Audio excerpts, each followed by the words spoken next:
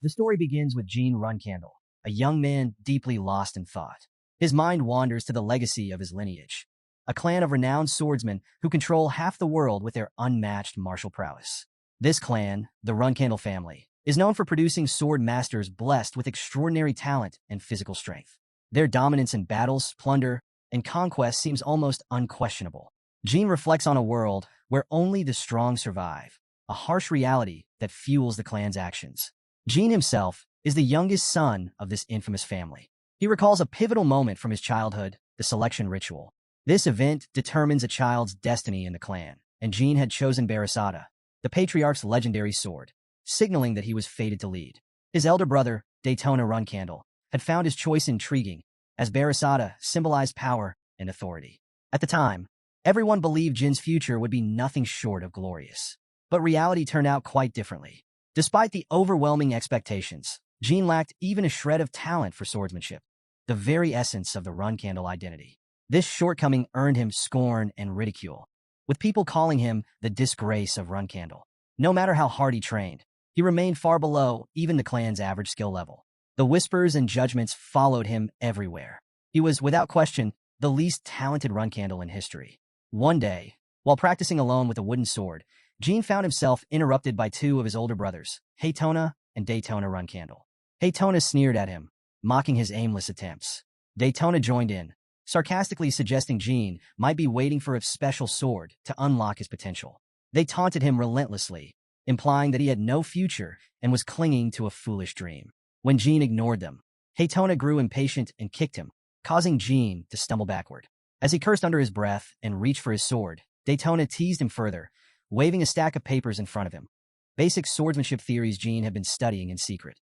Daytona mocked his efforts, tearing into the idea that studying theory would make up for Jin's lack of natural ability. When Gene pleaded for the papers to be returned, Daytona took things further, breaking Jin's wooden sword in half.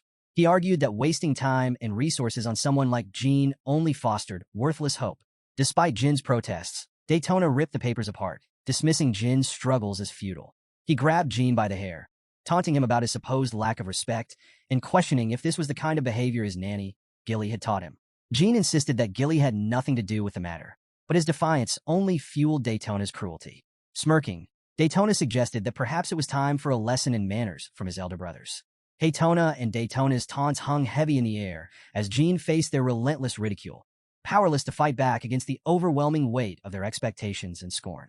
Gene Runcandle reflects on the torment he endured from his older brothers and his lifelong struggle with mediocrity in a clan where talent was everything. Despite their cruelty and his own lack of swordsmanship skill, he clung to a belief. If he worked hard enough, he could earn their respect and become a valued member of the Runcandle clan. For years, Gene convinced himself that perseverance alone could overcome his shortcomings. But that belief was shattered when he was formally expelled from the clan. At 25, Gene found himself kneeling outside the clan's doors, his fate decided. His hard work was deemed commendable enough to spare his life. But he was cast out, left to wander the world without purpose or direction. This turning point, though painful, led to a life-changing discovery. During his aimless journey, Gene met a master who revealed a secret. He did have talent after all, though it was forbidden in the Runcandle clan. Gene had a natural aptitude for magic, a skill that clashed with his family's rigid focus on swordsmanship. Fast forward 3 years, Gene now stands in a room, explaining his refined understanding of magic. By harmonizing the natural flow of mana with his own, he can recover his strength and amplify the potency of his next spell. As he demonstrates this newfound mastery, an unexpected surge of black magic fills the room. Startled, Gene demands to know the source. A voice responds, introducing itself as Sodaret, the Master of Shadows. Sodaret claims to be a supreme being of darkness, offering Gene a contract. If Gene agrees, he will gain unimaginable spiritual power and immunity to all curses. Gene feels an oppressive chain tightening around his heart as Sodaret continues. The entity reveals that Gene has been under a curse since childhood, a curse known as Bladed Illusion. This curse suppressed his talent with the sword, an affliction especially cruel for someone born into the Runcandle clan. Realizing the implications, Gene finally understands why he was drawn to Sodaret and magic in the first place.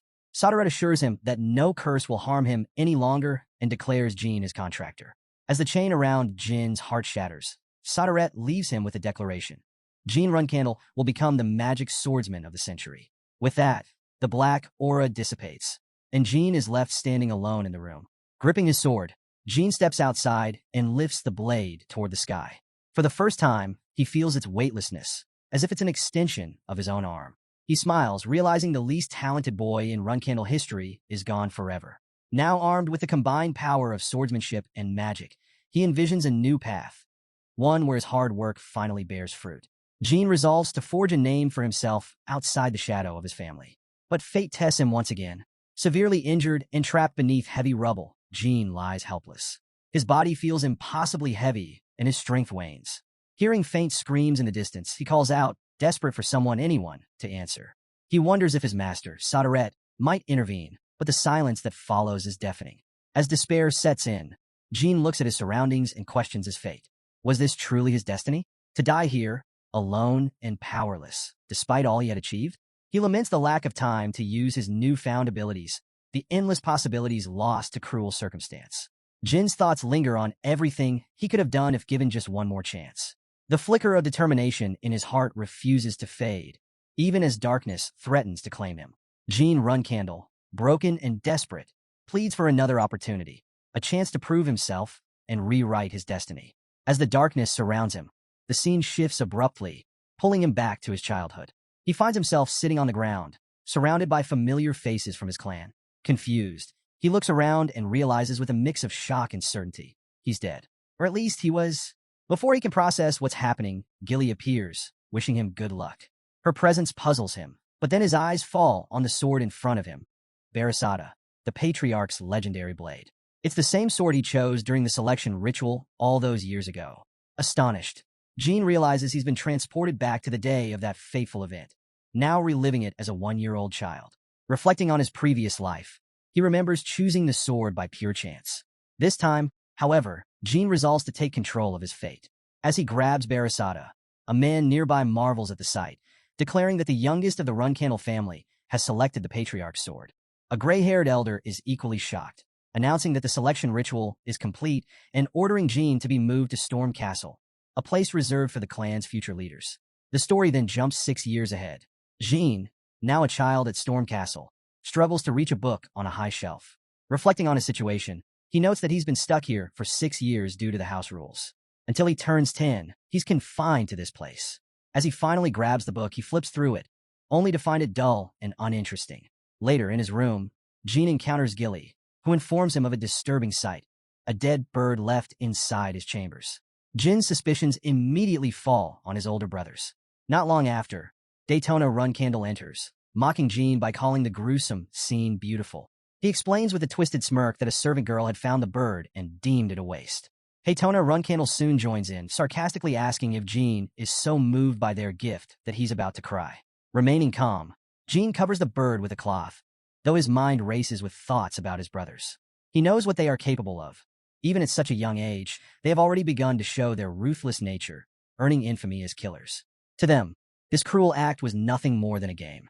Daytona mocks Jean further, taunting him not to cry because, in his words, it's an ugly sight. Jean doesn't respond, his silence fueling their arrogance. Daytona sneers, suggesting Jean is acting aloof simply because he's destined to become the patriarch. He questions why someone with such a grand fate walks around without Barasada at his side. As Jean attempts to speak, Daytona interrupts him, claiming Jean is too quiet to be heard.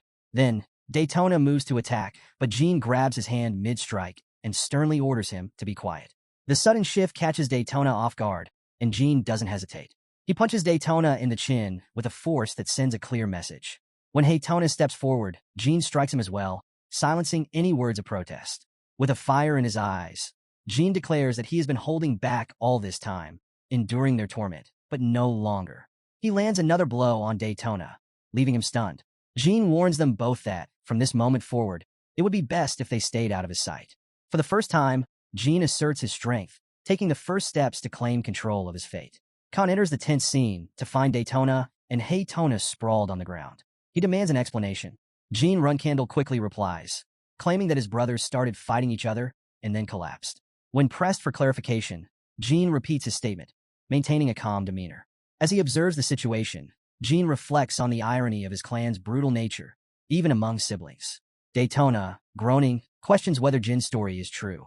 Before Khan can press further, Jean steps in, asserting that his brothers have more important matters to attend to and orders them to follow him. Reluctantly, the twins comply. Some time later, Jean buries the dead bird in the muddy ground while Daytona and Haytona sit sullenly under a nearby tree. Khan, still watching closely, asks Jean if he intends to leave his brothers out in the intensifying storm. Jean calmly explains that they need to reflect on the gravity of their actions.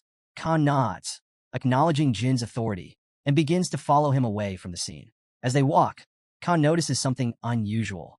The air feels charged, not just with aura, but mana.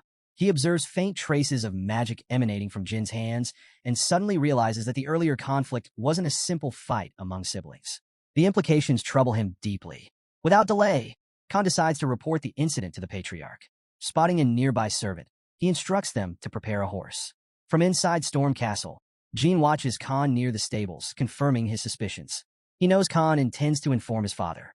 Though Khan is their guardian knight, his primary role is as an overseer, and there's no way he would overlook the magic surrounding Jean. Gazing at his hands, Jean observes the faint glow of spiritual power, proof of his contract with Saderet. He reflects on how the curse immunity granted by Saderet has freed him from the oppressive bladed illusion curse. The title of the dunce of the Runcandle clan no longer applies. This life, Jean decides, will be entirely different. As he contemplates his future, Saderet suddenly appears, placing a hand on Jin's shoulder. The entity reassures Jean of the validity of their contract in this life, a promise of untold potential. Jean knows that his next step is clear. He must face his father. Khan knelt before the patriarch, recounting the recent events at Storm Castle. He described how the youngest child of the clan had boldly stepped forward to face the formidable Tana twins. Listening intently, the patriarch's expression hardened with resolve. He commanded Khan to gather the flag bearers, stating that it was time to meet this youngest member face to face. Not long after, Joshua Runcandle, another prominent figure within the clan, arrived with an update. 7 flag bearers and 200 elite knights were already assembled and standing by. The patriarch nodded in approval, his voice firm as he declared that they would depart for Storm Castle immediately. Elsewhere, Mary Runcandle, the 7th successor of the clan, perches in a tree with her brother Deepus. Curious about the patriarch's sudden interest in Storm Castle, she presses Deepus for information. She mentions having already asked their sister Luna, who claimed to know little, as Mary herself had been preoccupied dealing with magicians.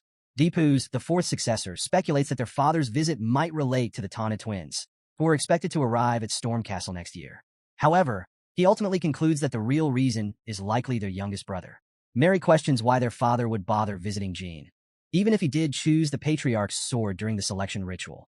Deepus responds that, while it might not seem necessary, one can never truly predict their father's intentions. Mary, though skeptical, concedes that their father rarely acts without reason. Together, they ponder the implications of the patriarch's sudden move. At that moment, the 1st successor of the Luna Runcandle calls out to Mary. Startled, Mary quickly apologizes to her older sister, but she can't help wondering if their youngest sibling is important enough for their father to meet him personally. Meanwhile, Gilly assists Jean Runcandle in getting ready. She's in disbelief that the patriarch himself is visiting the castle. Curious, she asks if Jean thinks this visit is for him. Jean admits he's not sure, but guesses that their father must have been informed by Khan. Given Khan's strict and methodical nature, he would never jump to conclusions about anything, let alone something as unusual as magic. Jean suspects their father is coming to investigate a troubling mystery: why his youngest son appears to be using a power that isn't mana or aura. The patriarch wouldn't ignore something that could influence the future of the Runcandle clan. After a while, the patriarch arrives at Storm Castle. Soldiers bow in deference as he strides through the hall, exuding authority. Without hesitation, he orders the Tana brothers to be summoned.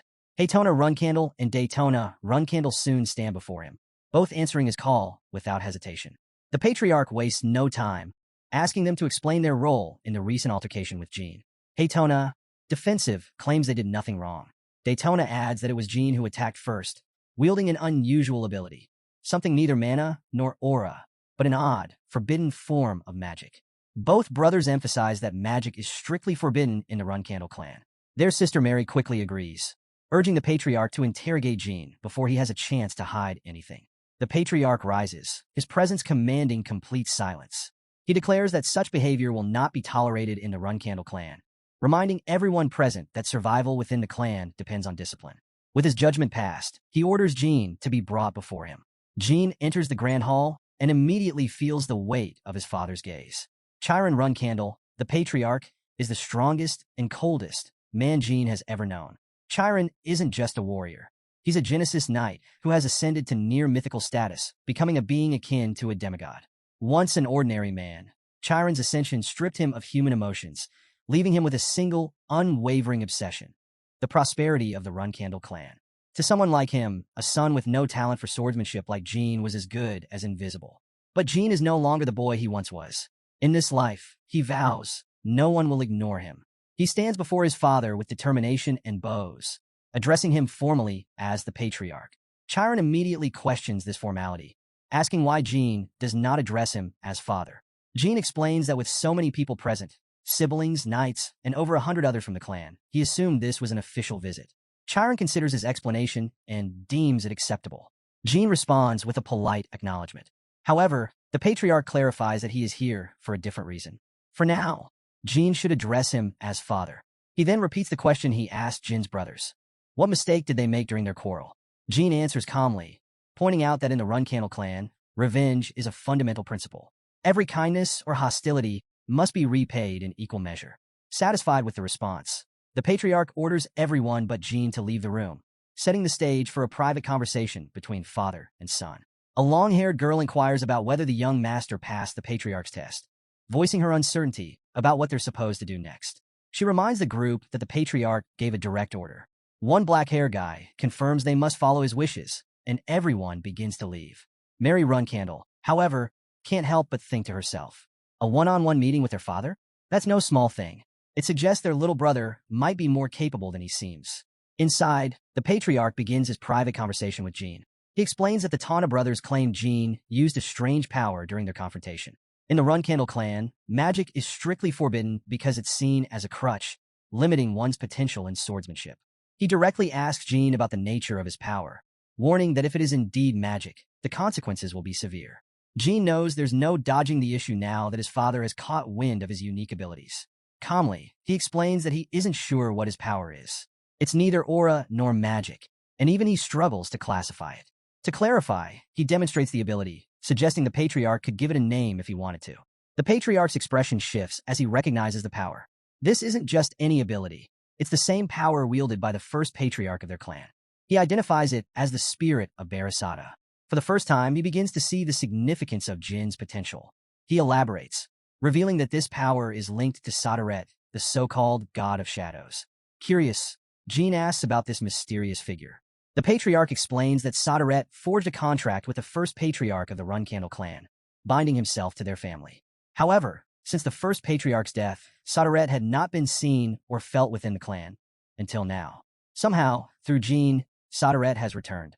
Intrigued, Jean poses a bold question. Is this god of shadows stronger than the patriarch himself? The response is as unexpected as it is honest. The patriarch admits that he has never fought a god, so he cannot say for sure.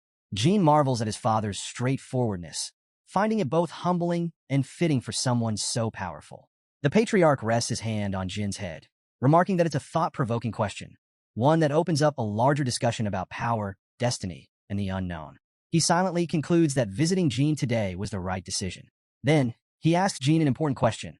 How does he plan to use the spirit of Barasata? Jean responds that he intends to use it for the clan's benefit. His father laughs, dismissing the claim as a transparent lie. After all, Jean had just beaten his older brothers and left them out in the storm. How could someone so rebellious claim to serve the clan? He urges Jean to speak honestly. Realizing his father isn't easily deceived, Jean admits the truth. He wants to use this power for himself. The patriarch nods in approval, satisfied with the honesty. He remarks that he likes Jin's answer and warns that he'll be watching closely from now on. With that, the patriarch leaves the room. As the door closes, Jean breathes a sigh of relief. It's over. Not only has he gained the right to use the spirit of Barasata freely, but he's also caught his father's interest. The encounter went better than he could have hoped. Reflecting on his past life, Jean knows this time, things will be different. Later, Mary Runcandle pays him a visit, carrying a box. She hands it to Gilly, explaining that it's a special gift for Jean from his sister. She instructs him to boil it, eat it well, and get stronger quickly, winking as she delivers the message. Jean is baffled by this sudden kindness. He can't help but wonder, why is he receiving such special treatment? After some time, Jean Runcandle opens the box Mary gave him and is utterly shocked to find a phoenix hard inside. He stares at it astonished. A phoenix heart, rare and unimaginably powerful. Why would Mary give such a treasure to a mere 7-year-old?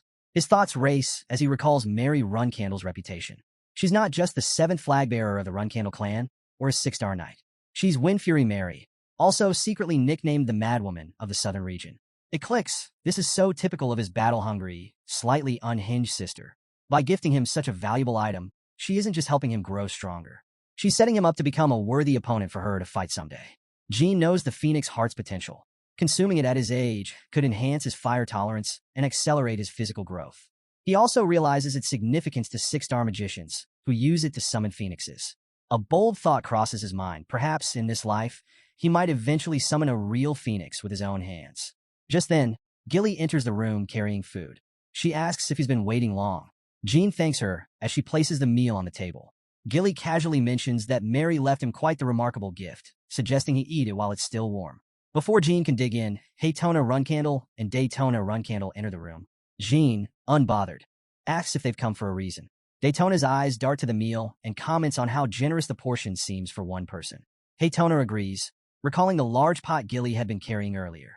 Jean smirks and asks if they're eager to share the meal. The brothers nod enthusiastically. Calmly, Jean says they can on one condition. Cut to later, and the Tana brothers are hard at work digging outside a cave. Daytona grumbles, questioning why they're doing such menial labor. Haytona complains that the area looks barren and demands to know what Jean expects to find here.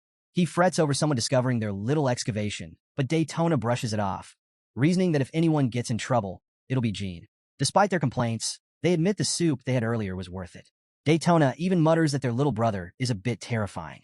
When they finally return to the estate, covered in mud, Jean greets them with a smug remark about their quick return. A nearby servant looks on in shock, but Daytona snaps at him to stay quiet. They've done what Jean asked, and now they want their reward, the soup. Jean nonchalantly points to a spot and says he left it for them there. The brothers rush over, only to find 2 tiny spoons of soup placed on a plate. Is this some kind of joke? Daytona exclaims, outraged. It's barely a teaspoon. Haytona adds in disbelief. Jean shrugs. I said I'd share, didn't I? I never said how much. He wishes them an insincere, enjoy your meal, and walks away, leaving the brothers to stew in frustration. Later, Jean returns to the cave and inspects the area. To his surprise, the brothers had followed his instructions perfectly. He expected them to do a sloppy job, but the site was excavated with precision. He touches the cave wall, assessing its thickness. A simple 1-star spell would be enough to break through. The thought energizes him. Lately, he's felt restless, with his mana building up but no outlet to use it. He activates his magical power, causing the roof to tremble. Chains rattle as a door reveals itself, hidden behind the wall. Jean smiles to himself. He's finally found it, the Runcandle clan's secret library. A place he never had the chance to visit in his past life. Standing there feels surreal. He recalls something his elder brother once told him. A special activation phrase is required to enter when a member of the clan comes to seek consolation from mirakin. Speaking the phrase, Jean unlocks the door and steps inside. This secret library isn't just any archive. It's a treasure trove of forbidden knowledge. Books and tomes taken from the clans that the Runcandles had defeated over the last 1,000 years. Normally, only the clan's flag bearers are permitted access. But this time, Jean is determined. His future begins here. As Jean steps inside the library, he is immediately struck by its sheer size and grandeur. The vast collection of secrets hidden within these walls almost overwhelms him. He recalls Deepu's Runcandle once dismissing this place as irrelevant, telling him he didn't deserve to know about it since he had no right to become a flag bearer. Yet here he is, standing in the very heart of the library, determined to prove its worth. He vows to make good use of it. Moving forward, his attention is drawn to a large tube in the center of the room. To his surprise, there's a figure inside. As he approaches, he notices the figure is covered in scales, not human. He places his hand on the tube, his mind racing with questions. Why is this here? Could it be connected to the Runcandle family? Jean wonders aloud if the figure is Black Dragon Mirakin. The old legend surfaces in his mind. Black Dragon Mirakin, who lost to the first patriarch and fell into a deep slumber. Could this be proof that the tale was true? Shaking off the distraction, Jean reminds himself he's here for a purpose. It's not the time to get sidetracked. He needs to find the secret tomes. After some searching, he finally discovers them. The hidden tomes taken from countless clans defeated by the Runcandles over the past 1,000 years. Picking up one, he notes that it's from the once-renowned Swordmaster clan, the Kungan clan. As he flips through the pages, he marvels at the complexity of its content. realizing it's challenging even for someone of his 3-star level. While he wishes he could take the tome with him, he knows the risk of being caught is too high. Instead, he decides to copy its contents during future visits, bringing a pen to carefully transcribe everything. Later, Jean is in his room, absorbed in reading, when Gilly enters with cake and milk. The scene shifts to a flashback. Jean remembers hearing a noise in the library and asking who's there. Looking around nervously, he reasons there's no way anyone else would visit the Storm Castle library at this hour. Suddenly, Black Dragon Mirakin emerges. Jean freezes, caught off guard. Why is Mirakin awake? In his past life, he remembers nothing about the dragon waking up. Struggling to stay calm, he reminds himself that Mirakin is supposed to be the clan's guardian dragon. If he acts respectfully, he might avoid trouble. Introducing himself as a child of the Runcandle clan, Jean greets Mirakin with politeness. But Mirakin bristles at being called a guardian, clearly annoyed by the title. He accuses the clan of spreading misinformation about him and wonders how Jean has the audacity to perpetuate such a claim. Still, Mirakin holds back his temper, noting that Jean is just a small, insignificant individual. As Jean observes Mirakin, he realizes the dragon seems irritated, muttering under his breath about waking up for the first time in 1,000 years only to find a little brat. Mirakin sniffs the air and demands to know why Jean carries the scent of spiritual energy. Caught off guard, Jean asks about spiritual energy. Mirakin explains that even after 1,000 years, he recognizes the scent. The dense spiritual energy surrounding Jean is something only contractors like Timar would possess. Jean begins to suspect this energy might be what caused Mirakin to wake up. Mirakin searches the area, determined to find the source of the spiritual energy. Seizing the opportunity, Jean calls for his attention. Mirakin turns to him, asking if he has something to show. In response, Jean reveals the power connected to Sodaret, the god of shadows, and asks if this is the energy Mirakin sensed. Mirakin confirms it but scoffs at Jin's mention of Sodaret, dismissing the claim as a joke. But as he looks more closely at Jean, something changes. He acknowledges Jean as the promised 1,000-year contractor of Sodaret, though he seems unimpressed by Jin's small stature. Kneeling, Mirakin declares his oath to Sodaret and recognizes that he is bound to assist Jean as part of that ancient promise. Jean reflects on the gravity of the situation, but Mirakin cuts in, noting that he'll explain the details later. Having just woken up, Mirakin admits he's still disoriented and suspects much of this may be hard for someone of Jin's age to grasp. Finally, Mirakin introduces himself formally. He is Sodaret's proxy, friend, and the last descendant of the first being of Shadow, capable of transforming into a dragon. He reaffirms his promise to the god of shadows and pledges to stay by Jin's side from now on, fulfilling the 1,000-year contract. Jean Runcandle is astonished as he observes Mirakin, the black dragon, standing before him amidst an atmosphere thick with mana. Realizing that Mirakin will be accompanying him from now on, Jean tries to process the weight of this moment. Mirakin prompts him to introduce himself, and Jean obliges, declaring himself as Jean Runcandle, the 13th and youngest child of the clan.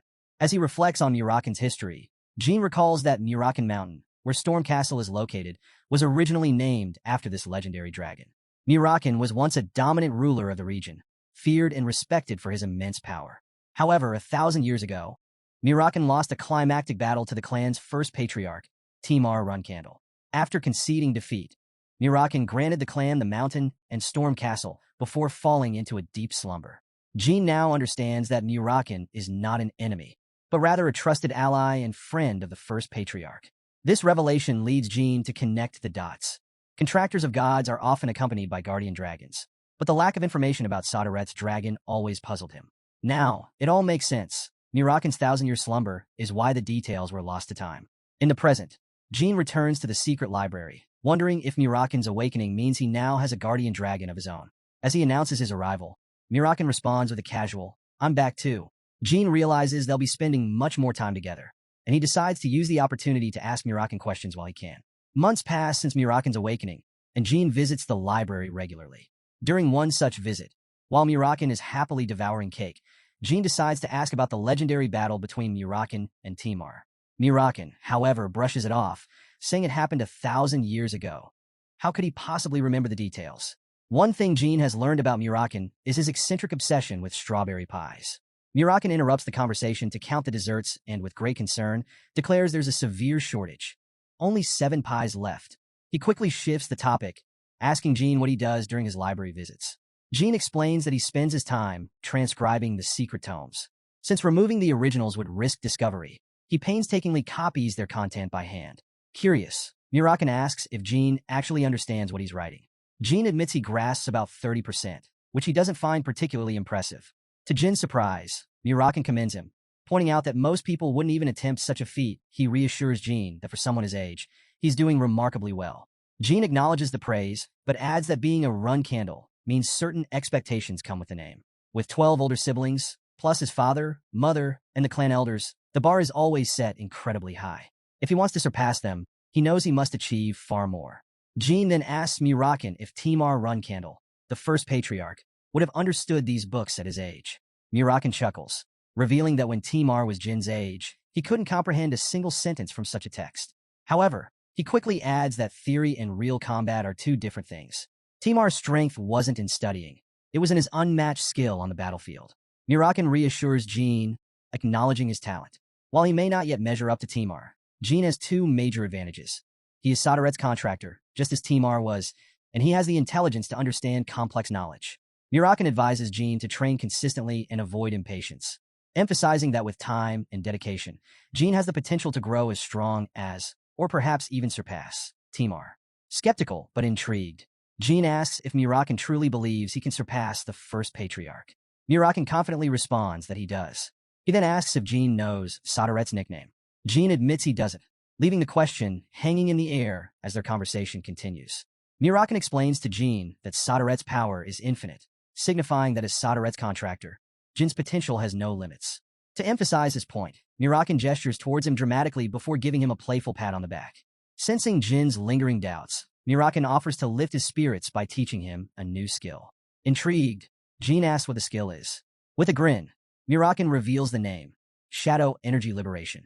Curious, Jean asks what it entails. Mirakin explains that Shadow Energy Liberation is a fundamental ability for anyone who wields shadow power. It represents both the beginning and the pinnacle of spiritual mastery. However, Mirakin warns Jean that attempting it without proper training is extremely dangerous, so he must approach it carefully and patiently. Jean agrees and asks how to get started. Mirakin instructs him to first master mana release. Jean hesitates, questioning why he needs to revisit a skill he's done countless times in his past life. Mirakin clarifies that Shadow Energy Liberation combines both mana release and mana transfer. To excel, Jean must become proficient in both components. Mirakin adds that they'll be focusing on these basics for the next 2 to 3 years to ensure Jin's safety and success. Jean thinks to himself that 2 to 3 years is an eternity. Mirakin overhears his thoughts and corrects him, explaining that without mastering the basics, advanced skills are out of the question. Jean, feeling confident, demonstrates his magic and asks if he's ready to learn spiritual release now. Mirakin is stunned by Jin's display. He asks how Jean managed to pull it off, and Jean nonchalantly responds that he's been able to do it before. Even more astonished, Mirakin asks if Jean can also perform mana transfer, remarking that only the brightest of geniuses can achieve such a feat if Jean can do both. Mirakin admits he may truly have exceptional talent. To give Jean a clearer idea of what he's aiming for, Mirakin decides to demonstrate Shadow Energy Liberation. Shadows begin to creep into the room as Mirakin explains that shadow energy power is derived from shadows themselves.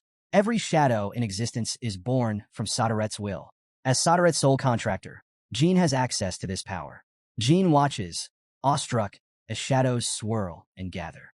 Then, Mirakin transforms into a massive shadowy form, his presence filling the room. He asks Jean how he feels witnessing shadow energy liberation firsthand. Jean is taken aback, but fascinated. Meanwhile, elsewhere, Luna Runcandle slays a dragon during a mission. A servant reports that the area is cleared, and Luna acknowledges the progress, estimating that 4 more months should be enough to complete the mission. Almost casually, she asks the servant what 9-year-old children usually like. Back at Storm Castle, half a year has passed since Jean met Mirakin. The Tana twins, now 10 years old, prepare to leave the castle. Haytona Runcandle stands near a carriage, announcing their departure, while Daytona bids farewell, saying they'll see Jean later. Jean responds with a simple, "Okay, bye." Not long after, Gilly arrives holding a cake and wishes Jean a happy 9th birthday. Grateful, Jean thanks everyone and asks if they could share the cake with everyone, to which Gilly agrees. Their celebration is interrupted by Khan, who addresses Jean as young master and apologizes for the intrusion. Curious, Jean asks what's going on. Khan informs him that Lady Luna is visiting. Jean reflects on Luna Runcandle's reputation. As the first flag bearer of the clan and a 9-star knight, Luna is the eldest and most powerful of the siblings. Known as the White Whale, she is a legend in her own right. However, She stepped away from the clan's ruthless succession battles long ago, choosing to live independently. Her decision created a significant distance between her and the rest of the family. For Jean, Luna has always felt more like a stranger than a sibling. He wonders why she's suddenly visiting Stormcastle. Could something significant have happened within the clan? Or did she somehow discover his secret visits to the library? As Jean stands before Luna, she comments on how much he's grown. Jean, slightly caught off guard, remarks that if she had given him advance notice of her visit, he would have worn something more appropriate to greet her. Luna playfully taps Jean on the head, teasing him about being cute. She asks if she really needs to give notice to visit her little brother, noticing his unease. Curious, she asks if he's feeling unwell. Jean clarifies that he's fine, just a bit nervous. He admits this is the first time he's been so close to her, and it's making him a little on edge. Luna senses his discomfort and reflects on the Runcandle family's brutal traditions. Sibling rivalry is ingrained in their upbringing, encouraging them to compete and take from one another. She wonders if Jean suspects she's here to keep him in check. Recognizing her potential oversight, Luna apologizes. She admits she might have been inconsiderate, forgetting that, despite his young age, Jean is still a member of the clan and subject to its harsh expectations. Jean, confused, asks what she means. Luna glances at Gilly nearby and realizes her approach may have been too casual, given Jin's position in the family. Apologizing again, she kneels down and requests a private conversation, asking Jean to dismiss his nanny and guardian knights. Intrigued, Jean agrees, thinking it unusual for his eldest sister to want a one-on-one discussion. It doesn't feel like a bad thing, though, so he complies. Once alone, Luna explains the real reason for her visit. She reveals that after their father's recent meeting with Jean, his display of power caught the attention of all their siblings. This means that once Jean leaves Stormcastle, his every move will be under scrutiny. She warns him that they'll all be on high alert, ready to keep him in check. Luna expresses her hope that Jean can avoid getting entangled in the family's toxic power struggles. She doesn't want him to lose his happiness or suffer because of their clan's violent customs. Jean reflects on Luna's words and begins to understand why she gave up her claim to become the patriarch. She had no desire to participate in the family's bloody battle for power. Still, he wonders why she didn't give him a similar warning in his past life. Was it because he wasn't worth the effort? Or perhaps the other siblings didn't even view him as a threat back then. Despite his doubts, Jean thanks her for her concern, but clarifies that he has no intention of avoiding the fight. Luna insists she's serious and assures him her warning isn't out of fear that he might become a threat to her. Jean acknowledges her sincerity, but reveals that he's already experienced an assassination attempt. Shocked, Luna demands to know if he means one of their siblings tried to kill him. He confirms this, but admits he doesn't yet know who was responsible. Although the attempt failed, Jean says it solidified his commitment to the family's power struggle. He adds that he's genuinely happy Luna's visit has made him realize not all his siblings hate him. Luna looks saddened by his words. She acknowledges that if he's already been targeted, then he's deeply entangled in the clan's dark and dangerous conflicts. Overcome with emotion, she pulls Jean into a hug. He's surprised by her empathy, finding this softer side of her unexpected. He reassures her not to be too sad, and she agrees, saying it's his birthday and not the time to dwell on such things. Smiling, Luna pulls a small box from her pocket and tells him the real reason for her visit. Inside the box is a beautiful pendant.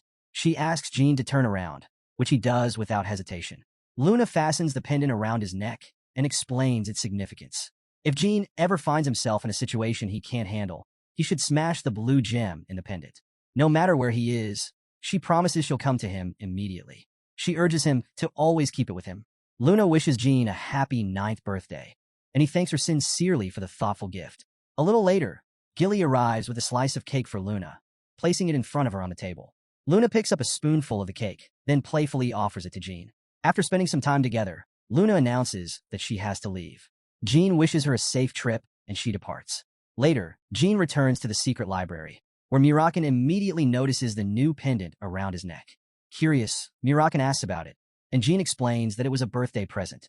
Mirakin inspects the pendant and remarks that whoever gave it to Jean must hold him in high regard to gift something so precious. Intrigued, Jean asks about the pendant's significance. Mirakin reveals that it is an artifact connected to the demonic beast king Orgel.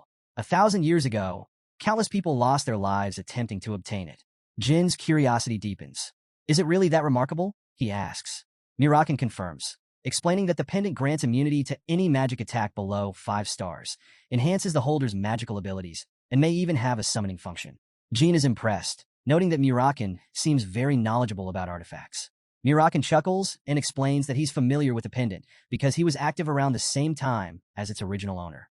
He adds that he assumes the powerful energy that recently visited Jean gave him the pendant. Jean confirms it was his eldest sister, Luna, who gave him the gift. He asks if Mirakin could sense her energy from such a distance. Mirakin says he could and suggests that Luna might have sensed his energy too. Jean is alarmed. Does that mean she knows about my powers? Mirakin reassures him. Luna likely won't report anything to the clan, and Jean has no reason to worry. He points out that Luna gave him such a valuable gift without hesitation, which is a clear sign of her loyalty. Still uncertain, Jean asks if Mirakin truly believes Luna can be trusted. Mirakin firmly replies that she is someone Jean can rely on. Meanwhile, Luna reflects on her visit. She had sensed a strong energy at Storm Castle, something that wasn't there before. Deciding to trust her youngest brother, she resolves to act as though she's unaware of his growing powers. Silently, she promises herself that no matter what Jean does or who he becomes, she will always support him. As Jean reflects on his time at Storm Castle, he's surprised by how much he's gained. What he thought would be a dull period has turned out to be transformative. He earned his father's recognition and expectations, received the Phoenix Heart from Mary, connected with Luna, and even met the guardian dragon, Mirakin, none of which he could have imagined in his previous life. Now, as he approaches his 10th birthday, he sees how drastically things have changed. While practicing with Khan, Jean acknowledges that his time at Storm Castle is coming to an end, and he is preparing to return home. During their training, Jean strikes, but Khan expertly blocks the attack, reminding him that there's still much to learn. Khan reflects silently, noting how much Jean has grown. It's no wonder the patriarch has taken an interest in him. Typically, Khan evaluates others during training, but now it feels like it's his turn to be evaluated. At the end of the session, Khan announces that they'll continue today's training at this spot. Jean agrees and addresses Khan as teacher, inquiring if there's an issue with the completed session. Bowing, Khan expresses his gratitude for the opportunity to instruct Jean all this time. With limited time left before Jean departs Storm Castle, Khan promises to ensure the best training until then. Jean appreciates Khan's dedication and agrees to remain under his care until he leaves. Later, Jean is seen playing with candle fire, watching it dance in his hands. With a triumphant exclamation, he notes his progress. Gilly, observing, asks if it isn't hot. Jean smiles and replies that it feels no hotter than warm water. Gilly comments that she's glad Lady Mary's gift, the Phoenix Heart, is working so well for him. She admits that while she's only heard of its effects, this is her first time seeing them in action. Jean nods, explaining that he believes he's absorbed about half of its power so far. He anticipates it will take a few more years to fully absorb the rest. As Gilly moves toward the closet, she informs Jean that they'll be leaving Storm Castle early the next morning. She asks if there's anything he needs prepared in advance. Jean responds with a casual, "Yeah, okay." She then asks if she should pack his books separately. He replies that he plans to read them on the way, so packing them together is fine. Gilly acknowledges and inquires if there's anything else he'd like packed separately. He answers that the books are enough. With a smile, Gilly says she'll prepare strawberry pie for dessert that evening. Jean thanks her and mentions he's stepping out for a moment. Gilly, surprised, asks if he's going out now. He apologizes and assures her that he'll be back soon. A short while later, Jean returns to the secret library, calling out for Mirakin. The Black Dragon replies, confirming his presence. Jean reminds Mirakin that they'll be leaving the castle tomorrow and asks if he's ready. Mirakin enthusiastically confirms, saying he's been looking forward to this day for a very long time. Jean then asks how Mirakin plans to follow him without being noticed. Mirakin brushes off the concern with confidence, reminding Jean that as the legendary Black Dragon, even in his weakened state, he can handle it effortlessly. He promises to remain discreet. Curious, Jean presses further, asking about Mirakin's weakened condition. Why is he only mentioning it now? Mirakin explains that after sleeping for 1,000 years, it takes time to regain his full strength. Jean wonders if Mirakin will ever recover his power. Mirakin reassures him, explaining that as Jean grows stronger, so will he, since he is Jin's guardian dragon. Playfully, Mirakin encourages Jean to hurry up and become as strong as Timar, the first patriarch. This leads Jean to recall an important detail from his previous life. The Runcandle family was originally known as a clan of magic swordsmen. He remembers hearing from Sadaret that their family's mastery of both magic and swordsmanship was legendary. The first patriarch, Timar Runcandle, was said to be the strongest magic swordsman of all time. However, this fact has been lost to history. Mirakin expands on the story, explaining why the family abandoned magic entirely. A humiliating covenant from 1,000 years ago led the clan to ban magic and impose strict rules about focusing solely on swordsmanship. Though people still praise Mirakin as the family's guardian dragon, he notes they would likely feel uneasy if he made a public appearance today. 1,000 years ago, however, his presence would have inspired awe and reverence, as he was associated with the most respected figure in the world. Jean doubts this, wondering aloud if the Runcandle family would really react that way. Mirakin chuckles and asks if it sounds too far-fetched. Regardless, he assures Jean that he'll remain hidden to avoid detection. Jean agrees, acknowledging the need for caution. Mirakin then points out a potential issue. If someone checks his usual spot in the library and finds it empty, they might grow suspicious. Jean asks how Mirakin plans to handle that. With a grin, Mirakin explains that he can use draconic magic to create a duplicate of himself in his usual resting place. Jean questions what would happen if someone discovers the fake. Mirakin reassures him, reminding Jean that he's the Shadow Dragon. Creating duplicates is so easy for him, he could do it in his sleep. However, he admits that maintaining the illusion for an extended period will be challenging since he's not yet at full strength. As Jean gets older and stronger, Mirakin's power will grow too, making the task easier over time. Jean thanks Mirakin for his efforts and adds with a smirk that he wishes Mirakin would show him a little more respect. Mirakin scoffs playfully, replying that he might have if Jean knew him better. Jean kneels down and reveals that he brought something special for Mirakin. Curious, Mirakin asks what it is. Jean reveals a pie made with the first strawberries of the year, along with some wine he managed to sneak past Gilly. Mirakin's eyes light up at the sight of the pie and wine. Jean smirks and warns him not to get drunk and accidentally create some bizarre duplicate. Mirakin scoffs, calling Jean an adorable little idiot and admitting he's glad to have him around. Mirakin then asks if he can meet Jin's nanny, to which Jean responds vaguely, saying he'll think about it. Later, Gilly holds Jin's hand, giving him a serious warning. When they return to the main house, he shouldn't expect the same carefree life he's had at Storm Castle. While training at the castle was rigorous, life at the main house will be far more challenging and chaotic. She adds that she won't be able to bake pies for him whenever he wants anymore. Jean reassures her that he understands what lies ahead and promises to work hard when they return. Gilly nods, vowing to support him as best she can. Just then, Guardian Knights Jerome and Holt arrive, announcing their readiness to escort Jean to the Garden of Swords. Jean acknowledges them and signals for their departure. As they leave, Jean reflects on this moment. October 30th, 1790. The day he finally left Storm Castle to return to the Runcandle family's main house. As the carriage travels through the snowy landscape, Gilly looks out the window and remarks on how quickly the snow is piling up. If it continues, they might have to take shelter in a nearby village, as heavy snowfall could block their path to the transfer gate. Jean acknowledges her comment with a simple okay. Suddenly, the carriage lurches, losing its balance. Guardian Holtz calls out, warning that they're under attack, and instructs everyone to stay inside the carriage. Gilly immediately hugs Jean, reassuring him that everything will be fine. She reminds him that Jerome and Holtz are 7-star Guardian Knights, and she's also by his side. Gilly calmly reports what she observed. About 20 attackers outside, a mix of warriors and magicians, and possibly some archers. However, she doesn't sense anyone above 7 stars, which means Jerome and Holtz should have the upper hand. To her surprise, Jean insists that they need to leave the carriage immediately. Alarmed, Gilly asks why. Jean explains his reasoning. A true guardian knight of the Runcandle family would never leave a child unattended. One knight would always remain by his side. The fact that both knights are gone means they're either imposters or traitors. Realizing the implications, Gilly quickly agrees. Jean adds another concern. There might be a hidden device in the carriage. They need to get out as fast as possible. Gilly steels herself and declares that, as a servant of the Runcandle family, she will protect him no matter what. Drawing sharp blades hidden in her sleeves, she warns Jean that things might get rough. Without hesitation, she grabs him, leaps from the carriage, and starts running. She promises to accept any punishment for her actions once they reach the clan's main house. Jean, however, dismisses her concerns about punishment, urging her to head toward the area where the two knights are fighting. He has something he needs to confirm. Curious, Gilly asks what he's looking for. Jean explains that if the attackers were truly targeting him, the best time to strike would have been as soon as he exited the carriage. The fact that this hasn't happened suggests something unusual is going on.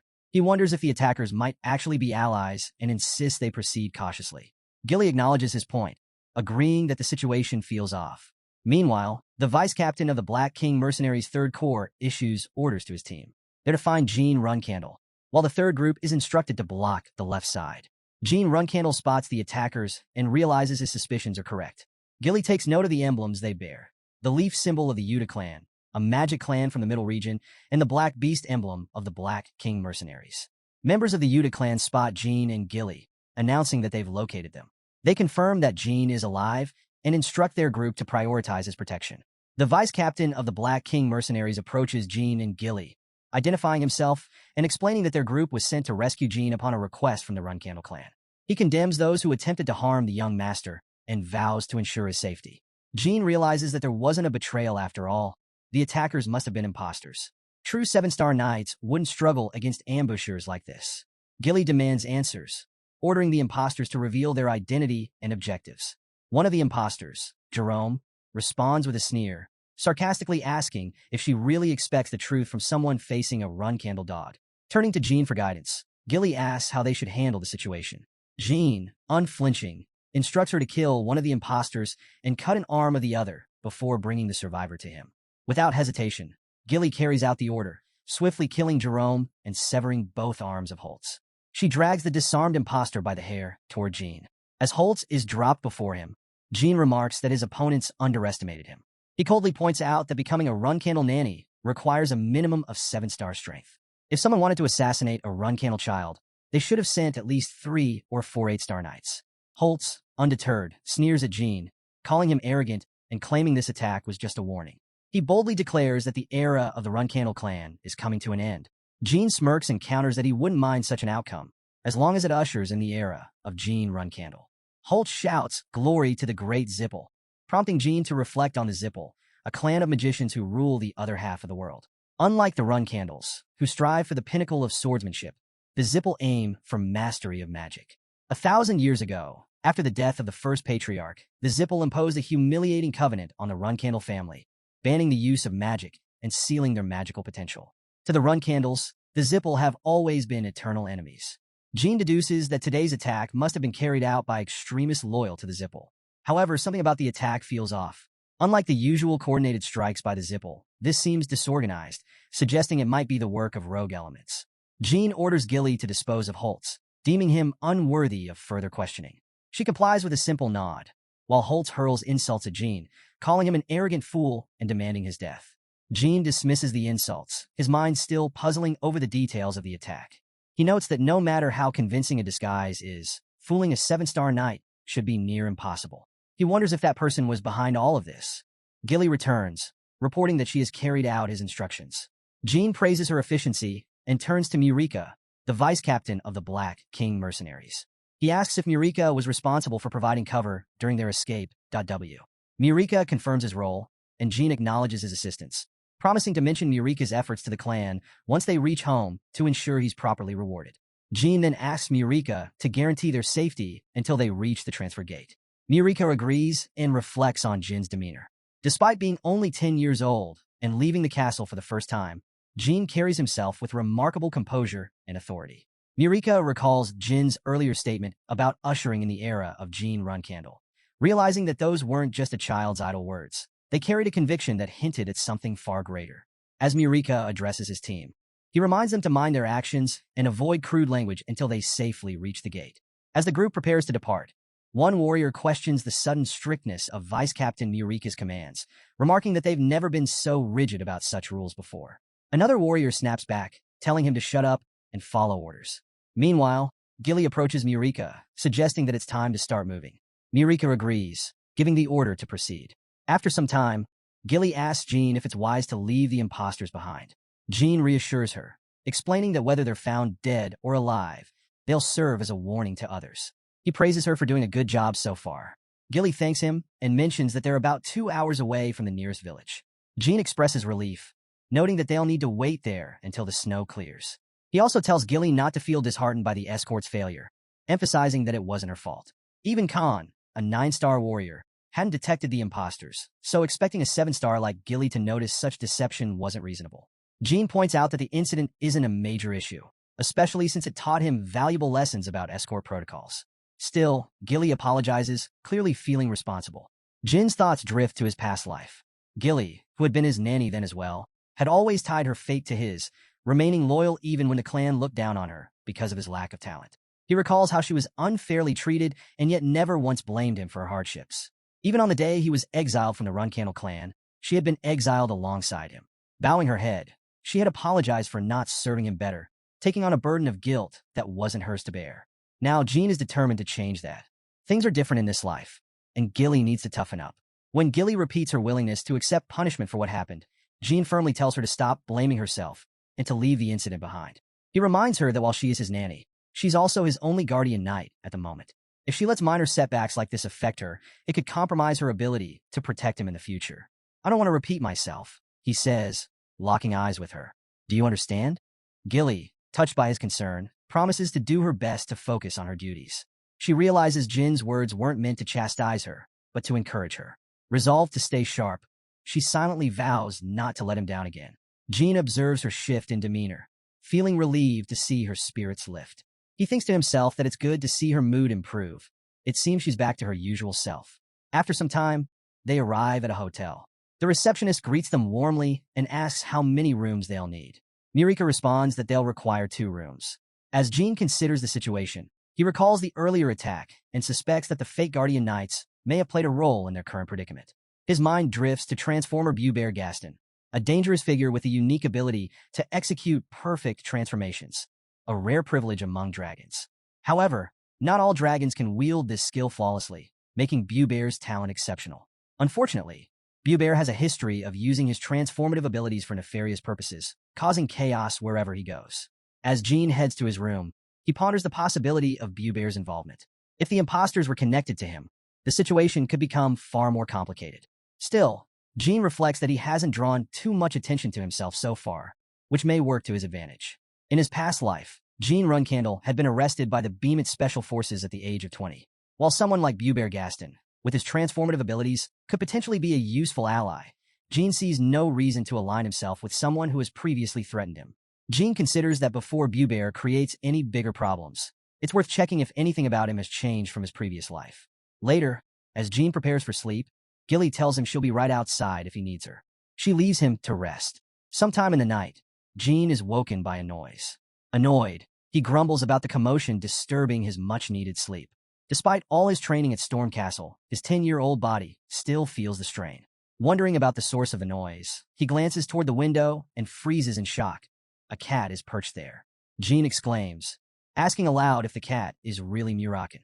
Suddenly, he recalls Mirakin mentioning that he'd conceal himself to follow Jin unnoticed. It clicks. Mirakin has transformed into a cat to stay undercover. The cat lets out a loud, impatient meow.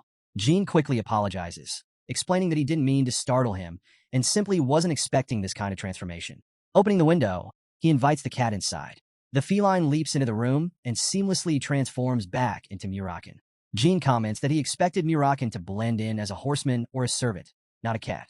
Mirakin explains that such disguises would have immediately drawn the attention of the clan knights. Turning into a cat was the safest option. Before the conversation can continue, Mirakin's foot gets caught in a loose floorboard. He stumbles forward and smacks his face against the window, causing a loud noise. Hearing the commotion, Gilly rushes into the room, demanding to know what's going on. Spotting Mirakin, she immediately grabs him by the neck, threatening to tear him apart if he doesn't explain who he is and what he's doing there. Jin steps in, trying to calm her down. Wait, Gilly, he calls out. Mirakin, unfazed, focuses instead on his love for strawberry pie, casually acknowledging that he and Gilly have finally met. Confused, Gilly asks what he means by that. Jin realizes the situation is spiraling. He introduces Mirakin, explaining that he is none other than the Runcandle clan's guardian dragon, the Black Dragon Mirakin. However, Mirakin seems far more interested in Gilly, calling her his precious strawberry pie. Flustered, Gilly quickly bows and apologizes for being disrespectful to a guardian, asking for forgiveness. In a lighthearted tone, Mirakin assures her there's no need to worry, happily forgiving his strawberry pie. Still confused, Gilly asks why he keeps calling her that. Mirakin enthusiastically explains it's because of the wonderful, perfect strawberry pie she makes. Gilly turns to Jin, raising an eyebrow. So, this is why you've been asking for pies every day. Mirakin invites her to sit, eager to explain further. Once they're seated, Gilly remarks that much has happened without her knowledge. Jin apologizes for keeping her in the dark, admitting he's sorry for tricking her all this time. Gilly reassures him, saying she's overjoyed to learn about his exceptional talent, his contract with Sodaret, and his connection to a dragon. It makes her proud as his nanny. However, Jin quickly cautions her. She's now involved in keeping Mirakin's awakening a secret, and the clan must not find out. He asks if she understands. Gilly nods, promising to be careful. Mirakin, ever playful, tells her not to be too nervous and once again calls her strawberry pie. She thanks him for his concern and turns to Jin, asking if they can really trust Mirakin. Jin shrugs and replies with a casual, well, probably. The next day, at the Middle Kingdom transfer gate, Gilly thanks the Black King mercenaries for their assistance. She assures them that the Runcandle clan will pay the agreed compensation at a later date. Vice Captain Murika responds with gratitude, saying the mission was a good experience for them. He adds that they look forward to seeing what the future holds for the young master, Jean Runcandle. As Gilly prepares to leave, Murika asks her a curious question. Why did someone with her exceptional skills leave the Clorin clan to become a nanny for Jean Runcandle? Gilly brushes it off, saying there's no significant reason worth mentioning. Murika nods, apologizing for his rudeness, but Gilly assures him it's fine and bids him farewell. A while later, Jean and Gilly arrive at the transfer gate. A gatekeeper greets them warmly, asking for their identification. Gilly presents a badge and requests that they be sent to Kowloon in the Hewfester Alliance. The gatekeeper, surprised, inquires if they are from the Runcandle clan. After confirming their identity, his tone grows respectful, calling it an honor to meet them and escorting them to a special seating area. He explains that the transfer will take 2 hours, after which they'll reach their destination instantly. Wishing them a comfortable journey, he leaves.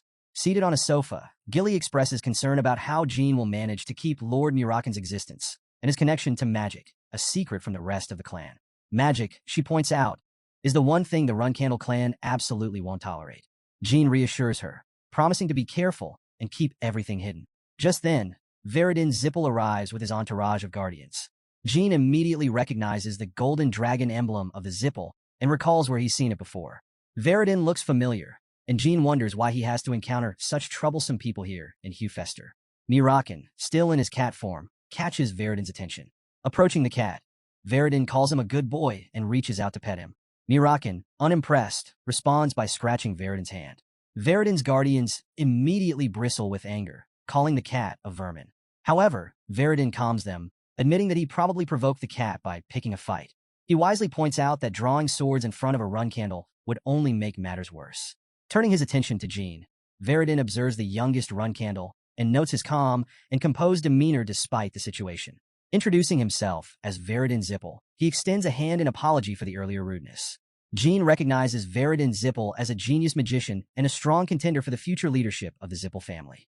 Admired by young magicians for both his exceptional skills and noble character, Veridin had always seemed like a distant figure to Jean in his past life. Meeting him as children feels unexpected. As Jean observes Veridin, he finds himself relieved that Veridin isn't just another arrogant fool. Veridin, somewhat surprised, asks Jean what gave him that impression.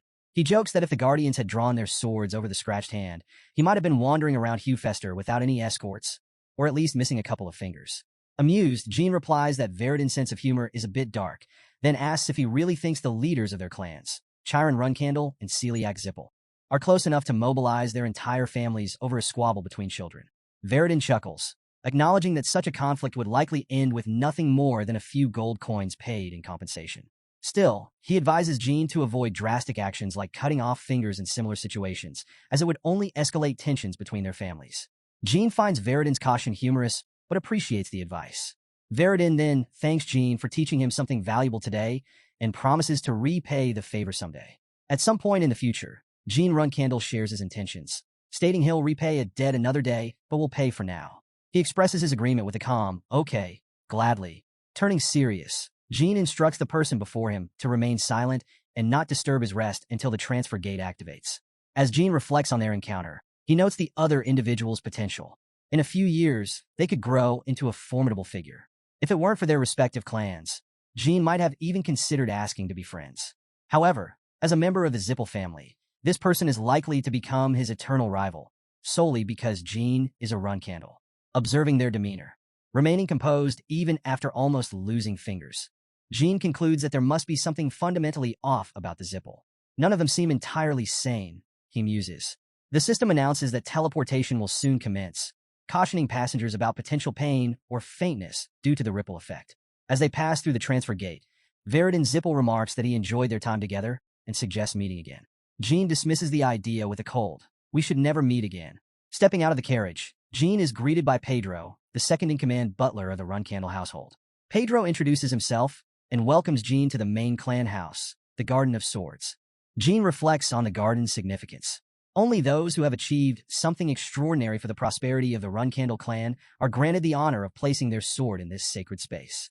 It stands as a symbol of their aspirations and pride. He recalls a time in his previous life when he, too, dreamed of placing his sword there, though he had been far from worthy. Back then, he was weak, devoid of talent, and lacked the cunning to lead. Hard work alone had never been enough. Now, in this life, Jean resolves to make his time in this dismal place worthwhile. As he enters the estate, he is greeted by gathered members of the clan. Rosa Runcandle, known as the Black Panther and Lady of the House, steps forward with a smile. "Long time no see," she says warmly. Jean responds respectfully. "Yes, mother." The patriarch, observing Mirakin in his cat form, raises an eyebrow and asks if Jean picked him up from the streets. Jean replies that he adopted him. The patriarch, noting Jin's use of the word adopted rather than picked up, commends his boldness.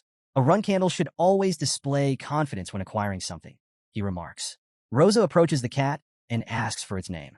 Jean confidently replies, "Butterfly Runcandle." The room falls silent. Deepu's Runcandle, visibly taken aback, questions the appropriateness of giving the family name to a cat. He reminds everyone that while Jean is still young, such a decision seems outrageous. How could anyone bestow the Runcandle name on an ordinary animal? Joshua Runcandle turns to Gilly, questioning her role in Jin's upbringing. "How could you allow him to name a simple cat this way?" Gilly bows her head apologetically. "My deepest apologies." The patriarch steps in, raising a hand to calm everyone. He then asks Jean directly why he chose to give the family name to the cat. Jean explains that it symbolizes responsibility. Although Butterfly might appear insignificant, it is the first living being he has chosen to adopt. By giving the cat the Runcandle name, Jean emphasizes the seriousness of his decision and the responsibility that comes with it. The patriarch seems intrigued. "Interesting. Do you truly understand the significance of the Runcandle name?" Jean replies with unwavering confidence. "I do. If anyone harms Butterfly, they will face serious consequences." The patriarch observes the room, noting how Jin's boldness has stirred his siblings. Many of them glare at Jean with obvious hostility. "You have quite a knack for making enemies," the patriarch comments. Jean, unfazed, smiles faintly. "And I also have a talent for eliminating them." The patriarch chuckles. "Everyone here will need to stay alert to manage our boldest and youngest family member." With that, he signals his intention to leave, leaving the gathered crowd to mull over Jin's audacious display. The scene shifts to the early summer of 1794, for years after Jean Runcandle left Stormcastle. Now a 2-star knight and a beginner class cadet, Jean continues his rigorous training. After a morning session, Garen Altamir, the instructor for the Runcandle Beginner Guardian Knight Cadet class, calls an end to the training. He compliments Jean on his hard work. Jean asks if that's all the training scheduled for the day. Garen reminds him that Lady Luna's training session is set for today and asks if he forgot. Jean admits that he did but plans to join after eating. Garen then asks if Jean will be eating with the other cadets, mentioning that Madame Rosa seemed disappointed by his absence at family meals. Jean replies that he prefers not to join the family meals, avoiding the silent tension and unspoken conflicts with his siblings. Garen acknowledges his decision and says he'll inform the others. A little later, Bellup Schmitz, a 13-year-old commoner cadet, approaches Jean with a plate of food. "I brought you something to eat," Bellup says. Jean thanks him, and Bellup responds cheerfully, "No problem." Jean reflects on Bellup's situation. A commoner in the ranks of the Runcandle cadets, Bellup is likely to be disqualified during training, lose his status, and face expulsion. As Bellup sits beside him, he asks, "Is the food good?" Jean replies that it is and expresses his appreciation for the Runcandle clan providing meat regularly. Before Bellup can finish his thought, Jean cuts him off. "That's enough," he says, reminding Bellup that he said the same thing yesterday. "Did you memorize your lines or something?" Jean advises Bellup to be more concise, pointing out that his habit of rambling causes others to look down on him. Bellup hesitates, asking if that's really the case. Jean encourages him to stand up straight and take pride in being a Guardian Knight Cadet of Runcandle. Bellup, however, counters, pointing out his poor grades and the fact that he hasn't even attained 1 star yet. Jean explains that becoming a cadet of the Runcandle clan is already a significant accomplishment. Even if Bellup ranks at the bottom, he's still considered elite compared to most 13-year-olds outside world. He asks if Bellup understands. Bellup nods, confirming that he does. Jean reflects that it's no surprise the clan overlooked Bellup. His timid nature makes him easy to dismiss. However, Jean remembers Bellup's future. In his past life, Bellup joined the High Rank clan, a rival Swordmaster clan, and rose to become a royal member of the Beeman Empire, following a ruthless and bloody path. Jean recalls the shock he felt upon learning that Bellup had joined the Imperial Guard and the sadness he felt when he heard of Bellup's eventual suicide. He resolves that leaving Bellup as he is now will only lead to that same tragic fate. Pushing his plate toward Bellup, Jean tells him he's lost his appetite and suggests Bellup eat his portion instead. As Bellup hesitates, Jean silently makes a decision. He will keep an eye on Bellup to ensure he isn't disqualified or expelled. One unfortunate life is enough. Later, while walking down a hallway, Jean reflects on his progress. His spiritual energy release has reached 2 stars, his mana has climbed to 4 stars, and his swordsmanship is at 2 stars. Everything is progressing well, and at this rate, he believes he can achieve 3-star swordsmanship within 2 years. Shortly after, Jean arrives at a training session with Lady Luna. Standing before him with a training sword, Luna informs him that today's training will resemble yesterday's, but requires a different approach. Jean nods, saying he understands. Luna instructs him to use his mind's eye, emphasizing the importance of observing with his inner vision rather than his physical senses. Jean contemplates the challenge. This training feels unfamiliar, a process he has never encountered before. Luna explains that mastering the mind's eye is crucial for those who live by the sword and tells him to keep his eyes closed. Jean is perplexed but complies, recognizing that the mind's eye is a stage of enlightenment typically achieved by knights of 7 stars or higher. Luna teaching him this technique as a 2-star knight is highly unusual. What puzzles him even more is that the mind's eye is usually tied to manipulating aura, yet Luna's training doesn't involve aura at all. Though confused, Jean reassures himself. He trusts Luna and believes she has a specific reason for her unique approach. Resolving to focus on the training, he tells himself that the purpose behind it will become clear in time. After the intense training session, Lady Luna commends Jean, telling him he's done exceptionally well today and can leave. Jean thanks her and departs. As he walks away, Luna reflects on his performance. Despite being only a 2-star knight, his focus and posture are remarkable, surpassing her expectations every time. With his potential, she sees a bright and promising future for her little brother. Later, Garen Altamir, the instructor, arrives and addresses Jean as young master. He observes the tension in the air and explains that the cadets can't help it. Today's sparring session is critical, as it counts heavily toward their overall scores. For many, a high score could fast-track them to becoming Guardian Knights. He adds that today is especially crucial for Jean. Madame Rosa has announced that if Jean can defeat all 10 of the top cadets in today's matches, he will be promoted to the intermediate training class a year early. Jean, surprised but pleased, comments that it's good news. He notices Bellup Schmitz among the group and wonders if he's feeling stressed again. While Jean knows he'll ensure Bellup isn't exiled, he thinks a little more confidence wouldn't hurt him. Garen Altamir calls for the cadets' attention, announcing the format: 3 rounds of sparring, with different partners each time. He then states that the top 10 cadets will face Jean in one-on-one matches. As the cadets agree and prepare to begin, Jean observes them closely. He recognizes their talent and notes that they earned their positions through merit. After the initial rounds, Garen instructs everyone except the top 10 to return to their places. Turning to Jean, he tells him to get ready. Jean acknowledges the instruction, gripping his sword as the matches begin. Jin's first opponent is a girl he swiftly defeats. He recalls that the record for this sparring session is 8 wins, but his goal is to beat all 10. To do that, he knows he must conserve energy, especially for his strongest opponents. Garen announces the next match: Mesa Milcano, one of the elite cadets. Mesa steps forward, greeting Jean with respect and declaring she's in his care. Jean reflects on her reputation. Mesa is an exceptional talent destined to become a Guardian Knight immediately after completing her training. Mesa, however, expresses her intent to defeat Jean in today's match.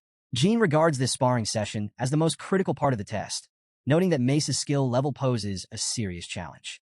As Mesa moves to attack, Jean blocks her sword strike, noting that she has grown stronger since their last encounter. Despite this, he remains confident in his ability to defeat her. The real challenge, he reminds himself, is that 8 more opponents await him after this bout.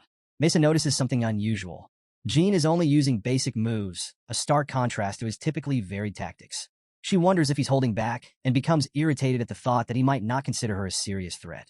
Frustrated, she decides to go all out, charging at him with full force. Her sudden aggression surprises the other cadets watching the match. Jean counterattacks, his movements precise and deliberate. Mesa resolves not to lose, pouring every ounce of her strength into the fight. However, Jean times his strike perfectly, hitting her blade with enough force to break it. The match ends decisively. Stunned, Mesa stares at her broken sword and asks how it happened. Jean points his blade at her neck, complimenting her effort. "It was a great fight," he says, "but I don't think I can use this sword anymore." Confused, Mesa tries to understand. Their blades collided multiple times during the match, but Jean consistently struck the same spot on her sword. She realizes their stamina and strength were evenly matched, so the difference came down to accuracy and persistence. Is that even possible? She wonders, finally acknowledging Jean as a true Runcandle. Determined not to let this defeat define her, she vows to train harder and win next time. Jean, meanwhile, feels satisfied. The match went exactly as planned. By dominating his bout with Mesa, He created the impression that a one-on-one fight with him was futile. This psychological edge made the remaining matches easier. One by one, he defeats the remaining cadets. His 10th and final victory brings the sparring session to a close, and Jean is pleased that everything has gone according to plan. Garen Altamir congratulates Jean Runcandle in his success, announcing that his victories in the sparring session will earn him early entry into the intermediate training class next year. Offering his congratulations in advance, Garen commends Jin's hard work.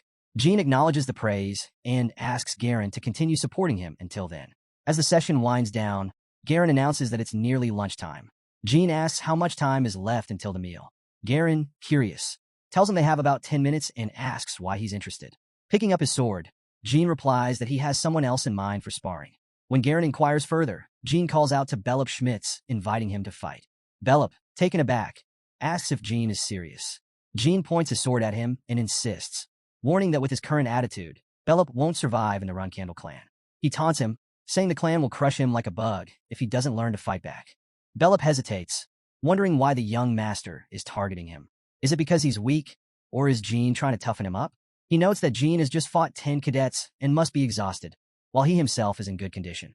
Despite this, Jean appears confident he can win. Belop questions Jin's motives, but Jean doesn't answer. Instead, he attacks, forcing Belop to block. Observing Belop's solid defense, Jean acknowledges his skill and continues pressing forward. Belop thanks him for the compliment and pushes Jean back, attempting to attack his leg. Jean swiftly leaps out of range. Frustrated, Belop demands to know why Jean is attacking him like this. Jean retorts that this isn't a friendly duel, it's a real fight. He points out that in that last exchange, he could have killed Belop. Holding his sword at the ready, he orders Belop to get up, warning that he'll only show mercy once. Belop rises, gripping his sword tightly as it becomes enveloped in a glowing aura. Gasps ripple through the crowd of cadets, and Mesa Milcano quickly alerts Garen, worried that the young master may be in danger. Jean, however, orders Garen to keep what he's witnessing a secret, issuing it as a direct command. Garen reluctantly agrees, promising his silence. Belop, now brimming with newfound power, asks Jean if this is really what he wanted. Jean confirms it, urging Belop to use his aura without holding back. Belop points out that if Jean truly wanted to fight him, he should have done so before exhausting himself against 10 other cadets. Still, he launches a powerful attack. Jean tries to block, but the force of Belop's aura shatters his sword. As Jean begins to fall back, he's stunned. Though he expected Belop to have potential, he didn't anticipate this level of strength. He recalls how Belop often analyzed his opponents during matches, consistently losing by small margins, possibly masking his true abilities. As Belop moves to strike again, Jean blocks the attack with his bare hand, shattering Belop's sword in the process. Belop stumbles back, bewildered by the sudden turn of events. Seizing the opportunity, Jean gets behind Belop, grabs him by the neck, and releases him just as quickly. Confused, Belop asks why Jean stopped. Wasn't he serious about taking the fight to its conclusion? He accuses Jean of playing with him. Jean firmly denies it, explaining that provoking Belop like this is far more painful for him than Belop realizes. Belop demands to know what Jean understands about him that makes this so distressing. Sitting beside him, Jean admits that he doesn't know Belop well, but there's one thing he does understand. True consideration comes from a place of strength. You're kind, Jean tells him, and I admire that. But kindness alone won't be enough to survive in this harsh world. Jean expresses his hope that Belop will become strong enough to protect his gentle nature, despite the challenges he'll face. Reflecting on his own harshness, Jean acknowledges that he, and perhaps everyone else, may have been too hard on Belop. As the tension in the training hall begins to fade, two women enter carrying food. Noticing the charged atmosphere, they hesitate and ask if they should return later, assuming the training hasn't finished. Jean assures them it's fine and tells them to go ahead and set everything up. Belop Schmitz declines the food, saying he can get his own. Jean, however, jokes that he's happy to take Belop's portion if he doesn't want it. Elsewhere, the Lord Patriarch reflects on Jin's actions during the sparring session, noting that his approach was unexpected. Khan agrees, and the Patriarch chuckles, recognizing that Jin's method blends the qualities of a dominator with a sense of care for the weak. Intrigued by this philosophy, the Patriarch decides it's time to test its merit. He instructs Khan to return and relay a message, assigning Jin his first significant mission. Jin recalls January of 1795, when he was recognized as a 3-star knight at the age of 15. It was a pivotal time for the cadets. With their promotion to the intermediate class, wooden swords were replaced by real weapons tailored to their needs. Some cadets ordered custom swords, but Jin had to find one from the clan's weapon vault. Luna Runcandle had told him that choosing the right sword was both challenging and painful. A month earlier, she had offered to select a weapon for him, explaining that her sense of weapons was sharper and more experienced than his own. Trusting her judgment, Jean had agreed. Standing before him with a large sword in hand, Luna revealed her choice, a weapon once known as Veil Slaughterer. It was a sword she had used extensively at his age, the one that inspired her signature axe sword technique. She asked Jean how he felt about it and whether he liked it. Jean hesitated, expressing gratitude, but admitting that the sword didn't feel right to him. Luna nodded in understanding and smiled, saying it was just a joke. However, Jean sensed it wasn't entirely a joke. She went on to explain that Veil Slaughterer was an excellent sword, though a bit heavy, and assured him it wouldn't have been a problem for him to wield. Nevertheless, she promised to find a different sword better suited to him. Luna revealed that she had spent considerable time thinking about what weapon would be most fitting. She then presented him with another sword, one she believed would perfectly complement him. The weapon was none other than Bradamanti, a legendary sword and the brother to Barasada, which Jean had chosen during the selection ritual. Barasada had been used by the first patriarch of the Runcandle clan, and its sibling sword, Bradamanti, was equally extraordinary. Holding the sword, Jean was awestruck. Luna asked if he liked it. Of course, Jean replied, marveling at the weapon. It was one of the most remarkable swords in the clan's arsenal. He reflected on how extraordinary it was for Luna to choose Bradamanti for him. The sword was coveted by many of his older siblings, and selecting it himself would have sparked significant opposition. Luna's decision was a rare and profound gesture, one he wasn't sure how to repay. Sensing his unease, Luna reassured him that no repayment was necessary. However, she expressed sadness at the tension she felt between them. Jean denied feeling uneasy and tried to assure her it wasn't the case. Luna persisted, saying she was already sad, and Jean would need to comfort his big sister's troubled heart. Perplexed, Jean asked what she meant. Luna smiled and instructed him to close his eyes. As he complied, she asked if he knew what she was about to say. Jean nodded, confirming that he did. She placed a hand on his shoulder and spoke gently. Among siblings busy trying to undermine each other, you also have siblings who love you unconditionally, she said. Don't make your big sister sad again. Jean acknowledged her words and apologized for any misunderstanding. Luna revealed that even before Jean was born, she had felt lonely among their siblings. Her actions, she explained, were to ensure he wouldn't experience the same loneliness she had. Her words resonated deeply with Jean, further solidifying the bond between them. She hopes he understands her intentions, and he confirms that he does. Luna nods, suggesting they continue their training and encouraging her dear little brother to see with his mind's eye. After some time, Jean Runcandle shows his sword to Mirakin and asks for his opinion. Mirakin, lying down and casually reading a book, doesn't even look up and tells Jean to put it back, adding that Jean still lacks control over his spiritual energy. Confused, Jean asks for clarification. Mirakin explains that to wield Bradamanti properly, Jean needs at least 3-star spiritual energy, but he's still a 2-star idiot. He adds that Jean can barely manage to imitate the sword's awakening. Jean protests, insisting that he's close to achieving 3-star spiritual energy and should be able to use Bradamanti properly soon. Mirakin snaps, warning Jean against being overconfident. He reminds him that Barasada and Bradamanti are not weapons to be handled carelessly. Grabbing Jin's head, Mirakin emphasizes that 3-star spiritual energy is just the bare minimum. He advises Jean to use the sword as a regular weapon until he reaches 5-star spiritual energy. Understand this, Mirakin demands, his tone firm. Jean dismissively waves his hand, muttering that he's not that patient. He then cheekily asks what would happen if he managed to achieve 5-star spiritual energy by the end of the year. Mirakin rolls his eyes and tells Jean that not even someone who won a kid's spiritual energy contest and survived on spiritual energy alone could reach 5 stars by the year's end. His warning comes from genuine concern, and he urges Jean to stop saying things so absurd that even a dog would laugh at them. Don't be stubborn, Mirakin advises, if you understand the risks. Jean, ignoring Mirakin's tone, snatches the book from his hands and demands an explanation about the kid comment. Mirakin snaps at him to put the book down, but before their bickering escalates, Gilly enters the room. Jean turns to her, asking if something is wrong or if anything has happened. Gilly informs him that Instructor Garen is looking for him. She explains that unusually, Garen requested Jean to meet him instead of coming in person, as he needed maps to explain a plan. Surprised, Jean asks if this is about his first mission. Gilly confirms, adding that Garen intends for him to depart as soon as the break is over. Jean reflects that the timing makes sense, given he's reached 3-star swordsmanship, but he's puzzled by the urgency. Missions for cadets in the beginner class aren't typically this rushed.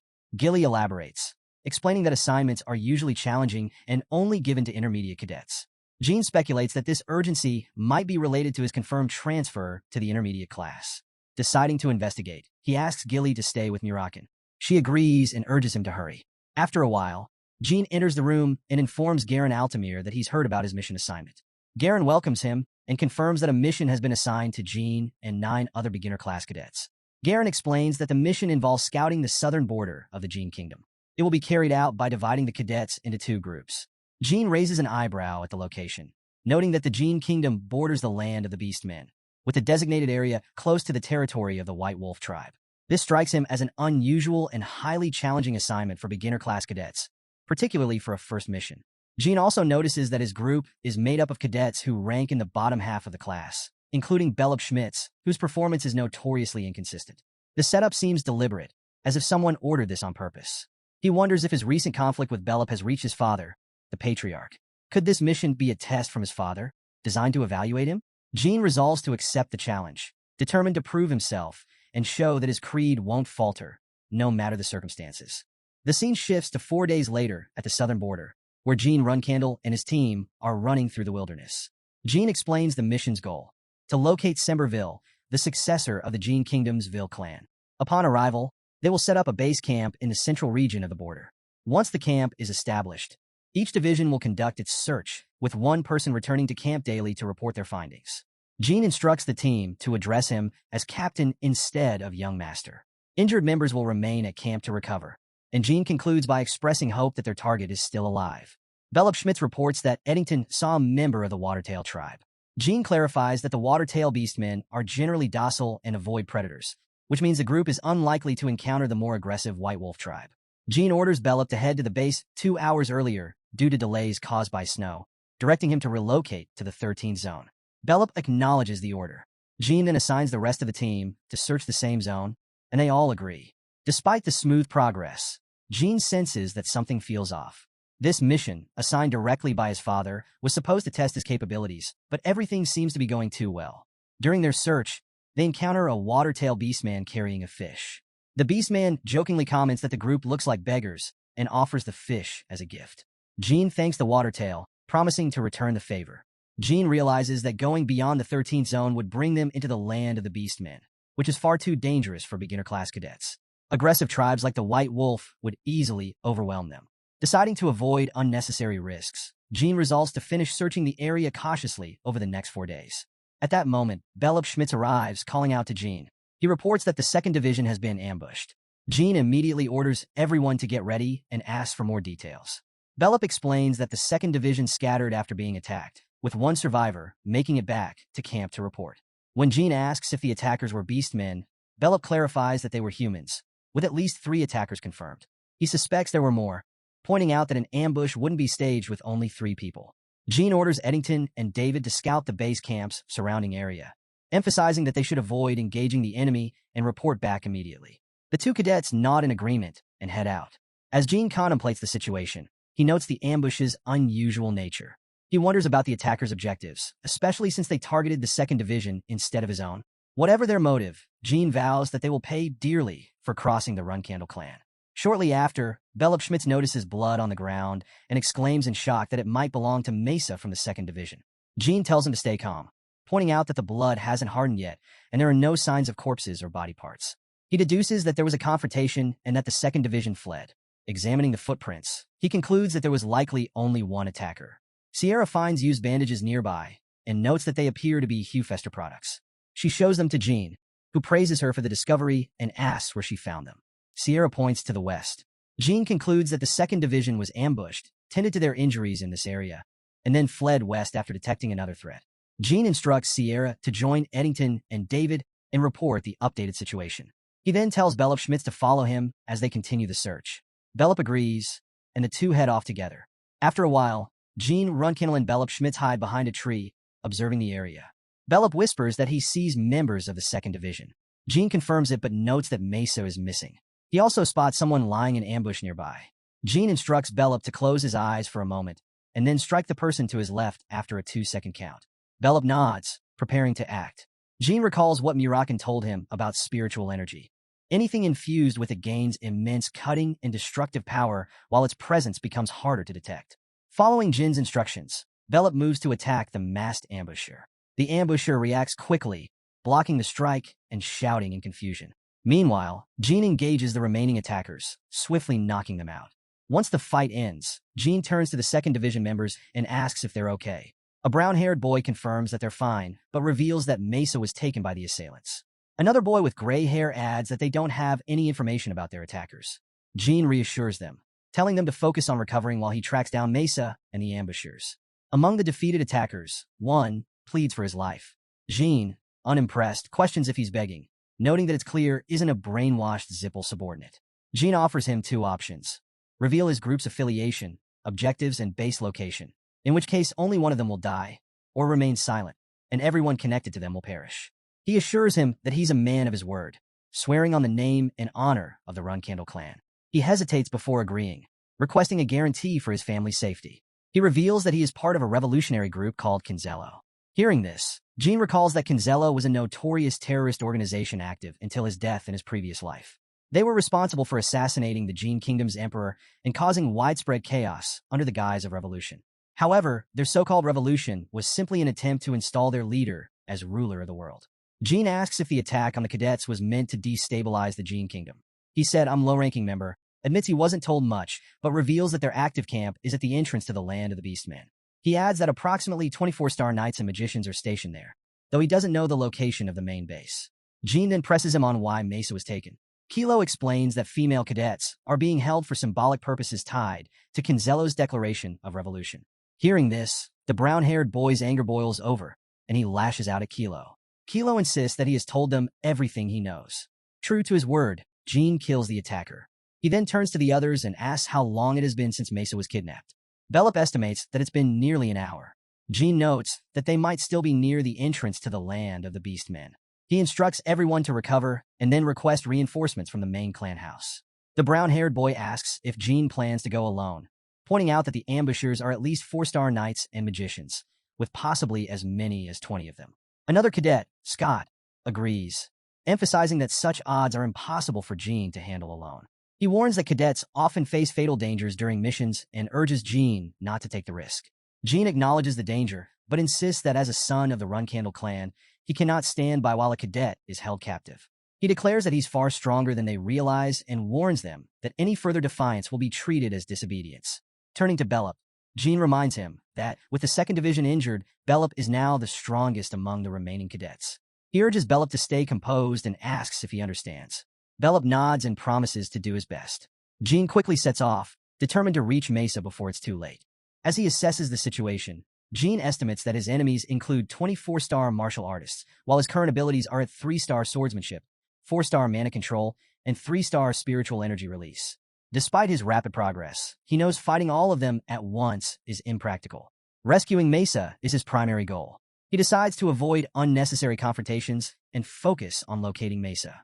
Placing his hand on the ground, Jean activates his sense to detect vibrations in the terrain. Using his wind pursuit spell, he sprints across the plains, tracking his enemies. He deduces that they are heading toward the open plains ahead and determines they are not far away. Suddenly, arrows whiz past Jean Runcandle, forcing him to dodge swiftly. A man named Mill shouts, identifying him as a Runcandle cadet and ordering his capture. Jean draws his sword, infusing it with a magical aura, and retaliates against his attackers. An elderly man observing the scene questions in shock why a Runcandle would use magic. Mill, frustrated, curses and changes his orders, yelling for his comrades to kill Jean instead of capturing him. However, Jin's magic-infused strike sends Mill flying back. The old man, stunned by the display of power, orders everyone to keep their distance. He conjures fire magic, attempting to restrain Jin's hand, while Mill tries to strike from behind. Jean counters by slashing with his sword, breaking the fire spell and thwarting Mill's sneak attack. The old man, now more cautious, exclaims in frustration and switches tactics.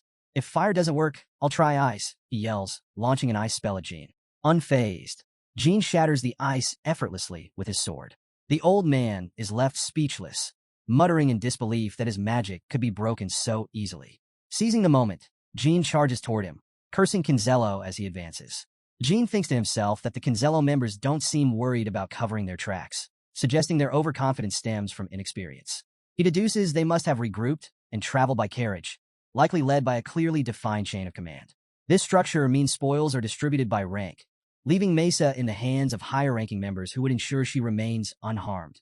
For now, glancing at the map, Jean realizes they are nearing the land of the Beastmen, likely close to Canzello's base. He decides to create a distraction to rescue Mesa. Jean casts a fire spell to ignite the forest, reasoning that the chaos will divert their attention. The sudden blaze sends Canzello members into a panic. One of the members shouts about the fire, and their boss demands to know what's happening. Where did this fire come from? Put it out, you fools, he screams. He orders his men to fetch water and berates them for their incompetence, yelling at magicians to use ice and water spells to extinguish the flames. Jean covertly observes the commotion and identifies the man barking orders as the leader.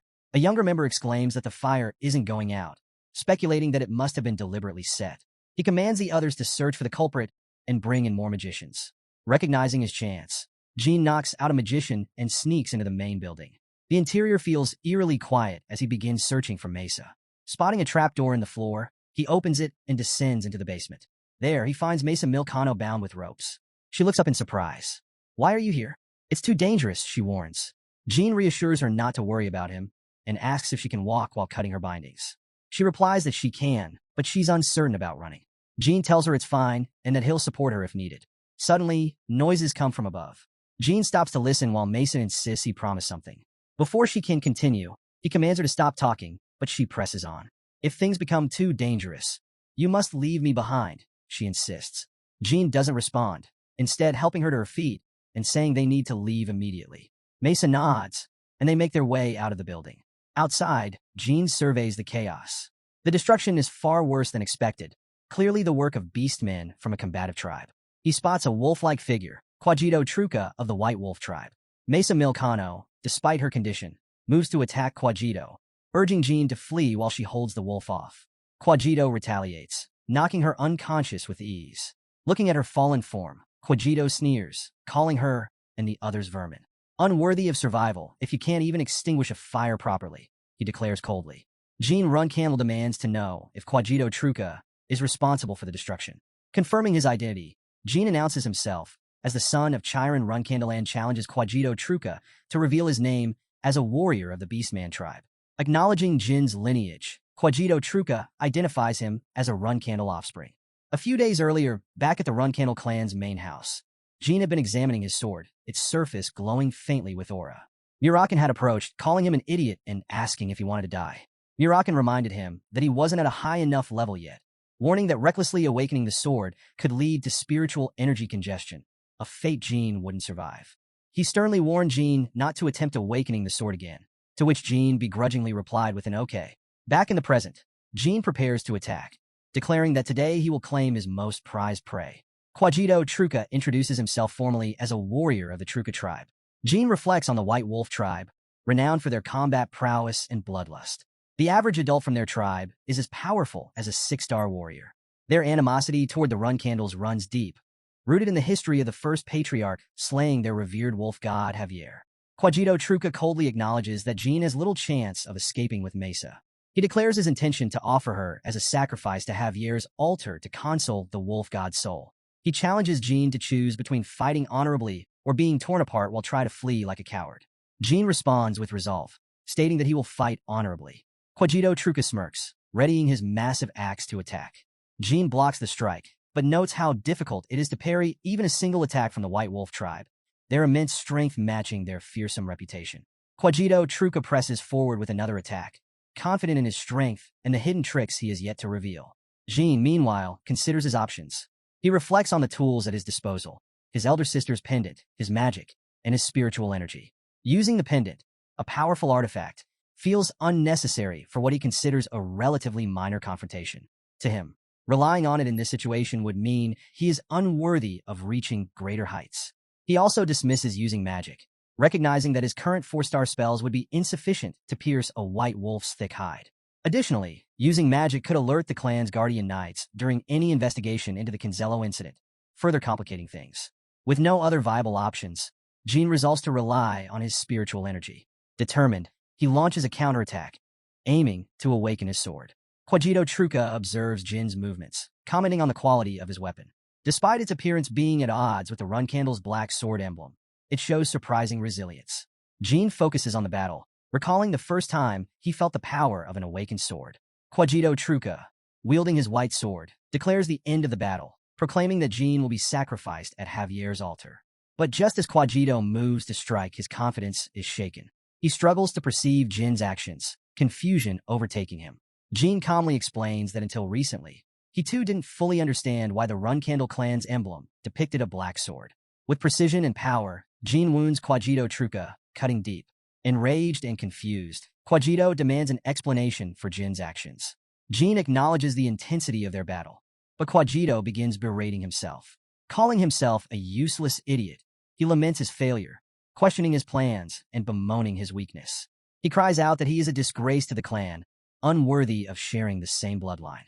Quajito recalls an earlier conversation, where he had warned Jean of the dangers of awakening the sword with insufficient spiritual energy. Now, he questions if Jean intends to succumb to the same fate and perish from spiritual energy congestion. Jean, unmoved by the taunts, stands firm, prepared to end the fight on his terms. Jean urges himself to focus, knowing that even a momentary lapse in concentration could mean his demise.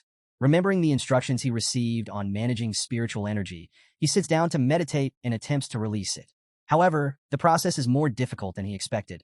The surrounding spiritual energy seems to ensnare him, making it hard to achieve the proper flow. Determined, Jean resolves to try again, this time with a clearer mind. He tells himself to stay calm and push through it one more time. As the pain subsides suddenly, Jean is momentarily uneasy. His body feels normal, yet it's saturated with spiritual energy to a degree he's never experienced before. Deciding he has no time to dwell on it, he moves to meet Mesa. Hearing a noise nearby, Jean immediately tenses and asks who's there. From behind a rock, Semberville emerges, pleading for his life. Jean questions if he's a surviving member of Canzello, but Sember quickly denies it. He introduces himself as Semberville of the Ville clan from the Jean Kingdom. Jean recognizes the name and mentions that he was tasked with finding him.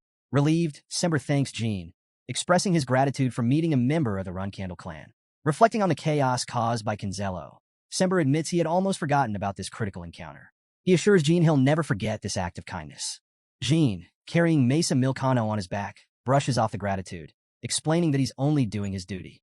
He suggests they head back and then asks how Sember ended up being kidnapped by Canzello. Sember explains that he followed someone he believed to be his lover to this location. Surprised, Jean questions if they were eloping. Sember quickly clarifies that his lover had actually died 2 years ago. Despite this, the woman he saw had the same face, voice, and even 2 moles on her wrist, exactly as he remembered. He admits it might sound insane, but he's certain it was her. Reflecting further, Sember speculates that the resemblance could be the work of Bubert Gaston, known for his powerful transformation abilities. He thought that Canzello may have kidnapped him for financial leverage.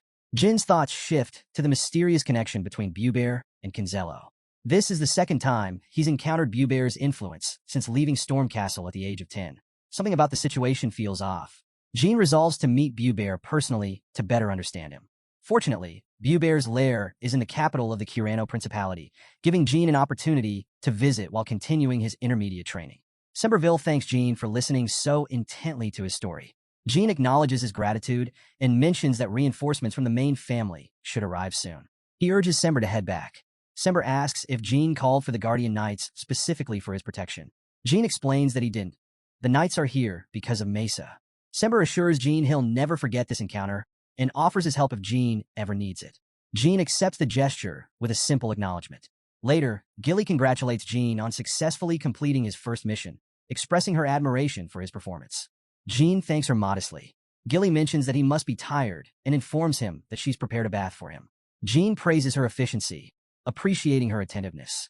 Suddenly, Mirakin interrupts, calling out to Jean with a teasing remark. Jean playfully moves to pat Mirakin's head, but the dragon bites his hand in retaliation.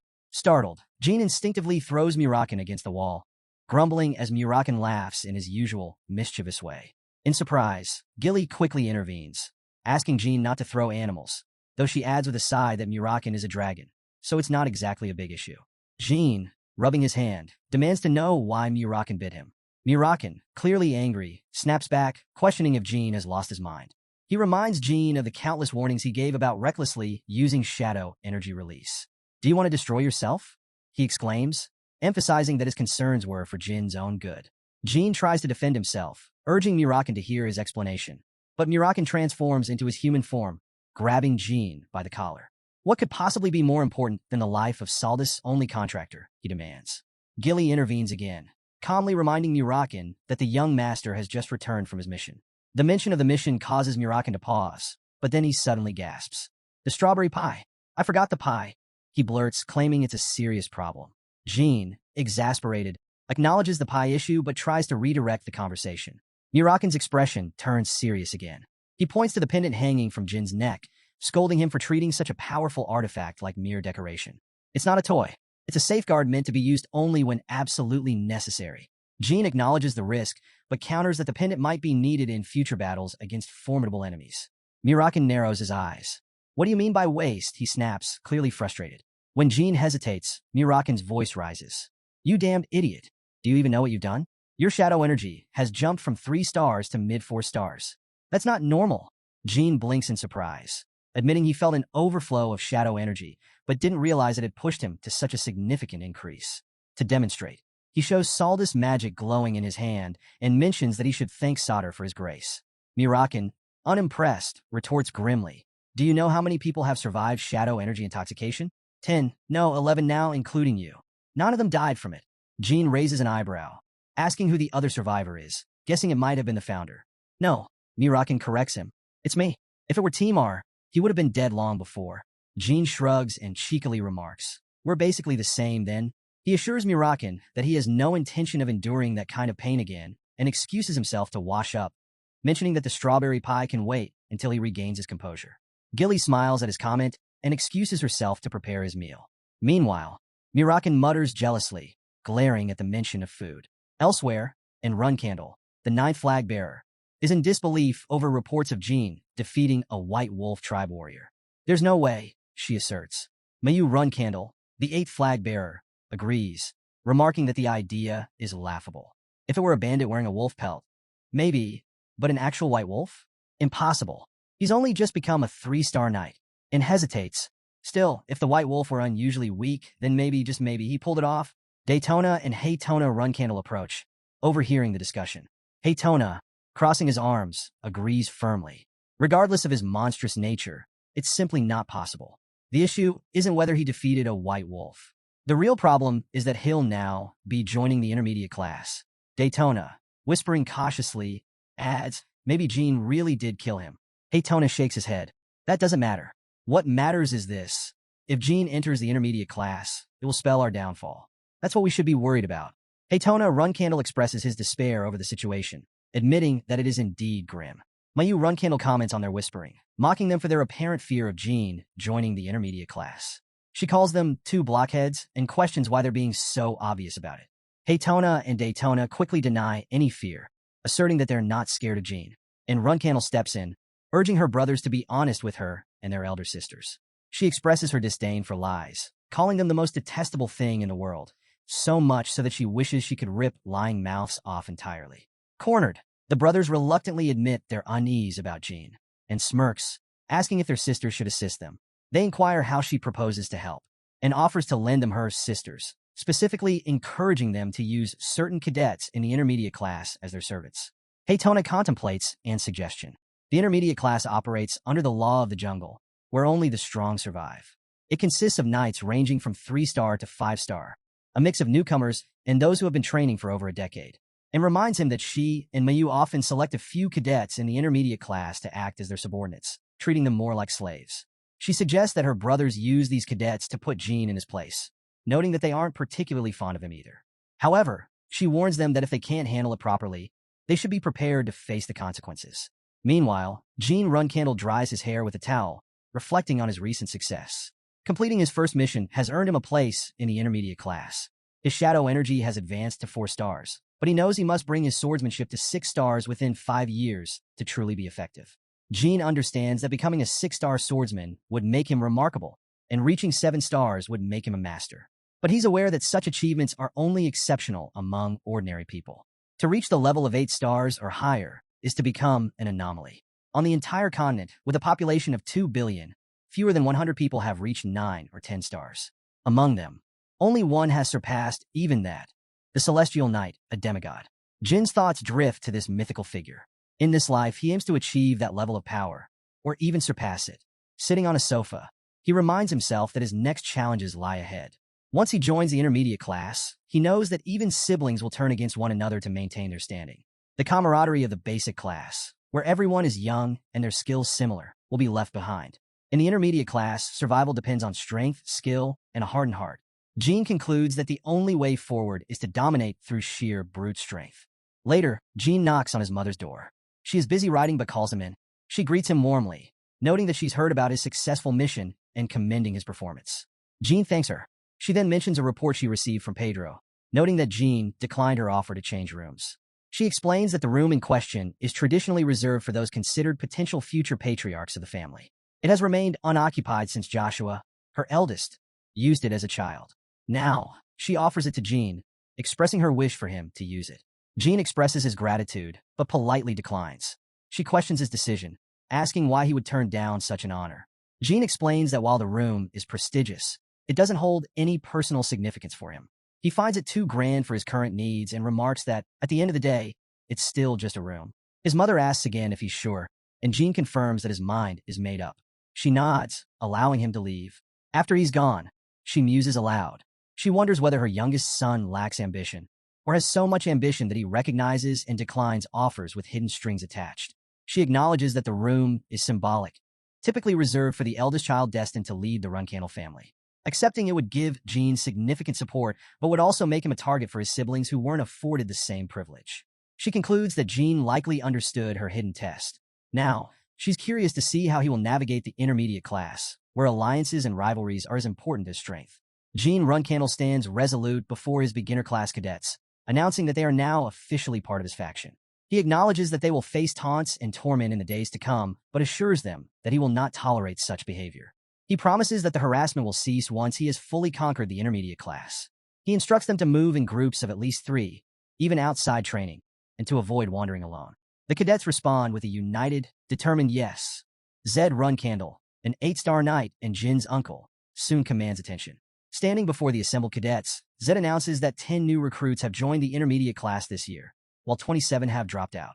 He instructs the newcomers to learn from their seniors and reminds everyone that his sole responsibility is to teach and evaluate swordsmanship. He emphasizes that apart from murder, any disputes or issues must be resolved among the cadets themselves. Turning to the senior cadets, Zed asks them to repeat his mantra. In unison, they chant, "Runcandle does not need the weak," their voices filled with malice, a sound designed to crush the spirits of the recruits. Jean finds the chanting unsettling, but maintains his composure. Scanning the crowd, he notices the Tana brothers standing with a cadet who seems well integrated into the intermediate class. Jean suspects the brothers have recruited this cadet with the assistance of their elder sisters, Mayu and Anne. Jean concludes that the brothers aim to break the will of the new recruits and decides to show them how mistaken they are. Daytona Runcandle spots Jean approaching and mutters about the reckless individual coming their way. However, bolstered by the thought of their older sister's support, Daytona encourages himself to remain confident. Without hesitation, Jean positions himself before Kajin Romero, the senior cadet allied with the Tana brothers. Drawing his sword in a swift, decisive motion, Jean strikes, cutting Kajin's arm. Gasps of shock ripple through the crowd. Jean coldly observes Kajin clutching his injured arm and orders someone to fetch medical assistance. Daytona Runcandle, stunned, questions Jin's sanity and demands to know why he attacked so suddenly. Ignoring Daytona, Jean turns to Kajin and asks for his name. Kajin, clearly rattled, manages to stammer out his name. Jean then calmly asks if Kajin knows why he was struck. Before Kajin can answer, Daytona points his sword at Jean, accusing him of attacking unjustly. Jean doesn't flinch. Instead, he asks Daytona if he doesn't realize that he's currently in the middle of a conversation. He tells Daytona he's willing to accept a duel later, but requests that he stay quiet for now. Daytona Runcandle joins in, angrily reprimanding Jean, demanding to know how he dares act so boldly after injuring one of their cadets. Jean smirks, dismissing the outburst. If this cadet was part of your faction, it wasn't clear to me, he says, adding that he struck Kajin because he sensed bloodthirst in his gaze. Everyone falls silent, stunned by this revelation. Zed realizes that his bold move has turned the tables. By striking Kajin, who was publicly known to be part of the Tana brothers faction, Jean has positioned himself as a serious contender in the battle for dominance within the intermediate class. His action isn't seen as random violence, but as a calculated move in the Runcandle tradition of hierarchy battles. Addressing the crowd, Jin declares his name and lineage. He tells the cadets that they may point their swords at him or even try to ambush him, as Kajin did. However, he warns them that any hint of hostility will be met with the same ruthlessness he just demonstrated. The tension escalates as Zed Runcandle steps forward, his presence commanding the attention of everyone. Addressing Jin by his full title as the 13th and youngest child of the patriarch, Zed asks if Jin believes he has the right to act so boldly in his presence. Jin calmly replies, "Yes, I do." Zed's eyes narrow. "And why do you think that?" Jin, unshaken, responds, "Because my conflict isn't just with the Tana brothers. It's with you as well." Intrigued, Zed leans forward, his voice low and dangerous. "Explain yourself. Depending on your answer, I might cut off your head right here and now." Jin Runcandle explains to Zed that his recent actions, targeting cadets allied with the Tana brothers, weren't merely impulsive but a calculated form of hazing. He admits that such tactics were bound to create backlash, but defends his decision, believing it to be a necessary step in establishing his authority. Zed Runcandle expresses his displeasure at the commotion, particularly Jin's method of hazing. However, he acknowledges that beyond his personal dissatisfaction, Jin's actions align with the ruthless principles of the Runcandle family. Zed questions why, if Jin truly felt wronged, he didn't challenge him directly instead of targeting Kajin. Jin candidly admits that he isn't yet strong enough to defeat Zed. He adds that if he believed otherwise, he would have gone after Zed, not Kajin or his brothers. Zed scrutinizes Jin's reasoning, commenting that his audacity might stem from undervaluing his own life or from overestimating his protection as the patriarch's son. Jin calmly refutes this, asserting that idly standing by simply because an opponent is stronger is not the way of a true Runcandle. He argues that while life can be lost in an instant, honor lasts forever. Zed chuckles at the boldness of Jin's perspective. "Your attitude is foolish," he remarks. "But it's so absurd. It amuses me." He concedes that Jin's actions have earned him credit. "You are indeed worthy of the Runcandle name," he declares. Turning to the cadets, Zed commands them to remember what they've witnessed. He emphasizes that Jin's actions embody the identity of the Runcandle family, fanatical devotion to the sword and relentless pursuit of strength.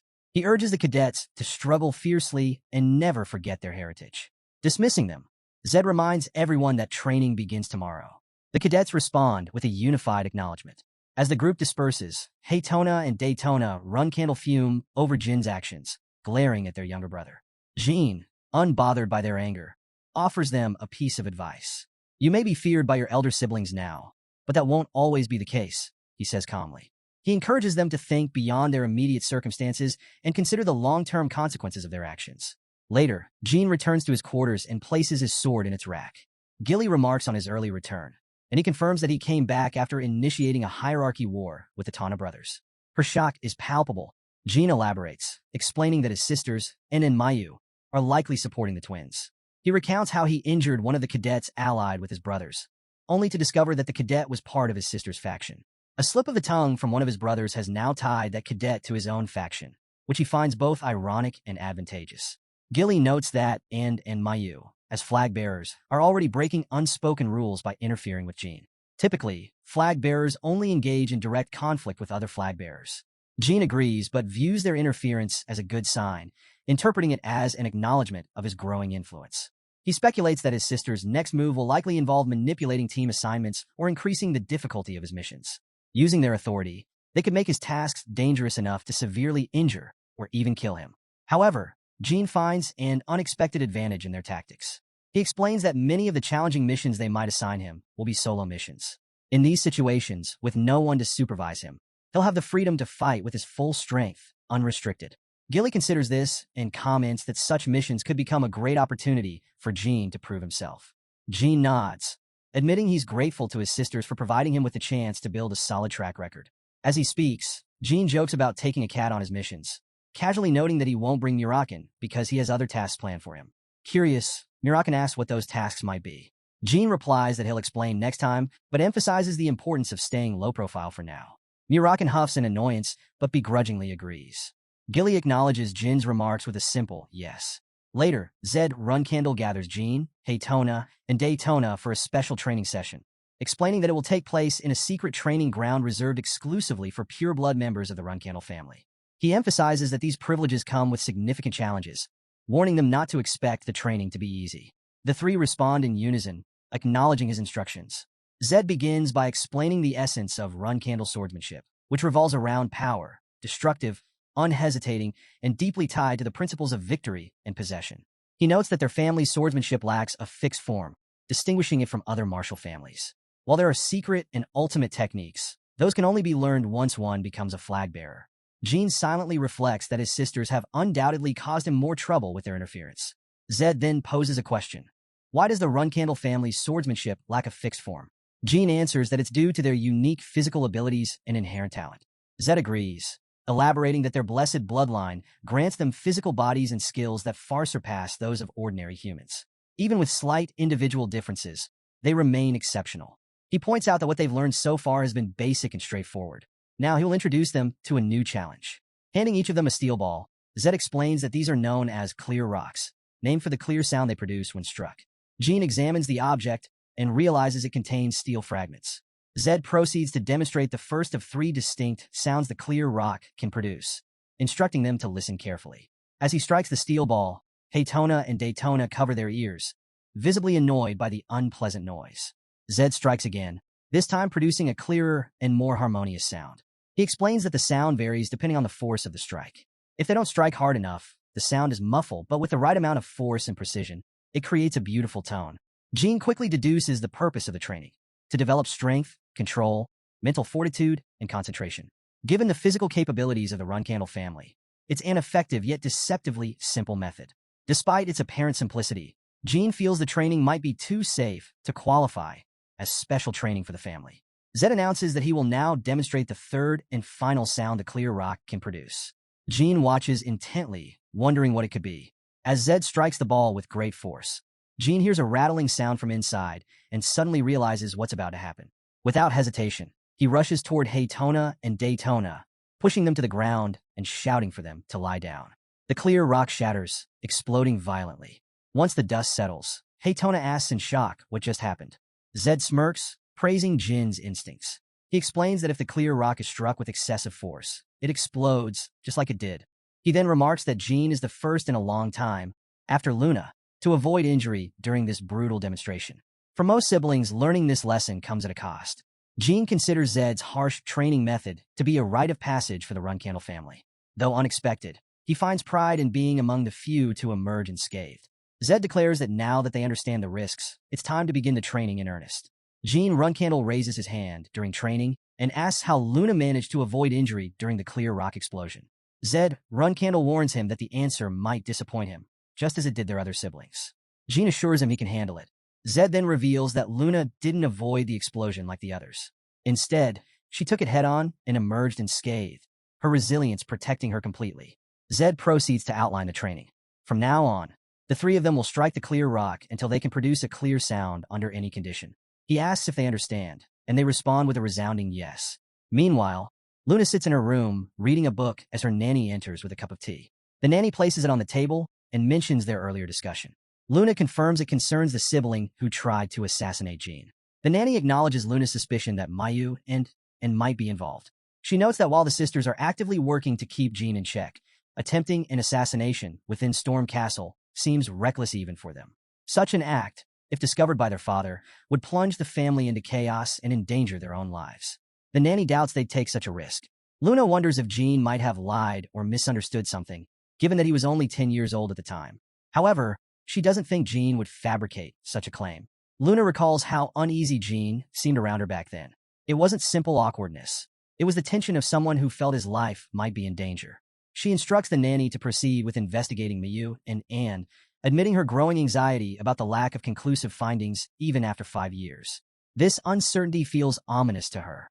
Luna reflects on her age, mentioning she's well past 30, and wonders if she's worrying too much. She admits she's curious about how Jean is doing. The nanny asks if she's referring to Zed's training. Luna confirms, noting that Jean should be feeling the effects of her mind's eye training and that the clear rock exercises must be grueling for him. However, she reassures herself that Jean likely handled it well. Watching someone grow, she muses, is one of life's rare joys.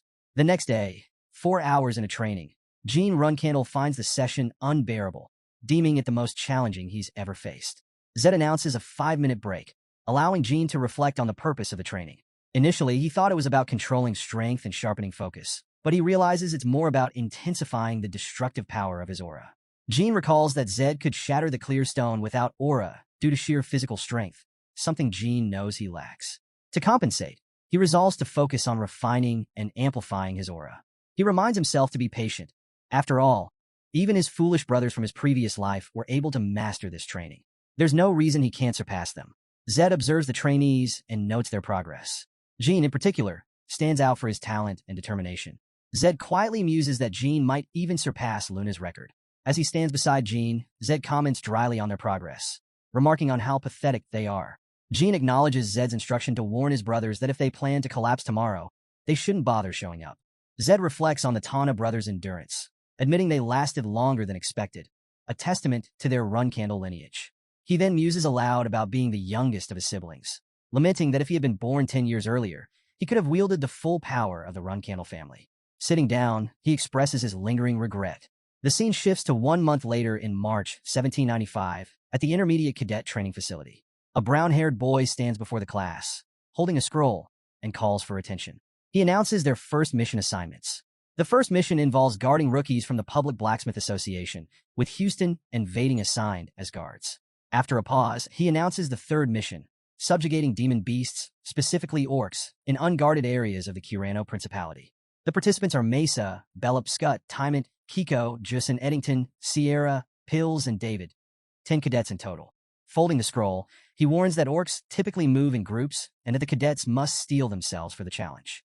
Pedro will provide further details, and he wishes them good luck. Daytona Runcandle questions whether it's appropriate for beginners to subjugate orcs. The brown-haired boy chuckles, sarcastically remarking that the cadets will probably return beaten half to death. Another person adds darkly that they might as well prepare some incense in a coffin. Kajin Romero suggests they still have time to write their wills before the mission begins. One girl teases, hinting at his fear, suggesting they should ask young Master Jean to save them. Tymont bristles at the remark, demanding an explanation. Mesa intervenes, cautioning him to stay calm and avoid internal conflicts, especially with the mission approaching. Any injuries now would jeopardize their chances. Mesa points out, however, that they insulted the young master, which only fuels Tymont's anger. Mesa advises him to stay silent, reminding everyone of their duty as members of Runcandle. Success in their mission, she argues, is the best way to silence their detractors and prove their worth. The scene shifts to Haytona Runcandle and Daytona Runcandle practicing their steel ball strikes. Haytona strikes a clear rock, causing it to crack and explode. While he moves aside, the explosion's shockwave sends a fragment toward Jean, grazing his arm. Haytona, startled, asks if Jean is all right. Jean assures him he's fine, but suggests he find a safer spot to practice. Haytona apologizes and agrees to be more cautious. Jean reflects on the month he's spent training with clear rocks. His brothers have started shattering them as well, but his focus sharpens on the strange sensation he felt during the recent explosion. It was as if an iron bead's path had been vividly traced in his mind, so clear, like the trajectory of an incoming arrow. He feels confident that if those beads flew at him again, he could dodge them effortlessly. He wonders if this newfound clarity is connected to Luna's mind's eye training. Determined to cement the sensation, he resolves to replicate it before it fades, perhaps by trying again. Meanwhile, Zed Runcandle calls the cadets to attention, announcing their next mission. Haytona Runcandle and Daytona Runcandle exchange uneasy glances as they feel the weight of the upcoming mission. At the mention of traveling to the chaotic Beeman Empire, Haytona complains about already feeling queasy and drained. Daytona grumbles about the discomfort of wearing formal banquet attire, calling it stifling. Zed Runcandle, noticing their dissatisfaction, expresses a rare hint of sympathy, acknowledging their efforts in sparing their brothers from the burden of attending the imperial party.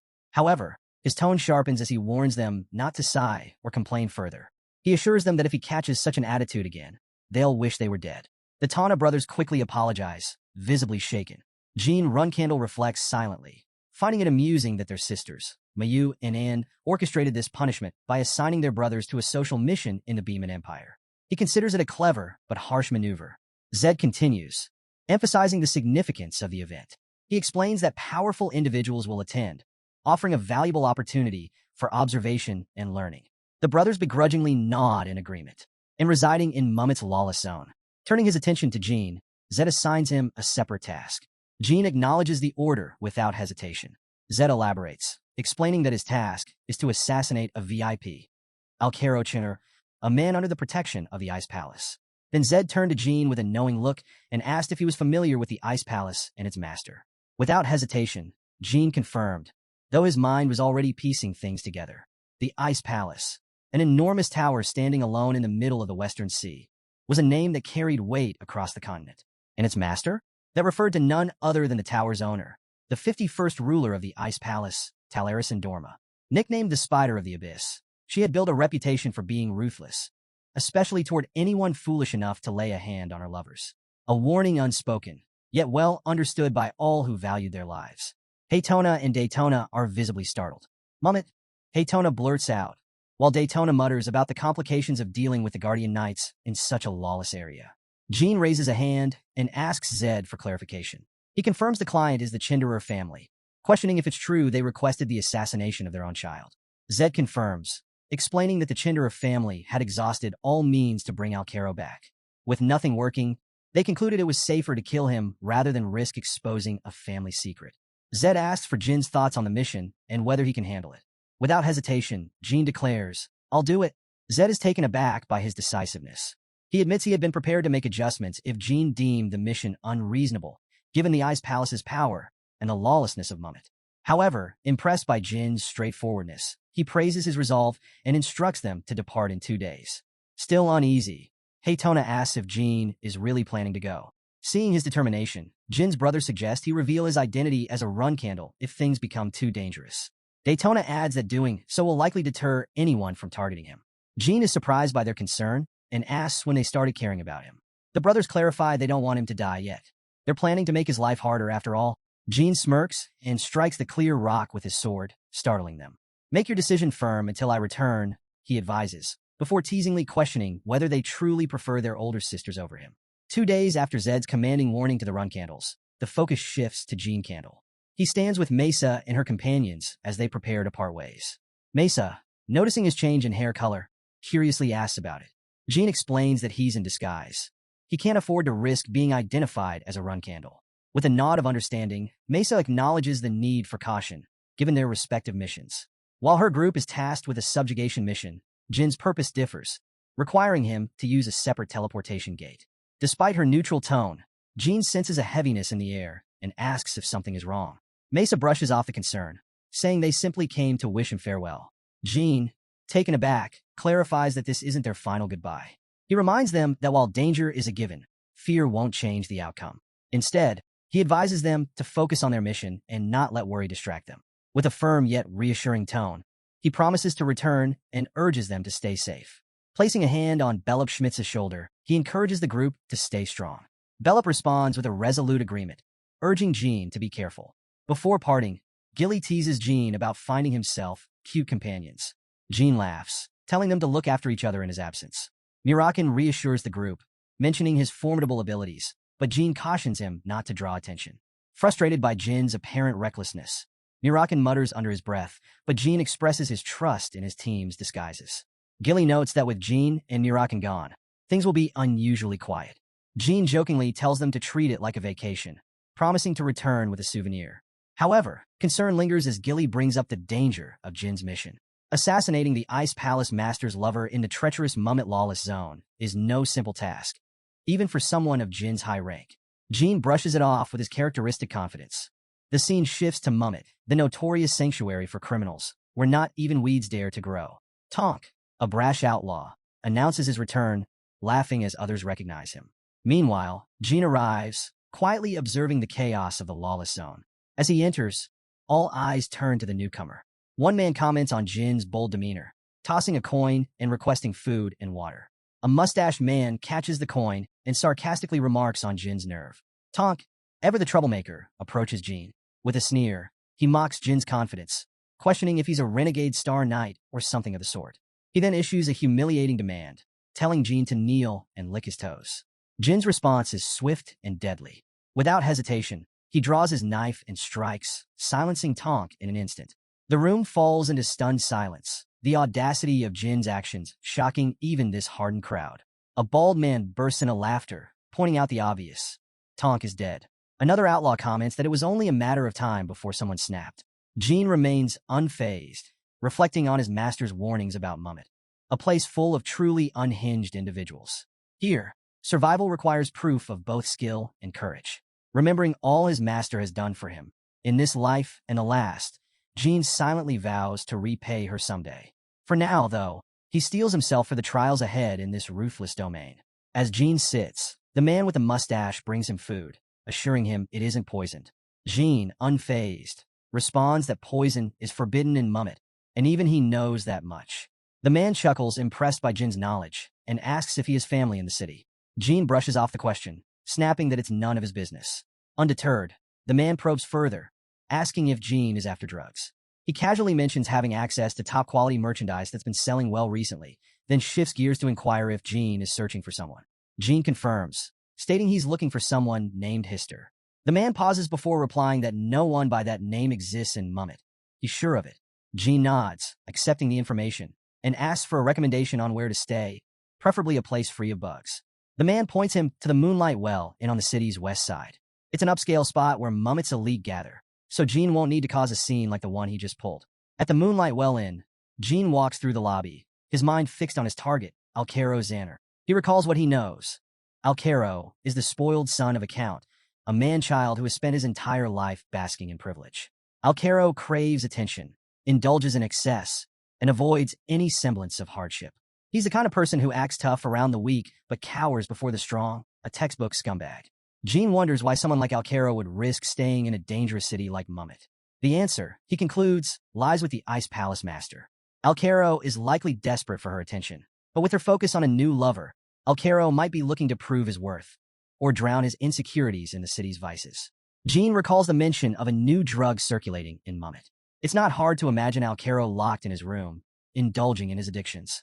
Being a lover of the Ice Palace Master, he's bound to have bodyguards, and Jean knows rushing in blindly would be a mistake. For now, he chooses to observe from the lobby. Not long after, Jin's patience pays off. Alcaro Xanderer's voice echoes across the room as he berates one of his guards. The spoiled noble demands to know why they haven't fulfilled his latest request, pointing out that they had no trouble obtaining it for him yesterday. Jean watches from a distance, realizing it's his lucky day to spot his targets so quickly. The guard, clearly fed up, tries to reason with Alcaro, stating they can't allow him to indulge further. Their duty is to protect him, not cater to his whims. Alcaro, however, explodes in frustration, begging for another dose of the substance, claiming he won't last an hour without it. The guard stands firm, earning Alcaro's wrath. Screaming, Alcaro threatens them with dire consequences, promising that when Honey returns, their heads will roll. One guard sighs in exasperation, which sends Alcaro into another tantrum. He hurls insults, calling them filthy peasants and bragging about his Xanderer lineage. At that moment, one of the guards loses patience and punches him. The strike silences Alcaro for a moment, and the guard mutters how much longer they'll have to endure protecting such a worthless person. Another guard joins in, bitterly wishing Alcaro would succumb to his addiction and rid them of the burden. Despite the tension, the guards ultimately stick to their orders. One hefts Alcaro onto his shoulder, commanding the group to remain professional. Their job is to protect him, no matter how despicable he might be. From his corner, Jean assesses the situation. The guards are clearly elite martial artists, 6-star caliber at the very least. Taking Alcaro down would be the easy part. The real challenge lies in escaping afterward. Poison, while tempting, is taboo in Mummet. If he used it, the uproar would draw more attention than the assassination itself. Jean knows he needs a plan, one that ensures Alcaro's demise while leaving him enough room to escape unscathed. Standing in his room at the Moonlight Well Inn, Jean contemplates his next move. A direct approach to eliminate Alcaro is too risky, given the guards and Alcaro's status. He needs a plan that's subtle yet effective, one that creates chaos without pointing directly to him. After some thought, he decides to use a powerful magic attack from within the inn, disguising it as the work of an external assailant. Jean knows that although he's only a 4-star magician, channeling his spiritual energy could amplify his attack to a 6-star level. This would leave behind devastation befitting a high-level magician's power, and thanks to the unique nature of spiritual energy, no trace of its use will remain. Confident in the audacity of his plan, he settles on summoning lightning, an explosive display that will terrify everyone without drawing suspicion to himself. Meanwhile, outside the inn, Ceres Indorma, captain of the Hidden Palace's 7 swords and daughter of its master, is on her way with her guards. She inquires about Alcaro's security detail, learning that he has 6 bodyguards with him. Frustrated, she sighs, apologizing to her team for having to deal with such an arrogant fool. Ceres remarks that dealing with someone like Alcaro is easy. She could kill him at any time. But today isn't about Alcaro. She's focused on delivering good news to her mother. However, as they approach the Moonlight Well, a sudden bright flash illuminates the sky, followed by a massive explosion. The ground shakes beneath them, and Ceres recognizes the direction of the blast, the Moonlight Well Inn. Inside the inn, Jean utters the incantation for summoning lightning, pouring his spiritual energy into the spell. As the magic takes shape, a brilliant flash erupts, and lightning tears through the building with destructive force. The explosions rip apart the structure, scattering debris and plunging the area into chaos. Jean smirks, knowing his plan is working perfectly. By channeling his full power, he's made the attack appear as if it came from a 7-star magician, an ability far beyond what anyone would suspect from someone his age. He's confident no one will trace it back to him. Outside, Ceres and her team witness the devastation. Ceres grimly acknowledges that this might not be a random incident. It could be an attack against the Hidden Palace. She orders her guards to prioritize the safety of their own men, dismissing Alcaro's importance in the grand scheme. Just as they approach the inn, another massive explosion erupts, sending debris flying. The shockwave knocks Ceres and her lieutenant, Hetton, off their feet.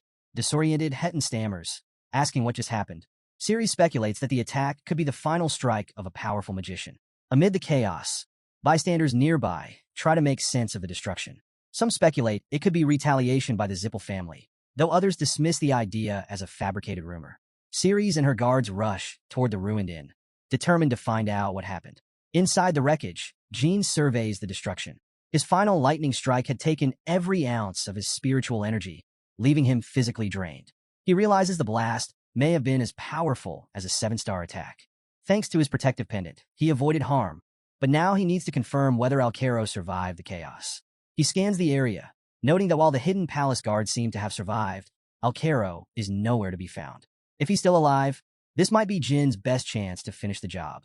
Ceres and her guards spot Jean amidst the wreckage, immediately noticing how unusual it is for someone his age to be in Mummet.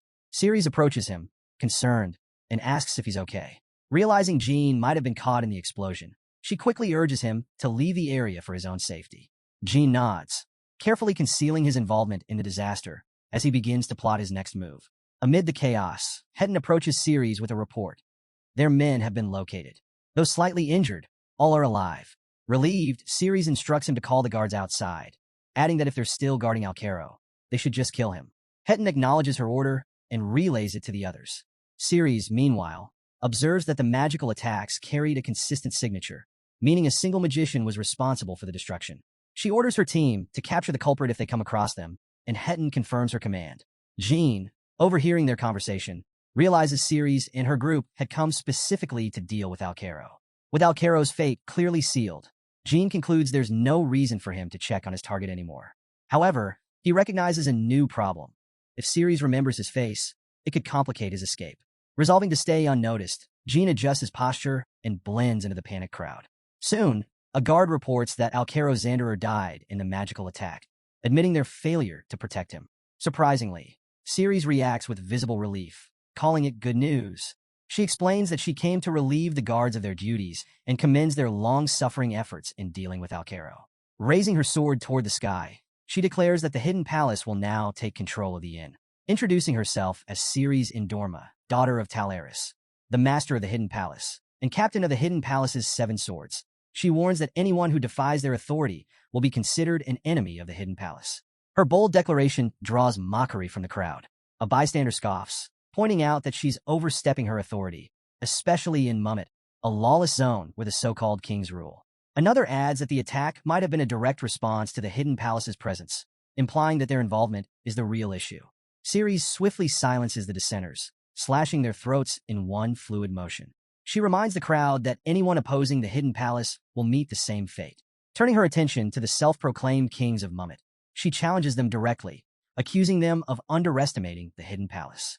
She warns that if the attack was targeted at the Hidden Palace, retaliation will be swift and merciless. However, if it turns out the attack was meant for one of them and the Hidden Palace got caught in the crossfire, she demands to know how they intend to rectify the situation. Her imposing stance leaves little room for argument. One of the kings concedes, agreeing to find and eliminate the magician responsible for the attack. Ceres replies that she expected no less, instructing them to search among the survivors for the culprit. After a quick inspection, the kings report that none of the survivors are magicians. Ceres isn't surprised, dismissing the idea that a true magician would linger after causing such destruction. Instead, she surmises that one of Mummit's usual troublemakers likely provoked a powerful magician, leading to this disaster. She orders the kings to stop resisting her authority and fall in line. As she scans the crowd, Ceres notices Jean lingering nearby. She demands to know why he's so slow to leave, asking if he didn't hear her earlier instructions to evacuate. Jean quickly explains that he was scared and his leg was injured, apologizing for the delay. Amused by his demeanor, Ceres remarks that he's quite the coward for a swordsman, but finds his innocence refreshing. She retrieves a first aid kit, instructing Jean to roll up his pants. Applying ointment to his wound, she comments on how lucky he is to have survived the attack, and even luckier to receive medical attention from her, the great Ceres Endorma. With a haughty smile, she suggests he consider this moment an honor. Jean, playing along, asks how he can repay her kindness. Ceres dismisses the idea, stating that someone of his stature could never truly repay a favor from someone like her. Instead, she suggests he treat it as a pleasant memory and occasionally bow in gratitude toward the hidden palace. After finishing the treatment, Ceres bids him farewell and walks away with her guards. Jean waves after her, hiding his relief. As she disappears into the distance, he silently reflects on the chaos he orchestrated and whispers to himself with a small smirk, "Mission complete." The scene shifts as Scut takes down an orc monster. He proudly announces that it's his 18th kill. Nearby, Timon stands triumphant over another carcass, suggesting they might actually make it back home without any casualties. Encouraged, he urges the team to prove their doubters wrong by returning in one piece. Mesa Milcano, however, cautions against overconfidence, reminding everyone that 7 orcs are still unaccounted for. The group responds with a determined okay, acknowledging her warning. Mesa observes how the typically well-organized orcs, known for moving in groups, are now scattered and wandering alone, making them easier to pick off. She wonders aloud if this streak of luck is due to divine favor, or perhaps a blessing from Jean, the young master who seems to bring fortune wherever he goes. She then urges Scut to stay focused until the mission is complete, warning against complacency. Mirakin, watching from the shadows, notes that only 7 orcs remain. Once they're dealt with, he can finally return home. The scene shifts to a few days earlier, when Jin's division first deployed. Mirakin stands before a group of orcs, issuing strict orders. From that day forward, he commands they are to move individually. If he catches any of them traveling in groups, he'll kill them all on the spot. The orcs, clearly intimidated, respond with affirmations before dispersing. Back in the present, Mirakin strolls through the forest, grumbling to himself. He laments how Jean keeps assigning him these irritating tasks, wondering aloud if being the promised 1,000-year contractor really gives Jean the right to boss him around. After a pause, he begrudgingly admits that yes, it probably does. Damn it, he mutters, resigning himself to the role. Perched on a tree branch, Mirakin watches Mesa and her companions from afar, noting with mild amusement that none of them are dying, all thanks to him. He muses that Jean owes him comic books when he gets back. Suddenly, Mirakin senses something strange. A powerful presence approaches, and he quickly transforms into his human form, cursing under his breath. Whatever this is, it's not something that will simply go away. He notes with some relief that the others nearby are only 3-star fighters, meaning they won't notice what's happening. To keep them safe, Mirakin begins channeling his magical power, spreading a shadowy barrier across the area to mask the threat. As Bellup Schmitz passes through the area, he notices the sudden darkness and wonders aloud if it's about to rain. Meanwhile, Mirakin stealthily retreats to a safer position, shifting into his dragon form to confront the intruder. He calls out, challenging whoever, or whatever, dared to unleash their presence in his territory without permission. To his shock, it's not a living creature, but an ancient relic, a cemetery giant. These colossal guardians, long believed to have been eradicated by his dragon clan 2,000 years ago, were created to guard the graves of dead super beings. Mirakin's eyes narrow as the giant kneels before him, an unsettling sign of submission. Wary of its intentions, he conjures a powerful magic sphere, hurling it at the relic with the intent to destroy it in a single blow. The blast obliterates the cemetery giant, leaving behind only ruins. Breathing heavily, Mirakin notes that it's been a long time since he fought at full strength. His body feels sore from the effort, but he knows this encounter was no random fluke. Inspecting the shattered shield left behind, Mirakin concludes that the cemetery giant's appearance is somehow connected to the Zipple family. However, he resolves not to inform Jean of this just yet, reasoning that he can protect Jean if anything significant arises. With a wry smile, he muses that if Jean continues growing at his current pace for another decade, they might actually stand a chance against the Zipple. Elsewhere, Transformer Bubear Gaston reports to Lord Bishkal Ibriano, vice leader of the revolutionary group Kinzello. He informs Bishkul of a problem. The cemetery giant, their masterpiece, has been destroyed. Bishkul, calm but intrigued, acknowledges that he heard the giant's fall during the night. Buber, visibly distressed, describes the destruction as outright vandalism against a work of art. Bishkul waves off his complaints, focusing instead on the identity of the culprit. With a grave tone, he reveals that the being responsible was none other than the Dragon of Shadows. He adds that he personally inspected the scene, leaving no doubt about the dragon's involvement. Buber reacts with shock, asking if this means the dragon has uncovered their plans. Bishkul's expression darkens, realizing the stakes have just escalated. If the Dragon of Shadows is aware, their entire operation may be in jeopardy. Bishkul Libriano, ever cautious, notes that the situation is still unclear, but views the destruction of the cemetery giant as a warning. He advises Buber Gaston to monitor the area closely and promises to send reinforcements. Additionally, he mentions arranging a meeting with the Zipple family soon to discuss the implications of recent events. The scene transitions to Zed Runcandle addressing the cadets, with Jean Runcandle standing among them. Zed acknowledges Jin's successful return from Mummet, a place notoriously dangerous and often referred to as a hellhole. He notes that Jin's success must have infuriated the flag bearers who assigned him the mission, as he not only completed it, but exceeded all expectations. Jin expresses his thanks, and Zed dismisses the cadets, who respond in unison before dispersing. Later, Jin chats and laughs with his friends nearby. While not far away, one guy whispers to Kajin Romero about a rumor. He mentions that a magician coincidentally terrorized the inn where Jin's assassination target had been staying. One girl of their group, listening in, comments that Jin is incredibly lucky. First guy, however, laments the perceived unfairness of the situation, pointing out how, despite their efforts, they remain intermediate cadets while Jin, a mere 4-star magician, continues to achieve impossible feats. To make matters worse, Jin's close associates are only 3-star combatants. One guy angrily asks Kajin Romero if he's just going to let this continue. Kajin responds with resignation, stating that there's nothing they can do. Jin is a pure-blood Runcandle, and unless Lady Miyu or Lady and directly orders otherwise, they have no choice but to tolerate him. Noticing their hushed conversation, Jin approaches. As he draws near, he apologizes, saying he overheard everything. Kajin Romero insists there's no way he could have heard them from such a distance, but Jin clarifies that he did indeed catch their words. Shifting the topic, he asks how Kajin's arm is healing. Kajin, surprisingly polite, thanks Jin for the clean cut, which made it easier for the doctors to reattach.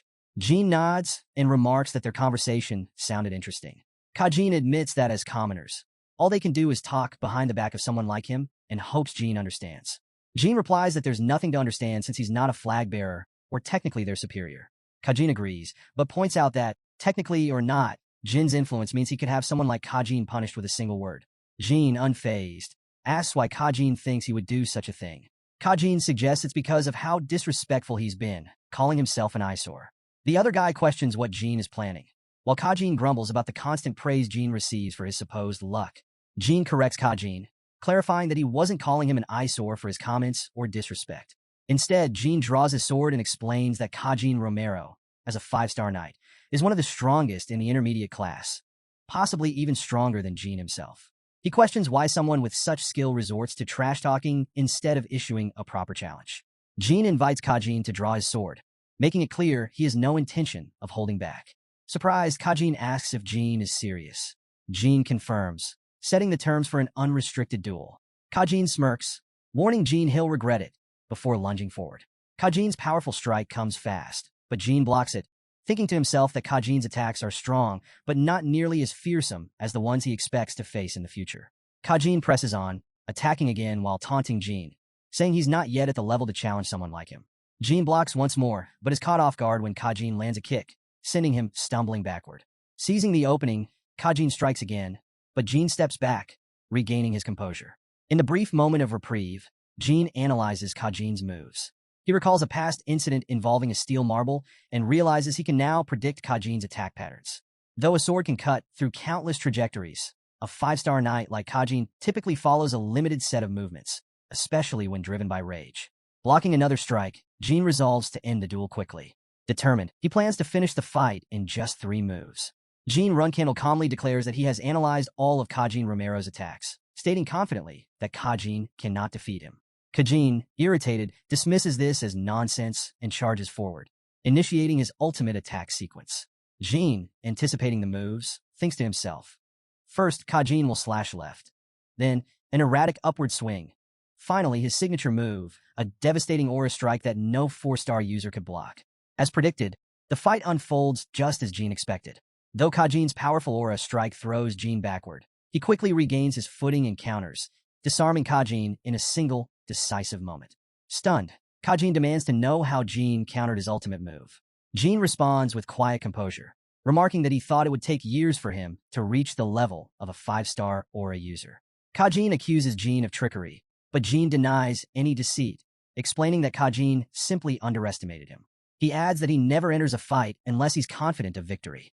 From a distance, Haytona and Daytona Runcandle witness the duel, their expressions a mix of shock and disbelief. Haytona questions whether Jin really defeated Kajin Romero. Jin, downplaying the event, remarks that it wasn't anything serious, and Haytona reluctantly accepts the explanation. Later, Runcandle presses the matter, incredulous that Kajin lost to Jin. She insinuates that Kajin might have gone easy on Jin or accepted a bribe. Offended, Kajin firmly denies the accusation. Mayu Runcandle, observing the exchange, demands an explanation. Kajin reluctantly admits that Jin's aura resembled that of a true 5-star knight, adding that everyone on the training ground witnessed it. Mayu dismisses Kajin with a sharp rebuke, criticizing him for having such high expectations. And, however, sees the situation differently, remarking that Jin has now fully bared his fangs at them. Mayu agrees and expands on the point, stating that Jin's actions go beyond defiance of their group. He's challenging the entire family. He suggests sending Jin on his next mission with men of their choosing, ensuring that the assignment will be dangerous enough to end his life. Later, Gilly interrupts Jin with a strawberry pie in hand, excitedly announcing that the Garden of Swords is in an uproar over his recent achievement. Jin chuckles and remarks that it's no surprise. Given the rarity of his feat, he reflects that aside for his father, his older sister Luna, and 3 others in the clan's history, no one else has reached the level of a 5-star knight at the age of 15. As he contemplates his growth, Jin notes his current standings: 5-star swordsmanship, 4-star magic, and 4-star spiritual energy. Reaching 5-star swordsmanship, even for him, was unexpected. He attributes it to his consistent practice with a clear stone, which allowed his skills to develop faster than anticipated. Reflecting on his unique combination of spiritual energy, magic power, and aura, Jin realizes that the 3 forces are deeply interconnected. He recalls an earlier experience when spiritual energy congestion forced his aura and mana pathways to open to a higher stage. With no prior knowledge of someone capable of wielding all 3 powers, Jin recognizes he's treading uncharted territory. Noticing a flower in his room, Jin asks Gilly if she placed it there. She denies it, explaining that the flower was already present when he returned. She simply arranged it. Jin checks for any traces of magic or curses and, finding none, tells her to leave it as is. She acknowledges his response and moves on. Now that Jin has revealed his 5-star status, he muses on the pressure it will put on his siblings, particularly his older brother Joshua. As one of the top candidates to become the next patriarch, Joshua has been building influence within the clan with their mother, Rosa Runcandle, backing him. Jin reflects that his sudden emergence as a 5-star knight will force others to re-evaluate his position within the clan. He wonders if it might have been wiser to conceal his strength a little longer, but concludes that revealing it now serves a greater purpose. With witnesses from the training ground, word of his achievement will spread beyond the Runcandle clan, reaching the wider world. Soon, Jin realizes people everywhere will be talking about the 15-year-old 5-star knight, and his rise will be impossible to ignore. Mirakin observes Jin's confident musings, noting that he's giving himself plenty of credit, though his points are valid. His emergence as a 5-star knight has indeed shifted the spotlight, giving his siblings some breathing room. For now, Jin agrees, but pivots to a more pressing matter: their father's upcoming visit to the Garden of Swords. Jin explains that their father has been searching for a successor beyond Joshua, the current frontrunner for the patriarchal position. With Luna, the eldest sibling, abdicating early, the remaining siblings have largely failed to meet their father's expectations. One sibling who initially gained his favor ultimately lacked the ambition to lead, leaving Joshua to position himself as the most likely successor, with Deepu's Runita and Mary as secondary candidates. Now, however, Jin's unprecedented rise has disrupted the entire dynamic. He reflects that his father, known for providing opportunities regardless of age, is likely to assign him a trial or mission to test whether he can bridge the experience gap between himself and his older siblings. Jin anticipates 2 certainties. The first is that the trial will challenge his capabilities and resilience, and the second is that his father will ensure his protection. His father sees Jin as a special case and won't risk him being eliminated by jealous siblings before the trial even begins. Gilly interrupts Jin's thoughts, pointing out that news of his achievement will soon spread beyond the Runcandle clan. Clans and organizations worldwide will undoubtedly request to meet him. Jin agrees and suggests that the best way to handle the influx of attention is by hosting a banquet when his father arrives. He instructs Gilly to make preparations and emphasizes the importance of keeping an eye on mirakin. If the shape-shifting dragon mingles with the guests in human form, chaos could easily ensue. Mirakin, overhearing this, feigns indignation, asking if Jin thinks he's a child. While promising not to cause trouble, he begrudgingly acknowledges the warning. To lighten the mood, Mirakin then requests a slice of strawberry pie, earning a laugh from Gilly. A few days later, Gilly updates Jin on the preparations. She mentions that the butlers are overwhelmed with correspondence, including a letter from the Beeman imperial family. Jin, intrigued, remarks on how fascinating it is to have caught the attention of such enigmatic figures. Gilly also informs him that the patriarch has formally announced his visit to the main house within a month, coordinating with other clans and organizations to attend as well. However, she notes that the other young masters and ladies have been eerily silent about the news.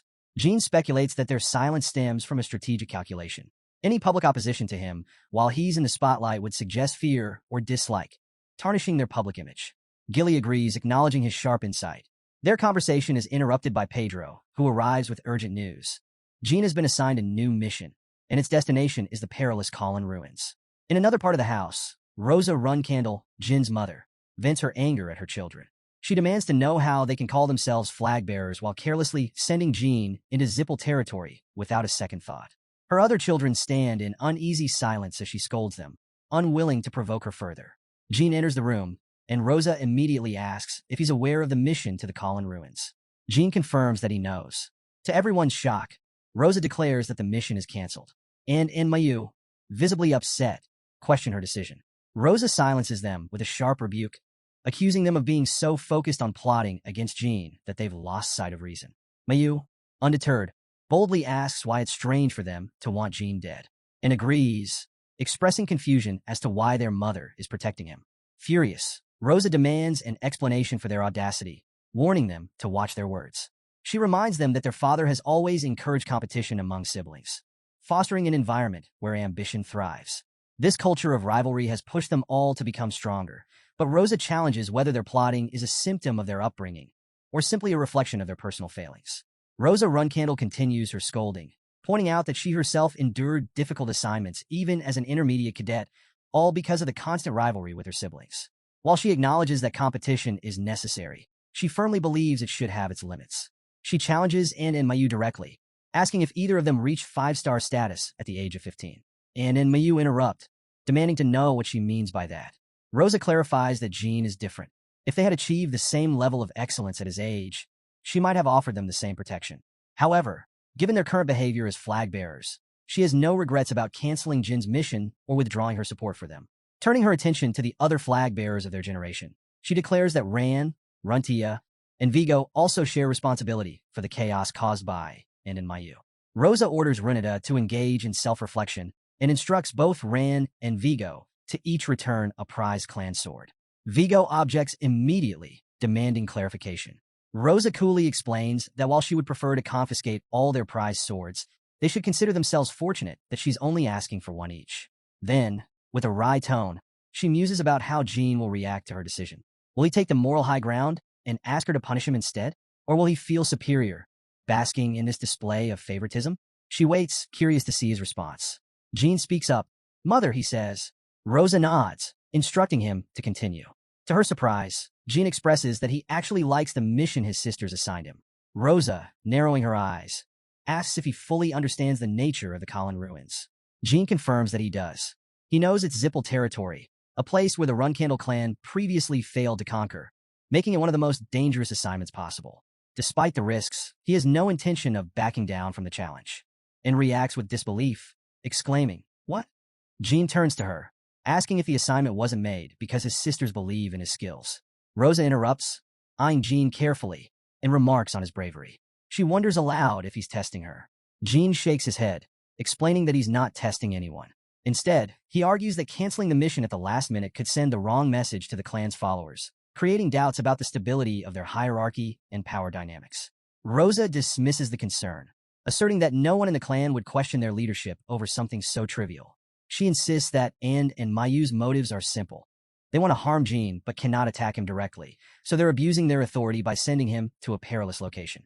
Jean acknowledges her point, but counters that it's precisely why he wants to accept the mission. If he confronts his older sisters directly, he would lose due to their experience and influence.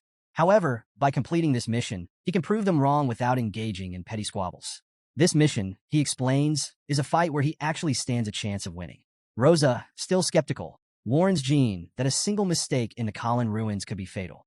She asks if he's truly confident in his abilities.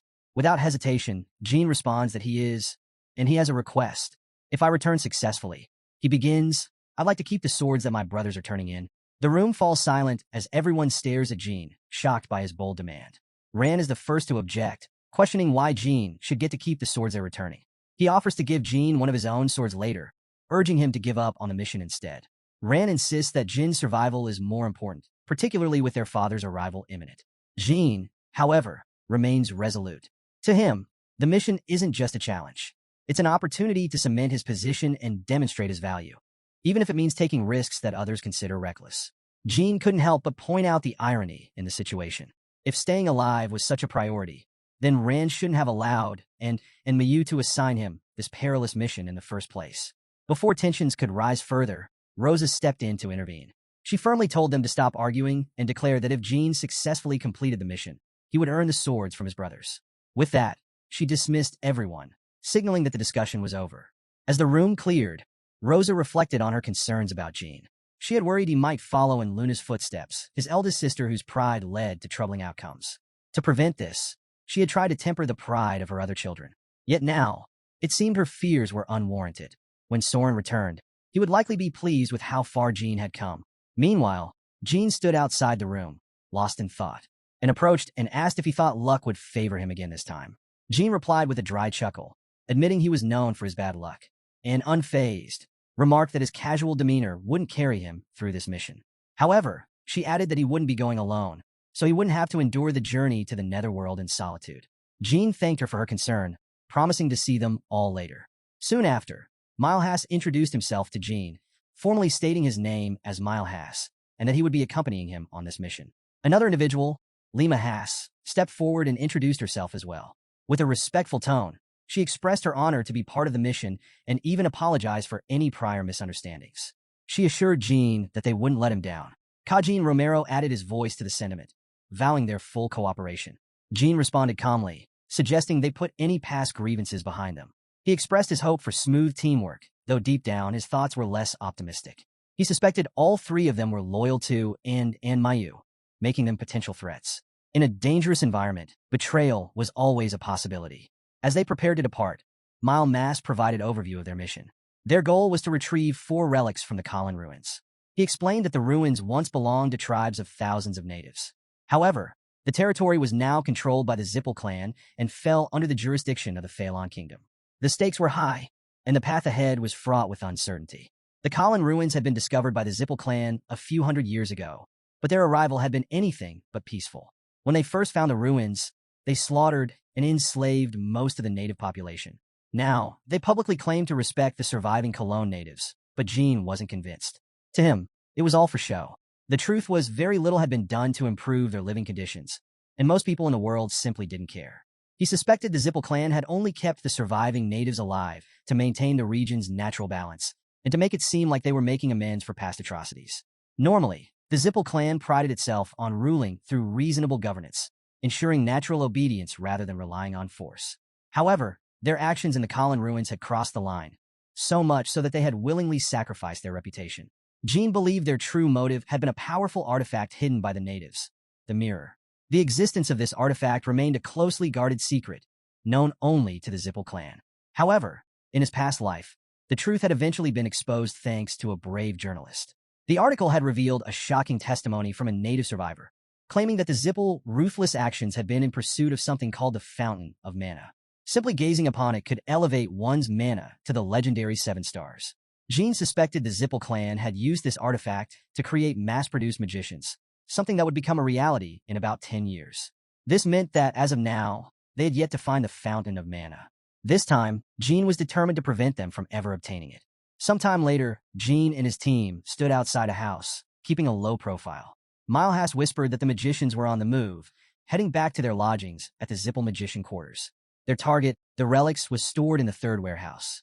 Milehas noted that while an ambush wouldn't be too difficult, they would likely have to deal with a barrier spell. Kajin Romero reassured Jean, vowing that they would protect him even if it cost them their lives. Jean thanked him for the sentiment, but reminded everyone to conserve their stamina. They still had a long journey ahead, and getting back in one piece was just as important as securing the relics. Deciding that a short break was in order, Jean suggested they rest and launch their attack in an hour. The group agreed, and as they settled in, Jean pushed some food toward them, encouraging everyone to take a portion. They accepted with gratitude and began eating, silently preparing for the mission ahead. Jean Runcandle casually announced that he would be going in alone, telling the others to enjoy their naps. At first, Milehas was confused, but then he suddenly felt dizzy. Struggling to stay alert, he asked what Jean meant by that. Kajin Romero, also feeling strange, questioned whether they had been poisoned. Jean reassured them with a smirk. It wasn't poison, just a simple sleep-inducing medicine. When Kajin pressed him again, Jean firmly denied it, then casually threw in a pointed remark. If Kajin really wanted to make it obvious that he had come here to kill him, he might as well shout it for the whole world to hear. As the drug took effect and the others drifted into unconsciousness, Jean mused that they would have seemed less suspicious if they had just acted like their usual annoying selves. He muttered to himself as he stepped forward. It was only natural for a dog to obey its master's commands. A short while later, outside the third warehouse, two guards stood idly by, chatting about the quality of the wine they had recently sampled. Their casual conversation was abruptly cut short when Jean struck one of them without warning, knocking him out instantly. The second guard barely had time to react before raising his spear and demanding to know who he was. Jean didn't bother answering. Instead, he swiftly stepped back to avoid the attack, then countered with a precise strike, knocking the second guard unconscious as well. Taking a quick glance around, he noted that there were only two guards stationed outside. That was unusual. If security was this light, then the Zipple clan probably didn't consider this area particularly valuable. In fact, they occasionally even allowed ordinary people to visit the third warehouse, which explained why the entrance wasn't heavily fortified. His eyes landed on the door's lock, a simple mechanism with no alert magic attached, just as he expected. With little effort, he unlocked the door and slipped inside. Once inside, Jin's attention was immediately drawn to a magic circle etched into the floor. His eyes narrowed as he recognized it, a blood and detection circle. This type of security measure was commonly known to distinguish between specific bloodlines, particularly pure-blooded individuals. However, Jin knew the truth. It didn't actually detect bloodlines. Instead, it differentiated between humans and demonic beasts. Additionally, it could identify humans who had been affected by certain epidemics. Thinking quickly, Jean realized that as long as it was human blood, the circle would activate normally. He had no intention of using his own blood and leaving unnecessary traces behind. Instead, he grabbed the hand of one of the unconscious guards, made a small cut, and collected some of his blood. Spreading it over the magic circle, he watched as it began to glow. At first, everything seemed to be going smoothly. The alert system was fairly basic, exactly what he had expected. But before he could relax, a sudden burst of fire erupted from the magic circle.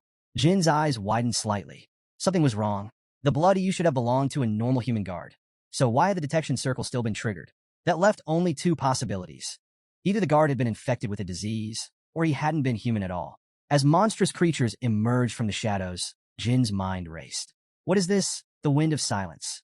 He quickly realized that any magician nearby would be able to sense fluctuations in magical energy. If he wanted to avoid drawing unnecessary attention, he needed to minimize his magic use. However, given the situation, a fight was now unavoidable. One of the creatures lunged at him. He swiftly dodged, drew his sword, and countered with a precise strike.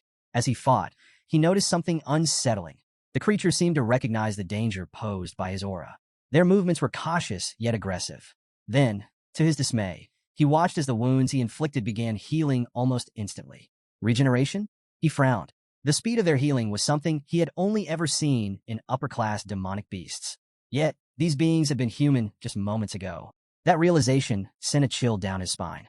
His thoughts turned to the territory they were in, Zipple land, a place crawling with magicians, where the native Cologne people were brutally oppressed.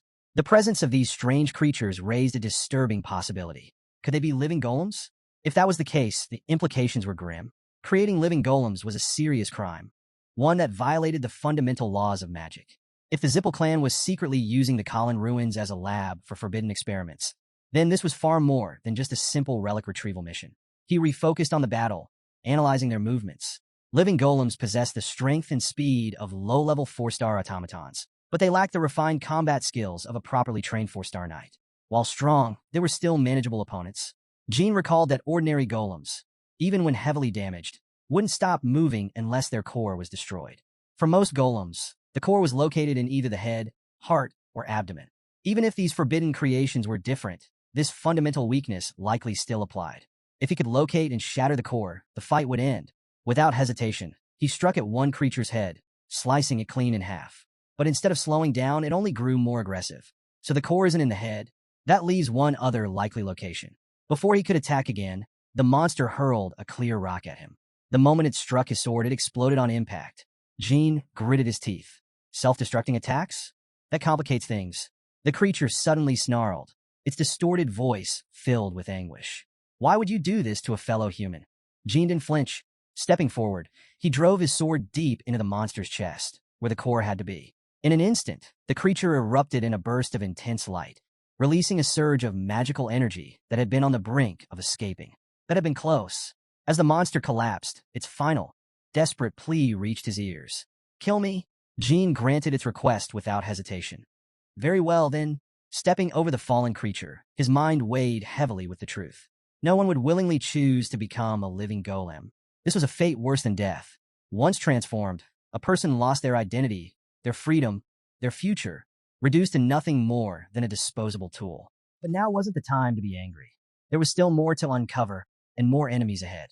Jean had stumbled upon a terrible secret about the Zipple clan, one that could shake the empire if exposed. But more than that, he couldn't shake the suspicion that his sisters might have known about it when they sent him on this mission. Whether they had planned for him to uncover this or not, his objective hadn't changed. Even if he revealed the truth to the world, the Zipple clan would simply deny it. The creation of living golems was a crime so severe that even a mere suspicion could trigger an imperial investigation. However, the Zipple held enough power to manipulate such an inquiry from behind the scenes. Justice wouldn't come easily. For now, there was only one thing to do: secure the evidence. Jean picked up a stone from the floor, gripping it tightly as he assessed the situation. This was a problem far beyond what he could solve right now, but that didn't mean he could just ignore it. Looking around, he noticed something odd. There had been no significant movement from the nearby magicians. This suggested that most of them saw this place as nothing more than an ordinary warehouse. If they had known about the living golems, they would have been far more discreet in guarding the area. That meant not everyone at the Colin Ruins was involved in forbidden magic. Turning his attention to the artifacts, Jean examined the security spells placed on them. The slates had relatively simple protections, but the bowl was different. It was coated in aura, and the spell sealing it was far more complex. Normally, breaking something like this would require a considerable amount of effort. However, with 2 living golems already dead, the Zipple clan would be forced to cover this up quietly. That meant he had more room to operate. Deciding to act, Jean activated his magic, focusing on fire and water spells. He explained to himself that he would need to store some heat for later while retrieving the bowl. As he cast Flame Explosion, a massive firebird erupted around him, engulfing the area in a chaotic blaze. Meanwhile, at another location, Luna Runcandle confronted Mayu with a resounding slap. Her voice was sharp with anger as she demanded answers. What were you thinking, sending Jean into Zipple territory? Have you lost your minds? Her frustration was clear. Jean was 10 years younger than them. What possible reason could they have for sending him on such a dangerous mission? And, however, remained unfazed. Do you really not know the reason, Luna? She asked. There was an edge to her voice, as if questioning whether Luna was truly unaware or if she was subtly implying something else. And couldn't help but wonder, was Luna genuinely confused, or was she trying to suggest that the flag bearers of their clan were locked in a power struggle with Jean, someone who had only recently joined the intermediate class? Luna scoffed at the implication. Flag bearers fight among themselves. Non-flag bearers do the same. That's the unwritten rule of our clan's internal battles. Her disappointment was palpable as she glared at them. We should be ashamed of ourselves, and scoffed at Luna's accusations, brushing them aside.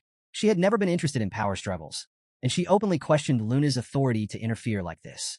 If anything, Luna wouldn't be acting so self-righteous if their plan to set Jean up had actually succeeded. With a sharp glare, and demanded that Luna clarify what exactly she was implying. Luna, unfazed, delivered the truth without hesitation.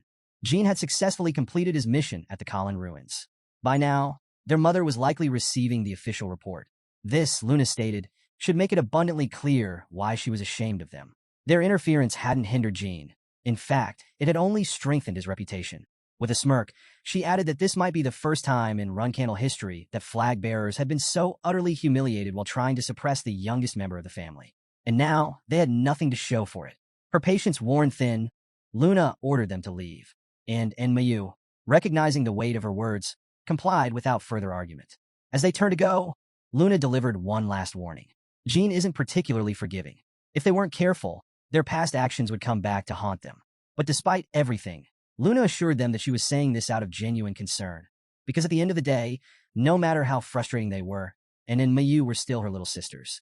Later, Luna sat alone in her room when her nanny entered, carrying a tray. With a knowing smile, the nanny remarked that she had expected Luna to punish her younger sisters the moment she returned. She even admitted that, for a moment, she wondered if Luna was going through yet another adolescent phase.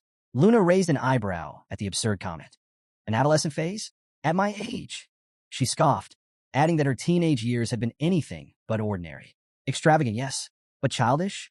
Not in the slightest. Shifting the conversation, the nanny expressed concern for the young ladies, pointing out that Jean isn't the type to forget things easily. Luna agreed, her tone thoughtful. If Mayu thought they still had control, they were sorely mistaken. Even if they challenged Jean to an official duel 5 years from now, they still wouldn't stand a chance. A grim thought crossed her mind.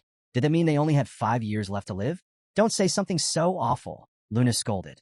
Then, as if remembering something, she changed the subject. Have you looked into what I asked about earlier? Her nanny nodded, understanding exactly what Luna meant. The sibling who had attempted to assassinate Jean. After looking into it, she could confirm that it wasn't or Mayu. At the time of the incident, both had been in the intermediate class, making it impossible for them to have been involved. Luna sighed, acknowledging that she was right. That also meant it wasn't Mary or Yona or the Tana twins. With them eliminated as suspects, that left only a handful of possibilities. Joshua, Dyfus, Ran, Vigo, and Renata. However, investigating Joshua and Dyfus wouldn't be easy, nor would it be simple to look into Renata.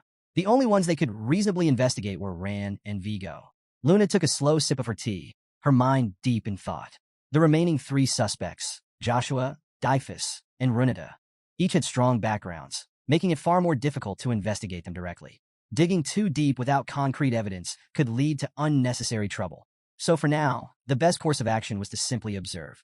Despite the lingering mystery, she reassured herself that holding off on further investigation had been the right decision. After all, while there had been an assassination attempt, Jean had grown up strong and healthy. There was no need to dwell on the past, at least not yet. Meanwhile, Jean Runcandle finally returned to his room, greeted warmly by Gilly and mirakin as he announced his arrival. Gilly let out a relieved sigh. I'm really glad you're back safely. Jean smiled, reassuring her that he was fine. I'm strong, you know. At this rate, you might not be able to beat me soon. He joked, though his confidence was evident. Without hesitation, Gilly grabbed his hand, her expression turning serious. She admitted that the place he had just returned from was extremely dangerous. If something had happened to him, she would have dedicated her entire life to getting revenge. Mirakin, slightly unsettled by her words, gently urged her not to say such frightening things. Then, turning to Jean, he asked if he had properly submitted his report. Jean nodded.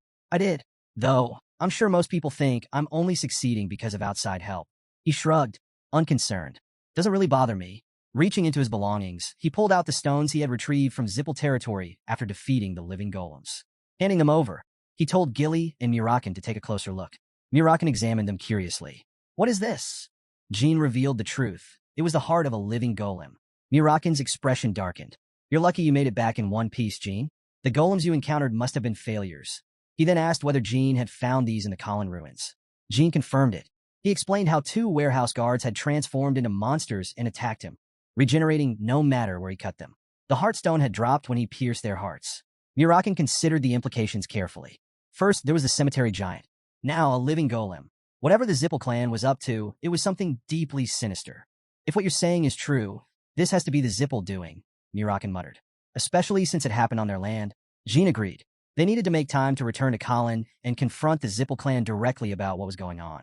He admitted that, given the existence of living golems, he was a bit reluctant to go back. But with Mirakin by his side, it would be much safer.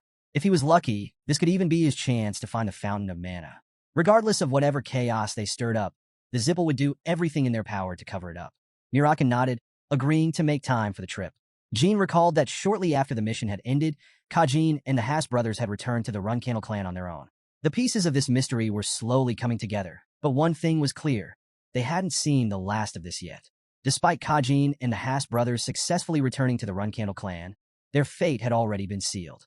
And Mayu revoked their status as cadets and exiled them from the clan. Exile was an extreme punishment, especially for cadets who had technically completed their mission. But no one in the clan sympathized with them. Their failure, and whatever role they had played in trying to undermine Jean, had left them with no place to return to. The scene shifted to June of 1795. Jean was training alongside the Tana brothers, practicing with a clear stone under the watchful eye of Zed Runcandle. After a final evaluation, Zed called for a stop. As of today, your clear stone training is complete. From now on, only the Tana twins would need to continue attending these sessions. Jean simply nodded in acknowledgement. Observing his progress, Zed added that the morning training with the cadets was no longer necessary for Jean either. His skills had outgrown that level of instruction. Then, as if casually mentioning an afterthought, Zed noted that the patriarch would likely have something to say to Jean next week. The Tana twins stiffened at the remark, exchanging surprised glances. Daytona Runcandle whispered his thoughts. Could it be that father wants to make him a provisional flag bearer? Daytona Runcandle quickly explained what that meant. If Jean became a provisional flag bearer, he would have to leave the Runcandle clan to accumulate honor on his own. Only by proving himself outside the family's influence could he eventually be recognized as a true flag bearer. It was a difficult and solitary path. He would receive no support from the clan. Jean, however, took the news differently. If this was what the patriarch had planned for him, then it meant he was finally free. Without the need to worry about others, he could focus solely on growing stronger, however he wanted. Meanwhile, the patriarch of the Runcandle clan was traveling with his caravan, deep in thought. As they rode through the night, Khan informed him that they would reach the Garden of Swords in about 2 hours. The patriarch let out a sigh. That son of mine, he keeps interrupting my training. He had intended to seclude himself in the Black Sea for 10 years, fully dedicated to his training. And yet, time and time again, he was forced to return. How many times has it been now? He muttered. Khan, reflecting on Jin's journey, spoke with admiration. He had always known that Jin was exceptional, even back when the boy was at Stormcastle. But he hadn't realized just how exceptional until witnessing what he had accomplished at the Garden of Swords. Jin's fighting spirit was unlike anything he had seen. Despite his youth, there had been a deep regret in Jin's eyes the first time Khan saw him at Stormcastle. Even though the boy tried to hide it, it had been there, a quiet, unshakable burden. From the very moment he arrived at the Garden of Swords, Jin provoked his siblings. No one had taught him to act this way, yet he instinctively understood the harsh reality of the Runcandle clan. To survive, you must crush and break your opponents. Khan recalled Jin's battles, his encounters, and his ruthless efficiency in combat. The boy had a natural talent for eliminating his enemies. Others had recognized it too, and they had tried to suppress him before he became too strong. Yet, no matter how many times his siblings threw him into perilous situations, he survived. And now, he had returned stronger than ever. Jin Runcandle had already achieved the rank of a 5-star warrior, a feat that few could ignore. However, Khan admitted that he wasn't particularly interested in Jin's missions at Mummet or the Kalin Ruins. What intrigued him the most was the very first mission he had assigned to Jin. He recalled how Jin had fought one-on-one against a White Wolf tribesman and won. Most had assumed he would use his subordinates as shields to gain an advantage.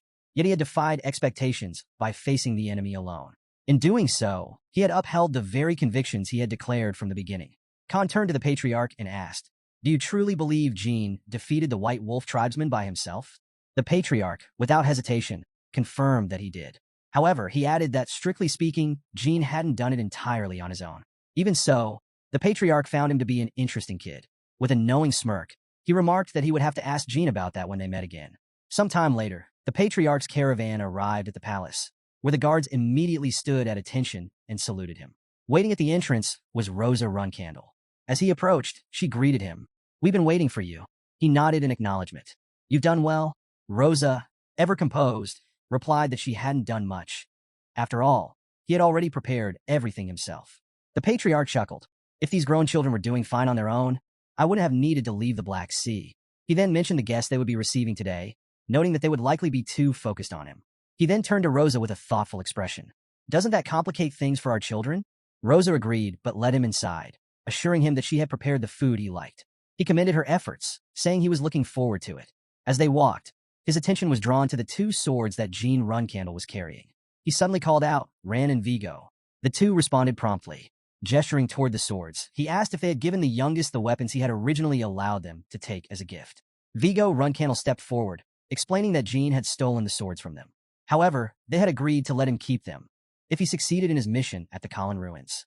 Hearing this, the patriarch placed a hand on Vigo's shoulder and nodded. That's good. Then, with a chuckle, he added, but make sure to steal them back, because the youngest is quite clever. For a moment, he considered his son and smirked. Sometimes, I wonder if Jean is really mine. Later, the patriarch stood beside Jean, gazing out of a large window overlooking the palace grounds.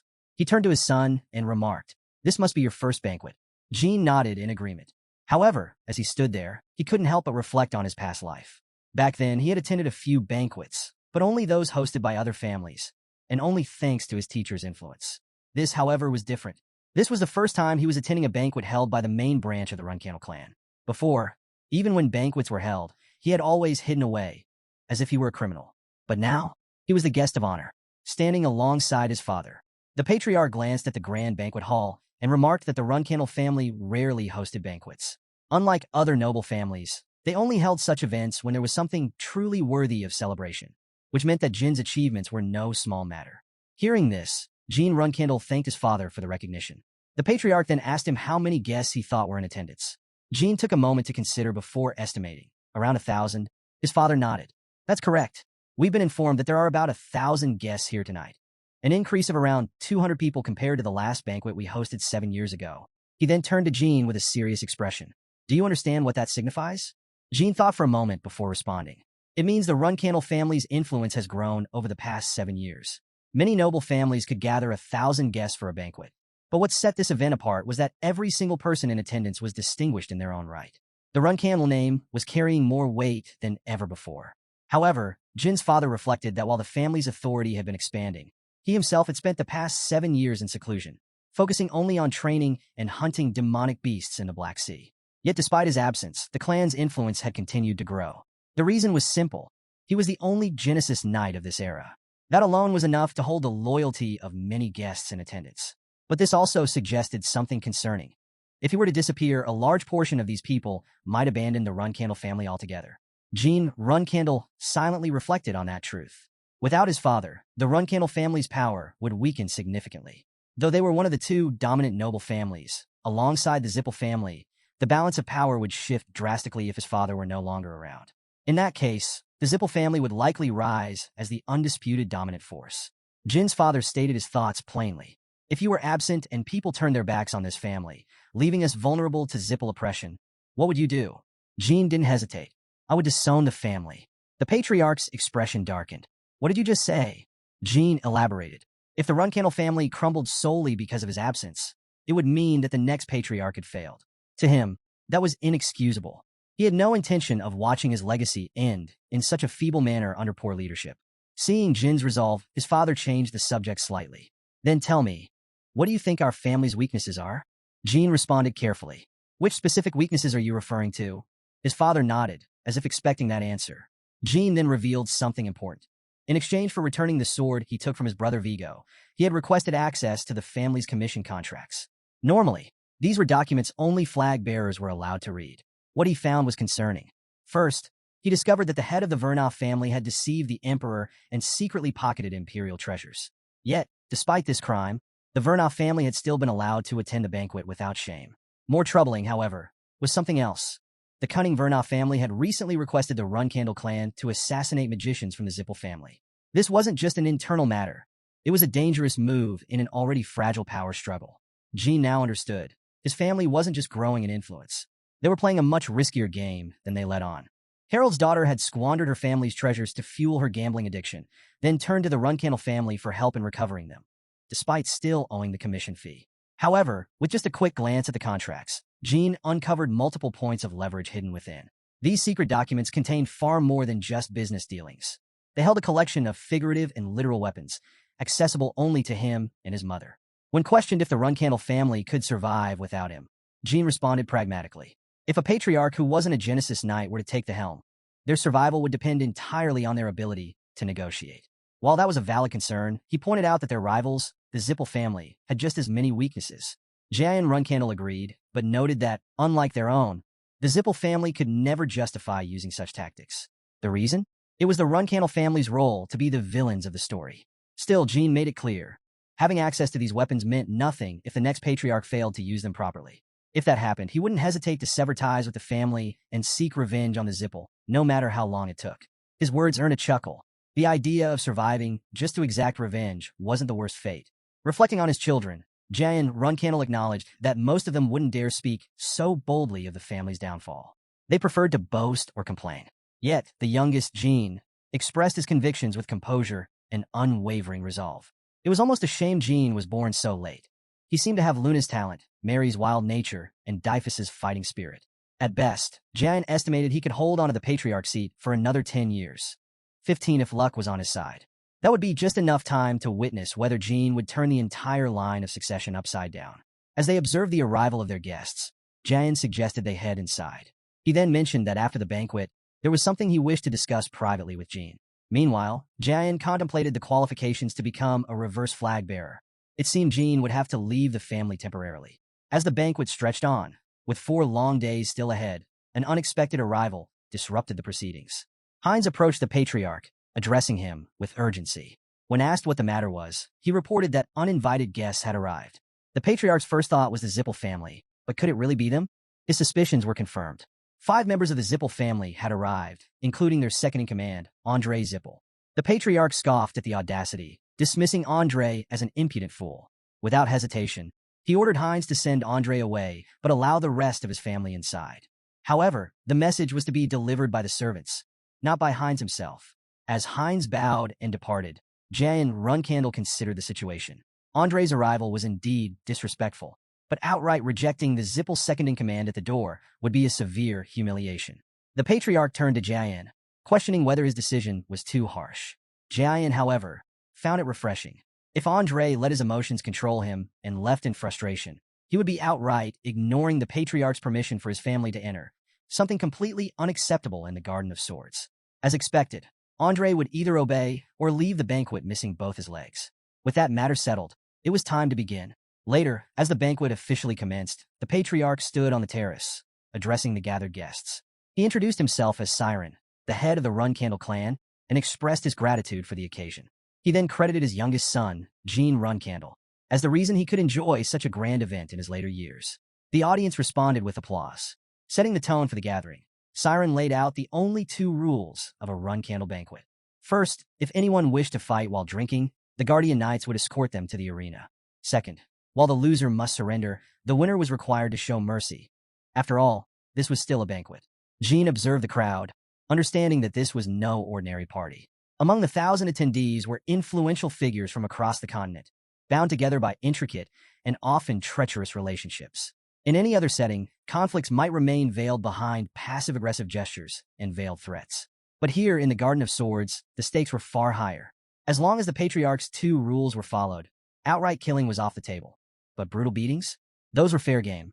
More than just settling grudges, a victory here meant establishing dominance in a way that would be officially recognized. As the banquet continued, the patriarch encouraged everyone to enjoy themselves. Jean Runcandle took a moment to reflect. This truly was an eccentric clan. His father advised him to do the same, even suggesting that if he found someone he fancied, he should bring them along. However, there was one rule.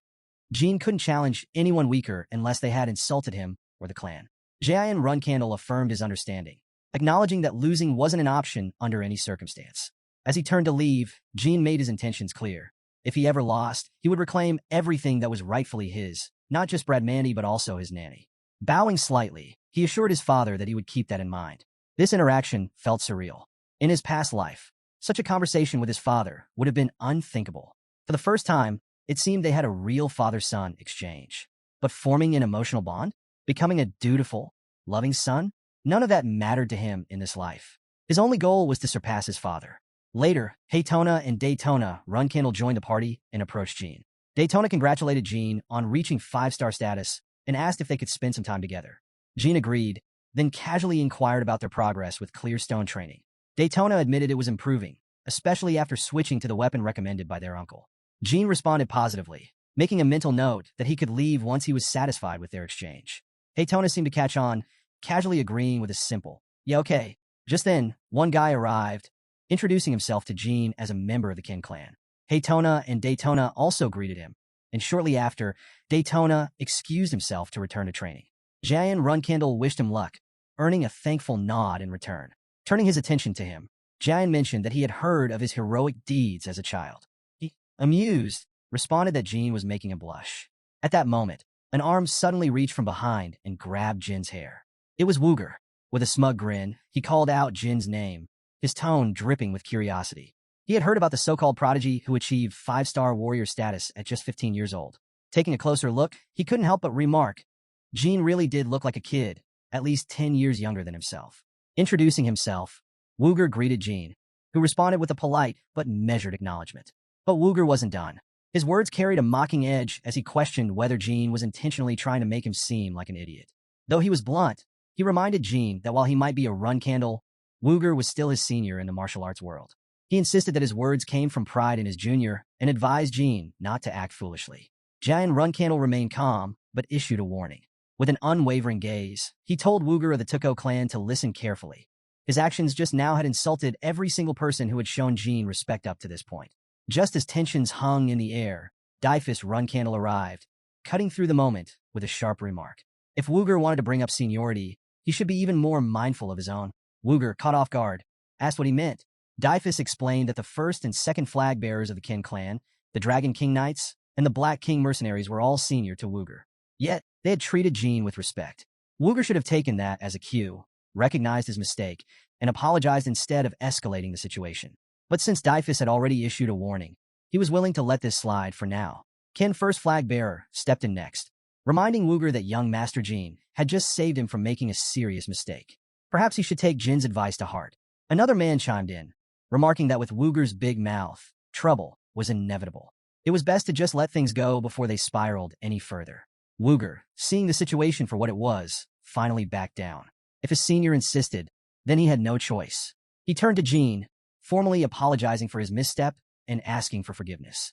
Jin, calm and composed, simply responded, "Of course." At that moment, Luna Runcandle joined him, a smirk playing on her lips. She teased Jin, noting that he had quite the talent for making enemies. Would it really hurt to act like a normal kid once in a while? Jin, unfazed, reminded her that today, he was representing the Runcandle clan. Acknowledging his point, Luna clinked her wine glass against his. Then, with an amused expression, she asked what he would have done if Wooger had actually challenged him to a duel. After all, Wooger seemed to be at least a 6-star warrior. Jin answered without hesitation. If that had happened, the Tuko clan's patriarch and elders would have stepped in. They had been keeping a close watch on him for quite some time. Luna laughed, realizing he had taken all of that into account before even engaging. Jokingly, she asked if he had some secret noble mentor teaching him the art of handling people. If someone like that existed, it wouldn't be a bad idea to keep them close. Though in the end, mastering the sword was what truly mattered. Did anything else really make a difference? Jin responded thoughtfully. It might be difficult for her to understand, but as the family's despised youngest child, he needed more than just sword skills to survive. Luna considered his words, then playfully remarked that he was certainly talented and bright. Maybe that's why someone had already tried to assassinate him back at Storm Castle. She wondered which of their siblings had recognized his potential that early. She then admitted that while she had come to the banquet to congratulate him, these grand events weren't really her style. She preferred to be somewhere more fun. Jin raised an eyebrow. Already leaving? Luna grinned. Well, you're not quite tall enough to be my dance partner yet. With a teasing promise, she told him that when he was older, they would dance together, and she'd take him somewhere truly exciting. Jin smirked and took her hand, leading her into a dance. I'll hold you to that. Before leaving, Luna had one last idea. She suggested leaving a message for the others, just as Jin had done earlier. Jin raised an eyebrow. Pardon? Without another word, she pulled him into a hug. She explained that by doing this, everyone would understand how much she valued him. Now that people knew she was looking out for him, they'd be far less likely to treat him with disrespect. With a smirk, she bid him farewell. Jin responded with a simple, "See you later." Meanwhile, across the banquet, Buber Gaston watched the scene unfold with exaggerated jealousy. He dramatically declared that he wished he could bump heads with Lady Luna as well. In fact, the moment inspired him. He simply had to write a poem for Lady Luna that very night. And not just write it. He would sing it all night long. Bishkol Ibriano, clearly irritated, told him to shut up. Margiela Ibriano, however, took a more diplomatic approach. She reminded Bishkol not to be so harsh, pointing out that for Buber, this could be a moment of great significance. Besides, thanks to his antics keeping Bishkol distracted, she had been able to enjoy the banquet in peace. Perhaps they should show him a bit more respect. Buber, visibly moved, clasped his hands together. Ah, as expected of Miss Margiela, You truly understand me." He then declared that he would gladly be at her service. Margiela accepted his words with a gracious nod. Meanwhile, Jayan Runcandle found it exhausting trying to act like the perfect host. His patience was wearing thin. What were those damn Zipple? Were they seriously going to make him go searching for them? Just as irritation crept in, a voice called out to him. Ceres and Dorma approached, accompanied by her attendants. With a poised smile, she asked if she, a young lady of the Hidden Palace, could request a drink with the rising star of the Runcandle clan. Jean eyed her carefully. "And you are?" She introduced herself as Ceres and Dorma, daughter of the master of the Hidden Palace, and expressed that it was an honor to meet him. Recognizing her lineage, Jayan replied with equal formality, stating that the honor was his. Without hesitation, he poured her a drink. Ceres, amused, pointed out that they were both 15, the same age. Yet somehow, Jayan had already reached such an astonishing level of martial prowess. With a hint of envy, she remarked on the Runcandle family's naturally gifted physique. Jean acknowledged the blessing, but countered that the Hidden Palace was a blessed lineage as well. He could only imagine how highly her father must value her. Ceres confirmed that her father cherished her deeply. Unlike someone with numerous siblings, she was his only daughter. Then, after a slight pause, she asked if her comment had come off as rude. Jean reassured her that it hadn't. After all, it was common knowledge that he was the youngest son in a large family. In fact, he admitted he was actually envious of her. Having so many siblings could be exhausting.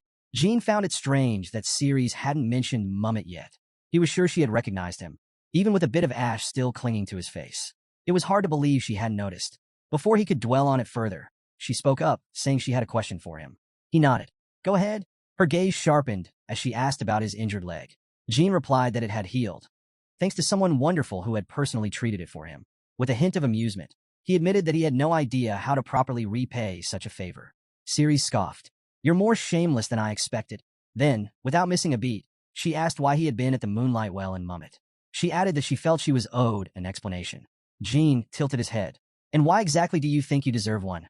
Her expression hardened. She explained that her subordinates had failed to capture the magic terrorist that day, which had been a major blow to her pride. It had left her wondering, was the young man she had let go actually the culprit? Jean countered with a question of his own. "Magic? Do I really look like a suspect? You should be more familiar with the Runcandle clan than that." Ceres admitted she didn't think he was the terrorist, but if he had been on a mission for his clan and had needed to hire a magician to assist him, that would be an issue. The only people at the inn who could have been targets for the Runcandle clan were members of the Hidden Palace. And as the captain of the Hidden Palace's 7 swords, she couldn't just overlook something like that. Jean realized she had made the wrong assumption. She thought he had been targeting someone from the Hidden Palace. And while she wasn't entirely mistaken, considering he had injured some of them while trying to kill Alcaro, there wasn't enough evidence to hold it against him. With a smirk, he asked if all of this wasn't just speculation. Ceres narrowed her eyes. "So, you're going to deny it to the end?" Her tone sharpened as she declared that if that was his stance, she had her own way of handling things. She threatened to drag him into the arena, beat the crap out of him, and spit on his arrogant face. Then, without hesitation, she challenged him to a duel. Jean chuckled. His father had warned him not to fight against someone who appeared weaker than him. But if she was so eager for a fight, well, he had no choice but to accept. Later that night, Jean Runcandle arrived at the battleground. A station soldier asked if he had come for a duel. Jean confirmed and gave clear instructions. Everyone except the medic should leave, and he wanted 2 decent swords. Understanding the gravity of the situation, the soldier nodded and assured him that the arena would be sealed off until the duel was over. Jean anticipated that after midnight, battle enthusiasts and curious onlookers would inevitably start gathering. Considering that Ceres and Dorma was the daughter of the Hidden Palace, defeating her in front of a crowd would be far too cruel. Before the duel began, Ceres suggested they make a promise. Jean raised an eyebrow. What kind of promise? She proposed a deal. If she won, he would have to tell her everything that happened in Mummet that day, without a single lie. Jean agreed, but on one condition. If he won, she would have to act as though they had never met on that day. Ceres smirked. "You must really have something to hide," she teased before inviting him to make his move. Jean lunged into attack, but Ceres countered instantly, her sword flashing as it clashed against his. He quickly realized what she was using. Myriad Ice Blades, a special ability unique to the Endorma lineage. He hadn't expected her to use her secret technique so early in the duel. Worse yet, as the youngest in his family, he hadn't even been taught his own clan's secret techniques yet. He inwardly cursed. What am I supposed to do now? Ceres, unimpressed, dismissed his concern. "Not my problem," she said before launching another attack. The battle intensified. At first, it seemed like Jean was barely keeping up, blocking her strikes just in time. But as their duel progressed, his true skills became more apparent.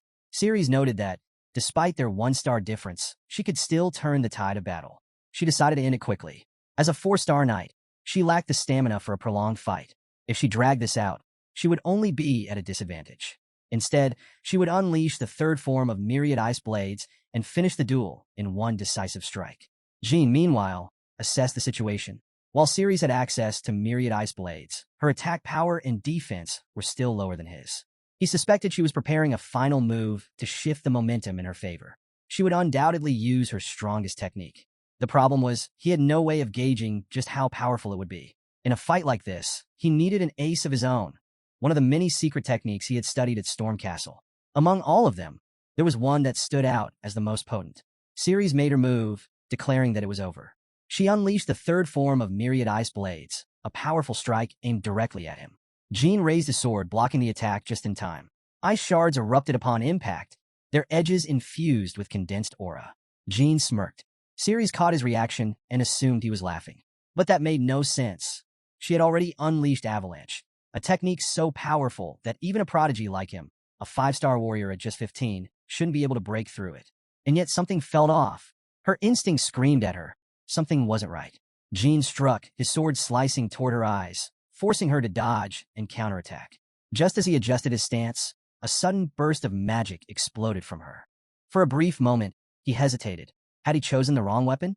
The storm blade of the Attila family had immense destructive force. Far too much for a 4-star knight like Ceres and Dorma to handle. If she hadn't dodged in time, she could have been killed or seriously injured. And yet he had still attacked her. Ceres fell to one knee, gasping. She had always valued her pride and honor above all else, but at this moment, she valued her life even more. The fear of death had gripped her, pushing her body to move in time to avoid a fatal blow. Jean approached her, his expression unreadable.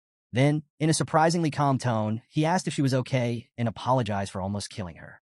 He knew Ceres had heard his warning, yet she hadn't dodged in time. No matter how much she prided herself on being a warrior, she was still just a 15-year-old girl. Her survival instinct had taken over.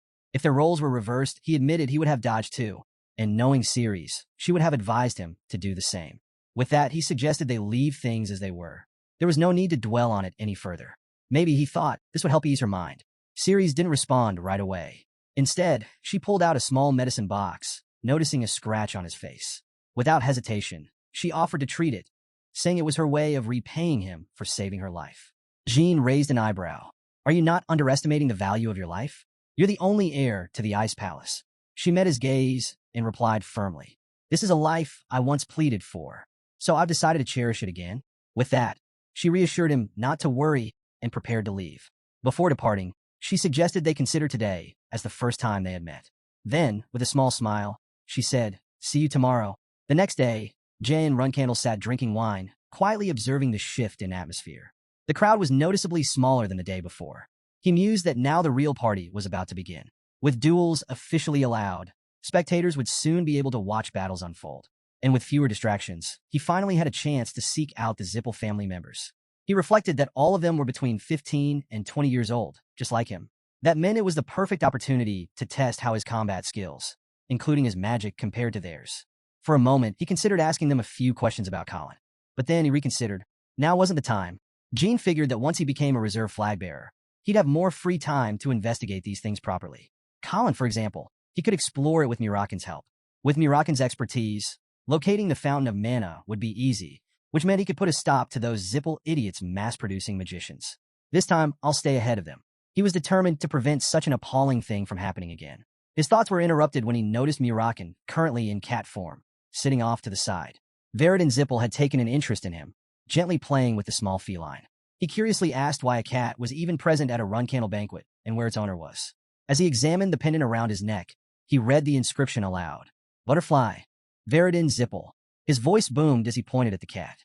I knew it. If I followed this cat, I'd find you. With dramatic flair, he declared, Jean Runcandle. We finally meet again. Jean raised an eyebrow. Who is this guy? Seeing Jin's blank expression, Veridin was visibly taken aback. Wait, don't tell me you don't remember me? Jean, completely unfazed, simply replied, Who are you? Veridin gasped as if personally offended. You seriously don't remember? I've been thinking about you every single day since we last met. Still met with silence, Veridin tried another approach. All right, maybe this will help. My name starts with a V. Veridin then turned to Mirakin and casually invited the cat to leave with him. But Veridin wasn't giving up that easily. Come on, do you remember me now? Jean, unfazed, gave a flat nope. Now visibly frustrated, Veridin tried again. We first met at the Middle Kingdom teleportation gate. Surely you remember that? Jean didn't even hesitate. Nope. Exasperated, Veridin grabbed Jin's shoulder. Okay. Maybe my memory isn't as sharp as I thought, but listen carefully this time. He took a deep breath and dramatically declared, My name is Veridin Zipple. Jean looked him dead in the eye and sighed. If you're so desperate to act like we don't know each other, that's fine. But at least be good at it. Why are you making such a scene? To emphasize his point, he even grabbed Veridin's hand. Just stop bothering me already. Yet, somehow, Veridin remained oblivious. So, do you remember me now? Jean stared at him, wondering how this absolute fool could possibly become a 9-star magician by the age of 30 and even be named the next patriarch of the Zipple family. Meanwhile, Veridin kept rambling. I was looking for you all day yesterday, and today, I spent 2 hours searching. 2 whole hours. Jean sighed. This was going to be a long night. Jean raised an eyebrow. The banquet hall might be big, but it's still just one banquet hall. How exactly did you manage to wander around for 2 hours? Veridin sighed dramatically. If only he had been allowed to use magic, he could have found Jean in no time. But this was Runcandle territory, where the use of magic was strictly forbidden. Jean wondered whether Veridin was lying or if he was just that bad with directions. He figured it was probably the latter. Veridin, completely unfazed, smiled brightly. Anyway, it's great to see you. Can you believe it's already been 5 years since we last met? He then marveled at Jin's progress, expressing his amazement that he had already reached 5-star warrior status. But, of course, Veridin hadn't been slacking either. He proudly announced that he was now a 6-star magician, an entire rank above Jin's swordsmanship. Jean, however, found this hard to believe. Was this really the so-called greatest prodigy of the Zipple family? A 6-star magician at 18? If I were in his position, I would have reached the 7th star by now. For a moment, he even considered whether Veridin was lying about his rank. Veridin, noticing Jin's skeptical expression, assumed it was because of all the effort he had put into searching for him. Completely missing the point, he grinned and urged Jean to work hard and catch up. He was eagerly awaiting the day they could duel. Jean wasn't convinced that Veridin was hiding his true strength. But if it was really true that he had only reached 6 stars by 18, then he was the next closest person to mastering magic after Celiac Zipple, the current patriarch of the Zipple family. This was a good opportunity to evaluate his potential. Turning back to Veridin, Jean sighed. I've said this before, but seriously, just learn to shut up and save your breath. Veridin merely chuckled. Hey, you just repeating my father's words. Jean said to him that anyone would say the same thing. Then suddenly Jean questioned why Zipple family had attended the banquet uninvited. Meanwhile, Bradamanti discreetly observed their conversation from a distance. Veridin revealed that he was the reason they had come. He had been pestering his uncle, Andre Zipple, about the need to meet Jean. In hindsight, he admitted it was kind of ridiculous. His uncle, the vice-patriarch, had stormed into enemy territory just to appease a child's tantrum. But as Veridin explained, he and his group had conveniently been vacationing in the Hugh-Festa region when he heard about the banquet. Clearly, it had to be destiny. Jean, unimpressed, questioned if that was really the whole story. Veridin confidently assured him that it was. Jean sighed again. Then be grateful this is a banquet. Stay quiet and leave when it's over. Veridin pouted. Isn't that a bit cold? Then, with a knowing smirk, he reminded Jean that his father had once shown mercy to Jin's uncle. In the same spirit, he proposed a deal. Jean should promise to one day attend a Zipple banquet unannounced. Jean narrowed his eyes. And what if I commit an act of terrorism while I'm there? Veridin didn't even hesitate. Even if you do, I swear I won't kill you. Then, as if that wasn't enough, he casually added, and even if a fight does break out, I won't participate in it. Jean Runcandle shook his head in disbelief. Are you a fool? He asked bluntly. Veridin Zipple, genuinely confused, asked what he meant. Jean didn't answer right away. His focus had shifted. He had noticed an unpleasant individual stealing furtive glances at him for quite some time now. Turning his attention toward the source, Jean excused himself before directly addressing Bradamanti. Is there something you'd like to say? Bradamanti, never one to hold back, eagerly leaned in. When will Lady Luna visit again? Jean blinked. What? Bradamanti clarified that he was talking about Lady Luna. Surely she would be returning soon? He explained that he had spent all night writing a collection of love poems for her, pouring his heart and soul into every word. Once she read them, he was certain she would realize he was a better man than he appeared. Then, as if that wasn't delusional enough, Bradamanti hinted at the possibility of becoming Jin's brother-in-law in the near future. Veridin Zipple, caught completely off guard, spit out his wine. Jean exhaled sharply. Someone clearly needed a lesson. Referring to Buber as his dear guest, Jean tore the book apart, page by page. Buber gasped. What are you doing? Jin's voice was calm, but razor-sharp. Not only did you casually throw around my sister's name, but you also dared to refer to me as your brother-in-law. His eyes darkened. You must think the Runcandle family is pathetic. Without hesitation, Jean ordered a nearby soldier to escort Buber to the arena. The soldier immediately acknowledged the command. Buber dismissed the idea of being Jin's brother-in-law, addressing him as young master. Wait, hold on. What's with this sudden turn of events? Before he could protest further, two soldiers grabbed him by the head. Wait, stop, Buber pleaded. All I did was express my love. Every man has the right to do that. He struggled against their grip. What happened to hospitality? I even praised your sister's beauty. How could you treat me like this? His protest fell on deaf ears as the soldiers forced him to the ground. Jean stepped forward, his expression unreadable. We'll settle this with hand-to-hand combat. Buber's face paled. Why is he acting like this? All he did was call Jin's sister pretty. Was that really a crime worthy of his punishment? And worse, if Jean ever found out that he was the one who transformed those Zipple members 5 years ago, things could get much, much worse. Meanwhile, Jean removed his coat, preparing for the fight. From a distance, Bishkal Ibriano watched in shock. What's going on? Margiela Ibriano asked, standing nearby. Bishkal gestured toward the scene. It looks like Buber and Jean are about to duel. Margiela rolled her eyes. That fool, she suggested they move closer for a better view. Not far away, Ceres and Dorma, having tried to challenge Jean to a duel during the banquet, narrowed her eyes. Now he's fighting someone else? She couldn't understand it. Why was Jean even bothering with someone like Buber? At the banquet, Veridin Zipple reflects on how convincing his uncle to let him attend was a brilliant move. He hadn't expected to meet the heir to the Ice Palace, a surprising highlight. With a polite greeting, he introduces himself, only to be met with a curt dismissal. Taking it in stride, he shifts focus to the banquet's main event, a duel involving the rising star of the Runcandle family, young Master Jean. Curious, Veridin wonders about Jin's opponent, an unfamiliar figure he suspects might be a reclusive master.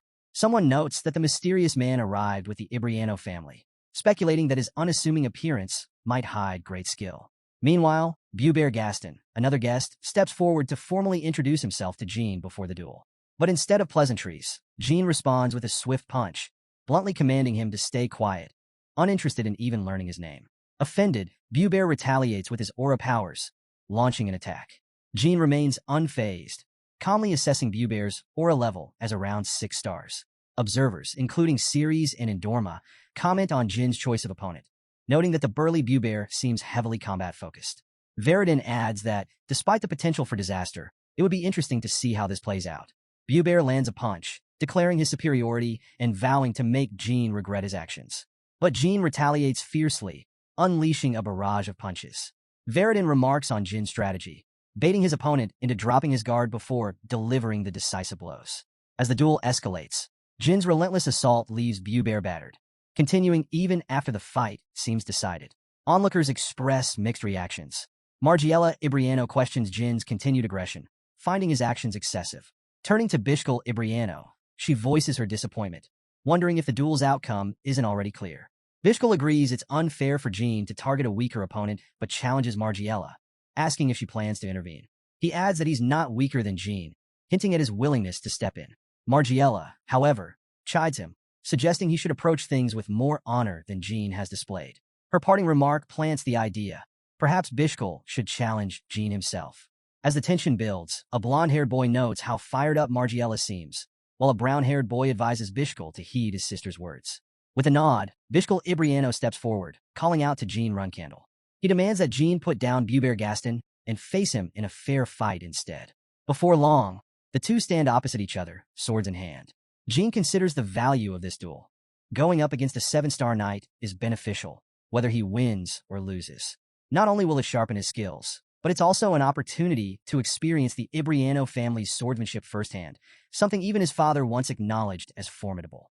Still, he can't help but find Margiela amusing. She has no hesitation about putting her own brother in a difficult position just for the sake of an interesting match.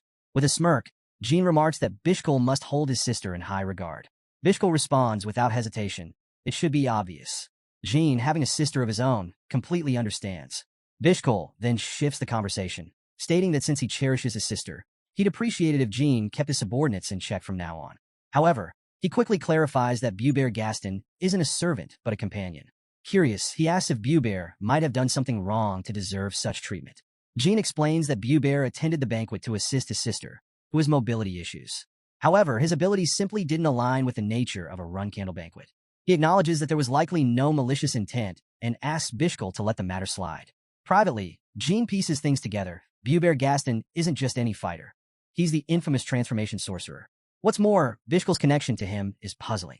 In his past life, there was never any mention of the Ibriano family having ties to Buber when he was eventually arrested. If Bishkul is aware of Buber's true identity, then Jean cuts off his own train of thought. This isn't the time to get lost in speculation, especially when he's about to face a 7-star knight. Bishkul offers a simple suggestion. They should both do their best. Jean refocuses, setting aside his questions for now. As the duel begins, Bishkul launches the first strike, and Jean swiftly blocks. From just that single clash, Jean immediately realizes something. Bishkul's strength doesn't feel like that of a 7-star knight. His swordsmanship, however, is on par with Jin's Uncle Zed. The way his blade moves is beyond Jin's current level of comprehension. Spectators take note of the exchange.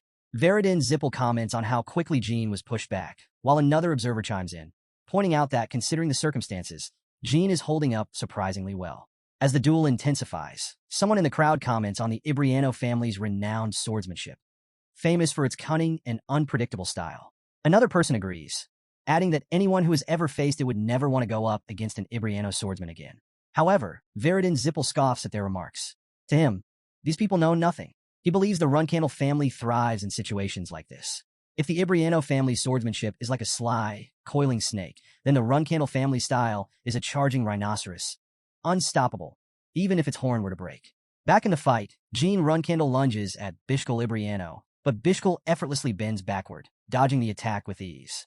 Jean immediately realizes that Bishkul is holding back. Still, even at his current level of 5 stars, he's managing to hold his own. He can feel his limits approaching, but instead of discouragement, a renewed determination surges within him. Bishkul makes another move, pressing the attack. Jean steps back, feeling a familiar sensation rise within him. Channeling his sword aura, he acknowledges that this has been a worthwhile fight. As Bishkul charges forward, Jean thrusts his sword with perfect timing, striking so precisely that Bishkul's blade shatters into two. Despite his broken weapon, Bishkul doesn't hesitate, continuing his motion with the remaining piece of his sword. But Jean sidesteps at the last moment, delivering a small yet precise cut to Bishkul's neck.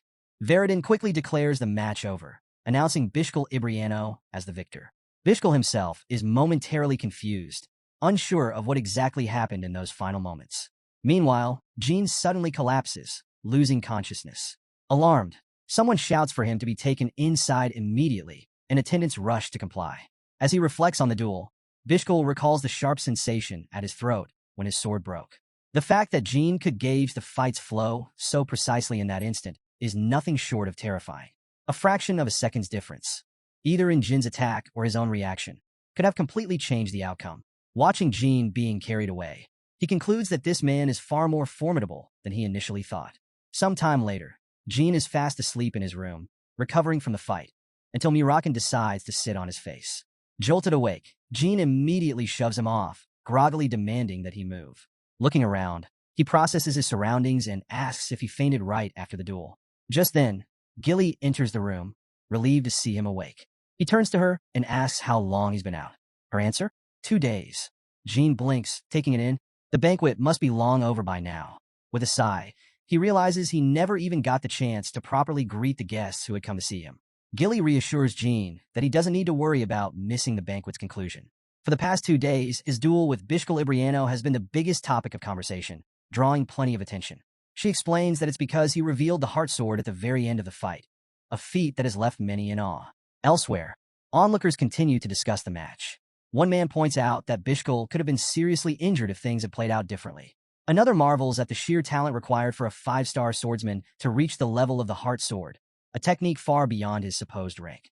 Others agree, noting that this duel has set incredibly high expectations for Jin's future. Back in his room, Gilly continues reassuring him, emphasizing how remarkable it was for him to reach the heart sword against an 8-star knight. Even if it wasn't a flawless display, it was still an incredible achievement. Jean silently reflects on his progress. He knows his heart sword isn't perfect yet, but it's already proving useful. The guidance from his sister, Luna Runcandle, is finally bearing fruit, even though he struggled to grasp her training at first. He recalls her unusual advice: never open his eyes during practice. At the time, it made no sense, but now he realizes that this method has helped him in ways he didn't anticipate. Though the technique only seems to activate in extreme situations for now, he's not too concerned. The fact that he held his own against an 8-star knight, even if it wasn't entirely graceful, is something to be proud of. Looking back, he sees plenty of positives from the banquet. He managed to confirm Veridin Zipple's status, formed a potential alliance with the Ice Palace heir, and uncovered a connection between Buber Gaston and Bishka Libriano. As for the truth behind the transformation crimes, there are too many unknowns to solve the mystery just yet. For now, he needs to gather more information before jumping to conclusions. As Jean contemplates his next steps, Gilly places a pot of flowers on the table in front of him. Curious, he asks about them. She explains that Ceres from the Ice Palace left them for him. Mirakin, amused, teases Jean, wondering if Ceres has taken a liking to him. However, Gilly quickly clarifies that in Ice Palace tradition, these flowers symbolize an unending battle, not romantic affection. Jean smirks. It seems Ceres is eager for a rematch. Mirakin, still joking, insists that receiving flowers from a girl, even if they symbolize a duel, is still a big deal and playfully asks Gilly if she agrees. Ignoring the teasing, Gilly delivers a more serious message. The patriarch has summoned Jean and expects to see him as soon as he wakes up. Jean raises an eyebrow, asking if his father really gave that order. Gilly nods, implying that this is his chance to prove his worth. Realizing the weight of the situation, Jean agrees. It's time to face his father, and possibly prepare to leave the family for a while. Jean Runcandle soon finds himself standing in a dark room, calling out for his father. A deep voice answers. His father is already there, watching. As Jin's eyes adjust, his father notes that it's been a while since one of his children visited him dressed so casually, implying that Jean must be preparing to leave. Jean confirms it. He plans to depart soon. Strangely, his father seems to approve of this decision. Since regressing, Jean has found his father much easier to understand, and this moment is no exception. His father then poses a question. Does Jean know where they are? Jean answers without hesitation. They're in the mausoleum, a sacred place within the Garden of Swords where only those who have done great things for the family are allowed entry. It is also the resting place of the family's greatest warriors.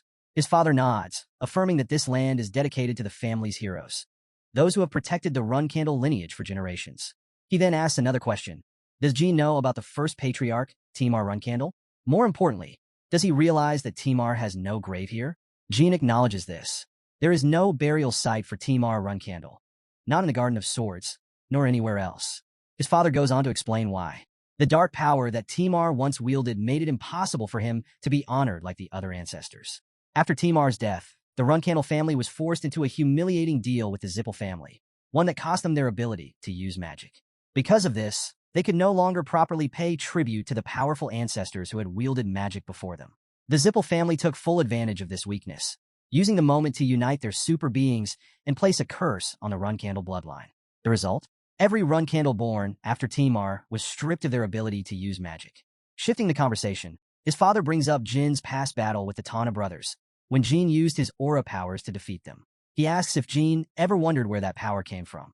Jin remembers it well. He admits that at the time, he lied, claiming he would use his abilities for the benefit of the family. His father smirks. Back then, Jin was young, and his recklessness could be overlooked. But if the same event had happened now, he wouldn't have let it slide so easily. Then, his father poses another crucial question. Has Jean ever heard Soderet's voice before? Jean nods, acknowledging that Soderet calls him a contractor. However, in this current life, he hasn't heard Soderet's voice yet. Even so, he realizes something. This power gives him an unfair advantage over his siblings. He then asks his father a direct question. Would it be acceptable for him to use this power to surpass his siblings and take over the family? Jean doesn't wait for an answer. Instead, he firmly states his intention to leave and explore the world. If, after his journey, he finds nothing more valuable than the Runcandle legacy, then he will return to claim it. His father falls silent for a moment before speaking. Most who have sought acknowledgement left the Garden of Swords behind, but Jean is different. He's leaving not to earn the family's recognition, but to decide whether the family is even worthy of his.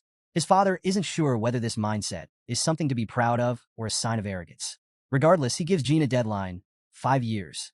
By then, Jean must either earn recognition for himself or acknowledge the family's legacy and return with his answer. Jean Runcandle draws his sword and gently taps it against his forehead, a silent gesture of respect. He thanks his father for everything and solemnly promises to return in 5 years. Stepping outside, he finds Gilly and mirakin waiting for him. Gilly asks if his conversation with the patriarch went well. Jean nods, confirming that it did, and now all that remains is their departure. He then notices the bag she's holding and assumes it's his, but Gilly quickly clarifies that it's hers, designed specifically to block his aura, preventing him from using it. Gilly recalls hearing about this from the senior nannies. Jean admits it feels a bit strange, suddenly being unable to use her powers, especially since her status as a nanny is tied to the success of her master. But Gilly reassures him not to worry. This is all for his sake. Jean meets her concern with a firm declaration. Not just for the next 5 years, but beyond, he vows to protect her.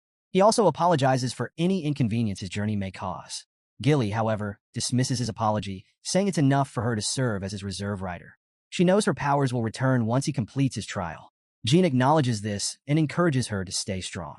As he turns to look back at the castle gates, the weight of the journey ahead settles in.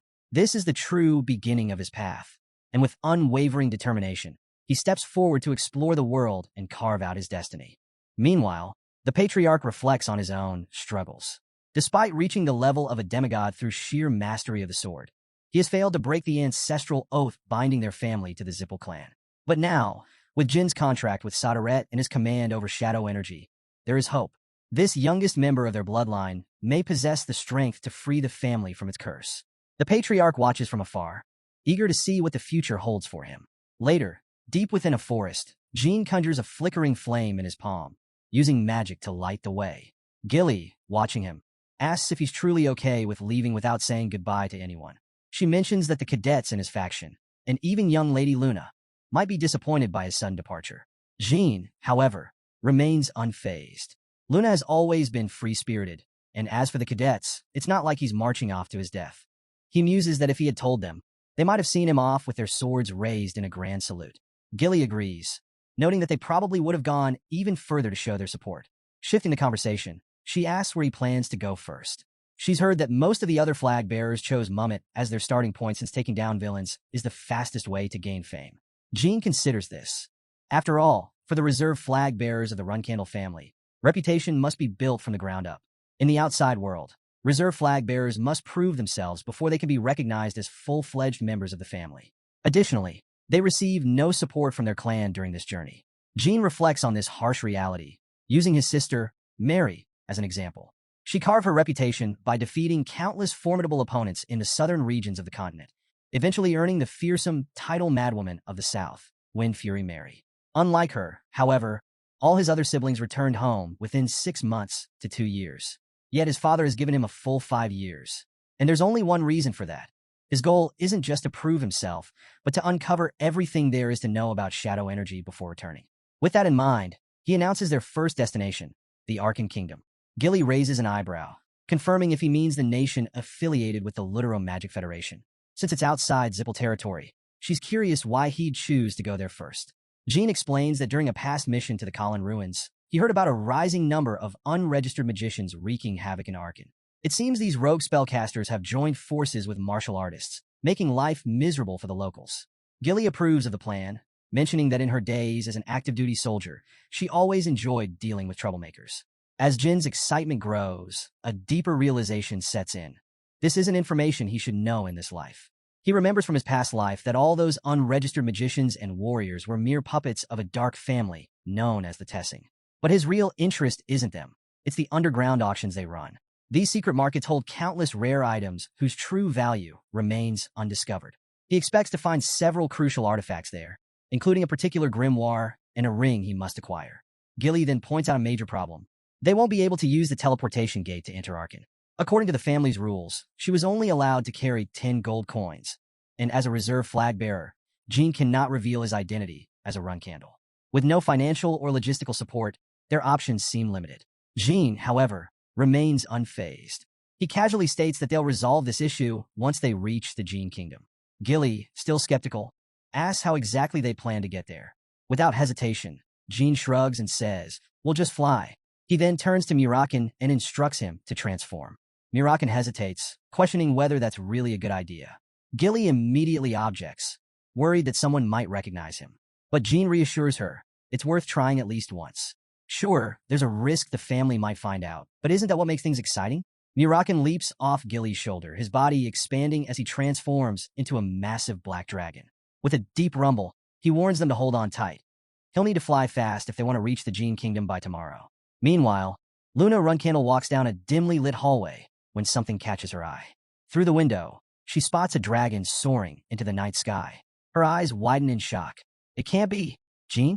She murmurs to herself, stunned that her younger brother is already riding a dragon just after becoming a reserve flag bearer.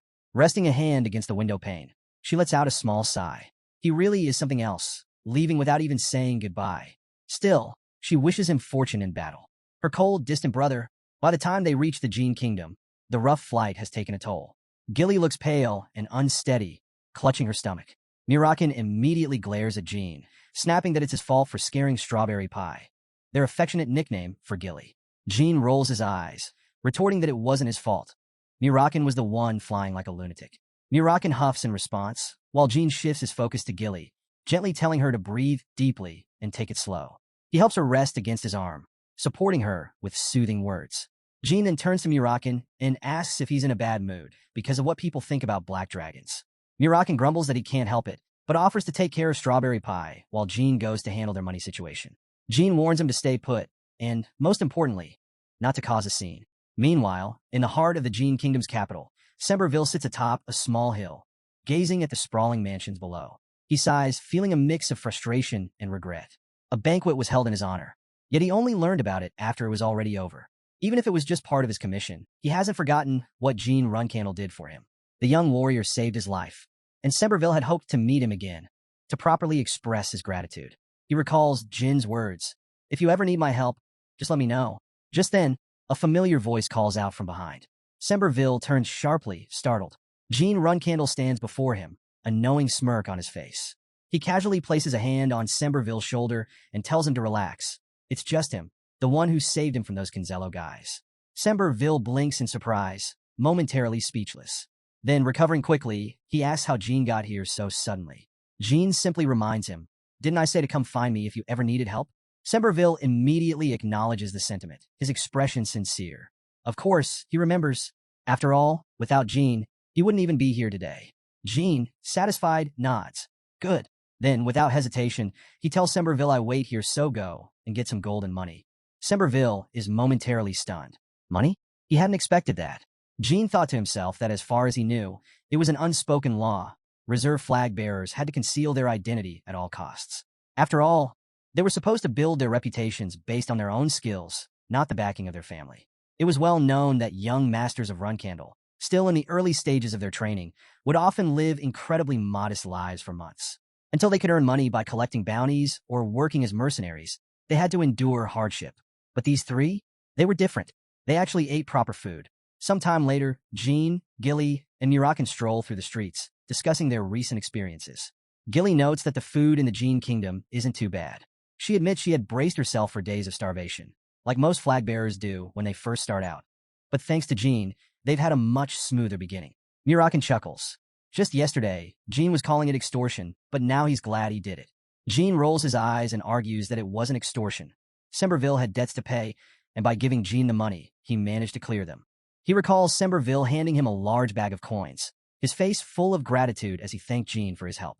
As they walk, Gene suddenly turns to Mirakin with suspicion. Is he eating too much again? They're about to use a teleportation gate.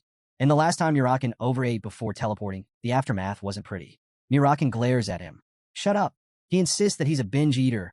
He has to eat a lot first, even if it means throwing it all up later. Gene scoffs, questioning if that even makes sense. Mirakin fires back that if Gene is so concerned, he can just ride him instead of taking the teleportation gate. After all, Gene was the one who wanted to use it.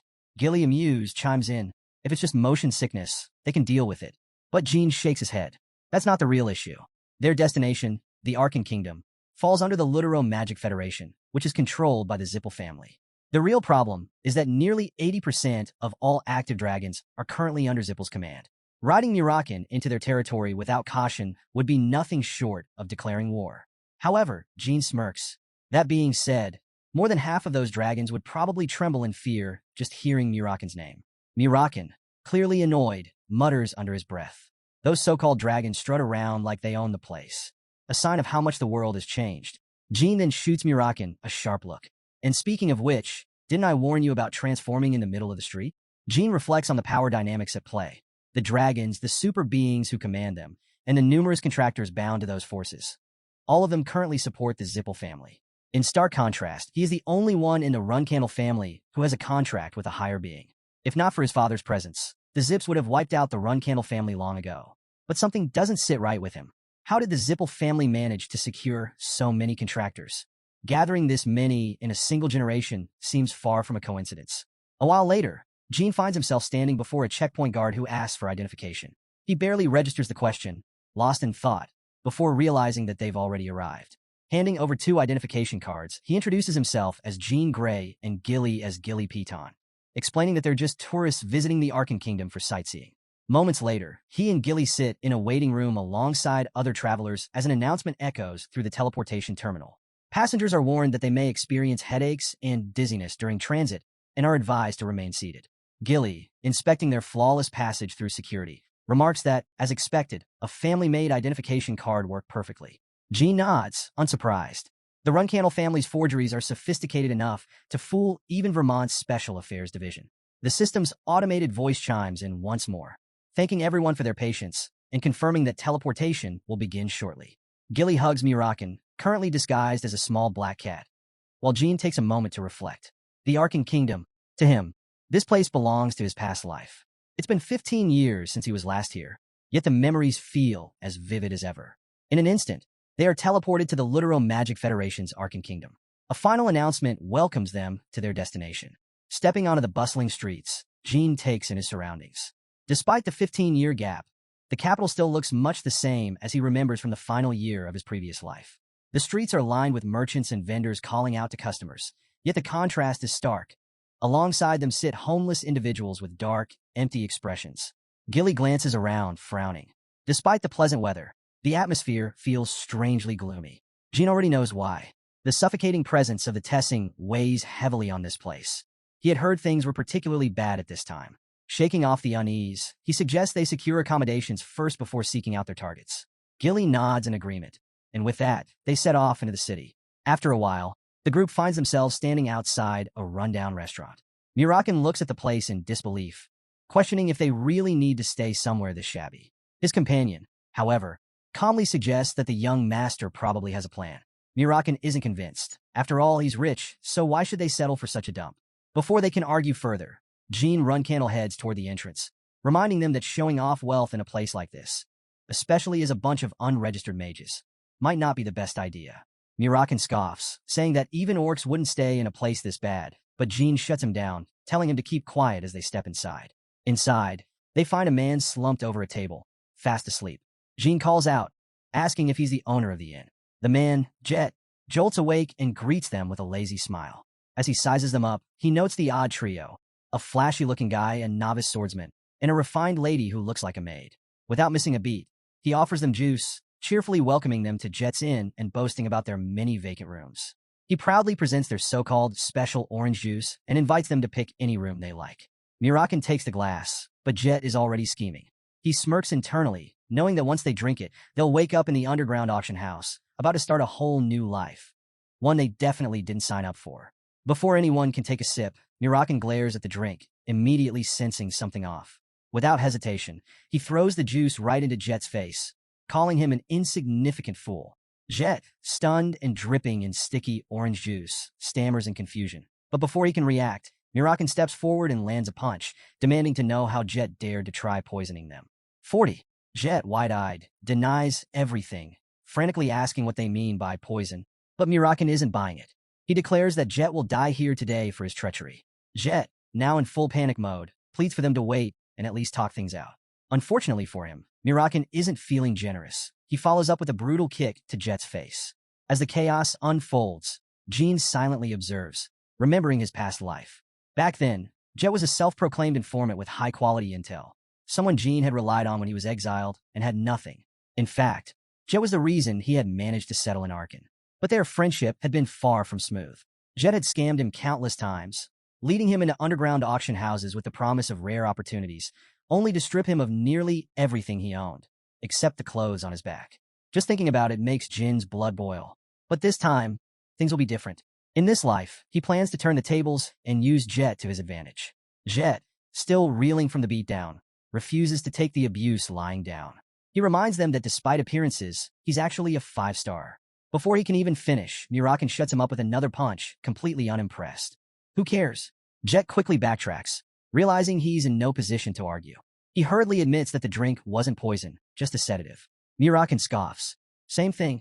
Runcandle decides they've roughed him up enough and tells Mirakin to stop, suggesting they at least hear Jet out.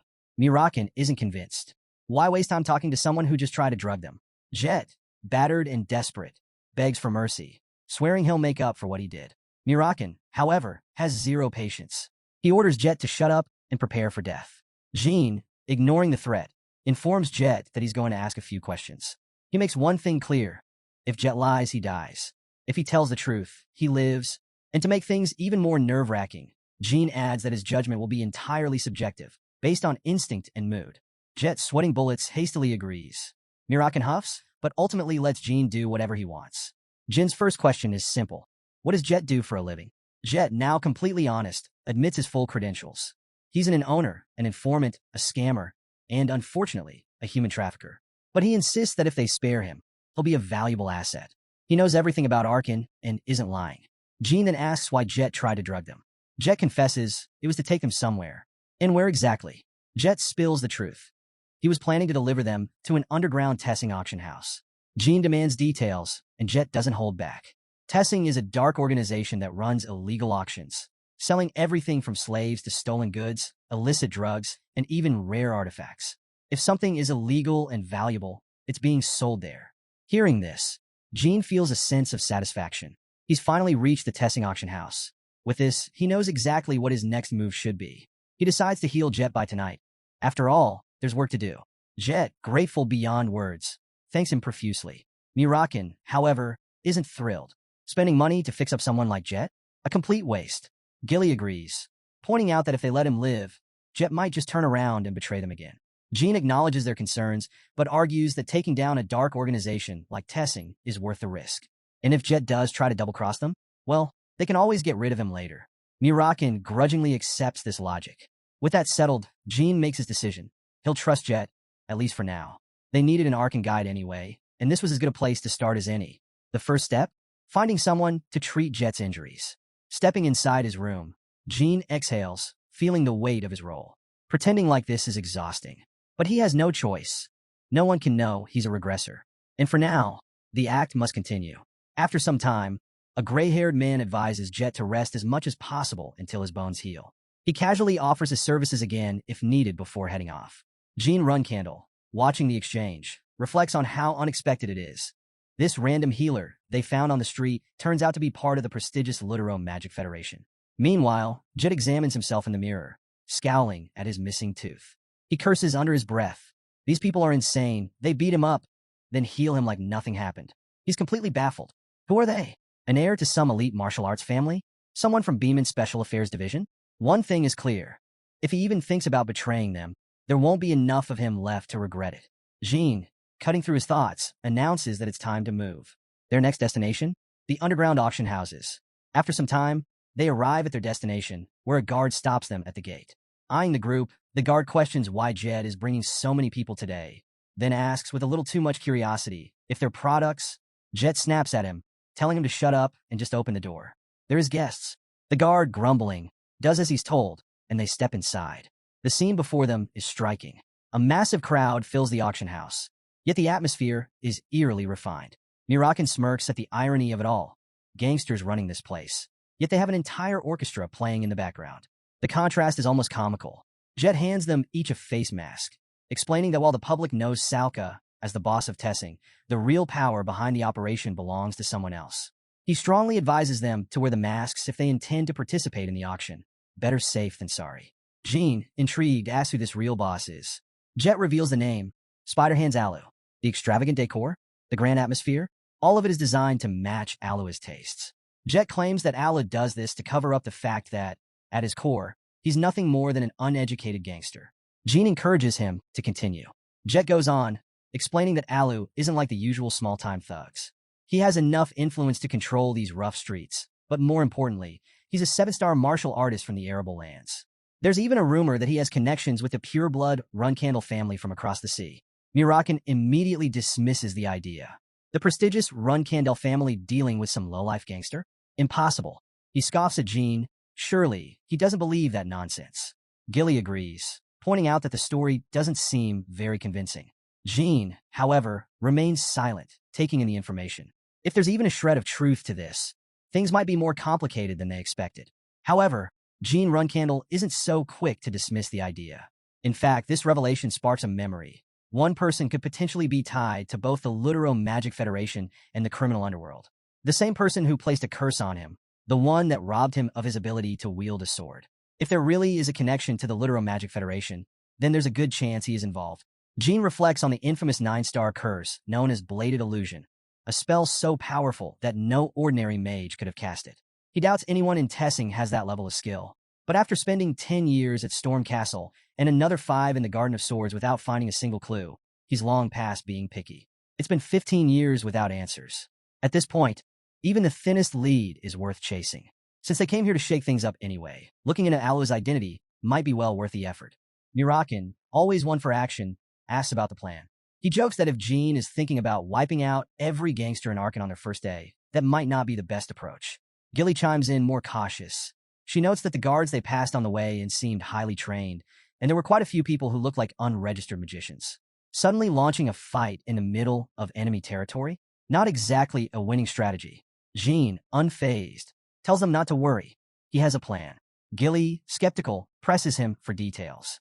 Instead of answering outright, Jean motions for both of them to come closer, whispering his idea. Mirakin taps his temple, shaking his head in disbelief. Sometimes he seriously wonders what goes on inside Jin's head, and how he even comes up with these things. Gilly agrees. It's honestly a little shocking. Is this really something a member of the esteemed Runcandle family should be doing? Jean just shrugs, reassuring them with a simple solution. If things go south, they'll just run. Before they can question him further, Jet interrupts, announcing that they've arrived. He proudly states that he picked out a low-key spot for them. Pulling back the curtain, he gestures with a grin. Welcome to the Teesing Underground Auction. Inside, the auctioneer's voice rings out, introducing the next set of items. He makes it clear that it doesn't matter where these goods came from or why they're here. The only thing that matters is that bidders are free to use them however they wish, for whatever purpose they desire. The first products are revealed. Slaves. A nearby bidder casually comments on the quality of today's batch, noting that they look to be in good condition. His attention lands on a man standing in the back, one who seems particularly capable, possibly suited for a variety of work. Jin's gaze darkens. This was exactly the kind of place he came here to dismantle. Jean Runcandle watches the ongoing auction, his expression unreadable. He casually remarks that if things had gone differently, they could have been the ones up for sale, just like these slaves. Jet, standing beside him, sighs and admits that he may have been a little reckless. Jean scans the slaves carefully, relieved to see that there are no children among them. At least there's some small mercy in this wretched place. Mirakin turns to him, asking what their next move should be. Jean suggests they wait. Sometimes, valuable items show up at these auctions, and if something worth acquiring appears, he intends to buy it. Once they secure what they need, they'll begin executing their plan. Based on his knowledge, the specific item he's looking for is probably stored away in the auction's inventory. If his information is correct, once things go into motion, retrieving it will be much easier. The auctioneer suddenly raises his voice, officially declaring the auction in full swing. Jean advises his group to remain patient. The right moment will come soon enough. A week later, the auctioneer calls out bids, 20 gold, then 130, before asking if anyone will raise it to 140. The room buzzes with activity as people place their offers. Jet, looking slightly anxious, leans toward Jean and whispers that he's been watching for an entire week. If Jean doesn't buy something soon, the teasing organizers might start getting suspicious. Jean raises a brow, asking if it's not Jet's job to handle such concerns. Jet immediately backtracks, putting on a servile smile. Of course, please do as you wish. But internally, he's cursing. If Jean keeps showing up without making a single purchase, it won't matter who he is. Eventually, the higher-ups will notice, and he'll get kicked out. Jet urges him to just buy something, anything, before things become problematic. The auctioneer introduces the next item with dramatic flair, a magic tome. He announces it as Matthew Woniak's magic tome, hyping it up as the work of a magician who once ruled the world. Although the text is undecipherable, The auctioneer assures everyone that it must contain incredible magic. A bidder immediately calls out, 80 gold. The auctioneer acknowledges the bid and asks for higher offers. Jean, however, suppresses a smirk. The auctioneer got the name wrong. It's not Matthew Woniak. It's Matthew Morniak, a known con artist. All of Morniak's so-called magic tomes are managed under the Zipple's network, meaning there's no way this is the real deal. It's been a week since he started attending the teasing auctions, and he's seen the same thing happen over and over again. The auctioneer spews nonsense while gullible magicians scramble to buy worthless junk. As expected, the auction moves on to the next item. Jean shakes his head. These amateur magicians are too easily fooled. The auctioneer then announces another magic tome, this one authored by Tzim. Bidding starts at 50 gold coins. Jean acknowledges that while there are plenty of fake tomes, some are like unscratched lottery tickets. Not famous, not hyped up, but every now and then, one turns out to be something special. And just like that, the room erupts in bidding once again. Mirakin places a hand on Jin's shoulder, casually suggesting that he should bid on the magic tome. If it was truly written by the Tsemi he knew, then it was definitely a big deal. Taking the advice to heart, Jin raises his card, increasing the bid. The auctioneer, slightly taken aback, asks if anyone wants to go higher. Whispers ripple through the crowd. Some wonder if Jin is really willing to pay that much, while others speculate that he must be from a wealthy family.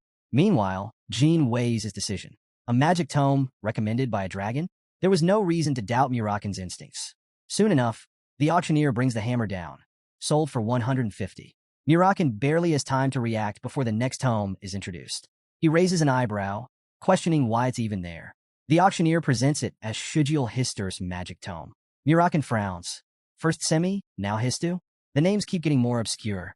Before anyone else can process, Jin raises his card again, this time bidding 200. The auctioneer announces the new offer, inviting any challengers. The murmurs return, with one spectator muttering in confusion. Why was this guy only bidding on the weird stuff? Mirakin turns to Jean, puzzled by the sudden jump in price. Jean explains that he wanted to grab one more item, hoping it might be something valuable. Besides, his former master had belonged to the Histur clan. He had heard that the clan had collapsed centuries ago, so finding a trace of it here was unexpected. With no further bids, the auctioneer declares it sold for 200. Jean considers the tome. Perhaps he could give it as a gift if he ever saw his master again. Satisfied with his purchases, he signals it's time to leave. But before they can go, Mirakin's eyes land on another book. Jackpot. It really was the Tsemi he had been thinking of, but something was off. The encryption on it was strange and complicated. Jean, unfazed, thought that only he and his master would be able to decode it. Jet, relieved that Jean finally made a purchase, jokes that it would have been a disaster if he had left empty-handed.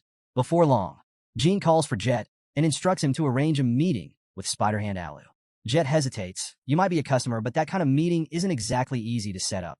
Jean, undeterred, tells him to pass along a message to Alu. Tell him that Veridin Zipple wants to see him in person. Moving swiftly, Jean reflects on his identity. He isn't just some Vermont Special Forces agent. He's a pure-blooded Zipple. As he steps forward, his mind races with opportunity. If he can get on the good side of the Zipple, he can finally escape this place and rise to something greater. His request is met with resistance as several guards block his path. A particularly large one steps forward, eyeing him suspiciously. Are you really Veridin Zipple? He asks. Without hesitation, Jean confirms it. The guard nods. Follow me, he orders. The boss wants to see you. Without warning, Jean lands a swift punch to the guard's face, catching him completely off guard. With an icy glare, Jean demands to know if this is some kind of joke. Flames crackle around him as he unleashes his fire magic, pressing the dazed guard for answers. Was he Alu? The guard, now shaken and disoriented, quickly clarifies that he's not Alu. Instead, he was merely following orders from Mr. Alu, the boss, who had instructed him and two others to escort Jean to a meeting. But before anyone can process the situation further, a sudden explosion erupts nearby, shaking the entire area. Jin's patience snaps. He realizes that despite revealing his name, Alu had the audacity to send his underlings instead of meeting him personally. His voice booms with fury as he demands Alu to stop hiding and face him directly. And just to make things crystal clear, if Alu wanted to come out, he'd better crawl on all fours. A tense silence follows before Alu finally appears before Jean. The man humbly confesses his identity, Alu, the caretaker of Teasing. He trembles, realizing his mistake, and bows in submission, pleading for forgiveness. Jet, observing the scene, can't help but reflect on Jin's presence. If anyone else had claimed to be Veridin Zipple, he would have laughed them off. But Jean is different. His aura carries an unmistakable weight, and the fire magic he wielded earlier wasn't just impressive. It was at least 5-star mana. Jet quickly pieces it together. Someone capable of handling such high-level magic at Jin's age could only be a true Zipple. The narrative then shifts to a week earlier. Jin had made a bold declaration. He was going to pretend to be Verdun Zipple. Mirakin was stunned. "What do you mean by that?" he had asked, barely able to process the idea. Gilly chimed in, pointing out a crucial detail. Even if Alu recognized someone with ties to the Zipple family, he would probably expect an elderly servant or an obscure connection. This meant there was no way to outright disprove Jin's claim. However, Gilly couldn't shake the implications. If the Runcandle family, or worse, the patriarch himself, ever suspected Jin was faking his identity, the consequences could be catastrophic. Back in the present, Jin coldly instructs Alu to stand up. Alu scrambles to obey, replying with a hurried, "Yes, sir." He then presents 2 books for Jin to examine, nervously asking what he thinks of them. Before Jin can respond, Alu quickly confesses they're magic texts. He apologizes, admitting that he obtained them without proper authorization from the Zipple family. These books, he explains, are extremely valuable to his household. Then, hesitantly, he asks how much money Jin has made from similar dealings.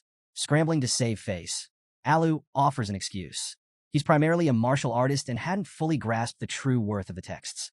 He knows this has caused Jin an inconvenience and swears to do everything in his power to retrieve them. Pleading for another chance, he promises to set things right. Jin, unimpressed, cuts him off with a sharp order. "Shut up. Bring me the account book and the customer list. My family starts their investigation tomorrow." The weight of his words is final. Alu has no choice but to comply. Jin silently reflects on the fate of Tsing. Despite their efforts to establish themselves in the Arkan Kingdom, they're nothing more than a small-time gang when compared to the Zipple family. If the investigation uncovers anything that displeases the Zipple, it will be the end of Tsing. No question about it. A while later, Jin and his group sit in a dimly lit room, sifting through books and papers. Alu stands before them, confirming that these are all the items from the auction. Jin, skeptical, asks if there's more. Alu hesitates before admitting that additional valuables exist, but they're heavily guarded in the employee's residence. He then requests permission to step away, promising to return with the items in 2 hours. Jin, unimpressed, cuts through the excuse. "Are you planning to destroy important documents?" he questions, his tone sharp. He makes it clear that he intends to verify Alu's claims by questioning the people Alu has bribed. Then, with a smirk, he tells Alu to go ahead and do whatever he needs to, but reminds him that he's still under Jin's control. Alu, forced to comply, bows slightly and promises to return soon. Before leaving, he instructs one of his brown-haired guards to escort Sir Verdun around the storage area. The guard acknowledges with a simple yes. But just before stepping away, Alu whispers a different order. Make sure Jin doesn't leave the mansion until he gets back. The guard nods, understanding the unspoken threat behind the command. As Alu walks down the hallway, his frustration boils over. He mutters to himself, cursing Jin's arrogance. "That idiot. Acting like he owns the place," he grumbles, seething. After all the money he's thrown at the Zipple family, he refuses to let some imposter push him around. There has to be a way to buy them off or regain his influence. Meanwhile, Jin and his group are busy searching through what appears to be a private library. Mirakin casually tells Gilly to take whatever she wants. Gilly hesitates, unsure, but Mirakin reassures her. It's not like anything here wasn't stolen to begin with. As they rummage through the shelves, a book suddenly tumbles off and smacks the brown-haired guard on the head. He groans, rubbing the sore spot. "Damn it, it's all garbage," he mutters under his breath. Mirakin chuckles before turning to Jin. "Alu will probably figure out you're a fake by the time he gets back," he warns. "So, what's the plan?" Jin simply shrugs, completely unfazed. "We grab whatever we like for free and leave before he returns," he says nonchalantly, as if they were casually shopping instead of looting an underground operation. He then opens a small wooden box, eyes narrowing as he spots something interesting inside a ring. His fingers close around it. "Got it." Gilly, still processing their bold actions, nervously asks if they really plan to keep pulling off reckless stunts like this. Jin doesn't answer, but his smirk says everything. Jin smirks at Gilly's concern, deciding to take her question as a compliment. Before he can say more, Jin arrives, holding a stack of papers. With a satisfied grin, he announces that he has found the account records for the slaves, complete with birthplaces and ages, just as Jin requested. Jin nods in approval. "Good job," he says before declaring that they're done here. It's time to leave, but just as they're about to go, the brown-haired guard steps in their way. He insists that they must wait. Alu will be bringing the accounting books soon, so they should remain in the mansion until then. Jin's patience runs out. Without warning, he attacks, swiftly knocking the guard unconscious. Jet watches, impressed. You're not just skilled in magic, huh? He remarks. You can fight too. But why go after Alu's men like this? Jean glances at him and asks a simple question. Do you have a family? Jet hesitates, then nods. Yeah, I have a son. Without missing a beat, Jean gives him a grave warning. Take his son and flee, preferably to the Beamid Empire.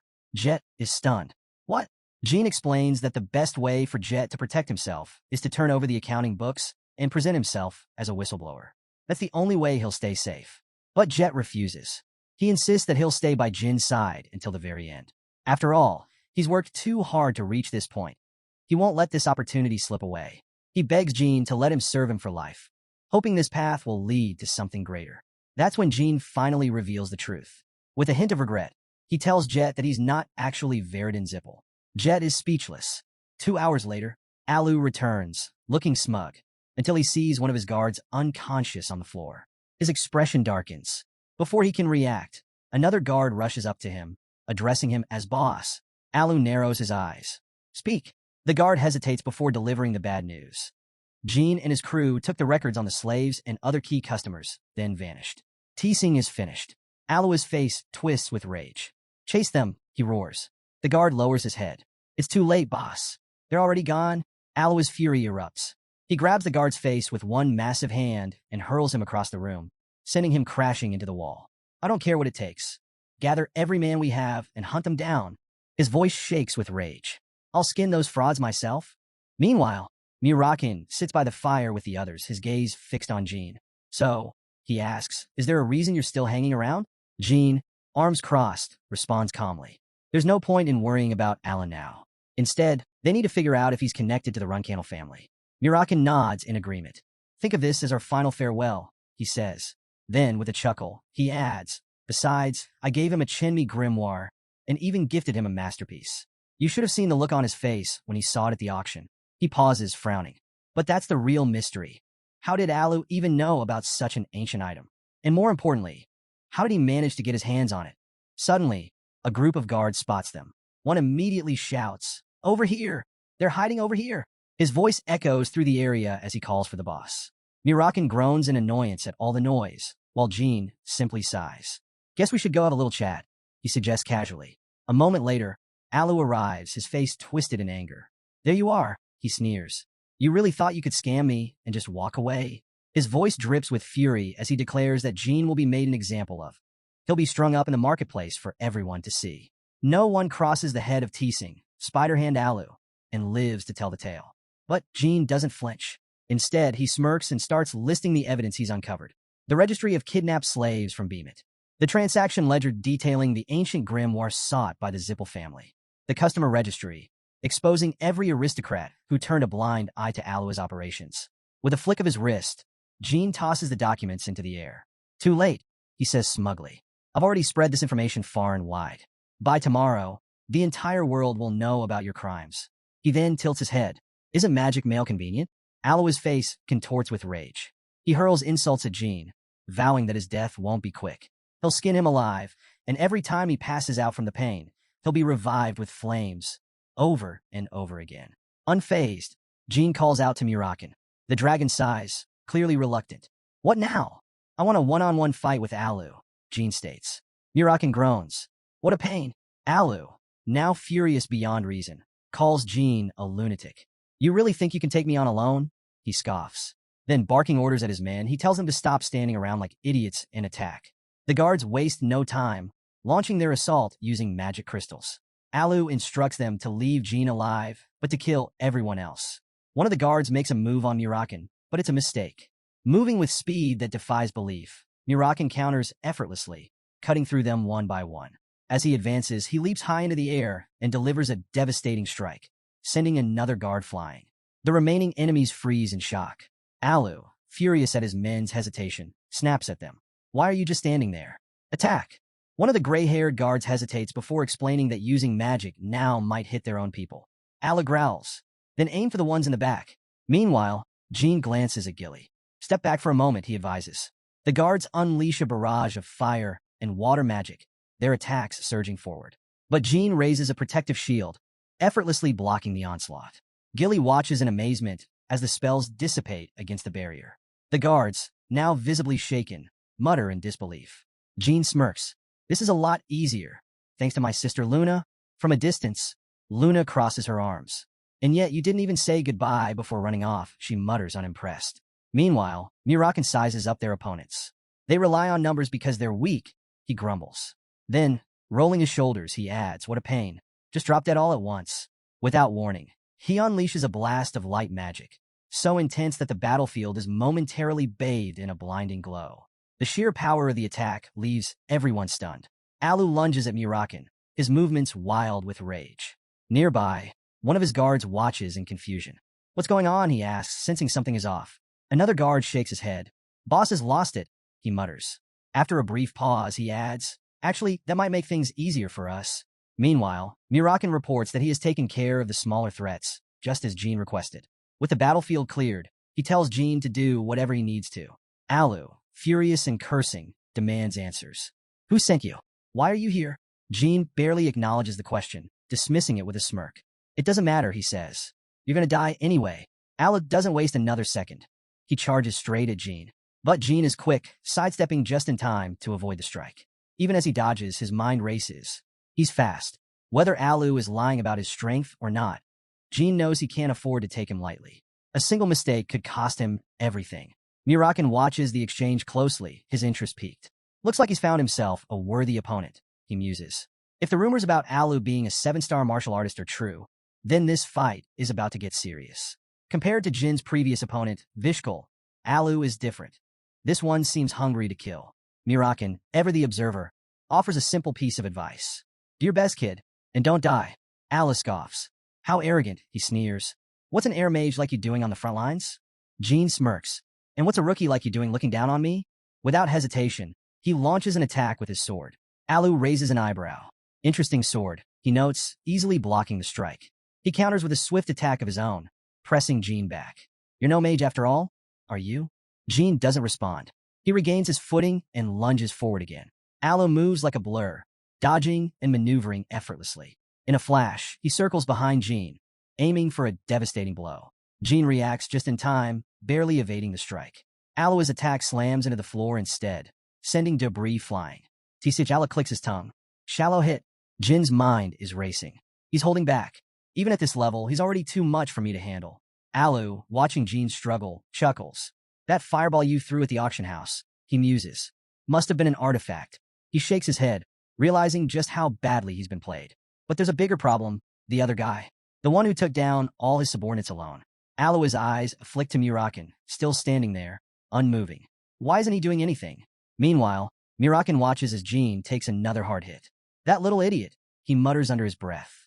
Gilly, visibly worried, turns to Mirakin. Are you really just going to stand there? She asks. I get that the young master wanted to take on a 7-star martial artist, but isn't it too soon for him to be doing this? Mirakin doesn't seem concerned. It's fine, he says dismissively. He needs to learn how precious life is. Gilly sighs, reluctantly agreeing. I guess you're right. Then, after a moment, she glances back at the fight. But it kind of sounds like you think he's going to lose. On the battlefield, Jean grits his teeth, preparing for the next exchange. Alu lunges at Jean with relentless aggression, his strikes coming fast and heavy. Jean barely manages to block, the sheer force of the assault forcing him back. The intensity of the fight leaves everyone watching in shock. Alu doesn't let up. Charging again, he declares, "This is the end for you." But Jean just smirks, as flames swirl around him. He calmly states, when a Runcandle magic swordsman fights, even a 2-star difference is meaningless. With a flick of his wrist, he unleashes a blazing burst of fire, sending Alu staggering backward. Alu, stunned, struggles to process what just happened. That wasn't an artifact, he mutters, realizing the truth. Jean isn't just some mage. He's a magic swordsman. Jin's sword crackles with energy as he calls upon lightning, the weapon glowing with raw power. Alu attempts to block, but his sword barely holds up against the force. Undeterred, he taunts Jean, warning that standing so exposed in battle is a death sentence. Jean doesn't flinch. Instead, he steps forward, his hand adorned with a magical ring. With a commanding voice, he used his technique helmet release. Alu's eyes widen in shock. What is happening? Before he can react, Jean moves in, his sword cutting deep into Alu's body. As he strikes, a dark magical aura envelopes him, its presence sending a chill through the air. With the battle shifting in his favor, Jean sheathes his sword. Mirakin watches closely, recognizing something unusual. That must be Mjolta's rune, he murmurs. Gilly, confused, turns to him. Mjolta's rune? What's that? Mirakin crosses his arms, recalling its history. Thousands of years ago, Mjolta was forged for Beeman's first emperor, a man who was once a lover of a demon. Back then, war was everywhere, and Mjolta was a masterpiece, capable of blocking any attack below 7-star power. His eyes narrow. The real question is, how did such an artifact end up in the hands of a gang? Jean, too, contemplates the rune's significance. He knows that this artifact was meant to be handed over to the Beeman Emperor in 5 or 6 years. He remembers that during that time, the Academy and the press were in chaos over the helmet. In fact, he recalls the exact moment it was first discovered, where it happened, the date, and even the circumstances surrounding it. Returning his focus to Alu, Jean delivers a devastating final blow. As Alu weakens, Jean steps closer, his voice steady. Before you die, I have one question for you. Alu coughs, struggling to stay conscious. I've heard you have connections to the Runcandle family, Jean states. Is it true? Mirakin raises an eyebrow. Should have asked that earlier, he mutters. Not like a dying man has much reason to answer, honestly. Alu lets out a bitter chuckle. Now I see, he rasps. I know who you really are. He exhales sharply, then confirms the truth. Yes, he did fail. But there's something more. Jean frowns. What do you mean? Alu smirks despite his injuries. You're just the youngest member of the family, he says. But even you can't stop him. Mirakin stiffens. Him? Who are you talking about? Jean narrows his eyes, thinking. Spider-Man Alu. That's probably not even his real name. Something about this entire situation feels off. A 7-star martial artist running a gang? Connections to the Runcandle family? Something bigger is at play. And now, they need to find out who is really pulling the strings. Mirakin shrugs, noting that it's not entirely unheard of. After all, one of his ancestors, a 9-star powerhouse, once ran a bar. However, that doesn't change the fact that they need to figure out who Alu was referring to. Jean contemplates the situation. Alu had admitted defeat, but his words carried weight. He couldn't stop that person. The fact that Alu recognized his identity meant this failure likely had something to do with the Blad illusion. And the mention of him being the youngest while unable to stop someone else? That suggested knowledge of the ongoing power struggle within the Runcandle family. Jean mentally runs through the potential suspects. His older sister, Yuna, is out. She left the family. Mayu? And the twins? Too young and inexperienced. The others? Not ambitious or cunning enough to pull off something like this. That leaves only one likely candidate. Someone obsessed with rank and influence.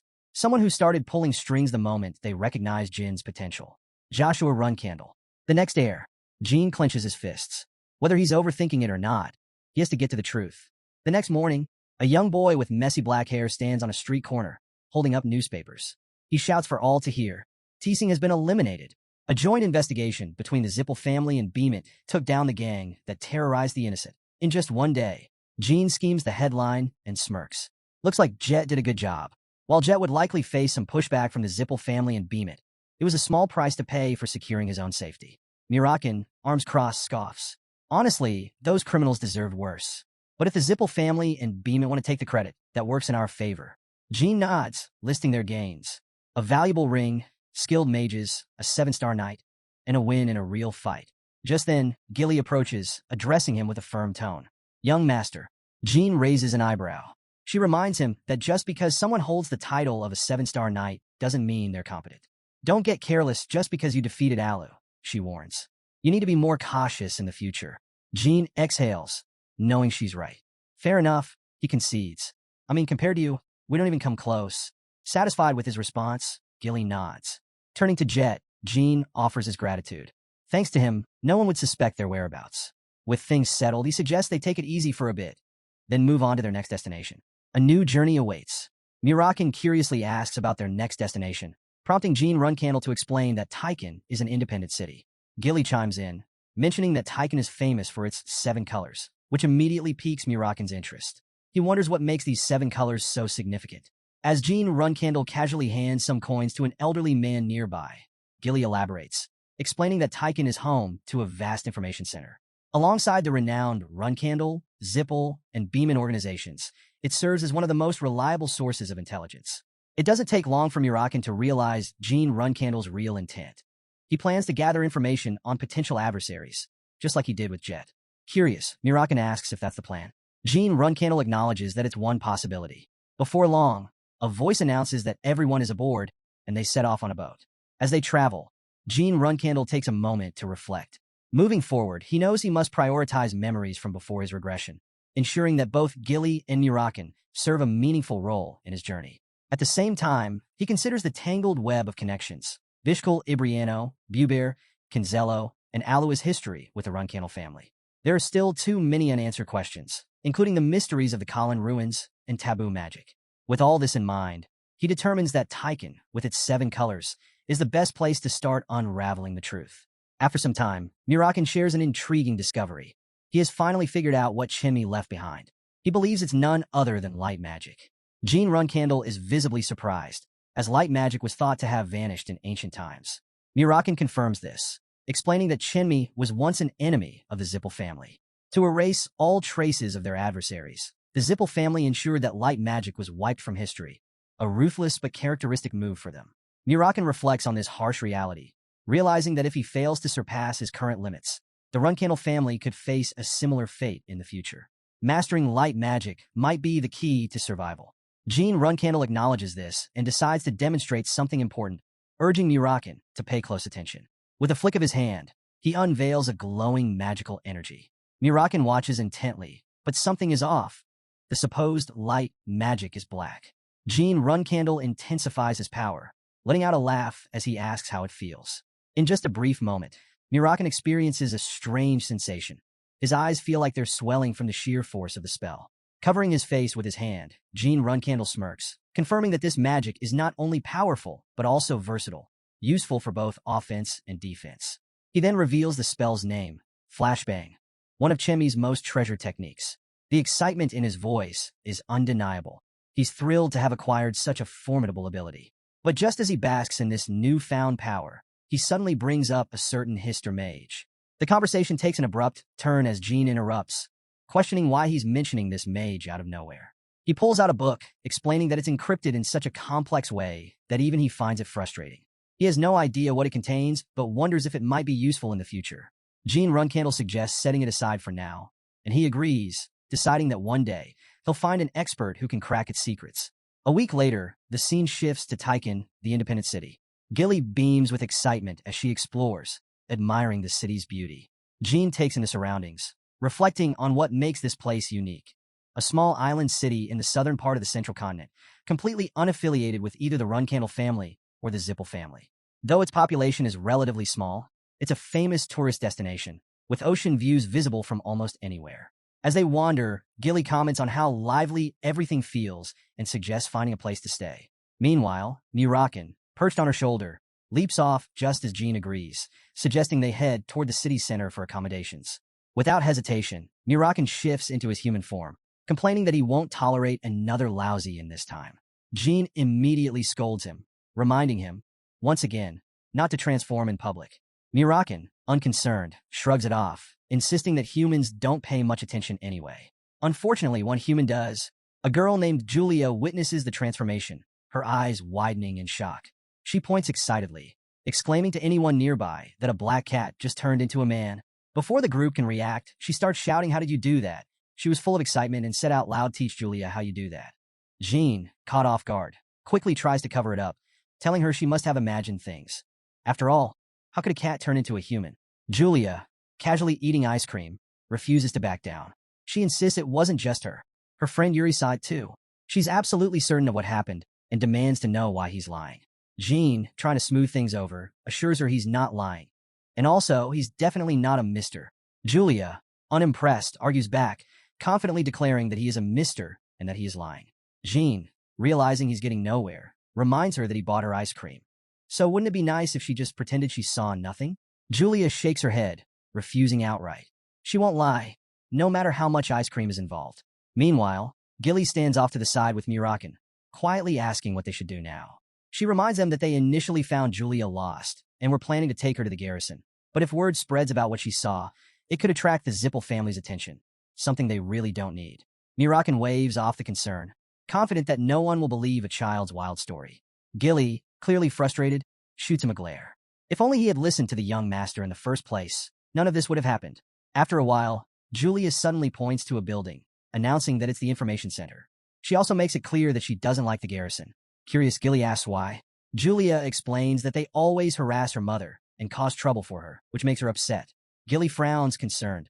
She wonders if the garrison is one of those corrupt places that use violence to exploit the common people. Jean Runcandle, however, remains more skeptical. For all they know, the girl's mother could be a criminal. He suggests they check things out first before making any judgments. As they approach, a guard notices Julia and immediately reacts. He asks if it's really her and then quickly instructs someone to fetch their leader, addressing Julia as Little Mississippi. Jean politely inquires if the guard knows the child. The man chuckles, confirming that he knows her very well. After all, she's the leader's daughter. That revelation catches Jean off guard. He hadn't expected Julia to be someone important. Just then, Julia spots her mother, Alicia Badger. Jean takes a moment to assess her, wondering if being the leader of the information center is really all there is to her role. Meanwhile, Julia runs straight to her mother and hugs her tightly. Alicia gently scolds her, reminding her not to wander too far on her own. Julia, however, pouts, saying it's because her mom never plays with her. Alicia sighs, apologizing and promising that once she finishes work, she'll make more time for her daughter. Julia squints suspiciously. She's heard this before. She points out that Alicia had made the same promise before, but never followed through. Alicia reassures her this time will be different. She really can't leave work so easily, but she'll make sure to keep her word. At that moment, Alicia finally takes note of Jean and his companions. She comments that most people in Tyken know Julia, so if they plan to stay in the city, they should be more cautious. Apologizing for the delayed introduction, she extends her hand, formally introducing herself as the leader of the Tyken garrison. Jean shakes her hand, introducing himself as Jean Grey and explaining that he's just a tourist visiting Tyken. Alicia raises an eyebrow at that, but plays along. If he's a tourist, she insists on giving him something in return. She asks if there's anything he needs. Jean takes the opportunity to ask for recommendations on a good place to stay. Julia, suddenly excited, whispers something into her mother's ear. Alicia listens, then nods before pulling out a pen and calling for some paper. A guard promptly brings it to her, and she quickly writes something down before handing it to Jean. She explains that it's a letter of recommendation with the garrison leader's seal. With this, he'll be treated well no matter where he goes in the city. She then thanks him again for helping bring her daughter back safely. Jean responds that they should be the ones thanking her, and with that, the group prepares to leave. However, just as they turn away, Alicia casually asks Julia if it's true that a cat turned into a human. Julia nods enthusiastically, but then lowers her voice, adding that the others don't want to talk about it. So she's pretending she doesn't know anything. Alicia praises Julia, telling her she did a good job and reminding her that everyone has secrets.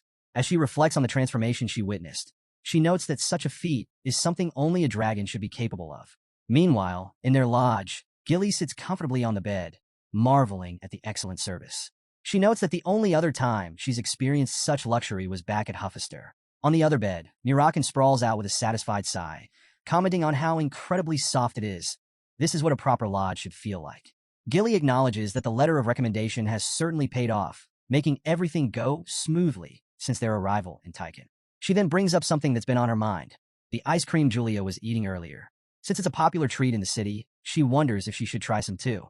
Jean Runcandle, confused, asks why she's asking him for permission. If she wants it, she should just go ahead and order it. Gilly, satisfied with that answer, cheerfully heads for the door, promising to be back soon.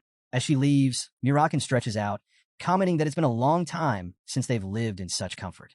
It almost feels like they're on vacation. However, his tone shifts as he turns to Jean and asks how he plans to meet the Seven Colors. Mirakin chimes in, pointing out that meeting them won't be easy. Jean, however, already has a plan. He explains that the Seven Colors is the most reputable information network in Tyken, and at its core stands a powerful figure known as the Noble Sword, Kashmir. Kashmir isn't just a well-known and respected swordsman. He was even recommended to train beginner swordsmanship for the Runcandle family. However, that's about as much as most people know about him. Jean, on the other hand, knows much more. He recalls that in 10 years, Kashmir will emerge as the Emperor of Beemit, leveraging the vast intelligence network of the Seven Colors. He will secure power from Beemit, the Zipple family, and the Runcandle family, gaining enough support to establish Tyken as an independent kingdom, with himself as its first king. Jean considers Kashmir Alphen to be a meticulous strategist, not only a master swordsman, but also someone capable of hiding his true ambitions for years. He speculates that Kashmir might be someone who could support him in the future. However, the real challenge is figuring out how to approach him. Just then, Gilly rushes back into the room, her expression tense. She quickly alerts Jean and mirakin that something is wrong. She explains that the lodge is completely empty. All the employees and guests have disappeared without a trace. Worse, she can feel that something is off. Kashmir Alphen places a hand on Gilly's shoulder, checking on their well-being before politely asking if he may intrude for a moment. Jean Runcandle's eyes narrow as he assesses the man. Why is Kashmir Alphen here? Mirakin, already on edge, immediately moves to attack, his temper flaring. Jean quickly intervenes, urging him to stop. This isn't the time to escalate things, and killing him is out of the question. Mirakin, however, isn't one to let things slide so easily. He shifts into his shadow dragon form, glaring at Kashmir with obvious disdain. Sarcastically, he repeats Kashmir's greeting, asking if he is doing well, before immediately answering his own question. Of course not. Then, with a pointed sneer, he questions if Kashmir is an idiot for even asking. Jean remains wary. Why is the noble sword here all of a sudden? Kashmir shouldn't have any business in Arkan, especially considering they just arrived in Tyken and have done nothing to attract attention. Something doesn't add up. Then, he notices something else. Kashmir isn't alone. 3. No, for actually even more guards surround him. If things turn violent, they could easily be overwhelmed. Sensing the danger, Jean tells Mirakin to stand down. The space is too cramped for a fight, and Gilly could get caught in the chaos. Begrudgingly, Mirakin shifts back into his human form, though his irritation doesn't fade. Fixing his glare on Kashmir, Mirakin demands to know if he even realizes who he's dealing with. Kashmir, unfazed, simply asks what he means. Mirakin isn't having it. He repeats the question, does Kashmir even know who he is? Then, without waiting for an answer, he mutters under his breath, calling him an idiot. Annoyed, he pulls Gilly into an embrace, still grumbling in frustration. He then sharply questions why Kashmir speaks so informally, as if he looks down on everyone just because he carries a sword and has a handful of lackeys following him. Jean watches closely. For once, Mirakin is showing some restraint, but his temper is still boiling. Kashmir, maintaining his composure, clarifies that he never meant any disrespect. But Mirakin isn't satisfied. Then what exactly did you mean? He snaps, accusing Kashmir of barging in uninvited and demanding an explanation. Once again, he repeats his question. Does he even know who he is? Kashmir admits that he doesn't. Mirakin scoffs, clearly unimpressed. Then why are you acting so high and mighty? He taunts. Just because you carry a sword and drag around a bunch of followers, you think you're above everyone else? Before the tension can rise further, Jean steps in once more. That's enough. He firmly tells Mirakin to calm down and put away his sword. Then, turning to Kashmir, he shifts his tone to one of formal politeness. He addresses him properly, confirming that he is indeed the noble sword, Kashmir Alphen. He then adds that he's heard a great deal about his reputation. Kashmir seems momentarily puzzled. How does this young man know his name? Jean doesn't hesitate. He formally introduces himself, revealing his real name. Both Mirakin and Gilly are caught off guard by this unexpected revelation. Jean then suggests they move to a different location, where they can continue their discussion in a more private and civil manner. He offers to answer any of Kashmir's questions. Sometime later, Kashmir sits across from Jean, while Gilly and Mirakin stand behind him, watching the exchange closely. Jean, remaining calm, thanks Kashmir for dismissing his soldierette. He notes that such a gesture suggests at least some level of trust. Kashmir contemplates the situation, recalling that he brought his soldierette after receiving a report about a dragon sighting. However, he now realizes that this was a misjudgment. The overwhelming pressure he sensed earlier wasn't from just any human. It came directly from the dragon himself, Mirakin. And judging by Mirakin's furious expression, if Kashmir hadn't stepped in when he did, everyone in the room might have been wiped out. As he assesses the group, his gaze lands on Gillian Clorin.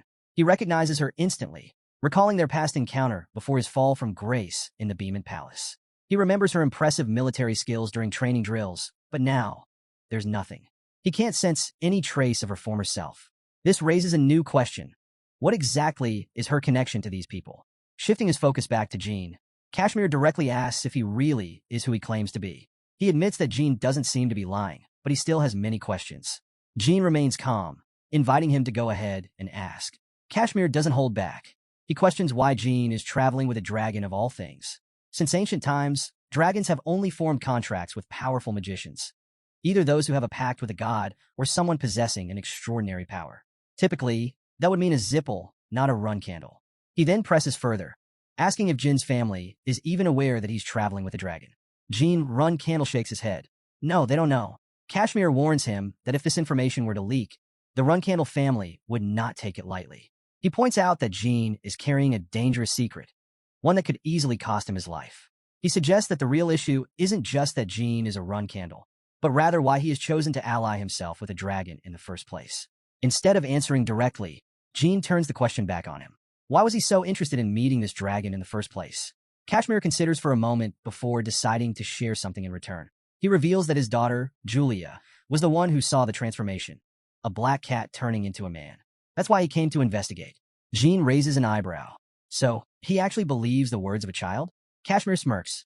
Julia isn't just any child. She's a contractor with AZ Mill. Jean stiffens slightly. The god of sight? Kashmir nods. He explains that a contractor of AZ Mill doesn't misinterpret objects or events. The god of sight grants perfect vision, meaning that Julia saw exactly what happened. He also notes that many powerful figures would kill for the chance to become AZ Mill's contractor, which is why he doesn't reveal this information lightly. At this, Mirakin's expression darkens. Sensing something off, he steps closer to Kashmir. He questions how Julia could be a contractor if there's no dragon around. Normally, AZ Mill's contractors are bound to dragons, yet there's no sign of one anywhere. More importantly, Mirakin himself hasn't sensed any dragon energy nearby. Jean considers this carefully. AZ Mill's dragons are known for their unbreakable bond with their contractors. They would never abandon their contractor, especially a child. That means something isn't right. Something strange is going on here. Still piecing things together, Jean admits he doesn't have the full picture yet, but whatever is happening, it all seems to revolve around that fact. Mirakin frowns. And what exactly are you getting at? Kashmir Alphen explains that Julia's guardian dragon disappeared about a year ago. Though he doesn't have solid proof, he suspects that the Zipple family or the Beeman Empire might be involved. However, at this point, it's just speculation. Mirakin scoffs at the idea. A dragon? Kidnapped? And for an entire year? He shakes his head. Impossible. No dragon would be foolish enough to let that happen. Then, something else clicks in his mind. He turns to Kashmir. Julia is about 5 years old, isn't she? Kashmir nods. That's correct. Mirakin's expression darkens. If Julia really is AZ Mill's contractor, then there's a much bigger problem. Without her guardian dragon's presence, she's in serious danger. If this continues, she could go insane, or worse, suffer permanent damage. Kashmir is visibly shaken. What? He had no idea the situation was that dire. Mirakin elaborates, explaining that AZ Mill's contractors can see the future, but most people don't realize that this ability places immense strain on a person's mind. Normally, their guardian dragon absorbs most of that burden. The real issue is Julia's age. She's still too young to fully grasp the difference between visions and reality. That's why she hasn't shown extreme symptoms yet. However, if she keeps experiencing unprotected premonitions, things will spiral out of control. In a year or two, her foresight will become completely uncontrollable. Jean Runcandle frowns, sensing the severity of the situation. He presses for more details. Seeing the future can actually lead to disability? Kashmir responds, explaining that it all ties back to the principle of causality. Anyone who sees the future is bound to follow what they saw. If they don't, AZ Mill's punishment begins. The consequences are severe, especially in cases involving life and death. Trying to change the future can bring devastating repercussions. Contractors who repeatedly defy causality, they don't last long. Kashmir's voice grows heavier as he admits that Julia has been living in an entirely different reality from the rest of them due to her abilities. He can tell from Jin's reaction that he's finally beginning to grasp the weight of the situation. There's no question about it. He must find her guardian dragon as soon as possible. There is no other option. At that moment, Kashmir kneels before Mirakin, addressing him with deep respect as a mighty dragon. He reveals something that wasn't mentioned before. He's not just any informant. He is the leader of the Seven Colors, the most powerful intelligence network in Tyken. Despite all his resources, he spent a year searching, yet he still hasn't been able to find his daughter's guardian dragon. Mirakin watches him carefully. The pieces are falling into place now. Meeting Julia the moment they arrived in Tyken? That wasn't a coincidence. AZ Mill must be seeking their help for his young contractor. With that realization, he turns to Mirakin, addressing him once again as a mighty dragon, and formally asks for his assistance. But Mirakin only crosses his arms, unimpressed. He flatly refuses, saying that even if he wanted to help, there's not much he can do on his own. He then gestures toward Jean. The decision isn't mine to make. It's up to him. Jean steps forward, looking down at Kashmir. He tells him to stand up. Though they may not share a deep relationship, this situation is about a child's life. That alone makes it worth investigating. With that, he suggests that they proceed rationally and work together to find Julia's missing guardian dragon. Kashmir expresses his gratitude, assuring them that he won't forget their kindness. Although things have turned out better than expected, he can't shake a lingering sense of unease. If the Seven Colors couldn't locate the missing dragon, then finding it might require information from the Runcandle or Zipple families. Mirakin, curious, asks if Tyken is aligned with the Zipple family. Runcandle clarifies that Tyken is just a city, unaffiliated with any faction. Satisfied, Mirakin then turns his attention to Kashmir Alphen, questioning whether his information network is truly as capable as rumored. Specifically, he wants to know if they have any data on dragons. Kashmir confirms they do. His sources even track which continent each dragon inhabits. Pleased, Mirakin immediately requests all available information on dragons within the Beeman Empire. However, Runcandle quickly advises against revealing such details. Mirakin dismisses the warning, insisting that this approach is a last resort. After all, he notes, dragons are traditionally believed to know everything. Meanwhile, Inya approaches Miss Quickcantle, who is holding a newspaper. Inya eagerly asks her to take a look. Miss Quickcantle, puzzled, asks if someone has arrived. Inya shakes her head. It's news about Sir Jean again. She marvels at how incredible he is, pointing out that despite being their age, he's already a 5-star. Surprised, Inya wonders if she, too, could reach such heights. Miss Quickcantle reassures her, explaining that as a contractor of a powerful being, she has even greater potential. Compared to the child of a family with a guardian, a certain black-haired guy, Inya, as the contractor of Ulta, the super being of time, holds far more promise. She then instructs Inya to return home and stay there until she comes back. Suspicious, Inya asks if something has happened. Miss Quickcantle shrugs it off, saying it's nothing, just that something dark has appeared. Sometime later, Runcandle is seen soaring through the sky, seated atop Mirakin, who has taken on his dragon form. Mirakin warns him that soon, very soon, his presence will be fully released. When that happens, the dragons residing in Beeman will come crawling out on their own. He advises Jean to hide well if he wants to avoid being spotted. Acknowledging the advice, Jean quickly covers his face, signaling that he's ready. With that, Mirakin declares it's time to begin, and they start descending rapidly. The scene then shifts to a flashback. Kashmir Alphen hands Mirakin a stack of papers, stating that it's the list of dragons active within the Beeman regions, just as requested. As Mirakin reviews the documents, he mutters to himself, noting that so they're hiding here. He starts to say something else, but then changes his mind, brushing it off with a simple, never mind. It should be fine. Runcandle checks if there's a problem, but Mirakin assures him there's none. He acknowledges that dealing with dragons can be risky, but there's no time to dwell on it. They still have a long journey ahead. Just as they're about to leave, Kashmir Alphen calls out, addressing Mirakin with great reverence and asking him to wait. Mirakin, unimpressed by the formality, tells him to drop the honorifics. He's not some cult leader, just Mirakin. Kashmir quickly adjusts, addressing him as Sir Mirakin and bowing respectfully before making a heartfelt request. He asks Mirakin to handle things carefully so he can save his beloved daughter. Before leaving, Mirakin offers 2 crucial pieces of advice. First, until the dragon returns, Kashmir needs to keep his daughter physically active all day to exhaust her energy. By doing so, Asmil's influence over her will naturally weaken. He instructs him to engage her in any activity, running, playing, whatever it takes to make sure she falls asleep easily. Kashmir takes the advice seriously, vowing to keep his daughter engaged and worn out. Then, curious, he asks about the second detail. Mirakin casually mentions ice candies, suggesting that Kashmir bring some over next time since they missed their chance to try any, because of him. Gilly, amused, comments on how much of a gentleman Mirakin really is. Mirakin chuckles, reminding her that she had mentioned wanting ice candies earlier. Gilly quickly clarifies that she wasn't talking about that. She was referring to how he tactfully provided extra information to ease Kashmir's worries. Mirakin simply shrugs, stating that he doesn't particularly care about the emotions of that kind of creature. The scene shifts back to the present. Runcandle reflects on how Mirakin always acts indifferent, but deep down, he's actually quite considerate, a typical trait of their black dragon. His thoughts are suddenly interrupted by Mirakin's sharp voice. It's coming. Looking ahead, he spots a dragon approaching from the opposite direction. Mirakin quickly identifies them, Rabis and Unil. He even remarks, almost fondly, that those were the 2 he used to beat up the most.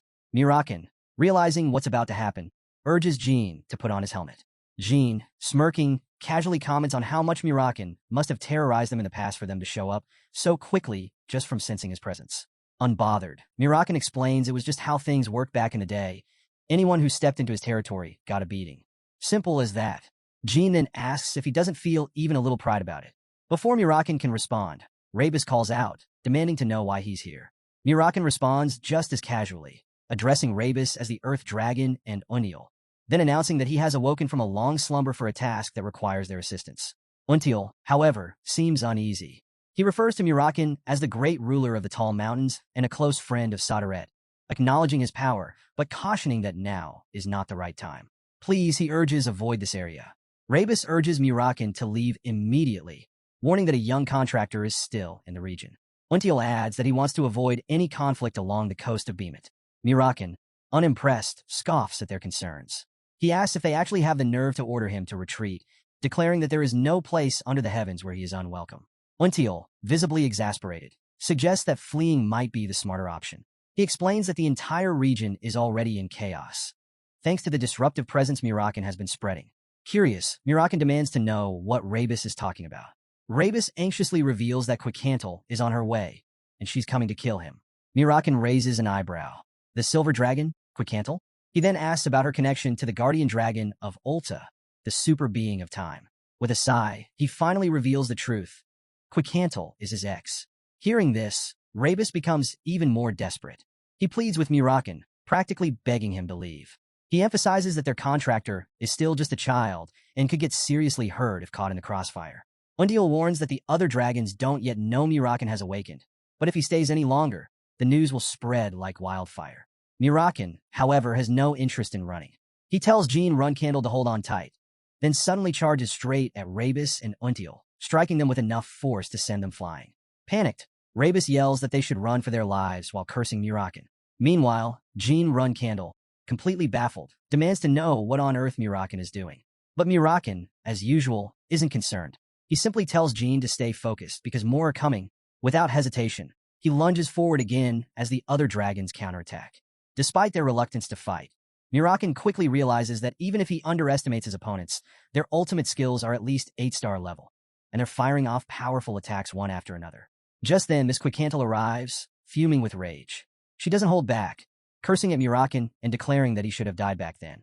She demands to know what he was thinking, showing up here with that audacious look on his face. Jean Runcandle, watching the enraged silver dragon, gulps. Do we really have to fight that thing? He asks. Mirakin lets out a sigh. Yeah, looks like it. Jean hesitates, then asks, so, how long were you two together? Mirakin casually replies, 500 years.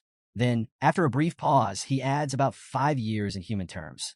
Without missing a beat, he then instructs Jean to stab her with Bradamanti whenever he gets the chance. Jean freezes. Wait, hold on. She's still your ex. Isn't stabbing her a bit too harsh? Mirakin dismisses his concern with a wave. I don't waste my time with people who lack class, he states bluntly. But then, in a more serious tone, he warns that if things get bad, Jean should pour all his power into a single strike.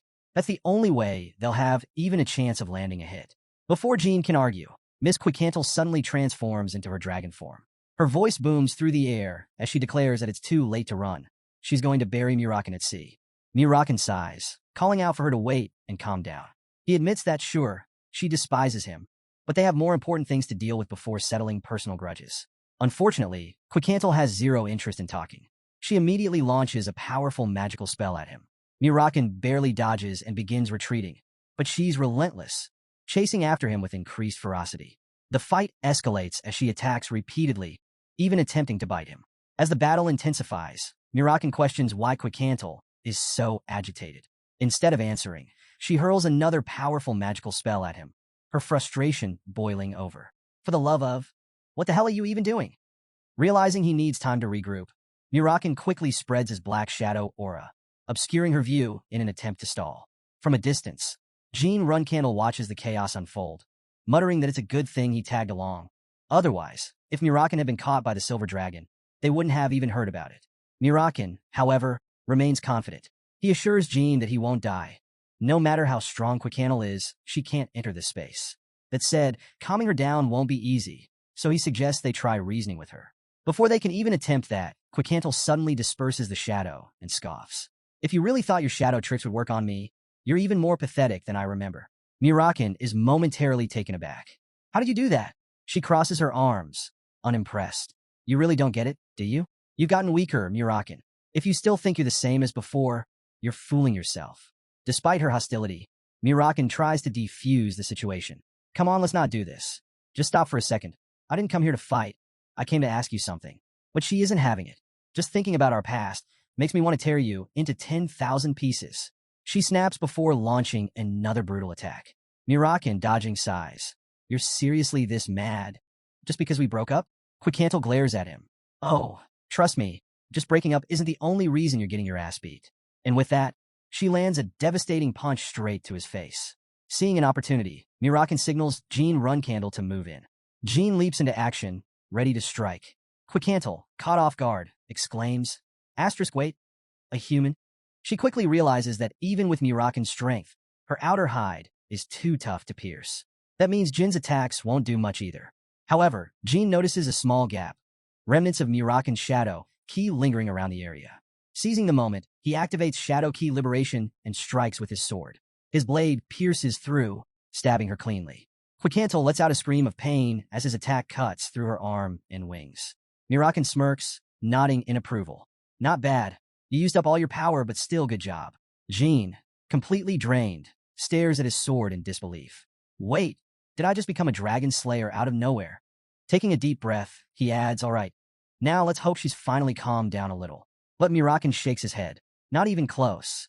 Jean tenses. You're kidding. Mirakin's expression darkens. Most dragons would die from a hit like that. But she's not just any dragon. He looks toward the injured but still standing Quickcantle. Dragons that control time don't go down so easily. Jean Runcandle, clearly concerned, wonders if they'll end up disappearing before they even find the missing dragon. Standing on Mirakin's hand, he observes Quickcantle closely. Watching her carefully, he asks if she's rewinding time. Mirakin nods, explaining that this is why authority and magic are two separate forces. While it's an incredibly powerful ability, it consumes an enormous amount of energy. He warns Jean not to move an inch, just in case. A moment later, Quickcantle reverts to her human form. Mirakin, ever the troublemaker, smirks and asks if she's calmed down a bit. He even jokes that he had no idea she still had such strong feelings for him. So much so that she completely lost it. Quickcantle's eyes narrow. Calm down? She scoffs. She reminds him, furious, that he unilaterally dumped her without even giving her a chance to discuss it. And you call that breaking up on good terms? Mirakin chuckles awkwardly. He admits that bringing up the breakup always seems to make her mad, but he clarifies that it wasn't because of any betrayal, just that their personalities weren't compatible. Jean Runcandle listens in disbelief, realizing that this is an argument between dragons who have lived for thousands of years. Hoping to move on, Mirakin shifts the conversation. Look, I didn't come here to fight. I came to ask you something. Before he can continue, Quickcantle interrupts, eyeing Jean suspiciously. She asks about the human with him, wondering if he's Soderet's contractor. Mirakin waves off the question, insisting that's not what's important right now. Instead, he points out something far more urgent. One of their own is in grave danger. But Quickcantle remains unimpressed. She coldly calls Mirakin despicable, reminding him of all the dragons he slaughtered. The fact that he suddenly seems concerned now, it just doesn't add up. Glaring at him, she presses further. Do you even realize how many dragons died because of you? Mirakin doesn't deny it. He calmly acknowledges her point, but he also explains that among those dragons was the enemy of her older brother. That particular dragon? He killed for revenge.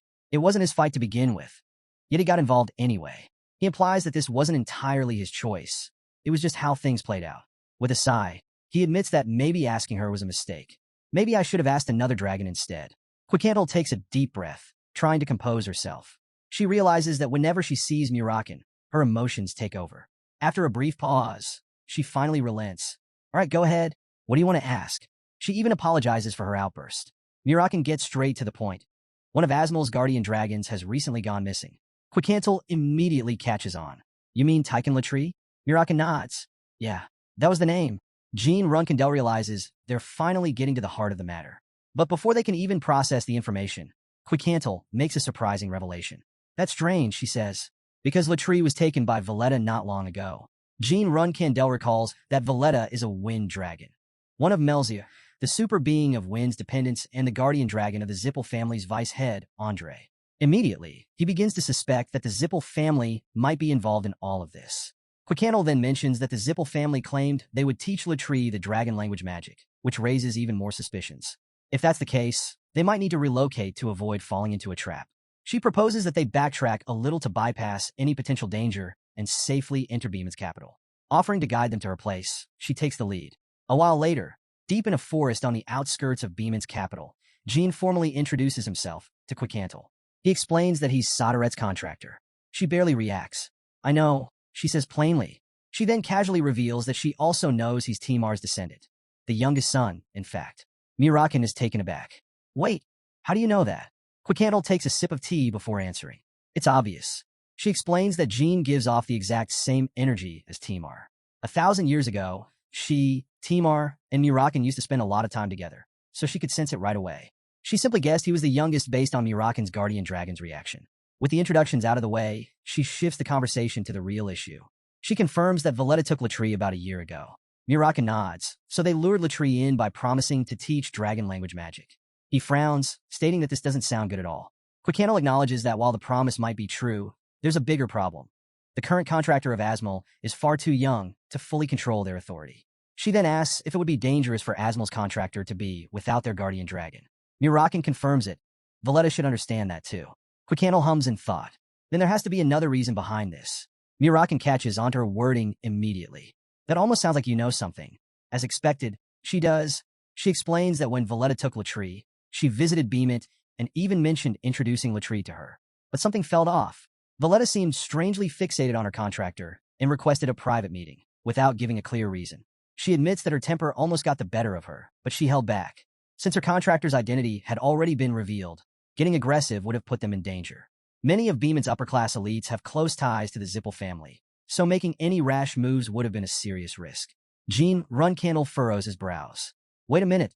That's weird. He points out that while Quickhandle's contractor's identity was revealed, Asmal's contractor's identity hasn't been exposed yet. That means someone deliberately uncovered this information and approached Latrie. Mirakin agrees. Yeah, that's suspicious. Was contractor detection magic developed while I was asleep? Quickhandle immediately shuts that theory down. Impossible. She explains that no one can detect a contractor's identity until they personally manifest their authority. Even if such magic did exist, she questions what purpose it would serve and who would benefit from it. The pieces aren't adding up, and the mystery behind Latrie's disappearance is growing deeper by the second.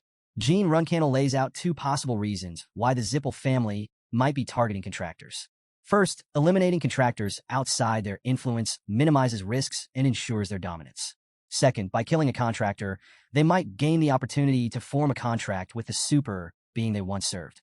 But it's more than just an opportunity. They likely have a specific method to make it happen. In his past life, the contractor for Ulta, the super being of time, was officially introduced at the stone statue ceremony. That contractor was a pure-blooded Zipple. If history follows the same path, it means the Zipple family has figured out a way to take control over a divine contract. This revelation leads Jean to a chilling conclusion. Julia's guardian dragon was kidnapped for this very reason. After all, in his past life, he never heard anything about the princess of Tyken. Quickhandle, however, remains skeptical. She points out that there are already various theories about Soderet's contractor, making it hard to believe the Zipple family would even need another one. She challenges Jin's assumptions, questioning why the Zipple family would go after other contractors when they already hold so much power. She suggests that maybe he's being overly paranoid, just because they're his enemy. Jean doesn't buy it. He accuses her of refusing to believe the truth, even though she knows it's possible. He then lays it out plainly. Maybe it's different for dragons, but human greed knows no bounds. No matter how much power they have, it's never enough. They always want more.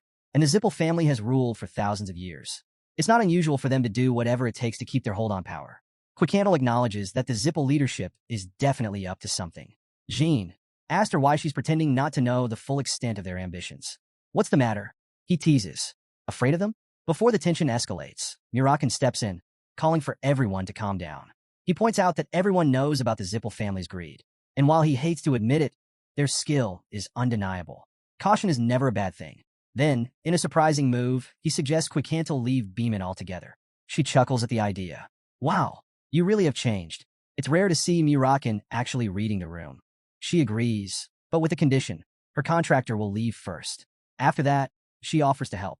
Mirakin, caught off guard, asks what she means by that. She explains that she needs to confront Valletta herself to uncover the truth. If everything they suspect is accurate, then the Zipple family is already looking for an opportunity to strike. If she falls, they'll come running. Without waiting for further discussion, Quickhandle moves to leave. But before she goes, she places a hand on Jean Runcandle's shoulder. She gazes at him thoughtfully and remarks that she feels a sense of duty toward Timar. Seeing one of his descendants standing before her, it reminds her of the old days. She smirks, adding that even Jin's cockiness is just like Timar's. Then, with a final glance, she declares, I'm going to call Valletta. Just then, Enyo arrives, announcing her return. She immediately notices the unfamiliar faces and curiously asks who they are. Miss Quickhandle scolds her for coming outside, but then quickly changes her mind. Actually, this might be for the best. She introduces Enya as the contractor of Ulta, the super being of time, and then introduces Jean Runcandle as the contractor Mirakin is protecting. At that moment, Enya freezes in shock. Wait, is it really him? She takes a step forward, her excitement bubbling over. Is young Master Jean standing right in front of me? Jean, caught off guard by the reaction, looks around in confusion. What's going on? Miss Quickcandle sighs, covering her face with her hand. She had completely forgotten to mention that Enya has a bit of a fantasy about him. Before Jean can even process that information, Enya eagerly steps forward. Can I get an autograph? Miss Quickcandle groans and urges Enya to maintain some dignity as a contractor. Realizing her mistake, Enya quickly bows her head in apology. She explains that she lost her composure upon seeing Jean in person, after only ever reading about him in newspapers. Gathering herself, she properly introduces herself, admitting that she's just a commoner but was able to attend the academy on a scholarship. Jean recalls hearing that Ulta places great importance on the bloodline of its contractors. That means Enya's talents must be so exceptional that her status as a commoner didn't matter. He reassures her that there's no need to apologize, though he admits he's not quite sure how to react to such an enthusiastic welcome. Enya perks up. Then, can I express more excitement?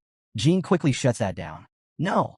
Miss Quickcandle takes control of the conversation, reminding Enya that she had explicitly told her not to leave the house. Enya sheepishly explains that she was feeling a little lonely at home, so she thought being around Miss Quickcandle would make her feel better. And just as she was thinking that, she happened to see Jean Runcandle in person. So really, it was super lucky she decided to come find Miss Quickcandle. Jean studies her for a moment, reflecting on her situation.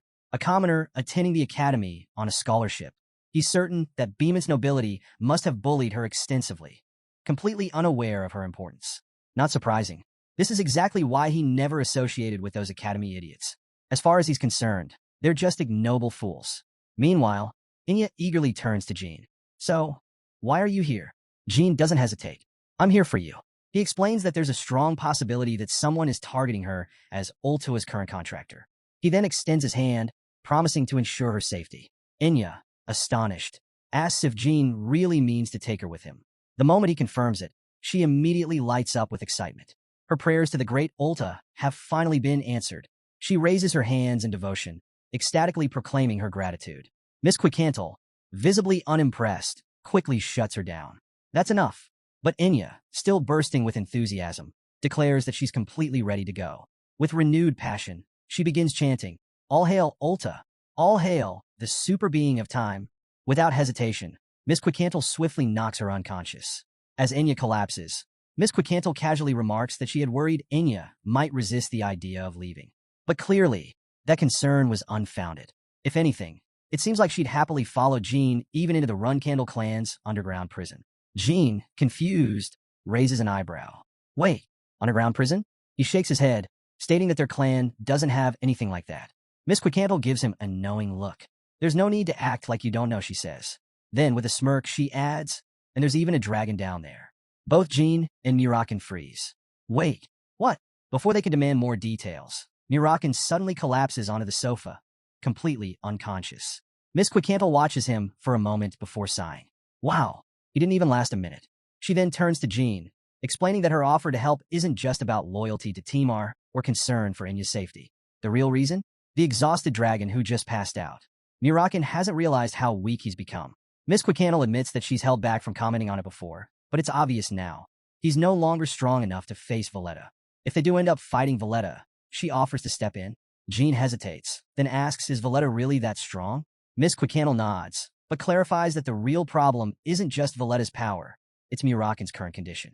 She points out that her earlier attack at sea, something Mirakin would have laughed off 1,000 years ago, actually had an impact on him this time. Given how drained he is, they'll need a safe place to stay until Valletta arrives. She then offers her place as a temporary refuge. Jean considers the offer. Can I really ask for that favor? Miss Quickcandle shrugs. Sure, as long as you don't mind. But she warns that convincing Mirakin might be a challenge. He's definitely going to complain about staying at his ex's house. Jean smirks, realizing that the silver dragon is more thoughtful than he first assumed. He agrees to the arrangement, accepting that handling Mirakin's reaction will be his problem. Miss Quickcandle nods. All right then, it's about time. Jean blinks. About time for what? She casually explains that in exactly 10 seconds, Enya will wake up. She suggests he carefully choose his words when explaining the situation to her. Jean stares at her in disbelief. Wait, How is that possible? She was just knocked out. Even a trained martial artist wouldn't recover that quickly. And yet, Enya stirs. Jean realizes, oh no, it's happening. Just then, Enya suddenly awakens, calling out for Jean.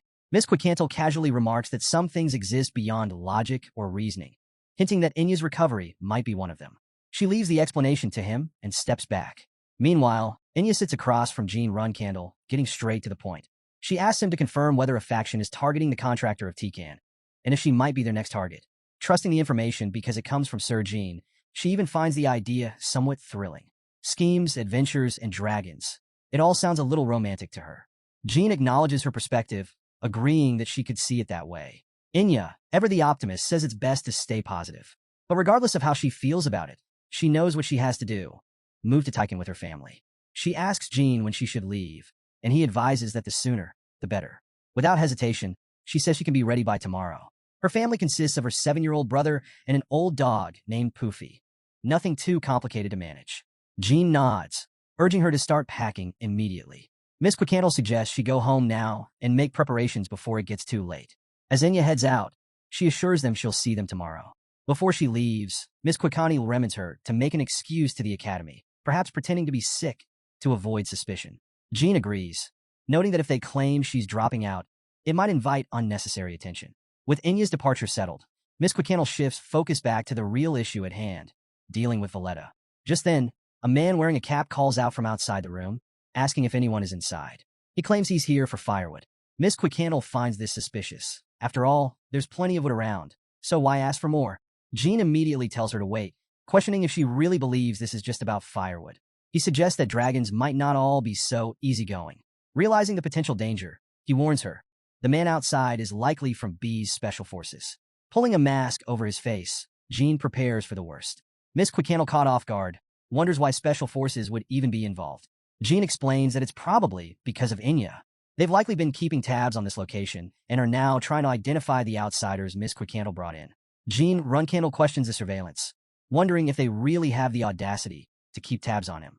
Before he gets an answer, Miss Quicantle opens the door, and the cap-wearing man immediately blurts out she's inside.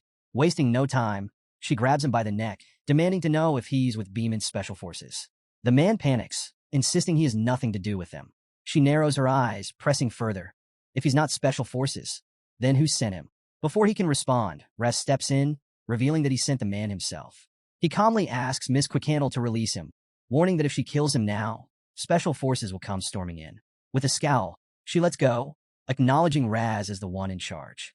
But that doesn't mean she's letting this go. If she's going to kill someone, she might as well start with him. Without hesitation, she lunges at Raz, fully intent on taking him down. If that's what it takes to vent her frustration, so be it. However, Raz remains unfazed, asking if attacking him would really be enough to settle her anger. Miss Quicantle hesitates for a moment, assessing him. He took that hit head-on like it was nothing. Clearly, he's not just some ordinary agent of Beeman's Special Affairs Division. Jean gaze locks onto his red mask, a mark exclusive to group leaders within the division. Then there's his weapon, a curved sword. The pieces click together. This isn't just any operative. He's the Emperor's right-hand man, the leader of Group 3 in Beeman's Special Affairs Division, codenamed Raz. On top of that, he's renowned as one of the strongest swordsmen among the Runcandles. Jean silently evaluates Raz's power, estimating that his energy level is at least 8-star tier. He's relieved he had the foresight to cover his face with Malta's rune. Miss Quicantle scoffs, acknowledging that Raz is impressive for a human. She hadn't expected him to handle her attack so easily. Raz, unbothered, offers a calm apology, saying they had no choice but to confirm the identities of her guests, who, after all, smuggled themselves into Beeman. Now that they have their confirmation, he's ready to leave. Miss Quicantle isn't impressed. That's it? You barge in here uninvited, stir up trouble, and now you're just walking away with a simple sorry? She points out that there's a limit to how arrogant someone can be. Raz casually picks up a nearby box and mentions that Miss Enya left the house in a hurry just moments ago. He then poses a chilling question. Doesn't she think it's risky for Enya to be out alone this late at night? His meaning is clear. If Miss Quicantle chooses to fight him now, she might have the upper hand. But what about Enya? If something were to happen to her while they're locked in battle, could she really live with that? The room tenses as the weight of his words sinks in. Then, with an air of finality, Raz states that if she chooses not to escalate this, he'll let things go. This time. Before leaving, Raz delivers a final warning. Next time, she'll have to put something truly precious on the line. Everything she's fought to protect will be at risk because of her choices today. With that, he bids her farewell, leaving her with a chilling reminder of what's at stake. Later, as he makes his way through the forest, Raz instructs his guards. He's confirmed the smuggler's presence, and their next move is to uncover their identities. However, for now, all surveillance on the Silver Dragon will be paused. One of his men hesitates, questioning whether they should continue monitoring Quicantle and the smuggler's movements. Raz advises against it. Pushing any further could escalate the situation into something even worse. He assures them that he'll take full responsibility and orders an immediate withdrawal. But as he moves, he notices a fresh cut on his hand, an unsettling detail that makes him suspect something bigger is in motion. He issues a strict command: halt all close-range surveillance unless any unusual activity arises. His guard acknowledges the order, understanding the risks at play. Meanwhile, back at their hideout, Miss Quicantle slams her fist on the table, furious at herself for leaving Enya behind in this miserable town. The thought of what could have happened if Jean Runcandle and mirakin hadn't arrived makes her stomach twist.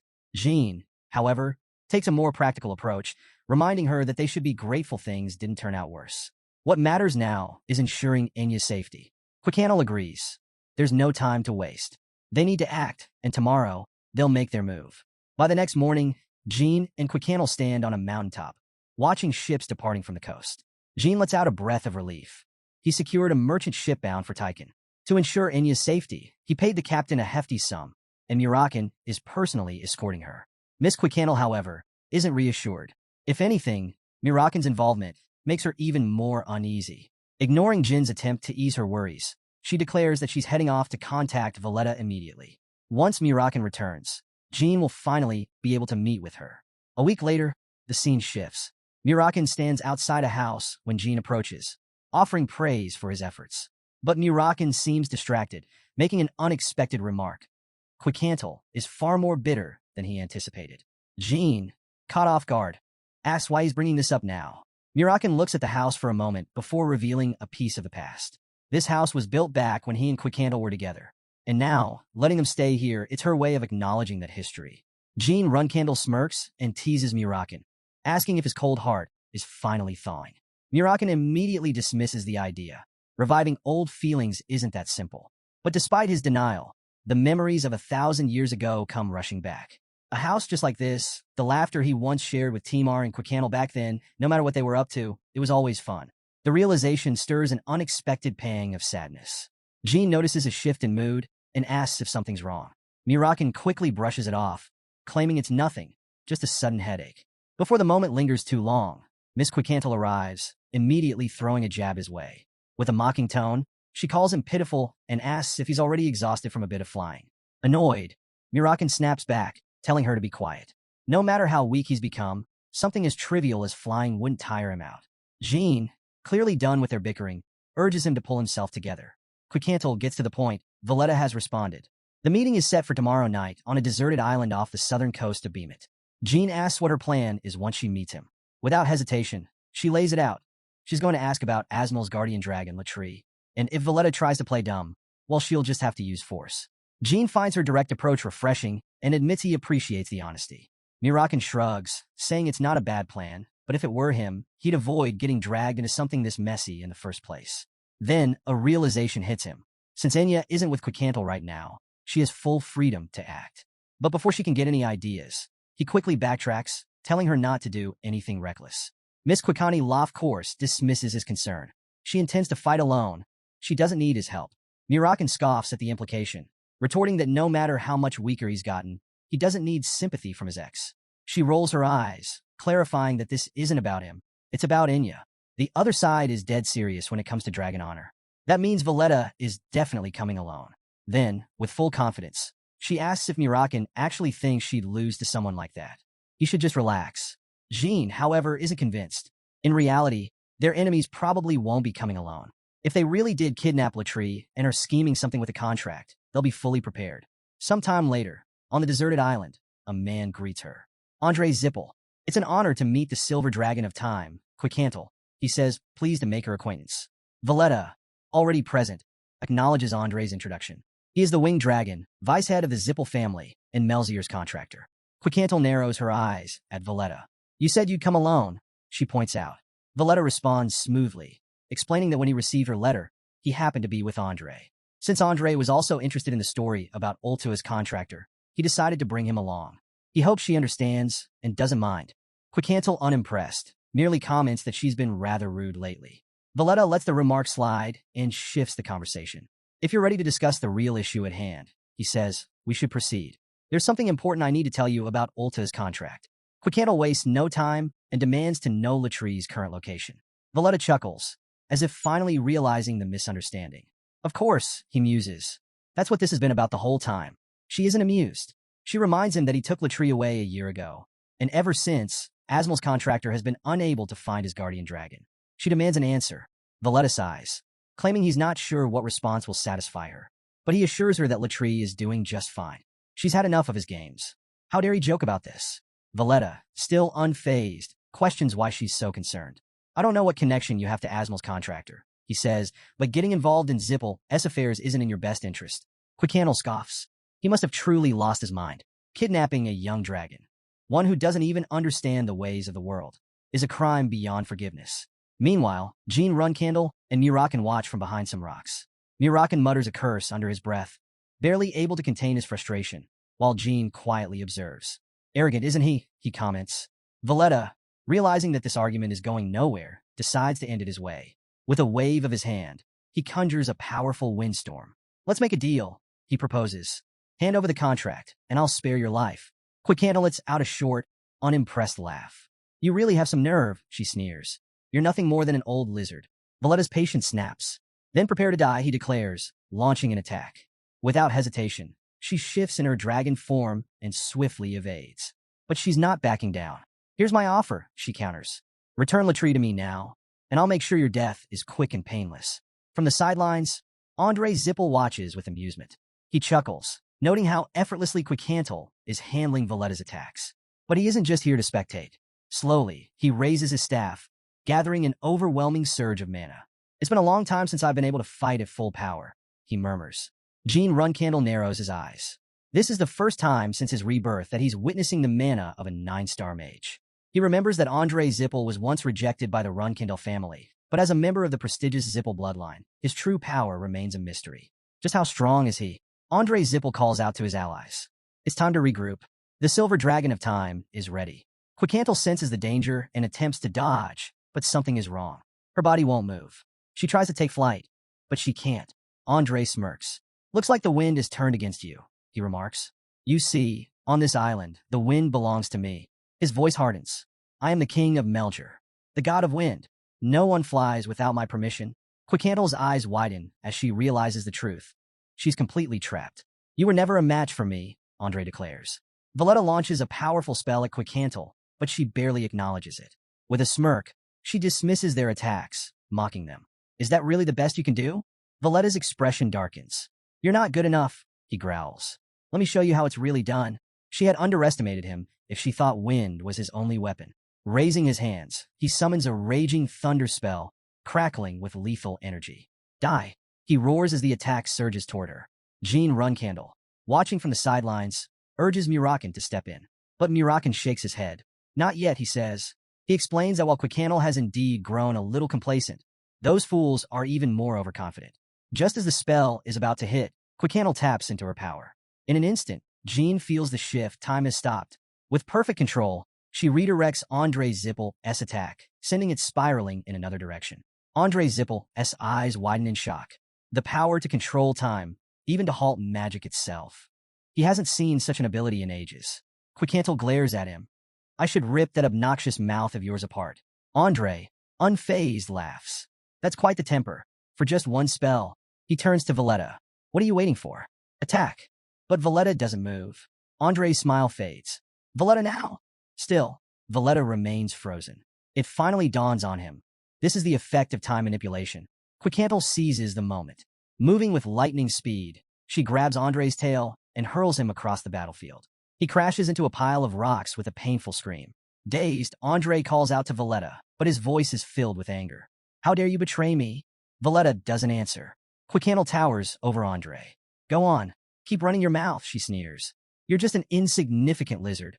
Andre, however, remains defiant. Such arrogance, he spits. Only the strong can afford that. From the sidelines, mirakin suddenly stiffens. His eyes lock onto something in Andre's possession. No way. That can't be an origin stone. It should have been destroyed long ago. Jean follows his gaze and finally notices it. Something pulsing with an eerie, overwhelming power. Andre Zipple stands tall, his voice filled with eerie certainty. I was born as the Silver Dragon of Time. I lived believing I was the strongest. But I was mistaken. His gaze sweeps over them. Humans, dragons, even the so-called gods. In the end, they all fall before the Zipple family. Quickandle's voice cuts through the air. Stop denying it and accept your fate. She lets out a deafening roar. Mirakin, however, isn't listening anymore. His mind races as realization dawns. That's the origin stone, a relic of unimaginable power. Legends say that when the world was in danger, the gods created the origin stone as a last resort, a safeguard against destruction. But in the end, it was the gods themselves who destroyed it.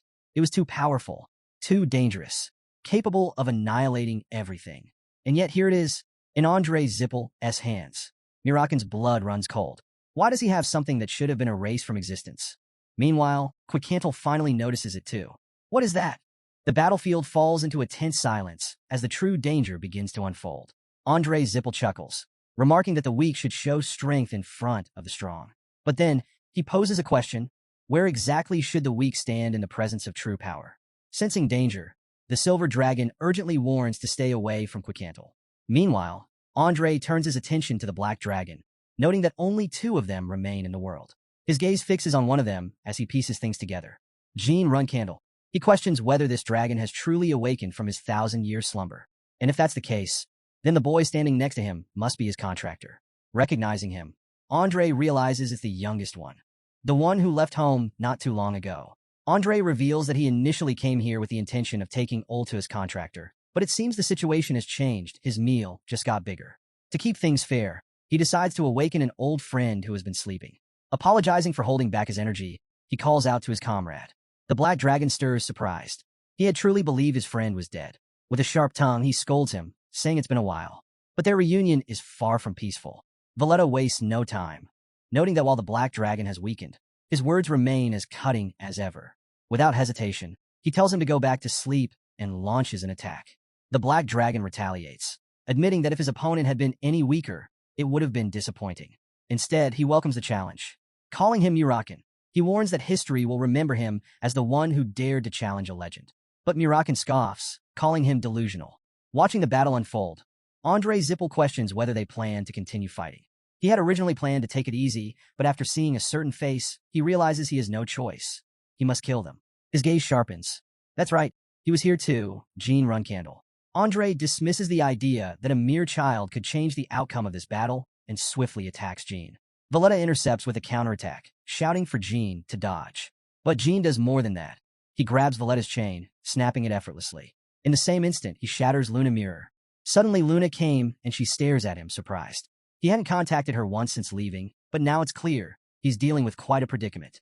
Despite his actions, Jean knows the truth. With his current strength, stepping into a battle between dragons is nothing short of suicide.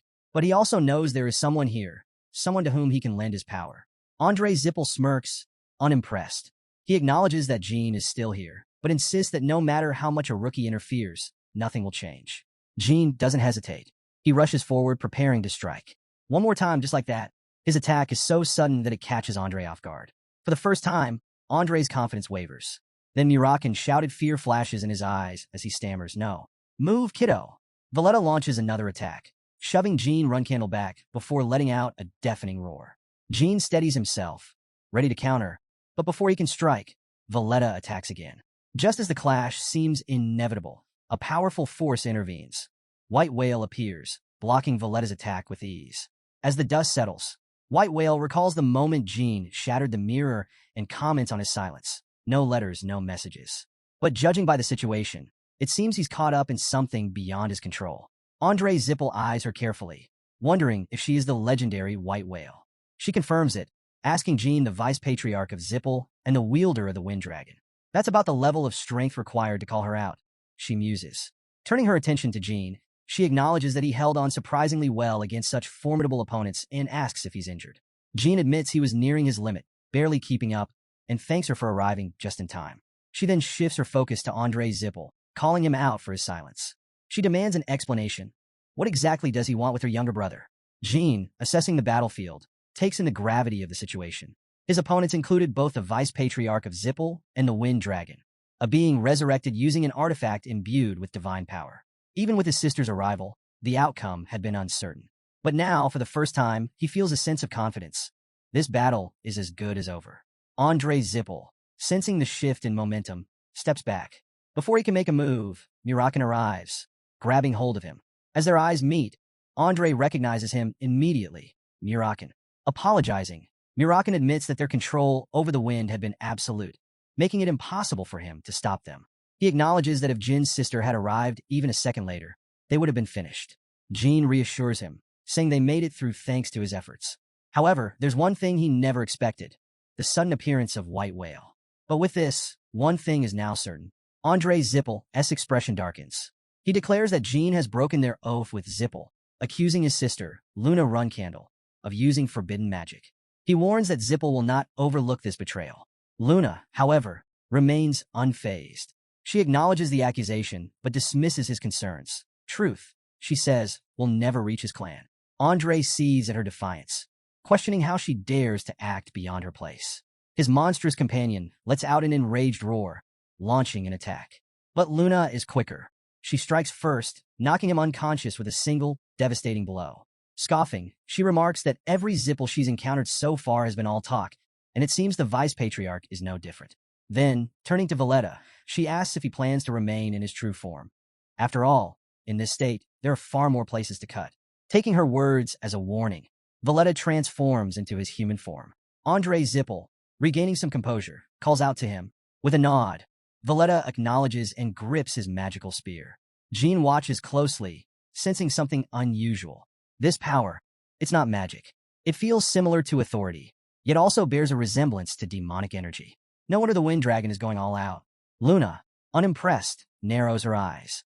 Looks like he still needs time to properly wield that artifact. Watching the chaos unfold, Luna Runcandle scoffs at the sight of the mighty Vice Patriarch of Zipple and the Wind Dragon resorting to such a crude device for survival. Did they truly believe something so primitive could save them?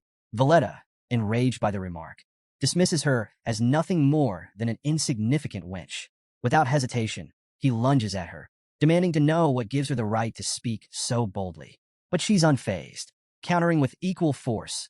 The two clash in a relentless battle, their attacks growing fiercer with each strike.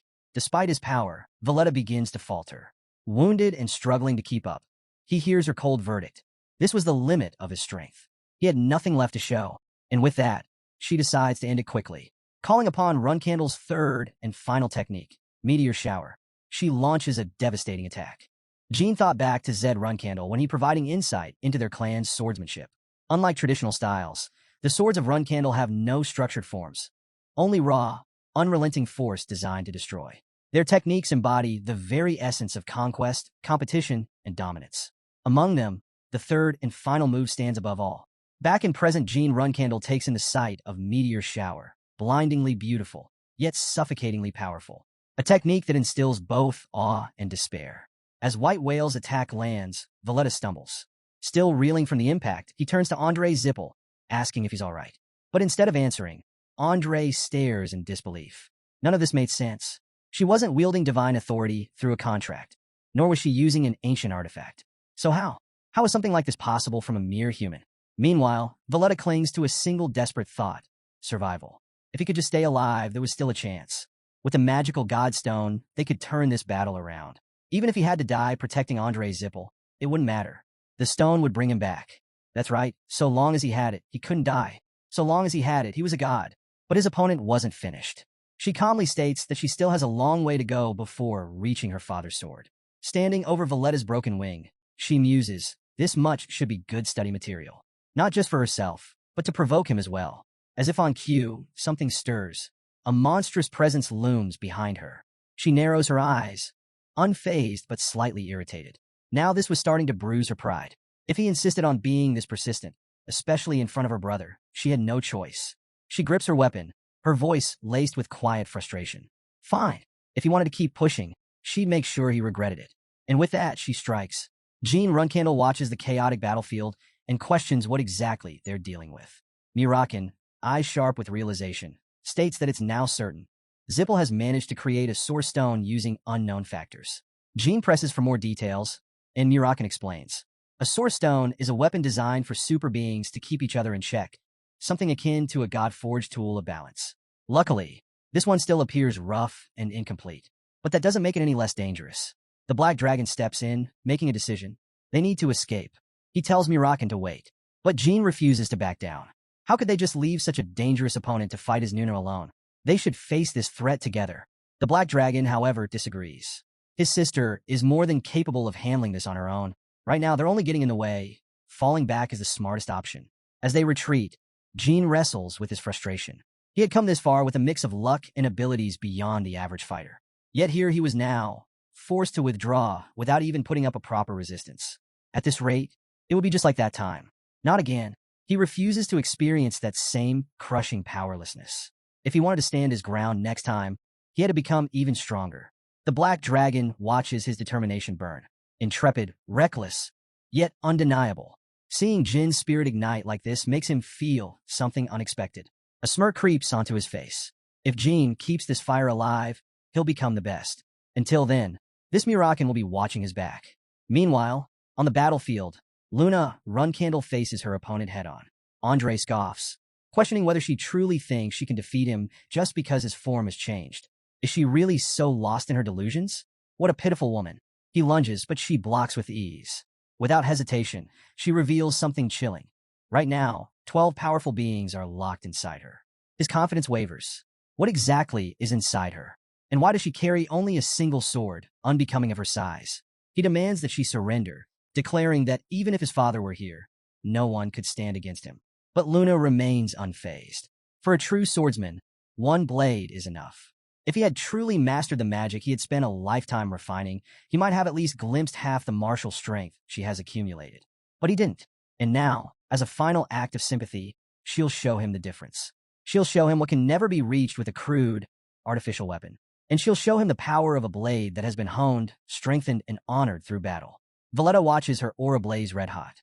He's faced countless knights, warriors, and powerhouses before, but never like this. For a moment, doubt creeps in. No, it doesn't matter. Right now, he has reached the level of a god. His grip tightens. Fine, let her witness true power. He will make this arrogant woman understand what powerlessness truly feels like.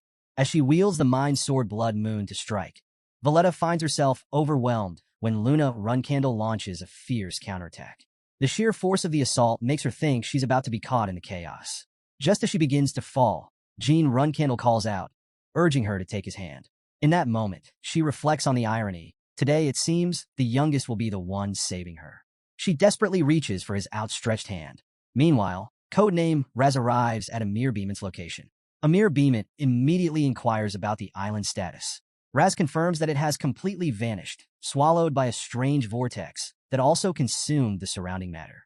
Additionally, an immense surge of mana was detected in the area.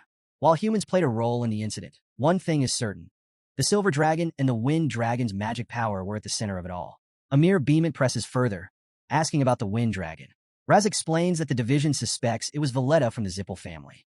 Reports indicate that Valletta had crossed the border just before the incident. Given the circumstances, it appears that the Wind Dragon has perished. Shifting the focus, Amir Beeman asks about the human mana presence. Was the source identified? Raz responds cautiously, stating that the mana likely belonged to contractors and their guardian dragons. However, there's also an ominous energy at play, one that seems connected to a certain project the division is investigating. The conversation then turns to Andre Zipple. Amir Beeman wants an update, but Raz admits they're still gathering information. Frustrated, Amir Beeman notes that several recent reports have been suspiciously incomplete. He questions whether Quickcandle's guests have been identified yet. Raz hesitates, acknowledging his failure to gather that intel. With an air of impatience, Amir Beeman declares that if Raz can't uncover the truth, then who can? He orders him to withhold all information from the press. If Enya isn't found by tonight, a missing person report must be filed. As he walks away, he instructs Raz to send additional operatives from the Special Affairs Division into Zipple territory. Only the best, of course. Despite their current alliance, he believes the situation is escalating beyond control.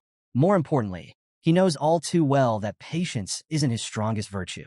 Raz, understanding the weight of his orders, assures Amir Beeman that he will meet his expectations. After all, these are the wishes of His Majesty, the Emperor.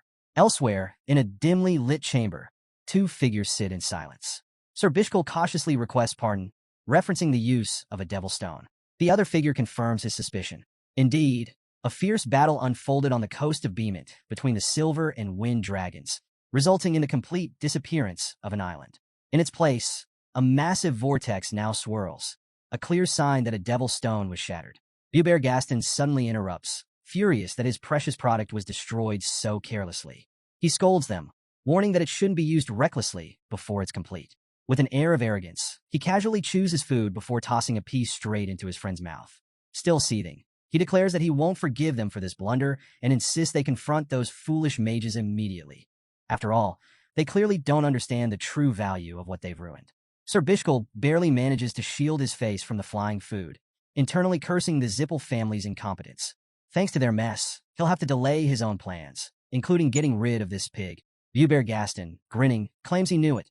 Sir Bishkul is just as furious as he is. In fact, he could even sense a murderous intent just now. Sir Bishkul confirms his suspicions, explaining that their leader is enraged by the situation and is now reconsidering the alliance with the Zipple family. Until further notice, all communications with them are to be ignored. Meanwhile, at the same time somewhere in the Manation Keliarch states that Andre Zipple has died. However, Kadun speculates that he must have escaped with Valletta and possibly even taken the Devil Stone. Keliarch insists that only two possibilities remain. Either the Silver Dragon's power exceeded all expectations, or an unknown force intervened. Kadun ponders the situation. If that were true, then the Shadow Dragon, the same one that killed the Graveyard Giant in Kinzello, could have been involved. Given its strength, it would make sense. After all, someone like that wouldn't fear the Devil Stone. Curious, Keliarch asks who this Misha is. Kadun explains that she is Mirakin's sister. On top of that, Quicantle is Mirakin's ex-lover, meaning she isn't a complete stranger to Misha. Keliarch absorbs this information, concluding that they know what must be done next. He turns to Kadun, hinting at his next move. He immediately protests, stating that if she expects him to find her, it's impossible. If the Black Dragons want to stay hidden, no one can track them down. Keliarch laughs, calling him a coward. Regardless, it's unfortunate that they lost the Devil Stone. Kadun studies his expression and remarks that he seems oddly unaffected, considering his younger brother just died. Keliarch admits, of course, he's sad, but he had already foreseen this outcome. Kadun is taken aback when he learns that Andre had secretly attended Chiron's banquet not long ago without informing him. Doubt creeps into his voice as he accuses him of lying. But Keliarch, unfazed, shifts the conversation back to their primary concern. He insists that the Devil's Stone must be remade. Without it, they can't take control of the Runcandle family before Chiron dies. The same applies to the Black Sea Kings. He smirks, suggesting that he's not the only one frustrated by the situation. Kadun fires back, telling him to quit whining. If he truly wants to dominate this world, he needs to take action. After all, if she ever hopes to become the supreme being of this world, he'll have to be willing to do whatever it takes. After some time, Jean Runcandle arrives at Gilly's house and knocks on the gate. From inside, she responds politely, asking him to wait a moment. When she opens the door, she asks who it is. Jean smiles and announces that they're back, then asks if she could prepare a meal. He explains that they hadn't eaten anything while flying back and adds that Lady Luna Runcandle is also here. Mirakin playfully calls Gilly strawberry pie, while Mirakin fans her with a hand fan, trying to ease the tension. Gilly, however, is visibly distressed, mentioning that the young master is being expelled. Lady Quicantle chuckles, noting that Gilly must have misunderstood something. Her concern for him is proof of how much she cares. She then remarks that Jean is lucky to have such a devoted nanny. Jean Runcandle lets out a small sigh, agreeing that Gilly is far too good for him. Just then, Sir Kashmir Alphen arrives. He glances at the unfamiliar faces and asks who they are. Jean introduces his eldest sister, Luna Runcandle. She greets him warmly, stating that she has heard much about him. After all, he is the famed noble sword. Jean, slightly embarrassed, waves off the title, saying that it's an honor to serve someone like Kashmir. Then he introduces the other guest, Miss Enya, guardian dragon of the Silver Dragon lineage. Recognizing another dragon, Kashmir greets her respectfully. He introduces himself as Kashmir Alphen, the head of the Seven Colors and an acquaintance of Jean Runcandle. Internally, he reminds himself not to repeat the same mistakes as last time. Meanwhile, Jean apologizes for acting discourteously by not informing Kashmir in advance. Kashmir, however, reassures him that it's fine. They're all in the same boat now. Lady Quicantle then inquires about Miss Enya's whereabouts. Kashmir was just about to bring that up. 3 hours ago, Latrie had returned. Jean is surprised. Today, he asks, Kashmir nods, confirming that Latree is currently with his daughter and Miss Enya. However, something is strange. Latree doesn't seem to have any memories of the time she was missing. When Latree is asked about it, she wonders if she had been kidnapped. But Kashmir denies it. Latree insists otherwise, recalling that Vieta had told her she wouldn't be taught dragon language magic. She then demands to know what happened after that. Mirakin chimes in, pointing out that Latree's condition is suspicious. She appears far too perfect, as if she hadn't been under any threat from the Zipple family at all. Perhaps, he suggests, she wasn't actually kidnapped. Luna Runcandle, however, disagrees. She confidently states that isn't the case. She personally obtained a confession from those involved. Jean, puzzled, asks what she means by erasing the evidence. Luna explains that the Zipple family is likely wiping out everything connected to the Devil Stone, including Latree's memories. It's their specialty. When things don't go their way, they make sure there's no trace left behind. Sir Kashmir Alphen inquires about the Devil Stone, prompting Jean Runcandle to explain that it is an artifact currently in their possession. Mirakin adds further details, mentioning the Zipple family's vice head and the Wind Dragon. He reveals that the Devil Stone is an artifact capable of absorbing contractors of powerful beings. Reflecting on the lengths the Zipple family has gone to, he questions their ultimate goal. After a moment of contemplation, he reaches a chilling conclusion. There's only one reason they would create an imitation of the original stone. They seek to become the ultimate rulers of this world. Their plan is to gather all the power of the existing divine forces, eliminate anyone who stands in their way, and claim absolute control. Kashmir, seeing the weight of the situation, suggests they rest for now. He assures them that he will conduct a thorough investigation through the 7 colors. He then asks Miss Quicantle if she agrees. He will personally escort her to Miss Enya. Quicantle nods in agreement, stating that she will go. Kashmir gestures for her to follow, responding, "All right, this way." Just then, Gilly calls out to Jean Runcandle. He turns and asks if she's feeling better. She gives a weak confirmation before suddenly fainting again. Mirakin, watching the scene unfold, chuckles and mutters, "Strawberry pie." Later that evening, Luna Runcandle sits down, a wine bottle in her hand. She casually brings up the fact that ever since Jean took down the notorious underground gang, Tsing and Tyken, the independent city has become significantly more secure. Not only that, but within just 2 months of becoming a reserve flag bearer, he also managed to eliminate the Zipple family's vice head and Valletta.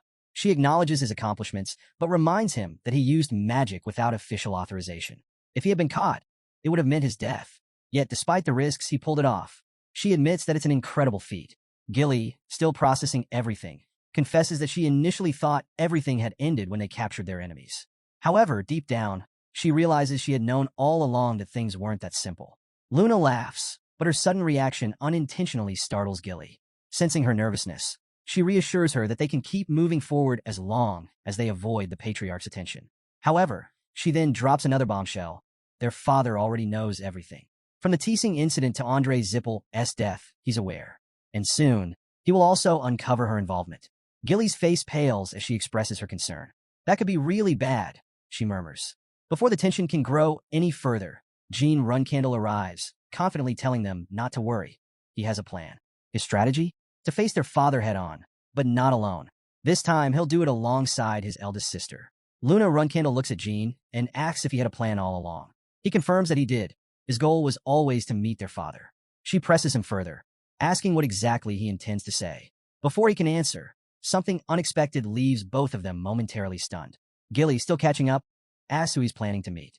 Jean simply states that when the time comes, he trusts her to stop him if necessary. Luna points out that even their own family is intimidated by him, which must have made things incredibly difficult for her. After a brief pause, Luna agrees to accompany him and asks when they are leaving. Jean reveals that he plans to take the first teleportation gate tomorrow. Luna Runcandle nods in approval, stating that moving quickly is the best course of action.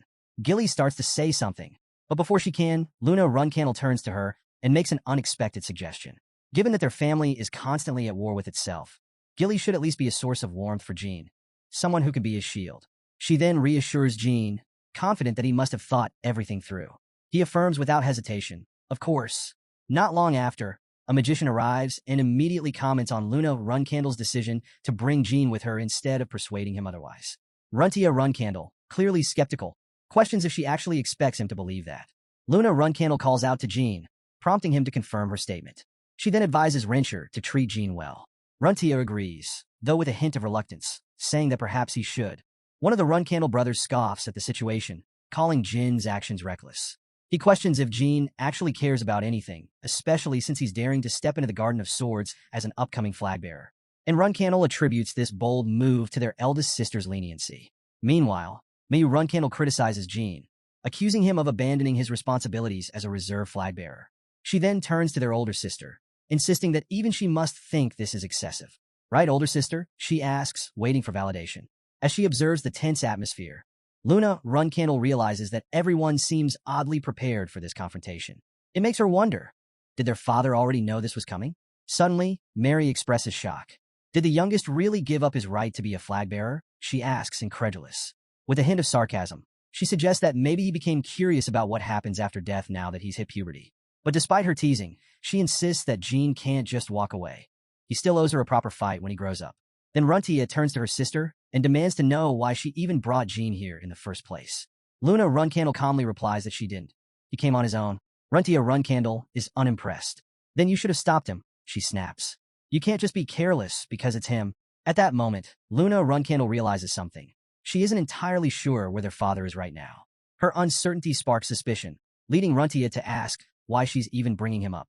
It dawns on Jean that, at some point, even Luna found Runtia difficult to handle. Runtia finally turns her full attention to Jean. Did you really come here to meet with our father? She asks. Jean meets her gaze and confirms it, addressing her formally as his second eldest sister. Before anyone else can react, laughter erupts from another corner of the room. A young boy chuckles darkly. Wow, you really have a death wish, he sneers. He then mocks Jean, saying that the only reason he's still alive is pure luck.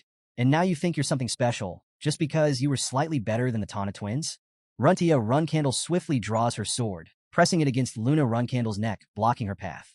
Her expression is unwavering as she delivers an order straight from the patriarch. Effective immediately, the first flag bearer is to discard her weapon. She then turns her sharp gaze toward Jean Runcandle, reminding him that their father specifically requested he come alone. If Runcandle refuses to comply, then she won't be allowed to proceed either. This, she emphasizes, is the final warning. As a direct order from the patriarch, Luna must surrender her weapon. Any resistance will be met with lethal consequences. Despite the growing tension, Jean calmly assures his eldest sister not to worry as everyone braces for a confrontation. Runcandle takes one last glance at him before stepping aside. Now speaking not just as his father's son, but as a true member of the Runcandle family, Jean asserts that he has something important to tell their father. He assures them that nothing bad will happen. Runtia, after a brief pause, gestures for him to proceed. Go ahead, she says as he steps toward the castle doors. As Jean walks through the grand halls, he reflects on how little his siblings truly understand their father. While it is technically against the rules for a reserve flag bearer to return home, he doubts their father is concerned with such formalities. If given a chance to speak, just like last time, perhaps things will go differently. He recalls the moment his father once placed a hand on his head and said, "That was a good question. I'll be keeping a close eye on you from now on." With that thought in mind, Jean reaches the study room door and knocks. Upon entering, his father greets him with a piercing stare, his voice steady yet cold. "It seems my expectations were too high," he remarks. He reminds Jean that he had been given 5 years. So why has he returned so soon? Jin's mind sharpens as he recalls the terrifying stories about his father's sword energy, how it was said to completely obliterate his enemies. His eyes flicker toward the weapon at his father's side, forged entirely from pure aura. A realization dawns on him. His father might be demonstrating exactly what will happen should he step out of line. For the first time, Jean questions whether his father is truly as invincible as he once believed. Breaking the silence, his father speaks again. "I won't ask twice," he warns. "Tell me why you're here." Jean knows one thing for certain: apologizing is not an option, even if it costs him his life. He forces himself to stand firm, confident but not arrogant. Taking a deep breath, he meets his father's gaze and states plainly, "I came because I missed you." A flicker of intrigue crosses his father's face. He has heard such words from his children before. It is not an entirely unpleasant thing to hear. However, after a moment of thought, his father's expression hardens once more. "How immature you've become," he muses. "Tell me, did the outside world soften you?" Jean Runcandle responds firmly. It's not the outside world that changed him. He has always liked his father. For a brief moment, he wonders if his father perceives his words as a challenge rather than sincerity. Did he say something wrong? His father almost laughs, clearly surprised by Jin's statement. But instead of humoring him, he waves it off. "Stop talking nonsense," he says. "Get to the point." Without hesitation, Jean states why he came. Andre Zipple, the vice head of the Zipple family, the very man who insulted him during the banquet, is dead. His father narrows his eyes. Did you kill him? Jean shakes his head. No, it was Luna Runcandle, my eldest sister. But I played a role in what happened. He then requests permission to report everything that transpired, adding that there are several other matters he wishes to discuss, if his father is willing to listen. After a brief silence, his father nods. Fine, sit.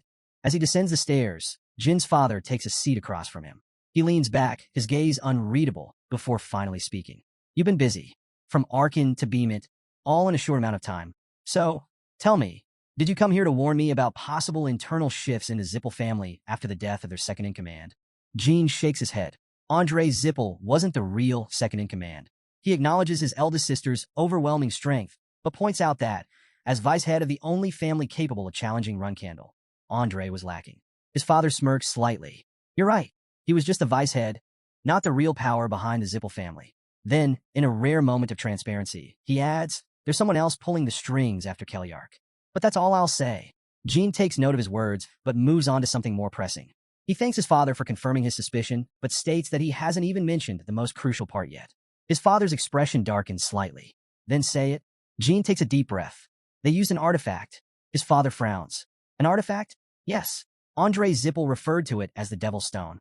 Jean explains that, based on the information he's gathered, the Devil's Stone is a replica of the Origin Stone, an ancient relic said to have been created by powerful beings long ago. His father absorbs this information before asking, the Origin Stone. Has Mirakin explained it to you? Jean nods. I know about it, and I also know that you can use mana. A flicker of amusement crosses his father's face. So, do you think you can keep that knowledge hidden from me? Jean sighs. I assumed you already knew, but I didn't expect you to also know about Mirakin. His father chuckles. What I said about Mirakin was an educated guess, one that I later confirmed myself. Then, with an amused glint in his eyes, he suddenly asks, by the way, who is this butterfly Runcandle? Jean is momentarily taken aback. But before he can answer, his father bursts into laughter, shaking his head. I can't believe it. They've reduced the mighty black dragon to a mere house cat. How ridiculous. Still chuckling, his father finally acknowledges the weight of the information Jean has brought. This imitation of the Origin Stone, it's significant. Then his gaze sharpens. You should discuss this with Luna Runcandle as well. Chiron Runcandle contemplates the dangerous potential of the Devil's Stone. He remains uncertain just how far the Zipple family has advanced its development and wonders if the rulers of the Black Sea are aware of this. The thought lingers in his mind. Perhaps he should visit the Black Sea himself to find out more. His father, observing his deep thoughts, makes his stance clear. While he will overlook Jin's violation of the rules this time, it won't come without a price. In return, he demands that Jean share something he truly desires. Without hesitation, Jean makes his request. No other member of the Runcandle family should be allowed to enter the independent city of Tyken for the time being. His father raises an eyebrow. So, that's where you've been hiding? Jean confirms it. After a brief pause, his father agrees to the condition, but under one condition of his own. If Jean wants Tyken to remain off-limits, he must first pass a test that he need the noble sword Kashmir to make his own person. Jean accepts, and his father raises the stakes. If he succeeds, no other Runcandle family member will be permitted to enter Tyken without Jin's permission. However, he will have only 1 year to prove his worth and earn Kashmir's trust. He notes that Kashmir had previously declined the role of a Runcandle teacher, making this task even more challenging. Just then, Kashmir arrives and, after hearing the arrangement, agrees with the decision. With both parties in agreement, Jin's father finalizes the deal. That's how it will be done. Sometime later, Kashmir finds himself deep in thought, reflecting on the man before him, Chiron Runcandle, the strongest knight in the world. As he studies him, he can't help but feel an overwhelming pressure. Can this man truly be called the most dignified person among mankind? The thought alone unsettles him, almost giving him indigestion. However, he reminds himself that Chiron is merely a guest within the Runcandle mansion. There's no need to fear him. Chiron, in turn, acknowledges Kashmir with a nod of respect. Noble sword. Kashmir immediately stiffens. Feeling embarrassed by such formalities, he politely asks Chiron to drop the title and simply call him Kashmir. Meanwhile, Jean Runcandle steps forward and addresses his father. Chiron, seeing his son's determination, encourages him to speak. Jean explains that his bond with Sir Kashmir is something deeper than mere circumstance. It is a shared destiny. Now that he has proven his connection to Kashmir, it's time for him to fulfill his promise. Kashmir, hearing Jin's words, privately questions his choice of phrasing. A shared destiny? Chiron Runcandle, however, picks up on something else entirely. He raises an eyebrow and challenges the idea. A shared destiny with my son? He muses. So, does that mean Tyken belongs to the Runcandle family? Are you saying that Tyken and Runcandle can be unified in such a way? Kashmir remains silent for a moment, carefully considering Chiron's interpretation. He realizes the weight of the situation. Tyken's independence may now be at stake. Chiron Runcandle confidently holds his ground, even when accused of deceiving his father. However, Giant Runcandle quickly interrupts, dismissing the accusation and claiming it was nothing more than luck. Acknowledging this, Chiron firmly declares that from this moment forward, no Runcandle member is allowed to step foot in Tyken without his explicit permission. With a respectful nod to his father, he leaves. Meanwhile, Kashmir reflects on how their fates are now intertwined, bound by a shared destiny. Chiron then turns to Jean Runcandle, instructing him to leave if he has nothing further to discuss, as he needs to handle private matters with Kashmir. Jean agrees and steps outside the mansion. As Kashmir requests a brief word with Sir Jean, Chiron grants him the opportunity, acknowledging the significance of their conversation. On the other side, Daytona and Haytona Runcandle rush toward Jean, concern evident on their faces. Jean meets their gaze and wonders why the Tana brothers are even here. Daytona wastes no time, demanding to know why he would do something like that and whether their father had spared him. Jayan Runcandle smirks, figuring they must have been lurking in some corner, avoiding the tense atmosphere. Instead of answering directly, he asks them for a favor. When they press for details, he brushes it off as nothing major, just a request to look after the cadets in his faction until he returns. Confused, Daytona asks what he means by his faction but quickly drops it, realizing it's not the time for questions. As Jean walks away, he casually remarks that the brothers never worry about him anyway, but since they are, he's counting on them. Daytona sighs, noting how carefree he always seems after meeting with their father. Haytona agrees, adding that despite it all, Jean can still be a little intimidating. Leaving the palace, Jean goes straight towards his sister Luna, saying she needs to head to their father with some pressing questions about that day. Before he can go far, and Runcandle calls out, accusing him of ignoring the current situation. Jean apologizes, admitting that the matter is important, making it difficult to explain. And, however, isn't satisfied and demands to know how he can be so indifferent at a time like this. Meanwhile, Kashmir appears, confirming that Jean is indeed where he thought he would be. Jean turns to him and asks if his conversation went well.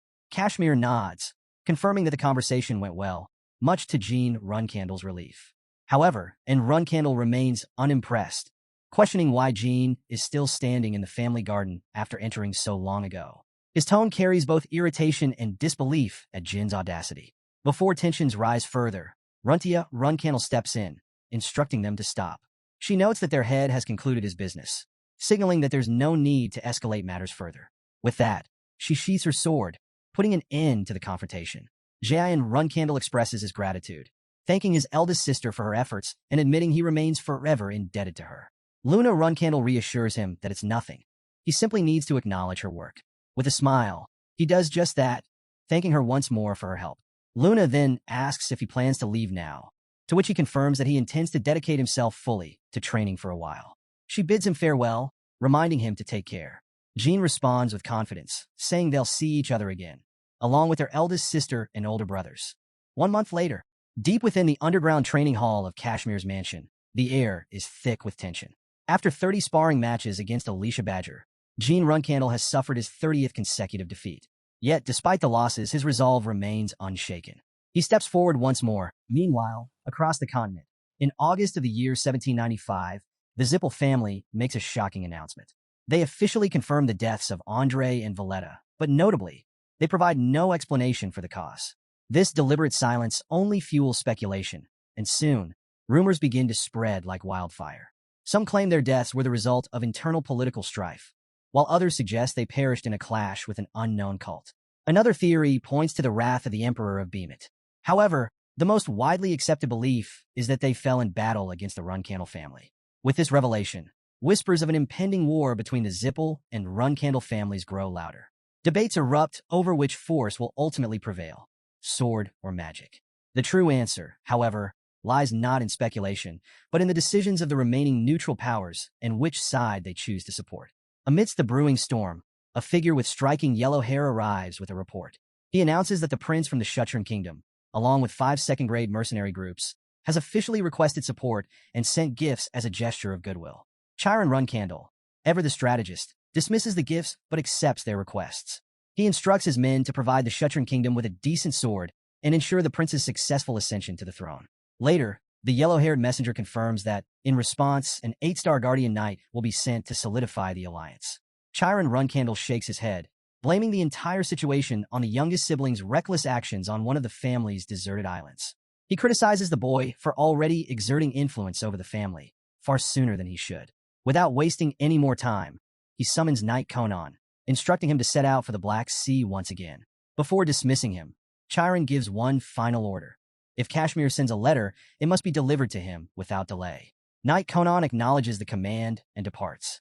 Meanwhile, Jan Runcandle tirelessly trains with his sword, his mind focused on a single goal. He tells himself that his 10,000 swing must feel just as precise as the first, but despite his relentless efforts, something still feels lacking. His thoughts drift to the past. Had it not been for Luna Runcandle, he wouldn't even be standing here. 15 years have passed since his regression, and in that time, he has reached the 5-star level in both swordsmanship and magic. He's also close to achieving mastery in shadow energy. Yet, when he considers what's ahead, he knows it's still not enough. If he's going to make it through the next 5 years, the time his father has given him, he must become stronger than all of his siblings. As he swings his sword once more, a voice interrupts him. Kashmir steps forward, urging him to stop. He warns that if he keeps pushing himself like this every day, even with the remarkable physique of the Runcandle family, he'll eventually wear himself down to nothing. Jean Runcandle turns to him, surprised to see both Kashmir and Enya there. Enya immediately notices the state of his hands. Torn skin, blood dripping onto the ground. Concerned, she reaches for his hand, unsure of what to do. Jean exhales, realizing his impatience has once again gotten the best of him. Kashmir observes him closely and offers a reality check. While no one his age can match him, his future opponents won't be ordinary either. The biggest threat to his progress, however, isn't his lack of skill, it's his impatience. If he lets it control him, he'll end up sabotaging his own growth. Jean nods, admitting that he understands, but controlling himself isn't easy. Enya gently places her hands over his wounds, using healing magic to close them. Kashmir reassures him that there's nothing shameful about pushing his limits. In fact, what he's accomplishing in a single day is beyond what most could ever hope to achieve. However, if he truly wants to improve, he needs a different kind of training, something that will calm his mind while sharpening his abilities. Curious, Jean asks what kind of training he has in mind. Kashmir smirks and gives a simple answer: sparring with someone much stronger than him. Jean Runcandle raises an eyebrow, asking if Kashmir is referring to himself. Kashmir smirks and throws the question back at him. What does Jean think? Even though he's been showing some weaknesses lately, he still carries a reputation to uphold. To make his point clear, he draws his sword, shatters a nearby wall, and formally introduces himself as the noble sword Kashmir. However, rather than offering himself as an opponent, he sets a challenge. Jean can spar with him once he's capable of deflecting that same strike. Until then, he'll have to make do with a different opponent. As if on cue, Alicia Badger arrives, immediately recognizing her husband's sword. Kashmir declares that his goal is to defeat her within 6 months, using everything he has: swordsmanship, magic, and shadow energy. Meanwhile, Julia curiously asks her mother if she's really going to fight Brother Jean. Alicia chuckles, correcting her daughter. It's not a fight, but a way to strengthen their bond. Confused, Julia questions what that means, before bluntly stating that she dislikes fighting. Amused, Alicia plays along and asks a hypothetical question. If she and Jean were to fight, who would Julia cheer for? Without hesitation, Julia answers, Brother Jean, of course. Her mother gasps in mock betrayal, reminding Julia that sometimes she needs to take her mom's side too. Jean, meanwhile, sizes up his new opponent. At first glance, Alicia doesn't seem particularly overwhelming, aside from her raw physical strength. But before he can dwell on it further, Julia speaks up again, calling him weak and saying that Mommy told her to always support the weaker side. Alicia laughs, noting that her daughter isn't one to lie. Jean simply shrugs, unfazed. With the terms set, Alicia suggests they spar every evening after her work and dinner, for 6 months straight.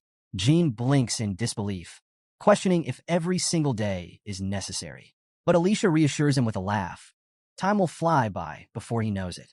2 days later, Jean and Alicia stand face to face, ready for their first match. He carefully observes her, wondering if she's a skilled fighter or just an overwhelmingly strong one. Before they begin, Alicia makes an announcement. She used to work for Beeman's Special Affairs Division, meaning she's no stranger to combat. She warns Jean that she won't be holding back, so he shouldn't be discouraged if he loses. Jean tightens his grip on his sword, realizing that this 6-month training period must have a deeper purpose. He can't afford to be careless. In a flash, Alicia lunges forward, throwing a powerful punch. Jean barely dodges in time, nearly crashing into a wall before managing to block the attack. Seeing no other option, he taps into his monstrous form, his body shifting as he draws his sword and launches a counterattack. Alicia Badger swiftly dodges Jean Runcandle's attack with ease. Undeterred, Jean asks if she needs to call a medic. Before he can even register her response, she lands a clean punch, sending him flying. Alicia raises an eyebrow, surprised that she managed to land 2 solid hits on the very first day. She notes that her first attack wasn't even at full force, making Jin's reaction all the more interesting. Then, with a knowing look, she asks if he had been trying to weaken the ground before their sparring match. Jean exhales, admitting she figured it out near the end. But Alicia isn't done yet. She also noticed an unusual light during their fight. She presses him for details, stating it's a type of magic she's never seen before. Jean explains that it was an ancient spell called Flash Veil, which he had coated his sword with before they even began. However, he acknowledges that tricks like that may not always work. Alicia scoffs at his choice of words, correcting him. Those aren't tricks, they're strategies. She reflects on his abilities, realizing that his victories over stronger opponents likely weren't just luck. Jean ponders her words, recognizing that success in battle often comes from precise calculations and well-planned tactics. During a spar, this might be intriguing, but in a real fight, he can clearly imagine the terror on his opponent's faces when his plans unfold. For the first time in this life, he has suffered a complete loss, despite using everything in his arsenal. He wonders if her past with Men's Special Affairs Division has something to do with it. One thing is certain. If he's going to defeat her within 6 months, he'll have to face her over and over again. Rather than feeling discouraged, he finds himself thrilled by the challenge. Meanwhile, in another part of the world, Kashmir Alprian sits down to write a letter. 1 month later, September 22nd, 1795. In an unprotected region on the continent's eastern coast, known as the Black Sea, the battlefield belongs to monsters. However, one figure stands victorious, Khan. After slaying a beast, he kneels before Chiron Runcandle, introducing himself formally as Guardian Knight Khan. Presenting a letter that arrived 10 days ago, Khan hands it over. Chiron takes the letter, breaks the seal, and begins reading aloud. The letter begins with an apology. Kashmir Alprian regrets that he cannot adequately express his deep appreciation and gratitude. He paints a vivid picture of the night sky in Tyken, describing the brilliant stars shining against the dark velvet sky as though they are singing praises of Chiron's greatness. The letter is signed, Kashmir Alprian, a humble swordsman. Chiron sighs, remarking that he had instructed Kashmir to report on the youngest sibling. Yet Kashmir seems to have a rather poetic way of doing so. Deciding that he'll need to advise Kashmir to be more concise in the future, Chiron shifts his focus to the actual contents of the letter. It seems the youngest sibling has been making steady progress on the isolated island. He has been consistently defeated by Kashmir Alprian's wife, Alicia, but that's not the most interesting part. The letter details how, in the first spar, the youngest took 3 hits. By the 30th match, the number had risen to 40. However, in the 40th spar, Jean endured over 120 blows and still stood his ground. It's clear, the youngest is improving rapidly. Khan reflects on the youngest master's losses, wondering if there's some amusement to be found in his defeats. Chiron Runcandle, however, explains that Kashmir Alprian's wife is from Beeman Special Affairs 2nd Division, far from an opponent that can be overcome with just luck. He then congratulates Khan, noting that in the 40th sparring session, the youngest endured over 120 hits, proving that he has pushed past his limits. With a hint of regret, Chiron muses that if the youngest had been the firstborn, he wouldn't have hesitated to hand over the family. But fate had decided otherwise. Khan, curious, asks why there's never been mention of the heir before. This is the first time Chiron has personally spoken about the matter, and he recalls how he had observed from the sidelines but never heard any details. He points out that Joshua Runcandle's position isn't due to a direct appointment from the patriarch, but rather because Luna Runcandle stepped down. In his opinion, Joshua is still too young and inexperienced for such a major role. Khan acknowledges Jin's rapid growth, but argues that raw talent alone isn't enough to solidify his place. When Chiron questions why, Khan clarifies that it's not about being heartless. It's about recognizing Jin's inherently gentle nature. He emphasizes that unlike Joshua has a different past, one that might make it difficult for him to sever family ties when necessary. And that, Chiron states, is the true nature of a Runcandle. With that, the conversation shifts to a more pressing matter. Why a letter that arrived 10 days ago was delayed. The response is simple. The overwhelming number of monsters slowed things down, though he had done his best to hurry. Chiron concedes but warns that next time, he should arrive a day earlier. Meanwhile, Alicia Badger makes an observation. It's the 93rd day, and the young master has already achieved so much. Jayan Runcandle, however, remains focused, determined to complete his goal within 6 months. When Alicia suggests heading upstairs for dessert, mentioning that Latree made ice cream. He declines. There's still work to be done. Alicia watches as he grabs his sword, thinking how unnatural his growth is. With every sparring session, it becomes clearer. His aura and magic are growing in sync, and the key to that balance is the mysterious black power connecting them. She recalls hearing rumors that it was a power gained through a contract with a super being. While it may be incredible, she knows that in the end, what truly makes it formidable is Jayan Runcandle's sheer endurance. Alicia Badger watches Jayan Runcandle train and can't help but think. He's not just a genius, but a genius who works relentlessly. At this rate, 6 months might be an overestimate. She smirks, deciding she'll take him down tomorrow instead. The next day, their training resumes. Alicia confidently calls out an obvious feint, while Jayan Runcandle charges forward, aiming for an attack. But Jean Runcandle swiftly blocks it and counters with precision. Alicia, caught off guard, takes a hit and stumbles back. Concerned, Jayan asks if she's all right. Alicia brushes it off, though it's been a long time since she sustained an injury like this. Jean considers fetching Inya for healing, but can't shake the thought that Alicia could have dodged that attack. Luck had played a role in this match. Meanwhile, Alicia reflects on her own mistake. Her vision had been momentarily blocked by the shadow energy, and she had misjudged his movements. She had assumed he would repeat the same pattern, failing to prepare her next move. Retirement had made her a bit sloppy. Determined to turn things around, she launches another attack, knowing that if she loses now, she won't even last until the deadline he had set. But Jayan stops her, deciding it's better to call this fight a draw. Winning like this wouldn't feel right. Alicia, however, had expected him to say that. She acknowledges her own carelessness and apologizes for underestimating him. Miss Inya steps in to heal her injuries, though they both know they can't ignore what just happened. Alicia reflects. If this were 3 months ago, would the outcome have been the same even if she had let her guard down? Probably not. Alicia recognizes his incredible growth. His ambition, relentless fighting spirit, and sheer talent have made it possible. At this rate, it won't be long before he becomes a true force in both aura and magic. When that happens, things will become even clearer. The scene shifts to December 1st, 1795. Jayan Runcandle watches as Mirakin stockpiles an absurd number of popsicles, despite the freezing weather. Confused, he asks why. Mirakin simply shrugs. Cold things taste best in cold weather, and besides, strawberry pie had been craving them. Jean raises an eyebrow, jokingly asking if he's trying to make Gilly's stomach explode. Before Mirakin can respond, Kashmir Alpreen arrives, calling out to Jean Runcandle. He asks if they can discuss some business. Jean nods and brings up Bishkul Ibriano, the interim head of the Ibriano family, a family struggling due to a lack of talented successors. Jean had requested information on him earlier, but before diving into details, he first asks if Jayan Runcandle knows about a group called Kinzello.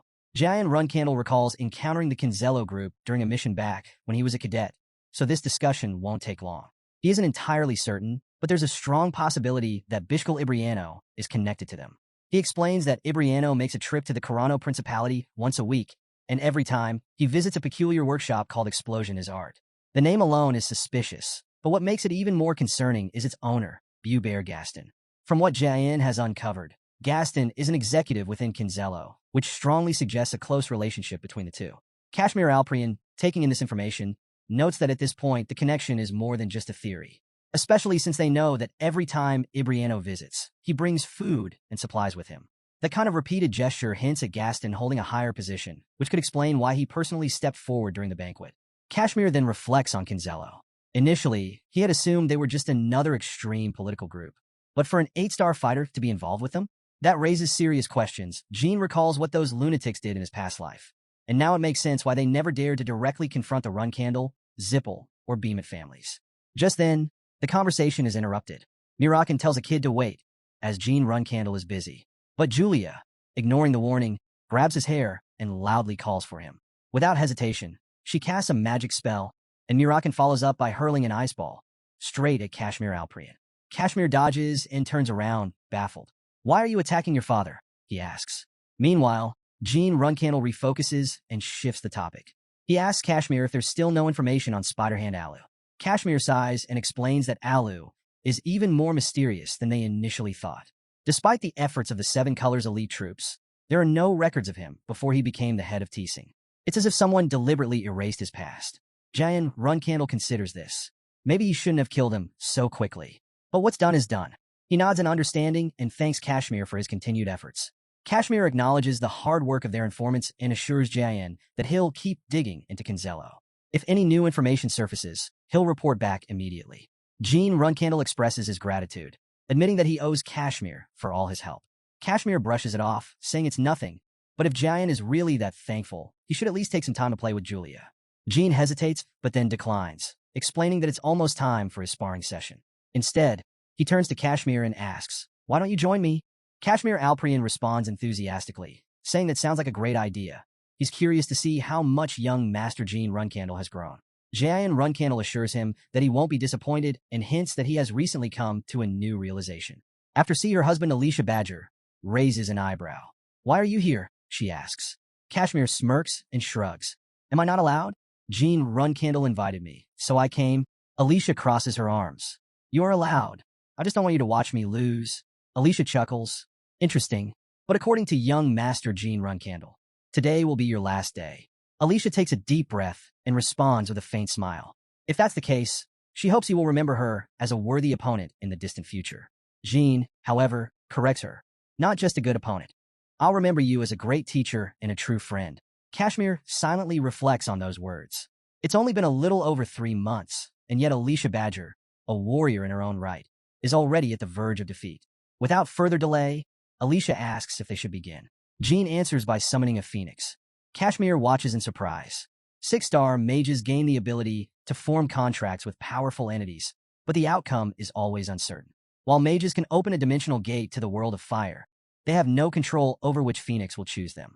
That's why mages desperately hope to be chosen by a rare and powerful one.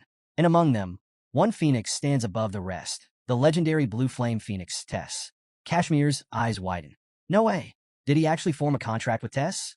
Only the most exceptional mages in history have been able to summon Tess, and now Jean Runcandle stands among them. Jean turns to Alicia. "Shall we start?"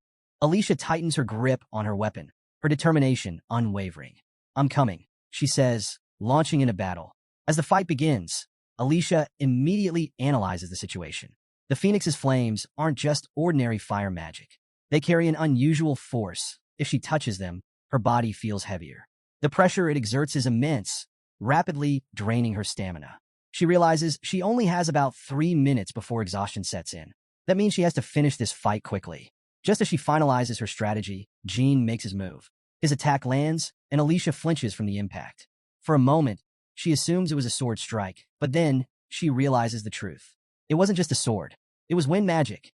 Jayan Runcandle carefully analyzes Alicia Badger's fighting style. Despite her varied movements, there's one consistent trait: dominance. No matter the situation, she always strives to control the battle. Right now, she's likely trying to regain that dominance, and he can use that against her. With a decisive strike, he lunges at her, but she manages to evade. He follows up with fire magic, but she swiftly sidesteps, narrowly escaping once again. Refusing to let up, he grips his sword tightly and charges straight at her. Alicia quickly weighs her options.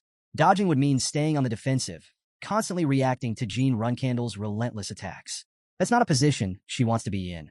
With no other choice, she commits to standing her ground. She glances at him. "Are you trying to prove you're a magic swordsman?" she asks. Jean doesn't answer. He simply unleashes his blue mana and strikes. Alicia sees her opening. "Finally got you," she exclaims, confident that he has nowhere left to run. There's no way he can escape the pressure of her weapon. But in the next instant, she realizes something is wrong. He's not in front of her anymore.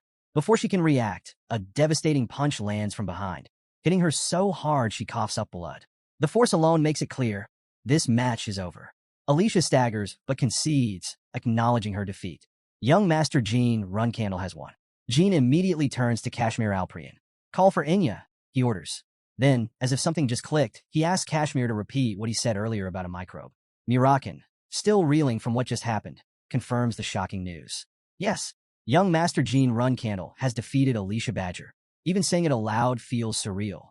After all, she was from Beeman's Special Affairs Division, and he did it in just 3 months. But that's not what Jean was referring to. "No, not that," he corrects. He grabs Kashmir Alprian. "He summoned what?" Kashmir, momentarily stunned, blinks. "Pardon?" "A phoenix. He summoned Tess." Silence. Then, shock spreads across their faces. Alicia, regaining her breath, admits she went all out. She even used an aura shield, thinking it would secure her victory. But in the end, that very decision became her downfall. She's even more surprised that she fell for an attack from behind twice. "When did you plan that?" she asks. Jayan Runcandle wipes sweat from his face and casually reveals, from the very first match. He hesitates, realizing that might sound arrogant. Alicia, however, bursts into laughter. If it's you, young master, then yeah, I believe it. Jean Runcandle sincerely thanks her for everything, and Alicia smiles, saying it was just as fun for her. Then, with a teasing smirk, she asks, do you even realize how proud I am of you? And how does it feel, defeating someone from Beeman's Special Affairs Division before even turning 16? Mirakin suddenly arrives, calling out for Jean Runcandle. Jean acknowledges his voice, but before he can respond further, Mirakin urgently instructs him to summon Tess immediately. Without hesitation, Jean Runcandle calls forth the Phoenix. Miss Quickcandle bows respectfully, greeting the master of the flame. Mirakin, observing, nods. It's been a while. But before he can say anything else, the Phoenix unexpectedly strikes him in the face with its beak. Mirakin reels back. Why did you do that? He demands, reminding the Phoenix that he doesn't need to act so formally. He's a free entity, after all. Mirakin apologizes, albeit not very convincingly. Meanwhile, Jean Runcandle experiences an odd, almost refreshing sensation from the whole exchange. Mirakin, however, is far from amused. He quickly regains his composure and insists that he has something important to say. He urges Jean to please stop whatever he's doing and just listen. He'll pass on the message word for word. At that moment, the Phoenix strikes him again. Quickcandle remains bowing, completely unbothered, while Mirakin's patience wears thin. This is serious, Jean Runcandle. Recall that elder. Now, Mirakin shouted. Jean shrugs. All right, sure, he says and sends the Phoenix back. Mirakin, still rubbing his face, mutters. Seriously, why is he hitting me? Mirakin speaks. I'd like to tell you why the great Mirakin is sucking up to a bluebird. Jean blinks. Wait, that's not Tess's true form? The Mirakin explains that what they see now is only an appearance Tess takes in this world. His real form can only be witnessed in the Fire Realm. Curious, Jean asks, the Fire Realm? Is that the name of the world where phoenixes reside? Mirakin confirms, adding that although this is the first time Jean has heard of it, it's not surprising. The term Fire Realm is only used by gods and dragons. Even the highest-ranking gods don't know its true name. Jean processes this. So if even the gods don't know, does that mean the Fire Realm is beyond their authority? Mirakin nods. Exactly. Even the flame god Shainu himself can't use the flames of the Fire Realm. But then, his tone grows serious. Now listen carefully. This part is important. He reveals that long ago, several gods and dragons, including himself and Quickcandle, left the Fire Realm. However, not all of them respected its power. Some gods made the mistake of angering Tess. And that was the day they witnessed Tess's true power. In a fit of rage, Tess burned 5 gods and several dragons to ashes on the spot. Jayan Runcandle is stunned. Wait, Tess is that powerful. The realization hits. If Tess is capable of wiping out gods, then just how strong would he need to be to fully wield that power? Mirakin answers without hesitation. Impossible. No matter how strong Jinyu becomes, he will never be able to unleash Tess's full power. He explains why. No one can perfectly wield power from a different world. It's like an inherent penalty. That's the same reason why the gods who descended into this world lost their abilities. And it's the very reason why Tess himself can't manifest his true strength here. No matter who you are, power from another realm will always be restrained. Mirakin chuckles before adding. That being said, someone like you would be burned alive. Mirakin raises an eyebrow. How is it that this dangerous old man can fight the moment he's summoned? He then adds, half-jokingly, does he even realize how surprised we were? If Tess gets angry, he might actually burn you alive. Then Mirakin reassures him. If that were the case, Tess wouldn't have chosen you in the first place. He then delivers a message from Tess himself, one that takes Jayan by surprise. Tess actually likes him and even congratulates him. Jean takes a moment to process this. Tess is far greater than he initially thought, even greater than Shainu, the fire god who controls all the flames in the world. He recalls the sheer power Shainu's contractor, Patriarch, and the guardian dragon, Kadun, wielded. But against Tess, no fire, no matter its origin, would ever stand a chance. And with the looming conflict between the Runcandle and Zipple families, having Tess by his side will be a massive advantage. The power of those blue flames could change everything. The scene shifts to January 2nd, 1796. Chiron Runcandle, reading through reports, finds the latest revelation quite interesting. Jean Runcandle was chosen by Tess, but he quickly brushes it off. Not that I care about phoenixes, he mutters. His focus, instead, remains on Jin's swordsmanship. He notes that while he allowed Jean to use magic and shadow energy, at the end of the day, he is a Runcandle. And a Runcandle proves themselves through their sword. Turning to Khan, he calls his attention. Ron Hyran has a grandson. Khan nods. Yes, I received some information about the Hyran family's grandson a few days ago. Chiron smirks, considering his luck. Khan agrees, adding that it's related to a Cosmos competition request, an assassination target. The mission? To eliminate a pirate participating in the tournament. But there's something even more interesting. Among the list of competitors, Dante Hyran has registered under an alias. The Cosmos competition itself is no ordinary event. It's a brutal fighting tournament, hosted by none other than the pirates. Chiron recalls that 10 years ago, Mary competed and was the runner-up. That match was her first ever defeat. 2 months later, she had a rematch, and this time, he sent the youngest there as well. However, this time, there will be countless eyes watching. That means Jean won't be able to rely on magic or shadow energy. He'll have to win using only his sword. And Chiron predicts that, in a fight against a true genius, someone who has spent years polishing their swordsmanship, Jean will come to a realization that as a Runcandle, the ultimate proof of strength doesn't come from magic. It comes from the sword. After some time, Kashmir arrives and politely approaches Jean Runcandle, asking if he may take a look at a certain document. Curious, Jean asks about its contents. Kashmir explains, it's an application to enter the Cosmos competition. Jean is taken aback. Wait, why do you suddenly want to join a pirate tournament? Kashmir chuckles and clarifies that the application isn't for himself. It's something he prepared for Jean. Given how hard he's been training, he figured it was worth considering. According to the 7 colors, Dante Hyran from the Hyran family will be participating in the competition. Kashmir goes on to explain that Dante's grandfather, Ron Hyran, the current patriarch of the Hyran family, was once on equal footing with Sir Chiron Runcandle before he took over his head. More importantly, Dante is Ron Hyran's most treasured grandson. So, don't you think it would be interesting to see just how strong he is? Kashmir asks. Jean pauses, thinking it over. Then he asks, do I really need to participate? Kashmir shakes his head. No, young master. But think about it carefully. Dante Hyran is next in line to lead the Hyran family. This might be your only chance to clash swords with him. Jean Runcandle sighs. If Kashmir Alprian is pushing for this, he really has no choice but to participate. Kashmir, satisfied, thanks Jean for making the right decision. As Jean walks away, he begins piecing things together. So that's what this is about. If Kashmir is setting him up to fight Dante Hyran on purpose, then there's no doubt swordsmanship is the top priority. But there's something else he notices. Kashmir seems overwhelmed, like he has too much on his plate. At that moment, Kashmir Alprian mentions that he must leave tomorrow. The timing is tight. Jean blinks. Pardon? Kashmir doesn't repeat himself. Instead, he simply nods and says, then please have a safe trip, before turning to walk away. The scene shifts to the Beladu Empire, an island in the south. A lone figure stands amidst the stench and filth, taking in his surroundings. He mutters to himself, this is the first time he's taken on something alone since traveling to Mummet. And somehow, this place is even more disgusting than Mummet ever was. He thinks about the Cosmos competition, a bloodsport held in a lawless place like this. Here, fighters can kill their opponents with no restrictions on weapons. Assassinations, poisoning before a match, it's all fair game. He wonders if the patriarch is out of his mind for allowing a grandchild of the great Hyran family to participate in something so brutal. But then, a smirk creeps onto his face. Regardless of the reason, fighting against him even once will be valuable. Then Veridin Zipple appear. As he takes in the foul atmosphere, he mutters, this place reeks, as always. Then his smirk widens. All right, let's have some fun. Pirate King Cosmos eyes the newcomer with skepticism, demanding to know who he is. Jean Runcandle steps forward, stating that he's here to enter the competition. However, the Pirate King scoffs, making it clear that applications are closed and bluntly tells Jean Runcandle to get lost, going as far as suggesting it'd be better if he never made it back. Unfazed, Jean Runcandle calmly counters, pointing out that the deadline for registration was supposed to be sunset today.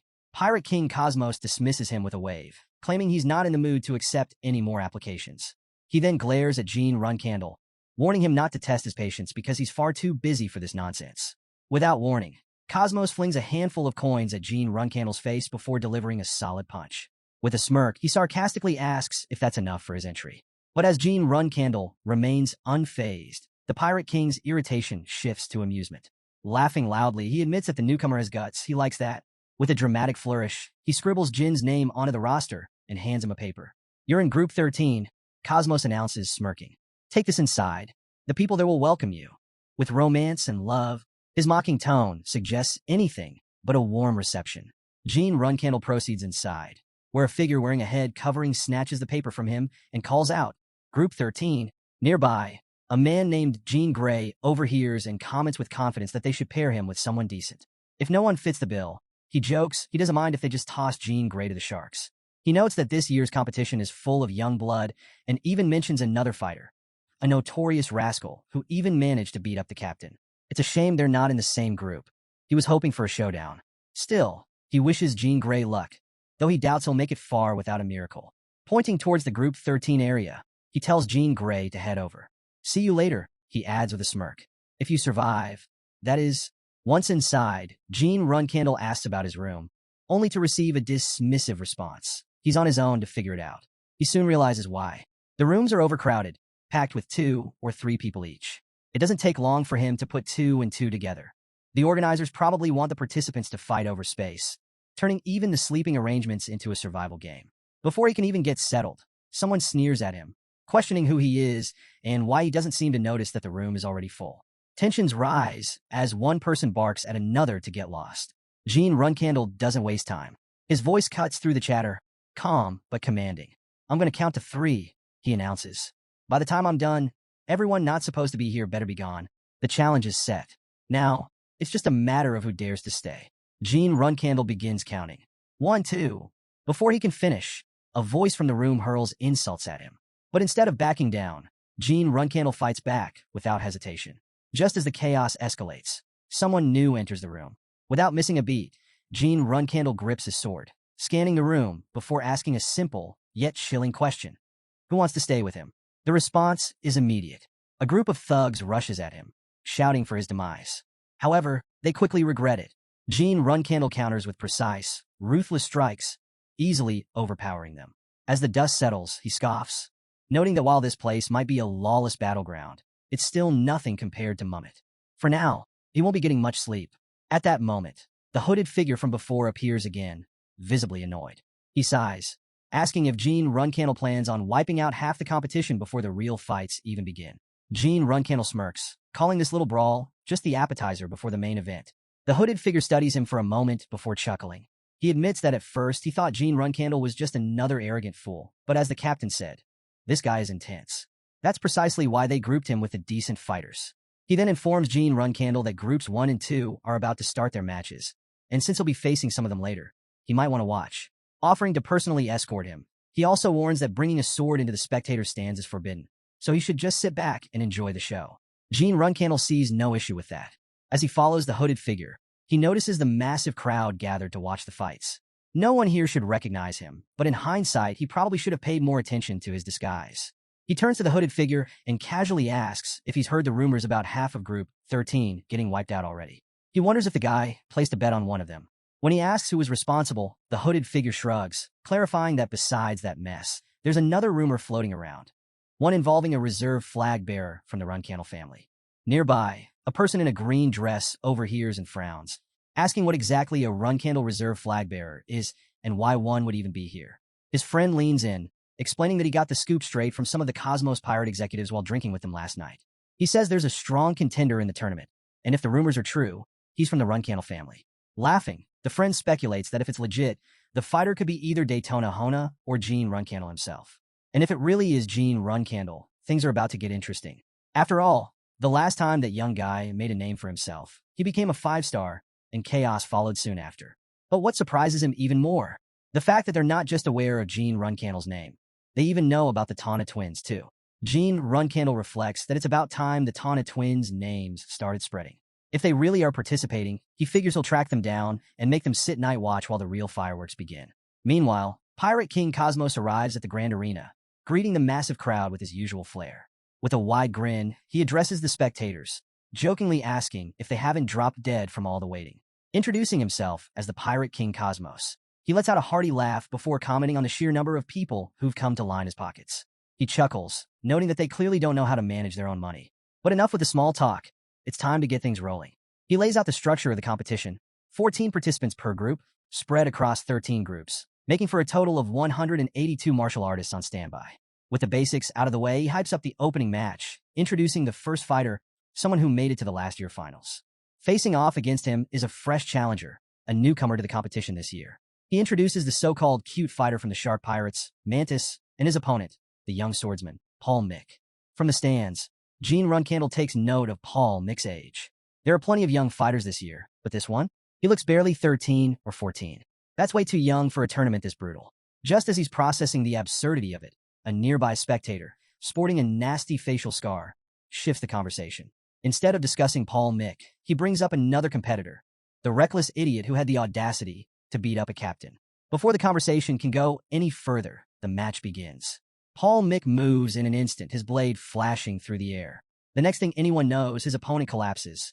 The arena falls silent for a brief moment before Pirate King Cosmos demands answers. What just happened? He asks if anyone actually saw it, clearly, visibly irritated at the Shark Pirates for producing such weak fighters. A murmur spreads through the crowd as someone states the obvious. The guy's head just fell off. It's so fast and brutal that it barely seems real. Gene Runcandle narrows his eyes, quickly assessing what happened. Dante Hyran was beheaded in an instant. Paul Mick's sword energy was on a completely different level. Meanwhile, Veridin Zipple, one of the more excitable spectators, erupts in enthusiasm, declaring the fight a masterpiece. Without hesitation, he loudly announces Paul Mick as the winner and immediately places all his bets on him. To anyone who'll listen, he proclaims that this is what a real fight looks like. Hearing the growing cheers for Paul Mick, Gene Runcandle can't help but notice Veridin's presence. People around them start placing their bets, the energy in the arena reaching a fever pitch. Veridin, practically foaming at the mouth with excitement, urges everyone to go all in. Can't you see? Paul Mick is the future. Bet everything. Your savings, your fortunes, everything on him. And just like that, the match is over, but the chaos is only beginning. Gene Runcandle studies Veridin Zipple, wondering if he's here on a mission. But judging by how caught up he is in the excitement, that seems unlikely. If Veridin really were here on official business and got caught, it would cause serious problems. Deciding to play along, Gene Runcandle pretends not to notice anything unusual. Before he can dwell on it further, Veridin Zipple spots him and greets him with a grin, mentioning that it's been a long time. Paul Mick, standing nearby, turns toward them. He immediately recognizes Veridin Zipple, recalling their encounter at the Zipple family's banquet. It surprises him to see such an open exchange in a place like this. Still, he steps forward, extending a hand and expressing his pleasure in seeing Veridin again. Before the conversation can continue, Pirate King Cosmos strolls over, suggesting they listen to the winner before moving on to the next match. He turns to Paul Mick and asks how he feels about his victory. Paul Mick casually responds, saying he's glad to have taken down one of the world's evils. With a smirk, he jokes that he just hopes the defeated opponent doesn't reincarnate as a pirate in his next life. Pirate King Cosmos chuckles at the remark, resting a heavy hand on Paul Mick's shoulder. He tells the boy that becoming a pirate isn't exactly the best career choice, though saying that out loud might upset the pirates in the crowd. With a hearty laugh, he adds that most of them would probably be pleased to hear Paul Mick's words. Wasting no more time, Pirate King Cosmos announces the start of the next match and calls for the next set of participants. Gene Runcandle observes the matches that follow, but none of the fighters stand out to him, except Paul Mick. The more he watches, the more convinced he becomes. Paul Mick may look young, but his swordsmanship tells a different story. The most logical conclusion? He has to be Dante Hyran. Gene Runcandle knows that winning this competition won't just come down to swordplay alone. Against someone like Paul Mick, relying solely on technique won't be enough. Magic and shadow energy will be necessary to stand a chance. Even so, it's too soon to make a final judgment. Glancing at a magical stone, he considers his next move. Starting tomorrow, some groups will finish their matches, which means he has 3 days before it's his turn. Until then, the real challenge isn't just the fights, it's surviving the nights in this place. Meanwhile, in a quiet room, Sir Elder sits with a disapproving expression. He mutters that he didn't give it to him to mess around with. It's an item meant for the Sir Young Patriarch to use only when absolutely necessary. With a sigh, he insists that it must be kept in a safe place. Across from him, Veridin Zipple casually swings a chain in his hand, grinning as he apologizes. He admits that he just feels lighter with it in his grasp. Then, tilting his head, he asks if that's the reason he was summoned. Sir Elder doesn't seem amused. He explains that every year, around this time, a martial arts competition takes place on one of the northern islands of the Belladou archipelago. It's known as the Cosmos Competitive Arena. Looking directly at Veridin, he asks if he's familiar with it. Veridin Zipple tilts his head, pretending to be clueless. He chuckles, claiming it's the first time he's even heard of the competition and questions why he would know about some martial arts tournament run by pirates. With a laugh, he playfully wonders where he disappears to every year around this time. Sir Elder isn't fooled. Ignoring Veridin's act, he brings up a name that immediately carries weight. Dante Hyran, the future patriarch of the Hyran family. He reminds Veridin that Dante attended last year's banquet and is once again competing this year. This is a rare opportunity to witness his strength firsthand, something they should take advantage of. After all, one day, they may have to face him. Meanwhile, Veridin Zipple finally arrives at the arena, having caught wind of the event. He comments that it's nice to make a little side money while he's here, but can't help complaining. 2 whole days, and not a single match was truly entertaining. Sure, watching Dante Heron's skills in action was impressive, but everything else? Mediocre at best. With a disappointed sigh, he wonders what happened to all the real fighters this year. Scanning a list of names, something catches his eye: Jean Grey. He pauses, narrowing his eyes as he connects the dots. Could it actually be Jean Runcandle? A slow grin forms. So he didn't just come here to watch. This is getting very interesting. Meanwhile, Jean Runcandle takes a moment to assess the situation. The number of remaining participants has dwindled to 147, meaning 35 are already dead. But here's the kicker. Only 5 of those deaths happened inside the arena. The rest? They were eliminated outside of official matches. As he sits down, exhausted from his latest fight, he knows the worst is yet to come. Before long, fighters from other groups will start spilling in, looking to take out the competition early. That means there's no time to let his guard down, not even for a second. The thought of sleep crosses his mind, but he immediately shuts it down. His cadet years trained him in no-sleep endurance, but going 3 full days in a place like this, where stealth is impossible and predators lurk everywhere, is a whole different challenge. Just then, Paul Mick steps forward, interrupting his thoughts.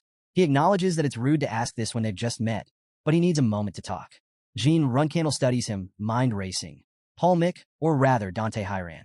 To his surprise, Paul Mick makes an unexpected request. He asks for a chance to sleep. In exchange, he promises to stand guard the next day, so Jean Runcandle can rest. Jean Runcandle raises an eyebrow. What's this guy up to, suddenly showing up out of nowhere?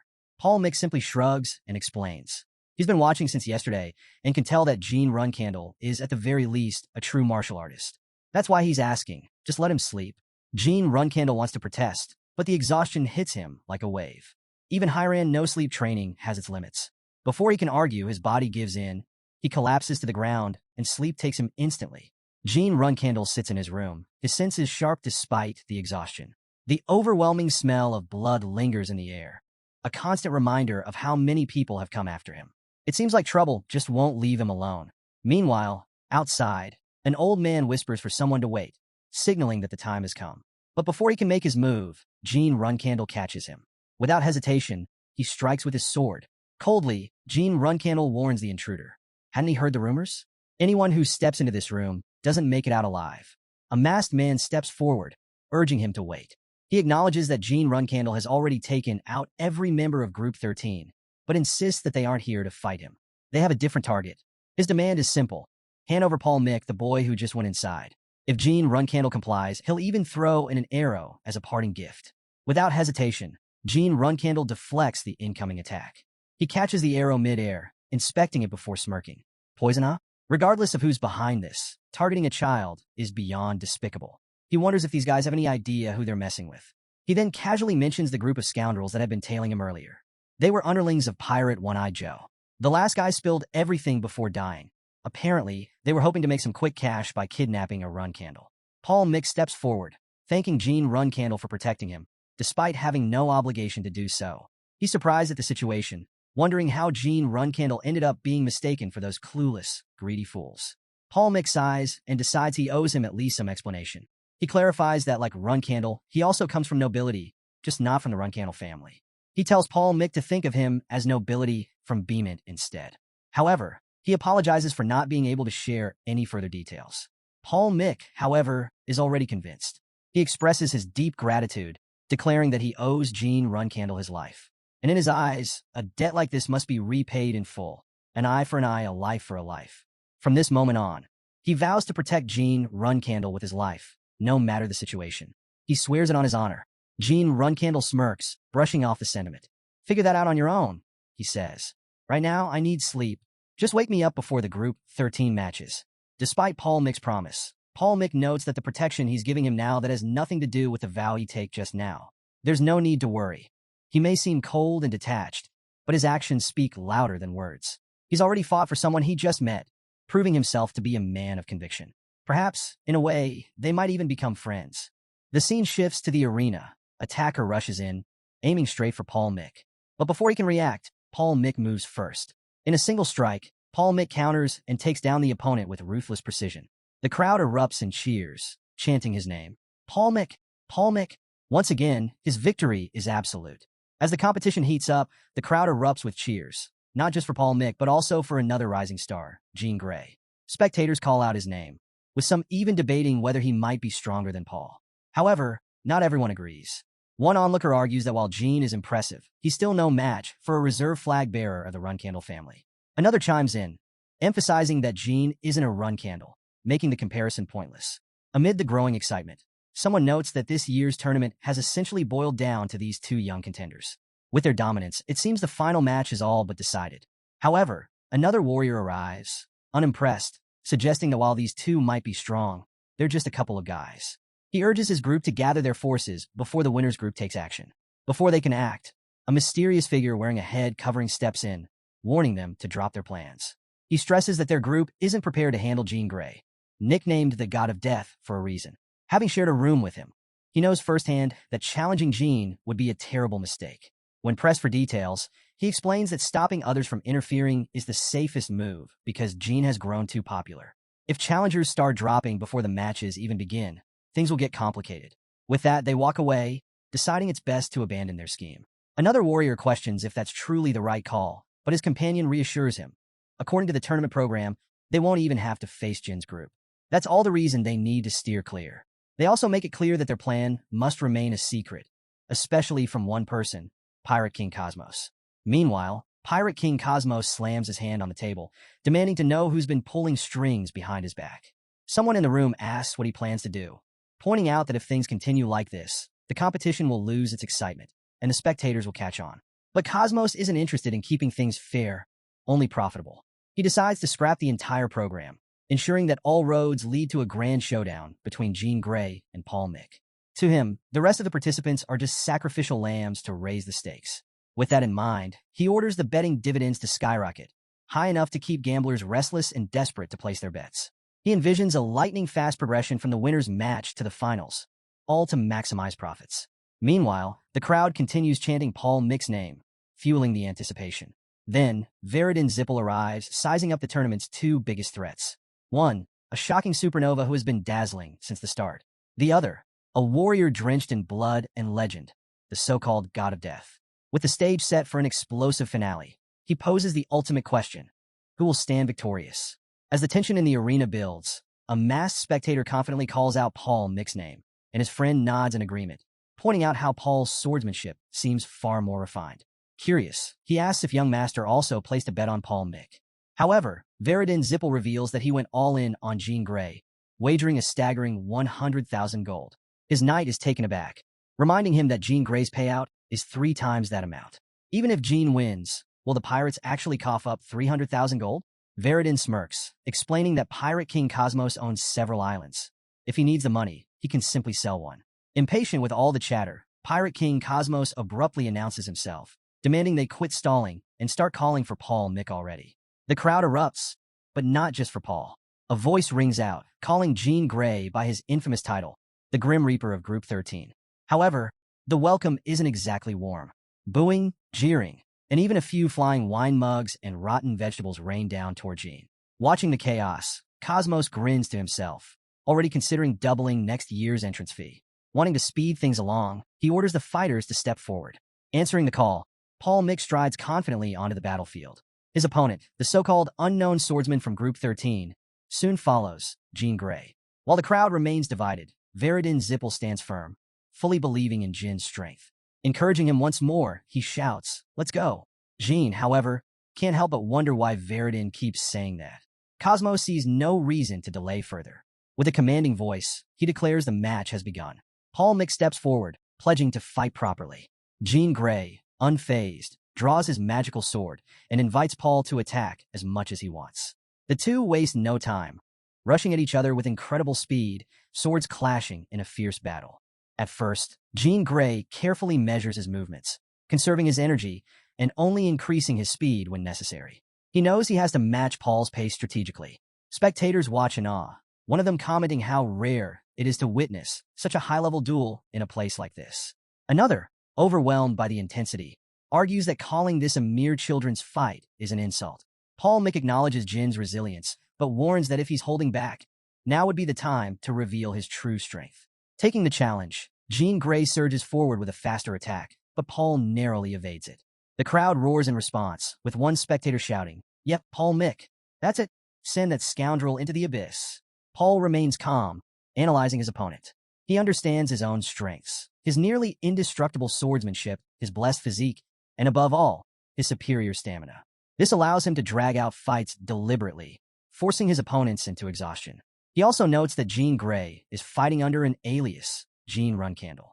But if that's the only trick Jean has up his sleeve, then he's made a fatal mistake. With that thought, Paul launches a powerful strike. But Jean Grey is ready. Countering with precision, he manages to push Paul back, proving that this battle is far from over. As the fierce battle rages on, Veridin Zipple observes the fight closely. Jean Grey suddenly questions why Veridin is calling him by his real name, but there's no time to dwell on it. Meanwhile, Paul Mick is momentarily shaken. If he had landed that last strike, something else would have struck him in return. He quickly realizes that Jean has nearly exhausted his shadow energy. Yet his opponent remains steadfast, preparing for an even tougher fight. With a determined gaze, Jean Grey decides it's his turn to press the attack. He lunges forward, his blade cutting through the air, but Paul Mick manages to block. However, something feels off. Every one of Jin's strikes carries the same overwhelming force as his first swing. There are no wasted movements, no signs of weakness. Paul begins to wonder if he made a mistake by not going all out from the very start. But then another thought crosses his mind. If he continues fighting like this, he might end up killing Jean. Just then, Jean, fighting under the alias Jean Runcandle, snaps at him. "Stop messing around," he demands. "Why do you think I'm standing here? To see you hesitate?" His voice is sharp and unwavering, declaring his true identity as a Runcandle. He warns Dante Hiran, Paul Mick's real name, not to make this fight shameful. Dante exhales, taking in the words.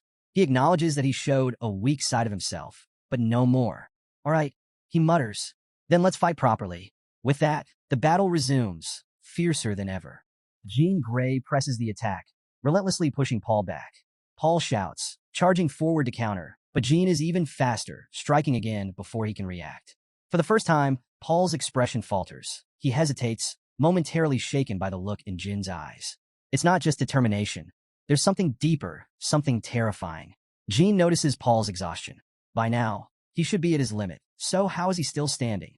He acknowledges Paul Mick as a once-in-a-century genius, blessed with talent beyond imagination. But despite all his gifts, Paul was born with a fragile body, a vessel too weak to contain such power. Jean Grey understands suffering all too well. He has crawled through the depths of despair, burdened by a relentless curse. That cursed existence has shaped him, forged him in an abyss darker than any battlefield. He knows Paul Mick, or rather, Dante Hiran, because he too has suffered. Memories of his past flood his mind. The endless torment, the bone-deep agony, the isolation that nearly crushed his soul. But there's no time for reflection. Jean attacks again. Paul barely manages to block, but the weight of the fight is taking its toll. Desperation fuels him now. He thinks back to how he has pushed himself to the brink of death time and time again to reach this moment. Gritting his teeth, he forces Jean back, then charges once more, anger surging through him. As he rushes forward, his thoughts drift to Jean Runcandle, the 13th child of the family, born with everything, talent, strength, and unrivaled physique. And yet, despite all that, Paul senses something else in Jean, an overwhelming desperation. Why? Is it because he's the youngest, not even in the line of succession? No, Paul quickly dismisses the idea. This isn't about something as trivial as status. There's only one reason why Jean fights with such relentless intensity. He doesn't seek power for recognition. He fights because he must become the strongest, no matter what. As the battle rages on, Paul Mick's thoughts drift to how long he has endured to reach this moment. Blades clash once again, but he can no longer remember how many times he has fallen into despair, how many times he has been swallowed by despondency. Jean Grey suddenly overpowers him, throwing him aside. But just as he seems on the brink of collapse, Paul regains his strength. He reflects on how many times he has picked himself back up, even if those moments have long since blurred together. With renewed determination, he charges at Jean once more. Jean meets the attack head-on, blocking and countering swiftly. Then for the first time he sees it, Paul Mick coughing up blood. Something is wrong. Jean watches closely and realizes that Dante Heron's body is breaking apart. Cracks begin to form, but even in this state, Paul refuses to back down. Jean hesitates, Seeing Paul's deteriorating body, he briefly considers withdrawing his sword. But no, doing so would be an insult. If Paul Mick is still fighting, then he will respect that struggle. Apologizing under his breath, Jean delivers a final, decisive strike, his blade stopping just short of Paul's neck. Then, unexpectedly, Paul starts laughing. Jean pauses confused. There's no anger, no regret, just genuine amusement on Paul's face. Then, exhaustion takes over. Paul Mick collapses, and Jean Runcandle instinctively calls for a medic. Veridin Zipple rushes over, assessing Paul's condition. His face darkens. This is worse than he thought, but he quickly reassures Jean, promising that Paul will survive. Without hesitation, he begins channeling healing magic. But as Jean watches closely, a grim realization sets in. It's already too late. Paul's condition is beyond magic's ability to heal. His bones are shattered, his organs are failing, and his aura is in complete disarray. Healing magic in this state would only prolong his suffering. Veridin Zipple turns to Jean, his expression serious. Lowering his voice, he instructs him to listen carefully. Then, he reveals a mysterious chain, whispering that this will remain their secret. Before anything can be done, another warrior arrives, immediately advising against using it. That's not something you should ever employ, he warns. Veridin dismisses the concern without hesitation. Just cover us with your cape, he orders. The warrior, though reluctant, follows instructions. Veridin shakes his head at the man's lack of tact, muttering about his inability to read the situation. Meanwhile, Jean Runcandle eyes the chain, uncertain. What is this? He asks. Veridin confirms his suspicions. It's an object given to him by his clan. Not long ago, but with great significance. Then he asks if Jean has ever heard of the blood of Numerous. Jin's eyes widen as memories surface. Numerous, the so-called god of hope, just before the founding of the holy state Vankella, a being believed to have been wiped out in a catastrophic event. Legends say that as Numerous perished, they left behind teardrops and 100 drops of their blood. The myths claim that these teardrops hold the power to bring back the dead. In their blood, it's said to instantly heal any disease or injury. Jean Runcandle recalls how, at the time, the blood of Numerous became an object of immense fascination. Something so rare and powerful that no one dared to even put a price on it. Major factions, including Zipple, once scoured the world in a desperate search for these artifacts, but they had long since faded into legend, becoming nothing more than remnants of a forgotten era. Yet now, here was Veridin Zipple, about to use one of these artifacts on Dante Hyran. Jean couldn't help but question it.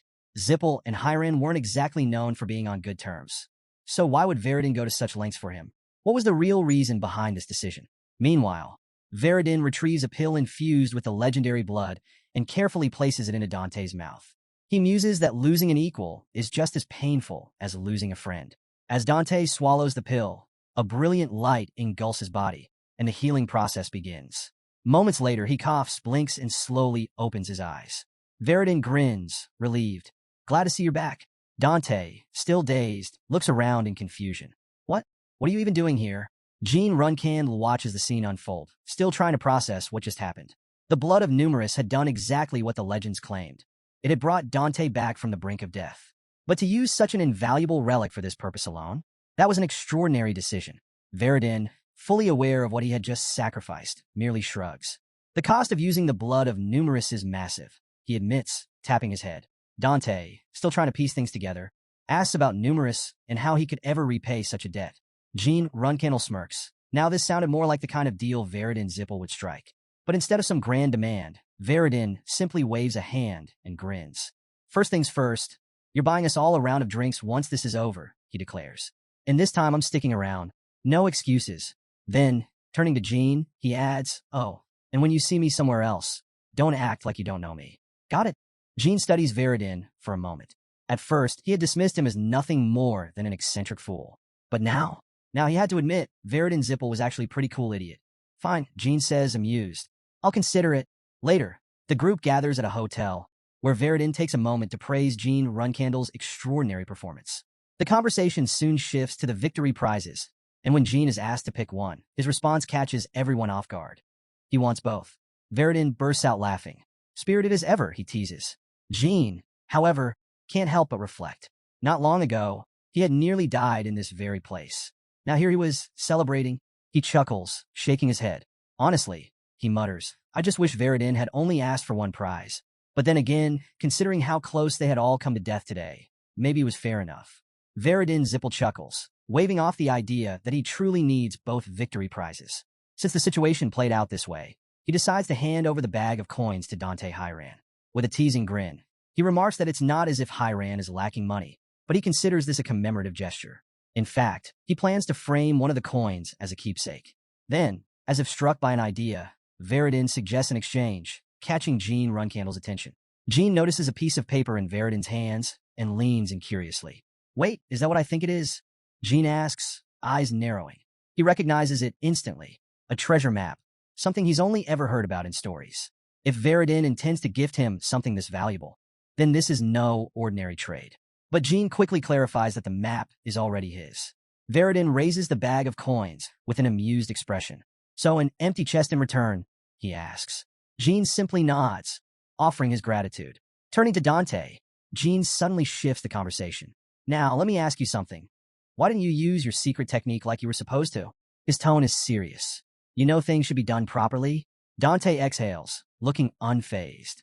"I don't know what you're hiding, Jean, but it's unfair to hold back and then call someone out for it afterward," he replies.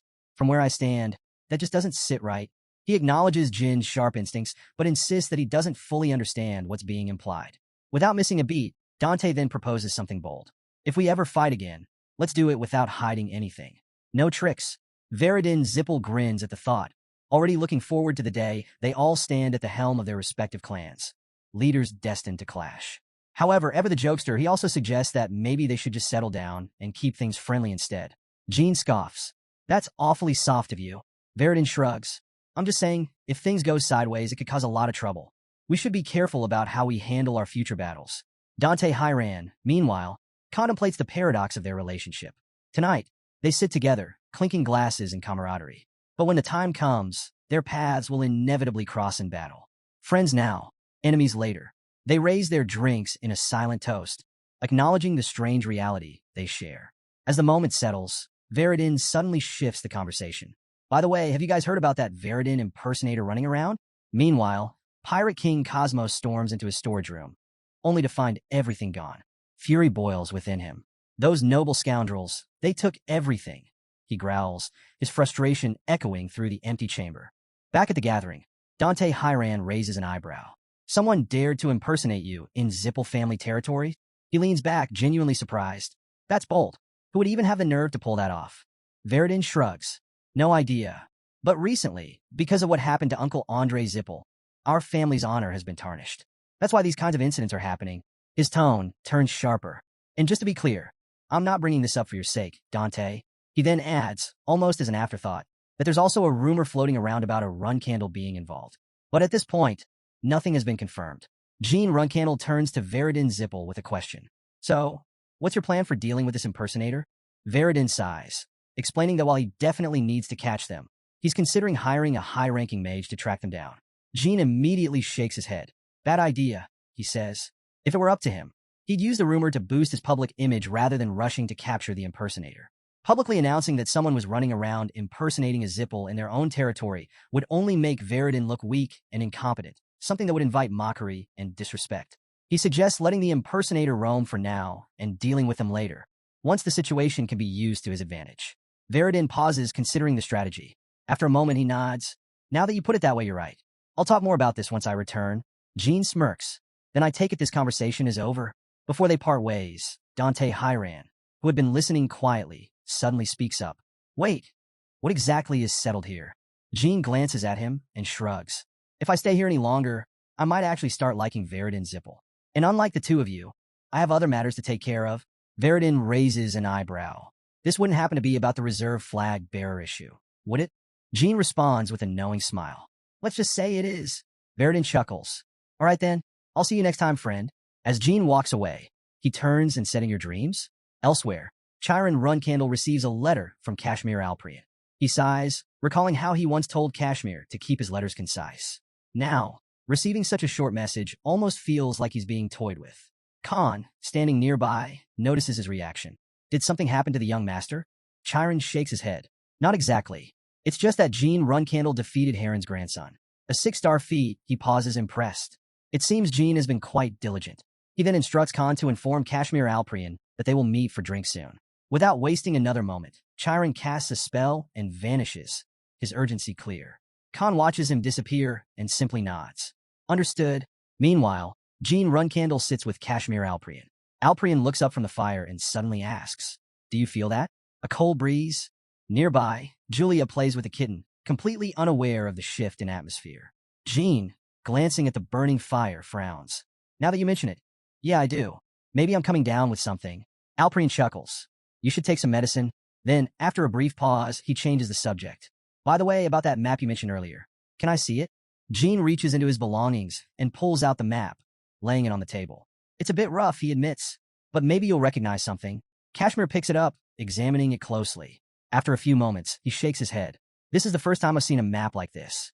I'm not sure if I can pinpoint the destination with just this." Before they can discuss it further, Julia excitedly runs over. Her eyes sparkle with curiosity. "Is that a treasure map?" she exclaims. Jean and Alprian exchange glances. Julia, completely thrilled by the idea, grins and announces, "I want to join in on the treasure hunt too." Kashmir Alprian flinches at Julia's sudden presence, startled by her reaction. He looks at her in surprise before turning his gaze back to the map.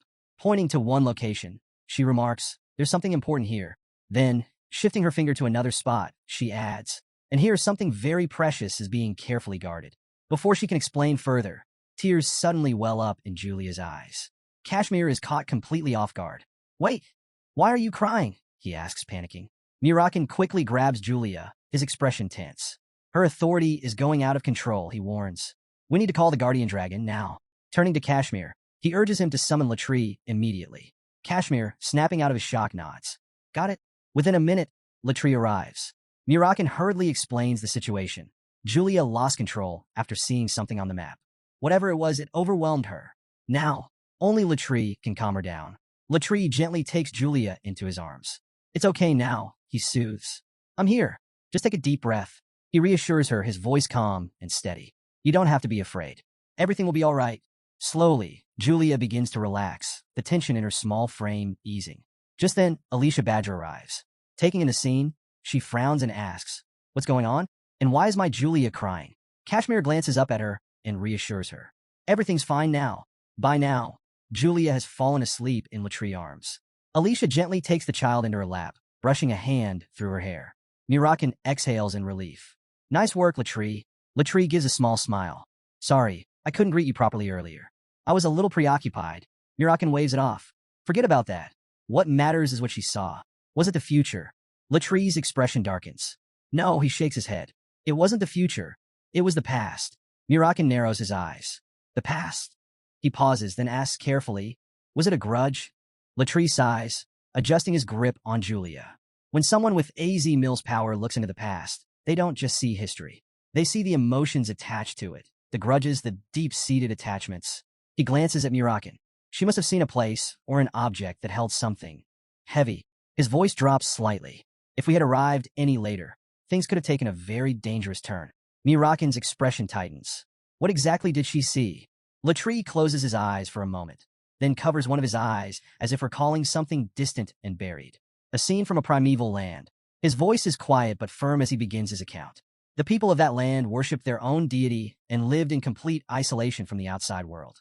Because of this, they knew only peace and stability. He pauses before continuing. That peace lasted until the outsiders arrived. Mirakin listens intently, his grip on his arms tightening. Who were they? Latri's gaze sharpens. Mages. He exhales slowly, recalling the memory. At first, they approached under the guise of wanting to learn the culture of the natives. But, of course, their true intentions were something else entirely. As the excavation continued, their demands grew more unreasonable. Eventually, they turned to violence, going as far as killing a native child and eliminating anyone who stood in their way. Their goal? A powerful artifact the natives revered as a sacred treasure. This so-called divine relic was the centerpiece of their worship, but to the outsiders, it was simply an object of immense value. Jean Runcandle pondered the significance of the natives' devotion to the relic. Curious, he asked Latri if they could see what it actually looked like while he jotted down some notes. Latri confirmed and took a moment to describe it. A simple silver mirror that radiated a mysterious light. He then sketched an image of it. Upon examining the drawing, Jean Runcandle immediately recognized it. There was no doubt. It was the artifact mirror. He recalled its once famous magical properties, which had remained hidden from the world until a daring reporter exposed the brutal actions of the Zipple family. The revelation had linked the Zipple family to the exploitation of the people in the Cologne ruins, all in their ruthless quest for the artifact. Jean had seen their cruelty firsthand during his time as a cadet, and now, as he studied the map in front of him, he realized it pinpointed the mirror's location. Meanwhile, somewhere else, a figure in a purple dress sat perched at the edge of a building, leisurely sipping wine. They chuckled to themselves, musing about how easy it was to grow fond of those scoundrels if one lingered too long. Despite the solitude, they appreciated the taste of the alcohol, finding small comfort in the moment. At the same time, Lady Lousa sat in her room, finally feeling at ease. The moment she had long awaited had arrived. Preparing herself to welcome a guest, she whispered a prayer, tears welling in her eyes.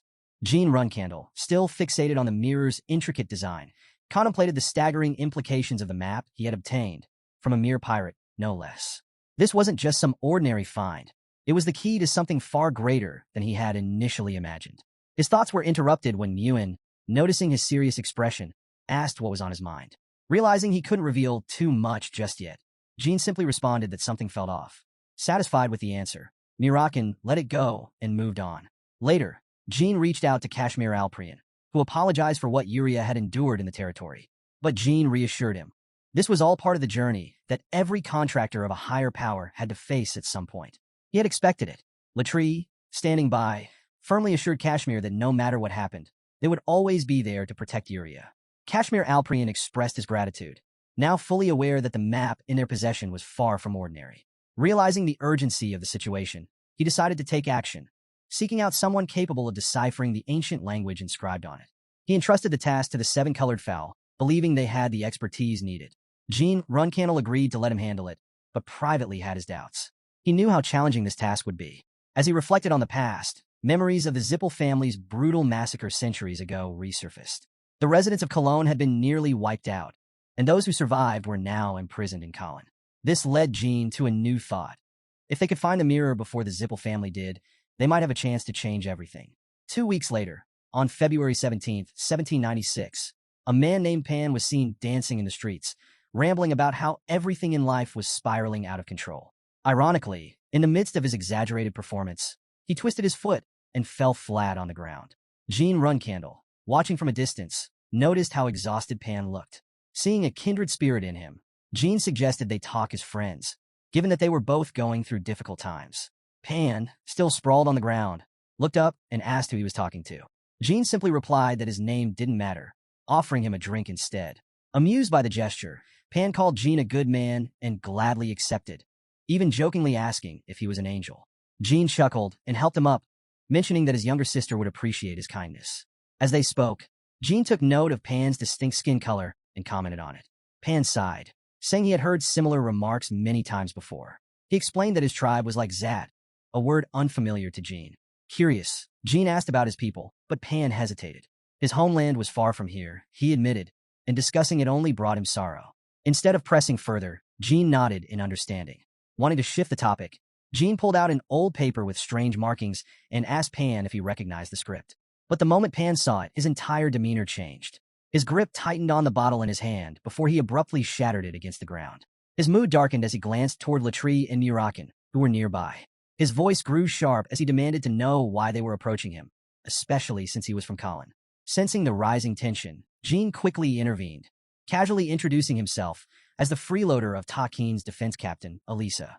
Then, with a nonchalant wave, he pointed at the black-haired and green-haired figures beside him. Oh, and those two? They're dragons? Pan froze in shock, struggling to process what he had just heard. He immediately questioned why Jean was revealing such dangerous information so carelessly. But Jean, unfazed, simply shrugged and remarked that the truth would come out eventually. However, Pan wasn't convinced. With narrowed eyes, he warned Jean to be more cautious. Some truths were better left unspoken. Jean Runcandle reassured Pan that there was nothing to worry about. Everything was fine. Pan pointed out that they had no ties to the Zipple family and, in turn, asked how he had managed to find him. Jean then explained that they had come across the map purely by chance, casually mentioning that the green-haired boy with them was none other than the Dragon of Asmil. Pan's eyes widened in shock. Asmil? You mean the Asmil? He asked, seeking confirmation. Jean nodded and went on to explain that they had unlocked the map's contents using Asmil's authority, revealing the deep-seated grudge hidden within it. He admitted that they had been searching for someone who could interpret the map for some time, but until now, no one had the knowledge they needed. Finding Pan had been a stroke of luck. Or at least, that's what it seemed. But as Jean thought about it more, he couldn't shake the feeling that this coincidence might not have been random at all. Deciding to act on instinct, Pan suggested they follow him, stating that it would be best for them to meet his sister. After some time, they arrived at some dimly house, where Lady Lausa was already waiting. She welcomed them warmly, revealing that she had been expecting their arrival, as well as the esteemed individuals from Tyken. Pan hesitated, apologizing for bringing unexpected guests without her permission, but Lady Lausa simply smiled. You did well, she reassured him. Mirakin, curious about her words, inquired why she had been anticipating their arrival.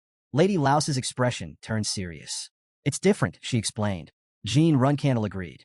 She elaborated, saying it wasn't just a feeling of holiness. This presence was something extraordinary, something that shouldn't be found in a place as forsaken as theirs. To her, this presence could belong only to a person of the noblest bloodline of Cologne, or perhaps someone chosen by a higher force. She then continued, revealing something even more startling. This individual was born from the head Temple of Swords, chosen by the Shadow, and was the last dragon of the Shadow tribe. And the other is the guardian dragon of a child who treasured by the great Asmil. However, she quickly dismissed any grandiose interpretations, calling it nothing more than an illusion or mere tricks. Jean Runcandle, still processing everything, was struck by the unmistakable aura surrounding her. It was unlike anything he had felt in a long time. Unable to hold back his curiosity, he asked directly, Lady Lausa, are you a god? She denied it immediately, stating that she was merely a vessel. If I were a god, she added, I wouldn't be living in hiding, exiled from my homeland. Mirakin, watching the exchange, speculated that she might be the physical embodiment of an old god, though he wasn't entirely sure. Her insight was remarkable, but was that truly all there was to her? He also noted that, like all things, even her presence would eventually fade. Lady Lausa acknowledged the discomfort in his words, but before she could respond, Sir Black Dragon bluntly pointed out the painful truth, striking a nerve. He showed no concern, though, merely expressing his surprise at the idea that an old god might still be lingering in Cologne. Jean Runcandle noted that even if Lady Lausa had answers, she might not fully understand them herself. She then requested to see the map once more. As he handed it over, he asked if she could decipher its contents. Taking her time, she carefully examined the markings before finally reading aloud. To the one who reads these letters, after winning over the hearts of Cologne, please do not abandon them. Come here and advocate for them, proclaiming that they are nothing but quiet people who simply wish to live in peace.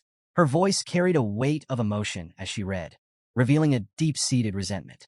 The burden placed upon her by a higher force was overwhelming, yet she lacked the power to fulfill it.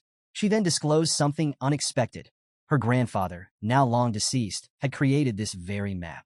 Originally, it was meant to lead to disaster under the name of Zipple, but now, under Jean Runcandle's name, it carried a flicker of hope. As she reflected on this, she questioned whether her daily prayers had ever truly held meaning. Before the mood could grow too heavy, Lausa interjected with a smirk, suggesting they strike a deal. Mirakin raised an eyebrow, intrigued, and asked what kind of deal she had in mind. Lausa clarified, it was about helping her, and before she completely lost her strength. Mirakin encouraged honesty, urging her to be upfront about what she truly needed. Jean Runcandle, already aware that they were headed to Cologne, suggested she be straightforward about her request. However, Lady Lausa simply chuckled. Never trust help that comes from sympathy or compassion alone, she advised. Then, shifting the conversation, she touched a small pendant, the only reward she could offer. She explained that by using the last remnants of her divine power, she could call out to Sodaret. Mirakin, observing the exchange, referred to Sodaret as the astral body of an ancient god, Asmil's contractor. But before they could process this further, he noted something unsettling. There were many people lurking nearby, watching from the shadows. Sensing the tension, Mirakin asked Jean Runcandle about their next move. Jean acknowledged the situation and agreed it was time to prepare for their journey to Cologne. However, doubt crept into his mind. Could he truly save everyone? Could he guarantee their safety? Lady Lausa, seeing his hesitation, stepped in. She promised to provide valuable insight into the internal affairs of Cologne, information that could prove crucial. Jean Runcandle met her gaze and expressed his gratitude. Sometime later, they arrived at the entrance of Cologne's historical site. A large no-entry sign stood in their path, a clear warning to all who approached. Kashmir Alprian frowned, concern etched across his face. He muttered that perhaps he should have sent the 7-colored fowl ahead to scout. But Mirakin shook his head. Even if we send our subordinates, he remarked, it wouldn't change the fact that this place is off limits. And with that, the weight of their next step settled upon them. Gene Runcandle agreed, acknowledging that this area used to be accessible before his regression. However, his time here during his cadet days seemed to have altered events. He reflected on how, in his past life, the horrors of this place wouldn't have been exposed until a reporter uncovered them 11 years later. But that revelation might never come now. With a sigh, he concluded that there was no helping it. Kashmir Alprian then asked about Jin's next move, suggesting that if the site was being used as a magic testing ground, as Jin had previously mentioned, they might have found a way inside. Before he could respond, Kashmir called for both Jin and Mirakin's attention. Jin Runcandle frowned, finding it odd. A restricted zone typically had more than just a lone warning sign. There should have been guards, barriers, or at least precautionary magic. The Zipple family wasn't known for carelessness, especially when it came to places of significance.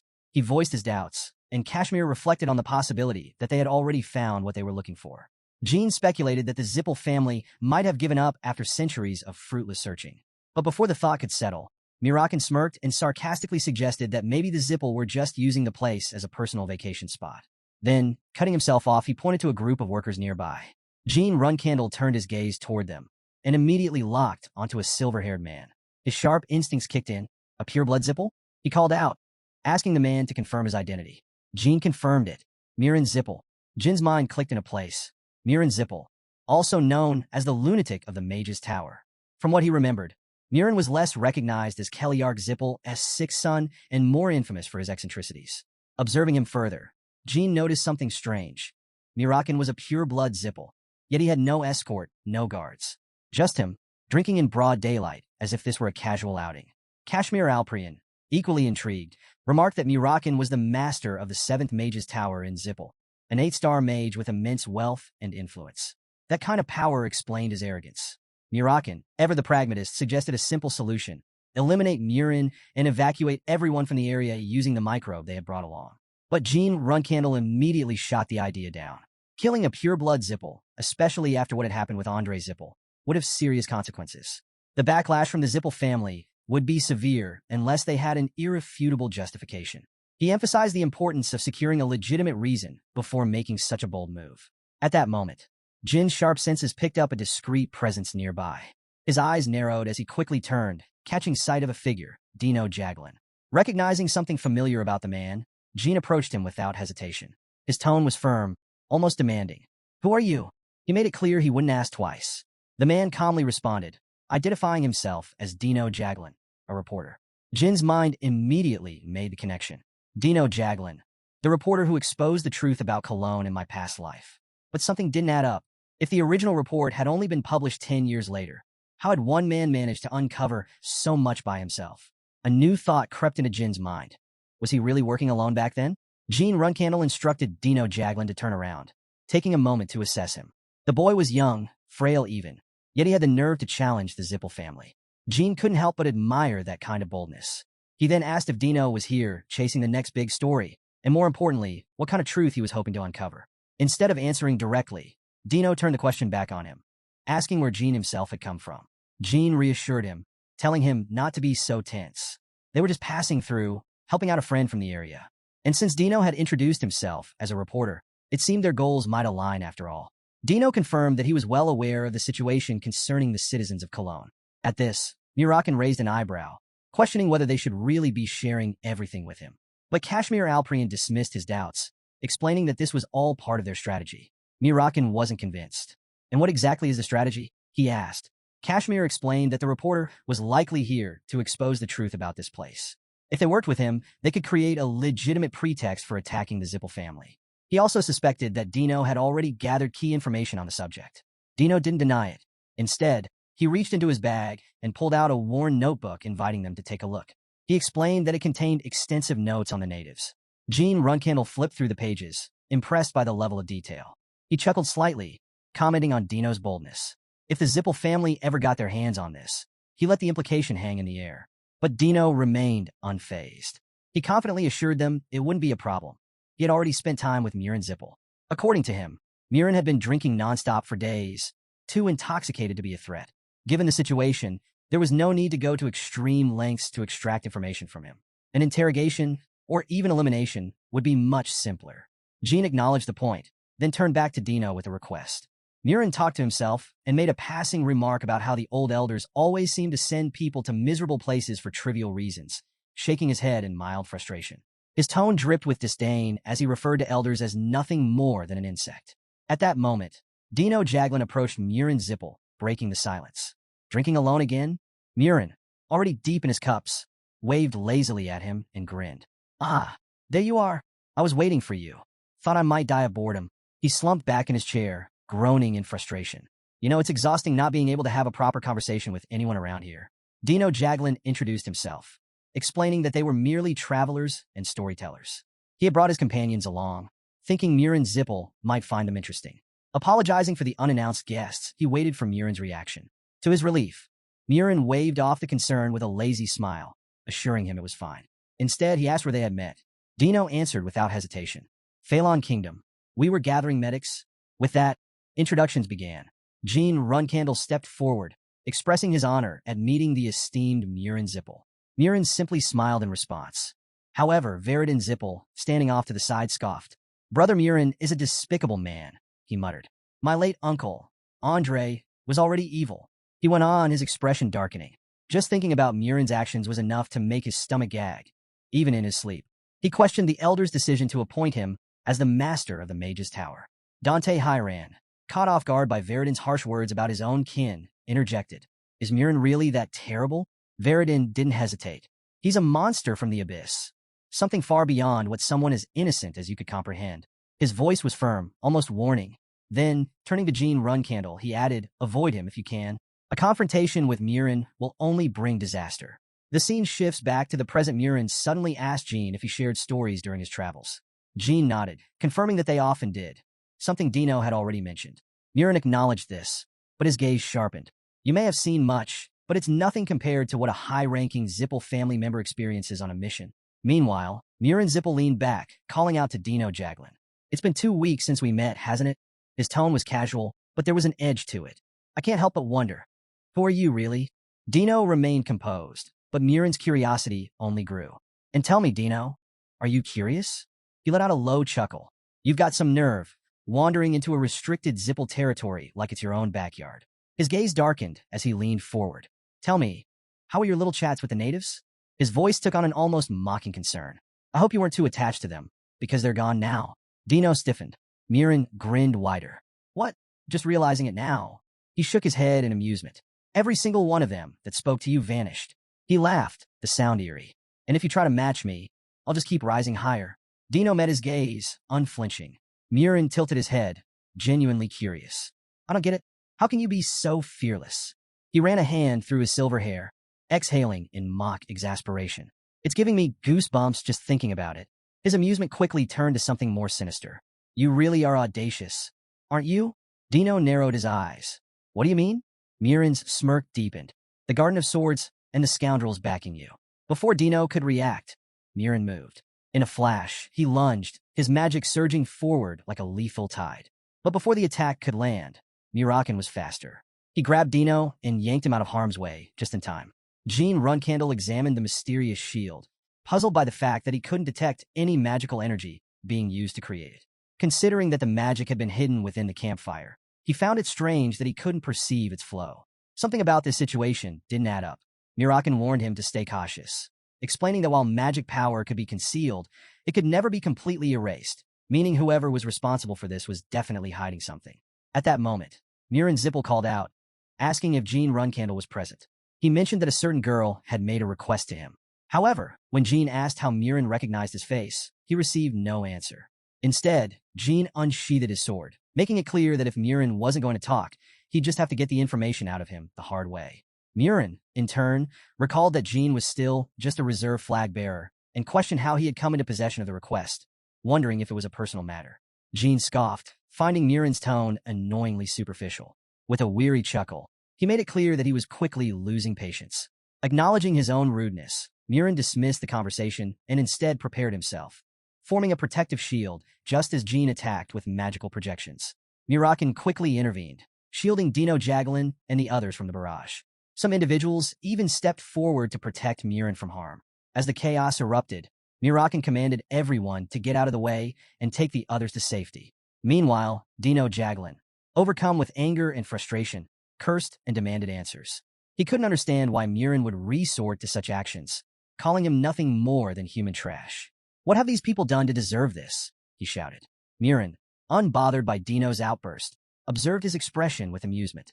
He enjoyed seeing Dino's despair, calling him foolish for believing in something so hopeless.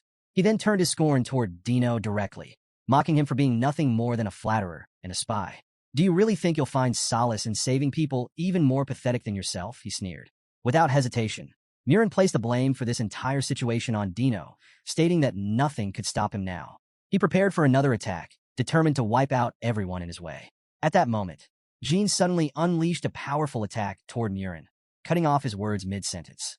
Shadows swirled around him, his presence growing more menacing by the second. Without hesitation, he made his intentions clear. There was no need for any more talk because Murin's fate was already sealed.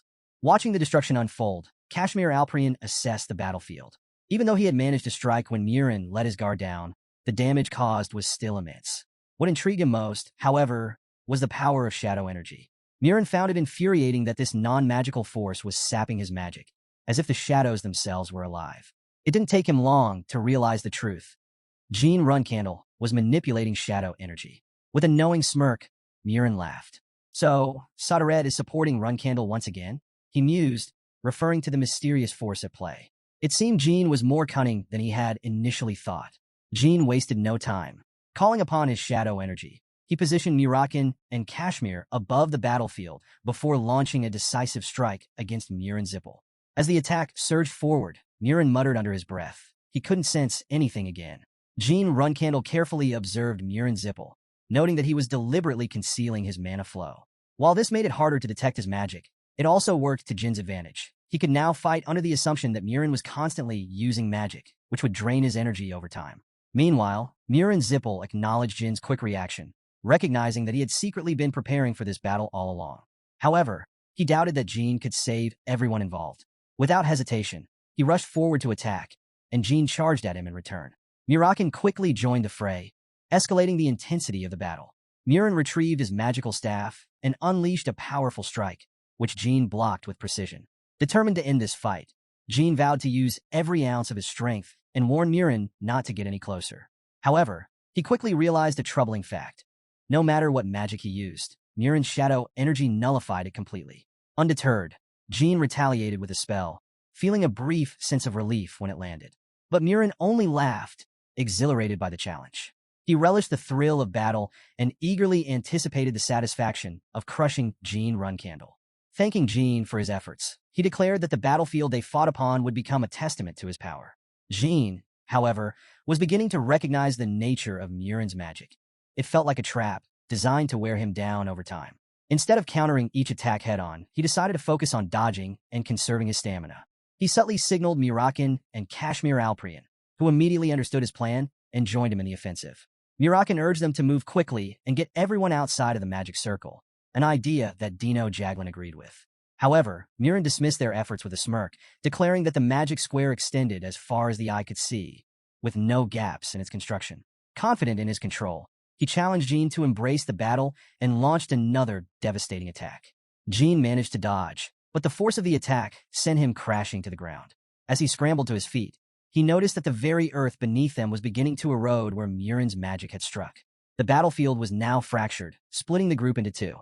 Realizing that retreat was no longer an option, Jin had no choice but to push forward. He raised his sword, using it to deflect the energy surging toward him. Yet something about Murin's abilities fell off. Despite being an 8-star mage, he was wielding an immense amount of magic power, far beyond what should be possible. Jin couldn't shake the feeling that Murin was concealing an artifact, something that amplified his strength. Murin, on the other hand, continued to observe Jin's movements carefully. He was impressed that Jin had not only evaded his fire pillar, but had also nullified its effects and avoided the crumbling terrain. These weren't just the instincts of an ordinary fighter. Jin understood magic on a deep level. With a smirk, Murin let out a chuckle, acknowledging Jin as a true magic swordsman. But before he could dwell on it further, Jin reminded him to keep his emotions in check. Murin exhaled sharply, agreeing with the sentiment, but attributing Jin's skill to his experience in battle. Still, he admitted that the situation had become far more troublesome than he had anticipated. Not willing to let things drag on any longer, Murin prepared an even stronger spell. As he unleashed his next attack, he contemplated something far more dangerous: mana counterflow. To those who wielded magic, it was the most fatal affliction imaginable. Mana counterflow, an event where mana erupts uncontrollably within the body, causing internal organs to rupture and break down. It was a terrifying reality for mages in battle. Murin Zipple noted that those with weaker mana reserves would experience it first, making it an efficient way to rank mages. Until now, this phenomenon had only affected magic users, unlike martial artists who relied on physical prowess. However, he acknowledged that Runcandle lacked mana altogether, making counterflow impossible in his case. Even so, Murin and his kind had never hesitated to use magic against those who were weaker. With that in mind, he saw no reason to delay the inevitable and suggested they settle things right then and there. Jean met his expectation without hesitation, closing the distance and presenting a magical sphere for closer inspection. Meanwhile, Murin suddenly found his vision obscured, questioning the strange darkness surrounding him. At first, he assumed it was the power of shadow energy, but something felt different. There was an intense light piercing through the void in front of his eyes. Confused, he speculated that it could be a sudden burst of blinding light magic, followed by an unexpected assault of ancient light magic. He hadn't anticipated this tactic. With a sarcastic chuckle, he compared the situation to something straight out of a novel, amused by the poetic contrast between light and shadows. Jean, meanwhile, noticed that the dark energy lingering in his wound was beginning to dissipate. His senses sharpened, his reflexes quickened. His body now moved with the instincts of a beast rather than a mage. He acknowledged that while his mana wasn't as formidable as Andre Zipple's in a one-on-one fight, Murin Zipple was proving to be a far more irritating opponent. Murin paused, contemplating his next move. Would they clash once more? The thought made him chuckle to himself. Given his extensive combat experience, combined with the effects of mana counterflow, he was convinced that Jean was hiding something else, something that intrigued him even further. As he slowly walked away, Murin mused aloud, knowing full well that Jean probably saw him as insane and wanted nothing to do with him. Yet, despite their differences, Murin couldn't shake the feeling that they were more alike than Jean would ever admit. Jean, unimpressed by the mind games, questioned whether Murin was simply stalling with all this pointless chatter. If that was his intention, Jean made it clear he wasn't interested. Murin offered a half-hearted apology, but with a smug grin, he warned that defeating him would be no easy feat after all. The barbaric individuals still supporting him were providing an advantage. He counted the number of times they had drawn power so far, 3. That was more than enough.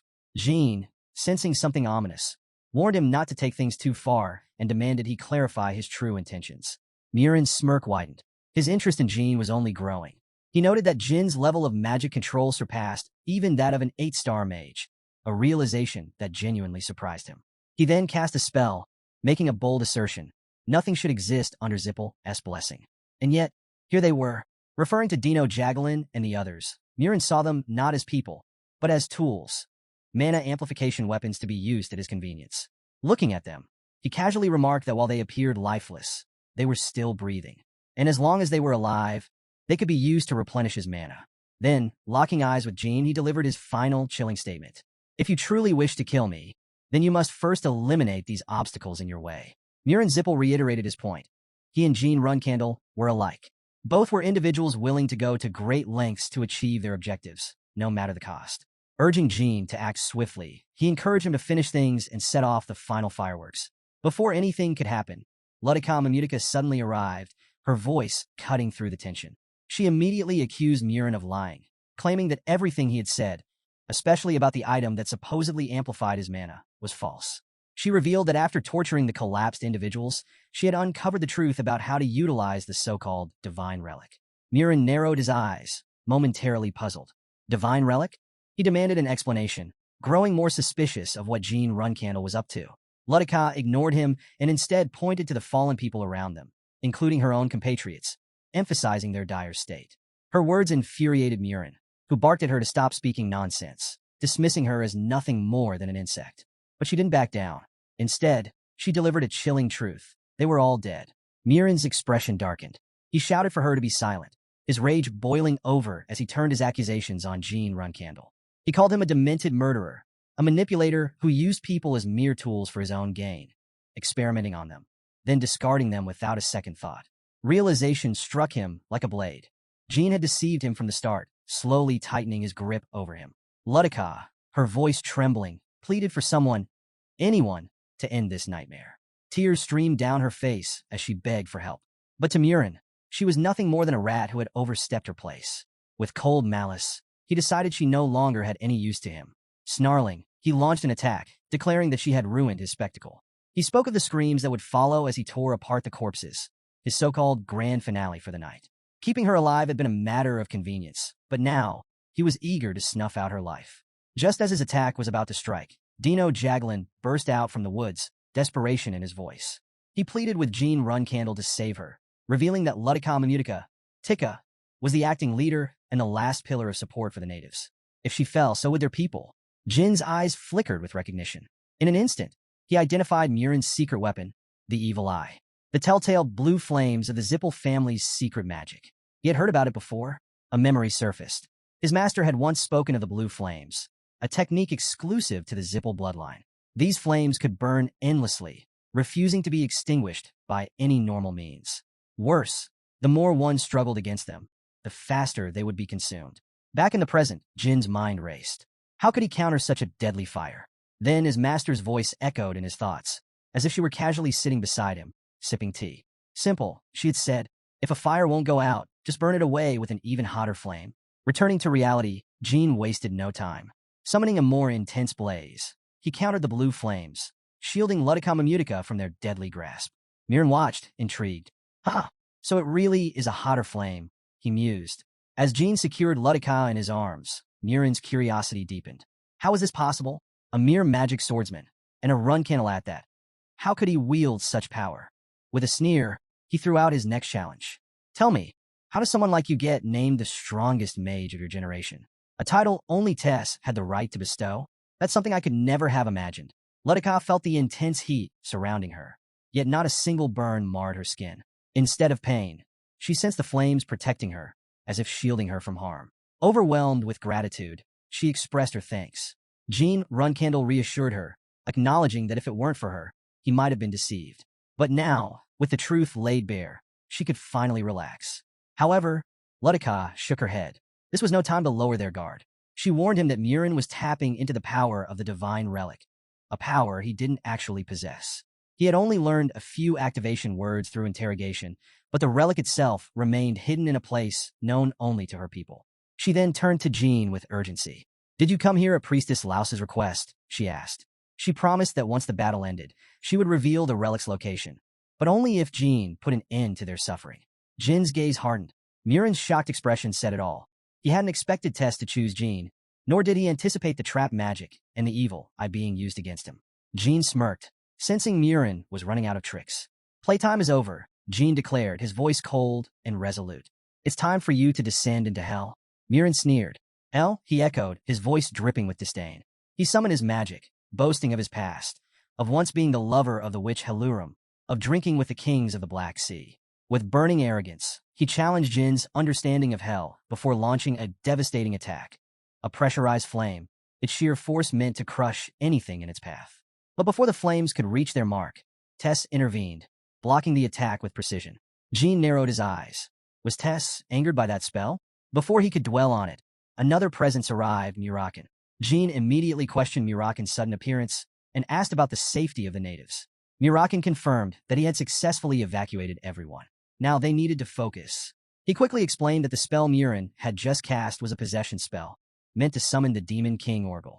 If Tess interfered, they had only a short window to stop it.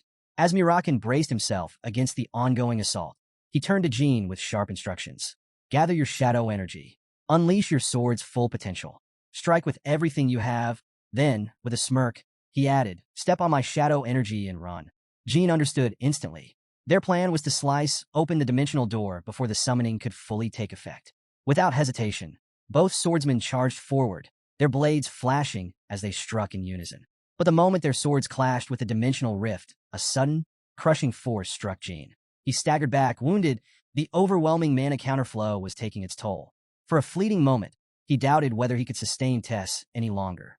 But gritting his teeth, he held on just long enough. A thought crossed his mind. Was this his fate? A once glorious life, now slowly fading away, cursed to walk the path toward death's reverence. No. With renewed determination, he tightened his grip on his sword and lunged forward once more. Even if he had to swing 10,000 times, the outcome could not remain the same. With every ounce of his will, he poured his entire existence into his blade. His sword cut through, aiming for one final, decisive strike. And this time, he successfully stabbed his opponent. Murin Zipple struggled to counterattack, desperately trying to regain his energy. But it was futile. His body twisted and contorted, engulfed in raging flames as he let out a piercing scream. Jean Runcandle stood still, watching the scene unfold, his gaze fixed on his sword. Something felt different. The release of shadow energy, this time, carried a sensation he had never experienced before. Was this a fragment of the heart sword? Despite his lingering thoughts, he struck once more, only to witness Murin's body slowly crumbling to ash, vanishing into the wind. With the battle finally over, Jin's eyes landed on Murin's magical staff, still clutched in his fading grasp. A faint glow pulsed from it, its last remaining trace of power. Without hesitation, Jin destroyed it completely, ensuring no remnants remained. "It's finished," he muttered before his body gave in, collapsing to the floor. Mirakin and Mamutika watched in silence, exhaustion weighing heavy in the air. After some time, Mirakin finally spoke. He explained that the wands wielded by the masters of the Zipple family's magic tower carried a unique function, marked by a small rune at the top. As he examined it, he wondered aloud what it could do. Without warning, the rune activated, sending out a distress signal back to their magic tower. Mirakin's eyes narrowed. "We don't have time to rest," he said urgently, shaking Jin. "Wake up!" Jin's eyes fluttered open, still groggy from exhaustion. "You're finally awake," Mirakin muttered before forcing something into Jin's mouth. "Swallow this." Jin grimaced. "Well, what is this?" He sat up, spitting the object into his hand to inspect it. Mirakin sighed and explained. Jin had nearly died from mana counterflow. The only reason he survived was because he had just consumed a unicorn's horn, a rare and potent medicine known for neutralizing counterflow. At that moment, Mamutika stepped forward, formally introducing herself. "My true name is Mamutika," she said.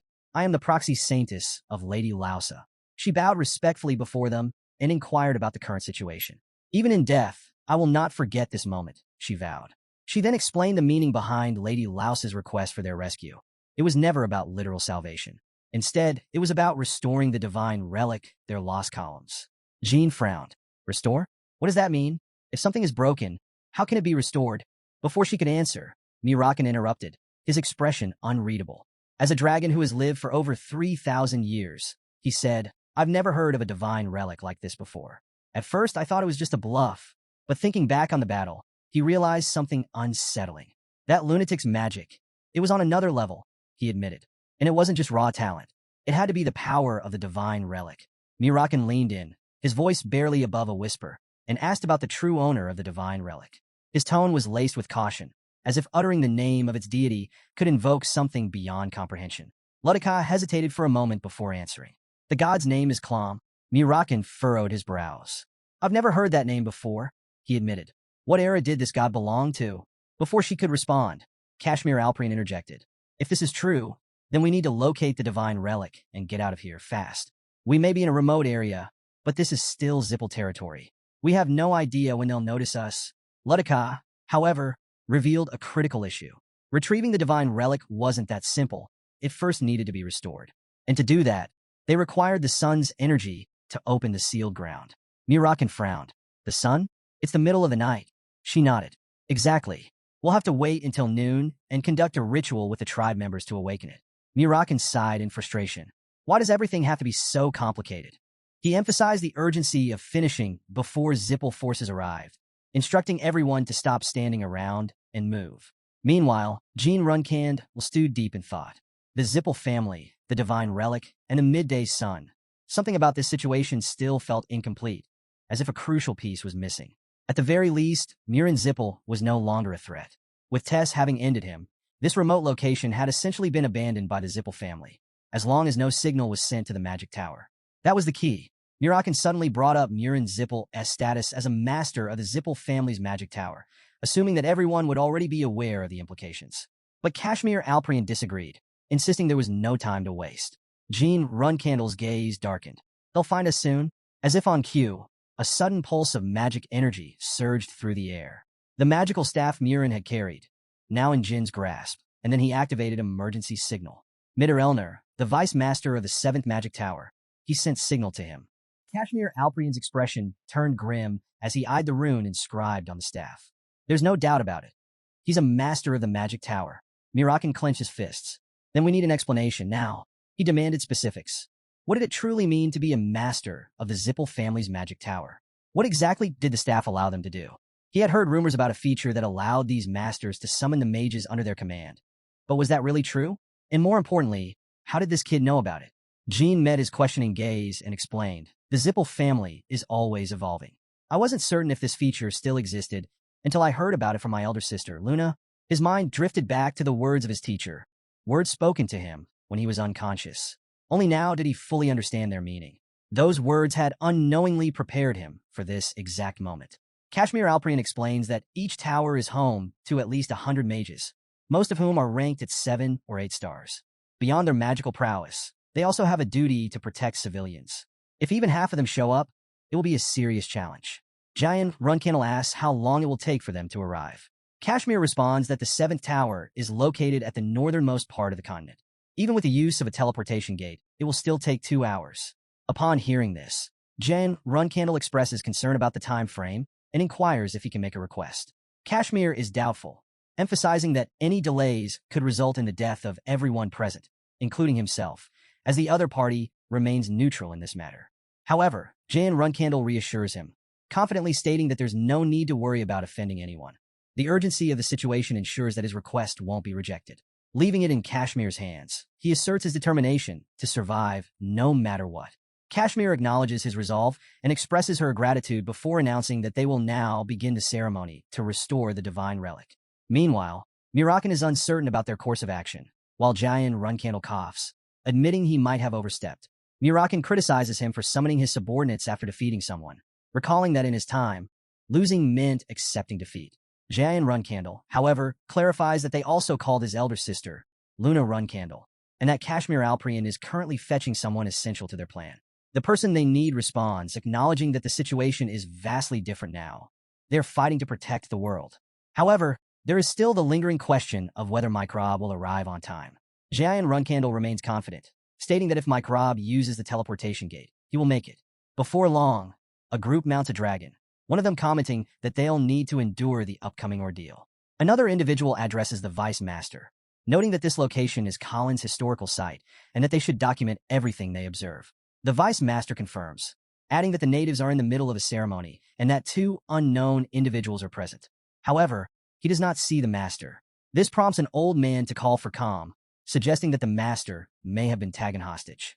The Vice Master, enraged, declares that if anything has happened to his elder brother, everyone responsible will beg for mercy. Meanwhile, Murin assesses the situation, noting 6 dragons and around 30 mages.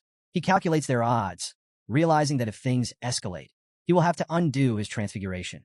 However, he warns that once Zipple's main force arrives, things will become even more dangerous. With that, he advises everyone to prepare for what's coming. Jayan Runcandle considers Mirakin's assessment, reflecting on how a situation like this would have been manageable in the past. Meanwhile, Mirakin recalls a wound from 1,000 years ago, a piercing strike to the heart that still haunts him to this day. As the dragon lands, they disembark. Jayan Runcandle turns to Mirakin, asking if he recognizes any of the dragons, noting that they all appear to be fire dragons.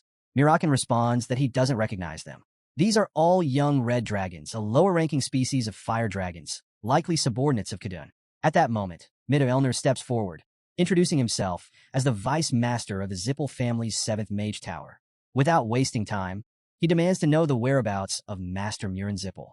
Jayan Runcandle admits he doesn't know and doesn't see him, though he does take note of Midder Elner's name, one he doesn't recall from his past life.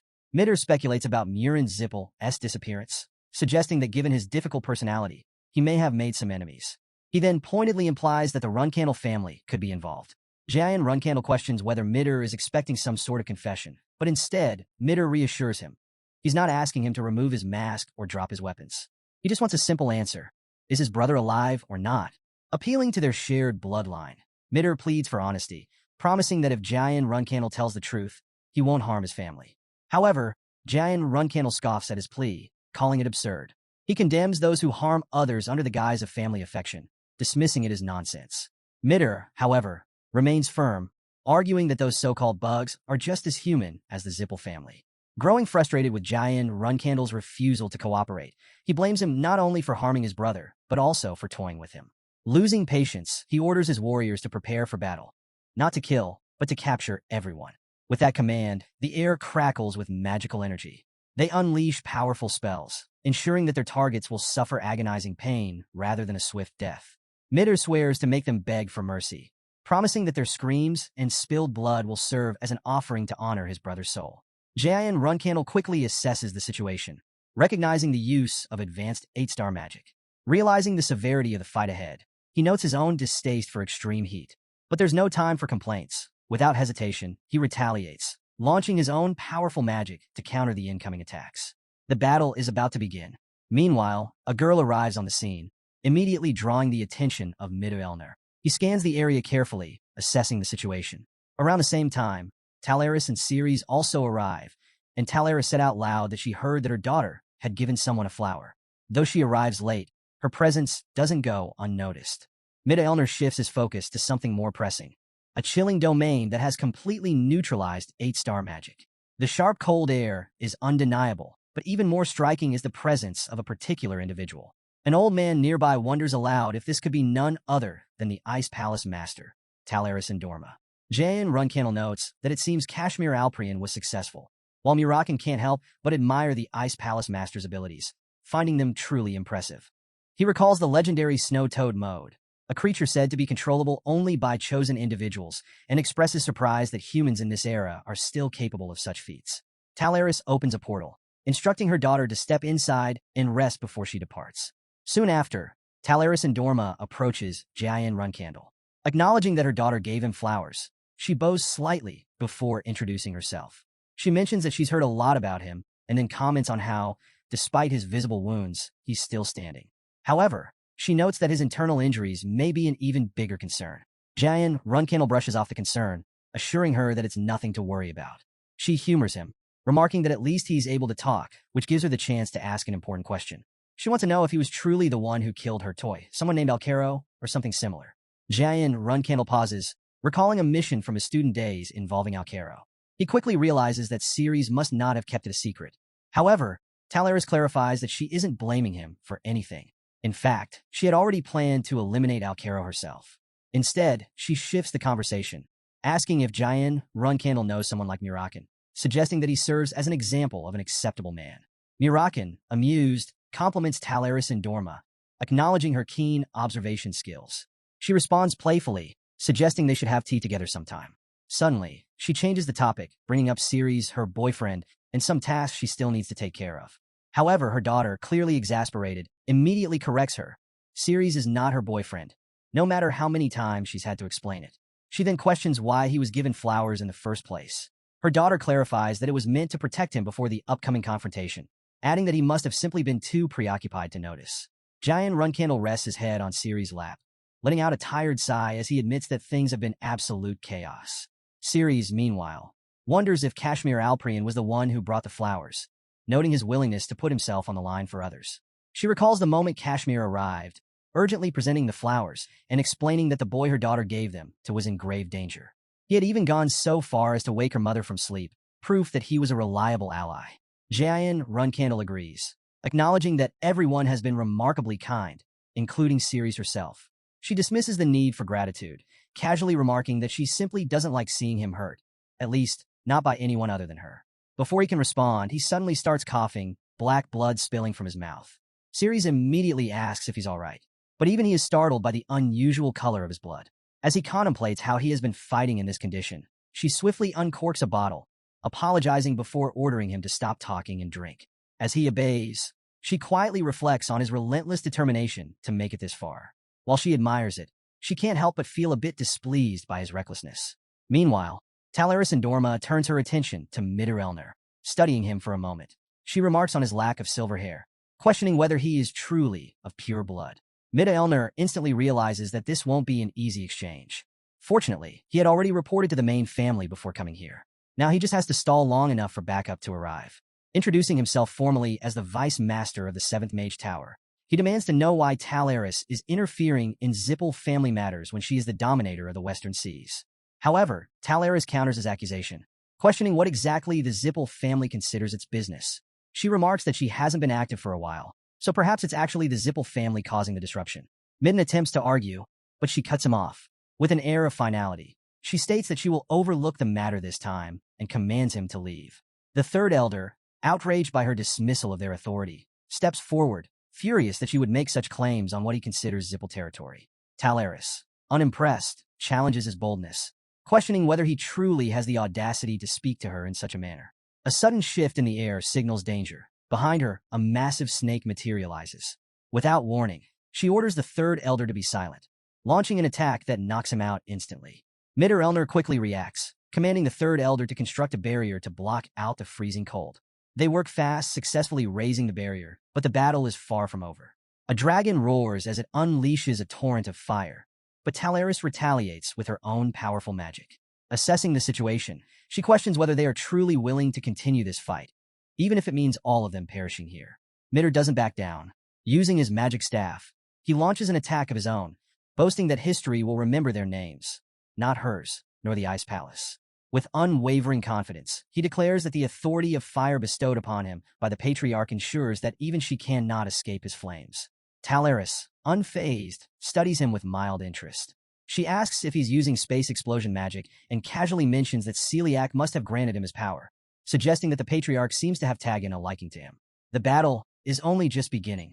Talaris, unimpressed, remarks that Elner must have skipped an important lesson about the Ice Palace. Fortunately for him, she's willing to teach it firsthand. Without hesitation, she points her sword at him and launches a chilling attack. Ice rapidly engulfs his hand, freezing it solid until it shatters into pieces. Midder stares at his broken hand in shock, struggling to process what just happened. He wonders if this is wind magic, but Talaris mocks his confusion. Is he more surprised that his carefully laid trap was instantly undone, or that he just lost a limb? Yet strangely, there is no pain. Before he can fully comprehend it, Talaris points out his fatal flaw. Mages like him are always too distracted, even with their enemy right in front of them. She questions whether it's arrogance or stupidity, noting that martial artists would never make such a mistake. In that moment, he fully grasps the vast difference in power between them. Even if reinforcements arrived, it wouldn't matter. Facing an opponent of this caliber, none of them would survive. Despair grips him, and he collapses to the ground as Talaris prepares to strike again. Just then, a magical circle flares to life. In the blink of an eye, Midder and his followers vanish, leaving Talaris to wonder about their sudden disappearance. Elsewhere, one of Midder's subordinates praises him for a successful retreat. He calmly reassures them, stating that they will leave the rest to the White Knight. Back at the battlefield, Talaris' daughter asks if everything is settled as they gaze upon a massive vessel. Curiously, she questions if it's a Kozek. Mirakin explains that it's actually a wartime vessel used by the Zipple family, but the real concern isn't its presence. It's what, or rather who, is aboard. Jayan Runcandle immediately connects the dots. The vessel signals the arrival of Andre Zipple's forces, a direct response to the recent attacks following the death of the family's vice-head. But the real danger isn't the ship itself. It's the elite squad within it. The White Knight, an exclusive force selected from the Zipple family's strongest ranks, is now heading their way. Jayan Runcandle contemplates his role in the fight ahead. If he isn't careful, he might become a burden. Meanwhile, Talaris announces her decision to leave. She has no intention of getting involved in a battle of this magnitude here. Instead, she plans to relocate the natives to safety and instructs Jayan Runcandle to prepare himself. However, he refuses to leave. The ceremony must be completed. Without it, they won't be able to prevent further attacks from the Zipple family, and more innocent lives will be lost.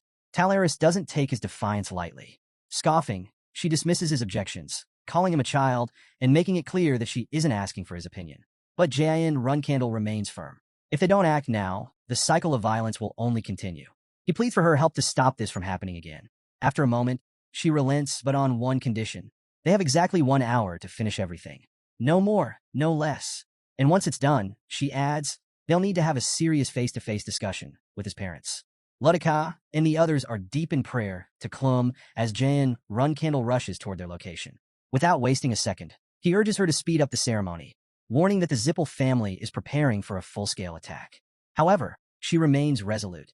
She tells him to leave, explaining that they are fully aware of the threat looming in the sky, but cannot risk further danger. Until they locate the divine relic, their enemies won't be able to harm them directly. Despite the urgency, she takes a moment to express her gratitude, acknowledging that after all this time, He and his allies were the only ones willing to help. But Jian Runcandle refuses to accept this as the end. Grabbing her firmly, he insists that he didn't go through all this just for her to surrender. There has to be another way. She considers his words and admits that there is one possibility. If Priestess Lausa were present, she could complete the ceremony immediately. However, without her, there is no alternative. Talaris' daughter, overhearing this, immediately asks if Lausa is dead. Jian Runcandle reassures her that she isn't. She's currently in Tyken. Relieved by this news, she wastes no time. With a swift motion, she summons an ice dragon and instructs him to get on, confidently stating that if Lausa is alive, she can bring her here from anywhere. Before Jian Runcandle can react, Talaris Endorma scolds her daughter for using the mot without permission, commenting on how much she seems to be enjoying herself.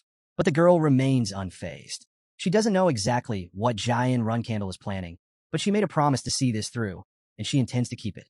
Meanwhile, mirakin remains completely unfazed by the looming battle. He assures them that holding off Zipple's strongest force for an hour is no big deal. He could do it easily. When asked if he will assist, he reminds Talaris that while he can't use his full authority without revealing his identity as a dragon, he's still more than capable. She accepts his terms, but with a playful grin, asks if she can borrow his cat paws. He simply smiles in response. At that moment, the White Knight arrives, standing tall and unwavering. They formally introduce themselves as Zipple's elite forces and immediately demand that Talaris step aside. If she hands over the one responsible for killing a member of the Zipple family and the natives, they promise not to escalate the situation further.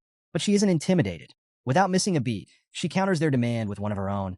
If they want her cooperation, they need to bring Celiac here. The White Knight leader hesitates for a moment before conceding that they might not have a choice. Without further discussion, he summons a massive magical circle, commanding it to disintegrate everything in its path as he launches a fiery attack. Before the flames can reach her, mirakin steps in, effortlessly blocking the assault. In response, she retaliates with her own attack, and the two powerful forces collide, canceling each other out in a massive explosion. Assessing the battlefield, the White Knight commander quickly takes control of the situation. He orders preparations for the aftershock, instructing Squad 1 to set up a defensive shield to protect their line. As he observes his opponents, he immediately recognizes the Ice Queen, but his attention is drawn to the man standing beside her. Something about him is off. This man is punching through magic without using any aura, a feat that should be impossible. Realizing the threat before him, he doesn't waste any more time. He immediately sends word to the Zipple main family, preparing to unleash their most devastating weapon, the war cannon. Meanwhile, Jian Runcandle arrives at his destination and knocks on the door. It creaks open, revealing Pan, who eyes him warily and demands to know who he is. Ignoring the suspicion, Jian Runcandle gets straight to the point. He's here for Priestess Lausa. At that moment, Lausa appears, calmly stating that she's been expecting him. Without wasting time, Jian Runcandle confirms if she's ready to leave immediately. She nods, and they set off at once, with him promising to explain the situation on the way. Back on the battlefield, Talaris Endorma launches another attack on the White Knight, with mirakin joining in, noting her sheer strength. Suddenly, two enormous ice hands materialize, reaching out to seize the White Knight. He barely has time to react, demanding to know what they are. With a smirk, she explains that they're a gift from the Ice Queen, perhaps not perfect, but certainly better than nothing. Before he can counter, his hand begins to freeze solid. Panic flashes across his face as he shouts that he can't feel his fingers. Even so, he acknowledges the effectiveness of the attack and retaliates by hurling a massive boulder in their direction. Talaris barely reacts, brushing it off as child's play. As she deflects the attack, she recalls something Jian Runcandle mentioned, the Zipple family's deep interest in this land. With that in mind, she concludes that they won't be able to use the war cannon here, making this a delicate situation where both sides must tread carefully to avoid unnecessary casualties.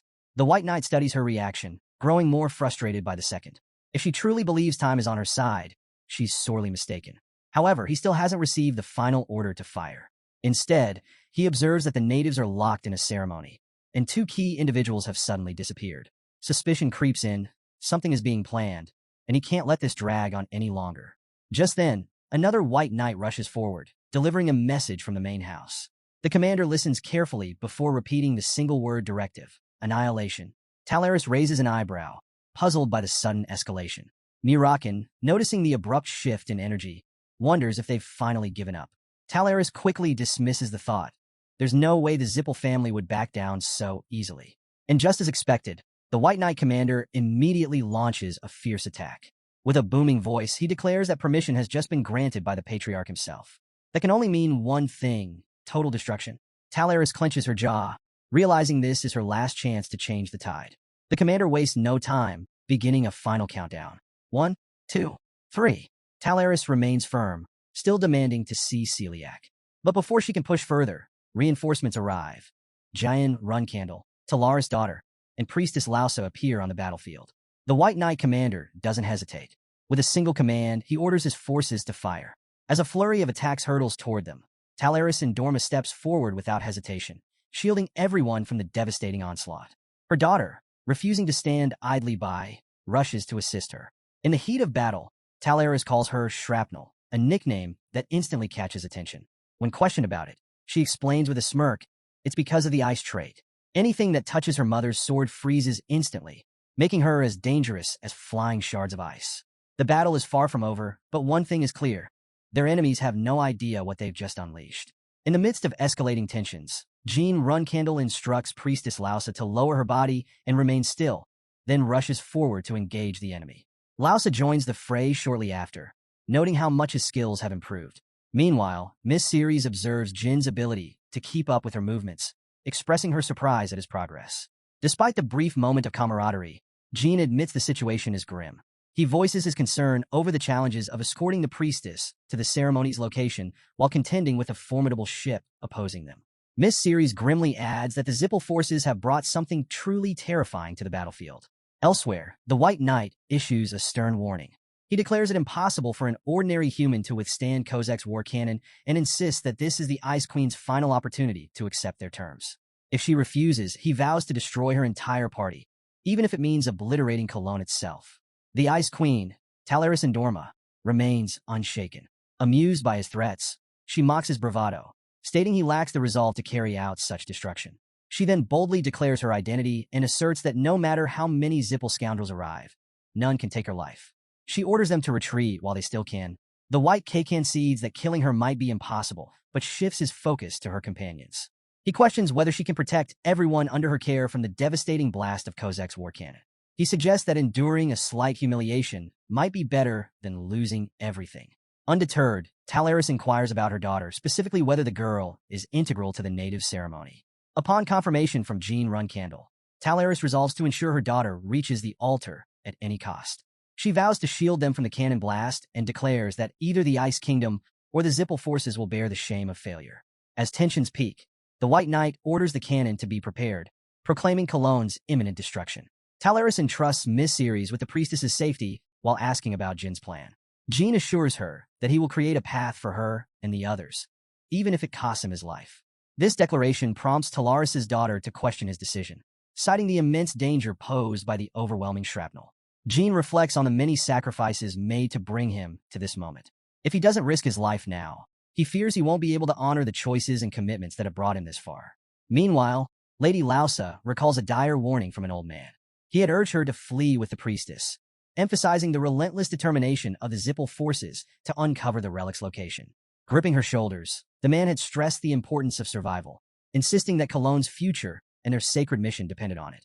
He pleaded with her to find safety and seek someone capable of saving them all. With urgency in his voice, he had taken her hand and guided her, ensuring she understood her vital role in protecting the priestess. As the battle rages on, the White Knight arrives and demands to know the whereabouts of the priestess. Receiving no useful answers from the trembling insects before him, he mercilessly burns them alive. Meanwhile, Lady Lausa is lost in thought, reflecting on the choices that led her here. She had once convinced herself that running away was the right decision, but in truth, it had always been her choice to leave everyone behind. Hiding on a remote island, praying to a silent force, and waiting for a savior. These were all decisions she had made on her own. Jean Runcandle's voice snaps her back to reality. He reminds her that no matter what happens, even if they all die, she must reach the altar and stake everything on this moment. Determined, she affirms her understanding and gives the command to fire. At the same time, Talaris Indorma's daughter charge forward, joining the fight.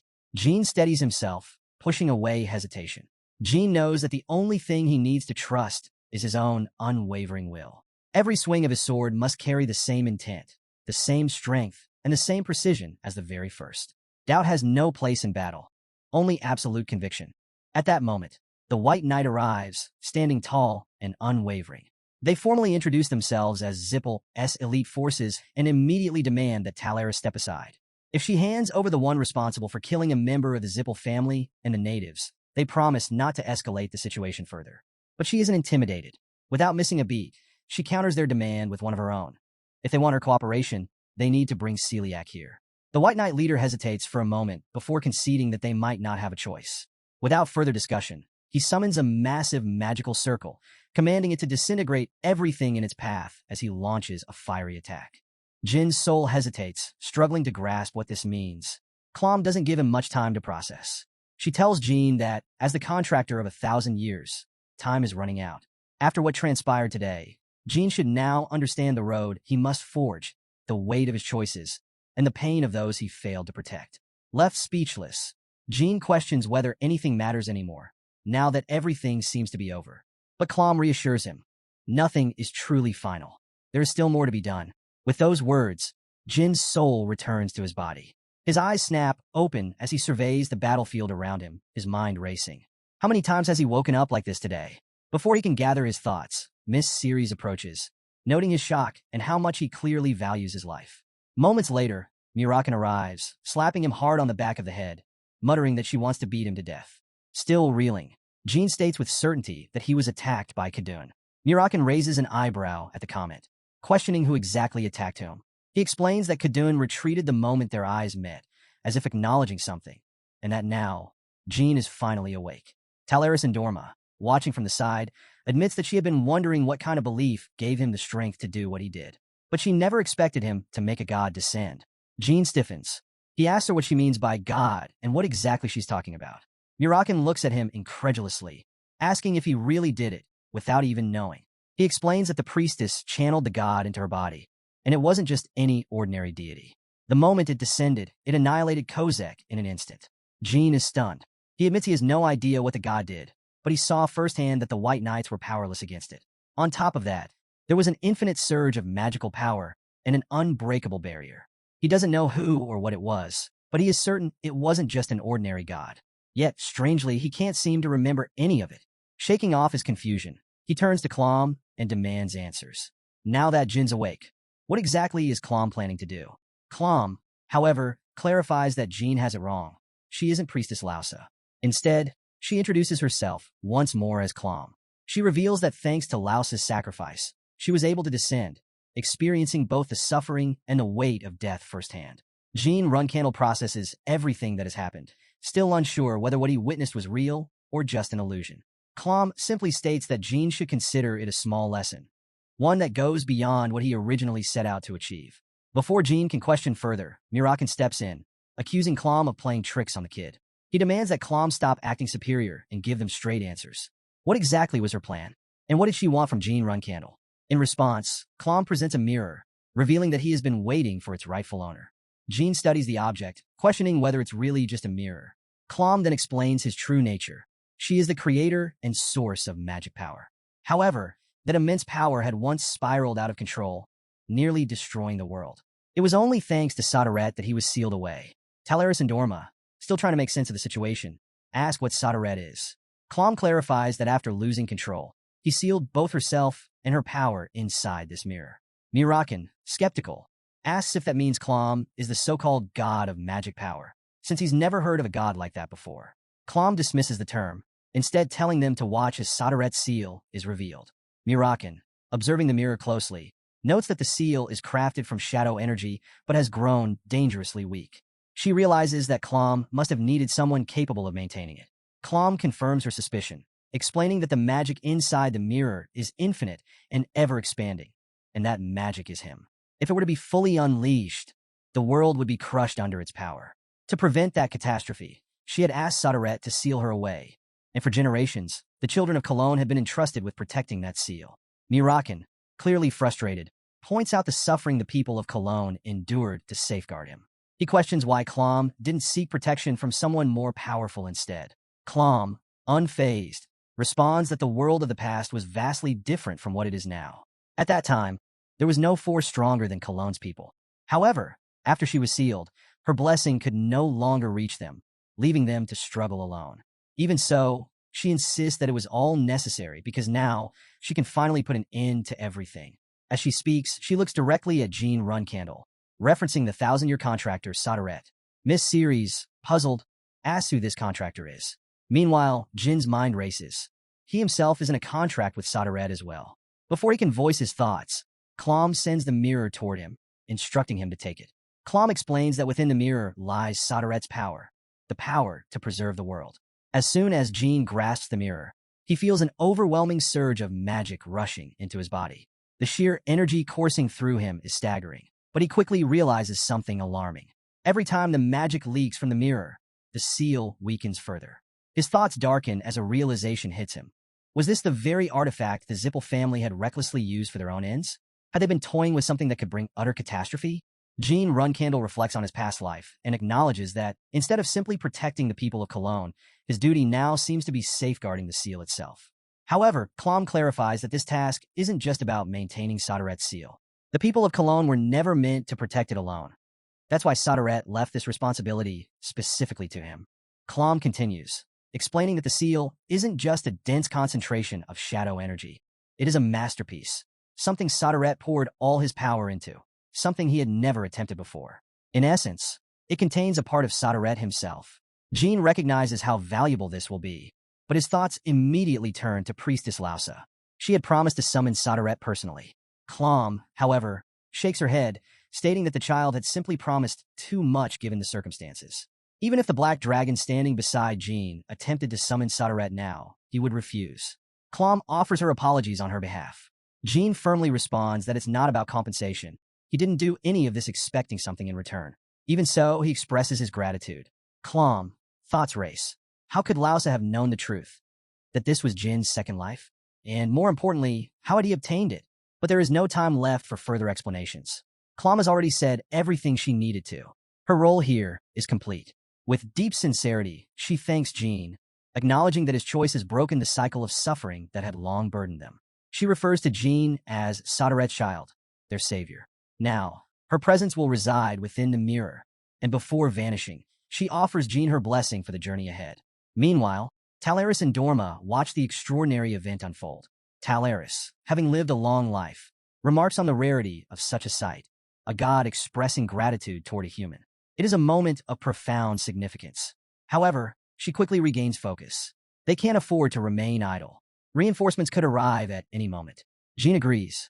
He assures her that he will guide them, and together, they will all leave this place. Lady Lausa, standing in quiet realization, finally understands. That's why she never responded. She had been inside the mirror all along. Then, with solemn gratitude, Klom steps forward. She acknowledges the weight of what has happened. By descending into Lausa's body, she was able to save everyone. Not just him, but the children of Cologne as well. She recognizes how painful it must have been for him to carry such a heavy burden. Lady Lausa bows deeply, her voice filled with emotion. She thanks Klom, not just for hearing their prayers, but for answering them, for saving them when they needed him most. She urges him not to apologize, for neither of them has done anything wrong. Klom smiles, expressing her own gratitude. It is precisely because of their unwavering faith that she is grateful to have been the one to receive their calling. Lady Lausa gently replies that all they ever wanted was for their memories to be free of sorrow. Klom acknowledges Lady Lausa's sentiment and silently reflects on Jean Runcandle's unwavering will. It had reached him, resonating deeply, and so he entrusts him with this world, one where the suffering of the past no longer exists. Just then, Ludica interjects, recalling how their people had endured over 10,000 years of hardship, always drawing the short end of the stick. As a weak and impoverished tribe, stagnation had left them vulnerable, ultimately leading to their subjugation under the Zipple family. But she knows Jean is already aware of what happened after that. If the mirror had fallen into the Zipple's hands, their sacrifices would have been in vain. She expresses her immense relief that fate had placed it in his possession instead. Jean humbly responds, insisting that he only made it this far because of the people of Cologne. But in his mind, a darker thought lingers. If those lunatic Zipples had obtained the mirror, just like in his past life, the mages would have emerged in full force, and the world itself would have been doomed. With their survival secured, Jean states that he will arrange a place for them to stay under the Hufster allied powers. His words seem to confuse Ludica, who asks for clarification about Hufster. Before he can respond, Dino Jaglin cuts in, questioning whether a Runcandle reserve flag bearer have that much authority. He insists that there's no need for Jean to go out of his way for them. Jean, however, explains that this is a letter addressed to Luna Runcandle, the first flag bearer of the Runcandle family. If they present this letter upon arrival in his territory, they will receive the assistance they need. Dino Jaglin, after a moment of hesitation, finally thanks him. Jean smirks and suggests that if he's really grateful, he should spread as much bad press about the Zipple family as possible. Dino Jaglin considers this, but questions whether the Zipples will simply let such a thing slide. Even if he writes an article himself, he believes they will enforce strict censorship to bury the truth. Jean, however, counters with a knowing smile. Does he really think he's the only one in the world who despises the Zipple family? He declares that his words will be the spark that ignites something bigger. Once people read his article, those who have suffered under the Zipples will rise and stand with him. Encouraging him further, Jean tells Dino Jaglin that he is destined to become a great reporter. All he needs is confidence, so walk forward without hesitation. With that, Jean enters some room, where he greets Miss Talaris and Dorma properly, bowing deeply in gratitude for her assistance. She waves off the gesture with a casual air, telling him it was nothing, and that it's fine, child. However, Jean remains concerned. Because of him, the Ice Palace and the Zipple family may now find themselves at odds. But Talaris reassures him, explaining that Celiac will tread more carefully in response. This was not an outcome he had anticipated, and that alone changes everything. Talaris contemplates the aftermath of an ancient god descending into their world. She acknowledges that Celiac might even see this that Jean gotten stronger. However, Talaris and Dorma quickly clarifies that her assistance wasn't an act of goodwill. It was simply fulfilling a request. There's no reason for him to feel grateful. Jean nods in agreement, accepting that it's true. But then, with a smirk, he asks if she would like any compensation in return. Amused, she playfully wonders what she should demand from a contractor of Solderet and a magic swordsman. Jean considers how things have unfolded and how much she might take from him if she were serious about asking for something. But after a moment, she casually suggests letting it go this time. After all, she has already gained some valuable information from all of this. Turning to her daughter, she asks for her opinion. Her daughter, somewhat exasperated, questions why she's even asking. Wasn't she going to let it go anyway? Jean thanks her formally, addressing her as the Ice Queen. She simply responds that it's time for them to leave. She has been away for far too long. As they part ways, Miss Ceres steps forward, proposing that the time has come for them to settle their unfinished battle. She insists that they should fight properly, so they are no longer indebted to each other. Talaris and Dorma chuckles, teasing her daughter about still going through puberty and struggling to be honest about her feelings. Her daughter, clearly embarrassed, exclaims in frustration, demanding to know why she's been acting like this since yesterday. Still, she concedes that they really are leaving now, bidding her final farewell. Later on, Talaris and Dorma arrives at a peaceful location where Chiron Runcandle is preparing food. Greeting him warmly, she notes that it has been quite some time since their last meeting. Chiron, surprised by her sudden visit, asks what brings her here so unexpectedly. Without hesitation, she gets straight to the point, asking if he has considered marrying his youngest child into her family. Meanwhile, Luna reads through a letter detailing the events involving Kozek, the White Knights, and the master of the 7th Magic Tower. She remarks that, once again, the youngest has caused quite a commotion. Turning to Dino Jaglin, she casually asks if the youngest is doing well. Dino Jaglin confirms that while the battle was intense, after arriving at Tyken, they left once he had recovered. Luna sighs in relief before shifting the conversation to a more pressing matter. Ludica and her specialty. Ludica, caught off guard, hesitates before responding. Sensing the confusion, Luna clarifies that while she understands their situation as refugees, she can't simply allow them to live there without contributing. Calling for Nanny, she instructs her to find suitable jobs for them and to work with the local citizens to help them settle in.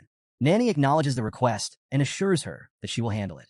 Luna then turns back to Ludica, suggesting that instead of merely receiving help, she believes it would be better for them to stand on their own. She asks if that arrangement would be acceptable. Ludica, after a brief pause, agrees. Grateful for the opportunity, she expresses her sincere thanks for being given a chance.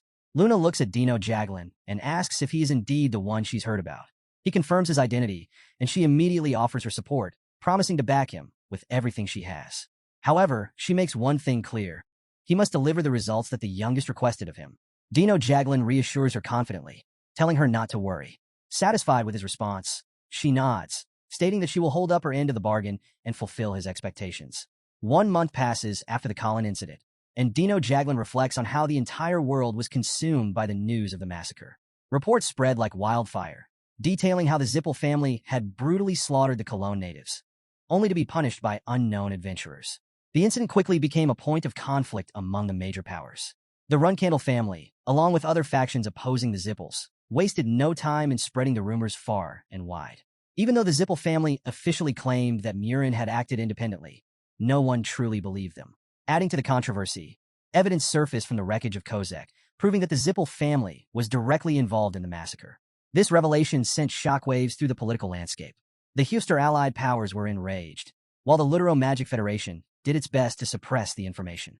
Meanwhile, the Emperor of the Beeman Empire took a different approach, personally declaring the Zipple family's innocence.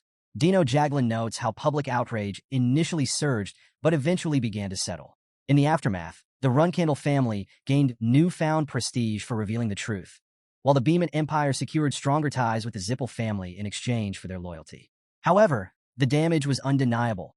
The Zipple family, once untouchable, had lost much of their honor and dignity. Forced into silence, they retreated into the shadows, licking their wounds after the series of devastating blows, including the loss of their second-in-command. As Dino Jaglin documents all of this in his diary, he reflects on how much has changed. For the first time in a long while, the Zipples have been forced into a defensive position. He also admits to misjudging the Runcandle family. Before, he had thought they were nothing more than sword-obsessed martial artists, but now he sees that they are far more strategic than he ever imagined. Just then, Ludika arrives at his door, carrying a stack of letters. She points out that these are all donations and messages of support sent to them.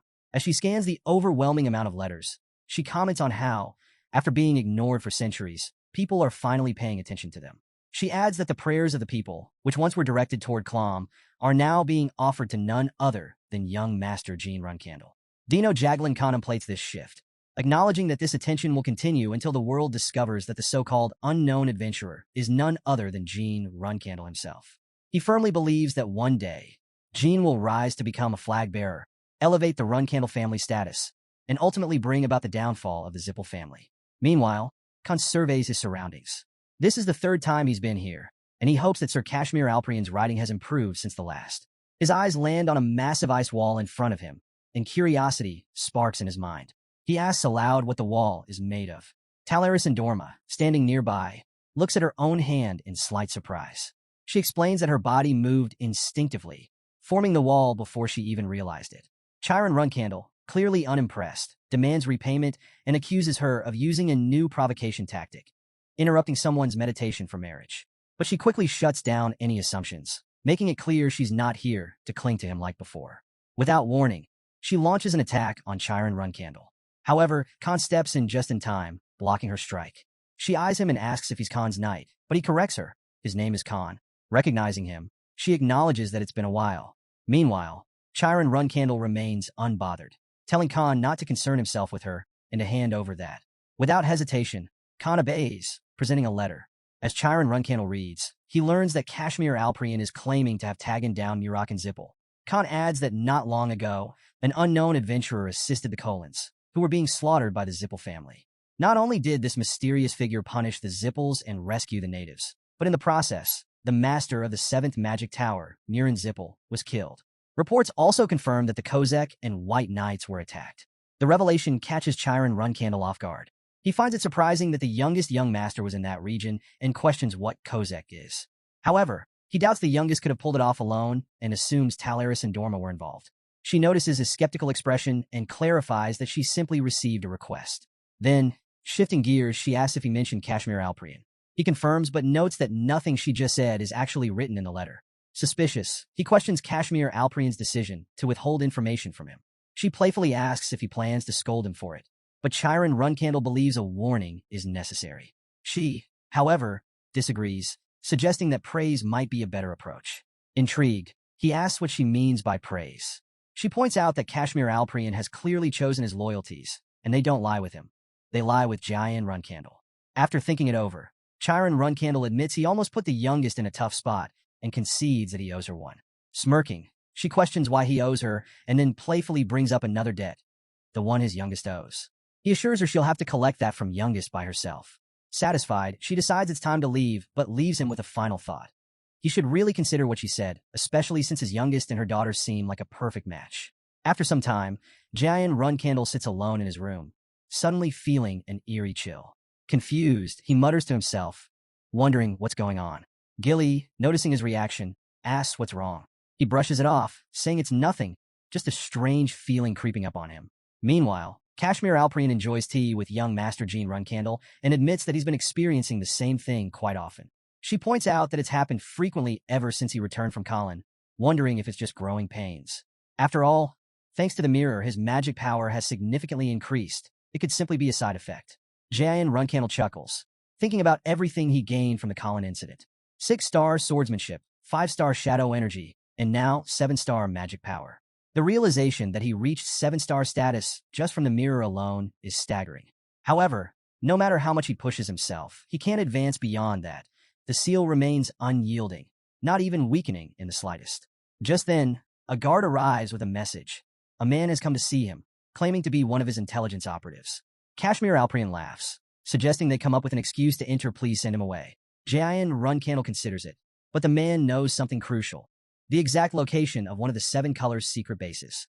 Curious, Jayan Runcandle asks if this stranger is a former member of the 7 Colors, and the man confirms it. He also reveals that this is his first time setting foot in Tyken. Suspicious but intrigued, Jayan Runcandle wonders who this man could be as he gazes out of the window, contemplating the situation. Meanwhile, Kashmir Alprian chuckles, remarking that the young master has just witnessed something completely ridiculous. The fact that someone unknown to the 7 Colors' own security managed to track them down is concerning. He narrows his eyes, questioning the man's true identity. Could he be Jet? Jet, the infamous information broker who stabbed him in the back more times than he can count. The mere thought of those betrayals fills him with rage, making him want to destroy the man on the spot. However, he once spared Jet's life because he had a son. Judging by the current situation, it seems there's more to the story. Kashmir Alprian, growing impatient, states that he has no recollection of this man and demands to know how he discovered their branch's location. In response, the man calmly kneels and introduces himself. Jet, the owner of an information store in Arkan. Kashmir Alprian narrows his eyes, questioning what Jet means by Arkan. After all, Jet is supposed to be from Teesing. Jet clarifies, he was the informant who helped take them down. To put an end to Arkan's tyranny, they dismantled them from within. That's how it all played out. Kashmir Alprian, however, isn't so easily convinced. He's certain this was young Master Jean Runcandle's doing before coming here. But right now, there's a more pressing issue. He demands that Jet explain how he discovered the secret branch's location, warning that his fate depends on his answer. Jet remains unfazed.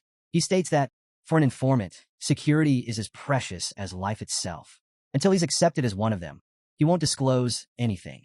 Kashmir Alprian chuckles darkly at the audacity, declaring that Jet won't see daylight until he starts talking. Jet doesn't flinch. Instead, he drops another bombshell. The person the 7 Colors are investigating holds information on Spider-Hand Alu. At that moment, Jayan Runcandle steps in, intrigued.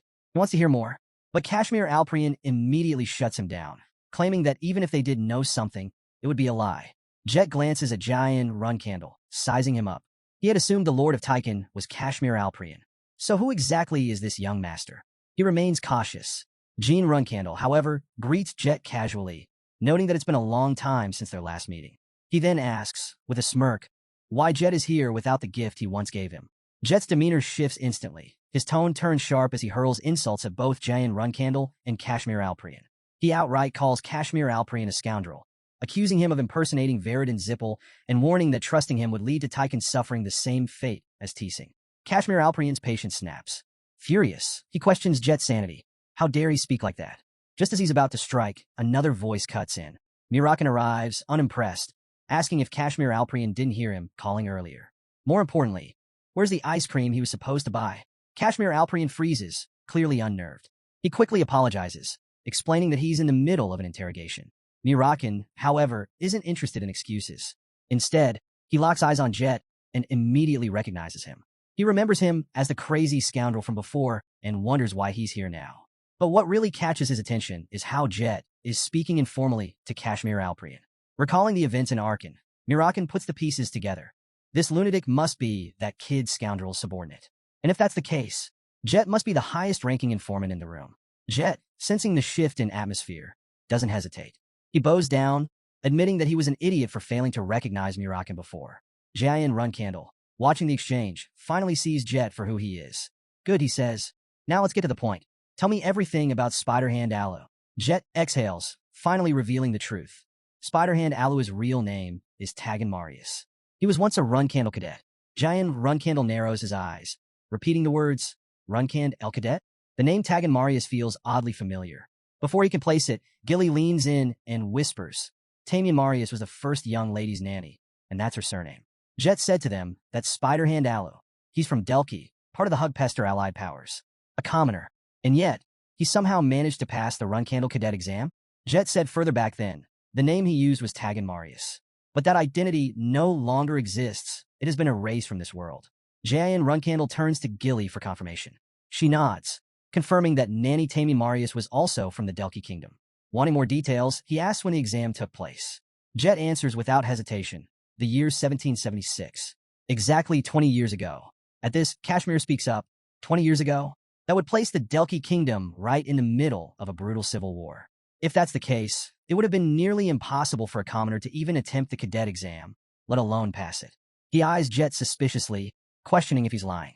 Gilly, however, steps in again. She confirms that Alu is indeed real, and if the story checks out, then someone from within Runcandle must have helped him. Jayan Runcandle considers the possibilities. Who within the family would have the authority to do that?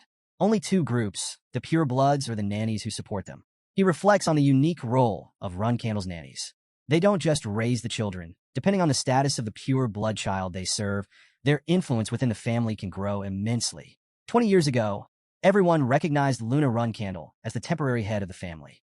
That means the eldest sister's nanny would have wielded considerable power during that time. His mind races with the implications.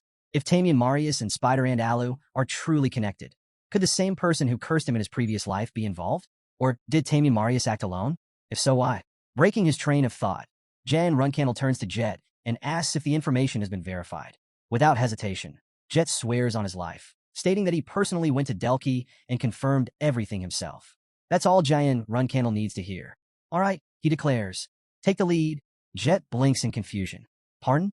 Jean Runcandle doesn't hesitate. We're going to Delki. Right now. As he sets his sights on the Delki Kingdom, he knows one thing for certain. He's going to get answers. Personally, the scene shifts to the Delki Kingdom, one of the territories affiliated with the Hugpester allied powers. In a dimly lit alley, a man writhes on the ground, his face pressed into the dirt under the heavy boot of Brother Gabor. With a cruel smirk, Gabor berates him, warning of the consequences if he fails to meet the collection deadline. Desperate, the man pleads for mercy, explaining that he only fell behind because he has a daughter to feed. But his fear turns to defiance as he threatens to report Gabor to the authorities if this continues. Gabor merely chuckles, amused by the empty threat. Report him? He reminds the man that he's under the protection of the great Runcandle. In other words, untouchable. Before he can go any further, a voice cuts through the tense air. Hold on. Stop right there. A purple-haired girl steps forward, her tone casual but laced with warning. She notes that if this keeps up, things might get a little troublesome. Doesn't he think? Gabor glares at her, demanding to know why she's here. Then he looks around, realizing something. Wait, if she's here, then that idiot must be nearby too.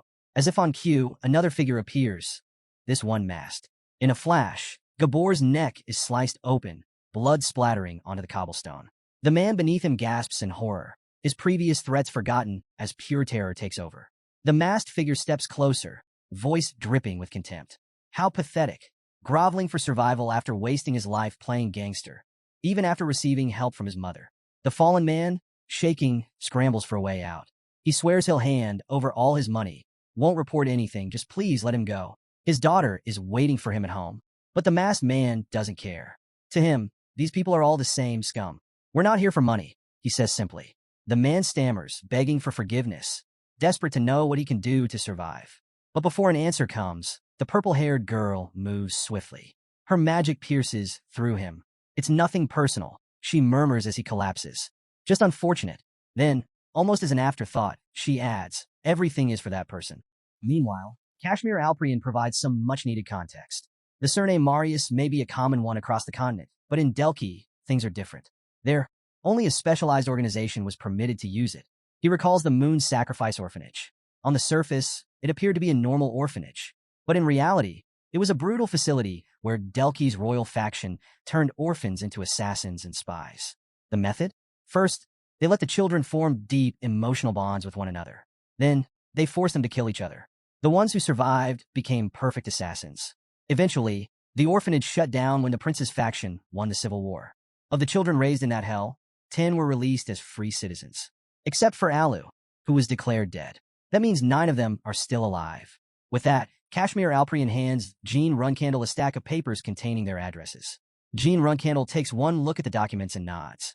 I see. There's no hesitation. They're going to Delki. Right now. If these assassins are connected, if this orphanage holds any ties to the cursed bladed illusion, then this might just lead him to the one who cursed him in his previous life. And this time, he won't stop until he catches them. As they prepare for their journey, Kashmir Alprian sees them off with a polite farewell, wishing Jean Runcandle and Jet a safe trip. After some time, Jean Runcandle arrives at the teleportation gate in the Delki Kingdom. Jet quickly briefs him on their first target, Gabor Marius. Apparently, Gabor has been involved in gangster activities in a rough neighborhood called Nara. Jet suggests that they find lodging first since it will take a while to get there, but Jean Runcandle immediately declines. He has no interest in resting until they gather information.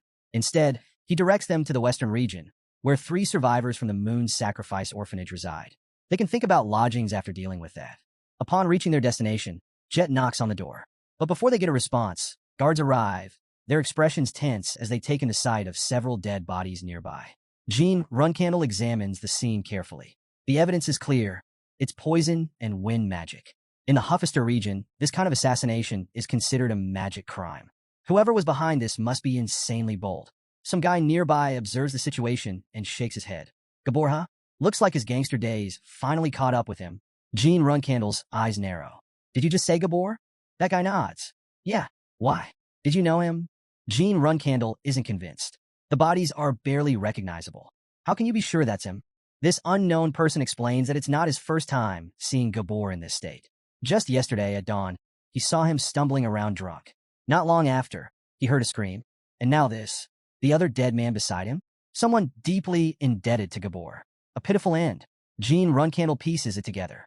The use of poison suggests Gabor was the primary target, and the witness was eliminated using magic. But something feels off.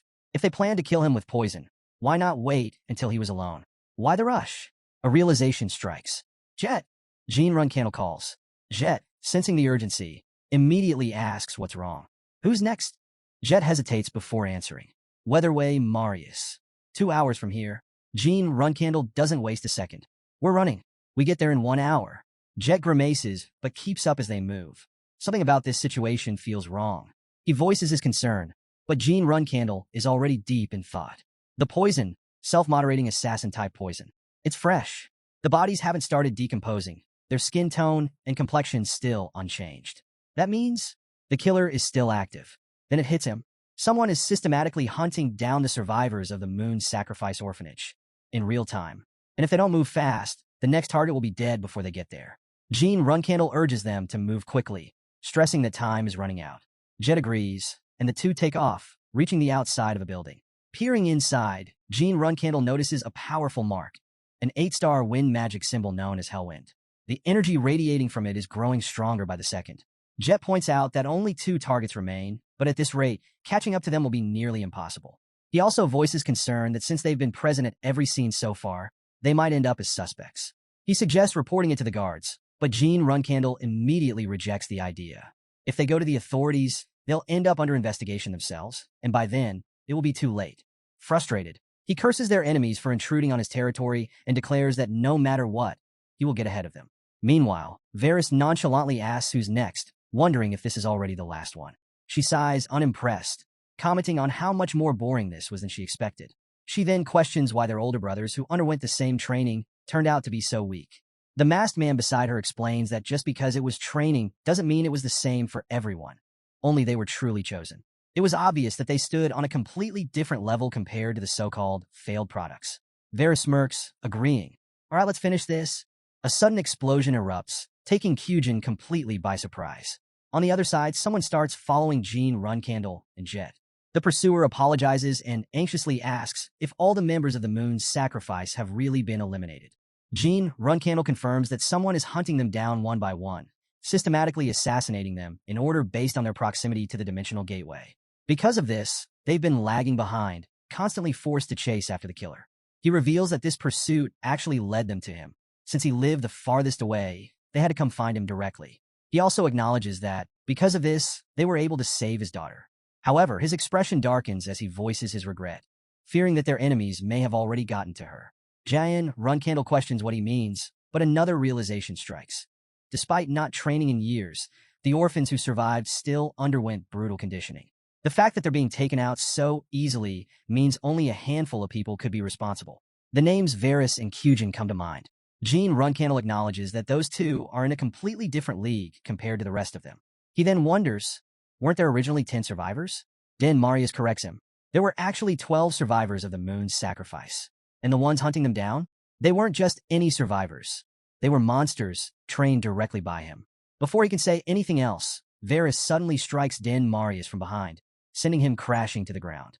She sighs in relief, admitting she was worried they might escape. Looking down at him, she tilts her head. Brother Den Marius, what's going on? How did you know we'd be coming? Since when have you been this sharp? Den Marius turns to Varys and Kyujin, demanding to know why they're doing this. Kyujin, however, simply sighs and apologizes, saying there's no time for explanations. He casually mentions that they've been working nonstop since early morning and are completely exhausted. Suddenly, a bright flash illuminates the area. Varys frowns, confused. A lightning bolt? From out of nowhere. Meanwhile, Kyujin narrows his eyes. Wait, is he a mage? Jean Runcandle steps forward, recognizing Varys and Kyujin. He had been wondering who was ruining his plans, and now, seeing them in person, his curiosity is piqued. With a smirk, he introduces himself, making it clear that it's a pleasure to finally meet them. But his tone quickly sharpens. Who sent them to cause trouble on his land? Whoever it was, he promises to drag the truth out of them, slowly and painfully. Jan Runcandle studies them carefully. They aren't even trying to hide their identities, and judging by their looks, neither of them seems to be over 30.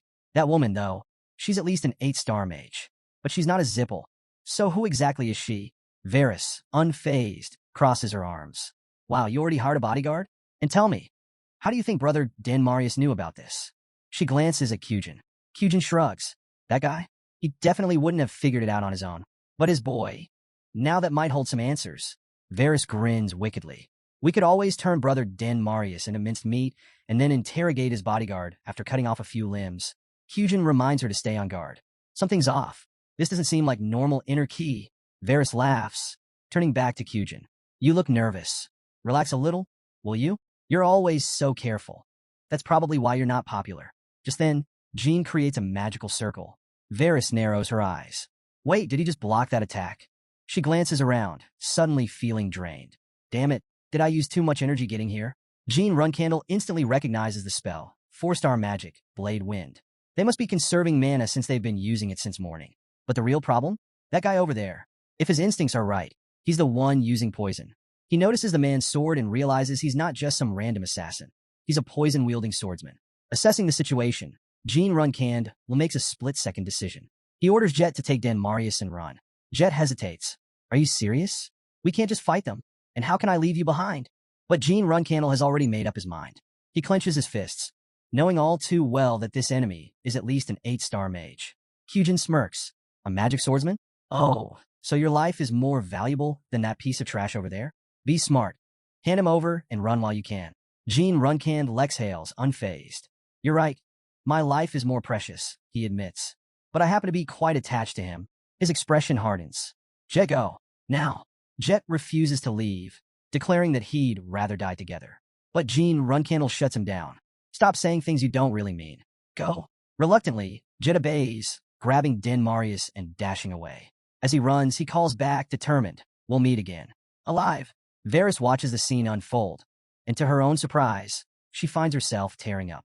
With a smirk, she wipes her eyes and remarks, I actually thought he might get away for a second.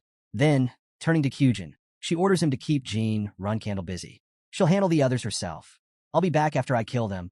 Jean Runcandle, meanwhile, pulls out a small mirror and sighs. He mutters an apology, regretting ever accepting a certain gift before all of this. Without hesitation, he lunges forward and stabs Kyujin. Kyujin reels in shock. He didn't even see the attack coming. Stumbling back, he attempts a counterattack, but Jean Runcandle swiftly dodges, escaping his strike entirely. Varys narrows her eyes, confused. What's going on? I can't see anything. She turns to Kyujin. Where are you? When she gets no response, her voice rises in anger. Kyujin, don't tell me. Her fury erupts as she throws curses into the air. How dare you let this happen? I swear I'll kill you. But before she can spiral further, Kyujin calmly steps in. Relax. He'll recover on his own. You don't need to lose it over this. He explains that they've been pushing themselves too hard today. If they aren't careful, mana overload will be the least of their worries. Varys exhales sharply, then nods. Fine, I get it. Meanwhile, Gene Runcandle isn't letting his guard down. He expected them to be difficult to take down, and he's already preparing for their next move. Across from him, Kyujin retrieves a small bottle and drinks its contents. Gene Runcandle instantly notices a sickening aura radiating from him. Poison?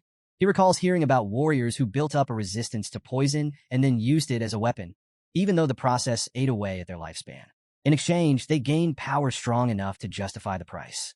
Kyujin, now revitalized, studies Gene Runcandle more closely. A magic swordsman, skilled in both magic and swordplay at the same time. He clicks his tongue, irritated. You're more annoying than I thought. But what really catches his attention is the light magic Gene Runcandle just used. He narrows his eyes. Kyujin's never even seen magic like that before. Just what are you? As much as he'd love to interrogate him, the mission comes first. Deciding that capturing him alive isn't worth the trouble, Kyujin launches a full-on assault. Gene Runcandle blocks the incoming attack and quickly steps back, but Kyujin is relentless, pressing forward without hesitation. Despite the onslaught, Gene Runcandle skillfully evades each strike, slipping through his attacks like a shadow. Then, in a swift motion, Gene Runcandle counters. Kyujin barely manages to dodge, but his mind is racing.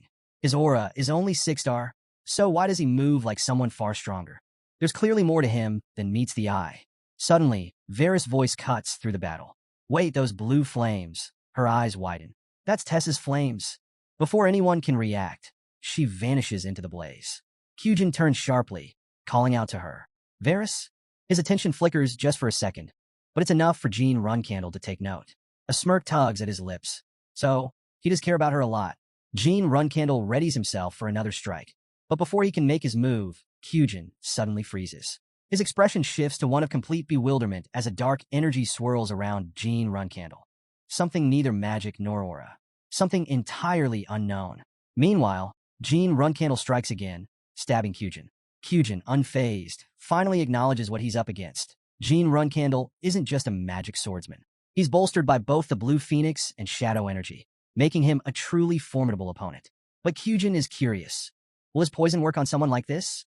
Wasting no time, he attacks with his deadly poison. The effect is immediate. Gene Runcandle collapses, his body weakening rapidly. His mind races. If I don't regain control now, I'm dead. Nearby, both Kyujin and Varys are also injured, but they're still in better shape than he is. Gritting his teeth, Gene Runcandle tries to push himself up using his sword, but fresh blood spills from his wounds. Before the fight can continue, a sudden commotion fills the air.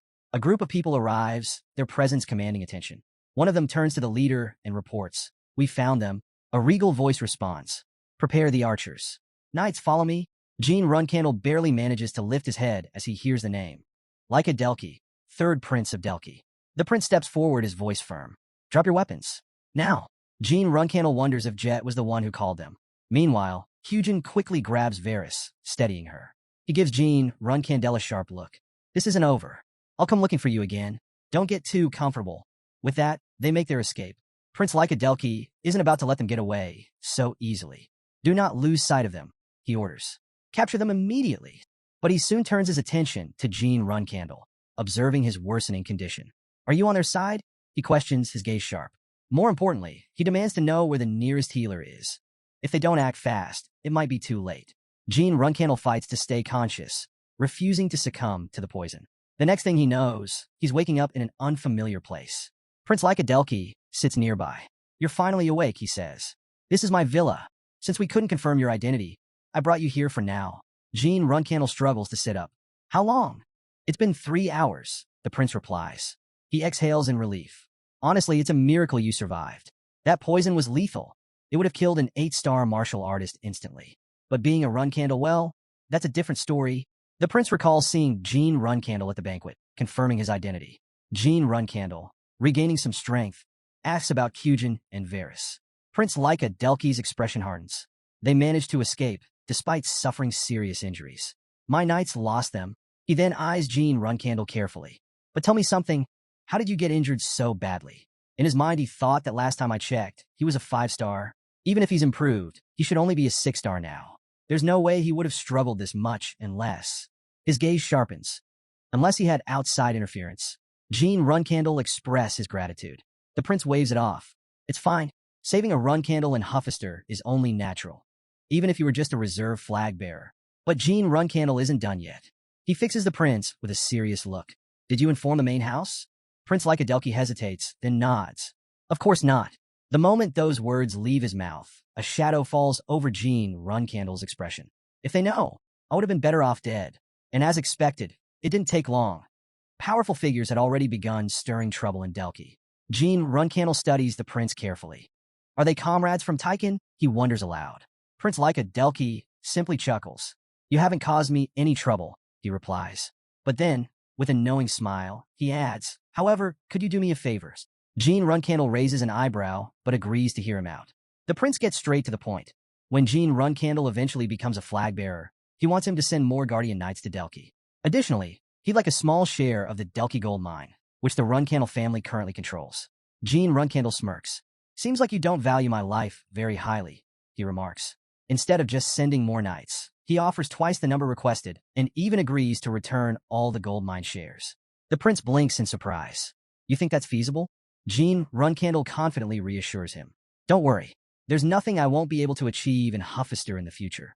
The weight of that statement lingers in the air. The prince frowns slightly, considering the implications. Unless he plans to become the next patriarch. Even as a flag bearer, he shouldn't have this much authority. Before the conversation can go any further, two familiar figures enter. Mirakin and Gilly. Gilly immediately expresses her frustration. It hasn't even been that long since you caused chaos in Colin. And now you're already causing more problems? Mirakin crosses his arms, unimpressed. An 8-star mage and a knight? At the same time? What were you thinking? Do you have a death wish? Jean Runcandle sighs and apologizes, promising to be more careful. But in the back of his mind, he wonders, why didn't Prince Lycadelki inform the main house?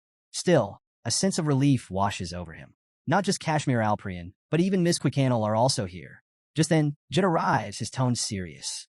Sir, I've returned. Jean Runcandle turns to him. What happened to you? Jet hesitates before replying. I tried reporting the situation, but no one believed me. So, I had to beat them up. He gestures toward Mirakin, who simply shakes his head. Before anyone can respond, Kashmir Alprian suddenly pushes Jet aside and rushes toward Jean Runcandle. Are you all right? He asks, his concern evident. Jean Runcandle, still recovering, takes a deep breath before asking, do you know what happened to Dan Marius? Kashmir nods grimly. Despite repeated interrogations, he refused to talk, at least, until you arrived. Jean Runcandle acknowledges this, his expression turning serious. Jean risked his life for Den and his daughter. I won't waste time with formalities. They settle down in a nearby cafe, and Jean Runcandle gestures for Den to speak. Tell me, who trained all of you? Kyujin, Varys, everyone. Den takes a deep breath before revealing the truth.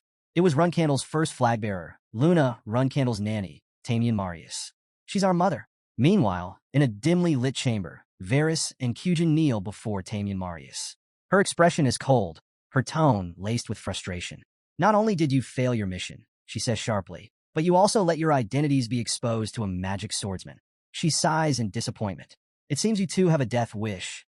Varys stiffens. Mother, Tamian Marius cuts her off with a glare. Leave my sight. From this moment forward, our relationship is over. Varys' eyes widen in shock. What do you mean? Are you saying you're discarding us? Tamian Marius doesn't hesitate. I made a mistake. Varys' hands tighten as panic sets in. No, please, she pleads. We won't fail again. Just don't throw us away. But Tamian Marius remains silent, her decision unwavering. Tamian Marius coldly kicks her away, making it clear they should leave and never seek her out again. As Varys calls out to her with a motherly plea, she silently walks away, her heart heavy. Kyujin stays by her side, offering comfort as she breaks down in tears. Kyujin, watching from a distance, quietly wishes her peace and well-being. Tamian Marius pauses for a moment before leaving the house, deep in thought.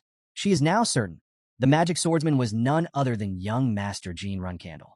That dark energy, known as shadow energy, was just as she had heard from a certain someone. If Jean Runcandle had already uncovered clues about her, it wouldn't be long before he came looking, especially with the young lady by his side. But she wasn't too worried. Even if they uncovered the truth, the young lady wouldn't be able to kill her. What truly mattered now was gathering more information about Jean Runcandle. She knew he possessed shadow energy and used magic, something that even that person might not be aware of. The so-called hunting dogs weren't completely useless after all. Meanwhile, Den brings up a question. Had Jean Runcandle met Takemarius? Jean confirms but clarifies that the man Din referred to as Spiderhand was already dead, killed by him. Din, intrigued, asks for more details. Jean explains that Alamarius had been running a mafia syndicate, and before his death, he mentioned that his assassination had been ordered by that person. Din then recalls something from 15 years ago. Before Alamarius left Delki, Tamian had made a deal with someone high up in the Runcandle family. If things ever went sideways, the siblings would be in danger, so caution was always advised. Jean asks if Din knows any specifics about the deal, but Din admits he doesn't, only that it involves someone even higher up in the Runcandle hierarchy than Tamian Marius. Without hesitation, Jean decides to leave. Kashmir Alprian questions where he's going, and Jean simply replies. He wants to meet Luna Runcandle himself. Meanwhile, at Luna Runcandle's palace, a woman sits across from Luna, enjoying a cup of tea. Luna asks if her stay has been comfortable, to which the woman gratefully responds that it has. She mentions that recently, everyone has been able to find jobs, making life much easier. Luna muses that if the youngest hears about this, he'll surely be pleased. Suddenly, she senses a presence at the gate. Looking up, she sees Jean Runcandle standing outside. With a knowing glance, she said that the youngest. Jean enters, taking a seat with her, sharing a laugh, but the warmth in the room doesn't last long. Luna's expression sharpens as she calmly poses a chilling question. Why did she raise the orphans as assassins? Luna Runcandle's expression darkens as she recalls the shocking truth.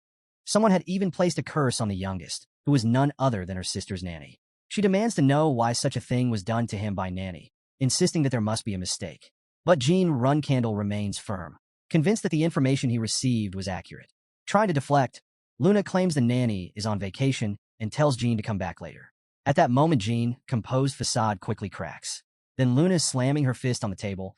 Then she said that there had to be a setup, someone manipulating events behind the scenes.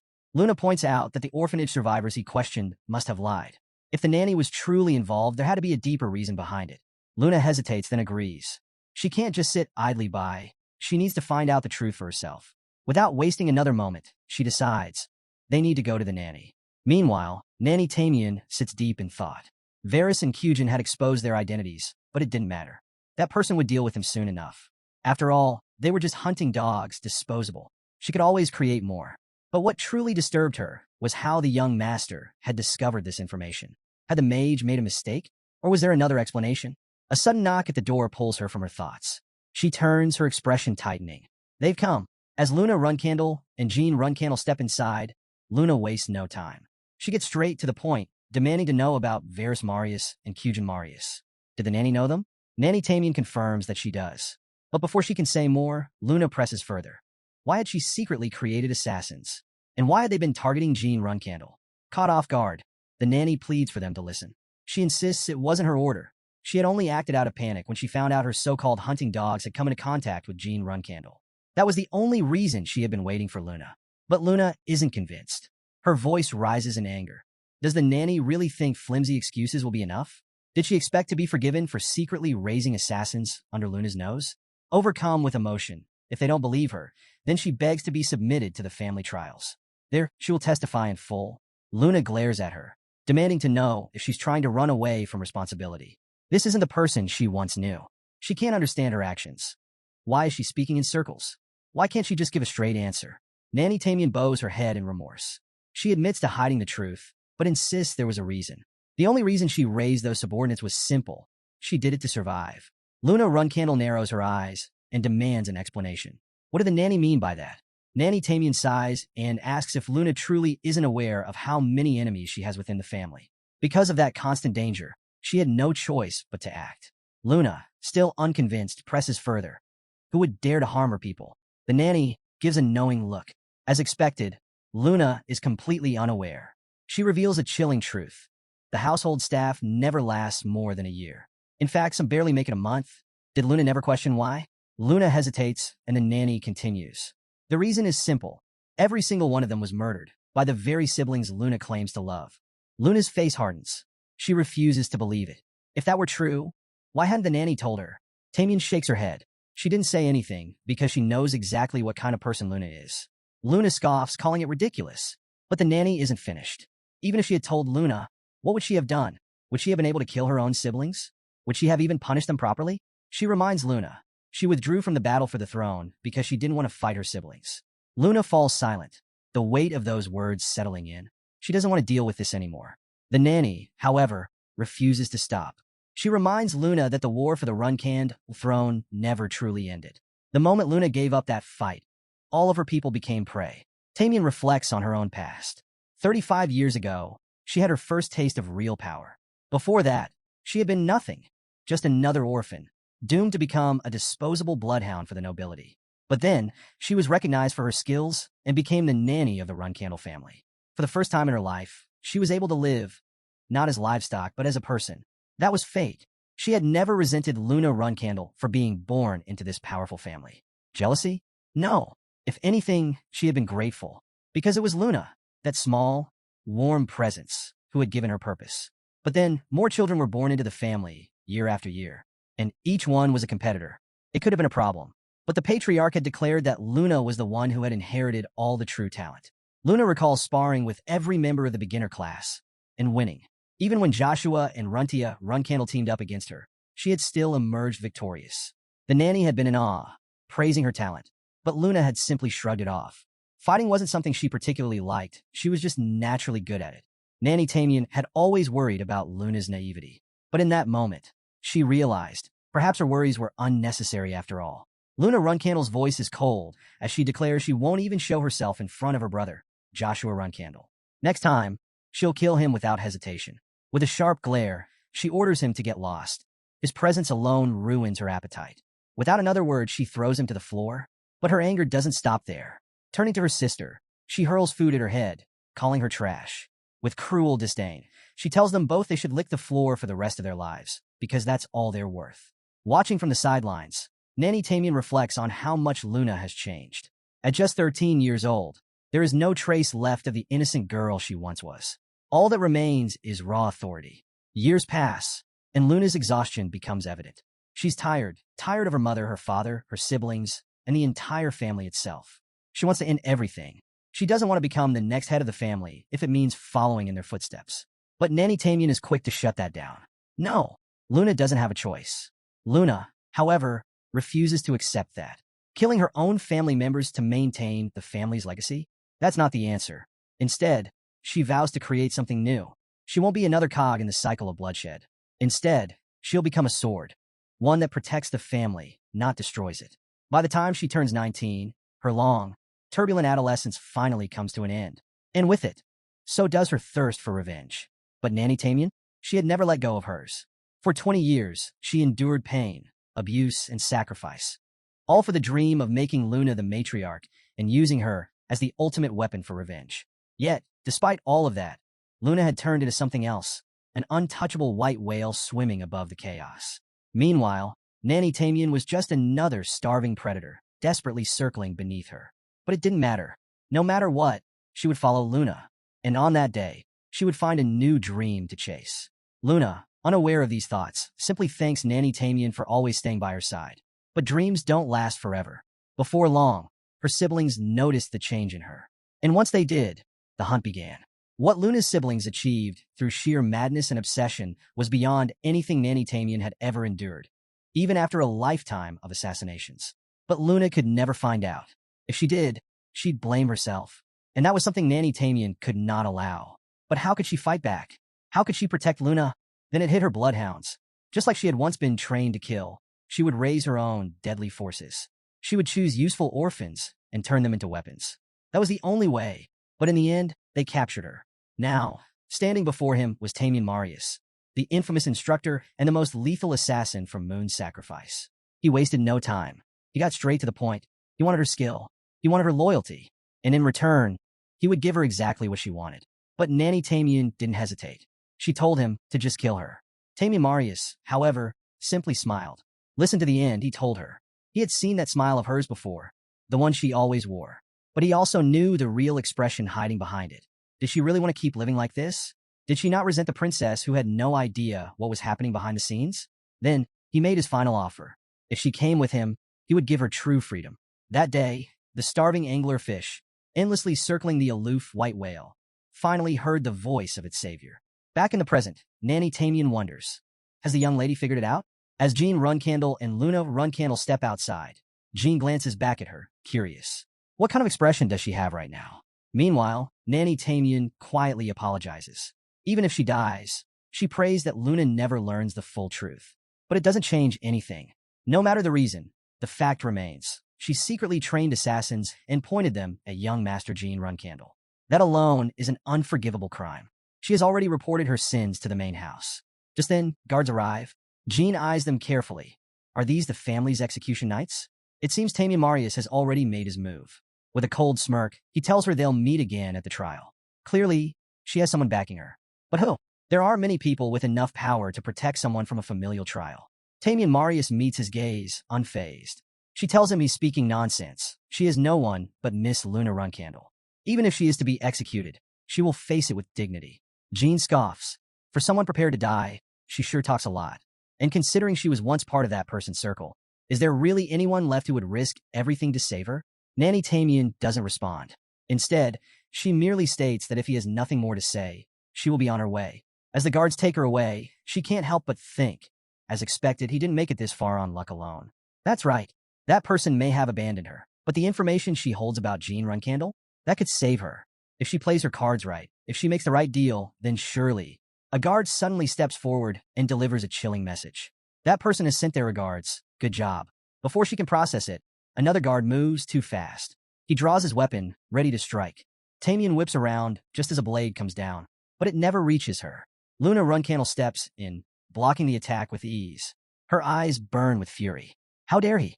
A mere execution knight, tasked only with escorting a prisoner, now attempting to kill her nanny? Her voice cuts like ice. Has he forgotten who she is? Jean watches the scene unfold, confirming his suspicions. So it really was Tamian Marius. The family's execution knights are dangerous, but even if they outnumber her, they won't be able to match Luna Runcandle. Jean doesn't waste a second. He makes a run for it. But the execution knights? They're like bloodhounds. Even if it costs them their lives, they will chase him down. Jean moves in an instant. He cuts through one knight effortlessly, his sword finding its mark. The other flees, but he doesn't get far. Jean is already after him. As Luna Runcandle charges forward, cutting down her enemies, one of the knights attempts to strike her. Without hesitation, she snaps his dagger in half, grabs his arm, and slams his face into the ground. In the same breath, she seizes another knight by the neck, lifting him effortlessly into the air.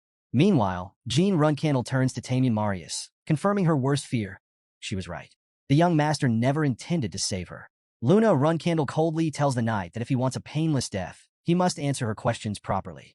She then rips the mask off one of the knights, only to see his face contort in agony. Blood seeps from his orifices, his eyes bulging grotesquely. Before she can extract any information, he collapses, dead. Poison, Jean Runcandle mutters. The knight had taken his own life rather than be interrogated. Luna Runcandle, furious at his wasted death, tosses his lifeless body aside. Jean Runcandle steps forward, voice firm. Enough. Since things have reached this point, Tamian, tell them everything. Luna Runcandle follows up, her tone sharp with betrayal. She reminds Tamian that she had asked her to investigate which of her siblings were targeting Jean Runcandle. Yet Tamian had deceived her. Her voice wavers as she questions how Tamian could betray her like this. Tamian Marius chuckles bitterly, already accepting her fate. She acknowledges that she saw this coming, but it seems age has made her foolish enough to fall for such an obvious trap. Suddenly, blood dribbles from her lips. Luna Runcandle rushes to her, catching her before she collapses completely. Tamian weakly tries to speak, but Luna Runcandle hushes her. No, don't. The poison will spread faster. But Tamian only laughs through the pain. This poison is the same one Kyujin gave me. How ironic. Her body trembles. It's too late, she admits. The weight of regret crushes her as she thinks. She doesn't want to die. She longs for forgiveness, not revenge. If only she could turn back time and stay by Luna Runcandle's side. She wonders, where did it all go wrong? And then it hits her the moment she prioritized vengeance over the young miss. That was her fatal mistake. With the last of her strength, she whispers, Young miss. Young master, listen carefully. Luna Runcandle panics, urging her to stop talking. More blood will come out. Tamian doesn't listen. Even if I confess now, my sins won't be erased, but you both need to hear this. Her voice weakens, but she pushes on. 15 years ago, the mage who placed the curse on me was Kedart Hall. Jean Runcandle's eyes widen in shock. Tamian continues, struggling to breathe. He's well known. You'll find him easily. And the one who made the deal, the one who ordered harm against the young master. Luna Runcandle interrupts. Enough. I understand. Stop talking. But Tamian forces out the final truth. It was Joshua Runcandle, Runcandle's second flag bearer. He knew of the youngest master's power and the contract. Her voice fades as darkness claims her.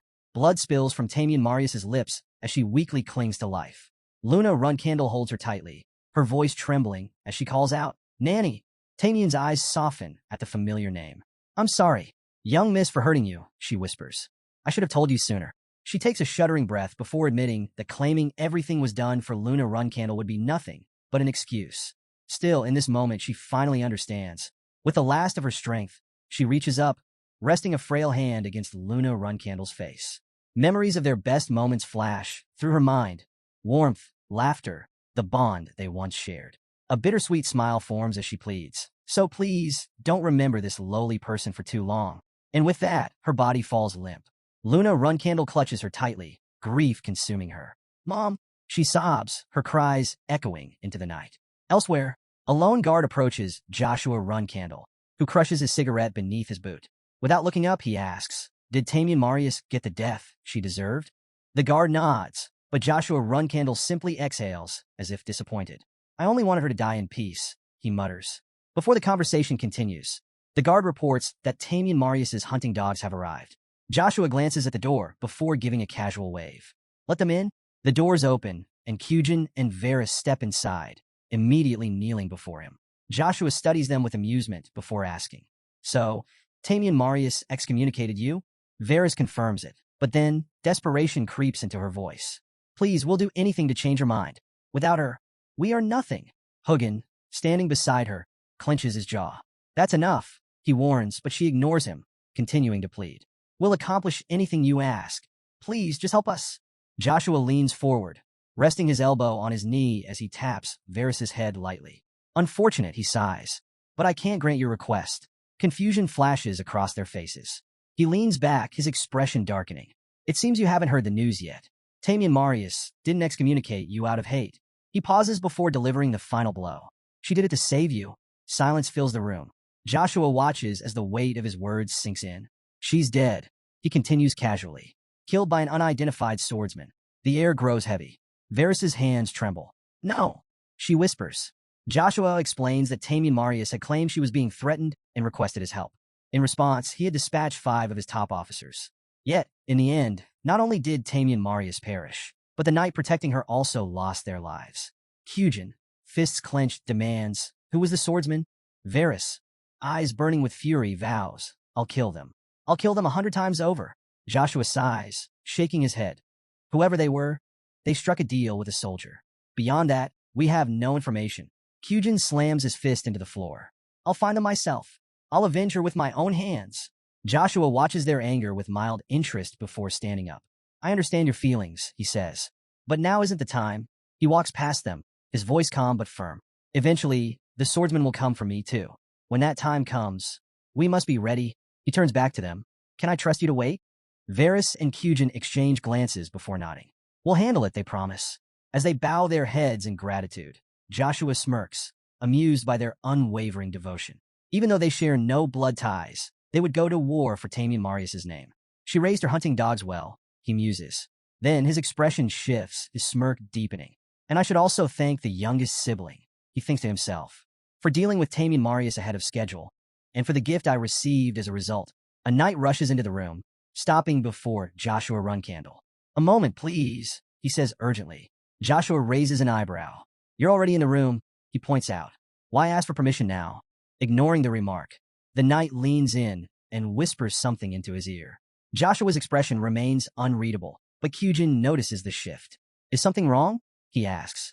Joshua straightens up and offers a reassuring smile. "Nothing to worry about," he says smoothly. "Just a family matter." He then turns to them. "You should return for now. I'll arrange a place for you to stay until I call for you." Kyujin steps forward. "If there's anything we can do..." Joshua waves him off. "That won't be necessary," he replies. Meanwhile, at the palace, Luna Runcandle storms in, cutting through the knights with effortless precision. One of them stumbles back, barely managing to block her strike. "What are you doing?" he demands. Even as the first flag bearer, this is against household law. She doesn't even hesitate. "Shut up," she snaps. "Where is Joshua?" The knight grits his teeth. "You need to leave. This goes against the..." "Which law?" she interrupts coldly. His expression hardens. You should never utter that word before him. Luna Runcandle's eyes narrow. I am the first flag bearer, she reminds them. Do your jobs? Without another word, she surges forward, cutting through their defenses. In mere moments, the knights lie unconscious at her feet. Just then, Joshua Runcandle steps out. His gaze sweeps over the fallen knights before settling on her. Are we finished here? He asks, voice calm. Luna Runcandle doesn't lower her blade. Move aside, she warns. I'm running out of patience. She points her sword at him, eyes sharp. So, you're here, brother. Joshua folds his arms. You show up unannounced, looking like death itself, he remarks. What is it this time? She studies him carefully. You look scared, she observes. Hiding behind your knights, as if I came here to kill you. She tilts her head. Is that what you're afraid of? Joshua chuckles. Do you have to speak in such a menacing tone? She ignores the remark. Something tragic must have happened to you, she muses. Are you willing to share? Joshua sighs dramatically. As family, I'll always listen. His thoughts, however, are far less welcoming. That's it. The younger brother she wants dead is standing right in front of her. His fingers twitch, considering his next move. If she attacks, he won't hesitate. His household will support him. But Luna Runcandle doesn't strike. Instead, she steps closer and calls him by a title he hasn't heard in years. Little brother. Joshua stiffens. I didn't come here to kill you today, she says coolly. I came to give you a final warning. She sheathes her sword, but her presence remains heavy. When that child returns, you won't be able to handle it, she continues. Even if you hide like you are today, it won't be enough. Her voice drops. If you were smart, you'd run. Joshua stays silent. She takes a step back. But if you refuse, her gaze pierces through him. You'll regret not dying today. With that, she turns and walks away, leaving him standing in the ruined hall. Joshua exhales slowly, a smirk creeping onto his lips. How unfortunate, he murmurs. The mighty Luna Runcandle, reduced to spouting nonsense. Luna Runcandle lets out a small, bitter laugh. What a pity, she remarks. You haven't changed since we were kids. Joshua doesn't respond. Instead, he thinks to himself, it's best to stay silent. For now, he's letting her walk away because of the Zipple. But once everything is settled and the Runcandle household is secure, she will be the first one he eliminates. Nearby, Jan Runcandle watches the tension between them before turning to Luna Runcandle. Are you hurt? She shakes her head. I'm fine, she replies. Thanks for the advice. There's a pause before she adds, it helped me get my emotions in order. Jan Runcandle sighs. That's only because Joshua was looking for a way to manipulate you. Luna Runcandle nods. Of course. He kept provoking me while hiding behind the Black Knights. Jan Runcandle frowns at the mention of the Black Knights. Among the many warriors of the family, these 10 were the elite, the strongest, most loyal soldiers. They answered only to the patriarch and his wife. And yet, they were standing behind Joshua. How did he convince our father to side with him? Jan Runcandle wonders. The two stand in silence before the grave of Tamian Marius. The poison was horrific, Jan Runcandle murmurs, breaking the silence. It dissolves corpses completely. Luna Runcandle clenches her fists. I couldn't even give Nanny Tamian a proper burial. Her voice wavers, but she steadies herself. This poison was used on my people on my side. Jan Runcandle shakes his head. That's not right. Luna Runcandle exhales, her expression darkening. If only I had known how to comfort Nanny, maybe this wouldn't have happened. Jan Runcandle studies her, realizing that despite the betrayal, Tamian Marius was the closest thing Luna Runcandle had to real family. And now, her own sibling, Joshua, had become her sworn enemy. He wonders, who can possibly ease her pain now? She suddenly recalls her childhood. I always hated fighting with my siblings, she mutters. Jan Runcandle corrects her. No, you weren't just unwilling to fight. You were scared. He pauses. The animosity between purebloods runs deep. It always has. Luna Runcandle nods slowly. I was afraid we would repeat the past. And that's why you chose to become the family's sword, he adds. So none of us would die. She lets out a bitter laugh. I succeeded in that, but I was a fool. I ran away when I should have faced things head on. And now, Jean Runcandle is paying the price for my cowardice. A new resolve burns in her eyes. There will be no more sword protecting the family.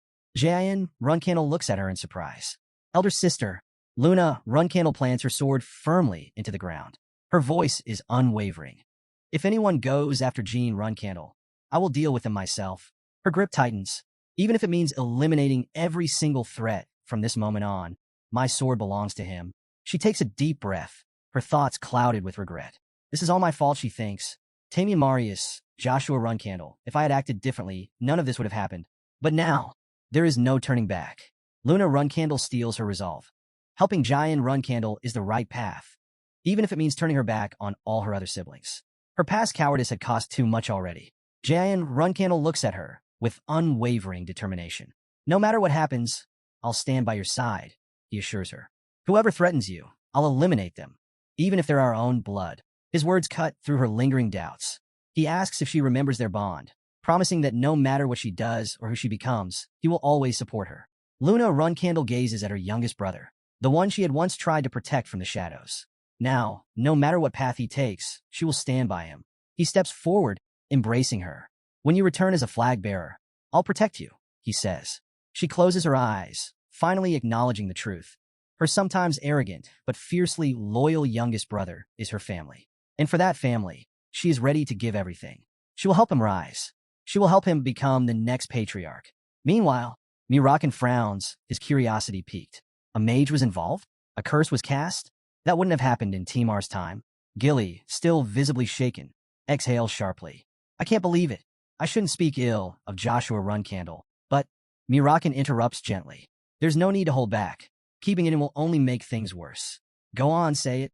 Encouraged, Gilly takes a deep breath and finally lets her frustration out, openly criticizing Joshua Runcandle. Just then, Jean Runcandle steps into the room with a playful smile. Strawberry pie, he teases, addressing Gilly. She huffs, but quickly softens. That was oddly refreshing, she admits before turning serious. But more importantly, why would Joshua Runcandle want to harm you? Jean Runcandle shrugs. There are plenty of reasons, he says, before adding, but what matters now is that I take no action, despite knowing about the contract with Soderette.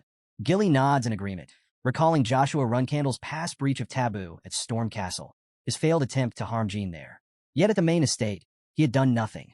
The contrast was glaring. Mirakin narrows his eyes. We need to figure out why, he suggests.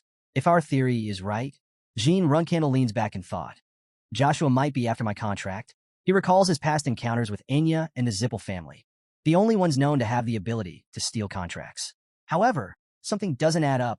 Even if Joshua Runcandle is involved, he muses, he shouldn't have ties to the Zipple family. But if not through them, then how? Before he can dwell on it further, the door opens, and Kashmir Alprian steps in, holding a sheet of paper.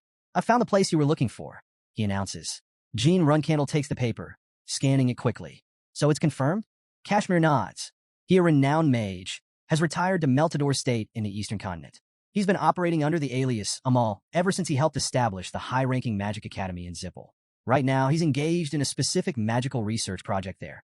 Jean Runcandle considers this for a moment before turning to Gilly, Mirakin, and Kashmir. I need all of you on this, he says firmly. For the next 3 months, find Amal.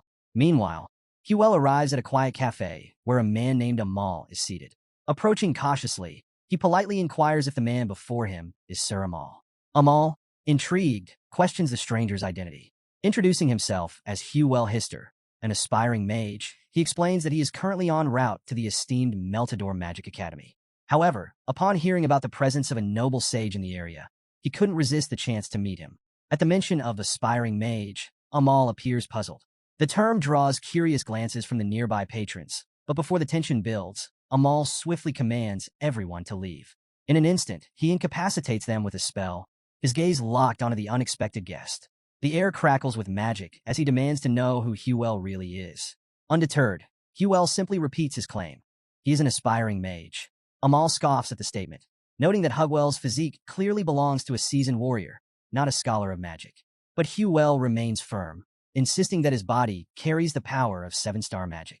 The declaration only deepens Amal's confusion, prompting him to demand further explanation. Feeling the weight of suspicion, he warns Huel that if he doesn't reveal his true identity, he will ensure he never uses magic again. In response, Huel formally reintroduces himself as the last surviving member of the Hister family. The mere mention of that name sends a shockwave through Amal. With barely concealed anger, he presses Huel to clarify. Huel asserts that he belongs to the only household once capable of standing against the Zipple in magic, a claim Amal immediately dismisses as a lie. After all, the Hister family was wiped out, completely annihilated by the Zipple. But Huel remains calm. He produces a book and requests Amal to take a look. He explains that he was raised as an orphan by a mercenary leader, who, just before his death, revealed his true lineage and entrusted him with this very book. The author? None other than Susie L. Hister. Intrigued but skeptical, Amal asks to examine the book. Huel, however, refuses to let him touch it. With unwavering resolve, he declares that no one will lay a finger on it without his permission. If Amal wants to, he will have to kill him first. Acknowledging his determination, Amal leans in, swiftly examining the contents. His eyes widen in realization. The cipher, the magic within. This is unmistakably an authentic histomagic book. Having spent his life searching for traces of the legendary family, he instantly recognizes its significance and decides to take a closer look. Moments later, Sir Amal shifts the conversation, asking Huel about his lodging plans for the night. Offering him proper accommodations, he invites him to follow, explaining that the space they are in is dedicated to his research and is one of the most secure places imaginable. Finally, he poses the burning question: how has a member of the long-lost Hister family survived all this time? Huel Hister explains that he was raised as an orphan under the care of a minor mercenary known as the Grey Owl. Despite wielding a sword since childhood, he never showed much talent for it. However, when it came to magic, it was an entirely different story. He grasped it instantly, as if it had always been a part of him. This realization became even clearer after he discovered his family's lore, detailed in the patriarch's final will. As he reflects on the immense magical prowess of the Hister family, one of the few forces capable of rivaling the Zipple, masters of rewriting history, he begins to suspect that his sudden affinity for magic might have deeper roots. Before he can dwell further, Amal interjects, pointing out that ever since then, the Zipple have been hunting him. To avoid drawing attention, Huel planned to enroll in a magic academy, using it as a cover to conceal his identity. Amal then reveals a chilling truth. 300 years ago, the Zipple eradicated anything that posed a threat to their dominance, especially anything tied to the Hister family. And when they couldn't destroy something directly, they placed massive bounties on it. Even now, anything remotely connected to the Histers could fetch at least 10 million gold. Hugwell's eyes widen at the number. He challenges Amal, asking if he intends to live as a man constantly pursued, or if he'd rather leave a legacy that history will never forget. Then, in a dramatic revelation, Amal states his true name, Kiddard Hall, also known as Kiddard Hall of Reflux. Huel immediately recognizes the name, almost in disbelief. Could this really be the Kiddard Hall of Reflux? The name had been renowned long before Huel even came into the picture. He presses further, recounting Kiddard Hall's legendary rise to 9-star status without ever bending the knee to the Zipple, even daring to train their students against their will. Amal confirms it. There's no need for further explanation. If Huel chooses to become his disciple, he will inherit the legendary magic of reflux and ensure that its name endures long after them. The offer is not one to take lightly, especially given the rarity of the Hister magic lineage. Amal then shares a glimpse of his past, how he had once stumbled upon traces of the rare Hister bloodline and became utterly fascinated by them. He spent years relentlessly pursuing their history, only for the trail to suddenly go cold. Just when he was about to give up, Huel Hister appeared before him, holding a magic book that could change everything. If Amal can refine his reflux magic using the knowledge within that book and successfully pass it down to Huel, his legacy will be secured. Determined, Huel conjures a glowing orb of magic, impressing Amal. With a nod of approval, the veteran mage acknowledges that they are now ready to fully explore the depths of the reflux system. Huel, in turn, credits Amal for guiding him to this moment, acknowledging the value of his teachings. The stage is set. Master and disciple, both bound by fate, ready to carve their names into history. Amal then turns his attention back to Huel Hister's magic book, asking if he could finally take a look at it. However, Huel declines without hesitation. Curious, Amal presses him for a reason, but Huel simply reaffirms that it's due to his personal beliefs, just as he had stated before. Amal sighs, making it clear that if he truly wanted to, taking the book by force would be as easy as breathing. However, he has always respected Hugwell's convictions and doesn't intend to break that trust. That said, he demands that Huel hand over the book immediately. Realizing his mistake, Huel acknowledges that his words may have been thoughtless. Instead of outright refusal, he suggests an alternative. They should share and understand each other's beliefs. Intrigued, Amal asks what exactly he means by belief and why it holds such significance. Huel explains that if he is expected to entrust something as precious as his life's treasure, then Amal should do the same. Specifically, he requests access to the legendary Book of Reflux in exchange for his own magic book. After a moment of contemplation, Amal reluctantly agrees, but with a condition. The Book of Reflux is not in his possession at the moment. It is securely stored in the eternal warehouse of Vankila Castle, and he will retrieve it himself. He confirms that Huel understands this arrangement, and Huel agrees without hesitation. In the meantime, Amal proposes that Huel continue mastering the deeper aspects of the reflux system. As he considers the importance of the Book of Reflux, he reflects on the fact that he had originally intended to pass it down only upon his death. This realization makes him question the deeper significance of his examination of Hugwell's magic. Could it be that with histomagic, he might finally surpass the Zipple?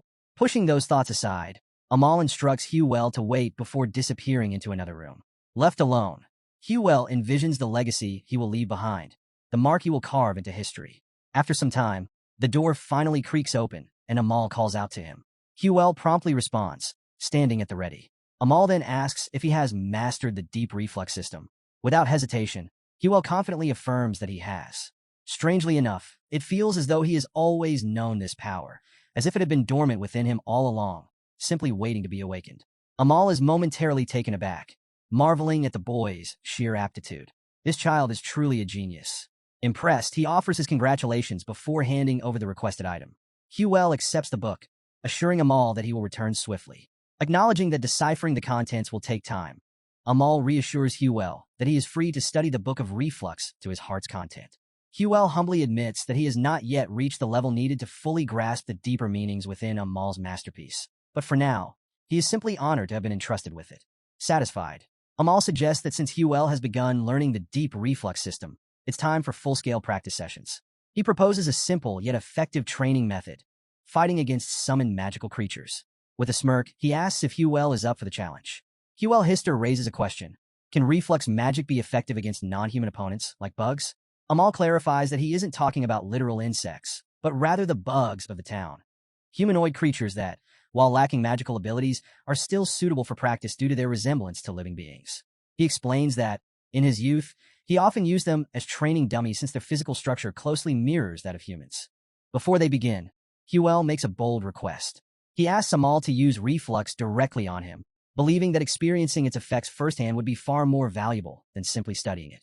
Amused by his disciple's confidence, Amal laughs, his pride in Hugwell evident.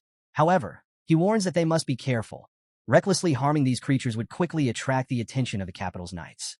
To demonstrate reflux's true potential, Amal activates its core ability, absorbing an opponent's magic power and redirecting it back with amplified force. He conjures a magic sphere, preparing to drain Hugwell's energy. But something unexpected happens. Nothing. Reflux has no effect on Hugwell. Confused, Amal tries again, but the result remains unchanged. Then, realization dawns on him. Hugwell has already surpassed the 7-star rank. This isn't just the power of a rising magician. It's something far beyond that. Overwhelmed, Amal staggers, falling to his knees. How could this be happening? At that moment, Hugwell, holding up an artifact known as the mirror, he reveals its power, an infinite source of magic energy. This, he explains, is why reflux had no effect on him. If such an artifact had fallen into the hands of the Zipple, they would have used it to spread suffering across the world. But for Jean, it had been both a gift and a curse, one that sentenced him to a lifetime of torment. Then, in a shocking twist, Jean pours a potion over his head, forcing a transformation. As his appearance shifts, Jean removes his glasses and lenses, finally revealing his true identity. With an air of finality, he declares his purpose. He has returned from the depths of hell to kill Sir Amal. Amal is frozen in disbelief. That name should exist. It couldn't be real. He recalls personally confirming the truth with the mercenaries. So how is this happening? Jean calmly confirms it. His story is the tale of the true Hista survivor, spanning 44 years since Kedarthal's time. Without hesitation, he kicks Amal to the ground, pressing his foot against him. He recounts the years of scorn, humiliation, and battles that should have claimed his life. And yet, against all odds, he has reached this moment. Looking down at his fallen opponent, Jean assures him there will be no regrets. He intends to make full use of the Book of Reflux, the very magic to which Amal dedicated his life. Then, with a smirk, he delivers the final, crushing truth. The reflux magic that Amal so proudly wielded, it was never truly his. It belonged to the Hister household all along. Amal demands to know how Jean Runcandle is so certain about reflux's true origins. With a smirk, Jean simply replies that soon, the entire world will know the truth. When that happens, everything Amal has accomplished, every legacy he thought was eternal, will crumble into nothing. But Amal refuses to accept it. He insists that his name will be remembered forever. Jean, unfazed, recalls the curse and the request that set him on this path. With a final word of advice, he tells Amal he should be grateful for the role he played in this grand scheme. Then, as a parting gesture, he releases him. However, Amal is not one to go quietly. With defiance burning in his eyes, He uses his own blood to scrawl a message on the wall. I will not die peacefully. Jean, unimpressed, doubts Amal's survival. As his thoughts drift, he considers Joshua Runcandle and contemplates that this is only the beginning of what's to come. Meanwhile, in a quiet village, Gilly is outside, spreading clothes to dry. A cat settles near her, prompting her to sigh and mention the young master. 3 months have passed since he left in search of Kadard. Mirakin, sitting nearby, notes that time has flown by. With a smirk, he adds that Kiddo is downright dangerous. He knows that once the boy becomes an apprentice, he'll be looking for any chance to take him down. Sometimes he swears the kid acts like he has a whole swarm of snacks buzzing around in his stomach. Gilly, however, is far from amused. She admits that she feels like she's losing her mind. Her heart trembles every day with worry. Scooping up her cat, she mutters that Jean Runcandle always makes her anxious with his reckless choices. Turning to Mirakin, she asks if the young master even realizes how much he worries her. Mirakin chuckles and reassures her, telling her not to stress. He shares a bit of gossip. When the 7-colored peacock spied on them, they noticed something interesting. Apparently, Kedard's eyes were dripping honey every time he looked at Jean Runcandle. He continues, casually remarking that there's nothing to worry about. After all, Jean Runcandle has that old man wrapped around his finger. Jean glares at them from behind. You're making it sound like I'm trying to seduce him, he snaps. At that moment, Jean Runcandle arrives unnoticed, just in time to hear the conversation. As soon as she sees him, Gilly immediately throws Mirakin aside and rushes toward Jean, overwhelmed with relief that he has returned in one piece. Jean acknowledges her concern with a brief nod. I'm back, he states. Turning to Mirakin, he reveals the real reason for his return. The magic book he obtained from that scoundrel. Holding up the book, he hands it over before collapsing onto the grass from exhaustion. With a tired sigh, Jean mutters, I'll leave it to you to transcribe it. The scene shifts to the Garden of Swords, where Joshua Runcandle sits in his room, quietly having lunch. As he eats, his mind is occupied with a pressing mystery. Jean Runcandle, the prime suspect in the murder of Kadard Hall. He ponders Jin's true identity and what motive he could have had for killing a figure as significant as Kadard. And if he really was responsible, why had he remained in hiding for so long? Unfortunately, speculation has led many to believe that the essence of extreme overload magic is locked away in the eternal storage of the Holy Kingdom of Vankella, making any further investigation nearly impossible. Meanwhile, Haytona Runcandle confidently states that Jean Grey was definitely an alias given to the youngest for his status as a provisional flagbearer. Daytona Runcandle, sitting nearby, adds that they are currently in the presence of their elder siblings. Haytona, however, isn't convinced. He argues that it simply can't be the youngest. After all, Jean is a common name. Daytona, lowering his voice, whispers that while the youngest is certainly impressive, Kadard Hall was a 9-star mage. There's no way someone at Jin's level could have pulled off such a feat. That's when Mayu Runcandle, clearly irritated, slams his fist against the table. With barely contained rage, she scolds his brothers for their clueless speculation. None of them have ever even seen a 9-star mage before, so they should stop spouting nonsense. She scoffs at the idea that these idiots will be stepping up as provisional flagbearers in just a few months. Across the table, and Runcandle chuckles, finding the situation amusing. She casually remarks that she actually finds their stupidity adorable. So much, so that she just wants to cut them into little pieces. Before things escalate further, one of the merry Runcandles cuts in, snapping at both of them to shut up. They're disrupting the meal. Deepu's Runcandle groans in frustration, asking why they can't even have a simple conversation. Mary coldly replies that she told them to shut up. Annoyed, Deepu's calls her out. Why does she stay silent when the Tana twins talk, but suddenly has a problem when he does? She doesn't even hesitate. With a sharp glare, she warns him not to push it. If he says one more word, his face will bear the consequences. Before tensions can rise any further, Joshua suddenly claps his hands together, cutting through the argument. With a calm but authoritative tone, he suggests they quit bickering. It's been a while since they've all eaten together. Was it really necessary to get so worked up? Then almost casually, he adds something unexpected. For the record, I think the youngest could have killed Kadard Hall. His words send a wave of silence across the table. Mayu, stunned, asks for clarification, even bringing up their eldest brother. Joshua leans back, explaining that of course, Jean couldn't have done it alone. But he turns to Yona. If that child were to have helped him, then maybe, just maybe, it was possible. Deepu's immediately catches on, his expression darkening. So that's it. Joshua is trying to keep Jean Runcandle, the young provisional flag-bearer, in check by dragging Yona into the equation. Frustration brews among the siblings as the conversation takes a sharp turn. The pieces on the board are shifting, and Joshua, as always, seems to be the one moving them. Mary Runcandle turns to the eldest brother, challenging him. Can he take responsibility for suggesting that Yona helped Jean Runcandle?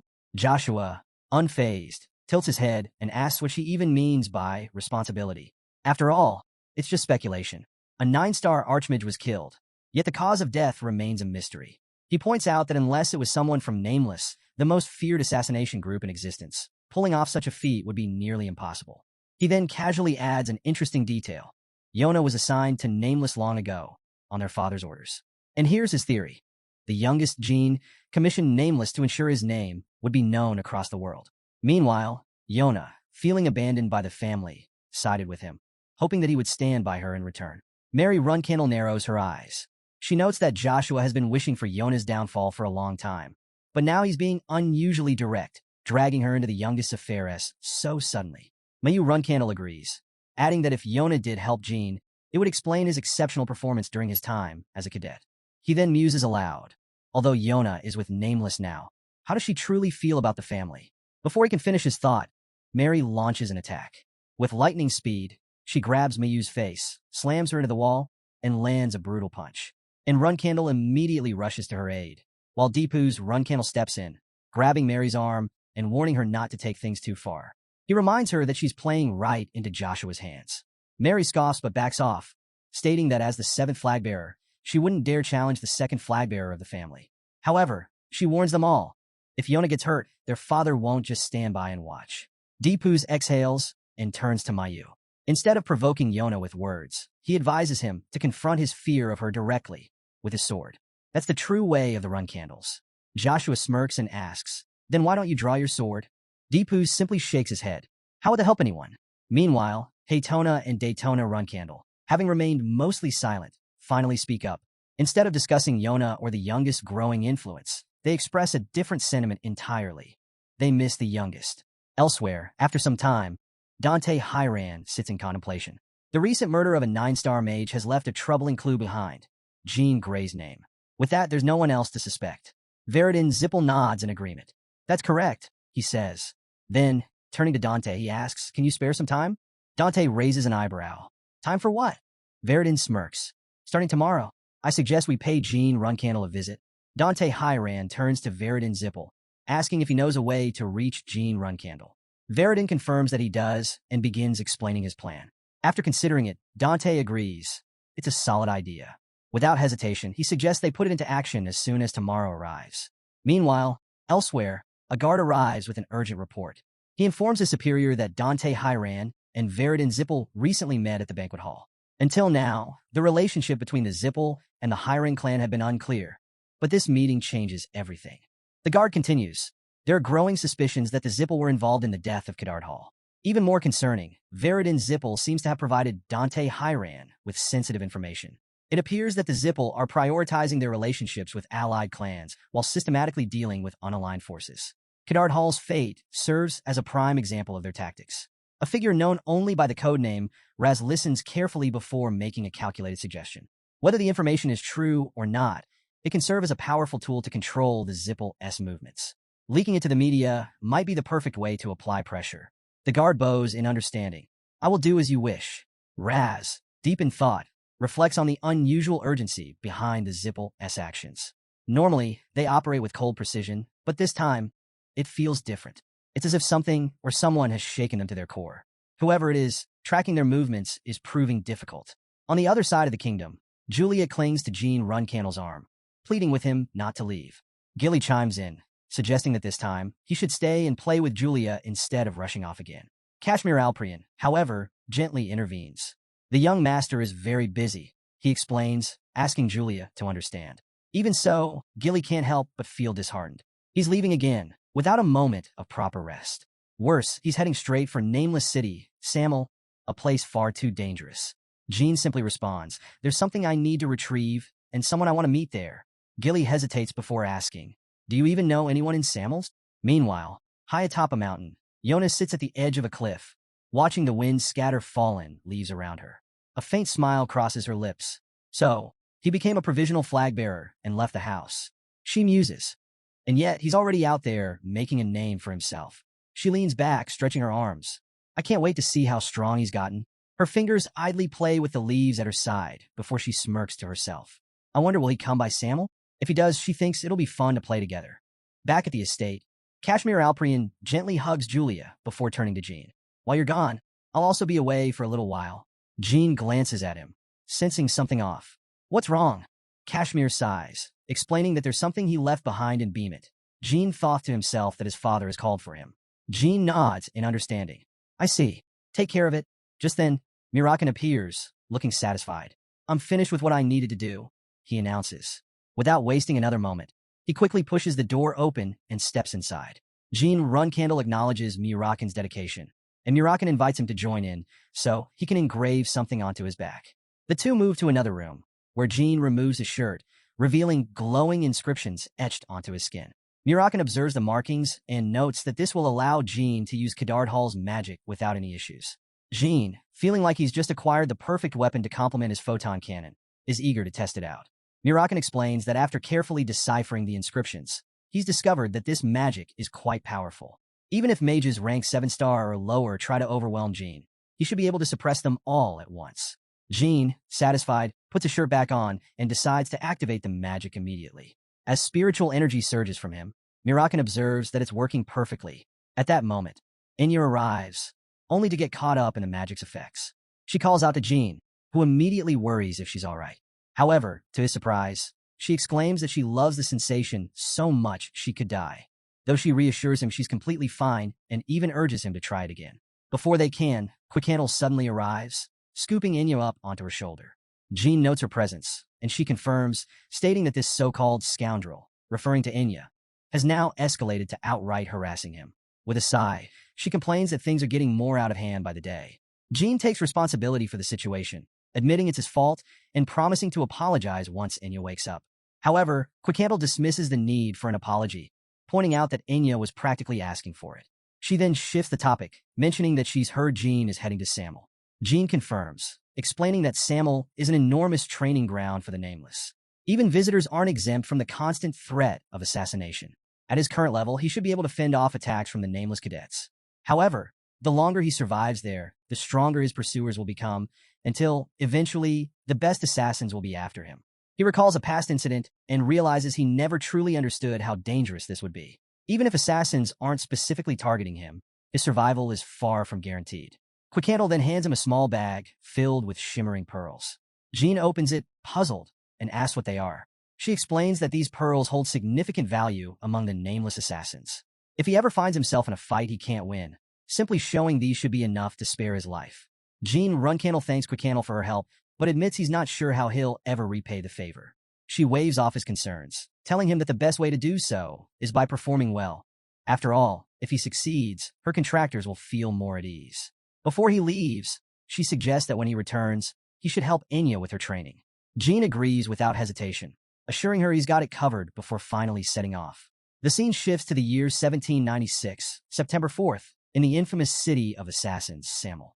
At the southern entrance, Jean arrives, only to be immediately stopped by a guard. The guard informs him that entry isn't allowed without a Nameless plaque. Jean calmly presents a document proving he has the necessary clearance. The guard reviews it and acknowledges its validity before asking about the reason for his visit. Jean casually replies that he's here just for the experience. The guard chuckles, remarking that it'll certainly be an interesting experience before granting him entry. He also informs Jean that he can collect his Nameless plaque upon leaving by presenting the entry pass. Before stepping inside, Jean mentions that he has a question.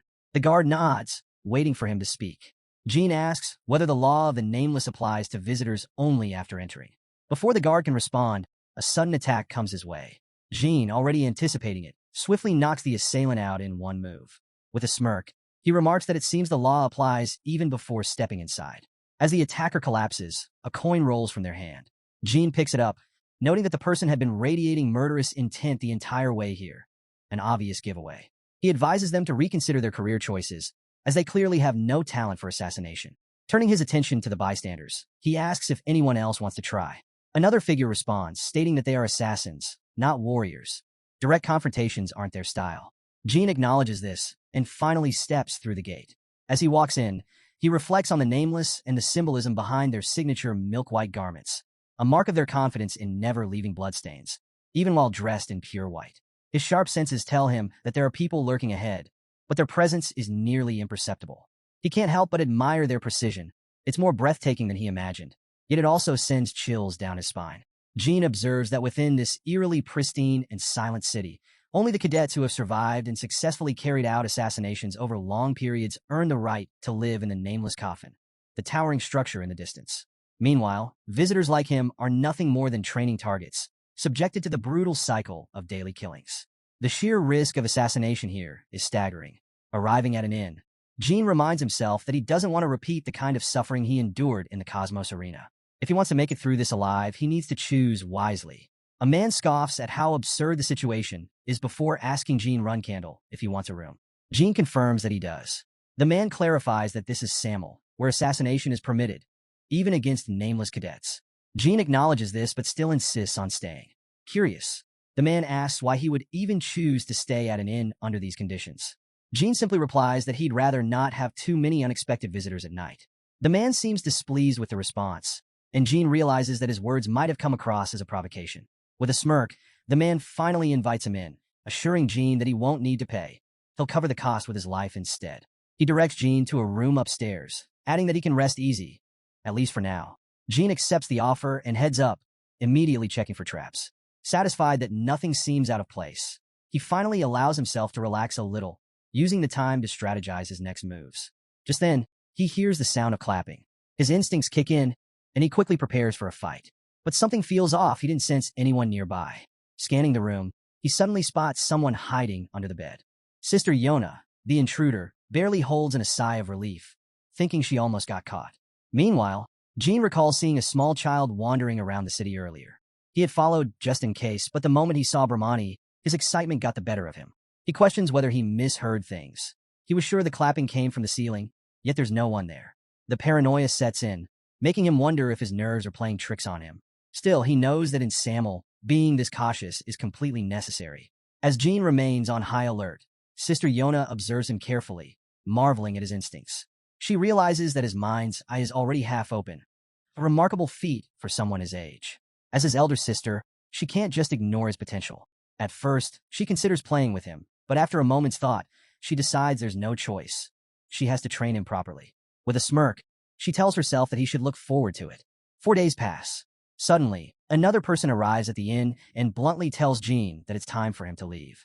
Jean, unfazed, asks if he needs to pay for his stay. The man shakes his head, reminding him that from the beginning, payment was never required. Jean raises an eyebrow, questioning why the sudden change of heart. The man lets out a sigh and admits that he's simply giving up. He won't be trying to assassinate Jean anymore. He explains that when Jean first walked in with his nameless plaque, he assumed he was the successor of some renowned clan, someone who had already accomplished great things at such a young age. The man admits that while he expected Jean Runcandle to be strong, he never imagined it would be to this extent.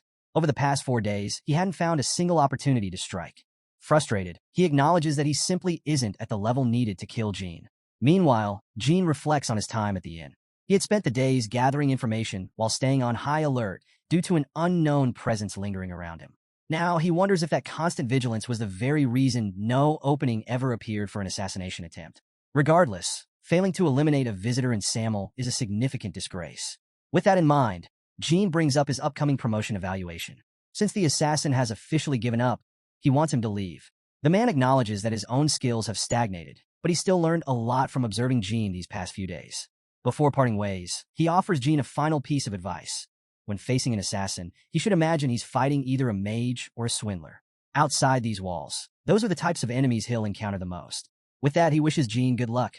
Jean thanks him and prepares to leave, but something about the advice lingers in his mind, leaving him with an ominous feeling. His eyes scan the room, landing on the numerous traps scattered across the floor. He frowns, questioning the purpose behind them. Was this some kind of prank? Just then, as if on cue, a masked figure lunges at him. Jean dodges swiftly, moving behind his attacker and demanding to know how they dare attack him now. He quickly escapes to the rooftop, only to find even more masked figures waiting for him. They hurl wired traps toward him, sending them scattering across the roof. As the wires tighten, he notices some of the earlier traps now tangled around his sword, restricting its movement. One of the masked men taunts him, saying that with his weapon in that state, he won't be able to fight back. As they all charge in, declaring this the end, Jean reacts instantly, knocking them back with precise strikes. Before the fight can escalate further, one of the masked figures suddenly calls for a halt, admitting their failure. At that moment, another person arrives, demanding to know what in the world is going on. Without hesitation, Jean tosses a bag of coins toward him. The man catches it, confused, as Jean insists that he take it. He refuses to be in debt to anyone. The man opens the bag, scoffing at how ridiculous this whole situation is. He can't believe an intermediate-ranked cadet like Jean would treat even higher-ranked cadets this way. Meanwhile, Jean simply declares that this time, he's truly leaving. Before he can take another step, arrows rain down toward him. Reacting instantly, he deflects them, realizing that after dealing with traps, now he has to face poison-tipped arrows. He doesn't know who's behind this ambush, but the constant attacks are starting to get tiresome. As more arrows come flying toward him, he quickly dodges, scanning the area. With an unknown number of enemies lurking in the shadows, predicting their next move is impossible. And if that's the case, he'll just have to take control of the situation himself. Jean Runcandle decides that instead of hiding, it would be better to gain higher ground and search for his enemies. As he moves, masked assassins lunge at him, but he swiftly counters, taking them all down with ease. However, the attacks don't stop. Arrows rain down once again, forcing him to keep moving. Just how many of them are after him? Watching from atop a high building, Sister Yona observes his every move with an amused smile. As expected of the youngest, he's even more agile than she anticipated. For the past 4 days, she's been testing his limits, and now, seeing his progress, she feels it was worth the effort. She encourages him, at least in her mind, to keep struggling a little longer. If he continues like this for just one more week, his mind's eye will fully awaken. However, she also acknowledges the brutal reality of their world. If he turned out to be weaker than she expected and died in the process, well, that would be unfortunate. But there's nothing to be done about it. Training in Samel always comes with the risk of death. She playfully urges him to give it his all, not just for the sake of progress, but for survival. Meanwhile, Jean continues his relentless fight, dodging arrows and striking back. Moving strategically, he eliminates his attackers while using a tree for cover. His keen instincts tell him that these cadets aren't acting on their own. They're far too organized. Someone is pulling the strings from behind the scenes, and once he figures out who, he plans to make them pay. Just then, a piece of paper flutters through the air. He snatches it, reading the message scrawled across it. "Let's play again in the afternoon." A smirk forms on his lips. So, it was Sister Yona all along. At first, he suspected that one of the top assassins of the Nameless was behind this large-scale ambush. But in the end, it turned out to be her. Still, this actually works in his favor. If he endures all of this, he'll have leverage, a reason to ask her for something he wants. For example, poison antidotes. Jean knows that the world is full of deadly poisons, some so potent that even the Runcandle family's blessed bodies can't withstand them. He recalls the venom of Tamian Marius's hunting dog, Hugin, a poison so lethal that even he wouldn't survive it.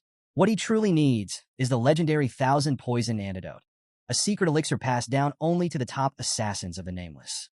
Those who drink it develop immunity to 10,000 different poisons. And Sister Yona? She's not just any assassin. She's the youngest top assassin of the Nameless and the one who possesses the 1,000 poison antidotes. If he plays his cards right, this brutal game might just turn into an opportunity. Despite being in possession of the legendary 1,000 poison antidote, Sister Yona had never actually consumed it. She was naturally immune to poison and had no need for it. Jean Runcandle recalls that in the end, she was tricked into handing it over to Sister in Runcandle. That fact alone sets off alarm bells in his mind. If and had it, that meant she was likely aligned with Joshua Runcandle, even in his past life. And if that was the case, Jean had no intention of letting history repeat itself. His goal was clear. He had to intercept the antidote before it fell into enemy hands. Anything that could benefit them, he would take away. Anything that could harm them, he would make sure to exploit. But first, he had to survive Sister Yona's relentless pranks. The scene shifts to the second night of her games. As he moves, a chain suddenly whips toward him, wrapping tightly around his sword. Thinking fast, Jean drives his sword into the ground, grabs the chain, and yanks it with all his strength. The masked attacker at the other end is pulled off balance, crashing down hard. Wasting no time, Jean strikes the nearby building, shattering its foundation and forcing the masked men inside to tumble out into the open. As they scramble to regroup, Jean launches a counterattack, cutting through them effortlessly. His attention then shifts to a wooden door nearby. With narrowed eyes, he calls out to those hiding behind it, demanding they step forward. He doesn't believe they're nameless cadets, so that leaves only one other possibility: outsiders like himself. Still, after being relentlessly hunted for the past 2 days, his patience is running thin. He warns them to come out while he's still asking nicely. After a brief pause, the door creaks open. Stepping out are none other than Dante Hyran and Veridin Zipple. Dante greets him warmly, while Veridin follows suit. Jean eyes them suspiciously, immediately questioning what they're doing here and why they've come looking for him. Veridin, feigning hurt, comments on how cold Jean is being, pointing out how difficult it was for them to track him down. Dante chimes in, adding that they even had to dip into their secret funds just to obtain a nameless plaque. Veridin, unable to resist, dramatically calls Jean a heartless scoundrel, complaining about his cruelty. Dante quickly agrees, piling on the guilt. Jean, unimpressed, cuts them off. Enough. Just explain why you're here. Veridin lets slip that they really wanted to meet him again, regretting that they missed that night at the arena. Realizing what he just revealed, he quickly covers his mouth, awkwardly trying to brush it off. Jean narrows his eyes. This was getting more suspicious by the second. Before Veridin can dig himself into a deeper hole, Dante jumps in to explain. They spent every last coin trying to acquire a nameless plaque, which meant that now they were completely broke. Jean takes a long look at them. Two heirs from powerful clans, now sleeping on the streets of Samel. And all because they were looking for him. With a sigh, he decides to take responsibility. If they were going through all this trouble for his sake, the least he could do was pay for their food. The moment he says it, both of them light up with excitement. Jean Runcandle agrees to cover their food, but on one condition. They need to earn their keep. Before they can respond, masked assassins strike again. Dante Hiran, immediately grasping the situation, unsheathes his sword and jumps into the fight. With a confident smirk, he counters the attackers and then glances at Jean. Will this do? He asks. Jean simply observes, gauging his skill. Meanwhile, Sister Yona watches the battle unfold. Curious about the new intruders, she casually asks for their identities. Just then, Duel appears behind her. Something wrong? He asks. She turns around, barely acknowledging him. Oh, it's you, old man? Ignoring the jab, Duel sighs. Listen, Sister Yona. Even if it's him, he can't be causing this much of a disturbance. He gestures toward the ongoing chaos below. Do you realize how many of the cadet houses have been affected? Yona, however, couldn't care less. That's not important right now, she replies. I was having fun playing with the youngest when those scoundrels decided to butt in. Owl frowns. Who dares interrupt our Yona? She simply points. Them. Over there. Duel follows her gaze and narrows his eyes. And just what kind of scoundrels dare to do this? Owl, watching from above, quickly assesses the situation. The one is Yona's brother. The two standing behind him, they're from the Zipple and Hiran clans. It doesn't take long before all three charge forward, engaging the nameless cadets in battle. Yona, growing impatient, leaps from the rooftop. Fine, I'll handle this myself. But before she can drop into the fray, Duel casually grabs the back of her shirt, holding her in place. If you go, they'll die, he says flatly. That's the point, she snaps. This is the first time my brother has come to visit me, and these fools are ruining it. I haven't even had a proper conversation with the youngest yet. Duel, unfazed by her tantrum, suggests an alternative. If you really want them dead that badly, let's make a game out of it. Yona tilts her head. What kind of game? A game with their lives at stake, he clarifies. 3 rounds, starting at dawn. But instead of cadets, we'll send real assassins after them. He smirks. If they die, you win. If they survive, you lose. Finally releasing her shirt, he steps back. Yona crosses her arms, clearly displeased. Why? She demands. Sending assassins after all 3 of them at once raises the youngest chances of dying way too much. Her expression softens for a moment. I'd rather he didn't die. He's such a good kid. And it's only the second day we've been playing together. Duel chuckles. Then you'll have no choice but to watch them play. She clicks her tongue, but ultimately gives in. Fine. But in return, you don't get to interfere. She leans forward, eyes glinting mischievously. And I'll be the one choosing the assassins. Duel shrugs. Not a problem. Then, as if remembering something more important, he asks, by the way, do you have any idea how many houses collapsed in Samel today? Yona blinks. No. Duel sighs. 37. She tilts her head, unimpressed. And this is what happens when you send cadets after your little brother just because you want to play with him. His tone sharpens. I'll be expecting a written reflection on this. Yona groans. Yona dismisses the conversation, claiming she's busy, and exits, shutting the door behind her. Watching her leave, he reflects that for now, he has successfully stopped her from acting on impulse. He knows full well that the Nameless could have been in serious danger if she had intervened directly. After some time, Jean Runcandle rises, deciding it's time to start moving. Looking around, he notes that everyone is asleep. After all, no attacks were expected during the day. His thoughts shift to Dante Hiran, observing that while Dante's body remains as frail as ever, his swordsmanship has sharpened significantly. He speculates that Dante must have unlocked a secret technique of the Hiran clan, allowing him to advance to a new level. As for Veridin Zipple, Jean Runcandle admits he has no clue what's going through his mind. Veridin was someone who once seemed impossibly distant in his past life. Yet now he's here, helping under the simple excuse of repaying a meal debt. He acknowledges that death is a real possibility in this situation and begins contemplating how he can use them both, and, more importantly, how he can protect them once night falls. He anticipates that the assassin's Yona sins will only grow stronger and starts strategizing his next moves. Just then, Owl arrives. Jean Runcandle immediately notes how eerily undetectable he is, recognizing him as one of the Nameless' best assassins. He considers that aside from Sister Yona, no other elite assassin from the Nameless should be testing him. Owl, meanwhile, acknowledges the presence of a low-rung Runcandle, but greets him formally as the 85th leader of the Nameless. He takes note of Jean Runcandle's composure, remarking that his lack of fear shows a strong spirit. He also adds, almost offhandedly, that Sir Chiron Runcandle must have found a rare gem in his later years. However, OWL still finds it excessive that Jean Runcandle doesn't even adjust his posture despite recognizing him. Jean responds, explaining that, given the circumstances, there was a real possibility that the master of the Land of White could have taken his life. He states that a Runcandle does not bow until death. Owl scoffs at his recklessness. Jean Runcandle, however, is more concerned with why Owl has appeared before him. Someone of OWL's caliber, a man at the level of a king, wouldn't come here without a serious reason. He speculates that it must have something to do with Sister Yona. Owl, unimpressed, points out that even Sir Chiron Runcandle himself rarely speaks. Yet here was a mere low-rung Runcandle daring to bring up Yona's name. Without warning, an overwhelming aura erupts from him, instantly filling the space with crushing pressure. Jean Runcandle barely has a moment to react before pain surges through his entire body, forcing him to tense up under the invisible weight. Meanwhile, his opponent remains eerily calm, his voice steady yet dripping with menace. He makes it clear, this entire situation is nothing more than the result of Jean Runcandle's unchecked arrogance. Jean Runcandle, struggling against the pain he is having, and taken aback by the sheer intensity of Owl's reaction. Meanwhile, Owl remains completely unfazed, casually remarking that, given the situation, even tearing Jean Runcandle to shreds wouldn't be enough to satisfy him right now. Despite his irritation, Owl ultimately decides to let it slide, considering Sir Chiron Runcandle's influence.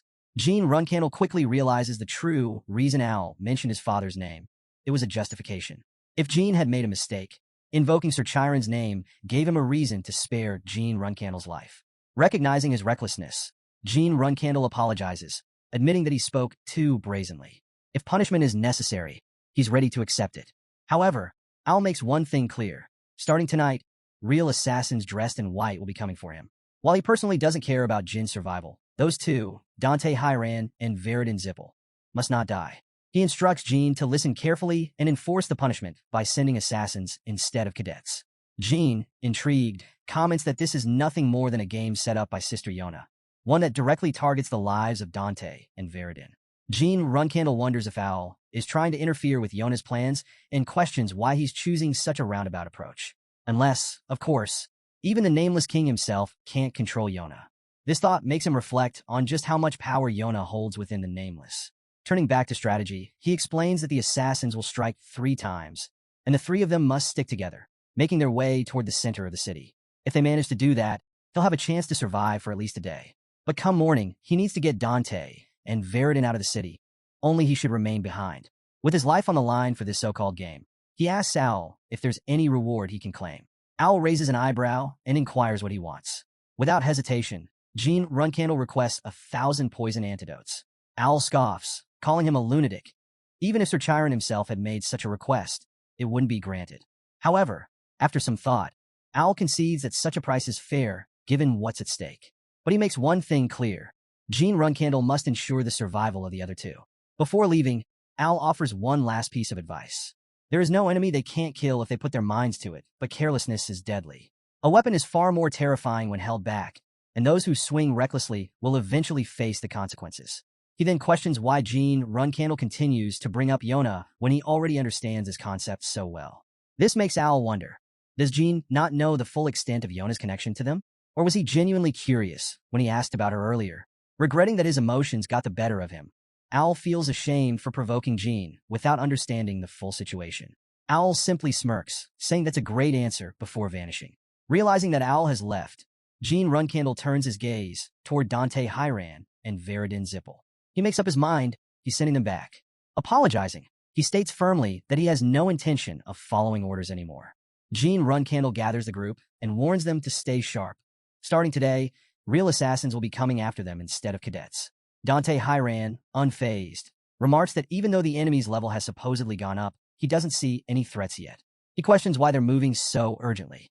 Veridin Zipple agrees, pointing out that the night has only just begun. Jean explains the difference. When they fought cadets, their presence was immediately noticeable after sunset. But now, with night fully settled, something has changed. Earlier, he could sense an attack coming, a flying dagger in the dark. But this time, there's nothing. It's not that there are no enemies. It's that their presence is completely undetectable.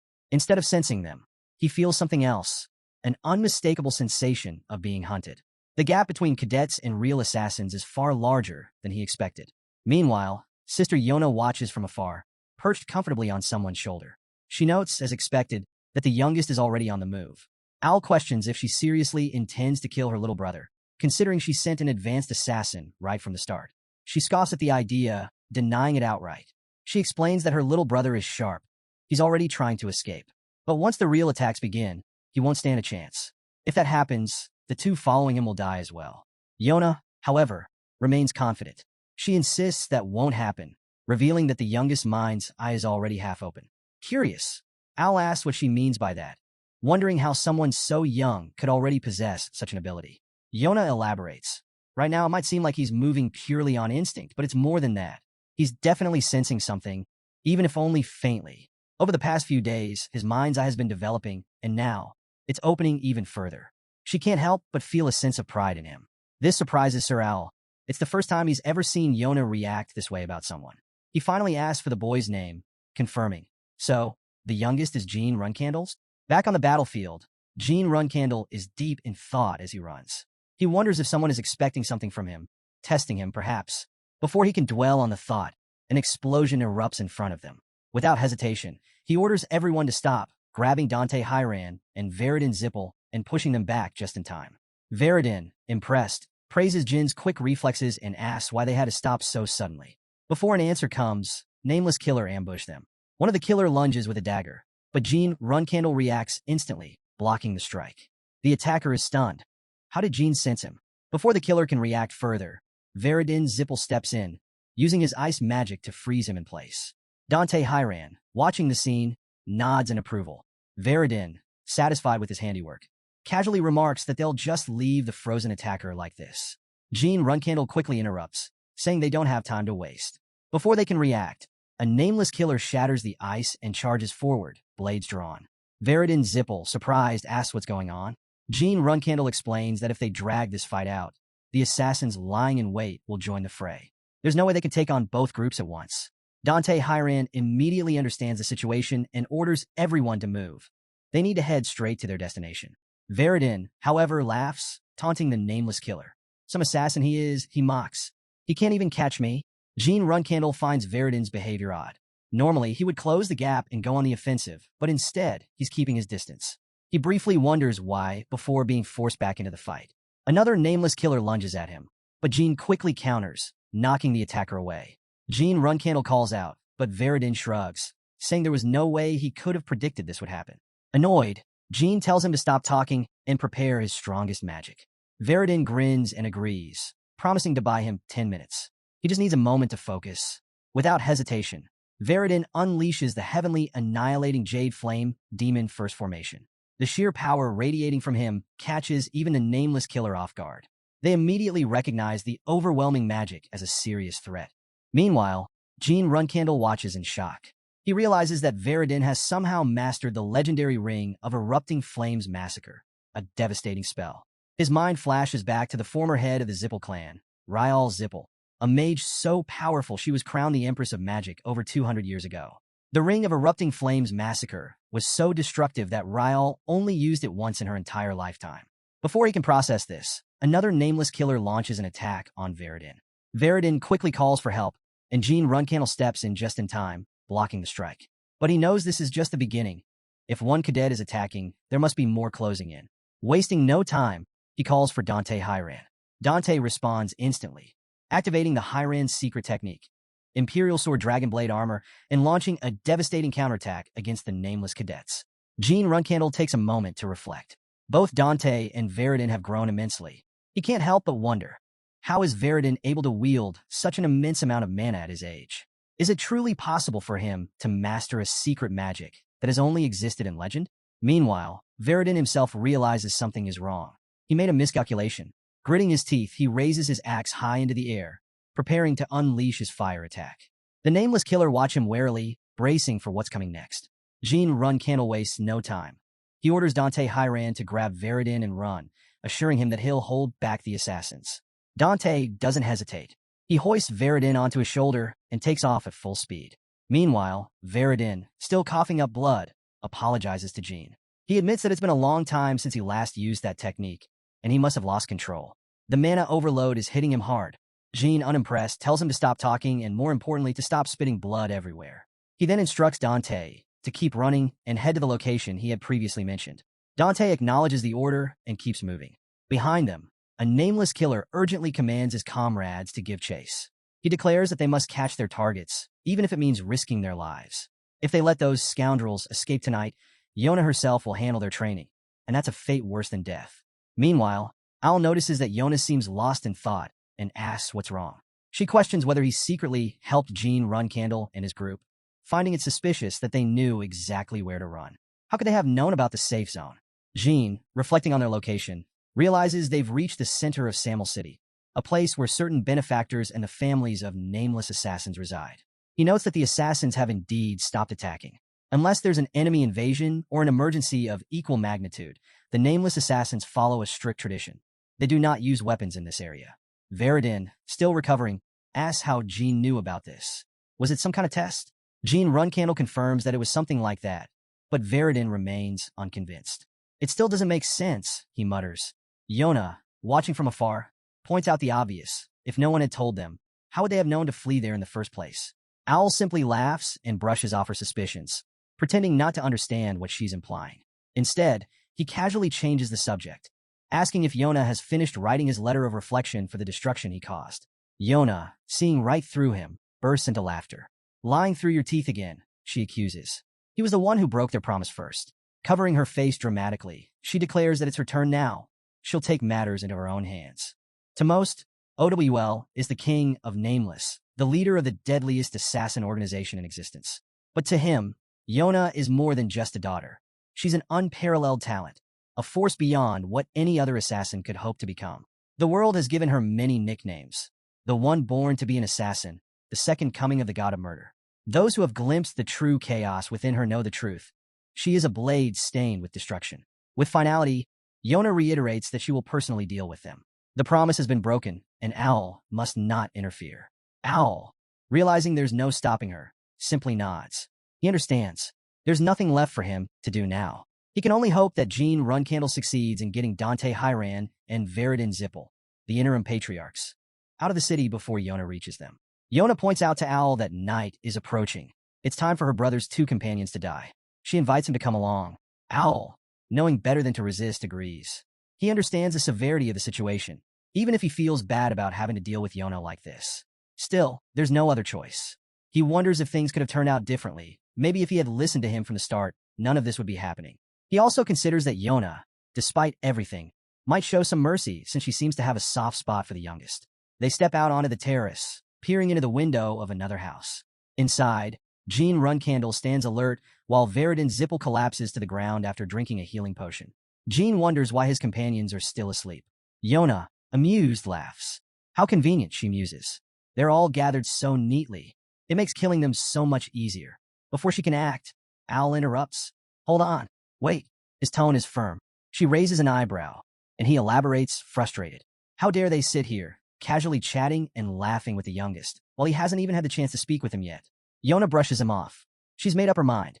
They're going to die. Owl, still unconvinced, demands that she stop interfering. Yona scoffs. Stop pretending you don't see it, she says, gesturing toward the window. That's when he notices it, the object in Jean Runcandle's hand. The silver dragon's claw. Jean himself is puzzled. Why isn't there any reaction? He expected the nameless assassins to respond the moment they saw it.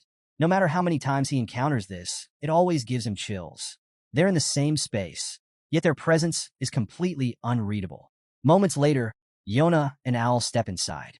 Jean greets them formally, acknowledging Yona as older sister Yona, and for the first time, addressing Owl as the 85th Nameless King. Owl studies him carefully. Clever, he thinks. Jean Runcandle is quick to catch on. The fact that he recognized him so quickly is impressive. He also notes something else. Looks like you knew we'd be coming, Owl remarks. You drugged your own friends, didn't you? Jean confirms it without hesitation. It wouldn't be good for them to know too much. Owl doesn't waste any time and gets straight to the point. Where did you get the silver dragon's claw? Jean explains that it was a gift from a silver dragon he encountered on his travels. Holding it up now, he clearly understands its significance. He adds that if he presents it to a nameless killer, no matter the situation, he can survive. Yona, still watching him closely, agrees. According to their ways, there is no one they can't kill.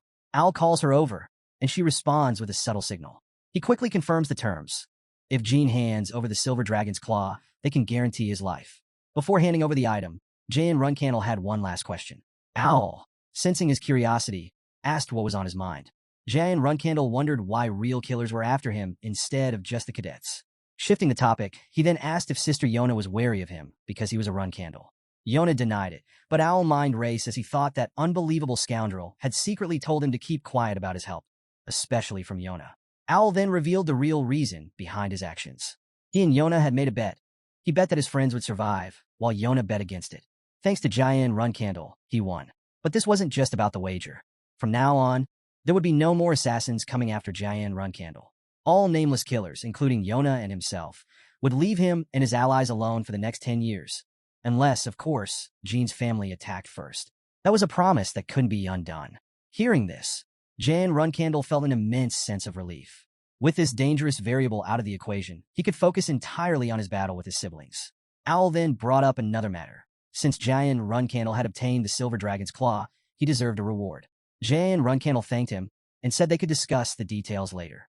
Owl nodded and pointed out that right now, there was something far more important, a long overdue conversation between two siblings. He encouraged Jan Runcandle to speak as much as he wanted. She turned to him, her expression unreadable, before finally greeting him with a single word, youngest. Meanwhile, in a shadowy room, several masked figures gathered.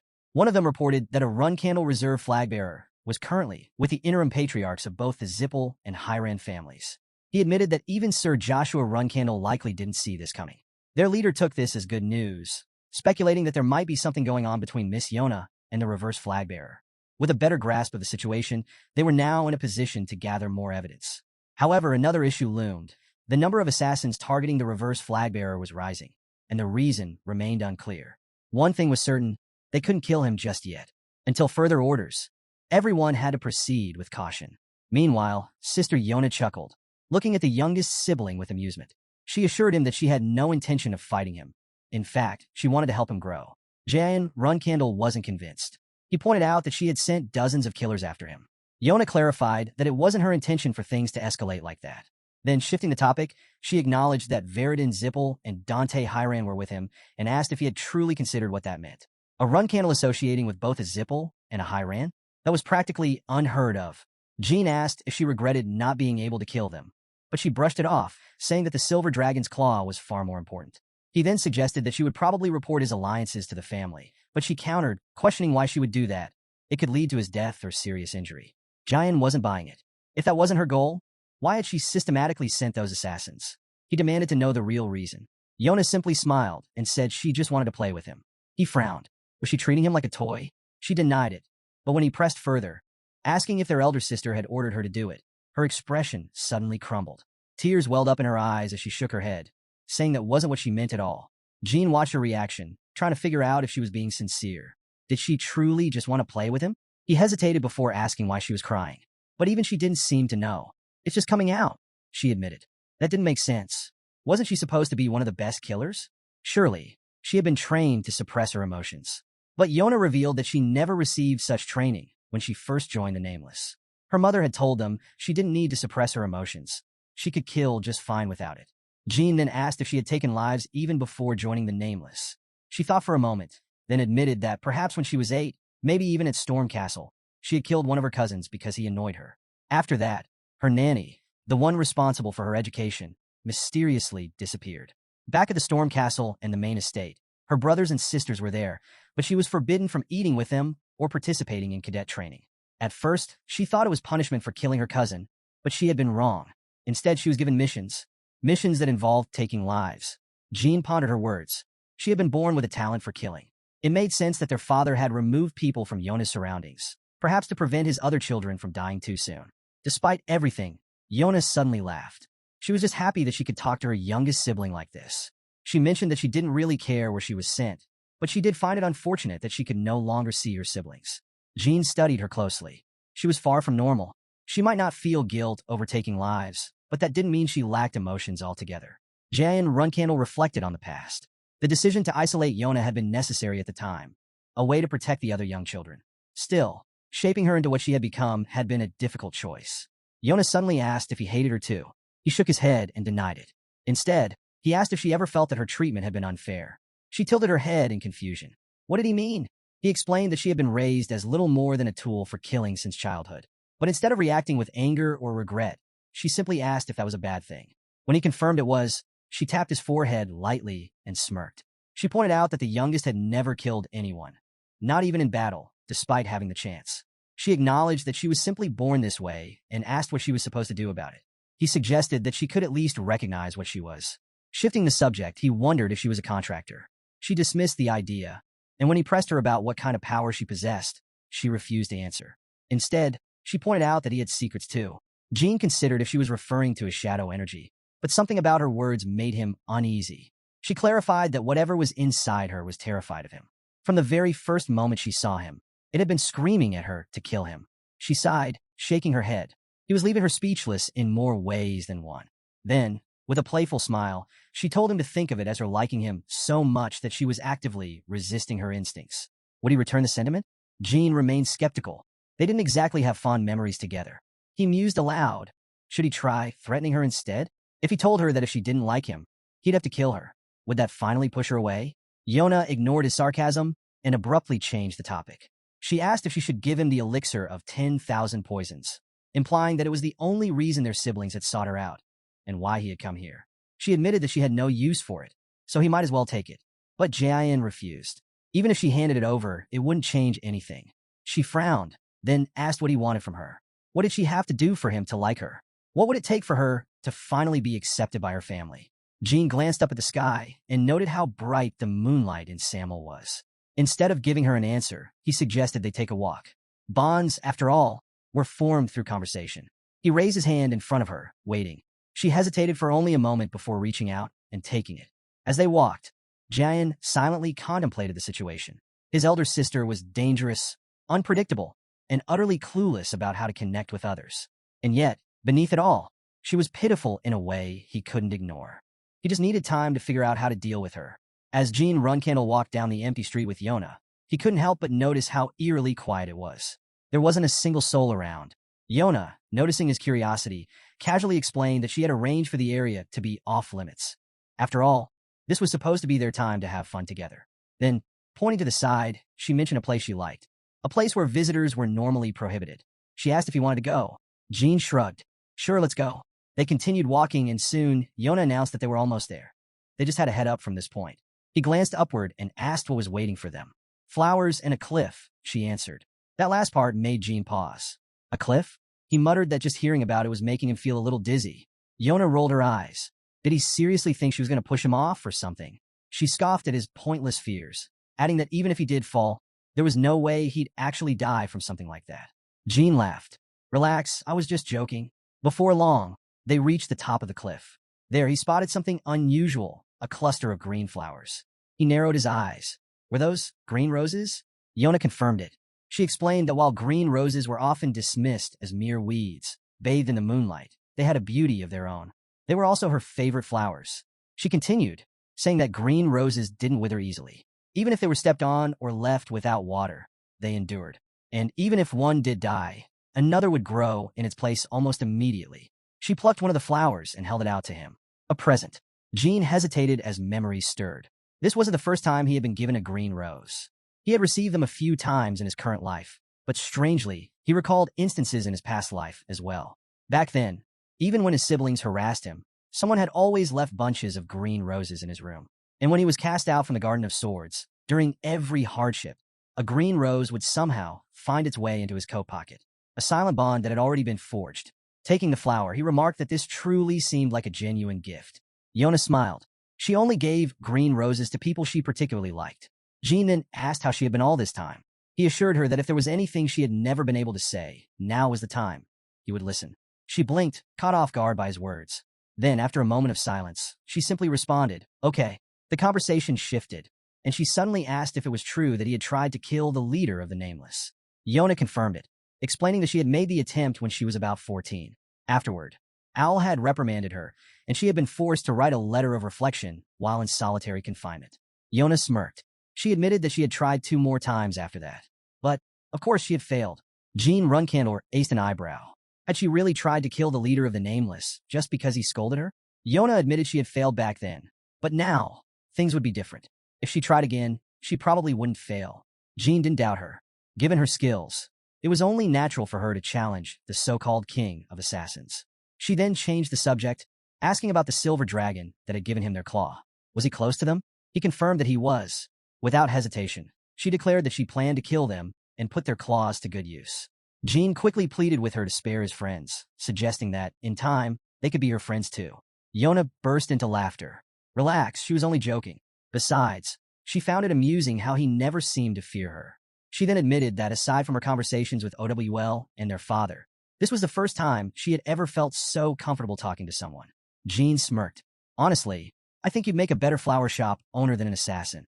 Yona blinked. A flower shop? He nodded. If she started studying flowers now and opened a shop on his land, he promised to visit often. She thought about it for a moment. That doesn't sound bad. Of course, he added, you wouldn't be allowed to kill your customers. Yona rolled her eyes, but before she could respond, Jean mentioned that he was heading to meet the leader of the Nameless. Immediately, her expression darkened. Where are you going? She demanded before threatening to kill him if he left. Jean sighed. Enough already. After a moment, Yona seemed to remember she had her own mission to take care of. Fine, I'm going too, she said, turning away. Then, with a carefree wave, she jumped off the cliff, calling out that she'd see him later. Sometime later, Owl stood on a rooftop, cigarette in hand, watching the horizon. He exhaled a plume of smoke, remarking that Jean Runcandle had finally arrived. He had probably spent all night talking with Yona, despite knowing he was waiting for him. Jean appeared behind him, offering a brief apology for being late. Owl crushed his cigarette and spoke in a calm tone. He revealed that he had already prepared what Jean had asked for, long before their confrontation had even begun. Despite Jean not following his commands, things had turned out well. The next heads of the 2 clans were still alive, and he had even managed to obtain a silver claw. Since everything had worked out, Owl was willing to hear Jin's request. Jean smirked. I didn't know you liked to show off. Owl raised an eyebrow, and he continued, admitting that sometimes Jean might cross the line. Then, he asked if Owl thought he was getting arrogant, just because he had become friends with Yona. But Jean wasn't looking for a fight. He clarified that, actually, he wanted to be friends with Owl too. After all, they both wanted the same thing. Then he made his offer. He could delay Yona's return to the family for up to 5 years. And more importantly, he would provide the justification needed to keep the clan off her back. Owl listened, considering Jin's words carefully. Owl questions whether Jean Runcandle can truly take responsibility for his bold words, especially since he refers to himself as nothing more than a mere symbolic figure. Without hesitation, Jean Runcandle reassures him, stating that he absolutely can. Curious about his motives, Owl presses further, asking why he's going to such lengths. Jean Runcandle explains that his sister would be better off running a flower shop rather than living the life of an assassin. He believes that someone so full of emotions is ill-suited for such a cold profession. Her exceptional talent in killing doesn't change the fact that she's only being used as a tool. If she were to return to the family now, she'd be nothing more than a pawn. Instead, he envisions a future where she can find peace with someone who truly understands her, eventually leaving behind her past to open a flower shop. His only wish is for his sister to be happy. Hearing this, Owl acknowledges the situation, remarking that since Jean Runcandle has already deceived him twice, there must be some kind of plan in motion. He then asks what Jean Runcandle truly wants. In response, Jean Runcandle requests Owl's help, just once, when the time comes. However, this request isn't as Jean Runcandle, but as Jean Grey, as he is preparing to leave Samel. Bowing his head, he assures Owl that he will take Veridin and Dante with him, ensuring that Owl has nothing to worry about after today. Unmoved, Owl dismisses him, telling him to hurry up and leave. 1 week later, Kashmir follows Khan to a secret location. As they arrive, he can't help but notice the eerie resemblance to the Black Sea. Despite the chaotic atmosphere, there's an unsettling sense of order, as if someone had recently cleaned up the area. Khan announces that they've reached their destination. Looking around, Kashmir observes the gathering and questions the purpose of this meeting. Talaris and Dorma immediately react, annoyed by Kashmir's presence. Talaris remarks that with a married man like him here, Talaris' minds race further. She won't be able to discuss matters regarding the children's marriage. Meanwhile, Sir Owl also seemed concerned, believing that with both Kashmir and the leader of the Nameless present, discussing Jin and Yona's situation would be impossible.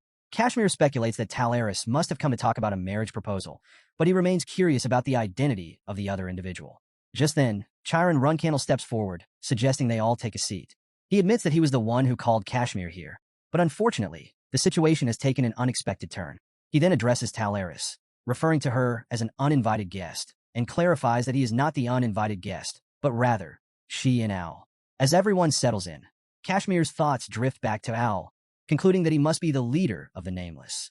He wonders what could have transpired between Owl and young Master Jean, especially since it hasn't been long since Jean left for Samel. Could something have already happened between them? Kashmir remarks that it seems he was delayed. In response, Chiron Runcandle explains that he invited him to discuss matters over a drink, but they will proceed with the conversation once the other two have departed, hoping Sir Owl understands. Chiron acknowledges this before shifting the topic, inquiring about the well-being of the youngest. Kashmir explains that young Master Jean had departed for Samel before coming here, seeking training against poisons and assassins. Talaris and Dorma express their concerns, questioning why the young man constantly throws himself into danger. She worries about what would happen to Talaris' daughter if something were to befall him. Sir Owl admits that he came to discuss a related matter, but it's not something he wants to talk about in front of the Ghost Blade and the Master of the Hidden Palace. However, Chiron Runcandle dismisses his hesitation, assuring him that the Master of the Hidden Palace is one of his trusted companions, and the Ghost Blade is known for discretion. There should be no issue. Convinced, Sir Owl finally agrees. After a brief pause, Sir Owl shifts the conversation, making an amused remark about the Silver Dragon's Claw. Chiron Runcandle, unfazed, simply inquires about the request made by the youngest. Sir Owl explains that Jean specifically requested the complete erasure of any record of his visit, ensuring that no one, whether citizens of the Empire, nameless cadets, or assassins, would remember anything about Jean Grey or Jean Runcandle. The scene then transitions into a flashback. Soldiers find themselves under sudden attack by assassins, their formations thrown into chaos. One of the soldiers desperately asks where the attacks are coming from, but their captain dismisses the assassins as mere threats, ordering his men to hold their positions. However, before he can react, he is struck down by a surprise attacker. Another soldier, confused by the sudden assault, questions their motives, wondering if the Nameless aren't afraid of retaliation from the Runcandles. Before he can get an answer, an assassin swiftly eliminates him, beheading him on the spot. Back in the present, Chiron asks if they managed to take care of the Guardian Knights who had been pursuing the provisional flag bearer. Owl confirms that it appeared the youngest had noticed them, which is why he made that request in the first place. He then teasingly asks Owl if he was actually worried about being held responsible for it. A bit embarrassed, Owl admits that yes, he had been concerned. After all, they weren't just dealing with one or two knights. However, Chiron Runcandle reassures him, understanding that eliminating opposition was necessary. He tells Owl not to worry. After all, even if they had to take out several hundred, it would have been acceptable. Hearing this, Owl lets out a small sigh of relief, thanking him for easing his worries. Then, with a smirk, he wonders if Chiron Runcandle expects him to start singing his praises. However, Owl adds that there's still one more thing he needs to share. Curious, Chiron Runcandle asks what it is, prompting Owl to hand him a paper. He explains that it's something the provisional flag bearer left behind before departing, emphasizing that it must not be revealed to the Ghost Blade or the Master of the Hidden Palace. As Chiron Runcandle glances at the paper, his expression shifts to one of surprise. Meanwhile, Jan Runcandle enters a room where Veridin and Dante are fast asleep. Observing their peaceful slumber, he notes how exhausted they must be. He had only come to retrieve his sword before heading out to meet the leader of the Nameless. But now he wonders if he miscalculated the dosage of the sleeping medicine. Regardless, he decides to let them rest. After all, they've been through a lot since their arrival. Just as he turns away, he suddenly notices something in his pocket, a letter in a small tube. His eyes widen in disbelief as he pulls them out. Opening the letter, he begins to read. It is addressed to him as Jean from his youngest sister. She explains that the tube contains the 1,000 poison antidote, a powerful remedy. If he drinks it and fully awakens his mind's eye, She believes not a single assassin will be capable of taking him down alone. Not even her. She jokingly laments that if he becomes that strong, she won't be able to surprise him with gifts like this anymore. Nevertheless, she wishes him well, encourages him to stay healthy, and to his surprise, wishes him a happy birthday, signing off as his loving sister. Realizing that today is his birthday, Jean admits he had completely forgotten, too preoccupied with everything happening around him. As he processes her heartfelt gesture, an idea strikes him. Since Yona gave him the 1,000 poison antidote, he could use it as leverage to negotiate with their father. He figures that the antidote holds enough value to justify requesting a delay in Yona's return. Although it's an extreme approach, he feels that he has upheld his end of the bargain. Now, it's time for his sister to do the same. Meanwhile, Chiron Runcandle, still digesting the information given to him, asks if it's really true. Owl affirms that yes, if Yona truly wishes to remain hidden, she is nearly impossible to find, even for him. And yet, time and time again, he has found himself outmaneuvered. Chiron Runcandle bursts into laughter, shaking his head in disbelief. The idea that someone like him has been made a fool of by that rookie is almost comical. But he knows it wasn't intentional on Yona's part. He just wishes it had been. He then admits that he isn't the only one. It has happened to him as well. With a grin, he tells Owl that he'll be sending him an official invitation soon. When the time comes, Owl should visit the Garden of Swords, and they'll discuss this matter again properly. For now, he acknowledges the message and lets the conversation settle. Chiron Runcandle then turns to Kashmir, curious about the reason for his visit. Kashmir confirms that he came to deliver important news. It concerns the death of Grand Magician Kedard Hall, which occurred some time ago. He reveals that the one responsible was none other than young Master Jayan. Chiron Runcandle, taking in the information, quickly shifts his attention. He notes the presence of uninvited guests and firmly requests that they leave, stating that he has business to discuss over drinks with the Ghost Blade and hold a jar. Owl acknowledges this and prepares to take his leave. However, Talaris and Dorma interrupt, with Talaris insisting that she should stay since she already knows everything there is to know. Chiron Runcandle remains firm, ordering her to leave as well. Unfazed, she playfully threatens to spread rumors about the kind of power his son wields if he forces her out. Annoyed, he dismisses her warning as nonsense and orders her to leave at once. Meanwhile, on the other side, Jan Runcandle turns his attention to Veridin, Zipple, and Dante, telling them to stop wasting time and leave. However, the two refuse. He sighs, exasperated, and asks if they aren't tired of all this by now. Veridin Zipple crosses his arms and counters that tracking him down was a hassle, and things only got worse once they finally found him. Since they went through all that trouble, the least Jayan could do is stay with him for a few more days. Dante agrees, backing him up without hesitation. Realizing there's no winning this argument, Jayan Runcandle relents, telling them to do as they please. However, he then asks why they, as future patriarchs of their respective clans, are wasting precious time here when they can't afford to lose even a single day. Veridin Zipple responds matter-of-factly. It's precisely because of that.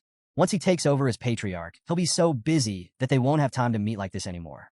On top of that, their clans will be at each other's throats, making future reunions impossible. Jean raises an eyebrow, questioning why Veridin isn't concerned about securing his position as patriarch first.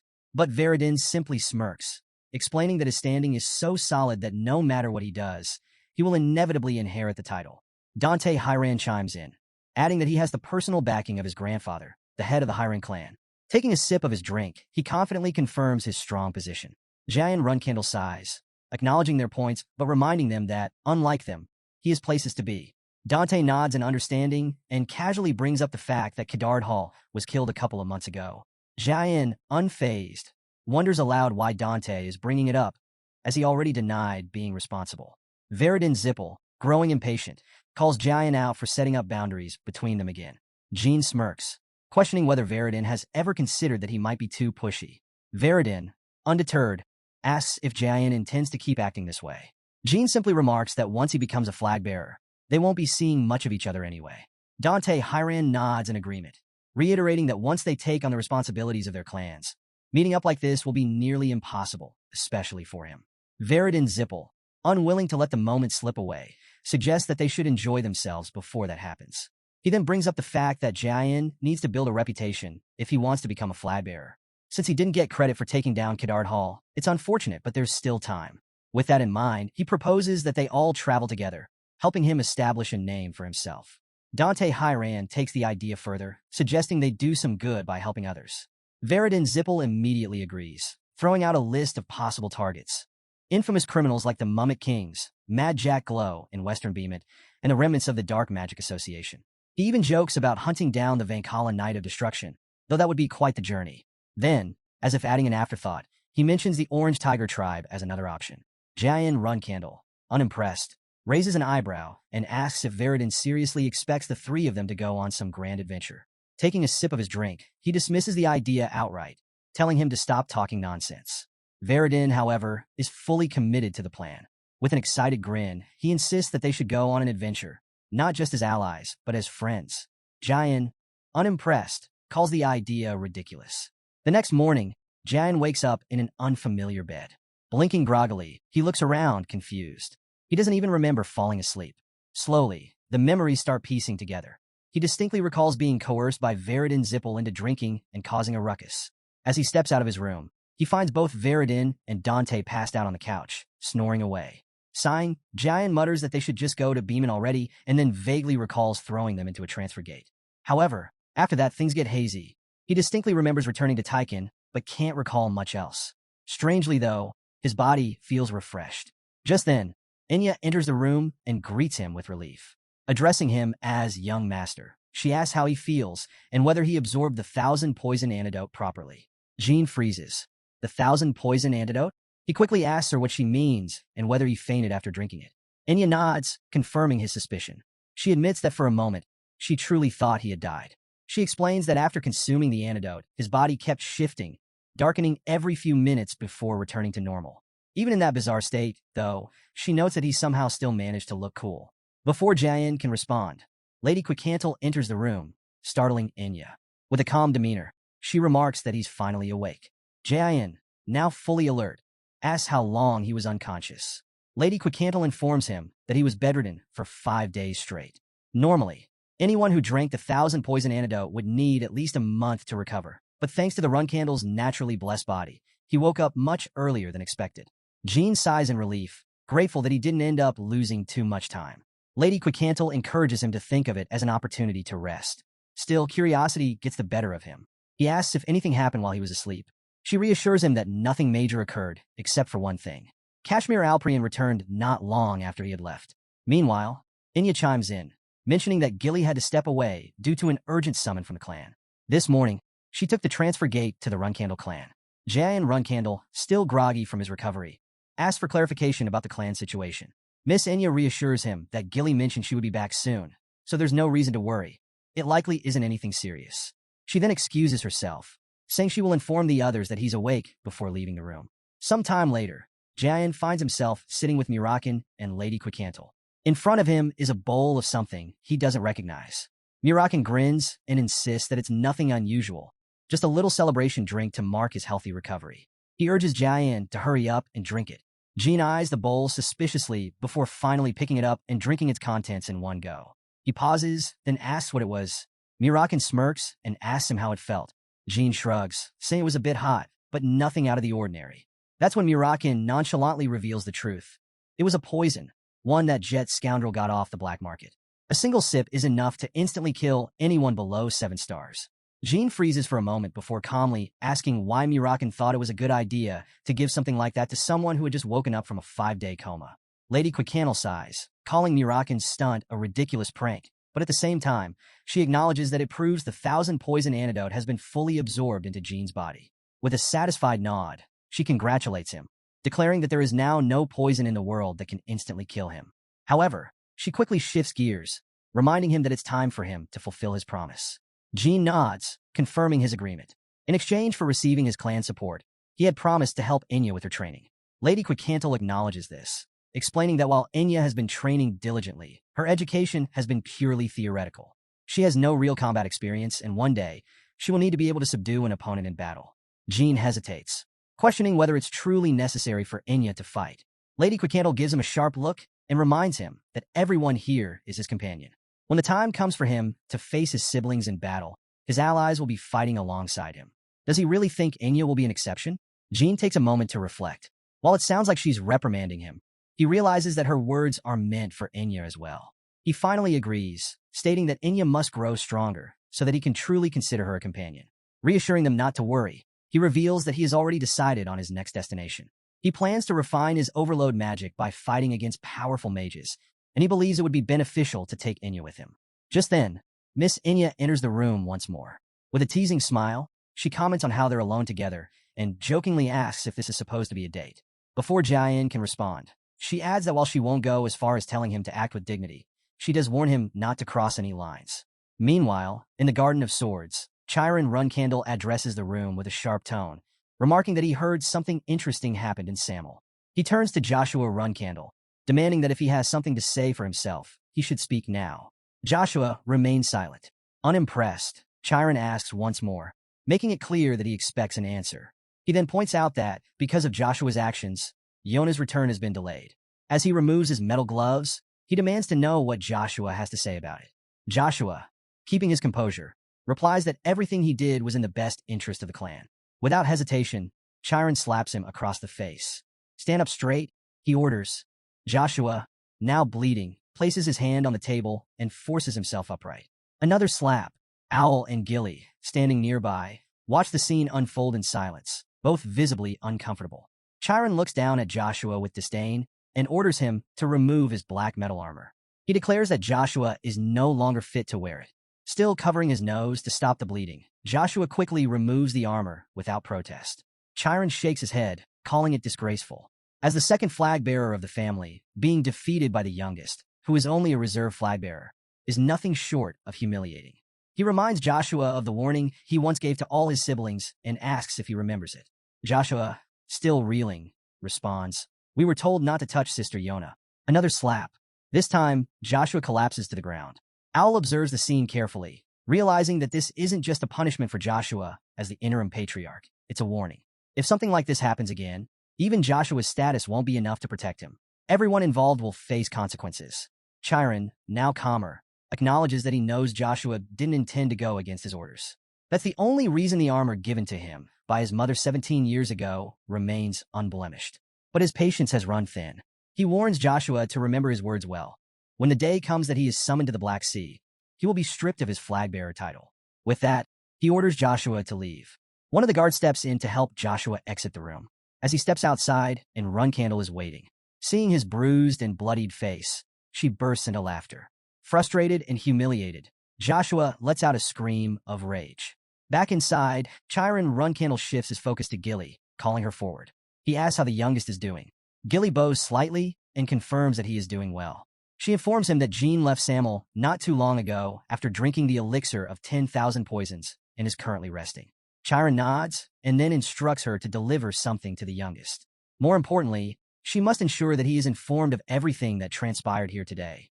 As he moves towards a set of black armor, Gilly's eyes widen in surprise. Chiron glances at her and explains that this is why he called her here. Understanding the gravity of the situation, Gilly bows deeply. "I will relay everything to the youngest flag bearer," she declares, "for the sake of Runcandle, and for the sake of the young master." After some time, Jean Runcandle brings up the nameless king, wondering if he was present as well. However, his real focus is on Joshua Runcandle, who recently faced a rather intense punishment from their father figure. Gilly confirms this, describing the punishment as both brutal and strangely satisfying. She even recalls the final hit, a powerful uppercut, and marvels at how spectacular it was. According to her, young Master Joshua will likely be in deep reflection for quite a while. She also mentions that Joshua managed to obtain the legendary black metal armor. Jean Runcandle reflects on its significance, recalling that it was forged 30 years ago by the renowned blacksmith Pecan Minche. This armor is more than just a powerful relic. It's a war trophy brought back by Uncle Zed after his victory against Zipple's 5th magic tower. Jean Runcandle then clarifies that this armor is part of Joshua's homework. Gilly, confused, asks what he means by that. He explains that he expects Joshua to return with the armor nearly destroyed, proof that he has fought against formidable opponents. This wasn't just a lesson for Joshua. It was also a clear warning to Sir Owl. Jean emphasizes that using Sister Yona as a bargaining chip again is unacceptable. If Sir Owl is dissatisfied, he can remove the interim patriarch, but he should remember that he can erase Nameless All at any moment. He even acknowledges that the warning likely extends to himself as well. Gilly is stunned, remarking that everything the patriarch does has a deeper purpose. She questions why he would go to such lengths, wondering if it's out of pity for his unfortunate daughter or if he knows secrets about her that no one else does. She begins to suspect that Sister Yona might be hiding more than she lets on. Shifting the conversation, Gilly mentions that she heard he has chosen their next destination. Jean confirms this. They are heading to a location infused with magical energy, where they plan to eradicate the remnants of the Dark Magic Association. When she asks about these rebels, noting that the group was supposedly wiped out 200 years ago, Jean confirms their survival. Although their numbers are small, they still pose a threat. Fortunately, Enya will be assisting them, providing him with an opportunity to test counterflow-type magic. Their journey takes them to the southern region of Beemit. Upon arrival, Enya alters her appearance, reminiscing about old memories tied to this place. She admits that she never expected to return here. Turning to Jean, she asks what their next move is. Without warning, he swiftly grabs her and leads her to another street. Confused, she apologizes and asks why he's acting so suddenly. He reminds her of the reason they came here. She assures him that she remembers, but he then warns her against using his real name. The weight of his words makes her tense up. Her face turned red, and she quickly sits down, and then Jean calls her again. The scene shifts into a flashback. Jean's thoughts drift to the Dark Magic Association, an organization that at its peak 200 years ago brought terror to the entire continent. As their name suggests, they were devoted to harnessing the power of the Dark World. During their reign, they left a lasting scar on history, plunging the land into fear and chaos.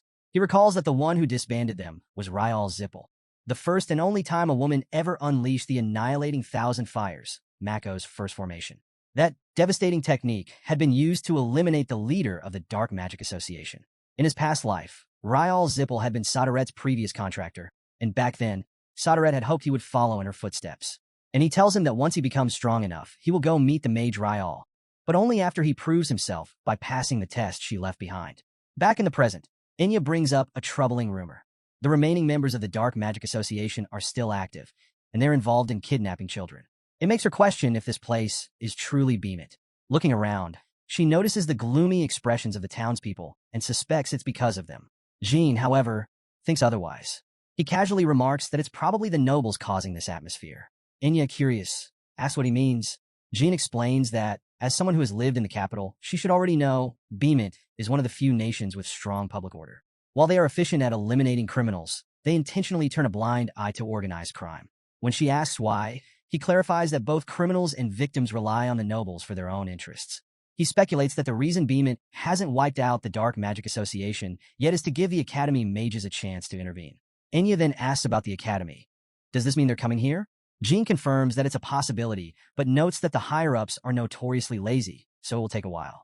Just then, someone announces the arrival of the Academy mages and the nobles. Several carriages roll onto the street, and robed mages from the capital step out. A bystander remarks that the capital's mages have finally arrived. Jean watches them and is surprised. They move faster than he expected. He immediately decides that avoiding them is the best course of action. Meanwhile, one of the newcomers boldly declares that they've come to eradicate the Dark Magic Association, proclaiming its inevitable downfall. Jin, however, scoffs at their arrogance. From experience, he knows that Academy mages carry a ridiculous sense of entitlement. If anyone gets involved with them, as he did in his past life, things will only get messy. Without hesitation, he mutters that they are all going to die, shocking Enya. He then clarifies, it's impossible for them to truly wipe out the Dark Magic Association. Later, Enya is taken aback by the lavish spread of food before them. Eyes wide with excitement, she exclaims, "No way, brother," before hesitantly asking if it's really okay for them to order such expensive dishes. Jean casually replies that most of his comrades are just as wealthy as he is. Enya, however, quickly points out that she's not. In response, he advises her to set up a personal account with one of the top financial institutions, Tyken Central Bank, the Continent Steel Dragon Bank, or Vankelo Eternal Storeroom. To sweeten the deal, he promises to give her some pocket money.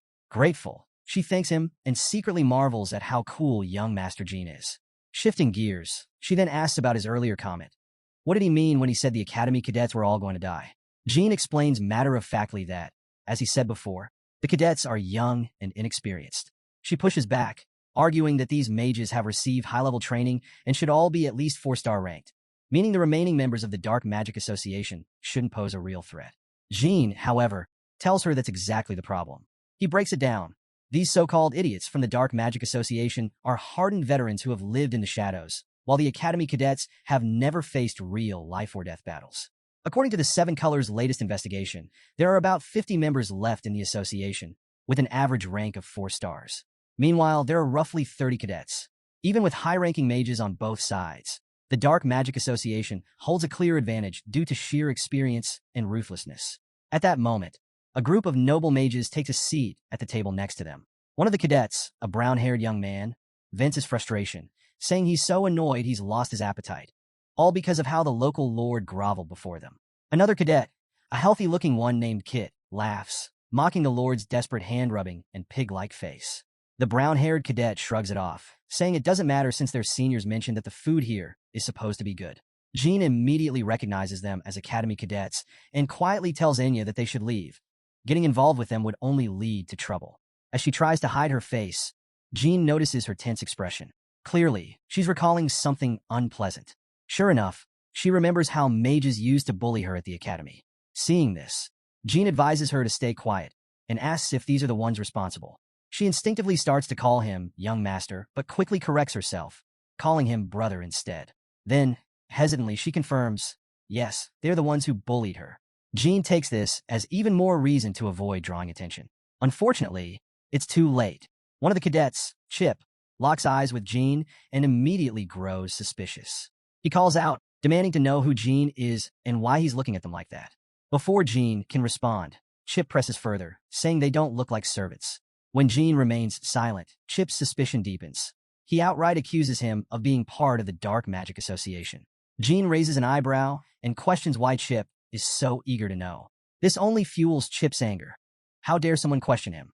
However, he quickly reins in his temper, putting on a smug smile as he sarcastically apologizes for his rudeness. This time, he pretends to ask politely, though his actions say otherwise. Pointing his staff at Jean, he demands to know which organization he belongs to and why he's acting so suspiciously. He makes it clear, if Jean doesn't answer properly, he'll have no problem dragging both him and Enya out for interrogation. Before things escalate further, the overweight owner of the establishment rushes over, trying to defuse the situation. He calmly suggests that if there's going to be a confrontation, they should at least take it outside. Unfortunately, Chip has no patience for reasoning. Without warning, he strikes the owner, sneering as he berates him for daring to interrupt. Looking around with disdain, he arrogantly declares that the southern region has no respect for nobles and that it's time someone taught these locals another lesson. His words barely leave his mouth before Jin's fist collides with his face. The sudden punch sends Chip reeling, stunning his fellow cadets. The brown-haired one stares in shock, demanding to know what Jean is doing. But Jean doesn't stick around. He calmly steps away from the scene. The cadet yells at him not to move, accusing him of trying to escape. Instead of responding, Jean simply closes the door behind him. Then, with a commanding voice, he makes an announcement. Attention, cadets of the 1st Company, 3rd Platoon, Special Affairs Division. Enya, caught off guard, silently wonders what he's talking about. Special Forces? The brown-haired cadet scoffs, accusing Jean of spouting nonsense. There's no such thing as a Special Forces 1st Bureau, 3rd Division, and he has no doubt Jean is just making things up. But before they can process what's happening, Jean unleashes his magic. In an instant, an invisible force grips the cadets by the throats, cutting off their breath. Their bravado vanishes as they drop to their knees, clutching their necks and gasping for air. Panic sets in as they desperately plead for help. Jean, unimpressed, watches them struggle. This level of magic shouldn't be causing this much distress. Clearly, these so-called academy elites can't even handle a little pressure. As they writhe on the ground, he thinks to himself that their exaggerated reactions almost look like symptoms of reflux. Looking down at them, he coldly states that troubling an innocent commoner was bad enough. But now, they've also interfered with the work of a Special Forces agent. He then poses a simple question. What do they think would happen if word of this reached their families and the academy? Realizing just how deep they've dug their own graves, Chip immediately changes his tune. He pleads for a chance to make amends, offering to do whatever it takes to keep their families out of this. Jean, satisfied with their desperation, gives them an opportunity to redeem themselves. Since they were deployed to oversee the operation to dismantle the Dark Magic Association, they might as well be useful. He informs them that things have gone off track, so he'll be supervising them personally to make sure the mission gets done right. Without hesitation, he orders them to comply. The cadets, with no other choice, reluctantly agree. Jean then tells them to gather their belongings and return to their base camp immediately. Turning to Enya, he addresses her as Austin. She nods in response. As she steps closer, he leans in and whispers, asking how his acting was. Before she can answer, he smirks and tells her it's her turn now. Enya stiffens in surprise. Her turn? Seeing her hesitation, Jean casually remarks that those idiots still haven't fully regained their senses. She urges them to hurry, and the team quickly moves, apologizing. She tells them to apologize to the owner and tidy up. They do so, and she hands the owner a pouch of coins, saying, "This should be enough." The owner agrees, mentioning that he hasn't had any customers today. Fast forward to 5 days later, October 22nd, 1796. Sir Orton informs the cadets that the active cleanup operation is about to begin. The cadets are reminded to fully understand and obey the orders from their respective squad mages. One cadet, curious, asks about a 7-star mage and if everything will be okay. Sir Orton reassures them, explaining they're dealing with the remnants of a defunct organization, and he'll step in if anything goes wrong. Meanwhile, Jean walks among the cadets, keeping his face hidden. He thinks about the nearly 50 enemies hiding in the forest. He notes the cadets' apparent lack of urgency and concludes this situation isn't good. So far, no traces of the enemy have been found, and the Dark Magic Society's confidence is clear. Jean wonders why, according to protocol, a scout hasn't been sent to assess their strength. Just then, a cadet announces a sneak attack by orcs. Sir Orton remains calm, instructing Group 1 to use offensive magic and Group 2 to deploy defense barriers. The cadets quickly eliminate the orcs. Sir Orton wonders aloud if the orcs were tamed by someone, but he dismisses it as insignificant. One cadet asks if that's it, to which Sir Orton casually replies that maybe the Dark Magic Society isn't as dangerous as they thought, and orders a short break. Jean, however, thinks resting here is insane and urges Cadet Chip to warn Sir Orton that this location is perfect for an ambush. Chip hesitates, but finally relays the message to Sir Orton. Sir Orton, unfazed, suggests Chip can set up a protective barrier if he's so worried. Chip informs Jean of Sir Orton's response. Jean senses something's off. Those orcs were weak, and yet Sir Orton picked this spot to rest. This raises suspicions. Jean wonders how a 7-star mage could overlook such a dangerous situation. Chip asks if Jean thinks Sir Orton is suspicious. Jean tells the cadet to stop using formal speech and warns him that his life might be in danger. The brown-haired cadet recalls seeing Sir Orton eating meat earlier that morning. Chip asks what's wrong with eating meat, and the cadet responds, revealing he's a vegetarian. After some time, Sir Orton stands outside a cave and declares that the area is likely their hideout. He instructs all cadets to be prepared to cast shields and infiltrate. He assigns platoon leader Arts to stand by with groups 4 and 5 while he joins the other group. Arts acknowledges the instructions. They enter the cave, holding lamps. A cadet notices there are only 50 of them, but questions why the hideout is so large. They speculate that it might be turned into a fortress or hide a secret weapon inside. Another cadet expresses confidence in Sir Orton's abilities, believing he'll handle any threat. Suddenly, an orc attacks one of the cadets, aiming to kill him. The brown-haired cadet is shocked and exclaims, "An orc came out of the wall. It's an ambush." A cadet calls out to Sir Orton for orders. Sir Orton asks what they mean and suggests they behave and become specimens. The cadets are stunned by his response and urge each other to flee. Sir Orton commands the orcs to chase them and kill them all. Enya tells Jean that they need to intervene. Sir Orton laughs, mocking the incompetence of the academy students who can't even recognize their own professors. He then praises the sculptor's skill in creating the orcs. Just then, he notices a magical circle above his head and is shocked. He exclaims, "That's impossible. Don't tell me." Jean tells Enya that things are about to get rough and advises her to stick close. One man shouts out loud after seeing Jean attack. At this moment, Jean then attacks the orcs and kills them. He notes that some of them withstood his attack and guesses they must be around the 8-star level. Raul Zhou, observing the scene, identifies Jean as Kadard Hall's disciple and asks how he's able to use reflux. Jean comments that it seems Raul Zhou is quite experienced with it. Raul Zhou dismisses Jin's confidence, attributing it to the success of the sneak attack. He warns Jean not to get too cocky and asserts that he's already determined Jean is only a 7-star mage. He introduces himself as Raul Zhou, claiming that Jean should have heard of him by now. Raul Zhou insists he is not someone a mere 7-star mage like Jean can judge. Jean thinks Raul Zhou is pushing things too far and mentions hearing rumors that Raul Zhou's half-brother has mastered earth magic. He looks around the artificial cave, noting it must have been created by Raul Zhou, expressing his amazement as he showcases some flying stones. Raul Zhou acknowledges Jin's recognition and explains that there are 9 mages ranked higher than him in their Dark Magic Society. Even if he escapes by some stroke of luck, his comrades would pursue him for the rest of his life. However, Raul Zhou claims to be a generous person and offers Jin the chance to join the Dark Magic Society, citing his potential. Raul Zhou laughs, remarking that Jin seems too stunned to keep talking. He suggests that starting under him could lead to a rapid promotion to an executive position while demonstrating a pinch of magic. Jin is surprised and asks for clarification. Enya comments that Raul Zhou looks like a powerful mage, but it's strange that he's making such noises while half dead. Joe explains that he amplified the reflex sphere by mixing in other energies, specifically mentioning the black shadow-like energy. He realizes that Jean is a disciple of K-Hall, an aura mage contracted with Solderet, and collapses. Jean remarks that Joe is an 8-star mage in name only. Jean turns around and spots more orcs approaching. He tells Enya to be cautious. Enya attacks the orcs, aiming for their heads, and asks if Jean is okay. He confirms he's fine. Enya admits she was scared by the sudden movement of the orcs. Jean thinks to himself that, fortunately, Enya is performing better than expected. She's handling everything well, showing no signs of panic. Suddenly, they hear a strange sound and are surprised to see a giant wolf holding a weapon. Goltef Hapalef arrives and asks what has happened, remarking on the chaotic scene. He looks around and expresses amazement that Joe is also dead. He points at Jean and asks if they are responsible. Jean uses telepathy to tell Enya that she'll learn a lot from this experience. Goltef Hapalef guesses they must be powerful mages and reassures them that it's okay to be scared. Jean says he'll judge that after hearing his name. Goltef Hapalef slams his weapon on the ground and remarks that he's quite different from the humans he just killed.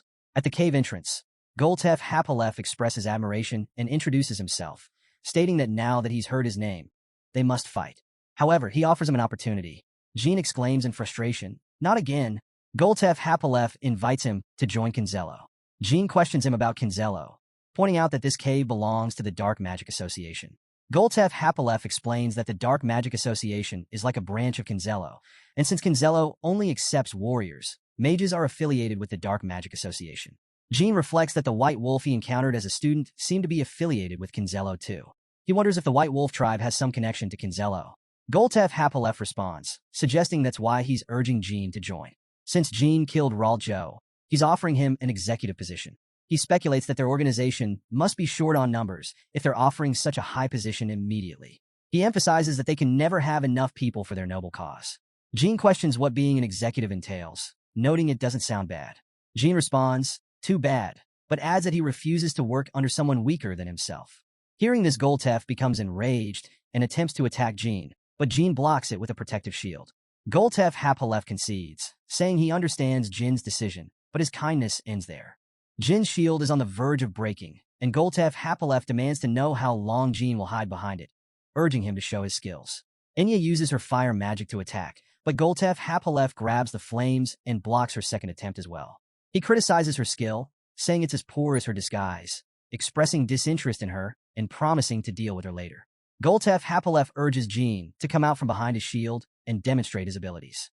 Jean moves with his sword and cuts Goltef Hapalef's leg. Goltef Hapalef comments, "It's a sword, not a wand," and realizes it's a magic sword. He acknowledges Jean as a magic swordsman and finds that more interesting. Deciding not to kill him immediately, he plans to present Jean to his leader instead. Jean warns him not to underestimate him and invites him to come at him, eager to enjoy the challenge of fighting the White Wolf tribe after such a long time. The two begin attacking each other with swords. Goltef Hapalef attempts to strike Jean, but Jean blocks his attack. Goltef Hapalef observes that there is much about Jean he hasn't yet seen. The aura he senses suggests Jean is a 7-star mage, but his combat prowess and strength exceed what one would expect. Goltef Hapalef identifies Jean as a Runcandle and demands that he reveal his full name, urging him to fight with honor. Jean responds, "I am Jean Runcandle." Goltef Hapalef declares him a warrior, and the battle resumes. Jean vows to put his tribe's honor on the line in this fight, declaring he will not be denied and will be reborn with the blessing of Javier's soul. He tells Goltef Hapalef to come and fight him with honor. Jean swings his sword, thinking that even if he swings 10,000 times, he will defeat Goltef Hapalef just as he did at the beginning. To everyone's surprise, Goltef Hapalef drops his weapon and kneels before him. Then Jean asks him would he be willing to talk about Kinzello if he spares his life. Goltef Hapalef laughs, saying it seems Jean doesn't know the law of the White Wolf tribe. Snitches are not honored. Jean mentions the White Wolf tribe's law and questions if Goltef Hapalef is implying that honor is more valuable than his life. Goltef Hapalef asserts that no member of the White Wolf tribe is cowardly and demands to know how Jean dares to humiliate a warrior he fought. Jean replies that he understands and won't disrespect his tribe members when he faces them in the future. He hopes Goltef Hapalef understands the courtesy he's about to extend and assures him that he will be remembered. Jean declares he will be remembered standing next to Javier. With that, Jean attacks and kills Goltef Hapalef, decapitating him. Enya calls out to Jean, asking if she isn't scared. She compliments him, saying she respects his actions. He responds modestly, telling her there's no need to go that far. Jean reflects that while he's unsure about the skill disparity among the White Wolves, the one he just fought was definitely stronger than those he faced during his cadet days. However, the fight wasn't particularly difficult. He asks Enya if it's her first time seeing so many people die. She admits it is, confessing that she feels motion sick. But she also says she's had a realization about who the people she's with are and what she needs to do to avoid being a burden to them. Jean suggests that if she doesn't like it, she can remain a non-combatant. Just then, Cadet Chip coughs and pleads for mercy, promising not to harm civilians again. Jean notices him and remarks that he's still alive. Enya addresses him as Pascal Chip and asks if he remembers her. Removing her cap, she reveals herself. Chip recognizes her and asks how she's still alive. She tells him that if she had wanted to kill him, he would already be dead. Enya emphasizes that Chip should remember her warning. She reveals that Jean Grace saved him, mentioning that she is the contractor of the god of time, Ulta, and the future Archmage. She adds that from now on, he won't be eating losers like him, but her precious comrades. Meanwhile, Maddo Baker is tied to a chair, and Alicia Badger throws water on him. Maddo asks what's happening, thinking about how he definitely fooled the Academy, lured them into the cave, and recalls witnessing heavenly defiance. He asks if she is Kedrat Hall's disciple and suggests there's been a misunderstanding, pointing out that Kedrat Hall is one of them. He asks why she was ambushed. Alicia questions the ambush, saying she was hoping he would pretend to be something other than a piece of trash who enjoys committing murder while hiding in a small, weak nation. She says those words should be spoken by someone who wanted to use the Academy cadets as test subjects, like some serial killer. Maddo denies knowing how she discovered his identity, but warns her that she's making a big mistake. He threatens that if she even touches him, the association will not let her live. Alicia attacks him, saying he talks too much. She moves her weapon near his eye, telling him he only needs to answer her questions very slowly while experiencing the pain of the people he killed. Meanwhile, Alicia Badger sits with others and mentions that the headquarters of the Dark Magic Association is said to be in Oterium. Kashmir puzzled and said out loud Oterium. Mirakin asks if that's not the capital of Vankella. Alicia confirms and explains that it was the old capital, about 500 years ago, but the Holy Kingdom of Vankella moved its capital while he was asleep. Mirakin asks why and what happened. Quicantle explained that they were invaded by demons. Mirakin expresses surprise, and Quicantle continues, saying that the demonic relic stored in Vankella for generations since the country's founding was the target of the invasion, to take back Jito's eye. At that time, Runcandle and Zipple dispatched knights and mages to support Vankella. The War of the Holy Kingdom, the only war where Runcandle and Zipple joined forces, ended with Vankella's victory and the demons being driven out. Quicantle explains that there was no way to rebuild the devastated land, where mountains had been cut down and the sky had torn apart. Consequently, Vankella moved their capital, and Oterium remains a habitat for monsters. Jean mind race in thoughts that Ryal Zipple's legacy, which he needs to find, is there, the Tome of the Ring of Erupting Flames, massacre by the Empress of Magic. This situation has become troublesome, and he wonders how they managed to secure that land. Jean asks when they occupied it. Alicia responds that she believes it's been about 50 years, and the Dark Magic Association can no longer be considered remnants. There are already 3 confirmed 9-star mages. Alicia mentions that Vermont Academy's Great Elder, Hudrin Hinsirk, Rillistar's ruler, Susan Rillistar, and Grand Magician Shukan told her. Kashmir remarks that it's insane to think that so many 9-star mages have gathered there. Jean speculates that if the Dark Magic Association has indeed become this strong, Kinzello, the main branch, won't be able to respond effectively. He reflects on why his clan, Zipple, and Vermont all adopted a wait-and-see approach while Kinzello committed its atrocities. They were unwilling to provoke such influential figures. Alicia adds that it may be hard to believe, but Kinzello seems to possess the Transformer, the person responsible for transforming Maddo Baker into Auten Melson, Bavard Gaston. Jean finally realizes this. Kashmir mentions that he remembers Bavard Gaston's name coming up when he asked him to investigate Vishikal Ivliano. Jean confirms that's correct. Mirakin asks if he's sure it's transformation and not just a disguise, transforming others rather than himself. Quicantle remarked that this is the first time they've heard of a human capable of transformation and ask if that's not a blessing only bestowed upon dragons. Alicia explains that even Maddo Baker didn't seem to know the exact truth. It appeared that after he fainted, the transformation was already complete by the time he woke up. Jean reflects, recalling that when he was younger, on the day he left Stormcastle, Zipple's radical followers transformed into Guardian Knights and attacked him. Mirakin adds that now that he mentions it, he remembers the incident. Jean continues, saying that in any case, he believes he needs to meet Bavard Gaston in person. Kashmir asks if Jean will go alone. Jean reassures him, saying he has someone else in mind and asks if Sir Kashmir can please mobilize the seven-color peacock to investigate the relationship between Kinzel and the White Wolf tribe. Kashmir acknowledges, saying he understands. The scene shifts to 1 week later at the Hyran clan's residence. Raz stands in front of Ron Hyran, the Hyran clan patriarch, explaining that not long ago, to eradicate the remnants of the Dark Magic Association, an incident occurred in the south.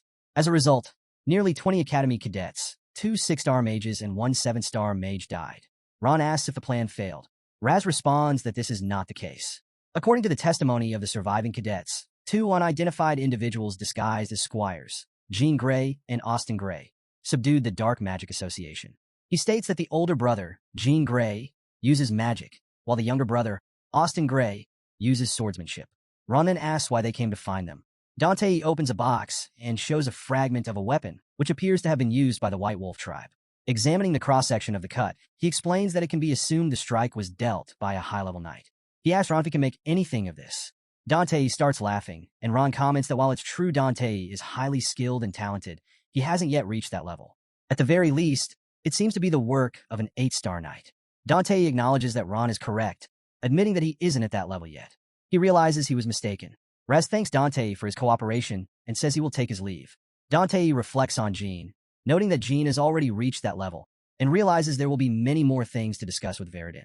As Raz moves to leave, he thinks about Austin Grey, describing him as short in stature, with a rough voice, and possessing a high level of swordsmanship. Estimating his age to be between 10 and early 20s, Raz considers that a person of that age who could completely slice the hammer of a White Wolf tribesman must be someone exceptional. He concludes that the only person who fits this description is Dante Hyran, and suspects he's hiding his true strength. Raz orders his servant to monitor Dante Hyran's movements, and the servant responds affirmatively. The scene shifts to October 30th, 1796, at the transfer gate to the Khan Kingdom. The system announces that the transfer gate will open soon, and asks everyone to take a seat and wait. A red-haired girl approaches Jean while he is reading a book and asks if he can move his bag. Jean looks at her and moves the bag, thinking about how Bouvard Gaston's workshop is located near the Kirano dukedom. She sits beside him, and he reflects on how he has wanted to find Bouvard for a long time, but lacked justification. Getting involved with the Dark Magic Association has now given him a good opportunity. The girl continues to stare at him as she sits beside him. Jean moved through the dense forest, his steps careful as he approached a small house hidden deep within. This was Boubert's workshop. He had to take a detour through other factories to avoid Kinzello's suspicions, which had delayed him. According to the other workshop owners, Boubert was the best of the best when it came to sculpting. But Jean scoffed at the thought. Wasn't the guy just a glorified transformation magician? The moment he moved further, his eyes were assaulted by a bizarre sculpture. A nearly naked man in a loincloth, proudly displaying the words, "Art is an explosion." Jean clenched his teeth. Sculpting genius? More like a lunatic. He had half a mind to destroy the ridiculous thing. But instead, he knocked hard on the door before stepping in. Just then, a loud, rough voice echoed from inside. "Oi, oi, stop right there, you bastard." A rotund man stormed out, but immediately froze when he saw Jean. "Huh, Jean?" Jean smirked. "Long time no see, Boubert." Before he could say another word, a few drops of saliva from Boubert's open mouth splattered onto Jean's face. Boabre sneered. How dare you show up here?" Jean calmly brushed off his clothes. "Spraying people with spit isn't the best way to welcome a guest, you know? Guess my ass. I don't accept people like you." Boabre barked. Jean chuckled. "Didn't I save your life once? Is this how you repay your benefactor?" "Benefactor? You? Huh?" Boubert scoffed. "If my siblings had heard the nonsense you almost spewed at that party, you'd be dead on the spot. Lucky for you, it was me, so you gotta walk away." Fury flashed in Boubert's eyes as he lunged at Jean, aiming to tackle him. Jean sighed. So predictable. Instead of dodging, he countered with a quick punch, sending Boubert flying back into the workshop. "See? I'm being nice," Jean muttered. From inside the house, a deep voice grumbled. "Boubert? What's with all the noise?" A man stepped outside and instantly stiffened when he saw Jean. "Young Master Jean?" Feigning surprise, Jean nodded. "Mr. Bishkal." Bishkal, a man of refined manners, composed himself and asked, "What brings you here, young master? I heard you were a reserve flag-bearer." Before Jean could answer, Boubert, his nose now bleeding, scrambled up and grabbed Bishkal's trouser leg. "Mr. Bishkal, kill him. He humiliated me at the party, and now he's here causing trouble." Bishkal's gaze flickered down at the man clinging to him, then back to Jean. His expression darkened slightly. This dirty pig, obviously, he brought this on himself. Clearing his throat, Bishkal spoke diplomatically. "I'm not sure what happened, But young Master Jean isn't someone who causes trouble without reason. Jean folded his arms. I won't deny I hit him, but considering who it was, I'd say it was well-deserved. Bishkul sighed. This was going to be a long conversation. Jean took a deep breath and spoke calmly. Fine, I'll apologize. I originally came here to commission a semi-statue of my father. But now you've put me in a difficult position. Bishkul raised an eyebrow. A bust, huh? That makes sense. But apologizing just for that? That's not like you at all. Young Master Jean. You have another reason for coming here, don't you? Jean cursed internally. Damn, he caught on fast. With a smirk, he admitted, yeah, actually, I had a different reason. I wasn't here for Bear. I was here for you, Bishkul. Bishkul's expression shifted slightly. Me? Don't tell me. His eyes narrowed. You're planning to challenge me under the name of Reserve Flag Bearer? Jean chuckled. Sharp as ever. I hate to say it, but yeah, it's embarrassing, really. I can't enter Ibriano's house without an invitation. Not with my current status. But I knew Bear was with you. So I came here instead. Bishkul exhaled sharply. I refuse. Jean tilted his head. That was fast. I came here to rest. And barging in like this? Very rude of you, Master Jean. Jean was about to argue when, without warning, his body stiffened. He couldn't move. Bishkul turned around, his voice sharp. If you can't even react to a sudden attack like that, how do you expect to exchange blows with me? You should leave. Jean gritted his teeth. That was dangerous. I almost counterattacked instinctively. He relaxed and exhaled. I get it. I'll go. As he turned to leave, Bear suddenly stormed over, spitting insults. Jean Runcandle, do you think just having that name gives you everything? Know your place. If you keep acting so arrogant, you'll be dead before you ever become a genius. Jean didn't hesitate. His sword was out in a flash, stopping just inches from Bear's throat. Bishkul's voice rang out. Young Master Jean. Jean didn't move. His voice was cold. Mr. Bishkul, I'll admit, I was rude and arrogant earlier. But insulting the Runcandle name? That's an entirely different matter. He looked Bishkul in the eye. Tell me, would you just stand by and watch if someone mocked the name of Bano? Bishkul's expression darkened. No, I wouldn't. Then you understand. Jean slowly lowered his sword. Bishkul let out a heavy sigh. Then I have no choice but to stop you, young Master Jean. Jean smirked. Go ahead. Bishkul's gaze hardened. You might die. Jin's response was immediate. Even if I die, I will protect the name of Runcandle. Bishkul froze. He wasn't joking. The conviction in Jin's voice was real. Damn it, I should have shut Bear's big mouth earlier. He clenched his fist. I want to kill this pig right here, but I still need his ability to finish the job. Jean glanced at Bear and made a demand. I'll count to 3. Bear's face paled as he dropped to his knees. Fear gripped him, but he still stubbornly held his tongue. Why should I? He muttered. Jin's voice was cold as he began counting. 3, 2. Bear sneered. What did I even do? Jin's sword gleamed in the dim light. Bishkul stood beside Jean, his jaw clenched so tightly it looked like he might snap a tooth. His face was twisted with anger, but in the end, Bear knelt down. Seeing Bishkul's murderous glare, Bear immediately followed suit, dropping to his knees in a panic. I'm sorry, he stammered. Jean exhaled, his expression indifferent. If it weren't for Bishkul, you'd be dead right now. Let this be a lesson. Insulting the name Runcandle comes with consequences. He sheathed his sword and turned to Bishkul. Mr. Bishkul, your subordinates have been quite rude. If it helps, you can take out your frustration on me. Bishkul in frustration. No need. You weren't wrong, young master. His voice was calm, but firm. Please leave now. Jean gave a nod, then turned and walked away without another word. As soon as his figure disappeared into the night, Bear spat on the ground, cursing. Why the hell did he come here? That bastard. Bishkul's gaze snapped toward him, sharp and full of barely restrained fury. The room fell into an eerie silence. Even Bear, who had been dumbstruck, didn't dare to make a sound. After a tense pause, Bishkul let out a long breath. TCH, come inside. We have things to discuss. Bear, feeling the pressure of Bishkul's anger, quickly straightened up. Why yes? Inside, Bishkul sat down and spoke gravely. The leader has officially announced the severance of our alliance with the Zipple family. That means from now on, remain of the ancient civilization we receive from the Zipple family will be decreased by half. Bishkul's eyes widened. But without them, it'll be even harder to track down the remaining pieces of the dead gods now. Bishkul's expression remained unreadable. According to the terms of the alliance's dissolution, we are entitled to reclaim a certain item we once provided to the Zipple family. Bear immediately understood. The compass. We have to get the compass. With it, we can locate the living gods and use them as ingredients. His voice trembled with excitement. Bishkul gave a short nod. Yes, That's the plan. Suddenly, he turned his head sharply, as if sensing something. His body tensed. Bear frowned. What is it? And he suddenly moved towards the window and looked outside the window, but after a brief moment, Bishkul shook his head. Nothing. Just my imagination. With that, he ended the conversation. Meanwhile, deep in the forest, Jean moved silently through the trees, his steps light. The cold night air surrounded him, but he remained alert. Then, without warning, a shadow leaped from the branches above, attacking him in an instant. Jean reacted swiftly, drawing his sword to block the strike. The impact sent a faint echo through the silent woods. He smirked. There's no one else around here, but isn't this a bit excessive, Sister Yona? The figure hesitated for a moment before pulling back her hood, revealing Yona's familiar face. You noticed right away? Huh, she said, dropping her disguise. Well, since you asked me to handle it, of course I got it done. But I'll have you know, it wasn't easy pretending I didn't recognize my own little brother. Earlier, in a quiet part of the Samel area, Yona had been standing under the moonlight when someone approached her. Yona, a man's voice called. She turned to see Owl walking toward her, holding an envelope. Here's your letter. Her expression brightened as she eagerly took it. Inside, Jin's message was clear. I'll be moving soon. She clutched the letter, deep in thought. I'll be heading out in a few days, she finally said. Owl frowned. Are you really just going to leave like that? If Sir Chiron catches you meeting with your brother, he won't let you off easily.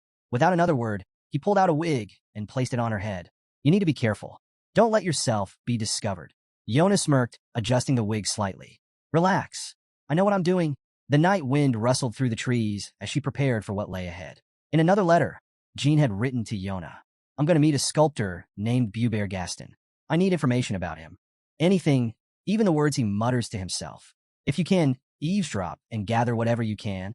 While Bishkul and Bear were deep in conversation, Yona had stood outside, silently listening. Now, she relayed what she had overheard to Jean. Kinzello has officially severed ties with the Zipple family. Jin's eyes gleamed with interest. Impressive.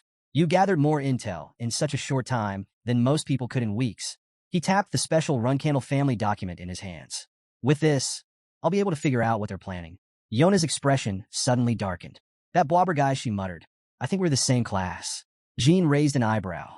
Bear? What about him? She hesitated, then said that youngest you have your own secret too. Jean frowned. What's that supposed to mean? Yona shook her head. I can't explain it yet. Jean smirked.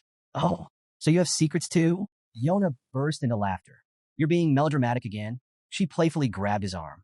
Come on, let's go have some fun. Jean froze. Wait, Chiron's warning. Never take advantage of Yona again.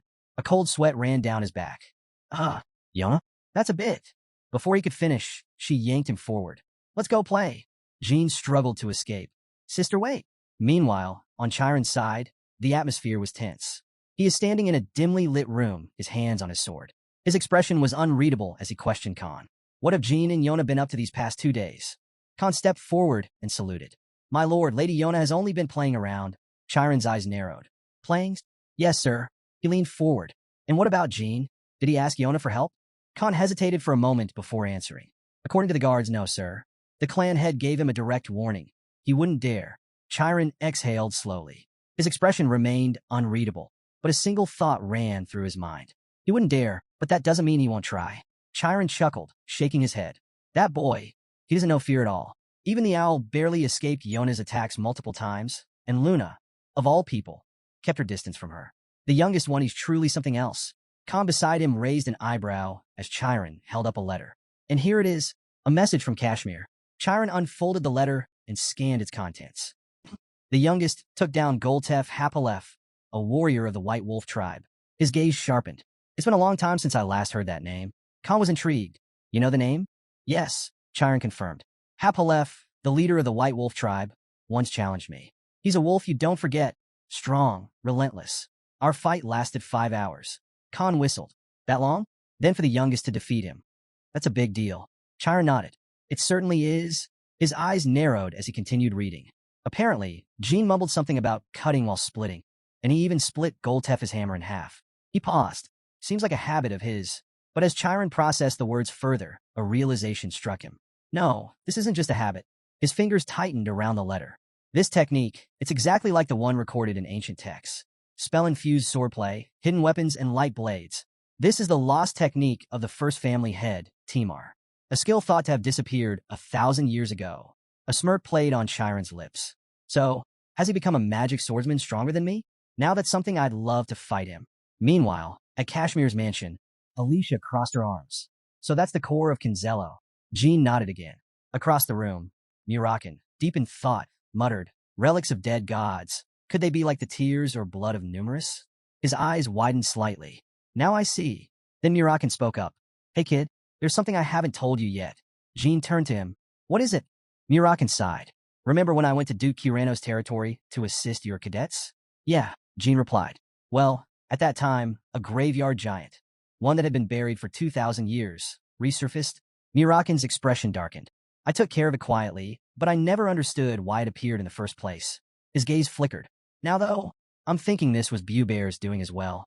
Quicantle, who had been listening, added, if that's the case, then Bubear may have ties to the god of sculpture. The room fell into silence as the weight of their realization settled in. Jean raised an eyebrow. The sculpting god? That's the first time I've heard of him. Mirakin frowned. That's because he vanished from history long ago. Naturally, you wouldn't know. Quicantle chimed in. Well, was one of the key figures involved in the creation of the primeval stone. But when the stone was destroyed, his divine status was stripped away, and he was turned into a human. Mirakin continued. The golem that Well created, meant to guard the tombs where the exiled gods allowed humans to rest, was the grave giant. But we dragons wiped out all of them. Kashmir's expression hardened as he processed the implications. Are you saying that Bubear made a contract with a dead god? Quicantle shook his head. That's unlikely. But if it wasn't Well, then there's no logical explanation for what's happening. Jean added, and that's not the only issue. Among the relics Well created, there seems to be an artifact capable of locating someone who has signed a contract with a god. Mirakin's eyes widened. That's impossible. Unless the contract itself activates its power, no one should be able to detect it. Alicia's breath caught. Wait, don't tell me. They were looking for Julia because of this? Jean nodded. Exactly. That relic, they call it a compass. Fortunately, it seems to be incomplete. That's why they kidnapped the guardian dragon, Latrie. Not Julia. Quicantle sighed in realization. I see. Their plan is to use the compass to find the contract holder first, then use the Devil Stone to absorb them. Jin's expression darkened, which is exactly why we have to get that compass before they do. He turned to the group. Next month, the Zipple family will return the compass to Kinzello. That will be our best chance to seize it.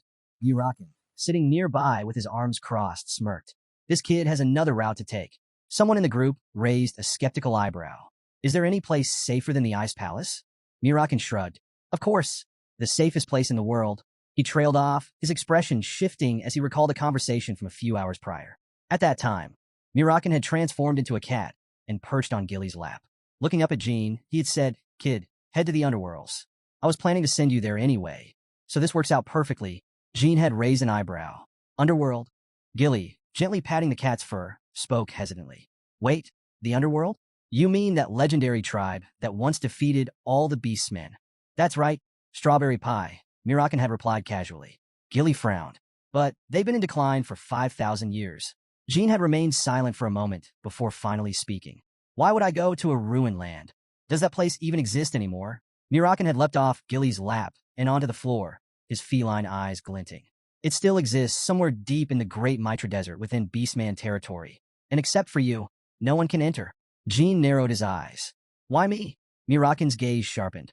Because of the 1,000-year contract. Even if a god descended, they wouldn't be able to set foot there. Jean sighed. Can you explain in a way I'll actually understand? Mirakin's expression grew serious. The underworld has a contract with Sodaret. That land was created solely for Runcandle magic swordsmen.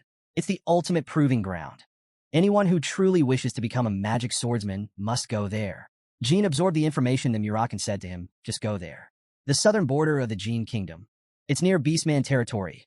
Same place where I completed my first mission as a cadet. To reach the Mitra Desert, I'll have to cross a mountain. But trust me, that's the least of my worries. Now, standing under a snow-covered tree, Jean reflected on his next move.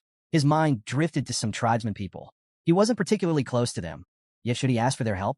They were kind, but their instinct to avoid predators was second only to feline. Shaking off his hesitation, Jean exhaled, then took a step forward, deeper into the unknown. Jean arrived quickly at the Watertail tribe, where a familiar Watertail spotted him and immediately stepped forward. Oh, it's you again. Poor thing. At that moment, the creature seemed to recall their last encounter, when Jean had met a few wandering travelers here. Without hesitation, the Watertail asked him, Are you hungry? Jean chuckled and shook his head. pulling out a large fish of his own. He held it up for the water tails to see. This time, I came to return the favor. The water tails' eyes lit up with excitement. They quickly took the fish from his hands, scurrying off to a nearby spot where they tossed it into the air, playing with it like an excited group of children. Later that night, Jean sat beside one of the water tails, deep in thought.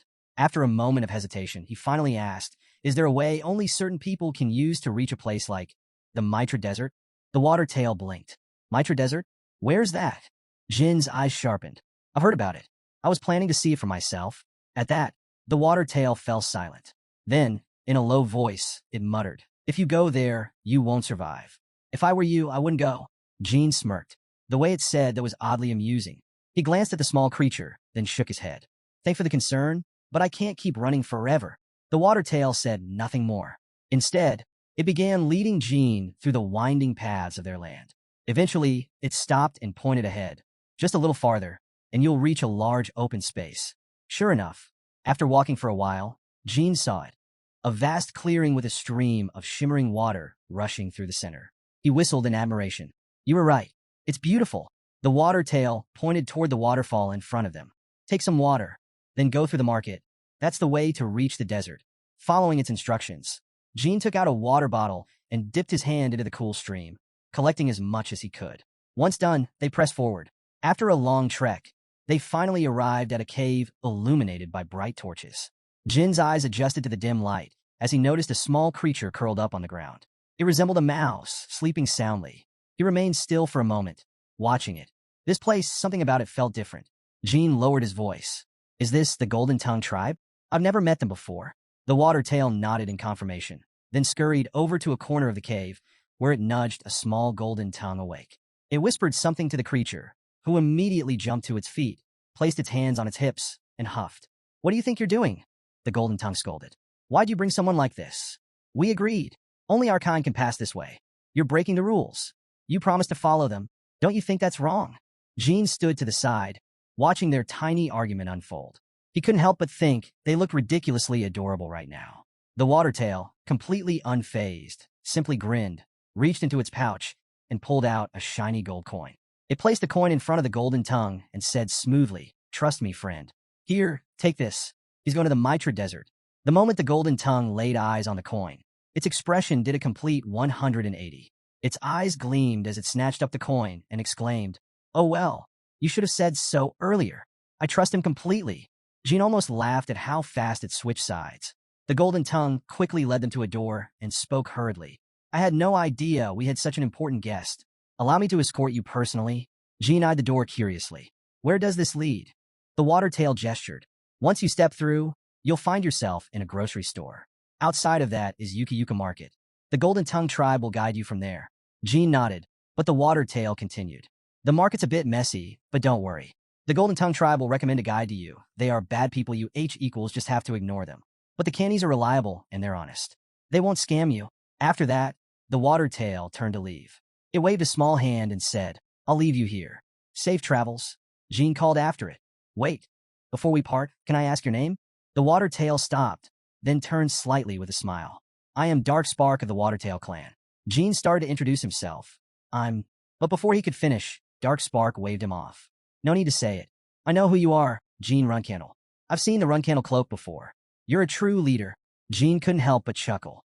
"You're impressive. And you won't tell anyone, will you?" Dark Spark grinned. The Dark Spark never spills secrets. Hearing that, Jean placed a hand over his heart and nodded. "Then the next time we meet, as a Runcandle, I'll repay this debt."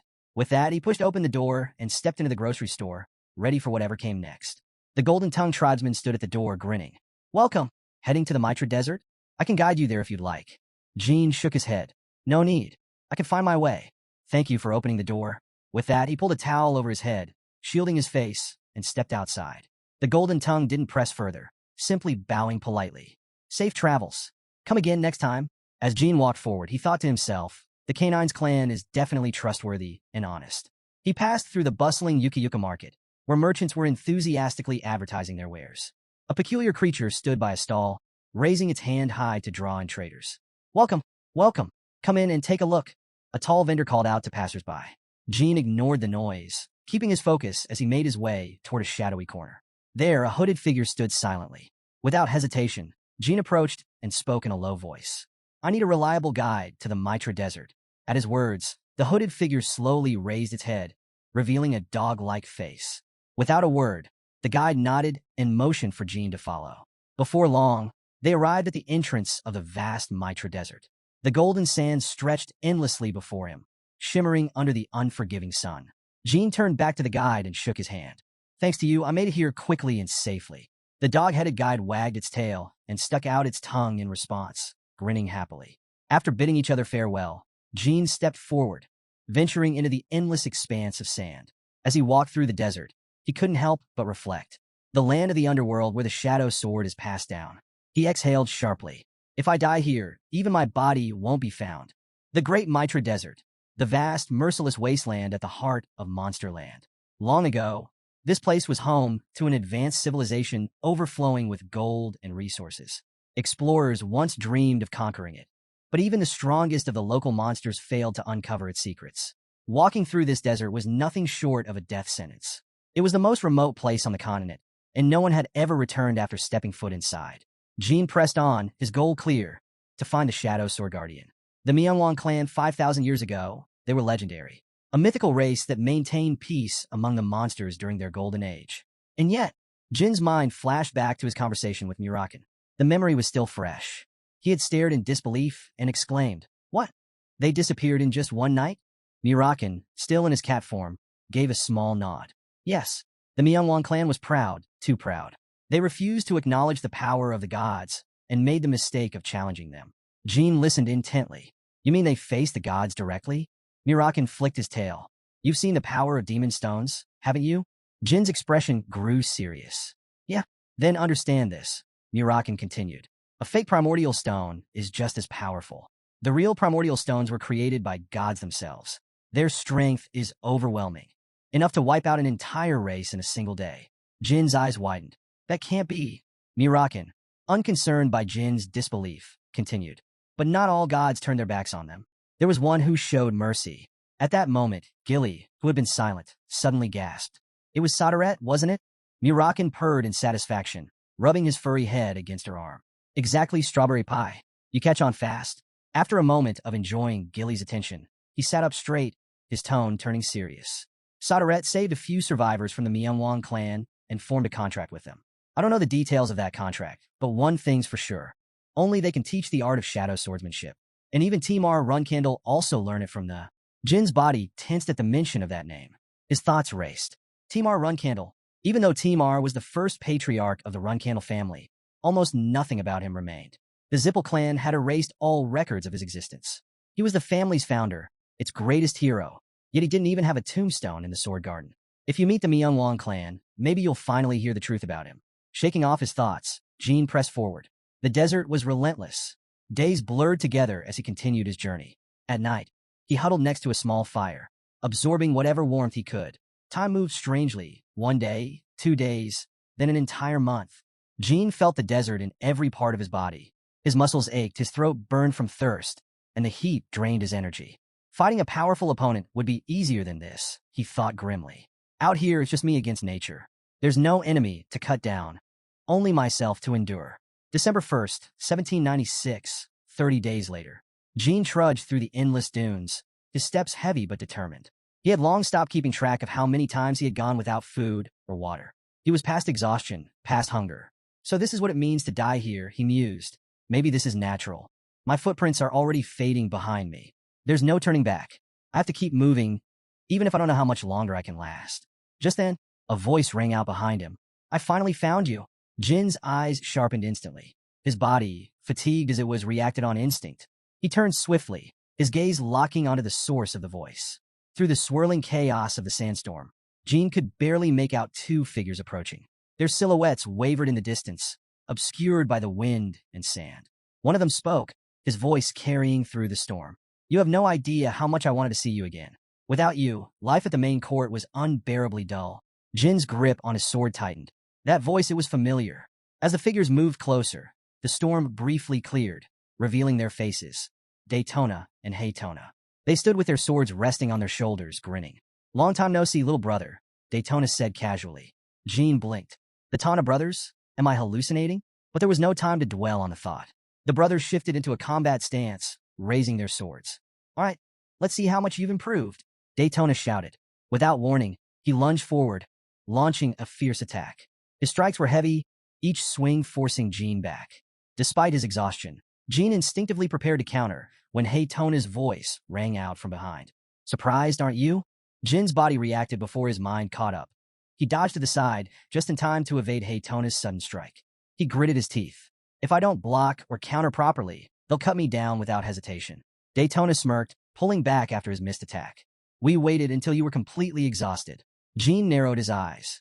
So this isn't just a random vision. Steadying his breath, he tightened his grip on his sword. Is this how you greet me after all this time, brothers? His words were met with laughter. That's exactly why we're doing this, Daytona taunted. Realizing their strategy, Jean made a split-second decision. He turned and sprinted in the opposite direction. The Tana brothers immediately took off after him. Running already? Daytona sneered. You're not happy to see us? Jean could feel them closing the distance. Too fast. Just as he glanced back, their combined attack came crashing toward him, a shining blade cutting through the storm. Jean twisted his body, narrowly avoiding the deadly strike. But before he could regain his footing, Daytona suddenly appeared behind him, grinning. Ha! I'm right here! Jin's instinct screamed. Without hesitation, he swung his sword to block the incoming blow. Sparks flew as their blades clashed. He gritted his teeth. They worked too well together, covering each other's weaknesses perfectly. But his eyes sharpened as he steadied his stance. Still, that's all they have. My brothers, there is no strong finishing move. Jean turned sharply, severing the connection between Daytona and Daytona's swords. Seeing the fear in their eyes, a faint smirk crossed his lips. Memories surfaced. These two had bullied him in his past life. Had they been as strong back then? TSH. Even though they're weak, I still had to bow to them. Always wanted to knock them both flat. With that thought, Jean tightened his grip on his sword and swung with immense force. A shockwave blasted through the desert as Daytona and Daytona were sent hurtling through the air, crashing into the burning sands. A loud explosion echoed, dust and smoke rising like a curtain. As the haze cleared, the twin brothers lay sprawled, too battered to move. Their once arrogant faces were now caked in dirt and desperation.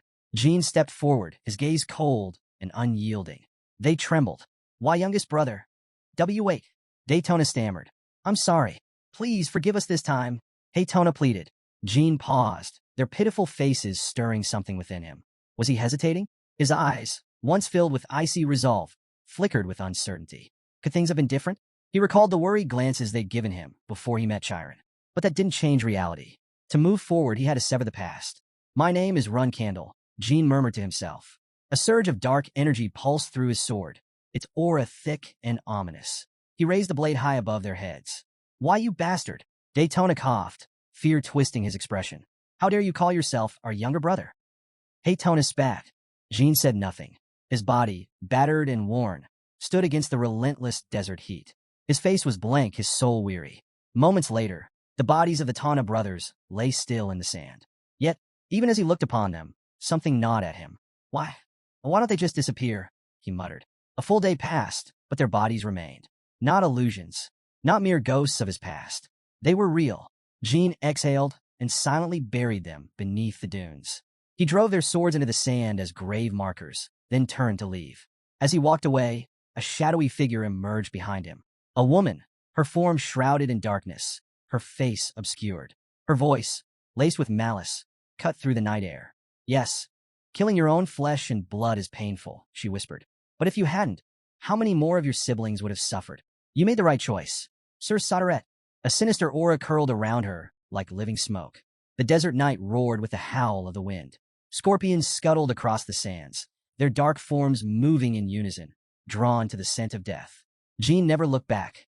Jean leaned against a massive rock, exhaustion creeping in. A scorpion scuttled toward him, but his eyes locked onto something else, a tiger beetle. Without hesitation, he grabbed it and tossed it into his mouth, chewing without fear or disgust. The taste was vile, but he barely reacted. If not for the anti-poison wine in his system, eating something like this would be reckless. I wonder if Yona is okay, and my other siblings, he muttered. The images of Daytona and Daytona flickered in his mind, unbidden. The weight of what he had done pressed against his chest. Under the blazing sun of the 11th day of the 12th month, year 1796, Jean trudged through the endless desert. His steps were heavy, his mind hazy. How long had he been walking? He didn't know. Why was he even walking? He couldn't remember. His body finally gave in, and he collapsed to his knees in the burning sand. His breath was ragged. I came here just to kill my brothers and sisters. Suddenly, a figure appeared before him, extending a water bag. Jean didn't reach for it. Instead, his instincts flared. His hand shot out, gripping the stranger's wrist. In a flash, he drew a knife and pressed it against their neck. His voice was hoarse but sharp. "Who are you?" The person remained unfazed. A woman. Her tone was calm, almost amused. "You greet me with a knife, just like last time. Haven't changed a bit, have you?" Jean froze. That voice. No, it couldn't be. The woman pulled back her hood, revealing her face. "But of course," she continued with a small smile. "Your skills back then were nothing compared to now." Jin's eyes widened in disbelief. "Master Valeria?" She smiled warmly. "Hello, my disciple." Jean stared at the woman before him, Valeria Hister, the only heir of the Hister family, a 7-star mage, and, in his past life as mentor, she had been the first person to look at him, the so-called disgrace of the Runcandle family, and say, "You have talent." The one who had kept him moving forward when he had nothing left. His savior, his most trusted companion. The first time they met, he had been nothing but a wandering exile. And now, here she was again. Jean stood there processing everything. His mind raced. Wait, this doesn't make sense. In his previous life, he had never met Valeria at this point in time. So, why was she here now? His eyes darted around, suddenly realizing that the scenery had changed. When had he even arrived in this place? He forced himself to stay calm, to ground his thoughts. No, something was off. He focused on her. Valeria looked exactly as she had the last time he'd seen her in his past life. She was 2 years younger than him, yet here she was unchanged. It didn't add up. Jean narrowed his eyes. "Valeria, no, master. I think you're the second illusion I've encountered." Valeria smiled knowingly. "Looks like you figured that out." She pulled out the water bottle and held it out. "Here, drink." Jean shook his head immediately. "No, master. If I want that water, I need to fight you for it." Valeria didn't argue. She simply threw the water bottle straight at him. "Really?" She smirked. "You're in that condition, and you still think you can fight me? My first strike alone could kill you." Jean caught the bottle, but hesitated. His grip tightened. "Why does it always have to be this way?" His voice was low, almost tired. "Is there really no other way?" Valeria's gaze remained firm. "You already know the answer, disciple. You've become stronger after reincarnation. Your willpower surpasses even mine. So drink up. Be ready to fight." Jean unscrewed the lid, exhaling. "What am I to you?" Valeria's expression softened. She lifted her hand, magic surging around her. "You are my only disciple. I hope you won't disappoint me." Jean chuckled darkly. If that were true, would you have said the same thing? For the first time, something flickered in Valeria's eyes. A trace of sadness. "Valeria said that I would have loved you more than this, and even I might have kissed you in forehead too." Jean took a long sip from the bottle. As he swallowed, his expression turned unreadable. "Funny. It's like I'm arguing with myself." Valeria's warmth vanished. Her eyes turned sharp, then stopped talking. Her voice was ice. "Defeat me and move forward." A crackle of energy surged around her. "Use whatever you want. Your sword, your dark magic." Jean wiped his mouth and drove his sword into the ground. "I won't need a sword." Valeria's smirk widened. "You've gotten cocky. You'll regret that." Jin's voice was calm, his conviction unshaken. "I'd regret it more if I needed a sword to defeat you." Dark energy erupted from his hands, swirling around him like a living shadow. The black aura pulsed, consuming the space around him. He raised one hand, magic coursing through his veins. "You were my everything in terms of magic." His voice was low but piercing. "And you will continue to be." Valeria's own magic flared in response. A radiant beam of light shot into the sky, illuminating the darkened desert. Thunder rumbled above, lightning streaking through the clouds. She grinned. "I really love this reckless side of you, disciple." The air crackled with tension. "Prepare yourself." The sky roared as lightning bolts rained down with relentless force, striking the ground where Jean stood. His eyes flickered upward, rolling slightly. "Seriously?" Without wasting a second, he leaped aside, narrowly dodging another strike. Valeria summoned more lightning spears, her energy crackling through the air like a storm barely contained. "You're pretty good at dodging," she mused, amusement flickering in her eyes. Jean studied her, his mind racing. Each of those spears contained the power of 7-star magic. With her mana reserves, she couldn't keep this up forever. Valeria noticed his calculating gaze and smirked. "Oh, that look in your eyes. Finally taking this fight seriously. Are you?" "Analyzing how much mana I have left." Her expression turned sharp. "This is your last chance, disciple. Pick up your sword. Otherwise, you will die." Jean stood firm. "No sword," he replied, summoning magic to his hands. Whether I live or die, we'll only know when this fight is over. Valeria's eyes flickered with something unreadable. Then, as she watched the energy swirl around his fingertips, her expression shifted. Backflow magic. She murmured. So, you found a new master? Jin's jaw tightened. I have nothing to say to you. He knew what she was doing, twisting the knife. That was just the kind of person she was. Once she decided someone had to die, she wouldn't stop until they were buried 6 feet under. His counterflow technique was progressing, but not fast enough. With the strength she was pouring into her attacks, he couldn't absorb even a single lightning spear at his current level. You won't be disappointed, Jin muttered, his voice firm. A swirling blue tornado formed in his palm. The only way is to reverse the flow, but I need time. He met Valeria's gaze, his eyes cold and unyielding. I'll fight you the way you taught me. Valeria chuckled, small sparks crackling around her fingertips. Good, she said, her tone light, but laced with lethal intent. I'm looking forward to it. And then she attacked. The ground erupted in a blinding explosion. Jin didn't counter immediately. He moved. 3 minutes. That's all I need to complete the counterflow. He knew his master was always several steps ahead, but he was her disciple, and he knew exactly what she was going to do next. Lightning spears chased Jin relentlessly, crackling through the air as they closed in on him. Just as he was about to maneuver away, the ground beneath him shifted. A massive magic circle spread out, and before he could react, chains erupted from it, latching onto his legs. Jin's eyes widened. This magic circle, it can extend this far? Before he could free himself, more chains shot out, wrapping around his arms and torso, holding him in place. He clenched his jaw. This wasn't just a binding spell. There was no way she had enough mana to maintain both a magic circle of this size and keep 5 lightning spears active. Then, pain seared through his body. The chains burned red hot, scorching his skin. He let out a sharp cry, but gritted his teeth. Wait, he forced himself to focus. Among those 5 spears, only one of them actually contains mana. The rest are decoys. As the spears closed in, the battlefield was suddenly bathed in a bright blue light.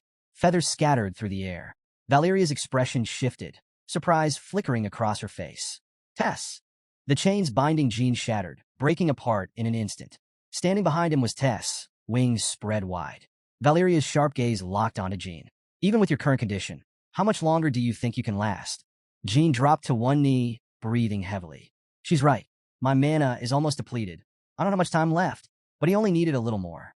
Gritting his teeth, he forced himself to his feet. The magic circle reappeared, and this time, chains coiled around Tess's wings, tightening with every passing second. Tess cried out, struggling against them. Jin, however, remained untouched. He cast a quick glance back. Thank you, Tess. Above them, a swirling blue tornado formed in the sky, right where Valeria stood. She coughed violently, blood spilling from her lips.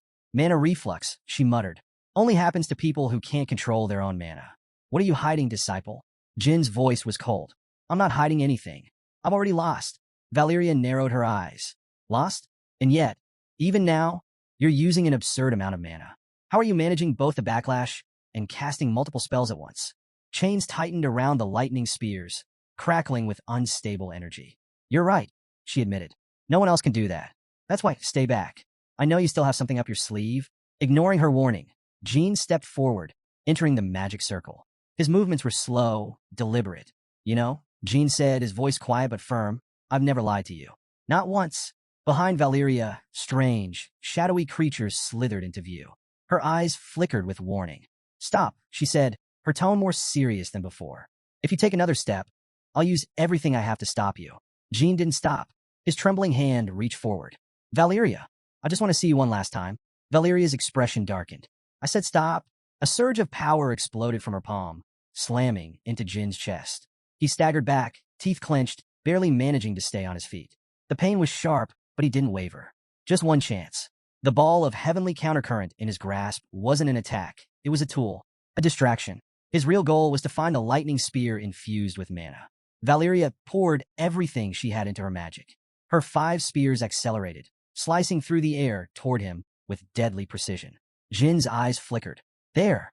He reached for his sword, the one cloaked in thick black energy. Despite his earlier claim of fighting without a blade, he now held it firmly. Valeria's sharp gaze locked onto him, but it was too late. Jin shifted his stance, twisting his body. At the last moment, instead of striking forward, he moved the blade behind his back, building momentum. Then, he thrust. Valeria's eyes widened. The knife pierced straight through her. Her body staggered back, her face still unreadable as she collapsed onto the ground. Smoke and dust billowed around them as a distant explosion echoed through the desert. Jean fell to his knees, gripping the hilt of his weapon, breath ragged. Valeria lay motionless, her hand pressed against the wound. Then, to his shock, she smiled. "So this is why you refused to use a sword from the start." Jin's voice was low. "Because I understand you, master." She exhaled weakly, her gaze softening as she looked at him. "You've grown so much. I'm proud of you, my beloved disciple." Jin's entire body froze. A radiant light enveloped Valeria's form. Slowly, her figure began to fade. He didn't dare look directly at her. His head remained lowered, staring at the ground. His thoughts swirled in chaos. "Ever since I regained my strength, I knew. I felt it. It was all just an illusion, but that didn't make it any less painful. In his previous life, Valeria and magic were all he had. He had trained endlessly, fought desperately, because if he didn't, he wouldn't have survived. And now, he had cut down the only person who had ever believed in him."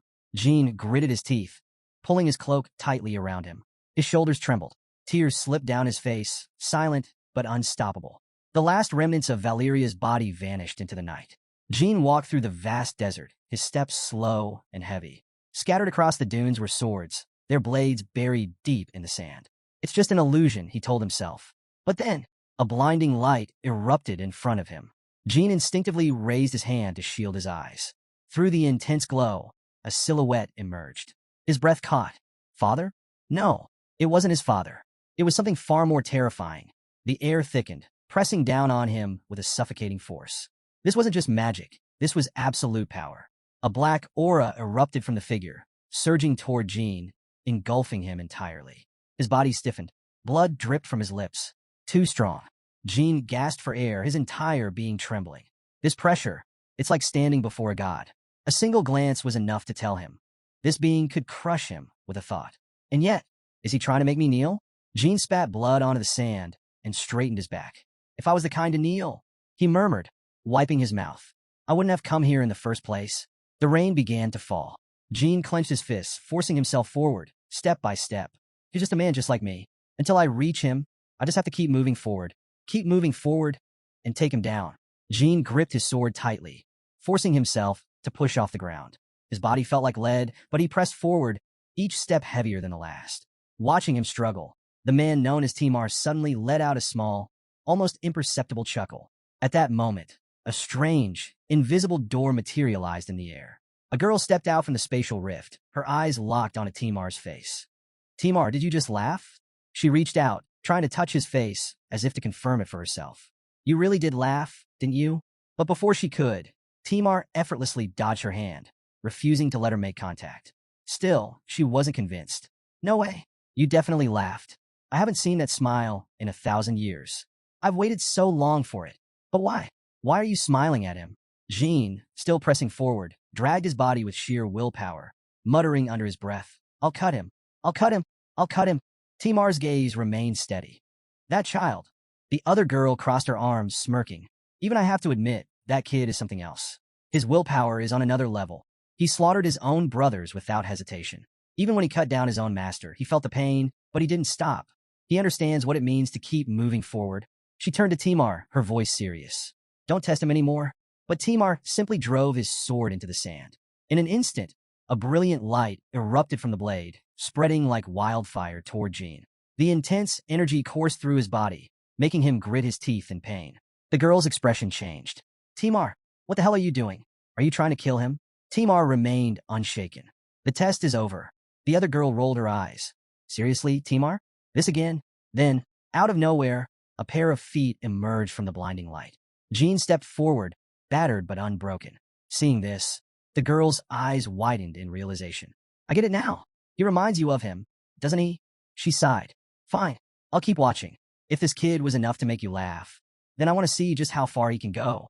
With that, she vanished into thin air. Meanwhile, Timar raised his hand, summoning every sword that had been planted in the ground. One by one, they floated into the air, shimmering with lethal intent. Then, with a simple gesture, he sent them flying toward Jean. But Jean refused to falter. His determination burned brighter than ever. "I will reach you, no matter what it takes, even if it meant cutting down his own brothers, even if it meant slaying his master, because in the end, they would do the same." That was his will. A brilliant blue light engulfed the battlefield. Jin gripped his sword tightly, the black energy coursing through it making every strike identical, whether it was the first or the 10,000th. His voice rang with unwavering determination. I'm a member of the Runcandle family. If anything dares to stand in my way, I will destroy it. Timar smiled again. Jin's stance remained firm as he repeated, his conviction unshaken. I am a member of the Runcandle family. No matter what obstacle stands before me, I will destroy it. With a sharp swing of his sword, dark smoke erupted from the blade. He didn't need tricks or techniques, just raw power. But before his strike could land, something strange happened. The enemy vanished. Jin barely had time to react before searing pain shot through him. His teeth hit the ground, accompanied by a splatter of blood. Yet despite the pain, he refused to submit. He staggered forward, his breath ragged. I will reach your level. A voice suddenly echoed around him. Wrong. Think carefully. Why are you here? Jin's eyes widened. Why am I here? The voice spoke again, calm yet commanding. Go to the underworld's territory. Jin froze. The underworld? Then it hit him. All right. I went to them to learn how to harness aura. But where was that voice coming from? Was it another illusion? A memory surfaced, his conversation with Mirakin. He had warned Jin, once the third illusion ends, release dark energy. Only then will you meet the underworld. Realization struck him. I forgot. The illusion has to appear 3 times. Jin took a deep breath, standing still for a moment. While crossing the desert, I must have lost track of time. The third illusion is over. That means I have to release the dark energy now. As soon as he spoke, a beam of light shot out from his body. Would this lead him to the underworld? The sky remained eerily calm. Minutes passed, and nothing happened. Jin clenched his fist. Was it just a myth? No. There's no way Mirakin gave me false information. His grip on his sword tightened as the dark aura surrounding it pulsed ominously. Then, without warning, the beam of light pierced through the sky. A man emerged from the rift above. He landed gracefully, his own sword gleaming in the dim light. His voice was steady, yet carried weight. Sodaret's contractor didn't disappoint. You've passed. Jin narrowed his eyes. Passed? What are you talking about? The man smiled, as if amused by Jin's confusion. I don't know what Sodaret was thinking, but the only condition for recognition is a relentless fighting spirit. But you went beyond that. You even cut through Sodaret's barrier. That was unexpected. He reached out and ruffled Jin's hair, as if congratulating him. But Jin's expression darkened. His instincts screamed at him. This man was dangerous. Without hesitation, Jin swung his sword. Are you playing games with me? The man merely laughed, unfazed by the attack. I like this the most. You're nothing like the humans I remember. His gaze softened as he finally introduced himself. My name is Tantel. I've been waiting for you for 1,000 years, child of Sodaret. He spread his arms wide, his voice carrying an air of finality. Welcome to La Perosa. The scene before Jin's eyes shifted in an instant. The endless desert of sand had vanished, replaced by something awe-inspiring.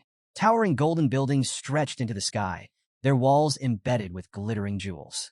The entire city shimmered under the light, exuding an air of majesty and ancient power. This is the territory of the underworld, Tantel said, his voice carrying a hint of pride. La Perosa. Humans call this city the Dark Light. You fought hard to reach this place. He handed Jin a bottle. Jin, parched from his journey, grabbed it without hesitation and took a deep gulp, only to spit it out immediately. What the hell? This is alcohol. Tantel burst into laughter. Huh, refreshing, isn't it? That's crystal wine, made from refined diamonds. It clears your mind and restores your body. Jin wiped his mouth, scowling, but he had to admit, his body did feel lighter. The exhaustion that weighed him down moments ago had faded slightly. Tantel gave him a knowing look. You should recover your energy before you meet your brothers. Brothers? Jin frowned. What do you mean? Tantel didn't answer, simply motioning for him to follow. As they walked through the city, Jin couldn't help but marvel at its grandeur. Despite being thousands of years old, everything looked pristine, as if untouched by time. Now he understood why adventurers sought this place so desperately. His gaze drifted toward the buildings. Every doorway was adorned with gleaming gemstones. Something about them felt unusual. He turned to Tanel. Hey, those jewels on the doors, what are they? Tanel glanced at them briefly before replying. They're not just decorations. They're our hearts. Jin blinked. Your hearts? Tantel nodded. If the homeowner is still alive, the gemstone embedded in their door will shine. Jin's breath hitched as realization set in. Then why aren't any of them glowing? They had walked a considerable distance, yet Jin hadn't seen another member of the underworld. Not a single one. How many of you are left? He asked cautiously. Tantel began counting in his head. 77. including the god of war and the 12 battle kings. Jin's eyes widened. That's not many at all. Tantel chuckled. You'll understand soon enough. Jin was still digesting this information when Tantel continued. The god of war and the 12 battle kings are the ones who will pass down the aura sword to you. As per Sodaret's contract, they've been waiting for your arrival. The shadow sword. Jin felt his fingers twitch at the mention of it. Finally, they reached an enormous temple, its massive doors etched with ancient runes. A powerful energy radiated from within, pressing down on Jin's body like a heavy weight. This is it, Tantel announced. The Temple of the God of War. This is where you will receive the aura sword. Jin swallowed hard. The aura coming from the temple. It was suffocating. It felt exactly like the pressure he had experienced in front of Timar. If he hadn't overcome the 3 illusions, he doubted he'd even be able to stand right now. Tantel placed a hand on his shoulder. One last piece of advice. Watch what you say to your brothers. Unlike Sodaret, they don't care about you. Before Jin could respond, the temple doors swung open. A dazzling light flooded the entrance, revealing a group of powerful figures inside. Their voices echoed through the grand hall. Hyun, look at you. You're adorable. How old are you? Have you eaten yet? What's your favorite food? What do you think about La Perosa? Jin stood frozen as the so-called people bombarded him with random, completely unexpected questions. Tantel sighed, rubbing his temples. Brothers, how many times have I told you not to? Before he could finish, a powerful voice cut through the chatter. Where? Where is he? A woman suddenly appeared, her presence commanding. She scanned the room before her sharp gaze landed on Jin. So it's true. Our disciple has arrived. Her voice softened, yet held an undeniable weight. It's been 1,000 years since Timar left. She stepped forward, eyes filled with something between nostalgia and expectation. 1,000 years. The girl placed Jin on her shoulders, and he was immediately taken aback by her strength. Beneath her seemingly casual demeanor were muscles packed with raw power. You can't meet the god of war in this sorry state, she declared. Who's going to bathe the second disciple in history? Jin's brain short-circuited. Wait, what? Who said I needed you? I can wash myself just fine. But before he could protest further, the people around them erupted in excitement. Me? Let me do it. No, I'll do it. Give me a chance. Their eyes practically sparkled with enthusiasm as they eagerly fought over the honor of giving Jin a bath. The girl's face lit up. Fine, we'll settle this with rock, paper, scissors. What followed was absolute chaos. The people, mighty beings of legend, immediately huddled together, throwing down hand signs like their lives depended on it. Jin used the opportunity to escape from their grasp, and miraculously, they actually let him go. After all, the game had become their new battlefield. Finally free, Jin sighed as he stepped into the bath. Warm water surrounded him, washing away the exhaustion from his journey. He leaned back, letting himself relax for a moment. Then, a memory surfaced, and his peace was instantly ruined. That woman, Belize, was it, had given him an utterly serious look and said, a human who knows how to bathe properly? Hard to believe, but I'll trust you this time. Make sure you clean out every single grain of sand in your ears. Jin groaned, covering his face in sheer secondhand embarrassment. Just what kind of impression do these people have of humans? He nearly drowned himself out of frustration. No way. Could it be that 1,000 years ago, when Lord Timar was around, humans didn't even know how to bathe? The more he thought about it, the worse it got. Compared to the royal clan, whose bodies were built like divine warriors, he felt tiny. The sheer physicality of these people was beyond comprehension. It wasn't just genetics, it was divine blessing. No wonder they were called the war race. With a final sigh, Jin finished his bath and stepped out, drying himself off. The moment he emerged, a booming voice greeted him. Excellent. You're very clean. Jin blinked. His eyes landed on Tantel, who was grinning proudly. And our traditional clothes suit you perfectly. Jin stared at him. He never imagined a day would come when he'd be praised for knowing how to take a bath. Tantel, completely oblivious to Jin's inner turmoil, clapped his hands together. Now you won't need those old clothes anymore. We'll burn them and cleanse the remnants. Jin's eye twitched. What is with these people and destroying things? Taking a deep breath, he focused on what mattered. So, now I finally meet the god of war and the fighting kings who will pass the shadow sword down to me. Tantel turned away, a smirk playing on his lips. That's right. He gestured forward. Now, let's head to the temple. Jin was reminded that weapons weren't allowed inside the temple. The fighting king's brothers, the ones he had encountered earlier, were waiting nearby to safeguard his belongings. With that out of the way, he followed Tantel toward the temple entrance. As they walked, Jin noticed something peculiar. Tantel's chest was glowing faintly, an ethereal light pulsating from within. He muttered under his breath, his heart, it's shining even brighter than before. He recalled seeing it before, but back then, it was much dimmer. Could this be the influence of the war god's presence? The thought unsettled him, but he kept moving forward. They finally arrived at the temple doors, where Tantel turned to Jean and gave him a stern warning. Once you're inside, you can only respond to whatever is asked of you. The war god's brothers won't hesitate to throw you out if you speak carelessly. Watch your words and actions. Jean waved a hand impatiently. Yeah, got it. Now open the door. With a nod, Tantel pushed open the massive temple doors, and instantly, a radiant glow flooded out. Inside, the temple's grand interior unfolded before them, its magnificence unlike anything Jean had seen before. His gaze was drawn to the throne at the far end of the hall, where a formidable presence sat. A goddess, exuding an aura so powerful it made even the most regal figures around her seem insignificant. His eyes then shifted to the 12 figures standing nearby, each one commanding their own level of authority. He recognized them immediately: the 7 King of Belize, the 8 King Garmond, and the 9 King Baba. Standing beside them were the strongest warriors in the kingdom: the 3rd Fighting King Palem, the 2nd Fighting King Lamora, and the 1st Fighting King Baltarak.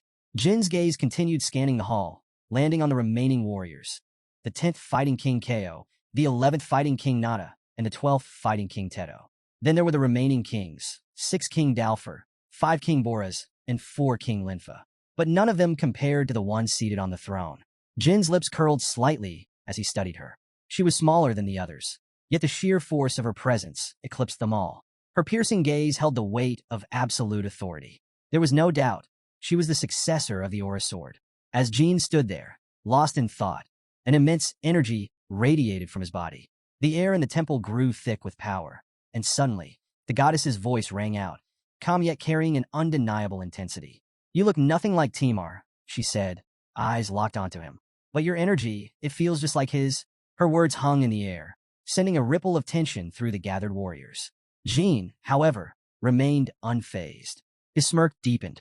Baltarak was the first to speak. It's clear that his energy resembles Timar's.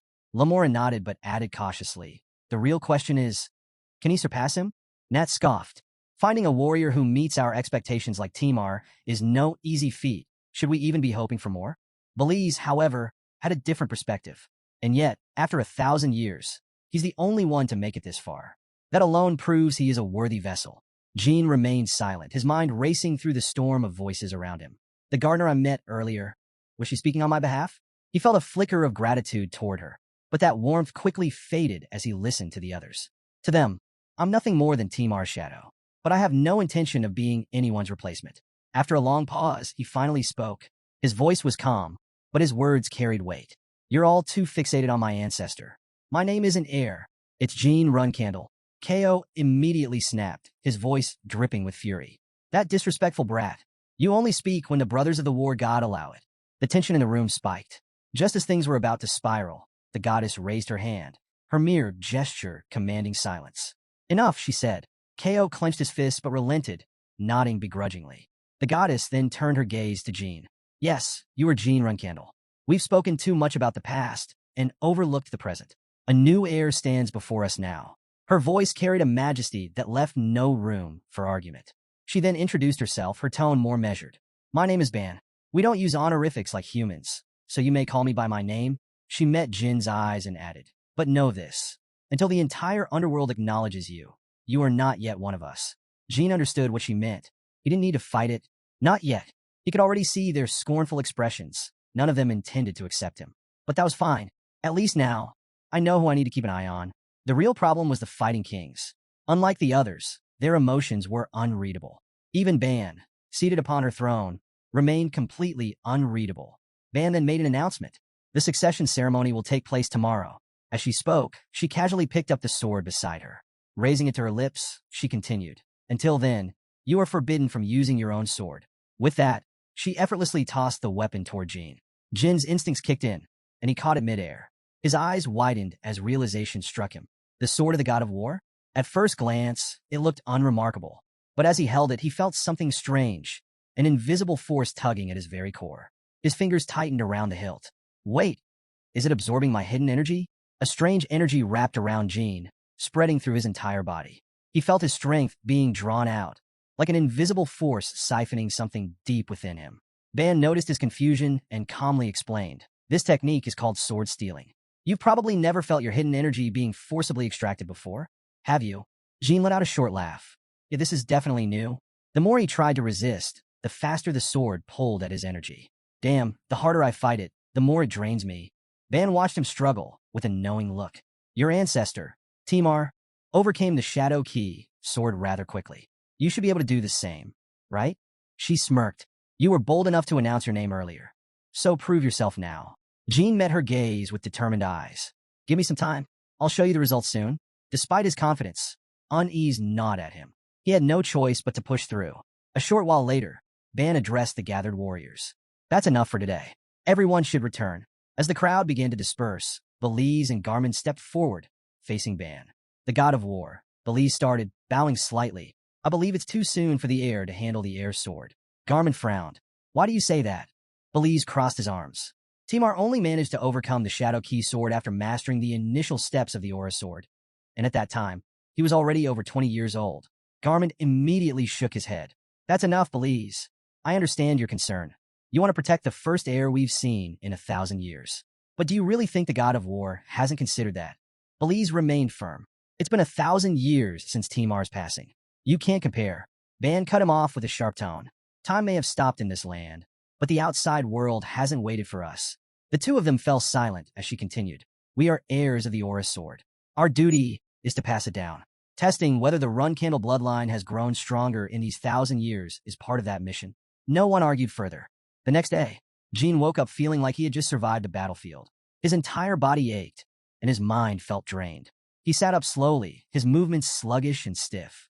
Just then a voice called out, "Did you sleep well, Jean?" Jean turned to see Garmin standing there, watching him curiously. Sleep? Jean thought dully. I barely got any. That damn sword tortured my soul all night. I feel like my spirit was wrung dry. Before he could respond, another voice interrupted. A tall, imposing figure stood before him, arms crossed. I am the 8th Sword King, Garmin. Jean blinked the sleep from his eyes as Garmin smirked. I'll be your first instructor. Jean sized up Garmin's muscular frame, and a sudden realization hit him. Wait, I remember you. You were the guy at the gate. Garmin smirked. That's right. I heard you took a bath by yourself. Seems like you've cleaned up well, though I can't say you look any better. Jean didn't bother with a response, keeping his expression unreadable. Instead of wasting words, he got straight to the point. Before we start training, there's something I need to confirm. Garmin crossed his arms. I haven't acknowledged you yet. Jean raised an eyebrow. Acknowledge me?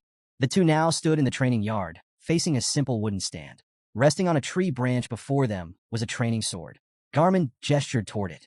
Cut this sword 10,000 times, he said bluntly. Jean narrowed his eyes. Garmin continued, his voice rising. Can you manage 10,000? Show me. If you can't even do that, there's no point in me teaching you anything. For a moment, Jean just stared at him. Then, a smirk tugged at the corner of his mouth. So this is a test? Without hesitation, he picked up the sword and swung. One strike, another, then another. The swings quickly piled up. 2,000, 2,500, 3,000. Each strike was precise, controlled, and relentless. Tantel, who had been silently observing, watched in shock as the number climbed. He's not even slowing down. 5,000, then 6,500, then 7,000. By now, onlookers had begun to gather. Warriors who had been training nearby stopped what they were doing, drawn in by the sound of Jin's relentless slashes. 400. He's still going, someone murmured. One of the warriors watching from a distance shook his head. There's no way. No one should be able to keep going like that. Another replied, eyes wide, and yet he is. Meanwhile, Jin's body moved instinctively. He had already reached 9,000 swings without missing a beat. His past life, where he had been nothing but an incompetent swordsman, was no longer a shackle. In this life, he was reborn into a lineage of swordsmen. Jin closed his eyes. The world around him became distant, fading into the rhythmic motion of his strikes. He recalled Luna's words, for those who rely on the blade, achieving the 3 eyes is more important than sight itself. Never open your eyes before understanding your sword. That lesson had been ingrained in him since he first learned to wield a blade. True swordsmanship wasn't just about technique. It was about making every strike as perfect as the first. And then, 10,000. Jin's blade came to a stop, his breathing steady. He opened his eyes and glanced at Garmin. So, was that enough for you? If Garmin had hoped to break him with this test, he had miscalculated. Jin wasn't here to be intimidated. He was here to prove himself. The legendary 8th Sword King, Garmin, now regarded Jean with newfound respect. I never imagined he could pull this off, he mused, even among the Runcandle. Completing this challenge flawlessly is nearly unheard of. The crowd erupted into cheers, voices buzzing with excitement. Did he seriously do it that fast? 1,000 years later, and a descendant like him still exists? Jean, beads of sweat clinging to his forehead, turned to Garmond. You're just going to stand there in silence? Garmond, still digesting the shock, finally let out a hearty laugh.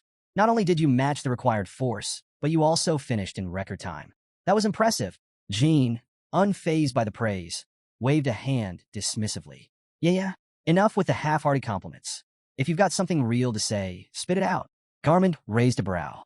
And what exactly do you want to hear? Jean met his gaze with unwavering confidence. Admit that I'm ready to learn from you. The murmurs in the crowd turned to hushed anticipation. All eyes were on Garmond now. The Eight-Sword King let out a slow breath before nodding. Fine, I admit it. You'll learn from me. The moment those words left his mouth, the spectators erupted. Unbelievable. The Eight-Sword King himself is taking him as a disciple. Garmond raised a hand, silencing the crowd. All right, that's enough. Everyone leave. The real training starts now. As the spectators reluctantly dispersed, Garmond reached for his weapon, a massive, flame-covered sword. With a single motion, he lifted it effortlessly, the weight seemingly insignificant in his grip. Now let's get serious. Jin's eyes lit up. So we're doing a practice match? Garmond chuckled, shaking his head. You're overestimating yourself. Sparring is only for equals. Jin frowned. What's the difference between us? Garmond smirked. For starters, you can't even lift my sword. Without hesitation, Jin grabbed his own sword and swung at Garmond. The clash echoed through the air, sending vibrations up their arms. Garmond held firm, unfazed, his expression darkening. What the hell are you doing? He demanded. Jin grinned. Just testing something. You said I couldn't lift your sword, but that's obviously not the case. Garmond's face twisted in frustration. That's not what I meant.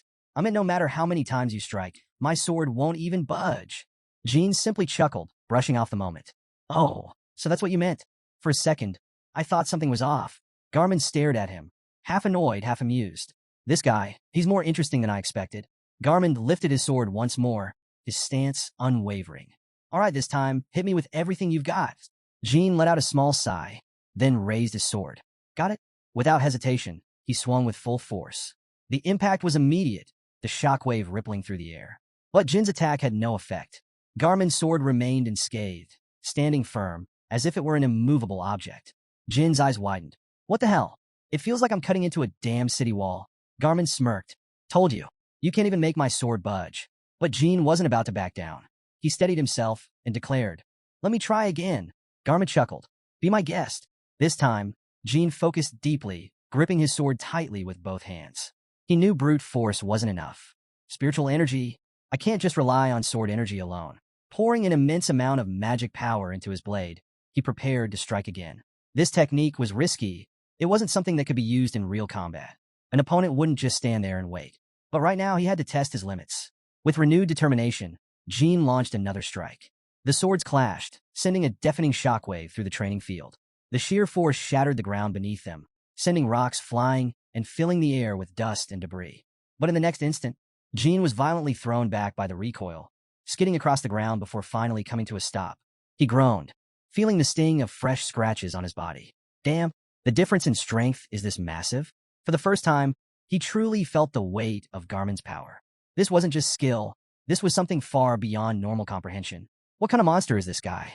Garmond, too, was caught off guard. His hand tingled with pain, his fingers feeling as if they had nearly been torn apart from the force of the impact. That strike! He hadn't expected Jin's power to reach such a level. Even after being stripped of his spiritual energy, he had still managed to unleash a force that was no joke. Garmond smirked, the corner of his mouth twitching in amusement. 1,000 years later, and the bloodline of Runcandle still carries this much strength? Even after enduring the trials of the Great Desert, this kid is something else. But he wasn't about to make things easy. Tightening his grip on his sword, Garmond's expression darkened. If Jin thought he'd get his approval that easily, he had another thing coming. He locked eyes with Jin and roared, Don't expect me to go easy on you. Garmond fixed a steely gaze on Jin Runcandle. I'll give you 1 week. Within that time, you must deliver a strike powerful enough to make my great sword tremble. Jin wiped the sweat from his chin, eyes never leaving Garmond. Aren't you going to show me how it's done? Garmond's expression remained cold. The 3 illusions have already laid it out for you. Faith, believing that nothing in this world is impossible. Converting that belief into spiritual energy is the essence of this training. Jean nodded thoughtfully. Got it. So, how long did it take my ancestors to master this? A wry smile crossed Garmin's lips. 2 days. With that, Jean threw himself into training, working tirelessly day and night. His efforts paid off, and after 3 grueling days, the impossible happened. Jean managed to chip Garmin's mighty sword. The fragment fell to the ground, a small cloud of dust rising from the impact. Breathing heavily, Jean picked up the shard, glancing at it with a mix of pride and exhaustion. 7,560, he muttered, counting the strikes he had made against Garmin's blade. Garmin, his expression unreadable, lowered his sword. Jin's brow furrowed, a hint of disappointment in his eyes. It took me a day longer than Timar. If I had focused just a little more, I could have finished yesterday. Garmin, drenched in sweat, silently marveled. I had taken a week off, expecting him to need at least a month, but 4 days? He evaluated Jin's progress inwardly. Sure, Timar was faster, but if Timar had wielded the sacred fire sword during training, would he have matched Jin's time? Holding the shattered fragment, Garmin sighed. What a pity. Unbeknownst to Jin, Garmin was wrestling with admiration and disbelief. No need to tell him, but this feat is extraordinary. Just as the gods of battle once claimed. Our mission is to see if the Runcandle lineage has grown stronger than it was 1,000 years ago. Out loud, Garmin declared, Jin Runcandle, you've finally impressed me. Jin's eyes gleamed with satisfaction. So, you acknowledge me now? Garmin nodded. Yes, even those who once kept their distance will recognize the purity and strength of your warrior's soul. And with that acknowledgement, Jin knew he had earned the respect of the 8th Sword King himself. Jin grinned. That was actually pretty fun. Garmin hesitated for a moment, his face turning slightly red. I have a favor to ask. Jin raised an eyebrow. A request? From you? Garmin cleared his throat awkwardly. Can I be the first to taste the results of your achievement? Jin blinked in confusion. Taste? What exactly do you mean by that? Garmin's eyes gleamed with anticipation. Just answer me. Jin, still unsure what Garmin was getting at, shrugged. Sure, go ahead. The moment Jin agreed, Garmin beamed. Thank you. Without hesitation, he reached for the broken fragment of his sword from Jin's hand. And then, to Jin's absolute horror, Garmin popped the fragment into his mouth and started chewing. Jin's face paled. Did he just eat a piece of his own sword?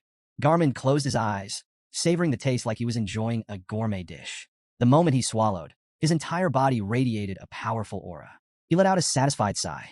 This flavor really suits La Perosa well. Jin, still in shock, stared at him. Garmin, what the hell is wrong with your teeth? Garmin clapped him on the shoulder, encouragingly. Well done, Jin Runcandle. Next training session starts tomorrow. Before Jin could even process what had just happened, night had already fallen. The entire space was bathed in a mysterious purple glow, casting an otherworldly beauty over La Perosa. Jin gazed at the scenery, captivated. I've been so focused on training that I never had the chance to appreciate this place. His thoughts drifted as he marveled at the night sky. This land, it was created solely for the legendary swordsmen of Runcandle, those who formed a contract with Sodaret. And now, after 1,000 years, I stand here as their successor. But am I truly worthy? His moment of reflection was interrupted by approaching footsteps. Jin, what are you sulking about now? First day of training was tough, He looked up to see Tantal standing there. Jin shook his head. No matter how hard it gets, I'll manage. Tantal scoffed. Really? I heard you haven't slept in 3 days. Training nonstop? Jin sighed. Honestly, if I had more strength in my body, it wouldn't hurt this much. With a grin, Tantal handed him a small cake. That's exactly why you need this. Eat up.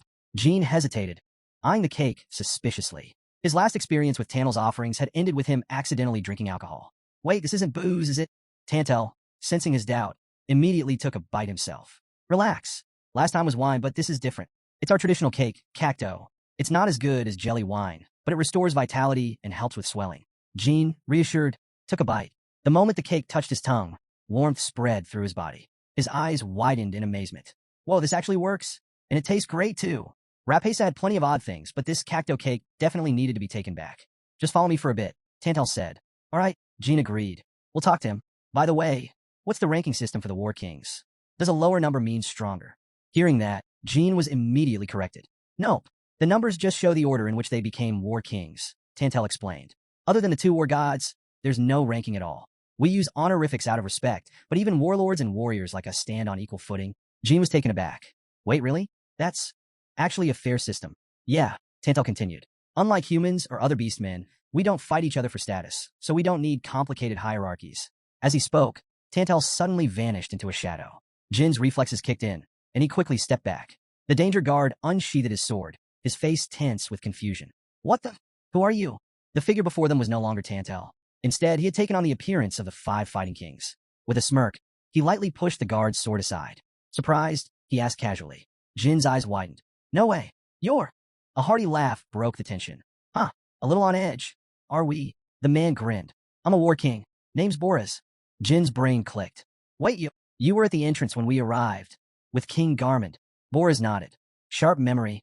Meanwhile, poor Tantel stood in the back, looking completely unbothered. As the conversation went on, Boris's sharp eyes noticed something off about Jin. With barely a thought, he reached out and grabbed Jin's jaw. Jin, hold up. Why are you missing a tooth? Jin barely had time to react to the speed of it all. He yanked Boris's hand away and mumbled, it's broken. Boris raised a brow. How the hell did that happen? Jin sighed. Final test to get here. I went all out trying to slash an illusion of Timar, but right before my sword landed, it vanished. I got so pissed off I gritted my teeth too hard, and snap, Boris burst out laughing. That's a hell of a way to lose a tooth. Man, the Runcandle family's teeth are tougher than most monsters. It looks like you need a new one already. Jin blinked. New tooth? What do you? Before he could finish, Boris casually reached into his mouth and yanked out one of his own teeth. Blood spurted like a fountain, but Boris looked thrilled. Check this out, he grinned, holding up the freshly pulled tooth. This is the pride of our royal lineage. Jin just stared, utterly speechless. Boris grinned as he continued his explanation. This tooth can bite through stone, steel, and even diamonds. Of course, you need insane bite force to pull it off, but you got the strength for it. Jin's face was frozen in sheer disbelief. Meanwhile, Boris looked like he was having the time of his life. All right, Boris declared excitedly. I'm going to grind this tooth down and fit it right into your missing molar. Jin and Tantel both shuddered. Even with good intentions, this was beyond unsettling. Jin stared at him, utterly dumbfounded. This guy is insane. Before he could react, Boris spoke again. Okay, let's do it now. And just like that, whoosh, he was gone. Jin swallowed hard. The royal clan's teeth are seriously built different. He suddenly had a vision of Garmin casually chewing up a shattered sword like it was a piece of candy. And now Boris wants to implant one into my gums? He turned to Tantel. Has this ever happened before? Tantel shook his head. Nope. First time. The next day, Jin resumed his usual training. As he stepped onto the practice field, something caught his attention. He looked at the ground, smooth, undamaged. Not a single dent despite all the intense training that had taken place here. Jin frowned. Wait a minute. I didn't notice this yesterday, but this floor is ridiculously tough. Curious, he drew his sword and decided to test it. With a quick swing, he slashed at the ground. Clang! The blade barely left a scratch. Jin's eyes widened. This isn't normal stone. He examined the small mark left by his strike and suddenly had a realization. Could it be as hard as ancient iron? Like the material used for the Bradamanti sword and the black armor? He then noticed something even stranger. Deep sword scars covering the entire training ground. Some were so massive that just a little more force could have split the arena in half. Jin's breath hitched. What kind of training did they go through here? Then his eyes locked onto a particular sword mark, one that sent a chill down his spine. At that moment, Garmin appeared, carrying his enormous sword over his shoulder. Ah, so you noticed, Garmin said with a smirk. You're finally paying attention to your surroundings. That's good.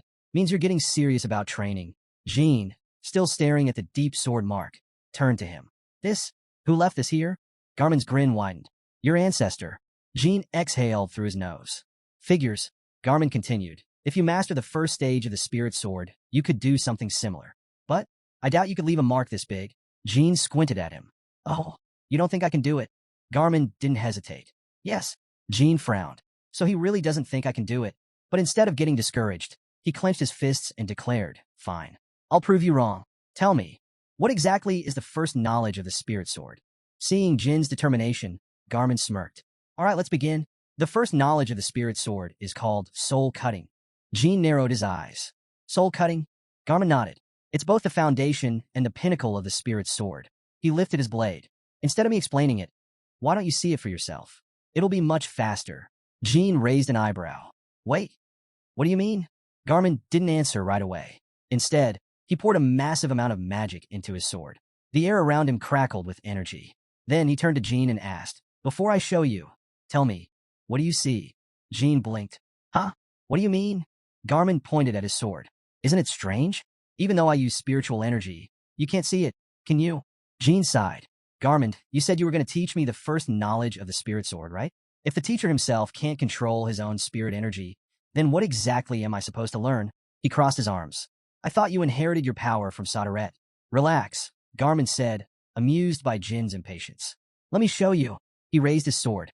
Now witness the truth. The moment those words left his lips, his body erupted with a dense, almost suffocating spiritual aura. Jin's pupil shrank. What the? Then, in a flash, the entire space around them turned pitch black. Garmin swung his sword, his expression cold and ruthless, like a blade that knew nothing but death. His movements were swift, precise, and merciless. As the tip of the blade touched the ground, time itself seemed to freeze. Jin found himself momentarily paralyzed, his instincts screaming at him to move, but his body refusing to respond. And then boom, a shockwave exploded outward. The ground trembled. A deep, jagged slash split the training arena in half, as if an invisible force had cleaved it apart with ease. Jin stood frozen, his heart pounding. This is soul-cutting? His mind raced. It's just like Luna's Red Moon Slash, but this technique is faster, smoother, and it barely consumes any energy. He turned back to Garmin, watching him carefully. If he can use soul-cutting repeatedly, then anyone below level 7 wouldn't even stand a chance. Jin quickly regained his composure. No matter what, he had to master this move. Garmin smirked smugly. So, how did it feel to witness the first soul sword technique? Jin took a deep breath before replying. It was incredible. Fast, majestic, and overwhelmingly powerful. Garmin let out a hearty laugh. That was only about half of its true strength. Even then, it's just a fragment of what remains from Timar. Jin frowned, thinking, I've heard that soul beheading is both the beginning and the end of a sword spirit. If that's the case, leaving behind a sword soul as vast as this training ground, that would be the limit of a sword spirit, right? Garmin's eyes gleamed as he nodded. If you only master spirit beheading, then yes, that would be the case. However, once you reach the pinnacle of the art known as sword spirit beheading transcends mere swordsmanship. It becomes raw power itself. Jin's brows furrowed. Powerful enough to go beyond swordsmanship? Instead of answering directly, Garmin threw another question at him. Do you know why the first technique is called soul beheading? Jin hesitated, but Garmin didn't wait for a response. He answered his own question with a sharp intensity. Soul beheading means it cannot be dodged or blocked. It is both absolute and subtle. Even if your opponent is physically stronger, if there will falters even for a moment, he suddenly shouted, his voice booming. You can take their life instantly. Jin gulped, feeling the weight of those words. He muttered, that really is power, then took a deep breath. So where do I start? How do I execute soul beheading? Garmin didn't waste time. First, you need to grasp the sensation of your aura and sword merging into one. Jin thought carefully. Aura and sword becoming one. He touched his chin, deep in thought. Actually, that sounds kind of familiar. Garmin raised an eyebrow. What are you talking about? Jin closed his eyes for a moment, recalling past battles. That feeling, I think I've experienced it before. Not from the sword absorbing his soul, but something similar. Garmin's curiosity was piqued. Oh, explain. Jin nodded. The first time I felt it was when I fought Zipple. When he used the demonic Beast King's Orgal curse to open the gate to hell, something strange happened. It was like a curse was planted in my mind, urging me to swing my sword. No matter how many times I swung, 10,000 times, 100,000, the outcome was always the same. He gripped his sword instinctively, his voice steady. The sword was already in my hands. My will flowed into it. I aimed, slashed decisively, and each stroke carried an unshakable intent. Memories flashed in his mind. The moment he cut through Goltef's hammer, the time he slashed through Lord Timar's illusion in the Mitra Desert. In those moments, he felt it, the perfect fusion of aura and blade. A fire lit up in his eyes as the realization hit him. Garmin observed him closely, noticing the shift. It looks like you're finally starting to see it. Jin wasn't just seeing it. He was feeling it, his will igniting like a blade ready to cut through anything in his path. Garmin nodded with satisfaction. That's right. That's exactly the feeling. No one of you picked it up so fast. Since you constantly face intense battles, it seems like you've unintentionally achieved the foundation for the first soul sword technique. He rubbed his chin thoughtfully. The key now is figuring out how to transform your belief in slashing into an actual technique. With that, he raised his sword high. Watch closely. I'll show you again. Jin blinked in confusion. Huh. Garmin, unfazed, closed his eyes and focused. He muttered under his breath, I will cut it. I can cut it. As his eyes snapped open, veins bulged across his forehead. The sword in his grip hummed as it absorbed the aura he poured into it. A moment later, he swung. Boom! The impact was twice as devastating as before. The ground beneath them erupted, sending rocks and debris flying in all directions. A deep fissure cracked through the floor, joining the previous one. Now, there were 3 enormous cracks. One from his earlier strike, and two freshly carved into the earth. Garmin beamed at his handiwork, gripping his sword with giddy excitement. Oh, even stronger than before. He held his sword up triumphantly, momentarily forgetting the whole reason he had started demonstrating in the first place. Jean stood there, sighing in exasperation. Aren't you supposed to be teaching me? Garmin hesitated, then awkwardly scratched his head. Oh, well, it's just a feeling, you know. Jean, clearly losing patience, crossed his arms. A feeling? Really? Everyone here saw that you just realized something. Garmin awkwardly shifted his weight, reluctant to explain. Well, the truth is, I'm more accustomed to using the sword of the king. Because of that, I almost never use sword spirit techniques. To me, sacrificing spiritual energy for them is inefficient. Jean frowned. What are you saying? You're my master, aren't you? Garmin waved a hand dismissively. Relax. If I'm stronger, isn't that better for my disciple? No need to get worked up. Just focus on overcoming the spirit-draining sword first. Once you master that, the first technique of sword spirit will be a breeze. Then, you'll start training with the sister and brothers. Jean scoffed. Sounds like I'm getting the short end of the stick here. If that's the case, show me the sword of the king you're so familiar with. Garmin immediately shook his head. No. Jean narrowed his eyes. Why not? Garmin responded without hesitation. Because you're not one of us yet. Besides, the sword of the king can only be wielded by those with the hearts of light. Even if you tried, it wouldn't work. Jean smirked. Who said I wanted to use it? I just want to see it. But deep down, his reasons were different. He recalled his conversation with Tantal the night before. Once you finish training with the King brothers, you'll have daily sparring matches with regular warriors. If that was the case, convincing Garmin to let him see the sword of the king would be a critical step before moving forward. Jean crossed his arms. Just once. That's all I'm asking. Tantal hesitated, shifting uncomfortably. Don't put me in a tough spot. If anyone finds out I showed you the sword of the king, I'll be in serious trouble. Only the kings won't face any consequences. Jean thought for a moment. I was planning to wait for the right opportunity, but it seems like it's already here. He sighed dramatically, feigning reluctance. Well, if you refuse, I guess I'll have no choice but to start spreading rumors that you're unfit to be my teacher, and that I've already mastered the first move of the sword spirit. Garmin's face twisted with outrage. How dare you threaten me? Garmin of the War King family? Jean met his glare without flinching. Yes, this is a threat. What are you going to do? Garmin, heir of the sword spirit. Garmin gritted his teeth, struggling with his pride. In the end, he had no choice but to give in. Fine, he spat. Just once. Jean smirked. Once is enough. Garmin took a deep breath, calming himself. His frustration slowly gave way to an odd sense of excitement. All right, I'll show you the basics of the sword of the king. First, you need to control the flow of energy in your body, and before he could finish, an unwelcome interruption stole everyone's attention. Boris strode confidently into the arena, grinning ear to ear. He stopped right in front of Jean, holding something up. Look, Jean, I made the perfect adjustment just for you. Jean blinked, already feeling a headache coming on. Not this guy again. Boris proudly held out a tooth in his hand. You'll love this. Jean stared at it, utterly confused. How am I supposed to use that? Boris didn't bother explaining. He simply shoved the tooth into Jin's mouth. Just trust me and bite down, Boris said with a knowing smirk. You'll understand soon enough. Jean, baffled and mildly horrified, thought to himself, I really need to figure out how Boris moves so fast. Reluctantly, he examined the tooth closely. It was surprisingly well-crafted. Still, it used to be someone else's tooth, and that fact alone made him hesitant. Is this even okay? Before he could process it further, Boris forcefully fit the tooth into the gap in Jin's mouth. The moment it settled, something fell off. A strange, yellowish aura leaked from the newly inserted tooth. Then, all at once, something terrifying happened. The tooth fused with Jin's body completely. A foreign energy surged through him like wildfire. And then memories, not his memories, Boris's. Flashes of Boris's past invaded Jin's mind, one after another, each one more absurd than the last. At that moment, a golden light flashed in Jin's eyes. He gasped in shock. This is memory transference magic? His master from his previous life had spoken of something similar, an ancient and nearly lost form of magic. She had mentioned inheritance magic, a power deemed impossible for modern magicians.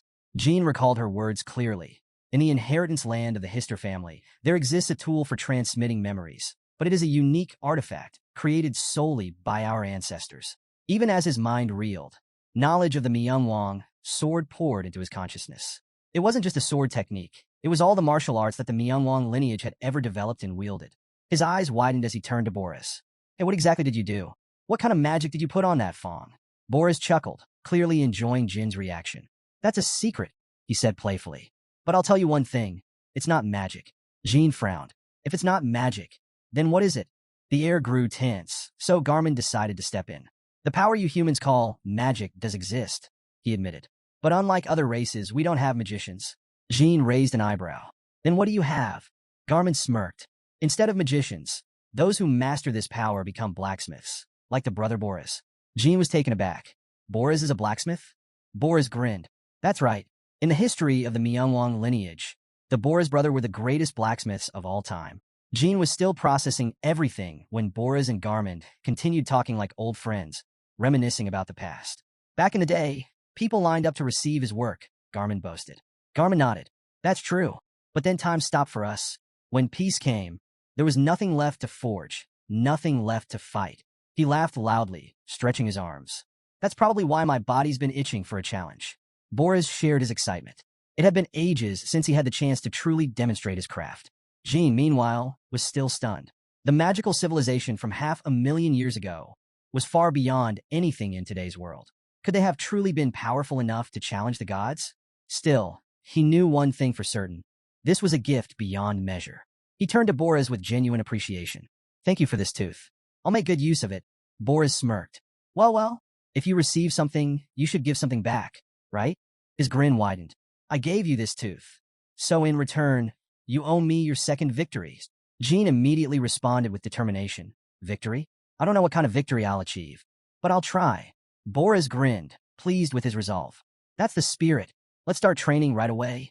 By January 20th, 1999, a full month had passed, and Jean had been practicing relentlessly. Under the guidance of Garmin from the Fall family, he learned the technique of cutting souls. At the same time, Boris trained him in controlling his body more efficiently. The two of them alternated their lessons, ensuring Jean absorbed their knowledge as quickly as possible. He mastered various techniques, learning to lighten his body to increase speed and agility, understanding how to control his energy output, and knowing when to unleash power or hold back. But most importantly, he discovered how to push past his limits. Having two mentors he trusted wholeheartedly gave him confidence, and that confidence fueled his growth. Boris introduced him to the martial arts of the Myeongwang lineage, a style both ferocious and enigmatic. Through rigorous training, Jean achieved something extraordinary. He formed an energy core in the center of his chest, similar to the light field of the Bright King's lineage. Though only partially developed, it was a remarkable feat. During one intense training session, Jean grasped the Myeongwang sword tightly, feeling its power surge through him. With a swift motion, he slashed at the arena floor, the force of his strike radiating outward. Boris observed with admiration, but also a hint of unease. Oh my, that's... Boris let out a small sigh, shaking his head. It's not easy, huh? Jean looked down at the sword, feeling the lingering energy in his grip. Boris smirked. Of course, succeeding on your first try would be unnatural. His tone was proud, but tinged with disbelief. But still, this is beyond what I expected. You actually formed a gem heart, something like our instincts powered by aura. Even Timar wouldn't have anticipated this. Jin's thoughts raced. Maybe Timar hasn't fully inherited the Boris King's memories yet. If I didn't have the Fong's memories, I wouldn't have thought to attempt this either. Boris's expression grew serious. Jean, you need to keep this a secret.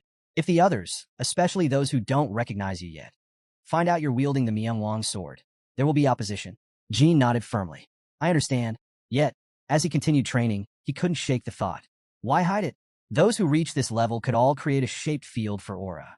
He was no exception. Jean found it completely natural. The surrounding energy fields gathered from different forces. Fire, water, air, all coexisted in harmony.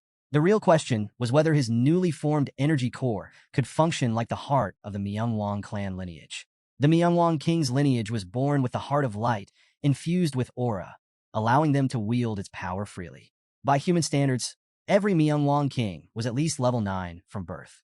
In other words, they weren't just warriors, they were living weapons. Jean frowned, deep in thought. Does this mean I can't use the Myeongwang sword properly? His contemplation was interrupted by Garmin's voice. How's the Boris brothers' training going? Boris turned toward him and replied. The Garmin brothers arrived just in time. Training with me has ended, and the fourth brother should be here soon. Garmin blinked in surprise. It's over already? Boris gestured toward Jean, who was standing beside him.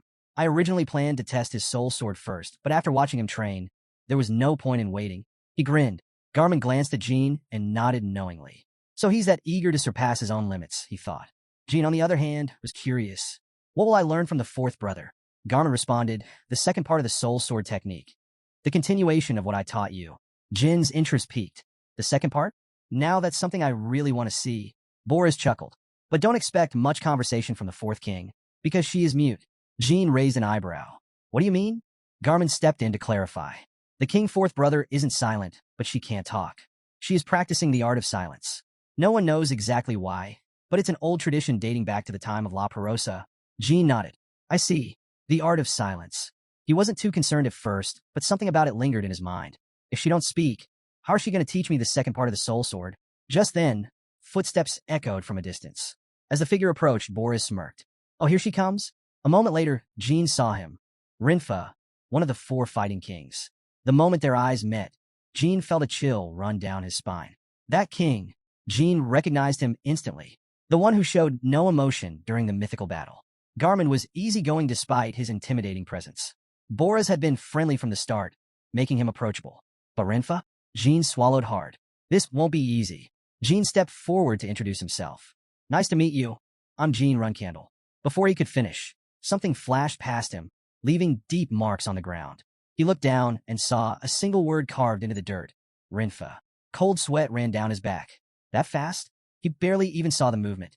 Garmin chuckled, clearly unbothered. The fourth king. Isn't this the language of the mainland? Jean wasn't sure what Garmin meant, but before he could ask, Rinfa subtly moved his fingers.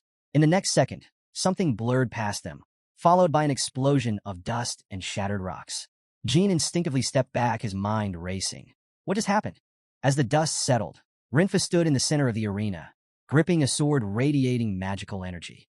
Her expression was cold, emotionless, sharp as the edge of his blade. On the other hand, Garmin sat on the ground, bruised and battered. His clothes were torn, and he looked like he had just been thrown into a storm. Garmin coughed and muttered, "What the hell?" But before he could fully recover, he reached for his sword, eyes filled with battle intent. His body screamed in pain, yet he roared, "Fourth Battle King," and lunged forward. Jean could hardly process what was happening. The battlefield had transformed into a chaotic display of overwhelming force. Garmin charged, sword flashing, aiming straight for Rinfa. But Rinfa moved like a phantom, effortlessly sidestepping the attack and soaring into the air. Jean could barely track him before Rinfa twisted midair, channeling his full strength into a single, devastating sword strike. The force crackled through the air like a bolt of lightning, heading straight for Garmin. Just as the impact was about to land, Boris shot forward like a bullet, his legs swinging in a brutal kick aimed directly at Rinfa's sword. The sheer force knocked the sword from Rinfa's grip, sending it spiraling to the ground. Boris didn't stop there. He moved with ruthless efficiency, grabbing Rinfa's left leg midair. Then, without hesitation, Boris slammed Rinfa into the ground like a meteor. Jean, still processing the speed of their attacks, stood frozen. His jaw practically hit the floor. What the hell was that? This wasn't just a fight. This was a star-level battle. Rinfa, however, wasn't fazed. She calmly got back on her feet, brushing off the dust. Boris also landed smoothly, his expression unreadable. "Fourth Battle King, are you really going to cross the eighth Battle King?" Boris said, his voice steady. "So let's be patient." Rinfa didn't respond. She simply stood there, silently shaking her head. Meanwhile, Garmin groaned, rubbing his forehead where a fresh wound had formed. Okay, I get it. I was wrong," he muttered. Hearing that, Rinfa finally seemed satisfied. Without another word, he sheathed his sword. Boris hoisted Garmin's injured body onto his shoulder and turned to Rinfa. "Well, that's our job done. I'll leave Jean to you, Fourth Battle King." Then, with a grin, he glanced at Jean. "Just make sure to save the Eight King, all right? I'll be back to play later." Jean nodded. "Got it." As Boris and Garmin slowly walked away, Jean watched their retreating figures and let out a sigh. His thoughts wandered. Is it really such a big deal for me to learn a few words from the mainland? And is it really normal for brothers to fight like this? Just then, an unexpected image flashed in his mind, Yona. Her face, her presence, it lingered so vividly. And then, he looked at Rinfa standing before him. His expression tensed. Why do they look so similar?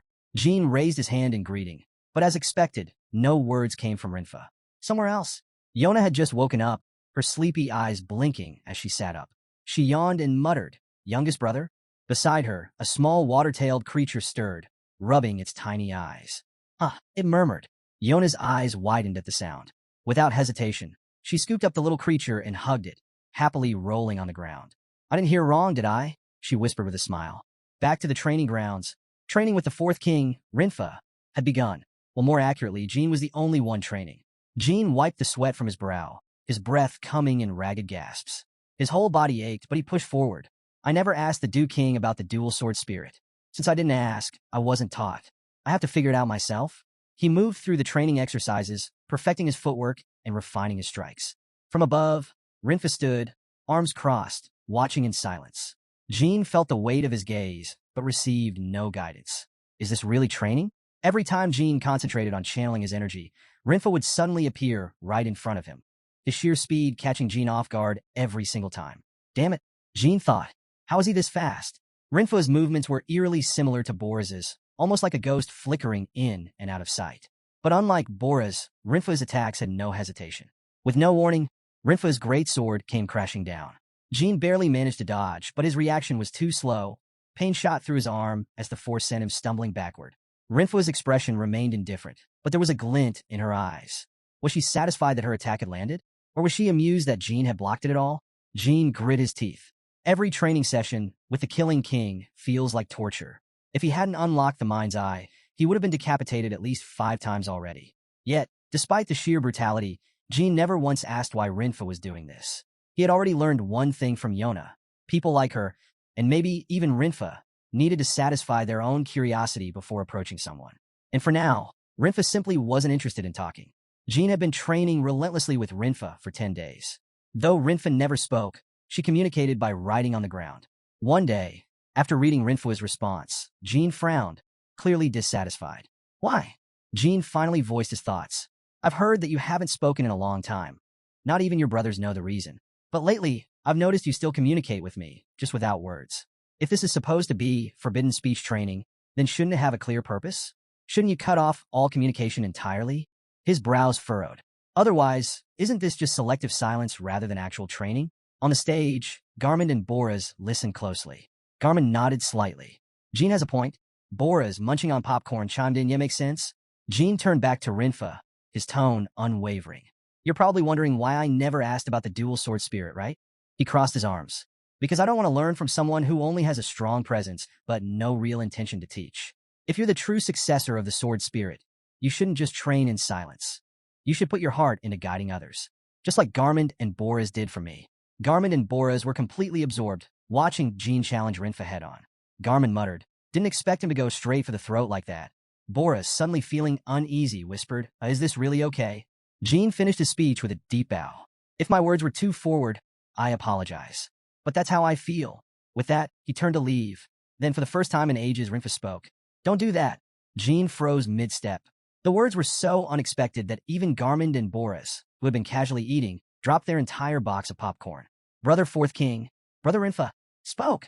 Rinfa slowly removed the cloth covering her mouth. Her voice, though calm, carried undeniable weight.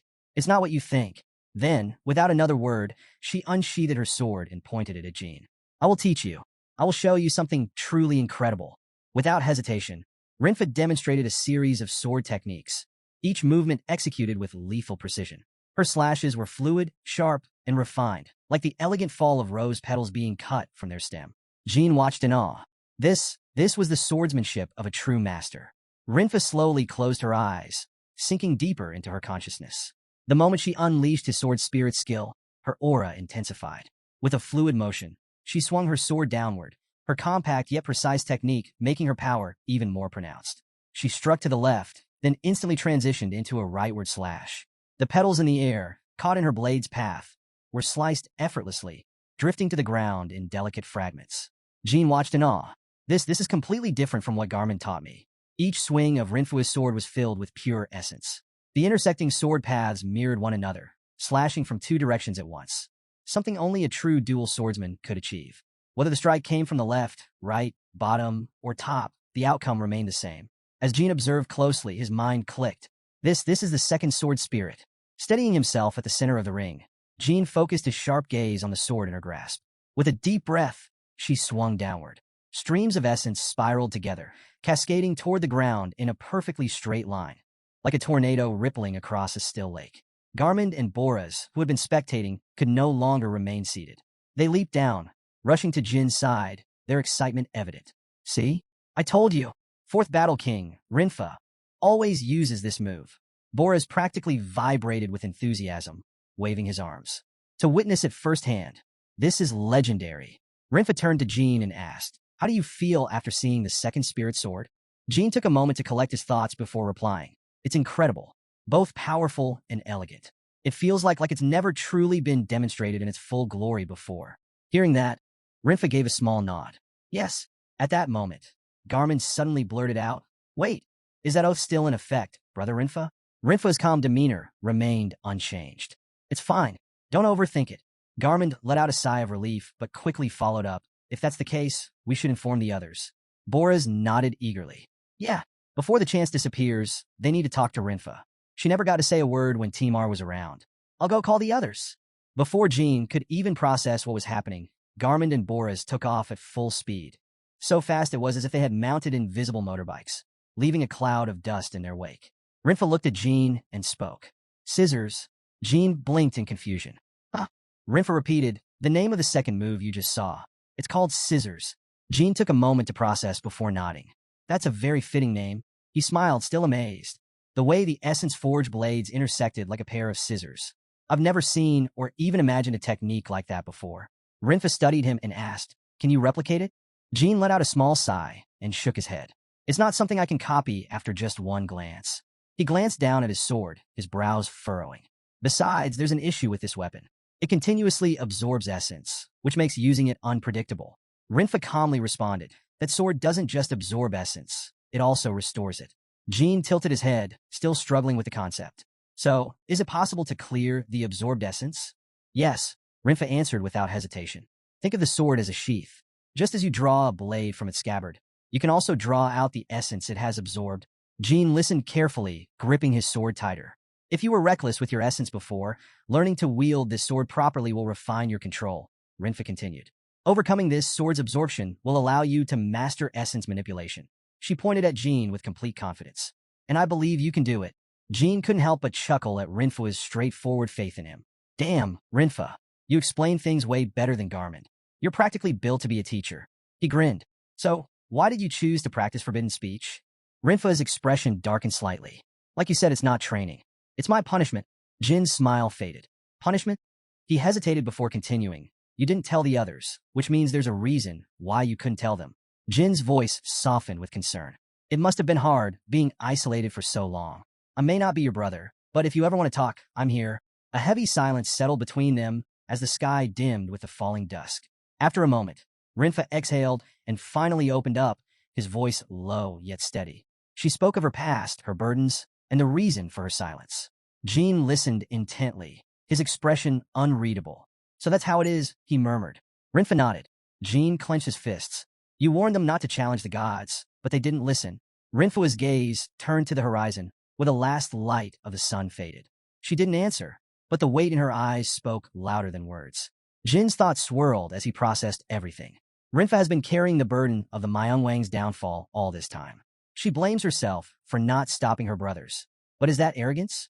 Or just the guilt of someone who cared too much? Rinfa, as if sensing Jin's thoughts, spoke up. "Thanks to you, my punishment has ended much easier than I expected." Jin raised an eyebrow, a little skeptical. "Do you regret it?" Rinfa stood up, her expression calm.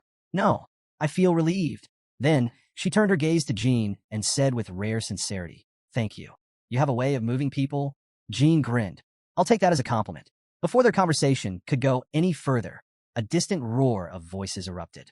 A group of Myungwang members stormed in, their excitement echoing across the field. They rushed toward Rinfa, their expressions filled with shock and joy. "You've finally ended the ban? What happened? We thought you lost your voice forever." They bombarded Rinfa with questions, some laughing, some on the verge of tears. Rinfa, though slightly overwhelmed, remained composed. Jean watched from the sidelines, deep in thought. Normally, when people ignore warnings, others just blame them. But Rinfa, she blamed herself instead. Maybe now, after all this time, she'll be easier to reach. Suddenly, a loud voice snapped him out of his thoughts. "Hey, Jean!" Jean turned to see Boris jogging toward him, with a smug grin plastered across his face. "Since you got Brother Rinfa to speak, I'll be taking credit for it." As promised, Boris declared, puffing out his chest. Jean raised an eyebrow. "Credit for what, exactly?" "The second achievement," Boris said proudly. Jean folded his arms. "The other brothers might not know the full story, But you do, don't you, Boris? Boris blinked. Huh? What are you talking about?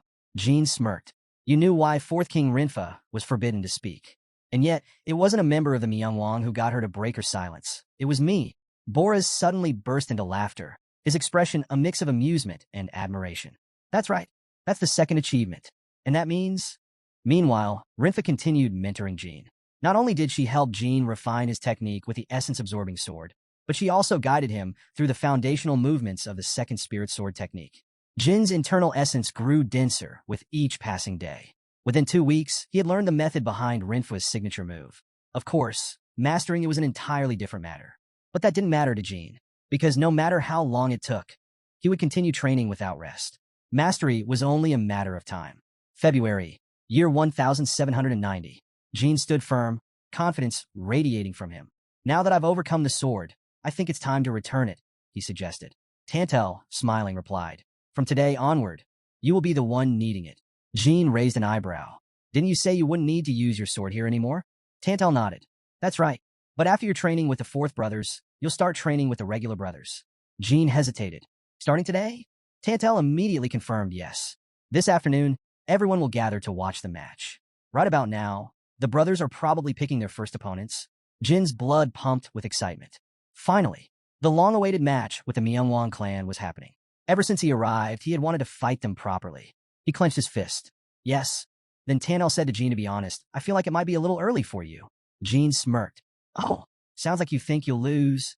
Jean frowned. Are the regular warriors really on par with the White Wolf clan? Tanel chuckled.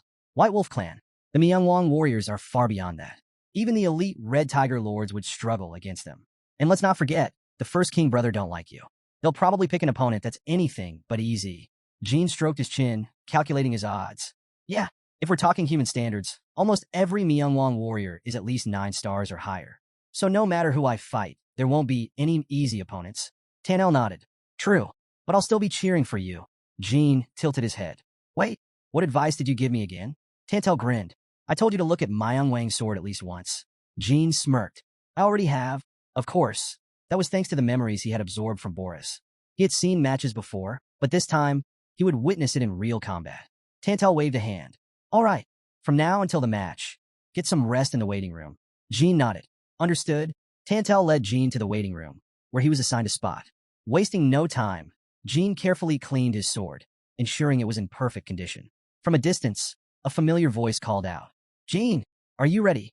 Jean turned around to see Boris approaching, excitement practically radiating off him. A grin spread across Jin's face. You guys are here. Boris and Garmin walked up, but Jean remained calm. There's nothing to prepare. Once they pick my opponent, I'll just have to fight. He tightened his grip on his sword. Win or lose, he was ready. Garmin nodded. Okay, you're strong enough.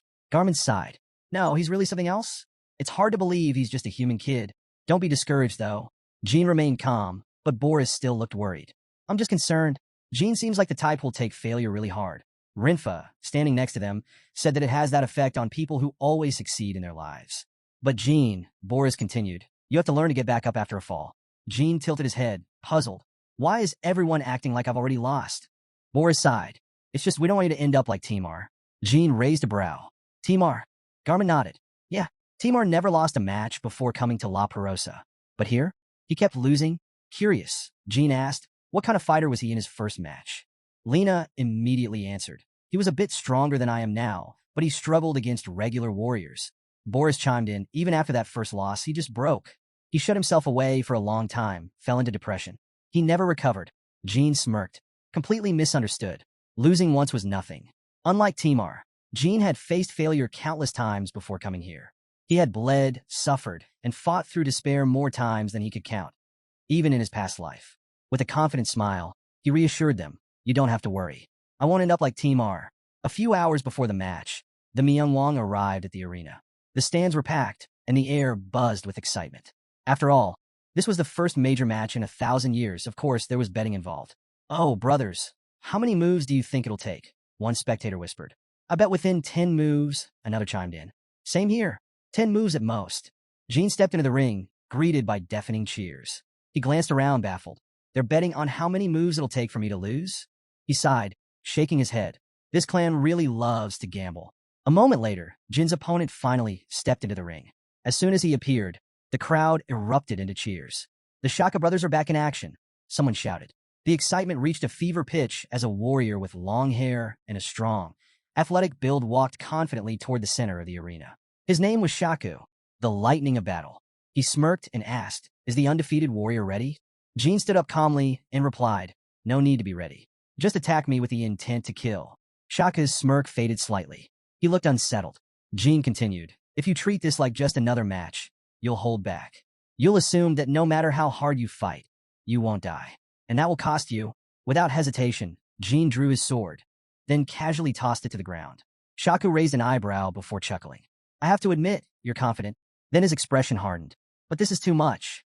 Few things are more irritating than a human who doesn't know humility." He narrowed his eyes, studying Jean carefully. "Are you trying to provoke me?"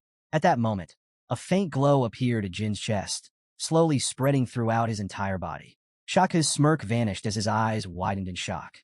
"That's you."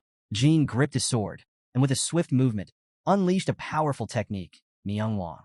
A surge of energy radiated outward, engulfing the battlefield in its force. Shaku instinctively leaped backward, his excitement barely masking his astonishment.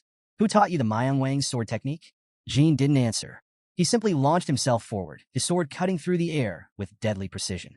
As Jean closed the distance, Shaku's face paled, his eyes filled with disbelief. "This sword," Jean muttered.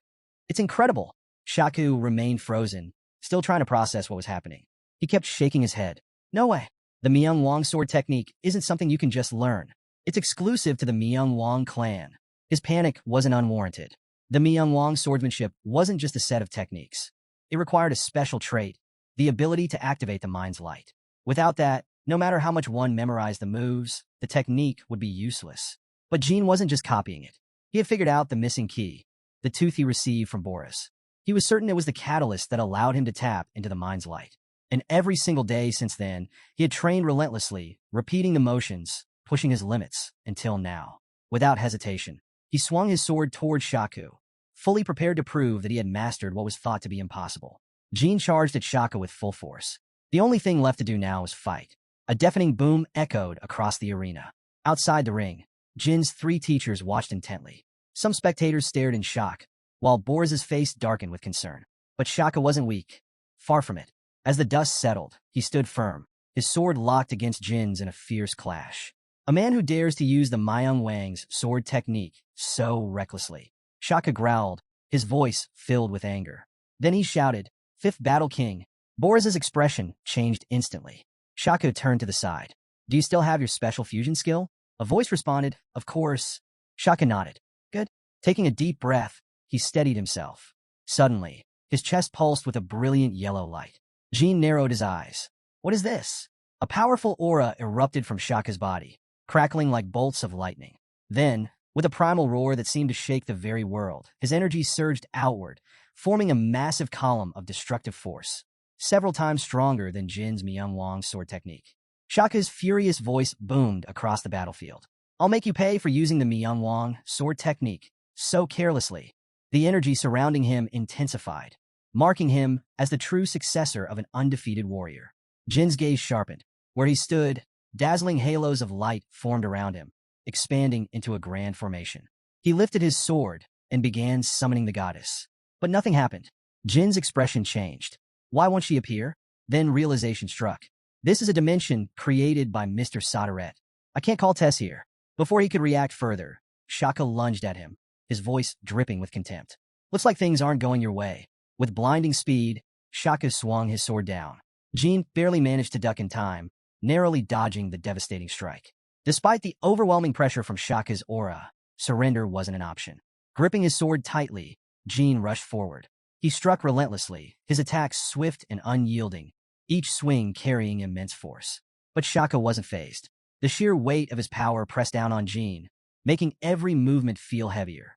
His aura pulsed with such destructive energy that Jean was suddenly sent flying, his body flung across the battlefield like a ragdoll. He crashed onto the ground, skidding to a stop in the distance. Pain shot through his body, but he gritted his teeth and stood up. Shaka charged forward, sword in hand. Jean didn't just stand there waiting for death. He rushed in as well.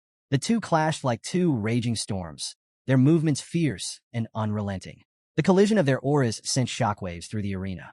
Jin gritted his teeth. Speed, he's fast. He carefully observed Shaka's frenzied attacks, analyzing his movements. But there was a problem. Shaka's defense was impenetrable. There wasn't a single opening to exploit. Jin's eyes darted around, searching for a weakness. Then it hit him, a spot that no amount of training can strengthen. His thumb twitched as he locked onto his target. Without hesitation, he lunged forward and struck, aiming straight for Shaka's eye. Jin's finger drove in with full force. But instead of a vulnerable weak point, it felt like he had jammed his finger into solid rock. With a sharp crack, his finger bent unnaturally as he yanked it back, deformed and throbbing with pain. Jin's eyes widened in horror. What is this? Shaka smirked proudly. Didn't you know? Our eyes are as tough as our hearts. Sweat dripped down Jin's forehead. This guy isn't human. Shaka chuckled darkly. It's only natural. Before our race was nearly wiped out, there were hundreds of thousands of warriors like me. Then his aura surged. A suffocating pressure exploded from his body, radiating intense, murderous intent. The space around Jin felt like it had frozen solid. His limbs locked up, his grip on his sword faltering. Shaka's voice echoed. You're struggling to hold your sword? Huh? With a flick of his wrist, he tossed Jin's weapon aside. This, Shaka said, grinning, is called normal suppression. It creates an invisible force that pulls on your sword, making it impossible to wield properly.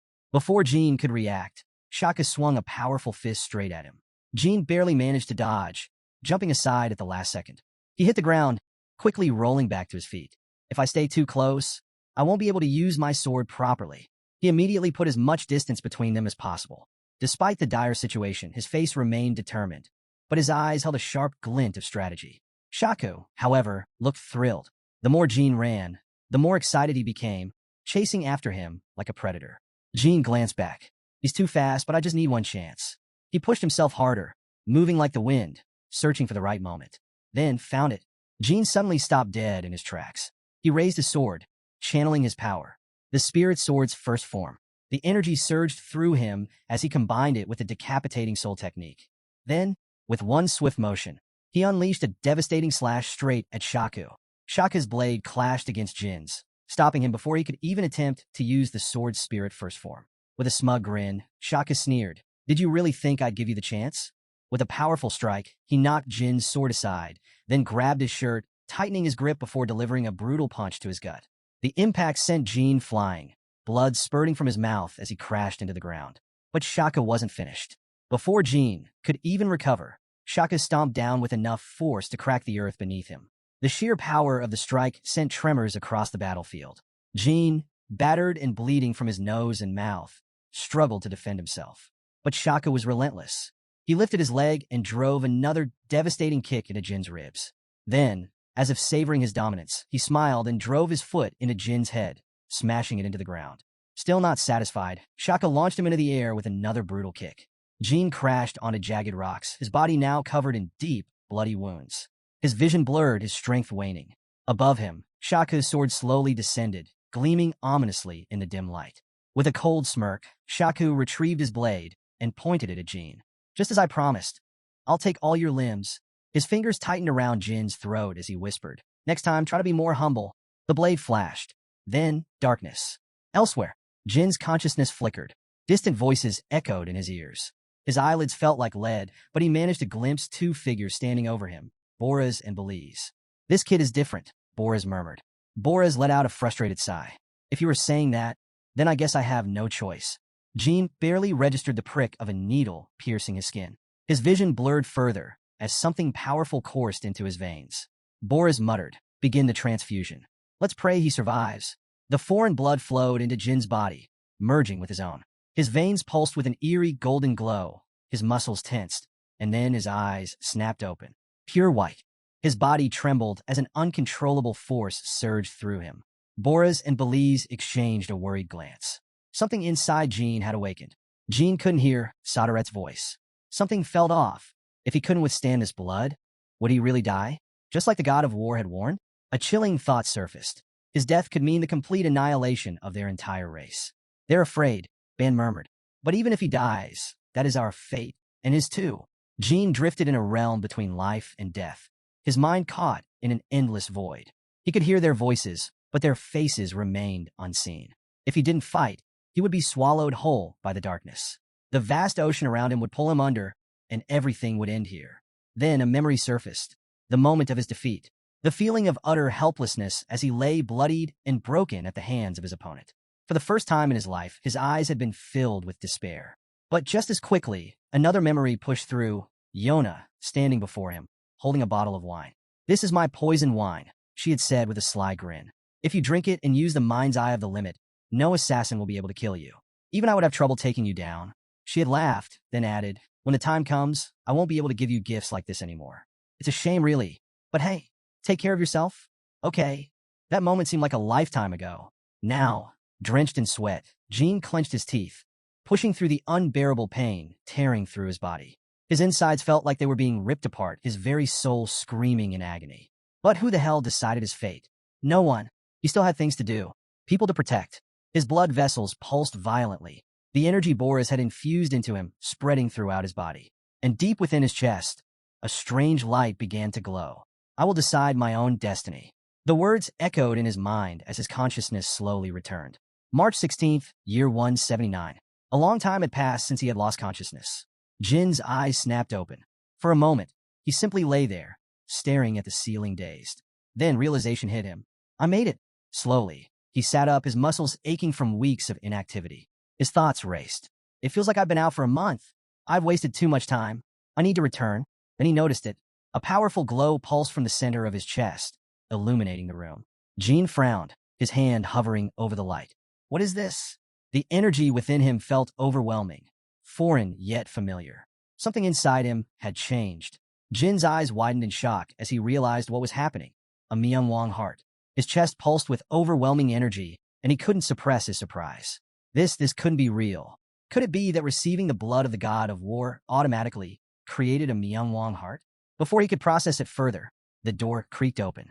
A figure stepped inside. "You're awake," a familiar voice said. Jin turned sharply. It was Bon, the goddess. The moment he saw her, she spoke again. "God of war. I wasn't sure how to explain this to you." Her words made Jin's mind race. "Boras gave me his fangs, and with his blood, I was able to create that heart inside you," she continued. "You weren't exactly consulted on the matter."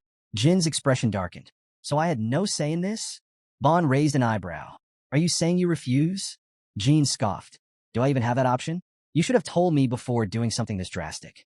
I woke up right before the blood transfusion. You know." Bon sighed, looking slightly annoyed. "If you're unsatisfied, then my apologies." Jin exhaled, rubbing his forehead. "I'm not asking for an apology. I'm just trying to wrap my head around all this. This heart, whether I wanted it or not, it's part of me now. This is my contract with myself. After all." Bon studied him for a moment, then turned toward the door, her voice carrying a trace of amusement. "Huh, I thought you'd be more difficult about this. If you were my enemy, you'd see a different reaction," Jin muttered. Still, he couldn't shake his doubts. Just because he had this heart now, did it really mean anything? Did it make him their brother? The Myungwang might be interested in him now, but people like Shaku, who already hated him, would only become more hostile. As if reading his mind, Bon casually answered, "Probably so." Jin crossed his arms. "Then let me ask you something."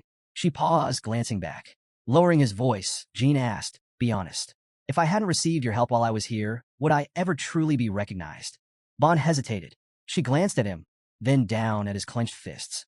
After a moment, she replied, "If I'm right, then what will you do? Destroy that heart?" Jin smirked.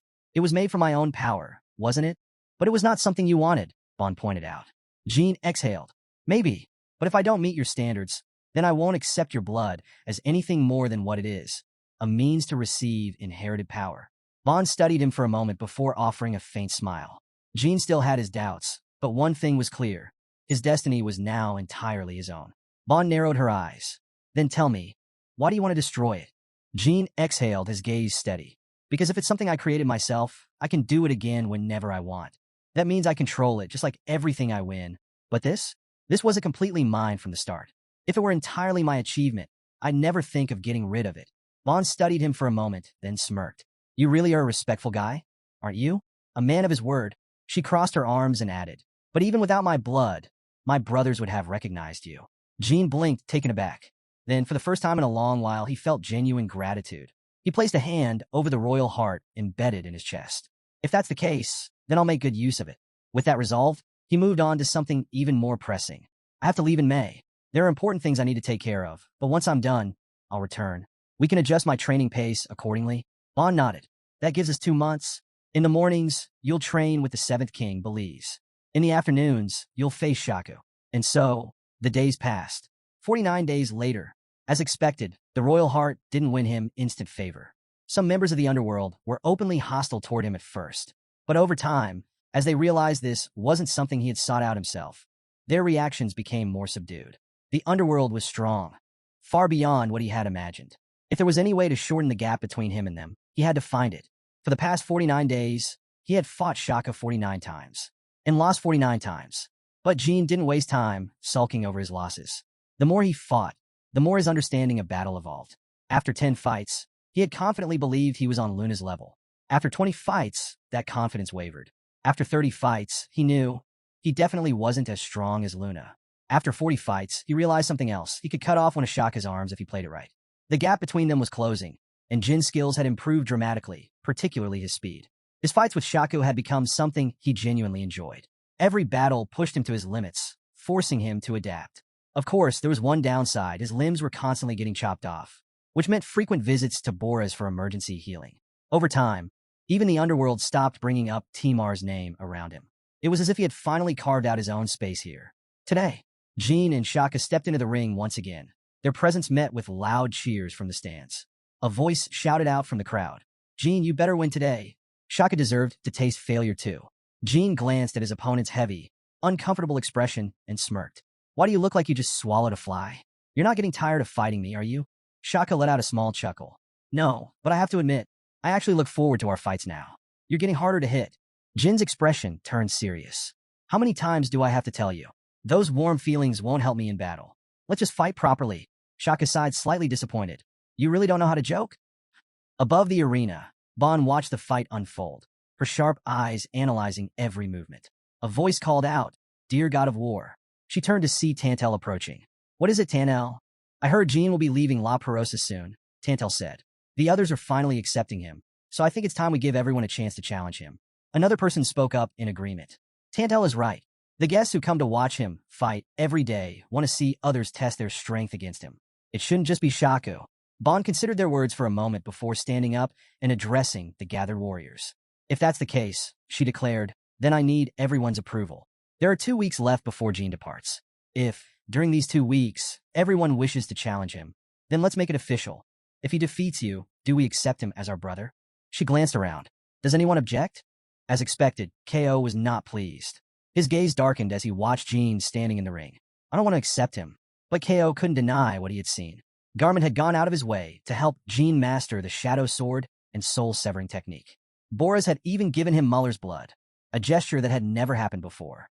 Jean had also helped Rinfa complete his training in silence. And despite everything, despite being cut down every day, despite constantly losing to Shaku, he had never once shown arrogance, resentment, or despair. Instead, he endured. Right at that moment, a heavy footstep echoed across the ring. Baltarak stepped forward, his voice booming, "I am King Baltarak. I accept Jean Runcandle as our brother." Then, to everyone's surprise, he smiled. A rare, genuine smile. Boras, watching from the side, seemed to realize something. His eyes flickered with understanding, and he turned to Garment. A moment later, both of them grinned. Then, without hesitation, they leapt down into the arena. Their voices rang out loud and clear. "We, the 8 fighting kings and the 5 fighting kings, accept Jean Runcandle as our brother." Tantel and several others smiled together. Then, Tantel called out loudly, "Gatekeeper of La Perosa." "It's me, Tantel." Shaka Thunder nodded and added, "I also acknowledge Jean Runcandle as our brother." Jean was stunned, as if a bolt of lightning had struck his ears. He hadn't expected such acceptance, so sudden, so overwhelming. But then, a smile crept onto his face. Footsteps echoed as someone approached, and the massive doors creaked open. A golden light filled the surroundings as Van stepped forward. "So, everyone agrees," she declared. From that moment, Jean Runcandle was officially recognized. Van raised her hands, conjuring a glowing sphere midair before clapping them together, shattering the sphere in a burst of dazzling energy. "From this day forward, Jean is one of us," Van announced. Once Jean was accepted into the Mianwang, things moved at lightning speed. Those who wished to challenge him quickly decided their order, through a game of rock, paper, scissors. Within a single day, Jean found himself locked in combat with them.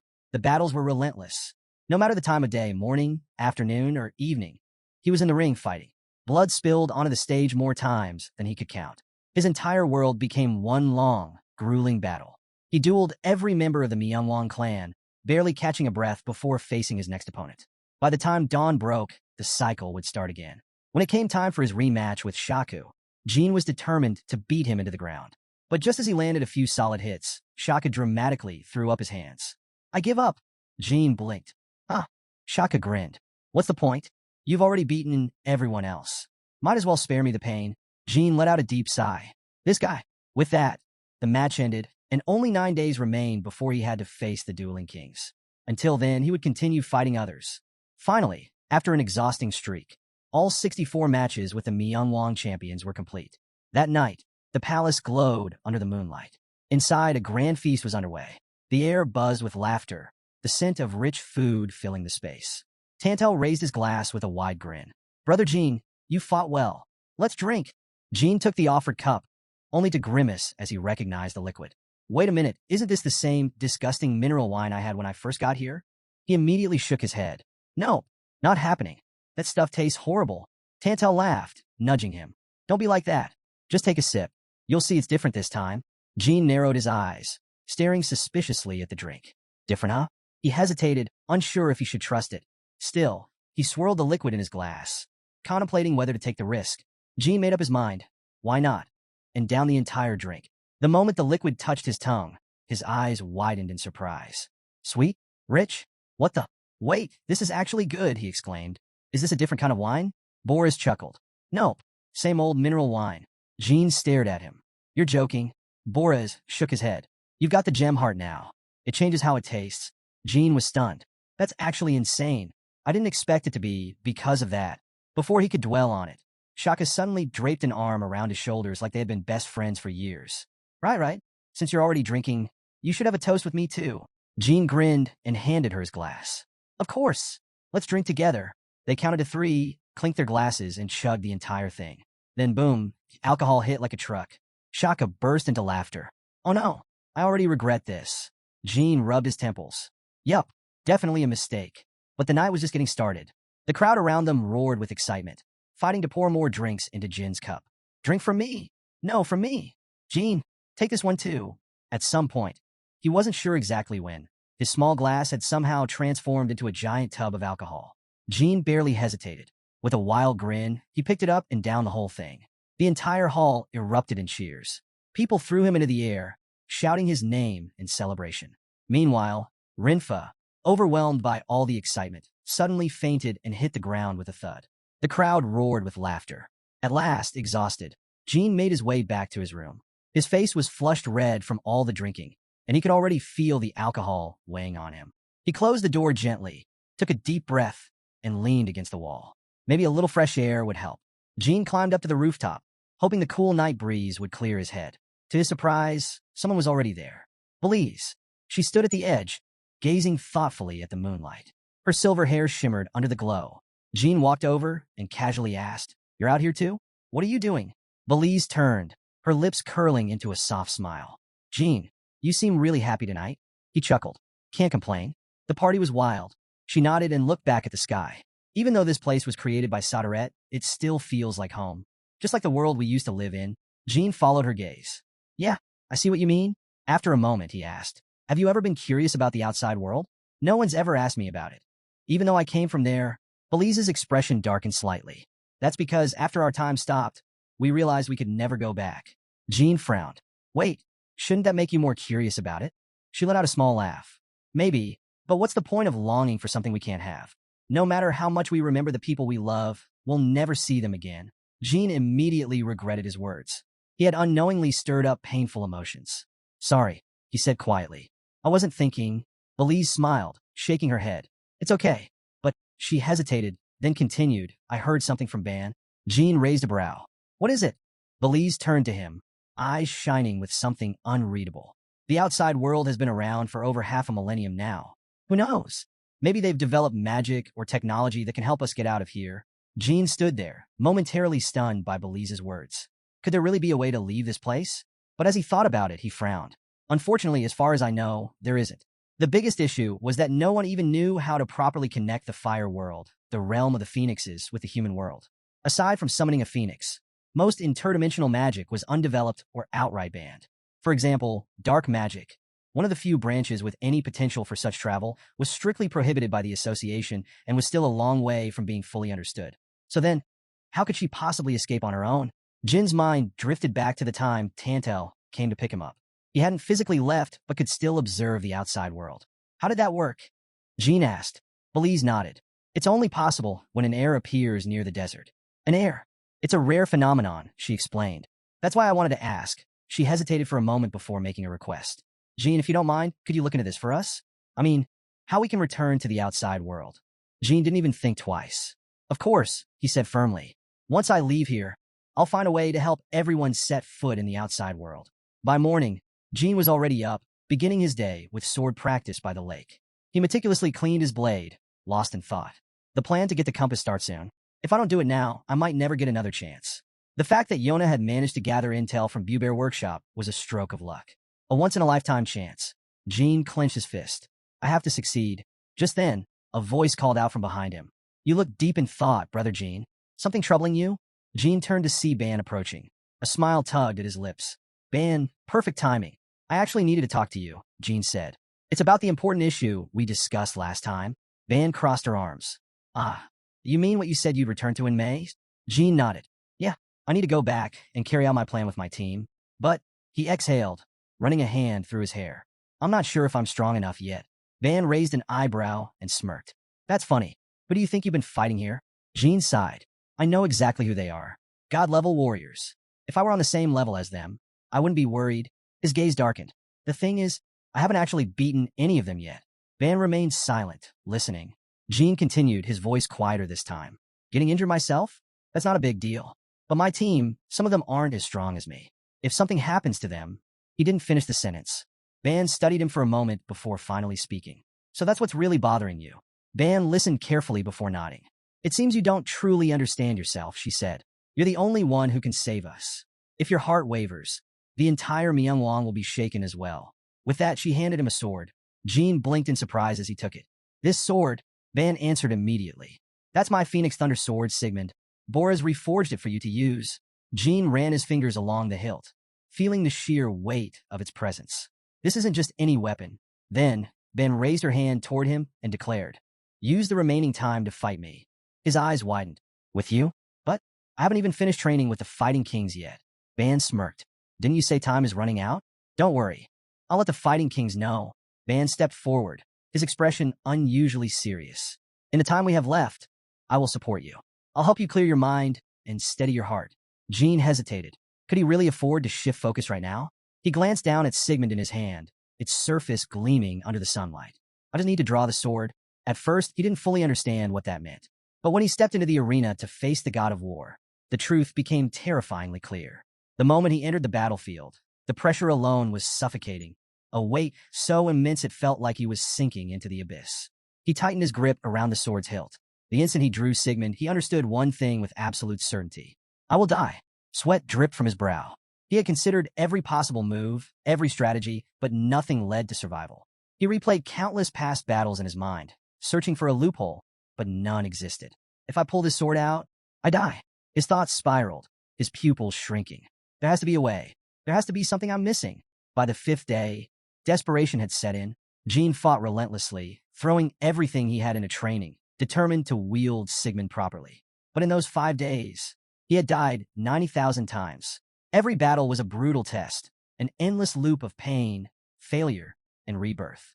Finally, today he would wield Sigmund in a real fight. The sword in his grip radiated an overwhelming, brilliant light, as if consuming the very air around him. A deafening explosion shook the ground as he charged forward. Dust and smoke filled the arena, obscuring everything in sight. The battlefield trembled under the sheer force of their clash. As the dust settled, a single figure remained standing. Ban. She stopped Jin's blade near her neck using just her finger, stopping the strike effortlessly. A smirk crossed Ban's face. That was a good move, she said. You could have used it from the very beginning. Jin stood there, drenched in sweat, his breath ragged. Jin took a deep breath before speaking. This time, I pulled out my sword because, for the first time, I felt like I might not die. He clenched his fists. It still wasn't enough, but it was different. Hearing that, Ben gave him a reassuring smile. Don't be discouraged, she said. Before time stopped, very few people could even land a hit on me.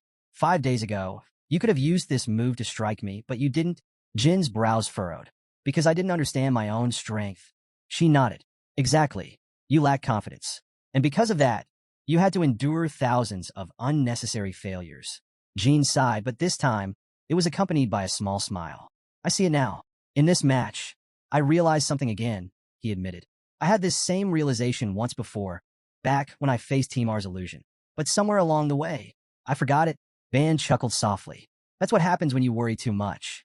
Doubt makes you lose sight of yourself. If, in the end, you couldn't fully wield Sigmund, I was prepared to take it back. Jin's eyes widened slightly. Even though it took me countless attempts, I finally landed a hit on you. Ban nodded approvingly. Yes, because this time, you truly believed you could. Over the remaining 4 days, Jin mastered a legendary sword technique, a skill from the God of War's arsenal. It was a move that only Sigmund, the holy sword of the Myeongwang, could unleash. Finally, he sheathed his sword and smiled with relief. Now, I can return to my friends.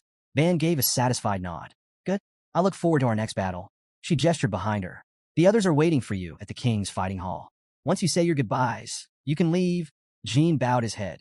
God of War, thank you. But Ban gently lifted his chin with her hand. Raise your head, she said warmly. Between siblings, there's no need for such formalities. She placed both hands on his cheeks and smiled. I wish you a safe journey, my brother. A genuine smile spread across Jin's face. Yes, I'll return stronger. May 17th, 1797.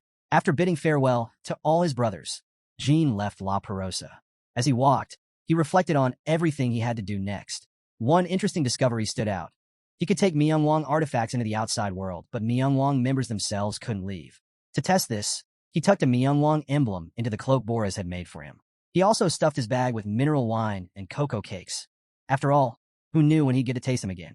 Crossing the great desert of Mitra, Jin expected the grueling heat to wear him down.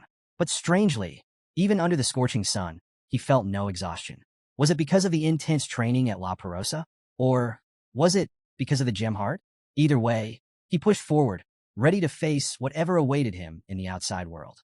In just 4 days after leaving La Perosa, Jin arrived at the place where he had once parted ways with his guide.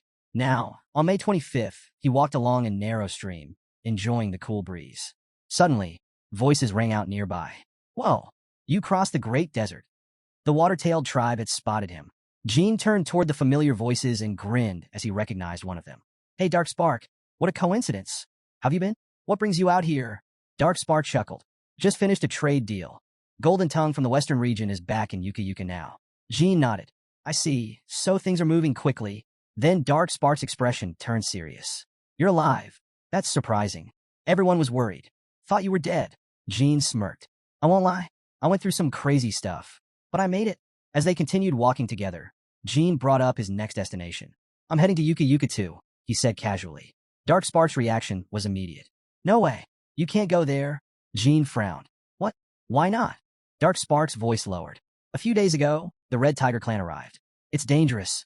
You should turn back and head toward Mekamika Market instead. He handed Jin a few coins. Use this for travel expenses. Jin thought for a moment before asking. If I turn back, how much time will I lose? 3 or 4 days, Dark Spark replied. Jin's expression hardened. That's too long. I have urgent business. He glanced around. Do you know any secret routes? Dark Spark shook his head. No. Jin sighed. Then I'll just go. Dark Spark looked uneasy. You don't understand. They'll kill any human they find. Jin smirked. I'll handle them. Dark Spark still looked unconvinced, but Jin was already moving forward. As night fell, the wind turned cold. Jin and the Watertail tribe continued their journey until they spotted a group of Red Tiger warriors up ahead. They quickly ducked behind the bushes. Dark Spark's voice was tense. This is bad. What now? Humans won't get past them. Jin remained calm. You guys go ahead. I'll follow from behind. Dark Spark hesitated but nodded. All right, be careful. As the tribe's carriage rolled forward, the Red Tiger warriors stepped in to inspect the goods. Watertail tribe's offerings are quite generous this time. They rummaged through the cargo before nodding in approval. Dark Spark exhaled in relief. Looks like we're good. A Red Tiger warrior smacked Dark Spark on the head as they let him pass. You guys look cute too, the warrior sneered. Jin, watching from the shadows, narrowed his eyes. Time to move. Just then a voice rang out. If you took their money, you should have left them alone. Why did you have to beat them too? The Red Tiger Tribe warriors froze and turned toward the source of the voice. The two gatekeepers spotted a young human standing in the distance. "Isn't that a human?" one of them muttered before stepping forward aggressively. "Where do you think you're going, brat? Get over here and hand over everything you've got," he barked. The guy next to him joined in, sneering. "Yeah, strip yourself down. Maybe then we'll let you walk away in one piece." His face twisted with menace, clearly enjoying the intimidation. Jean, however, remained unfazed. He crossed his arms and smirked. "Funny, that's exactly what I was about to say to you." Then Jean said to them, "Give me everything that you took from Beastman Tribe while I'm asking very nicely."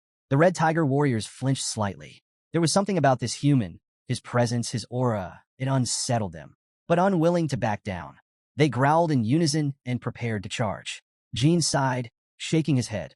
"Guess you're not the type to listen." The moment he released his killing intent, the air around him turned suffocating. One of the tigers staggered, his breath hitching as an overwhelming force pressed down on him. His knees buckled, and with a heavy thud, he collapsed. The other warrior's face drained of color. His body trembled uncontrollably as he dropped to his knees. Please. Have mercy," he stammered. Jean stepped forward, planting his foot on the fallen tiger's chest. "I'll count to 3. If you're still here by then, you're dead." He started counting. 1. The remaining tiger panicked and scrambled to his feet. 2. With a desperate cry, he grabbed his fallen comrade, slinging him over his back. 3. Before Jean could finish, the warrior bolted, running on all fours like his life depended on it. "I'm out of here." Jean watched them disappear, shaking his head in amusement. Then, turning to Dark Spark, he handed back the stolen fish. "This is yours. You paid for it, fair and square." Dark Spark's eyes widened with delight. Taking the fish, he nodded in appreciation. "Thank you, human." Then, as if remembering something, he hesitated before asking, "Human, will you stay for the Watertail clan's feast? We are celebrating a great hunt." Jean checked the time. "I'd love to, but I have somewhere to be. Gotta keep moving." Before leaving, he advised them, "Make sure the stolen goods go back to their rightful owners." The Watertail tribe, eager to show gratitude, hurriedly prepared grilled fish and handed it to him. Jean hesitated for a moment, then accepted. "All right, maybe just a quick bite." And with that, he enjoyed the fresh meal before heading off, leaving behind a grateful crowd. Jean finally gave in to their enthusiasm, flashing a small smile. All right, let's eat. I was getting a little hungry anyway." With that, everyone gathered around the fire, enjoying the grilled fish together. As he ate, Jean casually asked, "By the way, can I buy dye at Yukiuka Market?" Dark Spark raised an eyebrow at the sudden question. "Why do you need dye?" Jean took another bite and replied, "I need a disguise for where I'm going next." Dark Spark chewed thoughtfully. If that's the case, I'd recommend the special makeup technique of the Golden Tribe. It's far superior to any dye." Jean nodded in interest. "Sounds promising. Let's go check it out after we eat." A short while later, Dark Spark led Jean to the Golden Tribe's market stall. There, a robed merchant, a mouse beast man, greeted them with a playful smirk. Well, back from the dead, are we? Lucky you." Then, without missing a beat, he pulled out a menu and grinned. "So, you need a disguise, huh? Let's see. First, take a look at our dyes." He flipped the menu open dramatically. "Now, I know what you're thinking. Seems pricey, right? But listen, our dyes are on a whole different level compared to the cheap stuff from other clans. We use crystals and natural extracts from rare plants and flowers. Not only do we have a variety of colors, but they're also fragrant. Plus, once you dye your hair with this, even your future kids might inherit the color." Dark Spark rolled his eyes. Enough with the sales pitch. Let's cut to the chase. This human just wiped out the Red Tiger tribe. At that, the Watertail tribe members proudly stepped forward, showing off the stolen goods they had reclaimed from the Red Tiger tribe. "Look, we got everything back. Everything those tigers stole from the Beastmen is finally returned." The merchant's playful demeanor vanished, replaced by pure shock. He spun toward Dark Spark, eyes wide. Wait.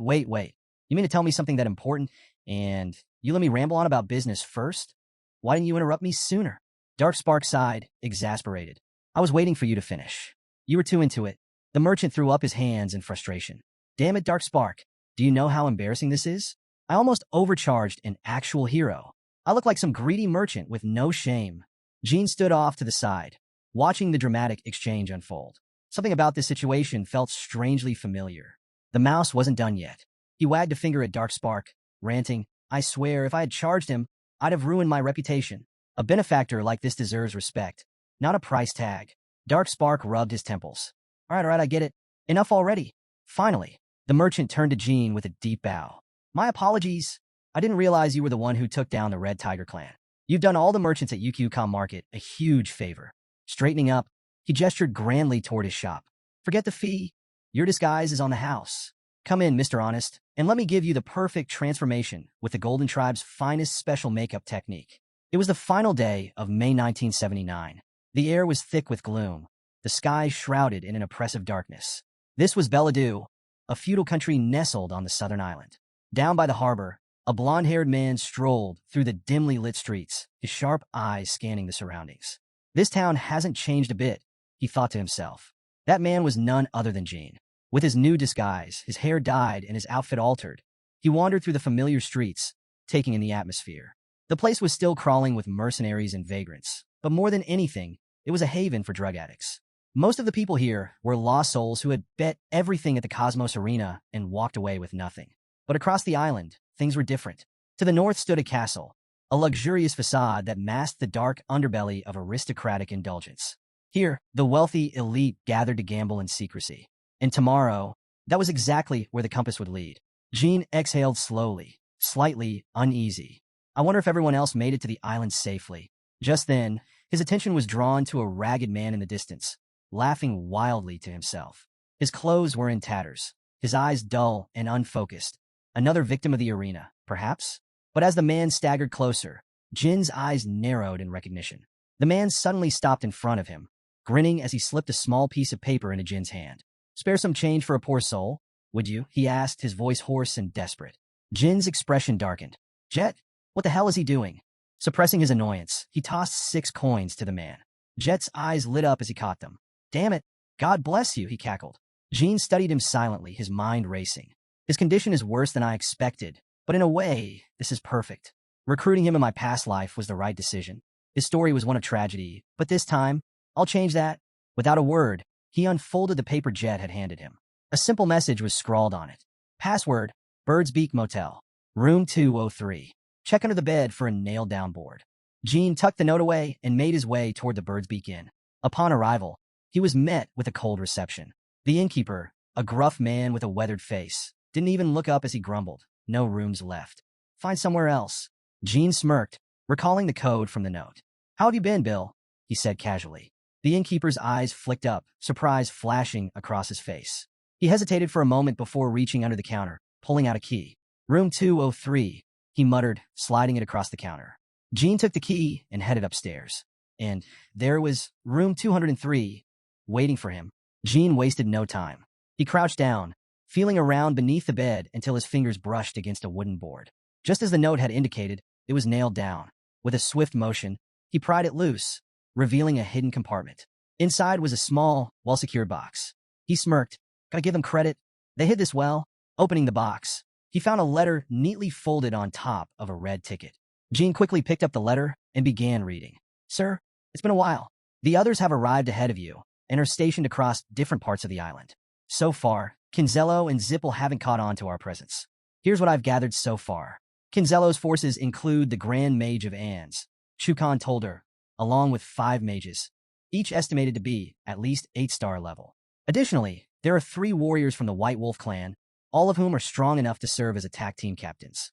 Aside from them, Kinzello has recruited a variety of skilled individuals, including assassins and snipers.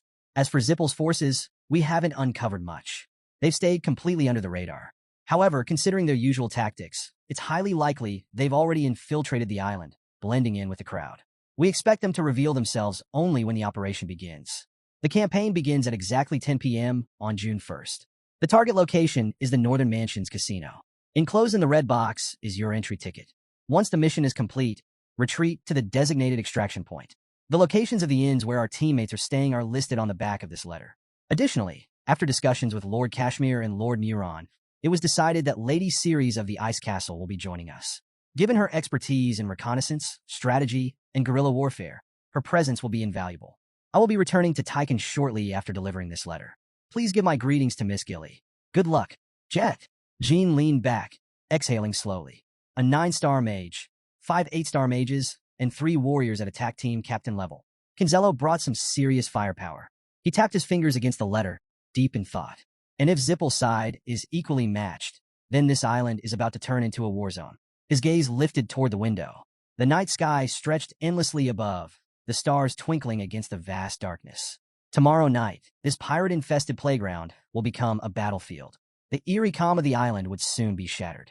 At the northern mansion, a marble spun across the numbered slots of a roulette table, clicking as it slowed down. The tension in the hall grew until, clack, it landed on 17. A refined young woman covered her mouth in mock surprise. Oh my, what should I do? It seems I won again. The surrounding players sighed, their expressions a mix of disbelief and frustration. Low murmurs filled the air, disappointment evident in every whisper. A middle-aged man sporting an eye patch leaned toward the unfortunate soul across the table. Sir, are you all right? He chuckled, though his tone carried a hint of sympathy. There's still no picture of you here, but you just lost 1,000 gold coins. The unlucky young man in question, none other than Jean. Below, nestled in a dimly lit part of the city, stood an old yet extravagant villa casino, a beacon of wealth and misfortune. Bright, colorful lights flickered against the gloom, promising excitement to those daring enough to enter. Jean pushed open the doors at a leisurely pace, exuding confidence. From the moment he stepped inside, the atmosphere subtly shifted. Eyes followed his every move, especially those of the ladies present. Whoa! One woman whispered, barely hiding her admiration. Another gasped, is this the first time we've had someone this good-looking here? Excited whispers rippled through the casino floor. Who's that? Should I talk to him? Man, I'd love to have a drink with him tonight. Just looking at him makes my day better. Among them, a bespectacled woman laughed boldly. Well, a fresh face. Looks like this dreary old casino just got a little more interesting. Jean glanced her way, his eyes sharpening as he took in the fluffy cat in her arms. If it weren't for mirakin, I wouldn't have recognized her. The woman stood, adjusting her glasses with a knowing smile. Name's Zelia, she said smoothly. Jean, ever the gentleman, dipped his head slightly. A pleasure to meet you. Internally, he mused, not as impressive as Bubear's makeup skills, but the Ice Palace's disguise is still top-notch. Just then, a well-dressed casino host approached with a friendly smirk. If it's your first time here, how about trying a simple game of roulette? It's our most popular choice. Jean smiled politely.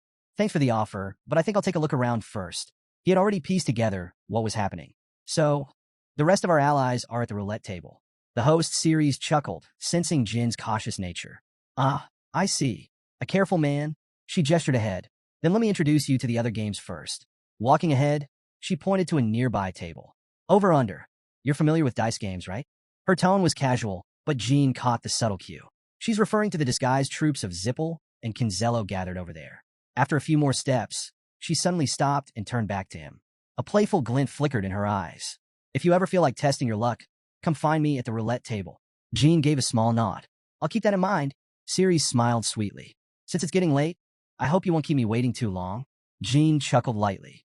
Haha, understood, ma'am, he replied, his tone casual but laced with humor. As he walked past the dice table on the left, Jin's eyes sharpened, and he quietly began assessing the situation. Just as Jet had warned, Canzello's disguised troops were stationed nearby. But that wasn't all. Jean noticed something peculiar. Even Zipple's people are here. Those pompous bastards were notorious for their arrogance. Yet here they were, posing as ordinary gamblers, blending in as if their egos had taken a back seat. This wasn't just any gathering. There must be high-ranking specialists hiding among them. As Jean strolled past, a werewolf at one of the tables sniffed the air sharply. His sensitive nose twitched, and his grip tightened around the wine glass in his hand. A low growl rumbled in his throat as he turned and walked impatiently toward Jean. Hey you, the werewolf barked. Jean paused and glanced over his shoulder, his eyes quickly registering the source. A werewolf from the White Wolf clan? The creature had a broad, slightly chubby face, and his pale fur gleamed under the low casino lights. He narrowed his sharp eyes and gestured for Jean to come closer. You over here? Jean hesitated for a moment, mildly confused. Did he sense something? My aura should have been hidden well. But then, a flash of excitement crossed his face, and he spun around dramatically, his voice full of exaggerated wonder. Oh my God, a white wolf! I never thought I'd meet one here of all places. He started patting himself down as if searching for something, leaning in closer with fake admiration. Man, the stories were true. The fur really is as white and smooth as they say. The werewolf's expression darkened. His ears twitched in irritation, and he growled lowly, back off. Whoops, Jean thought. Maybe I overdid it. He gave a sheepish smile and raised his hands in surrender. Sorry. I didn't mean to be rude.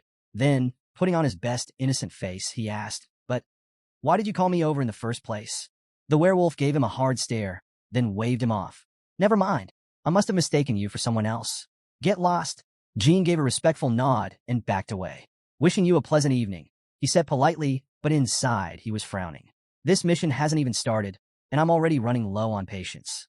I've got to stay sharp, and if things escalate, I may have to take down all the beast folk here. Just as he was debating his next move, a loud cheer erupted nearby. He won again, someone exclaimed. The joy was almost contagious, but Jean barely reacted, until he saw Ceres standing at one of the tables. At the same time, Zelia suddenly stood up from her chair and walked toward him, her face lighting up with excitement. You're here, she beamed. Already thinking about me, hmm? Before Jean could say a word, she leaned in and lightly placed her hand on his cheek, her voice teasing yet oddly sincere. Back when we met, I only told you my name. Now it's your turn, sir. Won't you tell me yours? Jin's eyes narrowed as he glanced down at the sleepy cat nestled in Zelia's arms. Something caught his attention, a tiny piece of paper tucked between the mirakin's teeth. With a lazy stretch, the cat let the paper slip from its mouth just enough for Jean to read. At 10 p.m., goods will be exchanged at the central card table on the second floor. The cat promptly swallowed the paper whole. Damn, now that's a well-trained cat. Feigning charm, Jean took Zelia's hand and brushed a light kiss over it. My name is Bommel, ma'am. Zelia grinned, clearly entertained. Well then, Mr. Bommel, come on. Let's play with everyone here until late. Jean followed her lead, but his mind was already racing. The people gathered here. Are they all wearing the faces of Ice Palace members as disguises? His gaze subtly shifted around the room, analyzing the crowd. The man with the ever-present smile and an eye patch. Kashmir. The girl jotting down numbers, glasses perched on her nose. Miss Enya. One more unidentified. Alicia. Meanwhile, Ceres picked up a chess piece, rolling it between his fingers before making his move. And now, the real game begins. The roulette wheel spun, the marble clattering over numbers until it finally landed. 17. Ceres clapped her hands together, her excitement barely contained. Oh my, what's going on? It seems I've won again. The energy in the room shifted as people crowded around to watch. Kashmir chuckled, resting his chin on his hand. Are you all right? That's another 1,000 gold coins gone, my friend. Jin's eye twitched. What kind of cursed luck am I carrying tonight? His frustration threatened to spill over, but he exhaled, forcing a smirk. If I walk away now, that'd be too embarrassing. One more round. Ceres raised an intrigued brow. Oh, so you're confident enough to try again? Of course. Jean leaned forward, but this time I picked the game. Ceres gestured for him to continue. Go ahead. Jin's lips curled into a confident grin. Let's play cards. Ceres, still basking in her victories, giggled. Cards? You won't be able to beat me at that, sir. Guess we'll find out, Jean replied smoothly. She stood, adjusting her dress. The game is on the second floor. Follow me. Jean laughed, stretching his arms. Well, this just got intense. Can't miss something this exciting. Others murmured amongst themselves, debating whether to join. Kashmir shook his head. We'll stay and enjoy ourselves down here. You go ahead. Suit yourself. Ceres waved a hand as she and Jean made their way upstairs. I'll be back before 10. Make sure you're ready for the next game. Jean caught the subtle undertone in her words. A reminder to be ready by 10. The deal's going down soon. As the clock inched closer to 10 p.m., whispers spread through the casino. Is that guy all right? He's still at it. He looks like he's about to pass out from frustration. Jean sat at the table, fingers gripping his cards so tightly they trembled. His face was dark, his patience shredded. He gritted his teeth before finally cursing under his breath. Damn it. He let out a heavy sigh, slumping in defeat. I lost. I don't think I can beat you, ma'am. Around him, murmurs of pity and amusement filled the air. Oh my God, is he broke? Poor guy. Well, that's what you get for playing against Lady Zelia without thinking things through. Ceres stood up, brushing off her dress with a graceful flick of her wrist. She glanced at Jean, her tone half teasing, half dismissive. Looks like luck isn't on your side tonight, sir. She gave a small smirk. Now that I think about it, I don't feel like playing anymore. With that, she turned away, wishing you a safe journey. One by one, others followed her lead. We're heading out too, someone said casually. Jean sat slumped in his chair, the weight of his losses pressing down on him. He mumbled a barely audible response, too lost in thought to bother with a proper farewell. As she passed him, Ceres gave him one last glance. Don't let it get to you. Tomorrow's a new day. Jean looked up at her briefly, his expression unreadable. Then she was gone. At that moment, the clock struck 10 p.m. Jean sat motionless, face down, deep in thought. An opportunity like this will never come again. I have to make my move. Meanwhile, across the casino, two men engaged in hushed conversation. Their words were coded, their gestures precise, an intricate language only they understood. One spoke. The other responded. No unnecessary movement. No sound beyond their quiet exchange. Then, suddenly, one of them reached into his shirt, his fingers wrapped around something hidden beneath the fabric. Jin's sharp eyes caught the shift. His heart pounded. There it is. The man pulled out a golden compass. Jin's muscles tensed. His body was already moving before his mind could fully register it. Summoning power into his palm, he slammed his foot into the ground, using the momentum to launch himself forward. This is it. We take it now. In one swift motion, he kicked the table over, sending a cascade of cards and chips into the air. The chaos gave him just enough cover. Energy crackled in his palm. The fight for the compass had begun. 10 minutes earlier, a man in an unfamiliar uniform entered the casino, his presence going unnoticed amid the lively chatter and clinking glasses. Across the room, Jin still sat with his head in his hands, sighing as if the weight of the world rested on his shoulders. But in the farthest corner, a white-haired man stood silently waiting. As soon as the newcomer stepped inside, the white-haired man straightened and greeted him. Here you are. Thank you for coming all this way. The man in question was none other than Karl Zipple, representative of the infamous Zipple family. Beside him, another figure with jagged yellow hair snorted. Skip the formalities, Chukan. What kind of place is this? And why is it making such a damn racket? That was Chukan told her, a high-ranking figure from Kinzello's side, the undisputed master of the Anne's Plain in the northern mainland. Karl Zipple gave a casual wave. It's a casino. Casinos are always noisy. Ignore it and have a seat. Chukan sighed as he lowered himself onto a chair. I'm too old for this nonsense. Everything annoys me these days. His gaze sharpened. Now, what about those thieves you stationed? Karl Zipple remained unbothered. Just some scattered gamblers.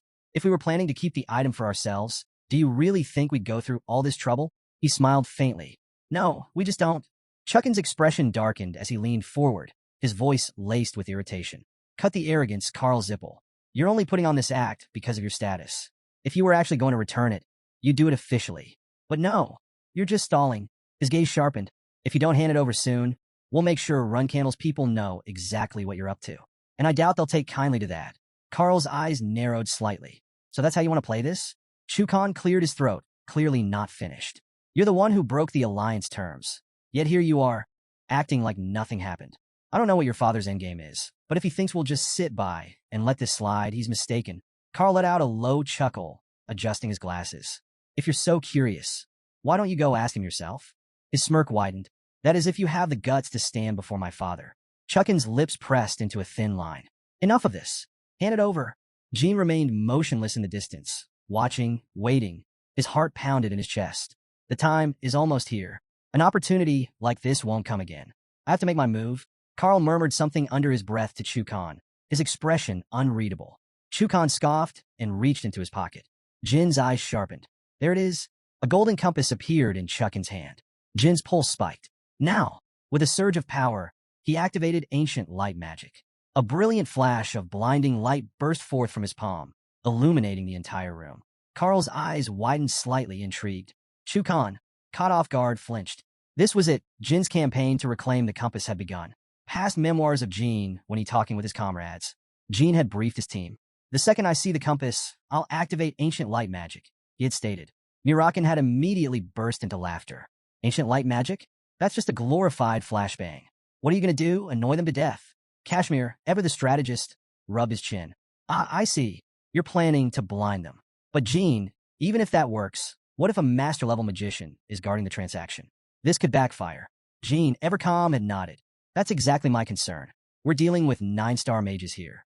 Their bodies are trained with reactive defense magic.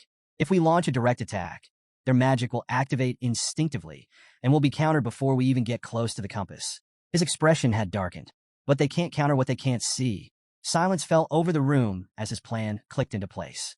Jin continued. When the flare explodes, they'll be blinded for 10 seconds. That's the window. I need to grab the compass and disappear. Now, back in the present, with the entire casino floor engulfed in blinding light, Jin clenched his teeth and lunged forward. 10 seconds. That was all he had. Jin charged forward, his ancient light magic illuminating the space in a blinding burst. 10. Every second mattered. He had only moments to complete the mission. All around, people flailed blindly, shouting in confusion. Mr. Chukan, what the hell is going on? Damn it. Chukan roared, his patience snapping. He clenched his fists, assuming foul play. Karl Zipple, you dare pull something like this? For seconds left. Jin pushed forward, his movements razor-sharp. His eyes locked onto the golden compass clutched in Chuckin's hand. 3 seconds. The distance between them closed rapidly. Jin gritted his teeth, scanning the man's grip. Which hand is holding it? 2 seconds. He narrowed his eyes. There! With a final burst of speed, he lunged. An explosion erupted from the upper floor. The impact rocked the entire casino, sending a tremor through the floor. Gasps and screams filled the air. From the chaos, Ceres snapped her head toward the noise. What the hell was that? Without hesitation, she sprinted toward the source. As the dust settled, something shimmered in the air, a faint glow amidst the destruction. Jean emerged from the smoke, compass in hand. Ceres' eyes widened. You did it! With a swift motion, Jean tossed the compass toward her. She caught it midair and immediately signaled her team down the hall. Then, without missing a beat, she pulled an earring from her ear and flung it downward. The tiny object struck the floor. A second detonation erupted, shaking the casino once again. Below, Inya waited anxiously. As the explosion rang out, a hooded figure dashed toward her and placed something in her hands. The compass. Thick white smoke swallowed the room, obscuring everything. Panic spread like wildfire. A terrorist attack. Run! Security guards rushed in, weapons drawn. Block the exits. Kill anyone suspicious. Inya tucked the compass safely away, her gaze shifting back toward Ceres. Their eyes met for a brief second, mission complete. Then, she turned and sprinted for the exit. Ceres exhaled sharply. Not exactly part of the plan, but this much chaos should be enough. With a swift motion, she unleashed her power. For Zipple, she shouted. Alicia, already on the move, grabbed a man by the throat, strangling him as she cut down another who tried to block her path. Because of Zipple, Kashmir wasn't far behind, his hands raised as he struck down anyone foolish enough to stand in his way. Moonlight cut through the dense white smoke, illuminating shadowy figures moving within. Screams echoed through the chaos. Where is it? Find it. Jean collapsed onto the ground, panting heavily. His sword rested in his hand, its edge barely touching the floor. His fingers trembled slightly as he processed what had just happened. That was close. If not for my training in Myung-Wong swordsmanship, I might have failed. Jean gritted his teeth. If I hesitated for even a second, I would have lost my chance. Nearby, Chukan coughed violently, his face twisted with fury. He roared, the item is gone. Prioritize getting it back. At all costs. Jean tightened his grip on his sword. His vision will return any second now. I need to finish this before that happens. Slowly, he pulled his blade free, pouring a massive surge of magic into the steel. Sparks crackled along its edge. Across the room, Chukan was losing his composure. His face twisted in a mix of fear and rage as he shouted, You damn Zipple bastards. You dare pull something like this? Carl, desperate to shift the blame, he turned to Chukan. Mr. Chukan, it wasn't us. Look over there. A sudden flash of lightning erupted behind them. Chuckin's instincts kicked in, and he immediately snapped his head around. Lightning? His eyes widened in alarm. What is that? At that moment, a new force stormed into the battlefield. The White Wolf clan. Leading the charge, a broad-shouldered werewolf bared his fangs. His golden eyes burned with intensity as he rushed forward with his subordinates. Chukan, are you all right? Chukan barely had time to process the question. His entire body tensed as a familiar energy crackled in the air. The White Wolf's ears twitched, his instincts going haywire. His gaze locked onto the source. Jin. A wave of pure, suffocating pressure radiated from Jin's body. The air trembled around him. The Sigmund's Phoenix sword pulsed with raw power, its blade charged with streaks of lightning. The very ground beneath him cracked as an oppressive, majestic aura filled the air. The White Wolf's eyes widened in shock. That energy, it's him. Jin's expression remained eerily calm as he lifted his sword high. Then, a massive bolt of lightning ripped through the sky. The impact shook the entire area. The once grand, luxurious mansion crumbled under the sheer force, reduced to nothing but shattered debris. Dirt and stone exploded outward, and the sky rumbled with continuous thunderclaps. The White Wolf staggered back, his fury now mixed with disbelief. His ears flattened as he turned to his stunned men, bellowing, Stand up, you useless idiots. There's only one of him, but no one moved. Jean took a single step forward. The very motion sent another shockwave rippling through the air. The White Wolf clenched his fists, forcing himself to stand his ground. His body burned with adrenaline as he demanded, Name yourself. My instincts tell me I must face you in an honorable duel. Jean didn't stop. He stomped his foot down, and another crushing wave of pressure poured from his body. The White Wolf's face drained of color. His legs locked up. His claws trembled. The men behind him broke into cold sweat. Jin's voice was low and chilling. Your instincts didn't tell you to run?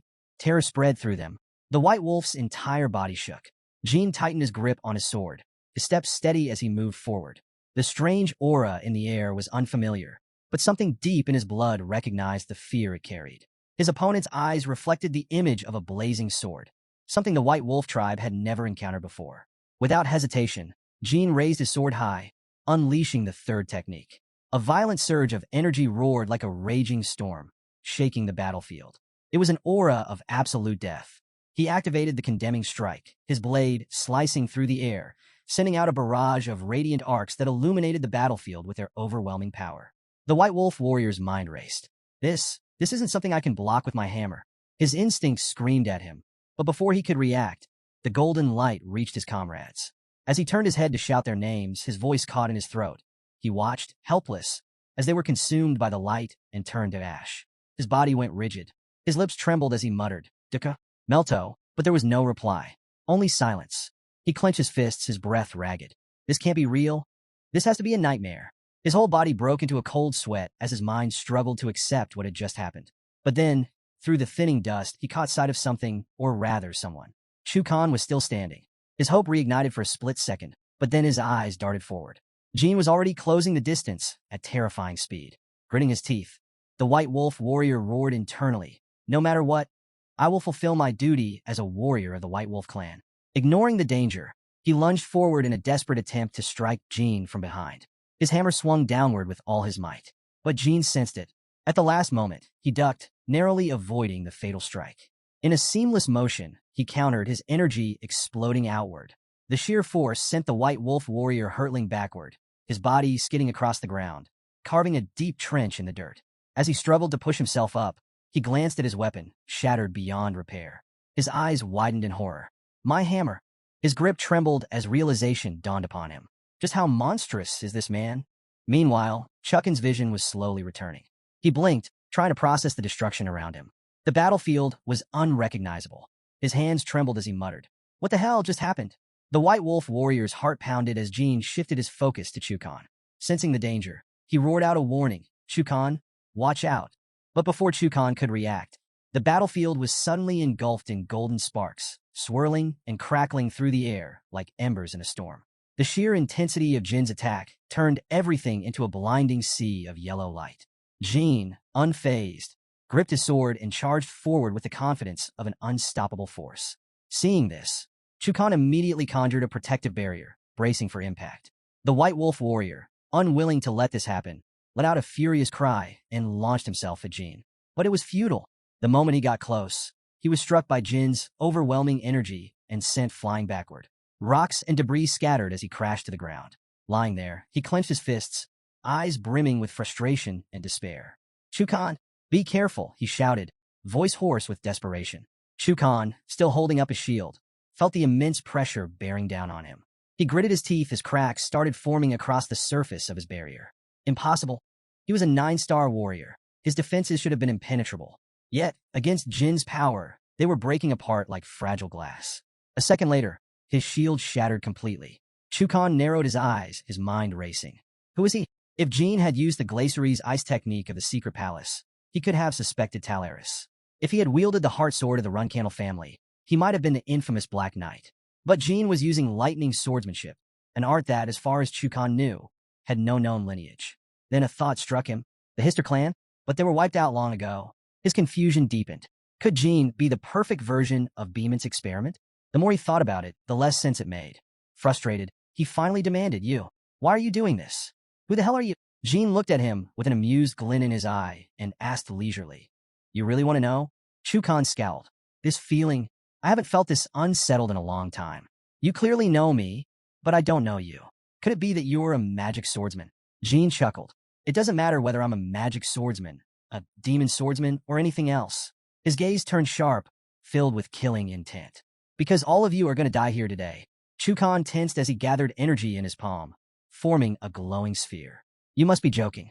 I don't know how our intelligence was leaked, but if you think you can just steal from us and walk away, think again.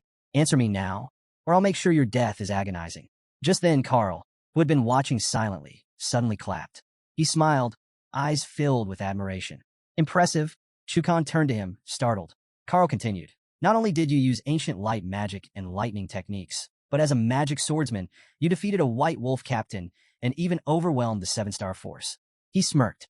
Jin, you're more than just strong. You're extraordinary. Chukan frowned, utterly baffled. Carl, what the hell are you doing? To his shock, Carl suddenly dropped his polite demeanor and bowed respectfully toward Jin. I should introduce myself, he said smoothly. My name is Carl Zipple, 4th Magic Tower Master of the Zipple. He adjusted his glasses with a confident smirk before continuing. Let me be direct. I can offer you anything you desire. Power, wealth, influence, even more. Just join Zipple. Chuckin's expression twisted with fury. Carl Zipple, are you serious?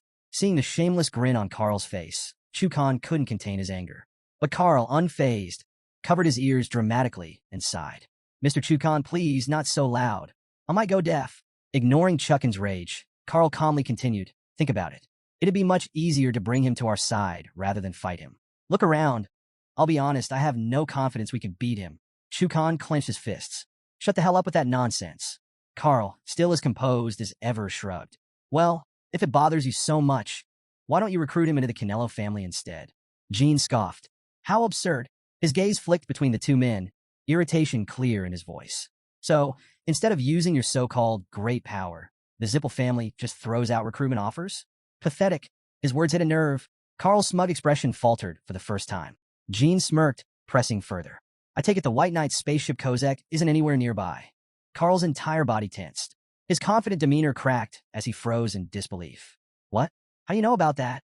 A sinking realization began to creep into his mind. He stared at Jin's helmet, his thoughts racing. This can't be a coincidence. His brain replayed past events. The attack on Kozak, the devastation after Miran's death, the mysterious figure who had left destruction in his wake. And now, standing before him, was someone who felt all too familiar. His breath hitched. A flash of understanding struck him like lightning. His hands trembled as he clutched his staff, and before he could stop himself, he blurted out, "It's you." Excitement surged through him, his voice nearly breaking. He pointed his staff at Jin, his eyes gleaming with unrestrained curiosity and something close to madness. Why did you come to Cologne? How much do you know? Without waiting for an answer, he unleashed the full power of his staff. The air trembled as countless ice spikes shot down from above, massive icebergs forming in midair before plummeting toward Jin like frozen meteors. Jin raised his sword, its edge gleaming in the dim light, and spoke to Carl in an icy tone. I have no reason to answer you. Without another glance at him, Jin turned to Chukan. His voice was calm, but carried an undeniable weight. Chukan told her it's time to choose. His gaze bore into Chuckin's as he continued. The compass is gone. Your allies, including the White Wolf, are dead. I know you're in a difficult position, but if you have any intelligence at all, you should understand what I'm saying. Chukan stiffened, his breath caught in his throat. Carl's face twisted with rage. What the hell are you trying to do? He roared, gripping his staff. I'll kill you. With a furious swing, he unleashed a barrage of ice spears, each one sharp enough to pierce through steel. But Jin remained utterly unfazed. With a single motion, he activated the Myungwang sword and thunder formula. A violent surge of energy erupted around him, crackling with raw power. As the ice spears came hurling toward him, Jin slashed through them effortlessly, his sword cutting through the frozen projectiles like they were mere twigs. Then, in a flash, he leaped forward. The air itself seemed to shatter as he moved, so fast that Carl barely registered what was happening. Before he could react, Jin's sword sliced cleanly through his body. You call yourself a magic tower master? Jin's voice was laced with disdain as he watched blood spray into the air. Pathetic. Carl's mind reeled. His staff, his most prized weapon, was already in pieces before he even understood what had happened. A sharp, searing pain exploded in his chest as crimson stained his robes. He staggered backward, a strangled scream escaping his lips. The broken staff clattered to the ground, shattering further into hundreds of tiny fragments. Chukan stood frozen, beads of sweat rolling down his face. His instincts screamed at him. Jin was no ordinary enemy. Jin took slow, deliberate steps toward him. Don't fall apart now, he murmured. You and Carl are in deep trouble. If you activate the rune, reinforcements from the magic tower will come running, won't they? His voice dipped lower. But Runcandle and Beamint will sense it too. Chuckin's face darkened. He's reading my mind. No emotion flickered across Jin's face as he watched him. Carl, despite his injuries, wasn't done yet. Clutching his bleeding arm, he glared at Jin with unbridled fury. You bastard. His voice was a mix of agony and rage. I'll make you regret this. You dared to lay a hand on me. His words were cut off by a sudden burst of energy. Blue flames surged around his body, twisting and roaring like a living entity. The air warped from the sheer intensity of the heat. Jean narrowed his eyes slightly. Chuckin's body went rigid. Even he hadn't expected this. His eyes darted to the flames as realization struck him. Blue fire, that's... The terrifying thought slammed into him. That's the fire of the true master of the flame world, Tess. A chill ran down his spine. How is this even possible? Who the hell is this guy? Carl, now fully engulfed in the blue inferno, turned to Chukan with a desperate glare. Mr. Chukan, stop standing there and do something, he bellowed. But Chukan remained motionless, staring at the flames with wide, fearful eyes. For the first time, he truly felt powerless. Annoyed by Carl's endless chatter, Chuckin's patience finally snapped. Without hesitation, he struck Carl hard on the left shoulder. Carl barely had time to react before a second blow, infused with the power of a dragon strike, sent him crashing to the ground. He let out a sharp gasp as pain shot through his body. Groaning, he lifted his head, looking at Chukan with disbelief. Don't lie, Mr. Chukan? Chuckin's gaze was ice cold, his voice dripping with murderous intent. You just said the compass is gone, which means our alliance is over. And weren't you just about to stab me in the back? He smirked darkly. I simply returned the favor. Jean, watching from the side, stepped forward and kicked Carl hard, pinning him to the ground. Didn't expect you to be so cooperative, he mused with a sly grin. Carl lay motionless, his body racked with pain. Jean turned his attention back to Chukan. I know the ruler of the Anzus Plains isn't a fool. Chukan slowly lifted Carl's body, hoisting him onto his shoulder. I'm just making use of the situation, he muttered. Jean chuckled. Age is just a number, huh? I'd bet your commander would rather have Carl's Zipple in his grasp than chase after a lost compass.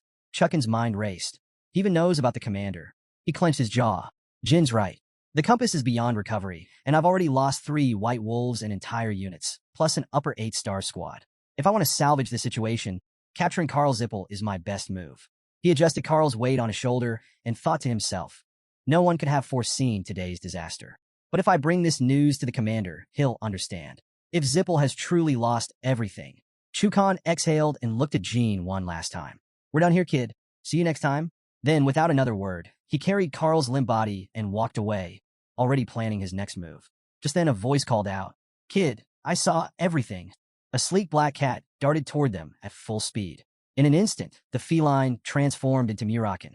Without warning, he tackled Jean in a tight embrace. You've gotten so damn strong, Mirakin cried, squeezing him so hard Jean could barely breathe. I'm so proud. I could cry. If Strawberry Pie saw you, she'd be bawling her eyes out too. Jean chuckled, prying Mirakin off him. Mirakin, I bet being stuck in cat form wasn't easy. Thanks for all the help. He then asked, what about the compass? Mirakin straightened up and declared loudly, your fan took it and left the island. Jin's shoulders relaxed. So my 6 months of hard work finally paid off. Then, his eyes narrowed slightly. Where are Ms. Ceres, Mr. Kashmir, and Ms. Alicia? We were supposed to regroup once this was over. Mirakin scratched his head, looking a little sheepish. Yet about that, there were some unexpected complications. Jean frowned. What do you mean? Was anyone hurt? Mirakin quickly shook his head. No, nothing like that. But those 3, he sighed. Jean blinked. Wait, what? Mirakin pointed toward the harbor. Look for yourself. Jean turned to where Mirakin was gesturing, curiosity flickering in his eyes. Jin's eyes widened as he turned toward Mirakin, who was grinning. That's Runcandle, Mirakin continued. Yes, Beeman's special department, and a warship sent by the Beladu Empire. Jin's expression immediately darkened. What the hell? A man came sprinting into a room, panting. Captain, he shouted, his voice urgent. Inside, the captain was dozing off, seemingly unfazed by the commotion. Seeing no reaction, the man shouted even louder. Captain, something big is happening. The captain jolted awake, clearly annoyed. Why are you making such a racket? He barked. Catching his breath, the man blurted out. The warships of the Beladu Imperial Fleet. They're arriving in groups. The captain's face stiffened, disbelief flashing in his eyes. What? But then, suddenly, he burst into laughter. Finally, the time to execute our plan has arrived. His eyes gleamed with anticipation. The ships carrying the noble's descendants have already set sail, the man added. Hearing this, the captain's grin widened. Good. Now no one leaves this island. The knights have begun moving. One of them barked out orders. We've received intel that illegal forces are gathering on the island. Before Bellato's fleet arrives, we need evidence. A few figures in the shadows murmured amongst themselves. Inside an old house, voices echoed through the dimly lit space. It's Runcandle's night, someone whispered. Another responded grimly. At the speed they're moving, it's obvious the news was leaked. They were waiting nearby, just waiting for chaos at the casino to make their move. Inside the house, Jean and Mirakin were eavesdropping on the conversation. Thankfully, Anya secured the compass and retreated safely, Mirakin muttered. Now they won't know the details of the transaction. Jean nodded. All that's left is ensuring our people get out without blowing our cover. Meanwhile, on the ship, chaos erupted as orders were shouted. Everyone mobilize! Defend the ship at all costs. There were only 3 Runcandle knights standing between them and the attackers, but their determination was unwavering. The ship is our only way out, one fighter roared. We'd rather die than let them take it. Back at the house, Jean and Mirakin peered through the cracks in the wooden walls, observing the escalating battle outside. Jean turned to Mirakin. Think they can take on the Runcandle knights? At that moment, the doors suddenly swung open. Ceres stepped inside, accompanied by 2 others. Jean, are you safe? Jean smirked. Ceres, you guys showed up at the perfect time. His face then turned serious as he glanced outside. But looking at this situation, it's clear. Our escape route is completely blocked. Hearing that, Kashmir immediately proposed. It's not like there's no way out we can move to the other port. We need to get there before. But what if military ships surround the island? Someone interrupted. Jean thought for a moment and nodded. That makes sense. We don't have time to waste. Let's move. Chaos had completely taken over. Fires raged across the harbor, engulfing boats in flames. The air was thick with smoke, and the sound of clashing steel rang through the night. People desperately fought against the knights, knowing full well their chances of survival were slim. The docks had turned into a battlefield. Those who tried to escape were mercilessly cut down, their bodies flung into the burning sea. Jin's group arrived just in time to witness the carnage. Their faces darkened. Mirakin clenched his fists, his body trembling with fury. Damn it, they're destroying all the ships. Jin's expression hardened. They want to make sure no one leaves this island alive. Alicia scanned the battlefield and spoke urgently. If this continues, the other port will be our only chance. But no matter how fast we move, it'll take at least 30 minutes to get there. By then, the ships might already be gone. Mirakin scowled. Then we don't have a choice. We fly. Jean remained calm, shaking his head. If you reveal your true form, you might escape, but the entire world will be after you. Mirakin clenched his fists, his voice laced with anger. So what? We have no other option. Before he could act, someone placed a firm hand on his shoulder. Wait. Mirakin flinched at the voice. His expression twisted in frustration. What are you talking about? We don't have time for this. Kashmir lowered his voice and pointed toward the sky. Look, above them, a massive array of lights clustered at the peak of the ships, illuminating the entire island. A strange energy pulsed in the air, forming an intricate barrier stretching as far as the eye could see. Mirakin's face tightened. What is that? Kashmir's voice was grave. It's the Beeman's Great Link Barrier Formation, a magic system developed specifically to counter dragons and other flying monsters. Alicia nodded in agreement.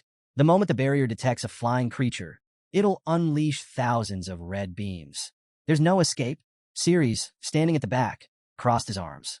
Even if you can survive the barrier, Black Dragon, we can't. Kashmir turned to Jean and advised in a low voice. Young master, we should give up. Jin's fists clenched, his mind racing for another way out. Jean felt a flicker of irritation. Damn it. His sharp eyes caught movement outside, a group of people lurking nearby. Suspicion flickered in his gaze. Pirates? They seemed agitated, as if guarding something. But where was their ship? And why were they here instead? Something was definitely off. Without hesitation, Jean turned to his companions. Everyone follow me. They trailed the pirates for a while, but suddenly, the group disappeared from sight. Mirakin frowned. We lost them. Jin's gaze dropped to the deep well below. Kashmir pointed. Looks like they went down there. Without a second thought, Jean made up his mind. Let's go. One by one, they descended into the well. As soon as they hit the bottom, Mir's voice echoed in the dim space. There's a tunnel here. Jean narrowed his eyes. Whatever these pirates are up to, they've definitely got something hidden down here. Let's move. Deeper inside the tunnel, the space widened into a crowded underground hideout. Pirates stood around, engaged in hushed conversation, but their chatter was interrupted by a sharp voice. How many people were there? A few pirates turned their heads, alarmed. Huh. One of them squinted toward the dim passageway. From the shadows, Jean and his group stepped forward. Jean smirked. A pirate gathering, huh? What's the occasion? Plotting some grand escape? The pirates stiffened. One of them scowled. Damn it, we were followed. Another pirate scoffed, crossing his arms. At least there aren't many of them. One of them turned toward a figure standing further back. Captain, what should we do? Before the captain could answer, a loud voice boomed through the hideout. Silence. From the depths of the hideout, a man stepped forward, his expression darkening as he got a clear look at Jean. Jean arched a brow. Well, you must be the captain. The man's face twisted with fury. His voice carried unmistakable rage as he roared. Jean Grey, you bastard. I finally found you. Jean chuckled. I see I've made an impression. The pirate captain, Cosmos, clenched his fists, his face a storm of emotions. Do you think I forget your voice? Thanks to you, I'm still drowning in debt. Murmurs spread through the pirates. One of them gasped. Jean Grey, wait, isn't he last year's champion? The one who ruined the captain? Another pirate winced. Yeah, his odds were 1-3, and Veridin Zipple bet 100,000 gold on him. That devil's been collecting his winnings ever since. Jean couldn't help but chuckle. That'd sound like something he'd do. His amusement faded as he turned serious, locking eyes with Cosmos. Enough small talk. You should already know what's happening outside. Cosmos' expression shifted. The anger drained from his face, replaced by a grim look. Jean continued, voice steady. The fleet of the small country Belladou is surrounding the area and sinking every ship in sight. What's your plan to escape? Cosmos' face twisted with rage as he shouted, Shut up. You think I'll help you? Kill them all. Once they're dead, we'll escape. Before a single pirate could make a move, Jean was already in front of Cosmos. With a swift, decisive punch, he sent the pirate captain sprawling to the ground, coughing up blood. Silence filled the hideout. The pirates froze, staring at their fallen captain in shock. No one dared to utter a word. Sea captain, one of them muttered in fear. Jean crouched down, grabbing Cosmos by the collar. His voice was calm, but firm. Why so aggressive? Who said I was asking for charity? He smirked slightly. This is a deal, Cosmos. Leaning in, he whispered, Help us get out of here, and I'll pay off all your debts, plus a bonus. Not a bad offer, right? Cosmos' eyes narrowed with suspicion. Do you think I'm stupid? What's stopping you from killing us the moment we leave this island? Jean chuckled and met his gaze. I swear on my name and my family's honor. I am Jean Runcandle. When the Runcandle family makes a promise, we keep it. Cosmos' breath hitched in surprise. He stared at Jean, processing the weight of that name. Runcandle, not Paul Mick. Jean nodded. That's right. Paul Mick is actually Dante Hiron. Do you really think it was just a coincidence that Dante and I met in your arena? The realization dawned on Cosmos like a crashing wave. So that's why Zipple was backing Runcandle. If it was to rescue Dante Hiron, it all makes sense now. He exhaled sharply, thinking it over. The Runcandle family had a solid reputation. If Jean gave his word, he'd keep it. A subordinate helped Cosmos to his feet as he hesitated for a moment. Then, with a resigned sigh, he nodded. Fine, I'll take that deal. Follow me. Without wasting time, Cosmos led them deeper into the underground base. Eventually, they arrived at a massive concealed dock. Hidden inside was an enormous ship, gleaming under the dim torchlight. Cosmos grinned and spread his arms. This is our secret weapon, our pride and joy. His voice echoed proudly. This is Order Ship Number 7. We'll be using it to escape. Jean raised an eyebrow. And how exactly do we get this thing out of here? Cosmos rubbed his chin, pretending to think for a moment. Then, without warning, he slammed his hand down on a lever. The ship roared to life, the engines shaking the entire cavern. Water churned violently as the massive vessel surged forward. Jin's eyes widened in alarm. Hey, Cosmos, are you sure this is safe? Cosmos just laughed as he gripped the wheel. Relax. Trust me. Trust him?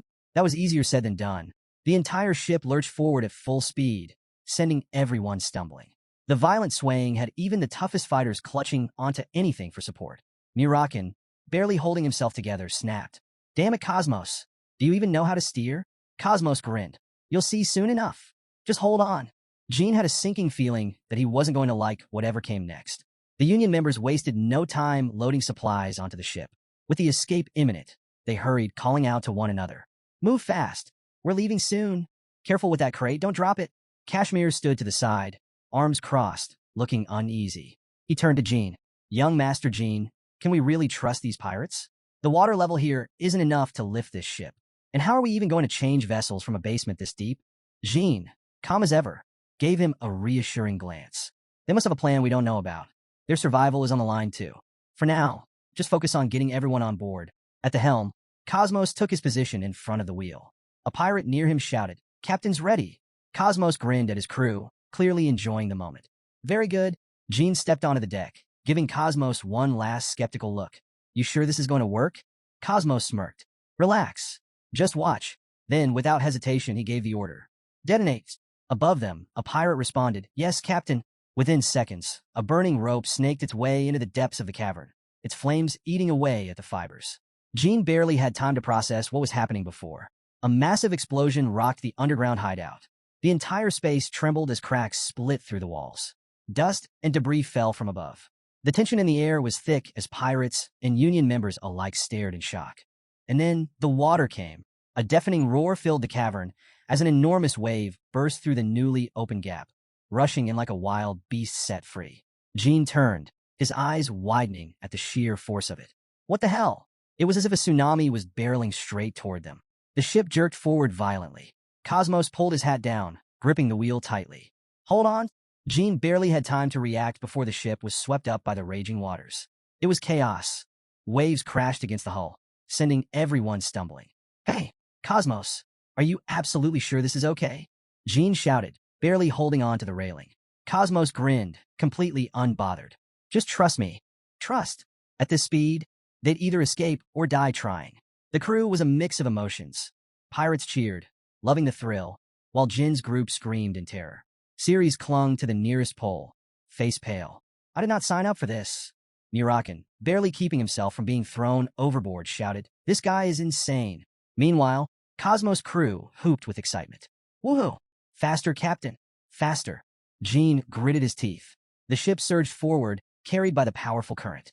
In the distance, light seeped through an opening, a way out. But standing between them and freedom was a massive cliff. Jin's stomach dropped. Cosmos! There's a damn wall in front of us. Cosmos, completely unfazed, spun the wheel with expert precision. And that's exactly why you need to trust me. The ship shot forward straight toward the blinding light. Cosmos gripped the wheel and charged straight toward the cliff with zero hesitation. His eyes sparkled with excitement as he yelled, This is what it means to bring order to chaos. The ship smashed through the rock wall with a thunderous crash, bursting into the open sky. Order ship number 7. Cosmos roared, his voice echoing triumphantly. The people below, witnessing the massive vessel soaring through the air, gawked in shock and awe. A murmur spread through the onlookers. Admiration, disbelief, even envy. Some even cheered, amazed by the spectacle of a flying pirate ship. Cosmos grinned smugly, reveling in the attention.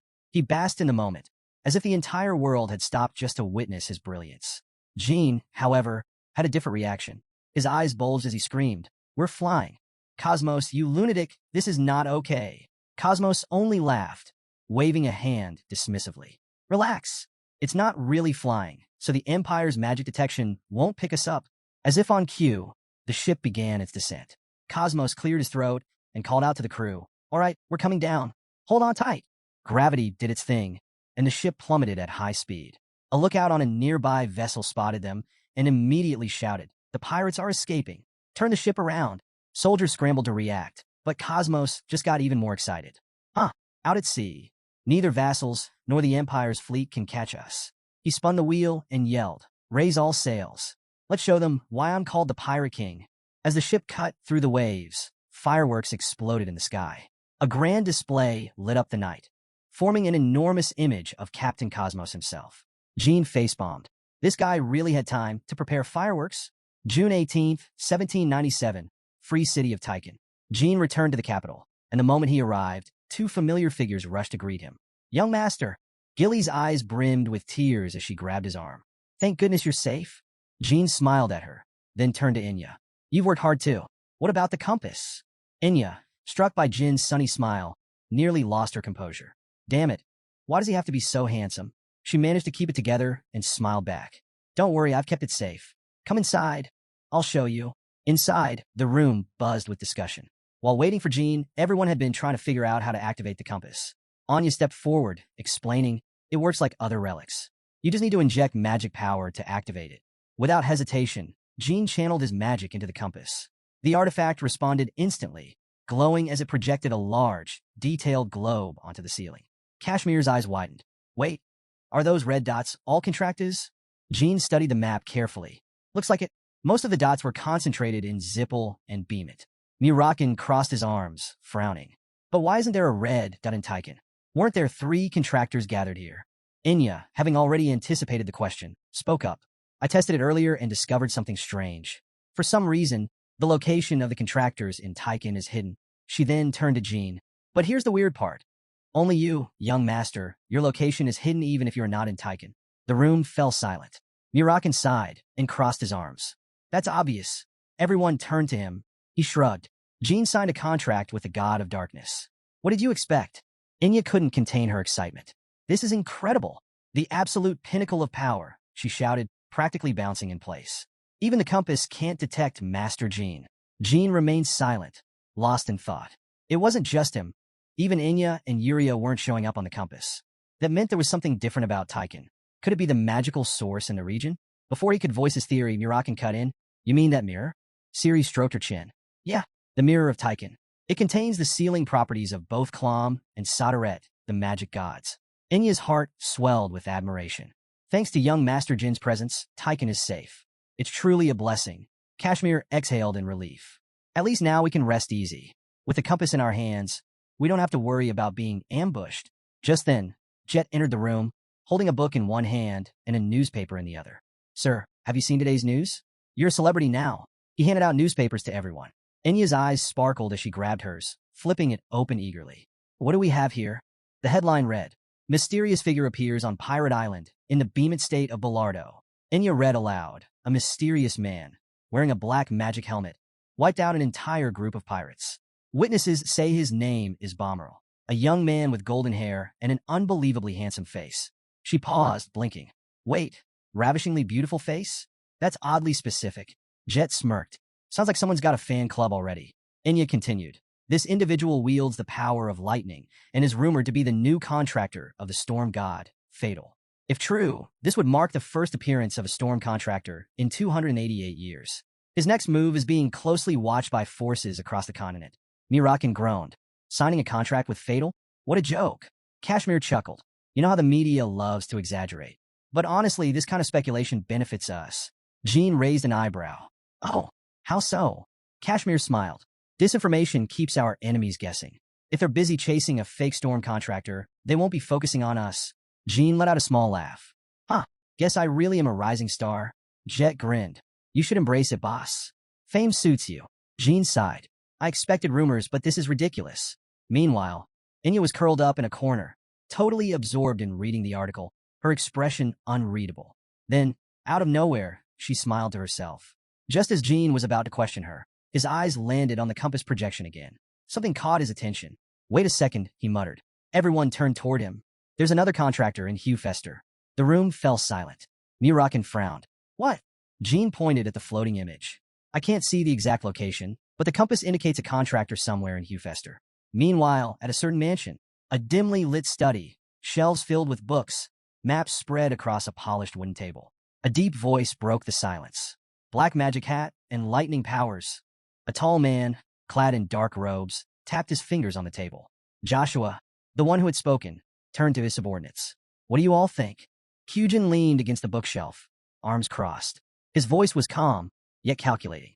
It's possible that this Bomberl is the very contractor of Sadaret we've been hunting. Varys smirked, twirling a lock of hair between her fingers. Or her eyes glowed mischievously. Maybe the newspapers got it right, and he is Fatal's contractor. Kyujin sat silently, his piercing gaze filled with murderous intent. He didn't speak, but the sharp aura around him was enough. He was already thinking of ways to deal with this so-called rising star.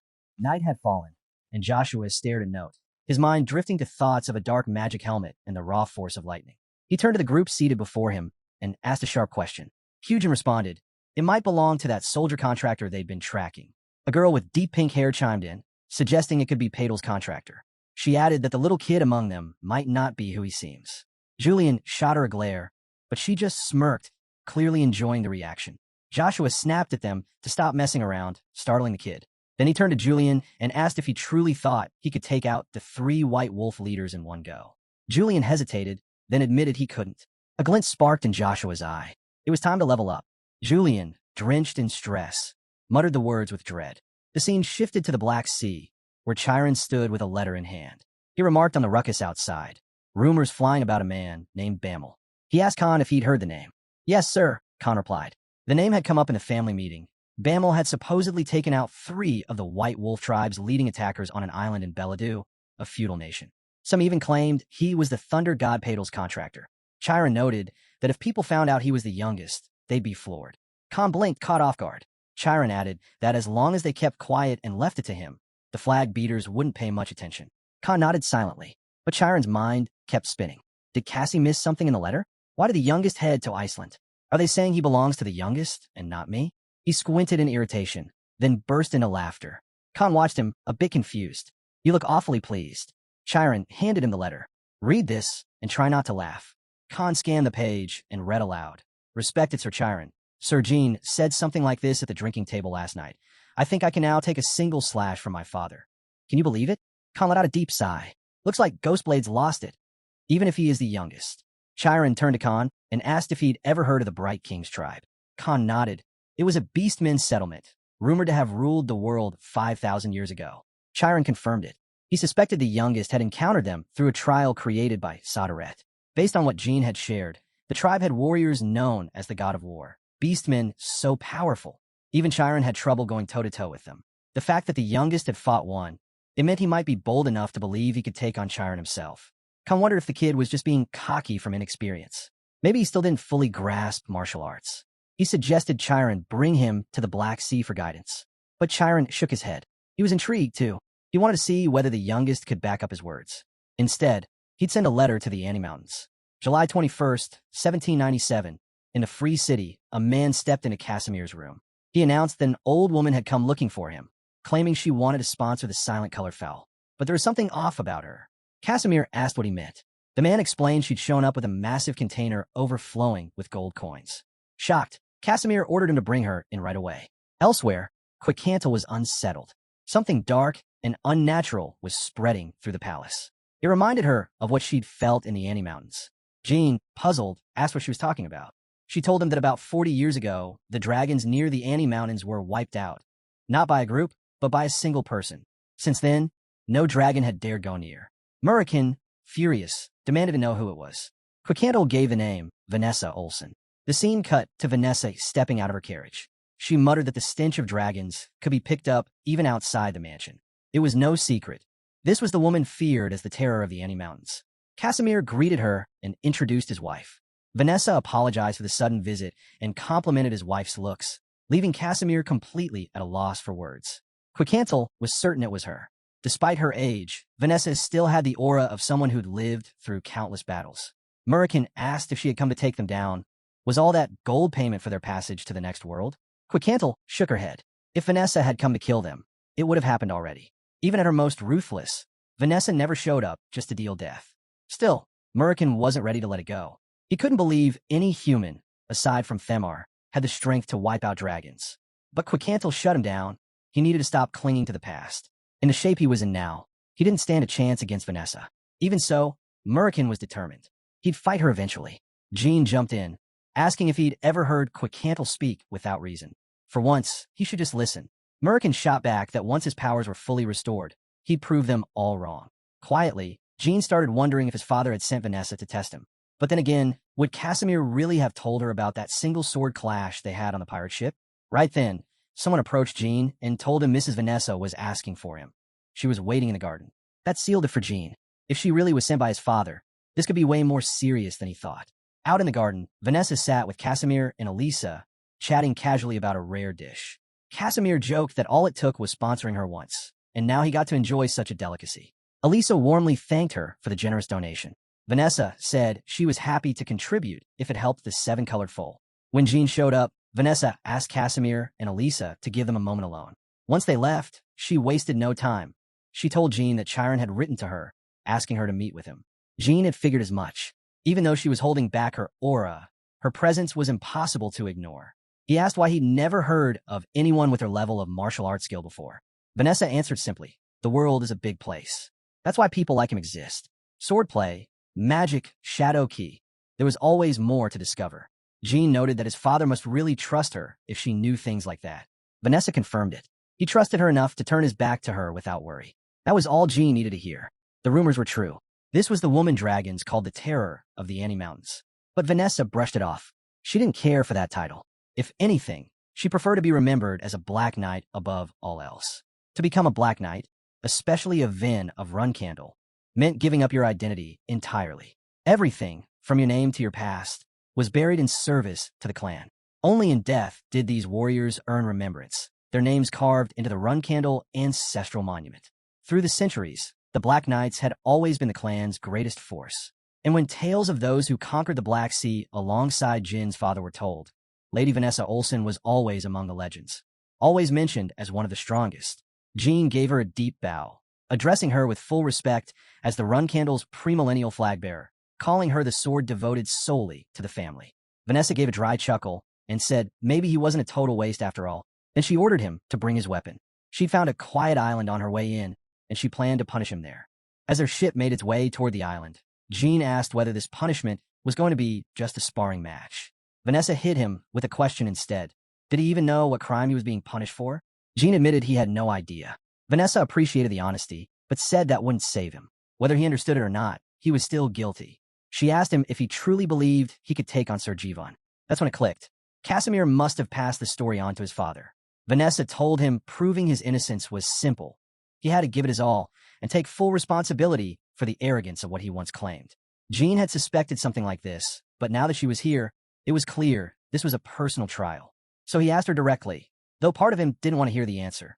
Don't tell me the only way is to beat you? She let out a laugh. Beat me? You think that's possible? No. All you need to do is land a single strike. Even if your blade just brushes my clothes. I'll accept it. Before she could even finish the sentence, Jin lunged. His aura surged, blue energy lined with streaks of yellow lightning.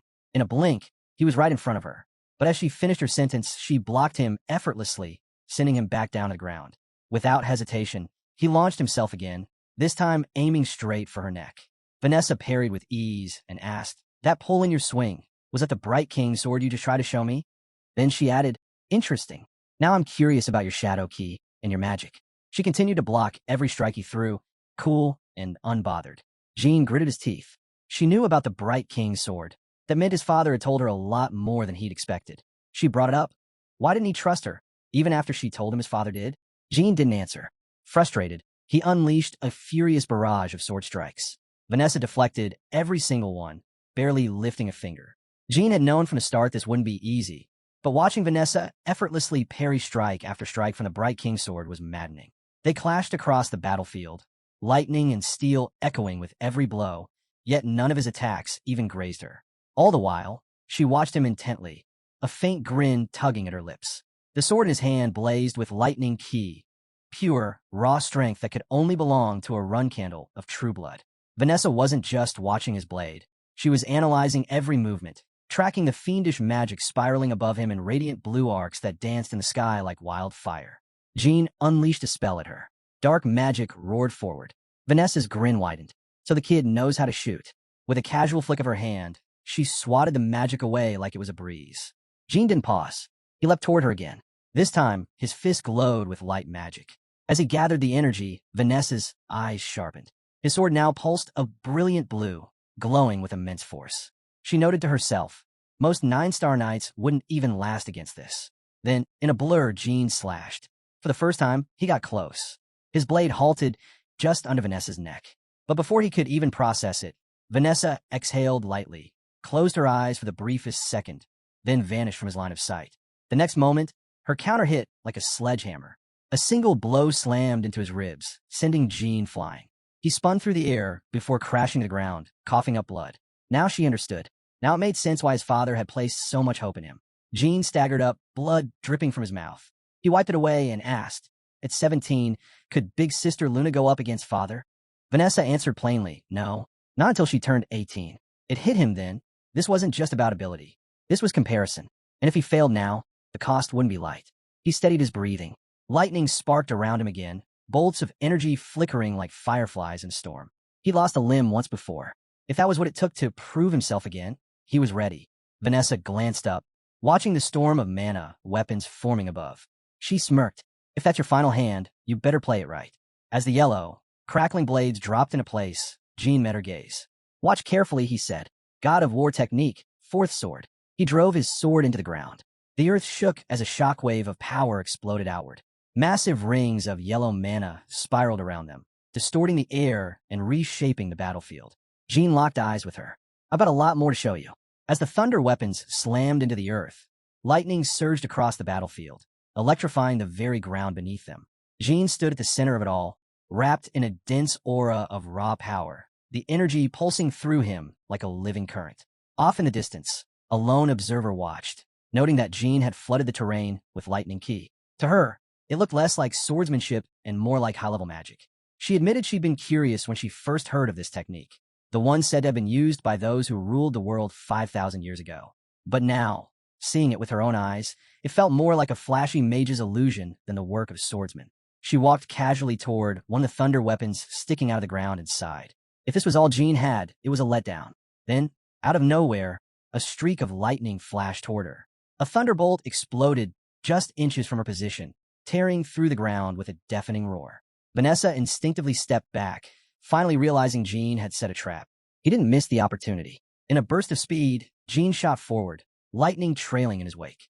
A glowing blue magical array sparked into existence around him as he advanced. He knew this version of the technique was far weaker than what the ancient god of War Brothers could pull off, but it was enough to make a statement. Above him, spectral dragon claws took shape, pressing down with overwhelming force. At the same time, more thunder mines beneath Vanessa activated, hurling bolts of lightning from the sky in a coordinated strike. Jin's eyes sharpened. No matter how strong she was, even Vanessa would have to make a move to avoid simultaneous attacks like this. One side threatened her with the crushing claws of a spectral dragon, while the other launched a relentless barrage of thunderbolts. But instead of dodging, Vanessa just smirked. "You really thought I'd move?" she said casually, catching Jean off guard. That grin never left her face. She lifted her hand, energy swirling in her palm. Jin's breath caught. She wasn't planning to dodge. She was going to knock it all away. And she did. His thunderbolts were swatted aside mid-air, every one of them deflected with practiced ease. Even when his summoned dragon exhaled a torrent of blazing blue fire, Vanessa countered with a strange sword technique that split the flames and redirected them harmlessly around her. Jean didn't waste a second. As the flames faded, he shifted into his next move without hesitation. Vanessa, now watching with growing interest, drew a slow breath. Her expression shifted, still amused, but now with a touch of surprise. "If I'd known you had this much in you," she said, "I would have brought a better sword." Jean activated the first form of the shadow sword, cloaking himself in a dark swirl of blue and black energy. The air around him cracked and buzzed with power. Without hesitation, he unleashed the soul slash and surged forward, a streak of darkness tearing across the battlefield. Vanessa responded instantly. Black magic exploded around her, spiraling into a tornado of sheer destruction. The impact thundered across the land, shaking the ground beneath them. When the storm finally faded and the dust began to settle, the result was undeniable. Vanessa's blade had been reduced to nothing but fragments. Only the hilt remained in her hands, the rest scattered around her like shards of broken glass. She stood motionless, arms still raised, staring at the ruined weapon. Jean dropped to his knees, completely spent, breath ragged and chest heaving. Vanessa looked down at him, her expression unreadable at first. Then, a small smile tugged at the corner of her mouth. "Your father did tell me to punish you," she said. Her gaze drifted to the faint bruise forming on his cheek. "But after what I've seen today, I suppose I'll have to reward you instead." Even through the exhaustion, Jean felt a quiet satisfaction wash over him. That evening, under the calm night sky, the two sat beside a lakeside fire. The flickering flames cast warm shadows, the fierce energy from earlier replaced by a calm stillness. Jean held a cup of tea in his hands while Vanessa took a sip of hers. "You handle strong liquor better than I expected," she commented. "I see now why they say you drank the all-poison wine." Jean let out a soft chuckle. "You flatter me, Lady Vanessa. I've still got a long road ahead before I reach your level." A pause settled between them, comfortable and unhurried. Then Jean asked, "May I ask you something?" Vanessa nodded. "When did you first meet the patriarch?" The question gave her pause. She drew in a slow breath, eyes drifting toward the fire. "It's been a long time," she said. "This might take a while, but I'll tell you." She began her story. Once, she'd been just a girl, an orphan living peacefully with her siblings. Then came the fire dragon. It tore through her town like a storm, reducing everything to ash and cinders. Her family, her home, gone in an instant. All she could do was stand there, powerless, as her world was destroyed. After that, all that remained in her heart was vengeance. She journeyed to the empty mountains, the dragon's domain, and let her rage loose. One by one, she brought down any dragon that crossed her path. She became a legend, a nightmare whispered among even the strongest. But no matter how many she killed, the one responsible for her pain never appeared. So she stayed, kept fighting, slaying dragons, and even any humans foolish enough to approach her domain. Vanessa admitted it without hesitation. She had lost her sanity long ago. For 50 years, she roamed the mountains, hunting dragons with an obsession that consumed her. The fire dragon that destroyed her life never returned. Still, she waited, fought, and slaughtered, no longer fully human. Then, one day, Jin's father appeared. Sir Chiron, wielding power unlike anything she'd faced, became the first human in 15 years to defeat her. At the time, she was more beast than warrior. But after subduing her, he didn't strike her down. Instead, he led her directly to the lair of the fire dragon she'd spent a lifetime searching for. There, she discovered the truth. The dragon she sought was no ordinary beast. It was the child of Khadun, the guardian dragon of the Zipple clan. And Khadun itself had come, ready to defend its bloodline. Chiron held off Khadun alone, buying her the moment she'd waited half a century for. Though the guardian escaped, badly wounded by Chiron's blade, Vanessa accomplished her goal. She drove her sword through the fire dragon's throat, severing it without mercy. Her vengeance complete, she knelt before Chiron and pledged herself to him, becoming one of his knights. Jean sat in silence, taking it all in, the weight of her past, her pain, and the brutal loyalty that followed. It all settled heavily on his shoulders. Vanessa gave a soft exhale and leaned back. "I've said more than I meant to," she said, then turned serious. "Now about that reward." She reached into her cloak and pulled out a folded map. "Sir Chiron gave me this and told me to pass it on to the child I believed deserved it." Jin's breath caught. He took the map and unfolded it slowly. His eyes widened as he studied the markings. This is the Black Sea." Vanessa confirmed it with a knowing smile. Jean stared at it in disbelief. The Black Sea, an uncharted nightmare where monsters roamed endlessly. No nation had dare map it, not even the mighty Zipples. Vanessa's smirk deepened. And yet, the Runcandles did. She told him the map was the result of a secret mission, one carried out by Sir Chiron and his most trusted knights. Then, she gave him the next step in his journey. Follow the map and complete the trial waiting at the marked location. Jean looked up. "This test, will I be fighting something?" Vanessa nodded. "Yes, a monster, one that must be defeated." Then her voice dropped, quiet but sharp with warning. "They say it's a creature raised long ago by the witch Helurum. On a dim, overcast day, a quiet cottage stood before a cave. The towering bones of a dragon sprawled behind it like a forgotten monument." Lady Vanessa stepped toward the door, her eyes sharp, focused. She pushed it open and scanned the room. "You've gotten better at surprises," she said, half amused. "Sending a letter without warning wasn't enough? Now you show up in person without a word." Her gaze locked onto a figure inside. Narrowing her eyes, she continued, "You must have searched far and wide to find this place, and you're helping yourself to my tea?" She had the cup in his hand, both curious and cautious. The figure, calm and deliberate, spoke. "What do you think of my son?" Lady Vanessa's expression shifted. "Sir Chiron, age has caught up with you. I can see the concern in your eyes. And it's all because of him, isn't it?" She paused, then added, "But you're underestimating your youngest. Honestly, I'm not even sure I could handle him in a real fight." Chiron gave a slight nod. "I figured as much, just by looking at you." Vanessa poured water into her cup, the sound soft and steady. "I agree with you, Sir Chiron. That's why I already gave him the map." Chiron's tone turned serious. "I didn't take that lightly, Lady Vanessa. Did you already see this coming?" Then he added, "Now that you've passed the map to my youngest, I take it you no longer carry regrets about Luna?" Vanessa fell quiet. Her thoughts wandered back. Memories she had buried, now pushing their way to the surface. She remembered how, once, all the knights, herself included, had placed their hopes in Luna. Too much, perhaps. Too blindly. If only we'd paid a bit more attention, she thought. Maybe she wouldn't have chosen to become a martyr. The silence stretched for a moment before Chiron spoke again. "Now that our part is done, we should focus on our duties and give it our all." Vanessa nodded slowly. "I plan to keep an eye on him. I don't want him ending up like me. I get the feeling Joshua is watching him too, making his own moves." Chiron's face darkened. "I have no interest in Joshua. He's not someone worth watching. If he can't even handle his own blood, he has no right dreaming of taking on real enemies." Vanessa's expression tensed with worry. Her voice dropped. "But if he turns out like Luna, what then?" Sir Chiron's expression twisted into something cold and furious. His right eye glowed, a sharp, piercing blue dot pulsing with rage. His voice dropped, quiet and deadly. "Is that why you gave him the map? Was it your only reason?" High above the Black Sea, the wind howled violently as Jean steadied the map against the pressure, riding on the dragon's back. He pointed into the distance. "There, that's the spot."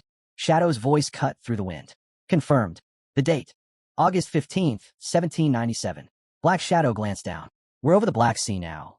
Jean scanned the map. eyes locking onto a glowing mark. That light, it's where the pillars should be. Black Shadow corrected him. That's not a pillar. It's a nest, home to flying beasts. Monsters hiding beneath the rods. As if on cue, the creatures stirred. Dozens of them, eyes locked onto Jean and Shadow, mouths gaping open to reveal rows of razor-like fangs. Black Shadow's tone shifted to a growl. How dare they come at us? The dragon responded instantly. Sensing the provocation, it roared and unleashed its fury, the sky erupting in a wave of violent blue mana. The blast shattered stone, a shockwave rippling across the skies. Jean watched in awe as the power expanded outward. He turned to Mirakin. You've regained a lot of your strength. Mirakin replied. This? It's barely a fragment of what I once had. Jean frowned. But your heart was destroyed. How can you still have this kind of power? Before he could answer, Mirakin dropped from the sky, landing with a heavy thud. Dust kicked up around him. I can't fly any farther, he said. His gaze swept the terrain ahead, cautious and grim. That poison cloud, lethal enough to eat through dragon scales. He looked back at Jean. The monsters we saw earlier, they weren't affected by it. Mirakin paused, thoughtful. The beasts here, everything in the Black Sea, carries poison in their blood. Every living thing is toxic. His gaze turned toward the distant glow. The black-headed man spoke up. Your father, Jean, he really is something else. Of all places, he chose this cursed land to chart a map. Even dragons avoid it. Jin's curiosity grew as he stared at the map. What is this place, really? What's going on here? The man replied, his voice grim. Among all the beasts, the one we need to kill is the creature raised by Halurim. That woman, crossing paths with her is always a bad omen. Jean narrowed his eyes. You know Halurim? The man nodded. Even 1,000 years ago, her name echoed in fear. She was loved by demons and gods alike, and embedded their powers into her own flesh. Jin's eyes widened in disbelief. So all those disasters in history, they were because of Halurim? I remember reading about that in old records. The man nodded gravely. It's true. She may look human on the outside, but her other half is pure demon, and her lifespan, just like theirs, practically endless. He recalled her image, visibly disturbed. Her very presence is a curse. When she's awake, even the gods avoid her. None dare form contracts with her. Then he added, the Monster King, or Queen, depending on who you ask, was one of the few who survived her curses. He even dated her. That guy was something else. His voice dropped lower as he turned to Jean. Whatever you do, stay away from her. Even if curses don't work on you, it's not worth getting involved. She always comes back for revenge. Jean raised an eyebrow. So are you scared of her? The man's eyes flared. Scared? When did I say that? Just then, a low growl rumbled behind him. A massive wolf emerged from the shadows. The man didn't flinch. If you're marked with misfortune, these things will come for you. That's why I'm warning you. Jin's tone remained calm. What I don't understand is, why did my father and the Black Knights leave the beast alive? They knew where it was. The man's face twisted in dread. Believe me, I've asked myself the same thing. Before he could finish, the wolf lunged over the ridge, jaws wide. Jean spun around, ready. His blade flashed through the air, cutting down the beast mid-leap. Black, poisonous blood sprayed across the cliffs, sizzling as it hit the ground. The man stepped back, covering his nose. That's what I meant about the poisonous blood. Beasts from the Black Sea bleed pure toxin. He pointed at the splattered black ooze. And this is too much. Even a few drops can kill. Be careful. Jean turned to Mirakin. Stay here. This one's mine. Mirakin nodded. Fine. But be warned. The bushes ahead? They're nothing but thorn traps. I'll manage, Jean replied. He moved forward, eyes scanning the dense undergrowth. A butterfly flitted through the thorns. But this wasn't just any insect. Its wings shimmered with a strange powder. Toxic. Jean watched it grow larger as it hovered deeper into the thicket. The inside of these bushes, something's different in there, he muttered. Then he saw it. A towering mass of thorn-covered vines sat at the heart of the forest. Is that a thorn vine? He whispered. Why is it so massive? Suddenly, a huge paw slammed down on top of it. Jean froze. Behind the thorns, barely visible through the dense foliage, loomed an enormous cat, its body hidden in shadow, its gaze locked on him. The sheer size of it made Jin's breath catch. He stared at the towering wall of vines, and a monstrous feline lurking behind it, hidden deep within the thorn bush forest. Jean freezes as he sees the enormous sphere and the cat's towering form. Its gaze locks onto him, and Jean immediately assumes this must be the beast he has to face. But as he takes a better look, he's caught off guard. The creature doesn't look feral. It seems almost ethereal. And then it hits him. The cat is actually kind of adorable. Curious, Jean greets it. To his surprise, the cat listens, attentive and calm. But just as things seem to settle, the cat suddenly springs into action, leaping away and bouncing across the terrain to escape. Confused, Jean mutters, "Is that giant thing afraid of me? Is it even a beast?" He takes to the sky, flying after it, scanning the land to figure out where it's gone. As he searches, a massive sphere of bushes suddenly crashes down from above. Jean reacts fast, slicing through the air and striking the sphere with his sword as he tries to dodge. But before he can catch a breath, another, even larger bushball barrels toward him. The cat, far off in the distance, hovers midair, crafting these bushy projectiles with its magical abilities. Watching it, Jean crashes to the ground, groaning.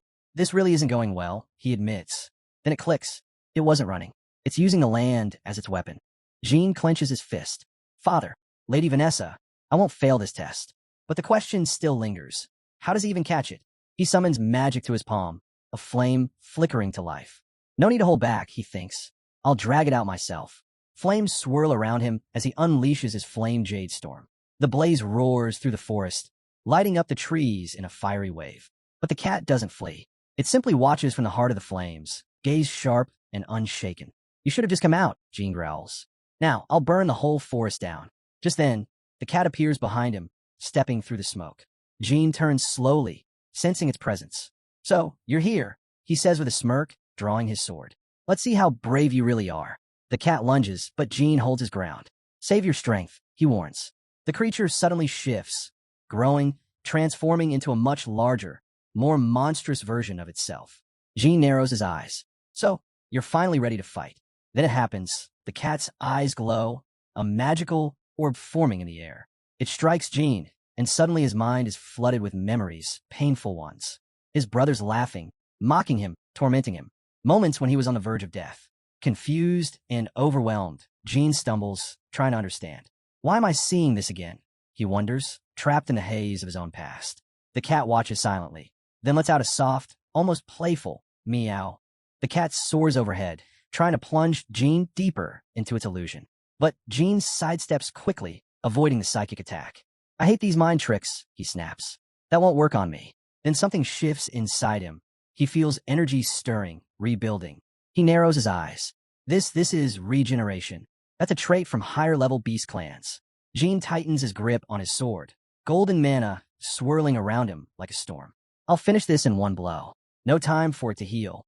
The cat watches, startled, as Jin's aura explodes in a brilliant yellow, expanding outward until it engulfs them both. The beast raises a paw, its claws sharpening in an instant. It lets out a deafening cry, right as Jin's yellow mana slams into it like lightning, sending tremors through the ground. Without a moment's pause, Jin summons more energy, blue mana gathering along his blade. He lifts it and points it straight at the wounded cat. This is the first form, Shadow Sword Soul Slash. His blade cuts through the air, and the wave slices clean through the cat, splitting its body in two. "Rest in peace," Jean mutters, assuming the battle is over.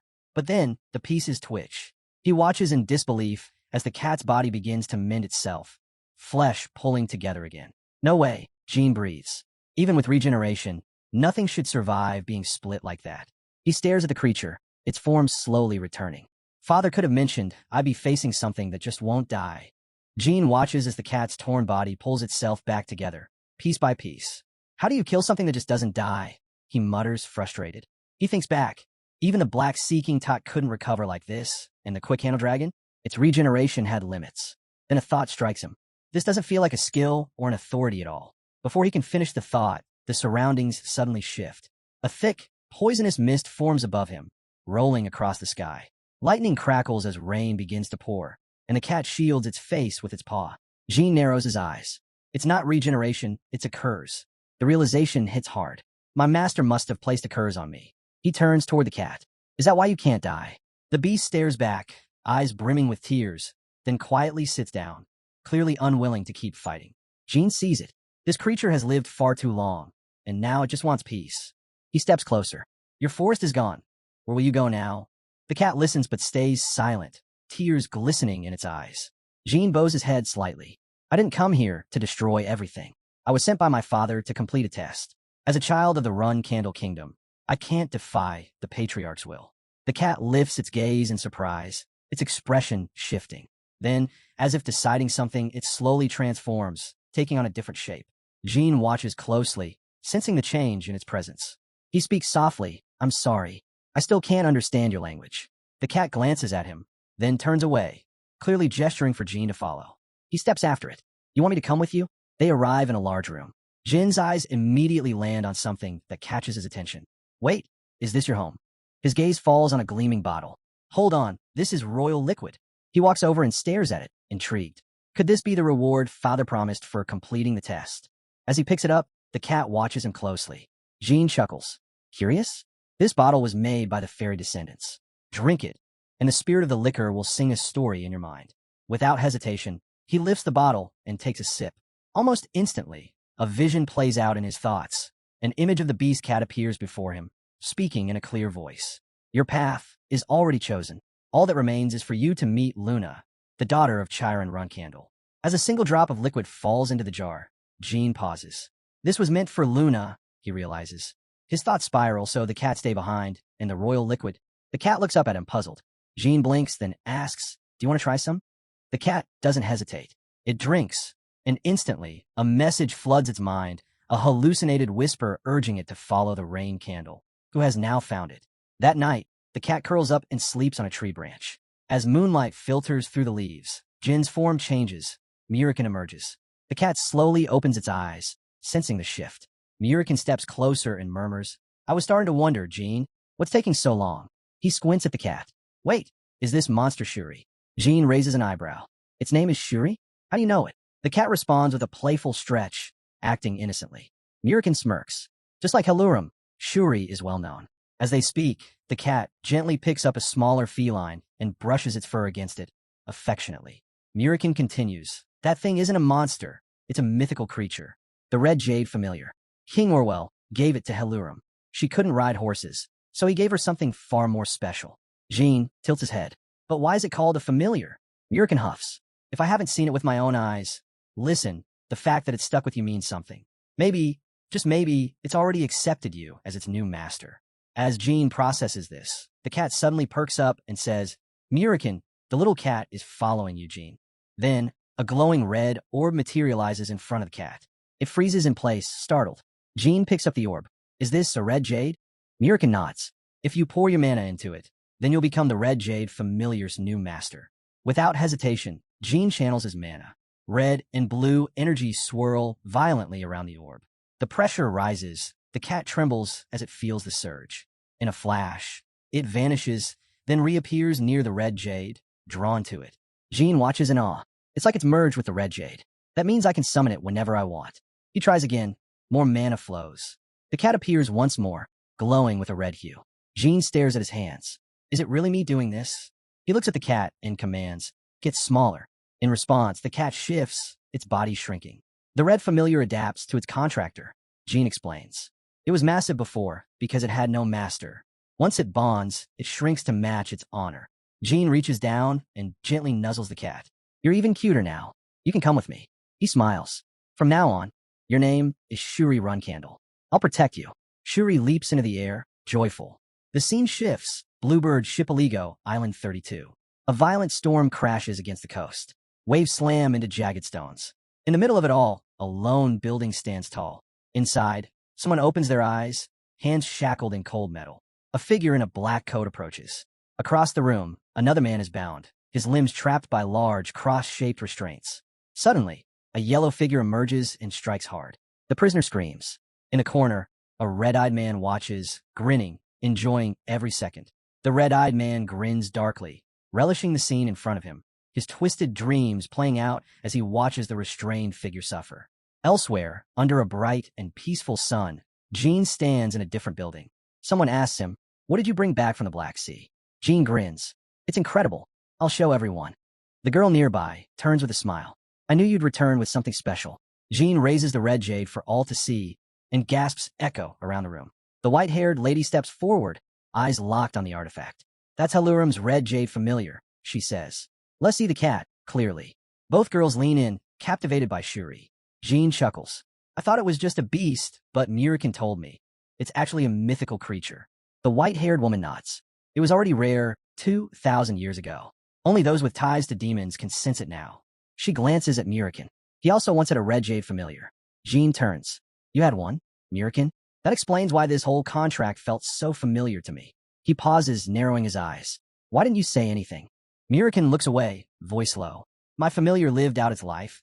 It passed on across the Rainbow Road. He sighs. I guess it was too painful to talk about. I really cared for it. The woman adds gently. Mirakin's shapeshift form is a cat because it resembles his old familiar. Jean grins. You're more sentimental than you look. Mirakin fidgets. Shut up. And the white-haired lady's tone turns serious. I thought all familiars like these were gone, ever since monsters declined. She studies Shuri closely. Shuri carries a fragment of immortality now. Even if he wants to die, he can't. That's his curse. She rests her hand on her chin. A witch curse me with this garbage. She glares toward the floor. Maybe one of Helurum's disasters ended with Shuri being cursed this way. Jean raises an eyebrow. What makes you say that? She scowls. To trigger an immortality curse, you need a sacrifice of at least 1 million human lives. Jean stiffens in shock. Mirakin glances to the side, uneasy. If the curse is still holding, then Helurum must still be alive, somewhere in the world. His voice turns bitter. But if she is, why would she leave Shuri behind? Even the white-haired lady, who once severed her own contract, turns away, silent. Jean glares at Mirakin. You didn't think before you spoke, did you? Mirakin lowers his head, guilt written across his face. Jean steps forward. My father left behind the royal liquor. Whatever he's doing, it feels like he's searching for something lost. He looks off into the distance. Maybe he's doing it for Luna. Mirakin says calmly, you're the one who passed the test and brought the familiar back with you. Jean glances at the cat. So, does that mean you acknowledge me as your master now? But doubt lingers in his voice. I don't know. Father always favored Luna. Even when she gave up her place, he still showed interest in her, stepped in like it was all about her. He thinks back, his past rushing forward like a wave. He remembers the cold look in his father's eyes, the moment he was barred from returning home. You won't die, his father had said. You've worked hard. But the message was clear. He was being cast aside. Jean clenches his fist. Then a voice gently calls out, young master. He blinks and returns to the present. Mary is beside him. I might be overstepping, she says softly, but I don't think the patriarch hated Luna for being gentle. Jean looks up, caught off guard, still stroking Shuri's soft fur. Mary continues, this creature, Shuri, is cursed with immortality. If things had gone normally, Miss Luna would have taken the test and done whatever it took to control it. Shuri purrs as Mary gently pets him. She looks at Jean. Maybe the patriarch thought the next heir should be someone who could treat this creature with warmth, someone who understands it can't die. Like you do, young master. Jean falls silent. He remembers the moments, those quiet, warm memories with Luna. The forest, the whispers in the brush. He breathes out, Mary, you might be right. The two sit quietly, their hands brushing over Shuri's fur as the cat leans into their touch, purring in contentment. The scene shifts. In another room, someone stands with Jean and says, the compass is locked onto a specific direction. I brought you here to show you. A globe of blue mana flickers to life. Jean studies it. What's going on? The man points. A contractor has been moving in and out of the Euphester allied powers, specifically the Bluebird Archipelago. He continues, the 7 colors have thoroughly searched the entire area, and we've tracked the exact location of that contractor. Jean narrows his eyes. Where? The man replies, Island 32. He adds, based on what we found, the island is owned by a family tied to one of the Runcandle Guardian Knights. Jin's expression changes. Wait, the Guardian Knight? The man nods. We believe it's Joshua. He could easily claim the island as his own. Jean smirks, calling out Joshua's name with a sharp edge of his voice. Could Joshua be hiding a contractor on that island? Owned or abandoned, doesn't matter, he mutters. That's the first place I need to check. The scene cuts to Island 32. A ship is tossed around in the middle of a violent storm. Lightning crackling across the sky. Mirakin grumbles. What's with this awful weather? Jean stands beside him, steady. The sailor explains. This is normal around the Bluebird Archipelago. Storms are constant. Lightning makes sea battles a nightmare, and no one sane would live here.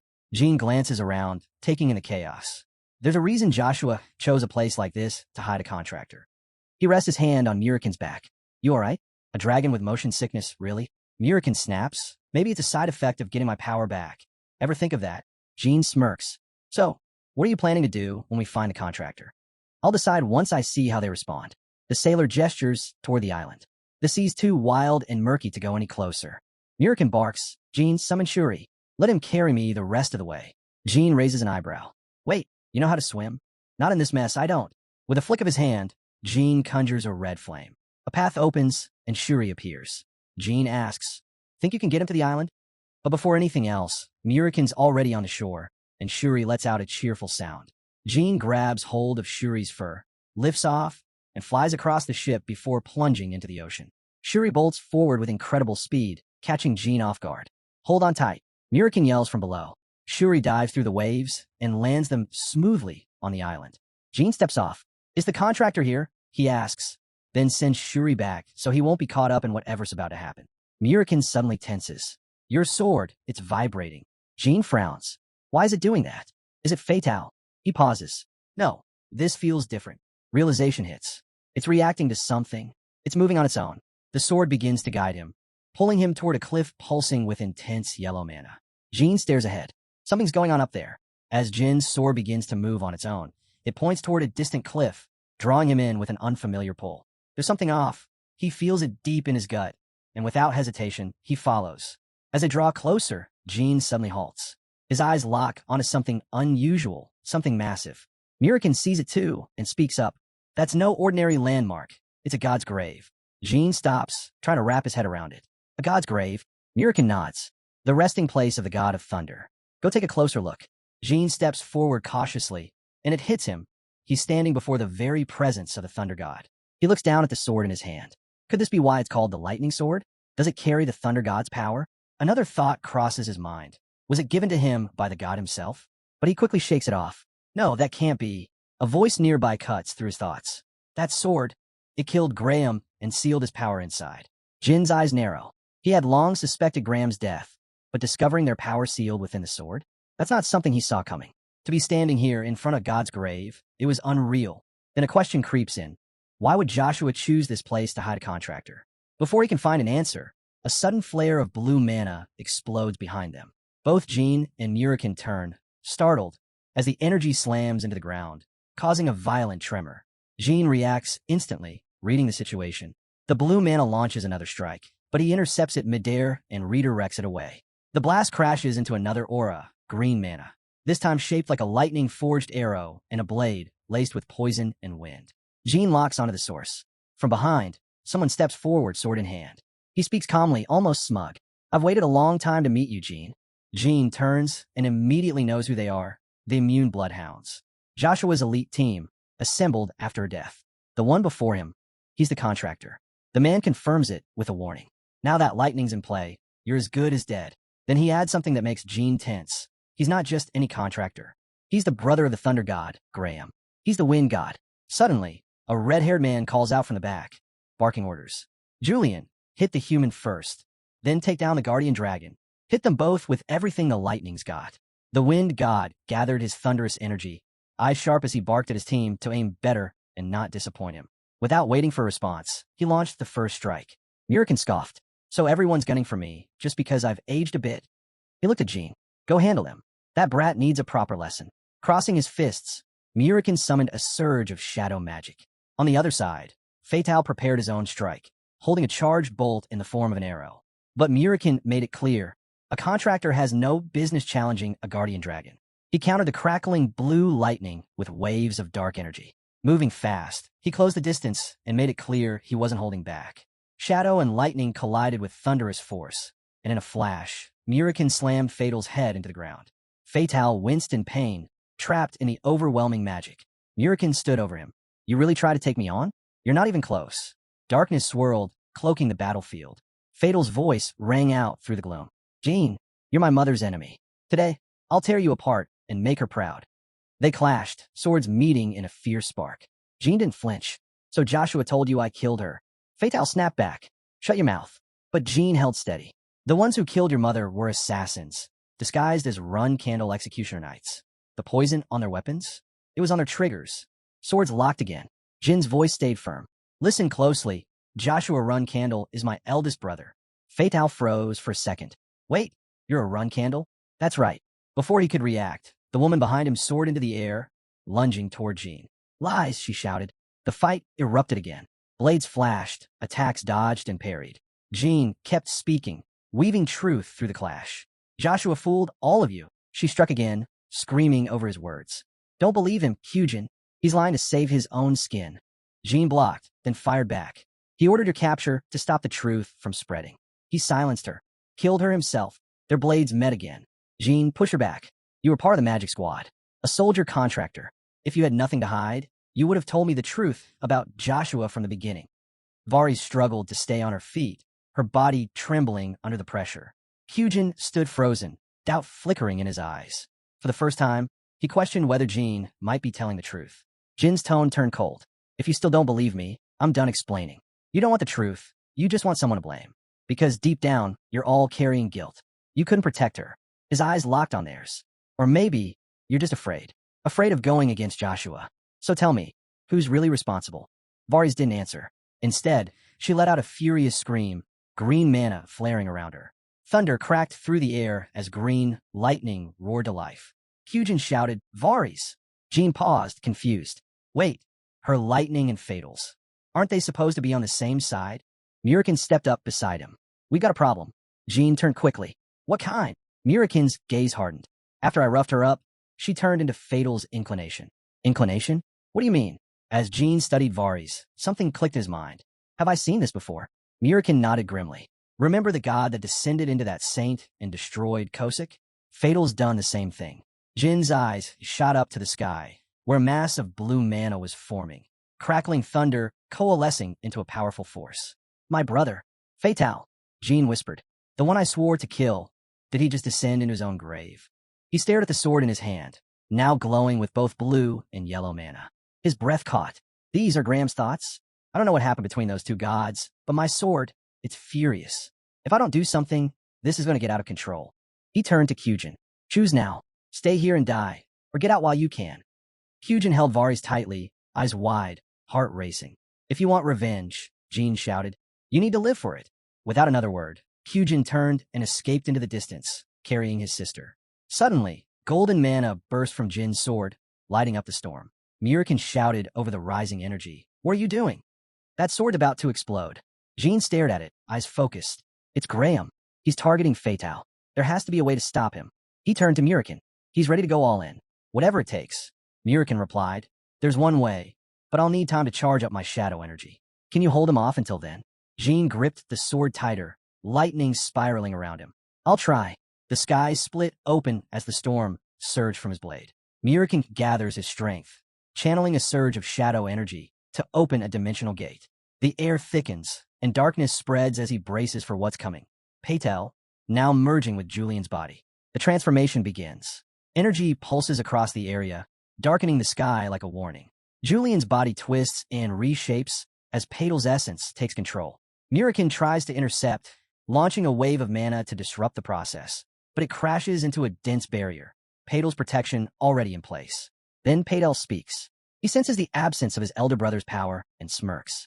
The mana attempting to push into him gets crushed in his grip as he touches the space around him and mutters, It's them. Hovering above them all, his presence weighs down the air. Jean struggles to breathe, just standing beneath him. Even though it isn't a full divine form, the pressure is intense, undeniably a god's descent. But still, Jean knows, compared to the overwhelming power of Graham, the god of war, Patel isn't nearly as terrifying. Confidence sparks in Jin's eyes. He steps forward without hesitation. Patel stares at him, confused by the lack of fear. You think you stand a chance? Without warning, he forms a dense mana arrow and fires. It blasts through the sky, slamming into the ground with explosive force. Jean dodges at the last second, narrowly avoiding the impact. But Patel isn't done. A new portal rips open above, releasing a storm of mana-charged arrows. Jean dashes across the battlefield, weaving through the barrage. One arrow grazes him, landing a hit and slowing him down. Floating above, Patel mocks him. You're nothing but a worm. That sword doesn't belong to you. Jean says nothing. Instead, he pulls off his cloak and slams it to the ground. A burst of lightning erupts around him. The explosion of energy shakes the terrain as Jean rises, crackling with raw power. Patel's eyes narrow. You act like one of the Bright King's descendants. Then he sees it, the Bright King's stone shining from deep within Jin's body. The proof.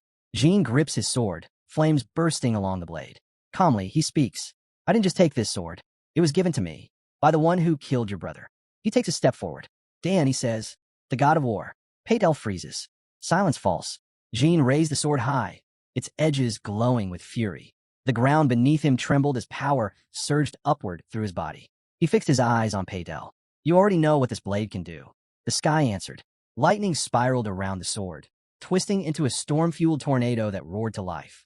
In the heart of it all, Jean stood firm and unleashed the energy in one devastating strike. The blast hit Patel like a hammer from the heavens, driving him straight into the earth. The sheer force of the impact swallowed him in a violent explosion of light and sound. Far across the battlefield, Hyujin ran while the sky behind him lit up. The explosion thundered through the air, forcing him to stop in his tracks. His head snapped toward the blast. That power, was that really Jean? He couldn't believe it. The same guy they crossed paths with back in Delki? His mind replayed everything. Jean confessing that Joshua was his older brother. How Joshua had forced Tymien to curse him, just to bury his secret. When Tymien tried to speak the truth, she was erased. Now, Hyujin wasn't so sure anymore. Maybe Jean had been honest from the beginning. Maybe they'd all been played. But what now? Was it too late to turn back? He glanced at Bariz, still unconscious. Everything was unraveling fast. Back in the storm of battle, Jean could barely control the chaos inside him. His energy wasn't just rising. It was spiraling out of control, threatening to burn through him completely. Maybe, just maybe, with mirakin at his side, he could ride this wave and shift the tide. But Patel wasn't giving an inch. He pressed forward with relentless fury, keeping Jean on the defensive. Jean blocked, dodged, parried, but couldn't push back. Then, something shifted. Patel staggered for a moment, his rhythm thrown off. He growled, voice thick with rage. "You dare look down on me? You think this is enough?" His fury erupted. He conjured a colossal blast of mana, shaping it into a single arrow glowing with deadly intent. He raised it toward Jean, promising to crush his pride once and for all. The arrow fired. Before Jean could react, mirakin soared through the air and placed himself between them. The arrow struck him dead on. Patel faltered, stunned. "Why?" His voice cracked. "Why would you do that?" Mirakin didn't give him time to finish. Dark smoke poured from his maw, shadow mana coiling like a serpent through the air. Patel jerked back, wings beating furiously to avoid the blast. Jean stood frozen, staring up at the colossal shadow above him, his breath caught in his throat. His mind scrambled to understand. Was this Mirakin's shadow key liberation? Then it clicked. This wasn't just some dramatic power-up. Shadow key liberation was a release of dominion, an ancient force tied directly to the origin of all shadows. Every shadow in the world was born from Sodaret's mind, that swirling dark mist. And Sodaret, the supreme master of shadows. Jean, as the only contractor of Sodaret, held the reins. That meant even Mirakin's power, this overwhelming, monstrous form, answered to him. Shadow key liberation was the full unleashing of that authority. And Jean remembered. This wasn't even Mirakin at full strength. This was just a shard, a fraction of the black dragon in his prime. When Mirakin said he'd toy with Patel, he wasn't bluffing. And for the first time, Jean didn't feel like he was hanging on by a thread. He didn't feel outmatched. He felt like the storm. Above them, Patel screamed in fury, his voice laced with panic. "How dare mere creature of Sodaret defy me?" He summoned mana to strike, but nothing happened. His magic fizzled out before it could even form. He staggered. What is this? The power wouldn't answer him. His divine strength gone smothered. A massive foot crashed down in front of him, splitting the earth.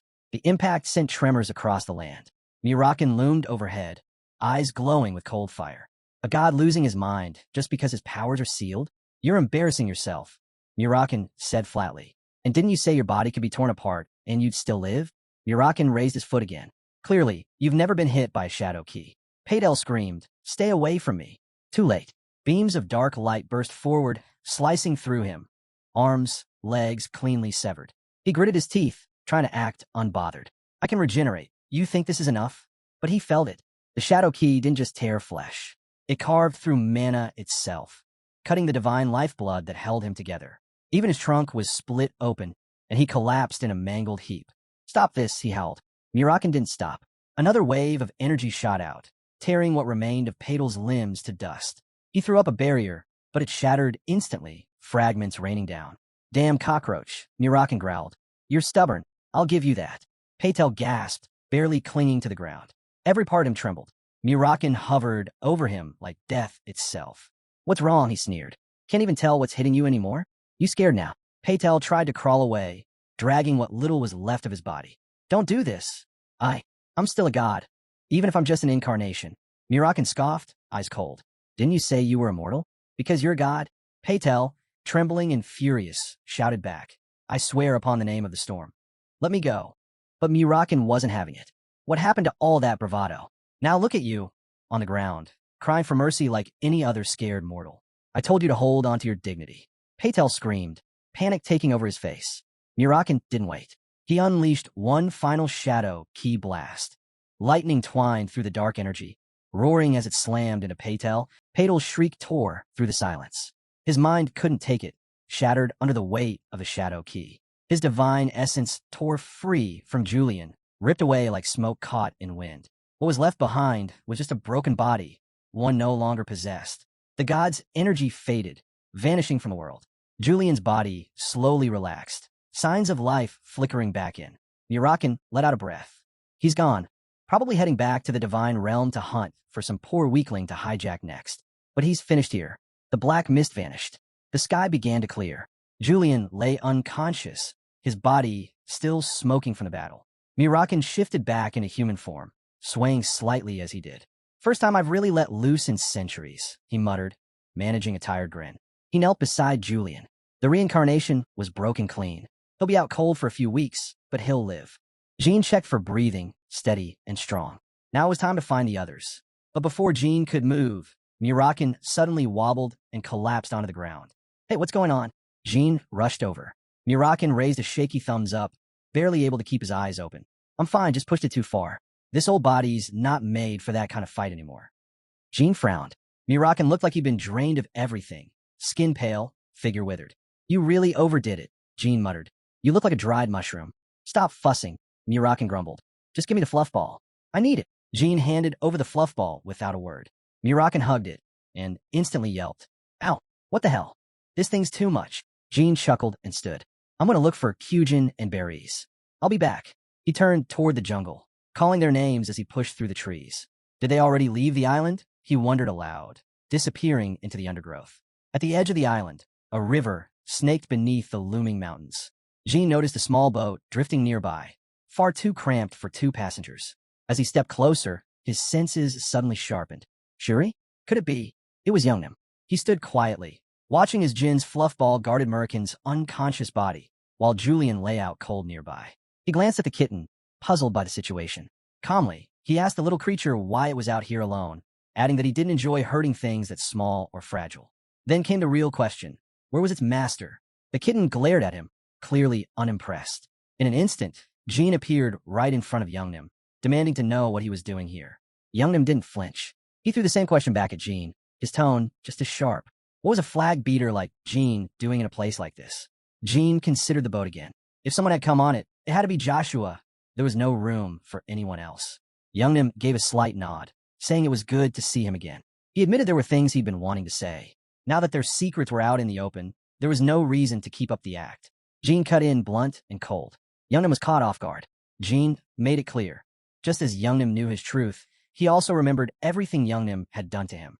Youngnam commented that Jin seemed worked up. He said he got it, but didn't think he was in the wrong.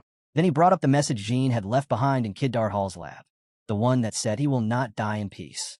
That line had made waves in multiple reports, yet no one had ever traced it back to Jin. Jin clenched his jaw. Joshua should have finished me off back then, he muttered. Then, driven by fury, he activated his shadow key and forced his soul outward. He shouted that if Joshua had really meant to kill him, he should have done it then. None of this mess would exist now. He pointed straight at Youngnam, who stood unfazed, smiling with glowing red eyes. Youngnam watched Jin's shadow key with a calm, unreadable gaze. After a moment, he finally spoke, saying that kind of power should have been his. Jin smirked.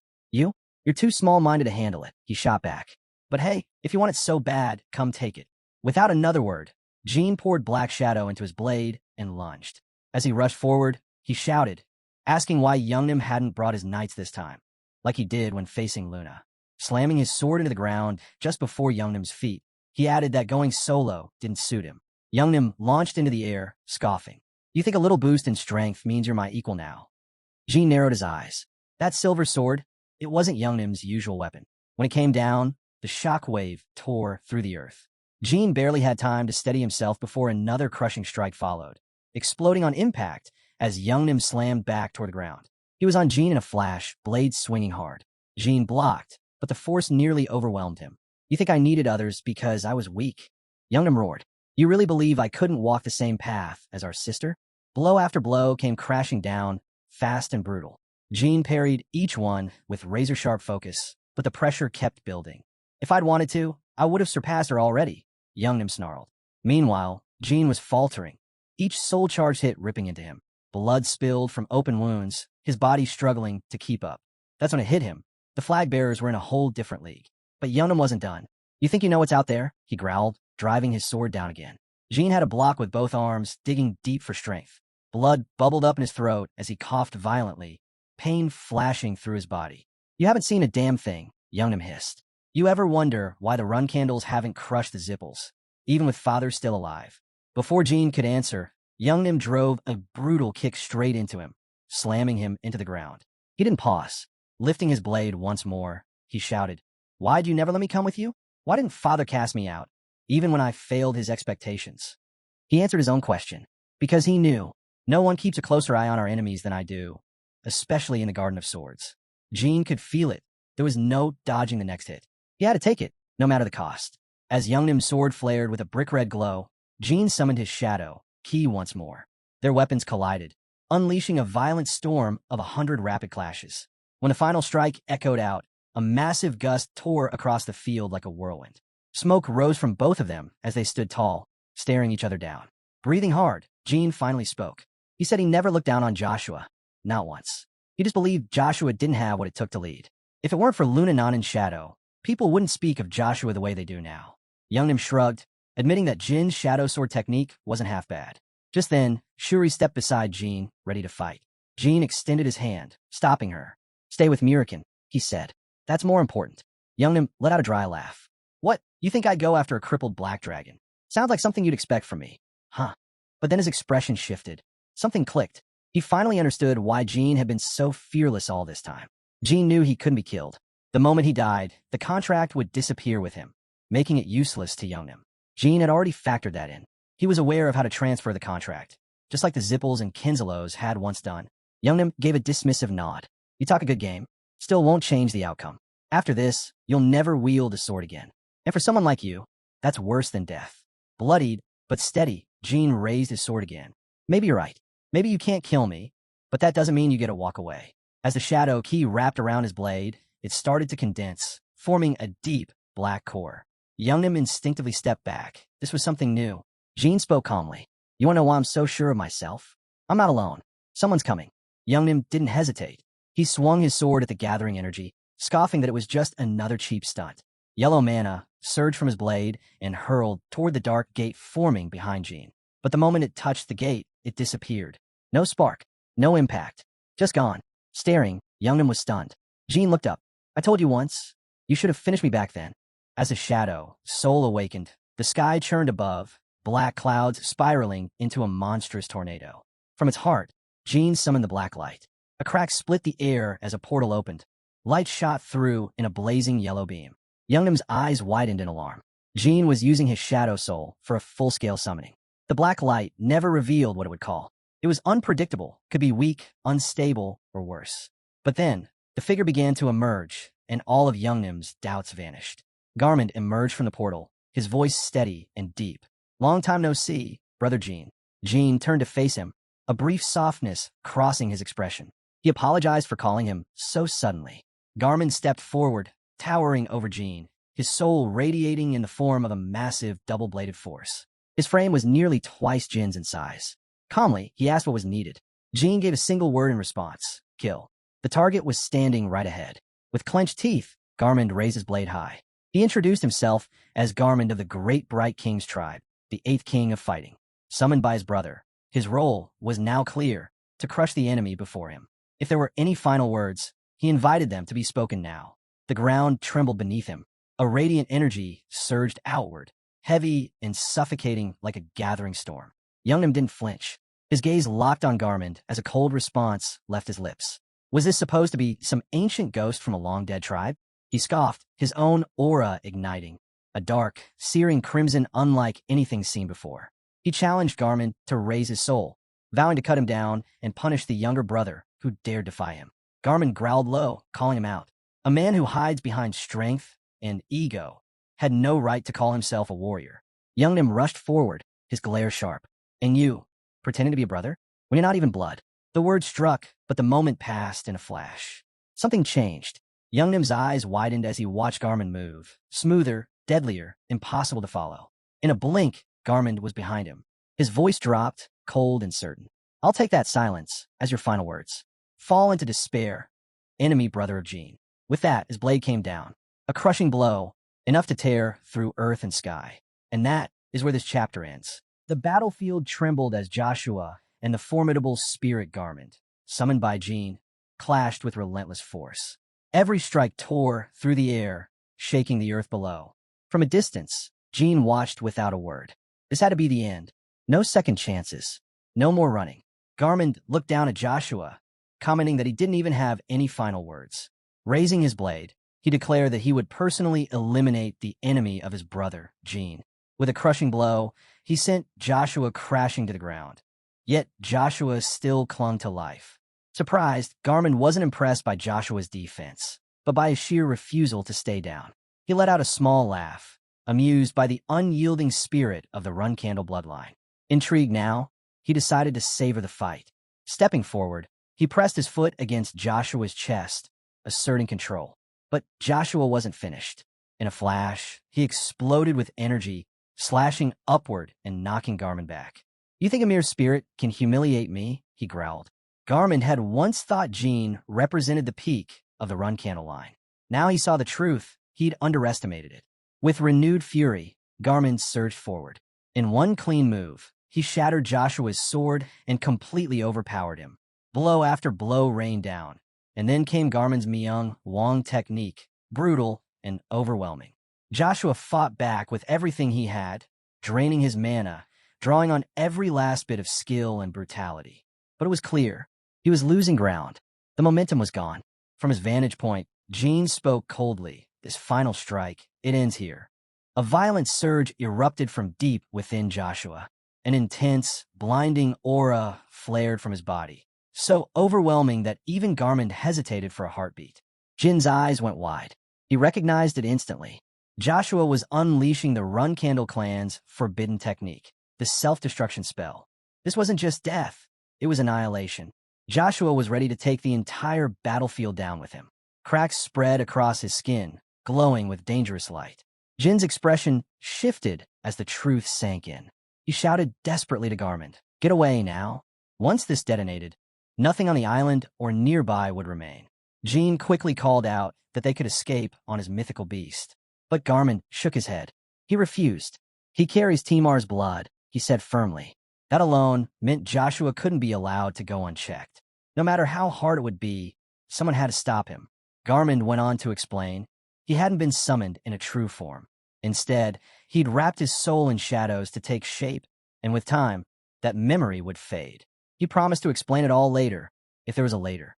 Then, with the last of his strength, Garmin hurled Jean out of the blast radius.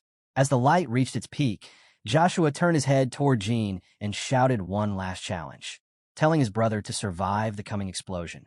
After the battle at the archipelago, Jean caught sight of a newspaper, and what he saw stopped him cold. Joshua was alive. Rage surged through him. His hands tightened around the paper, crumpling it as he stared at the headline again and again, unable to believe it. Somewhere else, in a dark, shadowy room, Joshua sat slumped in a chair. The toll of his failed self-destruction had left him drained and unsteady.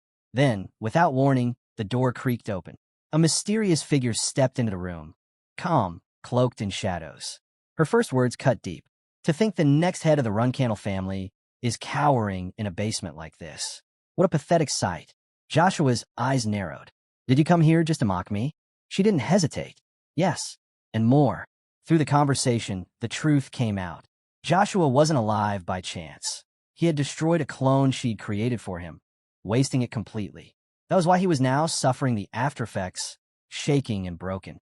Joshua tried to justify himself. He claimed he had no choice.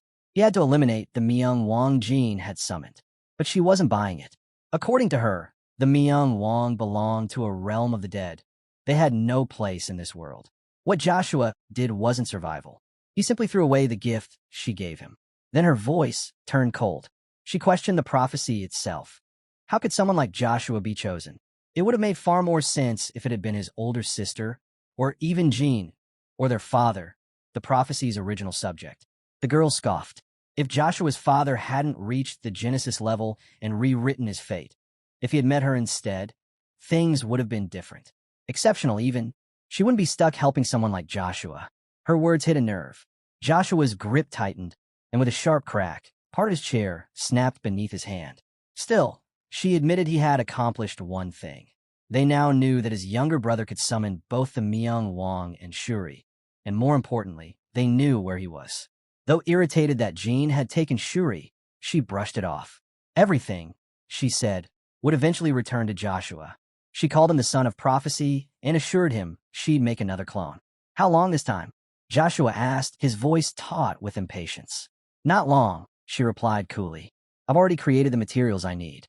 Meanwhile, Jean struggled to make sense of what he'd seen. Joshua had died, he saw it with his own eyes. But now his brother's image was being shown at a public ceremony in the kingdom of Shutran. Was it real? Kashmir confirmed it. The ceremony wasn't staged, and the image wasn't fake. There was no misinformation. They considered the idea that maybe Gaston had turned someone into a Joshua lookalike, but Jean dismissed that. The technique Joshua used back then was the real thing. That kind of destructive force, strong enough to obliterate the Bluebird archipelago, could only come from a true Runcandle. Quickantle asked whether the Joshua who appeared at the ceremony might still be a fake. Jean wasn't sure. He suggested tracking down Fatal's contractor for answers. Mirakin, clearly frustrated, groaned about all this happening while he was asleep. Quickantle didn't hold back. She criticized him for failing in his role as a guardian dragon. If Jean hadn't summoned the Myung Wang, what then? She reminded Mirakin that, once, he might have been the strongest dragon of his age, but now, clinging to the past, he was just another patient on the brink of death. Mirakin admitted she was right. Quickantle then suggested they visit Misha, someone who might help him regain his old strength. Who's Misha? Jean asked. She's Mirakin's older sister, Quickantle replied. At that, Mirakin snapped. Angry, he stormed off, grumbling that someone like Misha could never be his sister. Jean quickly realized the two weren't exactly on good terms. Apparently, Misha made a habit of bullying Mirakin when they were younger. As soon as Mirakin regained some of his strength, the first thing he did was get back at his sister. Naturally, Jean questioned whether Misha would be willing to help him after something like that. Quickantle clarified. Misha was a black dragon, just like Mirakin. Despite their messy past, she would help him. Besides, Quickantle planned to go along and speak to Misha herself. The two were close friends, and with her there, things would go more smoothly. But the next morning, Mirakin was gone. Disappeared without a word. Later, Gilly discovered a letter tucked away in her room. Mirakin had left on his own, heading to a far-off, dangerous place. He hadn't wanted to vanish like that, but it was his decision to make. In the note, he promised that once he made it back safely, they'd finally go on the trip he'd always talked about. Elsewhere, under cover of night in the city's forgotten corners, a man crept toward a rundown house. Inside, he met a hooded figure. A brief exchange took place, a heavy pouch of gold for a vial of clear, nearly invisible poison. Rare, undetectable. The buyer eyed the vial. Where did you get something like this? The hooded man didn't answer. The deal's done. Leave. The hooded man stepped quietly into a dim room where a girl lay trembling in pain. Her body convulsed slightly with every breath. The man lowered his hood, revealing himself as Kazan. Tears welled in his eyes as he whispered to the girl. Just hold on a little longer. You're all I have left. Back at their base, Kashmir informed Jean that Kuzan Marius had been located in the Delki Kingdom. After the nomination ceremony in Shutran, reports began surfacing about a rare blood poison circulating in Delki. One of Kashmir's mercenaries had managed to acquire a sample. It was unregistered in any known academic records, which confirmed their suspicions. The poison's origin pointed directly to Kazan, and Delki, after all, was home to the Marius family. Jean and his group didn't hesitate. They departed for Delki immediately. When they arrived at the abandoned house, Kazan was already there, standing in wait. He had known Jean would come. In fact, he'd made sure of it. He wanted Jean to find him before Joshua did. He needed help to save his sister. Jean quickly grasped the situation. Beriz was in the final stages of mana backflow. Her body was breaking down. I'm not sure I can save her, he said bluntly. Desperate, Kazan dropped to his knees. Please, she's all I have left. I'll do anything you ask. I'll pay for everything I've done. Just save her. Jean stared down at him, cold and firm. You'll come with me and prove your worth. Begging doesn't change anything. Only a Vankela saint can cure her condition. But first, she needs a healer. Immediately. He explained further. Only a few healers among Hofstadter's allied forces had the skill to handle mana backflow, and meeting one without alerting Joshua would be nearly impossible. Their only option was to rush Bariz to Tyken for emergency treatment, and then find a Vankela saint. There was no time to waste. Alicia carefully lifted Bariz in her arms, and they all moved quickly. Before they left, Jean issued a warning to Kazan. If we run into Joshua's men, your sister's safety is second to ours. We'll leave her behind.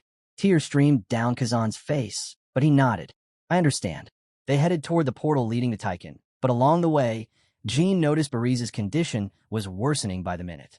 Time was slipping away. As they neared the portal to Tyken, Jin's eyes narrowed. He could sense it. They were being followed. 3 of Joshua's agents were tailing them. He turned to Kazan. Take care of them. Quietly. No one should know. Kazan gave a slight nod and vanished without a word. Kashmir, however, looked skeptical. It's broad daylight.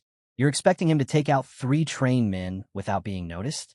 That level of stealth, only elite, nameless assassins can manage that. Jin's response was ice cold. He has no choice. It's that or he dies.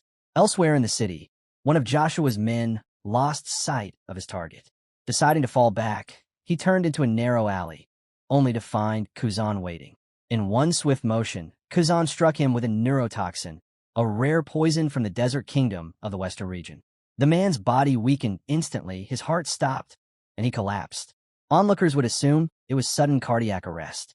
The toxin only worked on those under 6-star rank, perfectly tailored.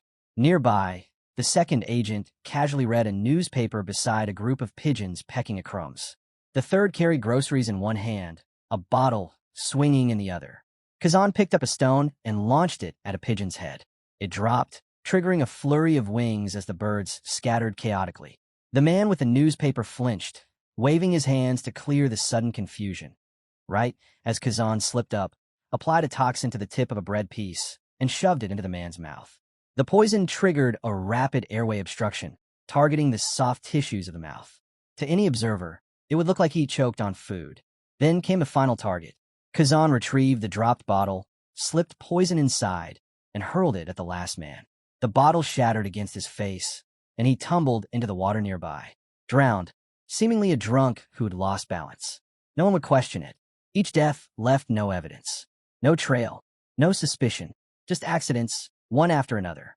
At the Tyken Kashmir estate, a heavy silence lingered in the room. The doctor stepped back from Valeria, his face showing a mix of relief and restraint. In a calm tone, he explained Valeria was no longer in immediate danger. Still, complete rest was crucial. Although she'd made it past the worst, without aid from the saints of Vankala, her ability to use mana would be gone for good. Kuzan expressed his thanks to the doctor. Jean, standing nearby, reminded Kuzan that he had fulfilled his part of their deal. And now, it was Kuzan's turn to deliver. The contractor tied to Fatal was locked down in chains.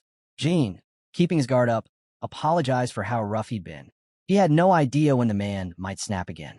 The contractor, surprised to see Kuzan siding with Jean, asked if he had turned his back on Lord Joshua. Kuzan didn't sugarcoat his reply. Joshua was the one who turned on them first.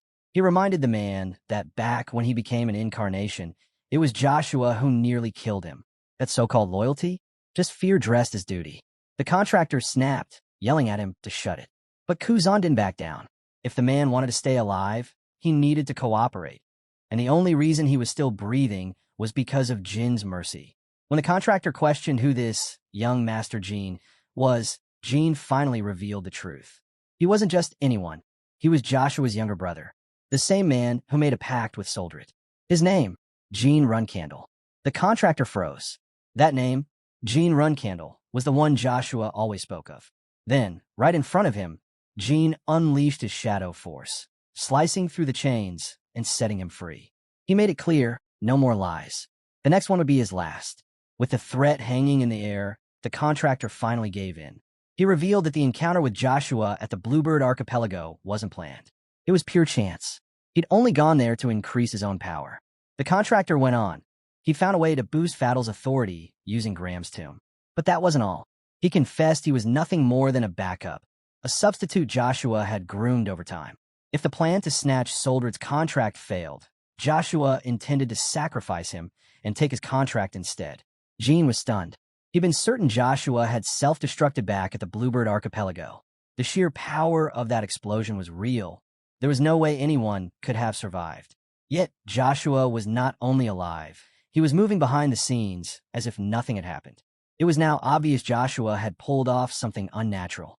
When Jean pushed for answers, the contractor demanded protection in return for the truth. Jean agreed, but only if what he had to say was truly valuable. Then came the name, the prophetess. According to the contractor, nearly every decision Joshua made traced back to her. It was she who told him about Graham's tomb at Bluebird Archipelago. She guided him on how to use it to grow stronger. The Joshua who died at the archipelago? Most likely a clone, created by her. Jean, trying to make sense of it, asked how cloning was even possible. The contractor admitted he didn't know everything, but he'd heard that the prophetess used death row inmates from the Huffist Union as material.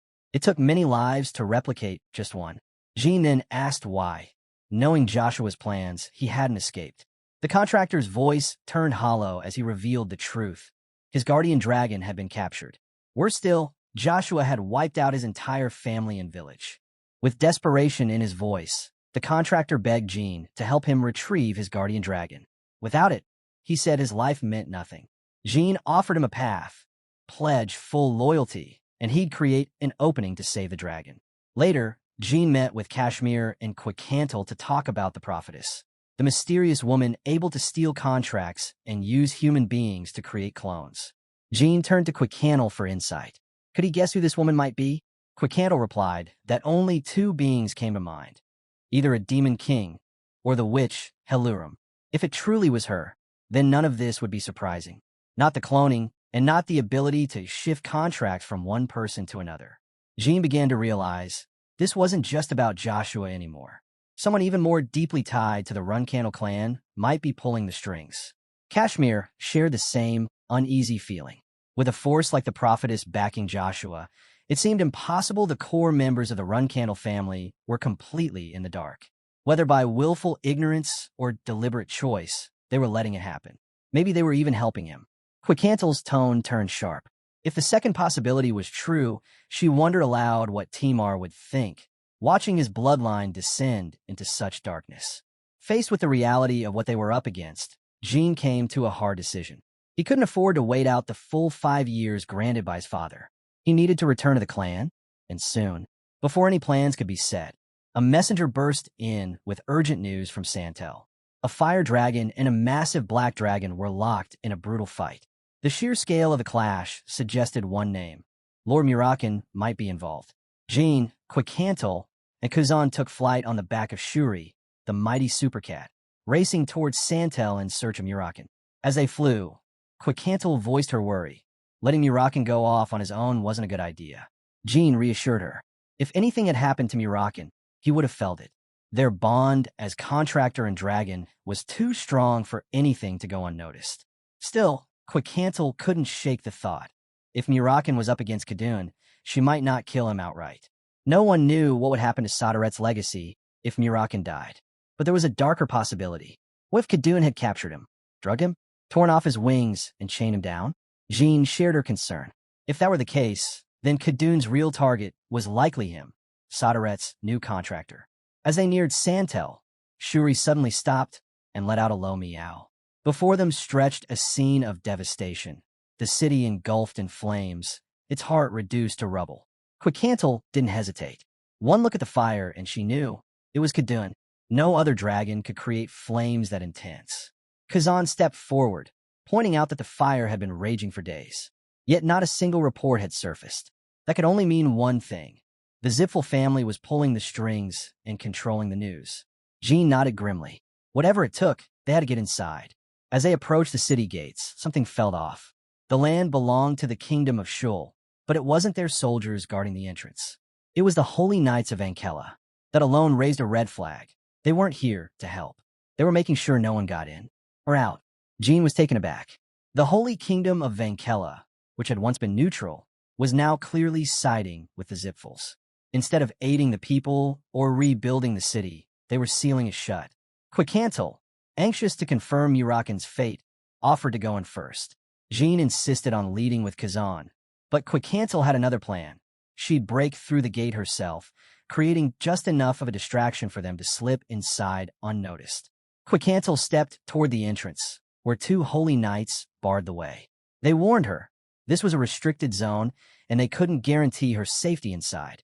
She didn't even blink. In a flash, she struck one of the knights, sending him flying. The second barely had time to react before she slammed a blow to his head, knocking him out cold. With a casual snap of her fingers, Quicantle obliterated the gate. Then, just as effortlessly, she used her time magic to rewind the damage. The gate stood whole again, without a single crack. Kazan, watching in awe, was stunned by the sheer power of a dragon wielding time. Once inside, horror met them. Dozens of bodies, citizens piled lifelessly, slaughtered without mercy. Then a voice rang out. A man addressed the people of Santel, calling out with false warmth. He warned them that a savage dragon was locked in battle with a monster just beyond the plains, but insisted they had nothing to fear. Heaven's proxy had arrived, and with him came hope. He called the creature who had murdered their loved ones, parents, siblings, children, a monster that would soon fall to the dragon's might. Jean narrowed his eyes. Is he using persuasion magic? He asked. Kazan turned to him. What's persuasion? Jean nodded toward the crowd. Look at their eyes. They're dazed.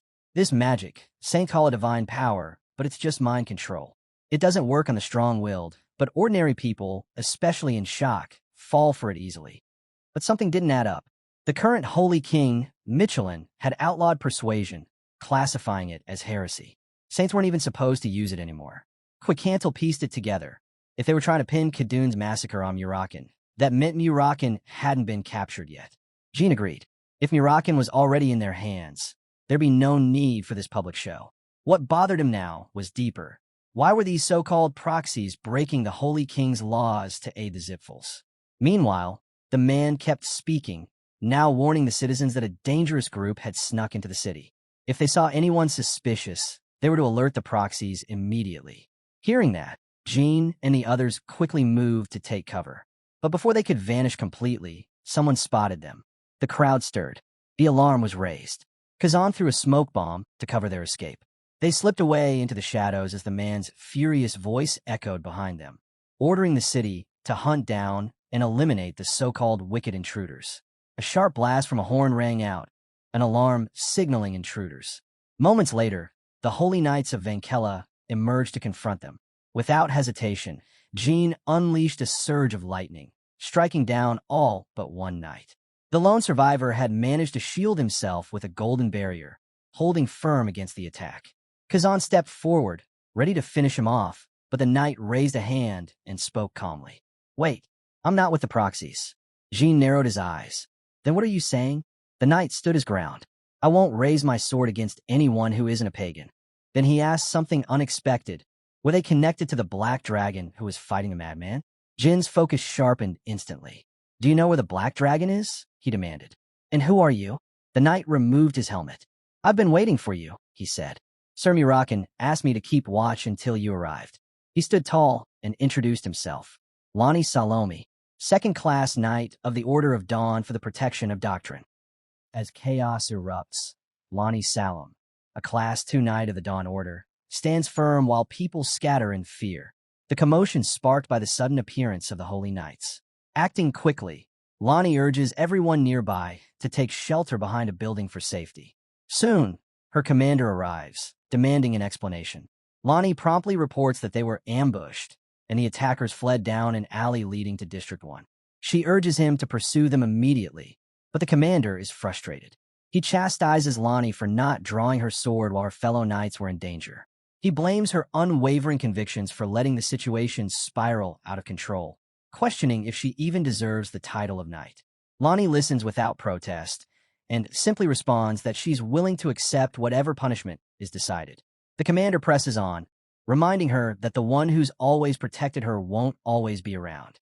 He's furious that she didn't act when a suspected pagan was right there, but Lonnie calmly replies that there's no proof. They've only been labeled infiltrators for now. Unmoved, the commander places Lonnie on probation. He instructs her to surrender her sword and armor, ordering her to wait for further instructions. Turning to the rest of the unit, he tells Squad 3 to care for the wounded before joining them in District 1, while the rest follow him without hesitation. Some knights can't hide their irritation.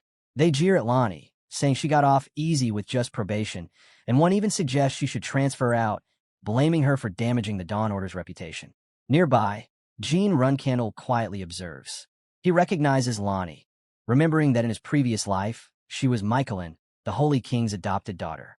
Back then, she was always drunk and caught in scandals, scorned by everyone. But the Lonnie Salem standing here, now, seems nothing like that. She's focused and determined. Once order is restored, Lonnie tells Gene and his group that it's time to head for District 1. She offers to guide them, leading the way to a hidden spot not open to just anyone. Gene can't help but wonder why she's helping them. Lonnie simply explains that before she was a knight, she was a citizen of Vankella and a follower of the gentle goddess Ayala. Above all, she says her duty is to avoid lies and corruption and never let evil take root by siding with the wrong people. As they move forward, Lonnie Salem shares what she witnessed. The true threat, she reveals, is the dragon Khadun. Sir Mirakin tried to stop Khadun from wrecking the city, but things took a bad turn. Gene, stunned, asks if Mirakin made it out alive. Lonnie, with a heavy tone, admits that Mirakin is still in danger. She tried her best to heal him with divine magic, but it wasn't enough to fully save him. Before Mirakin transformed, he told Lonnie that Gene Runcandle would come for him. The transformation wasn't by choice. It was triggered by a fatal wound. His body shifted into its strongest form just to survive, a rare trait found only in the most powerful dragons. Watching from the side, Miss Quicantle calls Mirakin a fool, though deep down she's relieved. Mirakin may have lost his former strength, but at least his instincts kicked in and protected him. Gene, shaken, quietly says Mirakin's name. Miss Quicantle doesn't waste time and insists they have to move. If they don't treat Mirakin soon, he may never return to his true form. Lonnie quickly leads the group down a hidden path out of the city, urging them to escape while they still can. Before going, Gene looks at Lonnie with genuine gratitude. He says that without her holy powers, things would have ended in disaster. He promises, by the name of Soderette and the Runcandle clan, that he'll repay this debt. But Lonnie only shakes her head, telling Gene she was simply following her beliefs and hoping for Mirakin's recovery. She thanks Gene as well. Meanwhile, Khadun is seething over Mirakin's escape, frustrated that victory slipped through his fingers. It's rare to see him this rattled, and someone nearby remarks on it. Khadun snaps back that he's not just upset, he's furious at himself and can't forgive his own mistake. They were originally searching for someone named Misha, but ended up running into Mirakin instead. Khadun explains that capturing Mirakin would have drawn out his contractor. If they had Soderette's contractor, restoring the Devil Stone would be far easier. Even so, they try to keep calm, now certain that the rumors of Mirakin meeting the Beament Earth Dragons were true.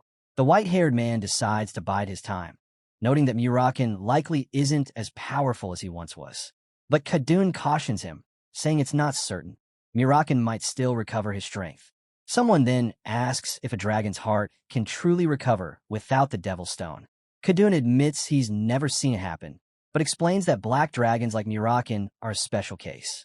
It's entirely possible Mirakin is wandering alone, searching for a way to restore his power in secret.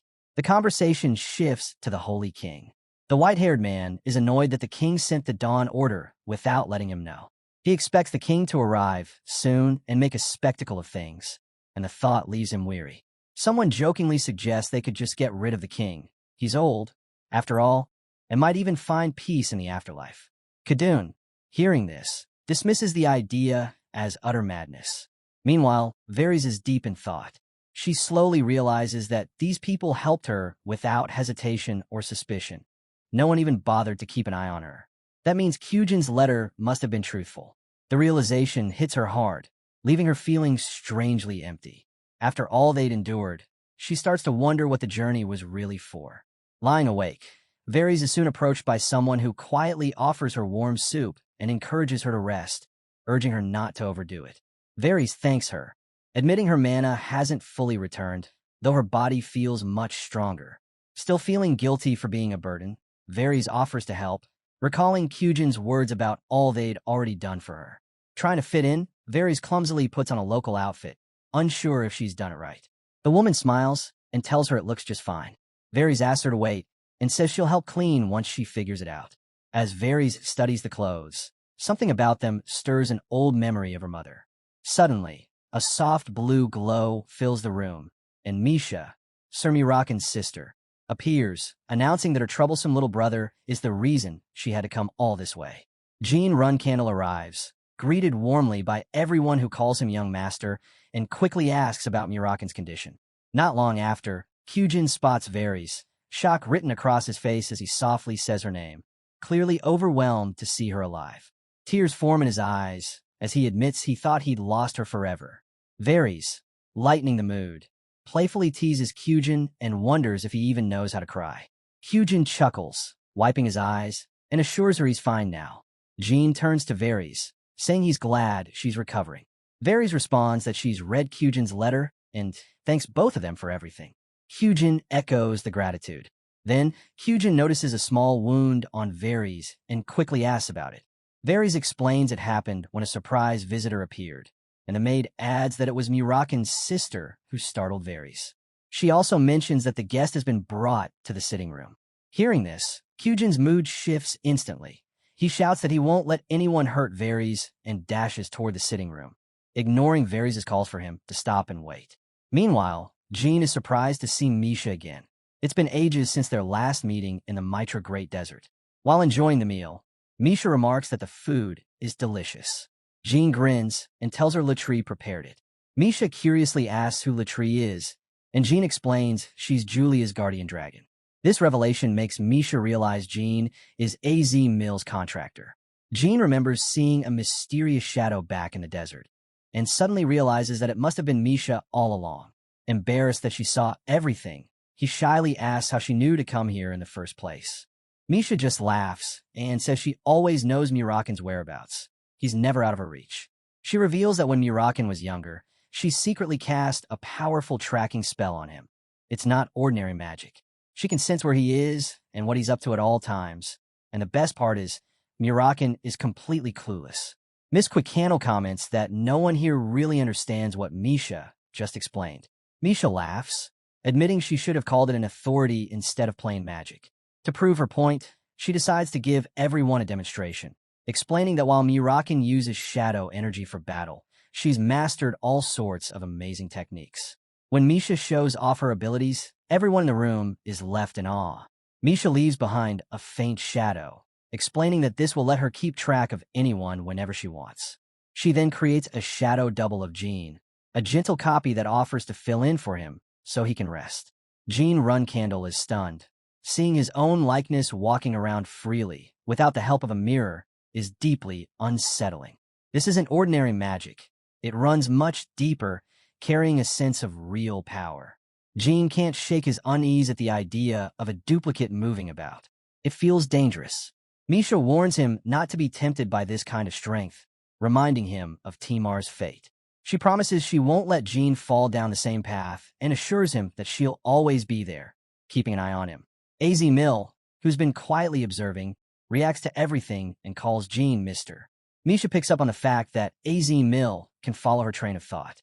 Since AZ Mill, also known as Julia, is the site's contractor, she must have witnessed something important. Misha wonders if Julia has noticed echoes of Timar and Jean, or perhaps sensed something even greater. She briefly considers whether Jean might be linked to Sodaret. Despite her swirling thoughts, Misha doesn't jump to conclusions. The silence from Sodaret feels especially heavy, almost as if it means something more. That silence helps Misha start to piece things together, and she realizes that Sodaret's quiet might hold the explanation she's been looking for. Meanwhile, Julia offhandedly tells the spiky-haired man that Jean won't become another tragedy from the past. After hearing this, Jean quietly notes that Julia has called him Mr. since they first met, and now the title carries a new weight. After such a long time, without much conversation, Misha finds herself enjoying the exchange. She even jokes about leaving Mirakin in his cat form, saying he looks too cute to change back. When Jean Runcandle politely asks her not to, Misha, with a playful grin, asks again for a spare room, but reminds everyone not to panic if they hear any loud noises or screams. She's about to treat Mirakin, and it won't be quiet. Days go by, and the screaming doesn't stop. Jean grows more anxious with each passing day. After 3 days, Miss Quickcandle approaches Jean and tells him the truth. Misha isn't just healing Mirakin. She's also trying to restore his lost powers. It's risky. Even if the attempt fails, Mirakin won't die, but he could lose all his strength. When Jean asks about their chances, Quickcandle replies, 50%. Not the worst odds, but risky enough to make anyone worry. Just as tension reaches its peak, Mirakin suddenly leaps up, cheering loudly as his power surges back. The joy is short-lived, though. Before he can celebrate, Misha snaps at him to calm down and explains she could only bring back 40% of his original strength. His body simply couldn't handle any more. Mirakin, suspicious, accuses Misha of holding back on purpose so he wouldn't surpass her. Misha, exasperated, yells that she risked a lot to help him, and if he keeps acting up, she won't hesitate to put him in his place. Mirakin, now nervous, quickly gives in and promises to behave. Later, Jean sincerely thanks Misha for everything she's done. She smiles, brushing off the gratitude, saying she understands how hard it must have been for Jean to wait. Misha then mentions she needs to leave. She's busy, unlike Mirakin, whom she jokes about again. Jean feels a pang of guilt, wishing he could have done more for her, but Misha reassures him. Helping was her duty as Soderet's proxy, and now that Jean carries her shadow, they'll always be able to meet again. Before heading out, Misha gives Jean one last bit of advice. He should go to Old Oterium right away. Jean is caught off guard and asks why. Misha reveals that a powerful grimoire is hidden there, Rial Zipple's legacy, known as the Annihilating Thousand Fires. Jean is stunned to realize Misha knows about the grimoire too. He hesitates, pointing out that the Old Oterium is under the Dark Magic Association's control right now, and with his current power, breaking it won't be easy. Misha nods, admitting she'd hoped to send him there after he became a flag bearer, but waiting that long would be too late. Now that Mirakin's strength is partly restored, she believes Jean can do it. Jin's expression grows serious as he realizes he's not the only one seeking the grimoire. Misha confirms his suspicions. The other person after it is a mage he's recently been wary of, Arya Alhart.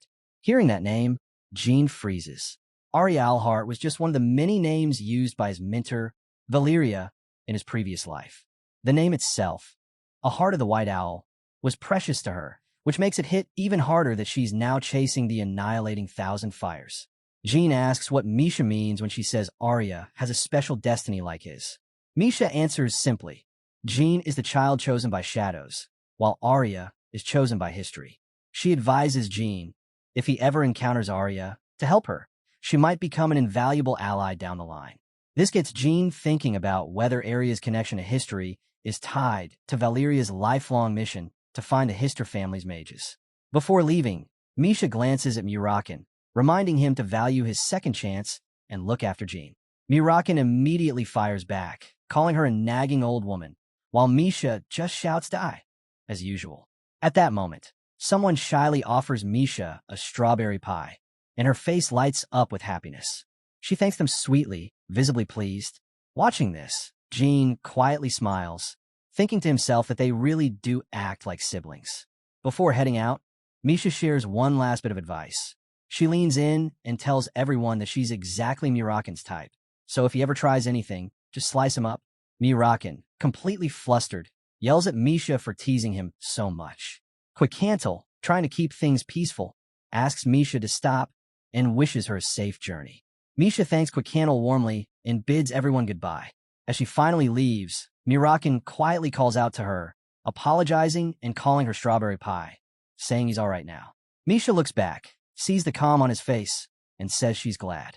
Jean Runcandle turns to Mirakin, relieved, and says he's glad to have him back, even if it's only partial strength. Mirakin admits he's grateful, adding that it was all thanks to that holy night. Without her, he would have ended up in a Zipple lab. Jean tells him her name, Lani Salam, the adopted daughter of the Holy King of Vankella. Mirakin is stunned, realizing who she really is, and says he owes her everything. He promises to visit and thank her in person. But Jin's expression grows serious. He reveals the news he got from Sir Kashmir while Mirakin was recovering. During a blessing ceremony, Lonnie Salem got drunk and caused a major disturbance. Now she's locked up, awaiting trial. Mirakin is shocked, and Jin's voice turns grim. Her life might be at risk. Somewhere else, Lonnie lies on a bed, completely drained, her voice barely a whisper as she calls out for her father. Jin and Mirakin soon arrive in the holy kingdom of Vankella, stepping into a city bursting with celebration. It's December 14th, 1797 Advent, and the streets overflow with people, music, and cheers. Jin explains that Advent is a holy festival lasting a week, celebrating the day the god Ayala descended on the kingdom. Mirakin watches the crowd, noting how people see Ayala as gentle and kind, which fits, but he remembers that when Ayala is angered, that peace can turn to disaster, just like a dormant volcano can suddenly erupt. He can't help but think humans are always drawn to powerful symbols. Not long after, the Holy King himself appears. Mirakin studies the man, Michaelin, the Holy King, Lonnie's adoptive father. Jin confirms it's him, but Mirakin is surprised. The Holy Kings he saw in the past had a presence that felt almost divine, something that made them seem untouchable, even if they weren't strong physically. But Michaelin is different. Mirakin can't sense any of that sacred aura at all. Jin and Mirakin finally reach Ayala's Eastern Church, where Lonnie Salem is locked away. Jin's sure they'll find answers once they see her. Outside her room, two guards chat, joking that Lonnie is still drunk and the smell of alcohol is overwhelming. Since she's in no state to attend the Advent ceremony, they say guarding her is the easiest job they've had.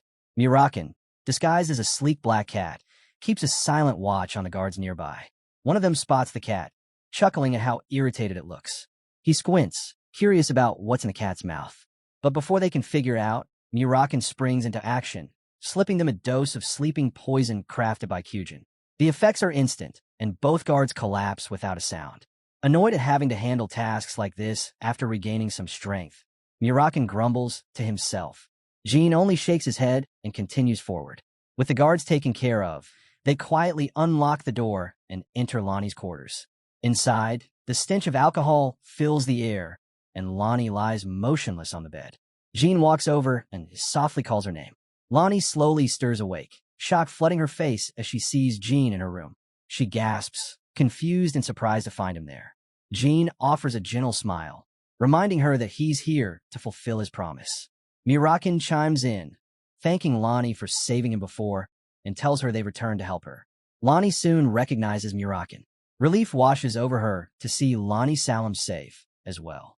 Mirakin, his tone now playful and confident, assures Lonnie that they'll help her escape her troubles. Hearing this, Lonnie suddenly breaks down, tears streaming down her face as she sobs uncontrollably. Jin remains steady and sits next to her, asking quietly what's going on. Through her tears, Lonnie reveals that she's under threat. The man who now calls himself Holy King is actually an imposter put in place by the Zipple family. Her real father has been kidnapped, and his whereabouts are unknown. Jin silently wonders if Bear Gaston could be involved, but recalls that Zipple and Kinzalo are no longer allies. Mirakin then urges Jin to stay with Lonnie while he heads off to check something out. As he slips through the area, something odd catches his attention. Moving in for a closer look, Mirakin's heart sinks at what he finds. He discovers bodies of human golems, once living people, now turned into lifeless tools. The sight drags up grim memories from his past. One golem, barely clinging to life, pleads for release. Fury boils inside Mirakin. It's clear the Zipple family hasn't stopped their cruel experiments, even here in the Holy Kingdom. To keep from causing further harm, Mirakin had shifted into his cat form before entering. Now, standing among the silent forms, Lonnie shuts her eyes, quietly praying for their souls, wishing that the world would remember the tragedy of their deaths. Unable to contain her grief, Lonnie's tears flow as she softly declares the Holy Kingdom is beyond saving. Jin listens without interrupting, then gently presents her with a choice. If she truly wants to give up, he can help her disappear to a safe, hidden place where no one will find her, and she can live in peace. But if she's willing to fight, Jin urges her to pull herself together and let them stand by her side. Lonnie, surprised by his words, asks if they're truly willing to risk everything for her and the kingdom. Jin explains that this isn't just about her. It's about the debt he owes her from Santel. As a Runcandle, he can't ignore what the Zipple family is doing to the Holy Kingdom. He extends an offer, the heir of Runcandle and the rightful heir of the Holy Kingdom, joining forces. Lonnie lowers her head, embarrassed by all that Jean has witnessed. After a moment, new resolve fills her voice as she accepts his proposal. For a long time, the Zipple family has been quietly seizing control of key figures and organizations within the Holy Kingdom. One after another, they bring people under their sway, including the Dawn Order of Doctrine Protection, where Lonnie serves. Her real father, the true Holy King, had sent her here to uncover the truth. But things only grew more dangerous, and Lonnie learned she couldn't trust anyone, not even those who seemed loyal. After reporting everything she discovered in Santel, the Zipples made their move. They captured her father and replaced him with a perfect double. At first, the imposter seemed genuine, but something was off. The fake couldn't replicate the Holy King's divine power. Lonnie had a secret way to tell. Her real father couldn't move his left thumb, a detail only a few would know. When she saw the fake king move his thumb naturally and confronted him, the Zipples sent a chilling warning.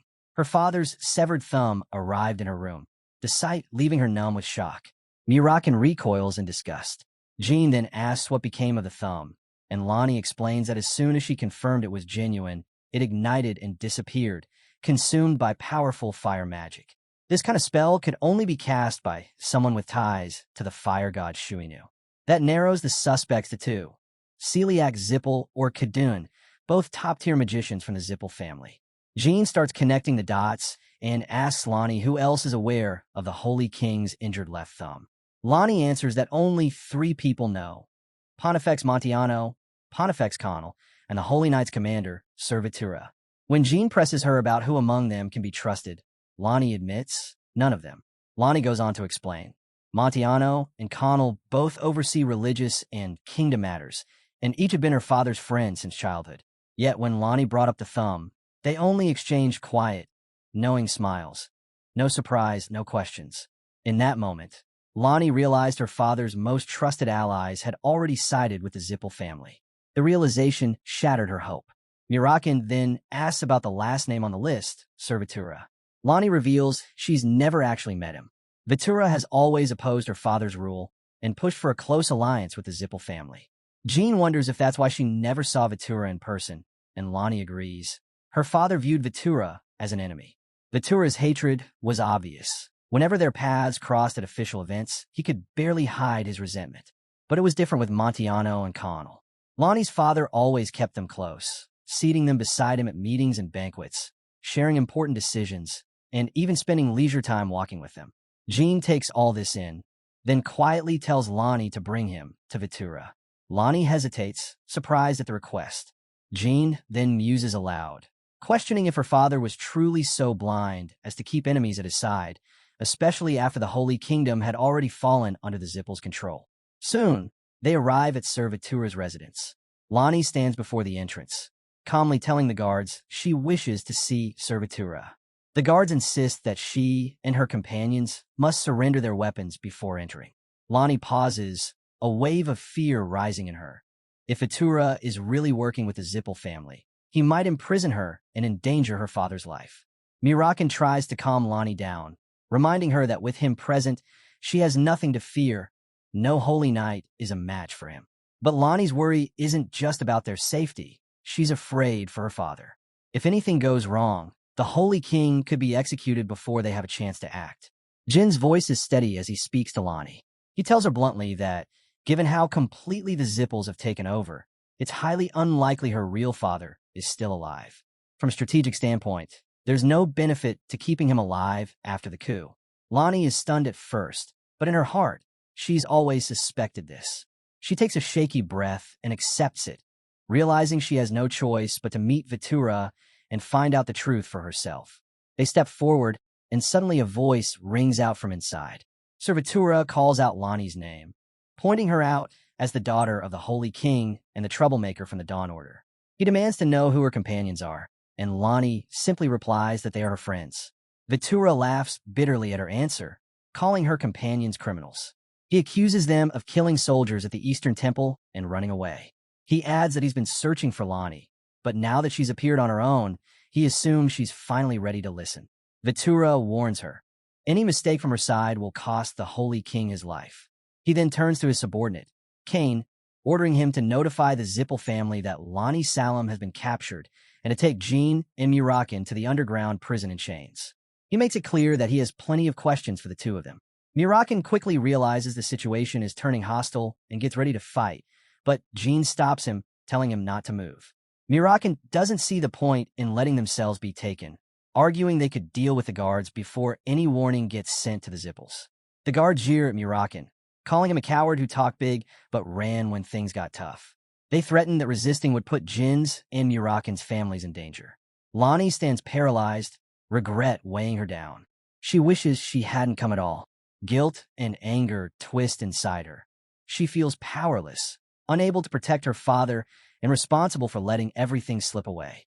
Her frustration threatens to spill over as she struggles to hold back tears. Jean quietly tells Lonnie to lift her head. Vitura's demeanor softens as he looks at Jean, and he thanks him for protecting Lonnie, even though he isn't sure what ties them together. Vitura also apologizes for forcing such a heavy responsibility onto Jean and commends Lonnie for making it this far. He tells her she's done well and that she can finally rest, drawing his sword, not as a threat, but as a gesture of respect. Vitura gently calls her name. Vitura continues, praising Lonnie's courage and repeating that she's done well. He calls her name with genuine warmth, holding his sword as a sign of solemnity rather than hostility. Lonnie stands silent for a moment before admitting she once doubted Vitura's intentions. Vitura reassures her, saying the only thing that matters is her safety. Jean steps forward, saying he's relieved his instincts about Vitura were correct. He's surprised Vitura recognizes him, but Vitura explains that he saw Jean once before at the Lone Tree Bridge party hosted by the Garden of Swords.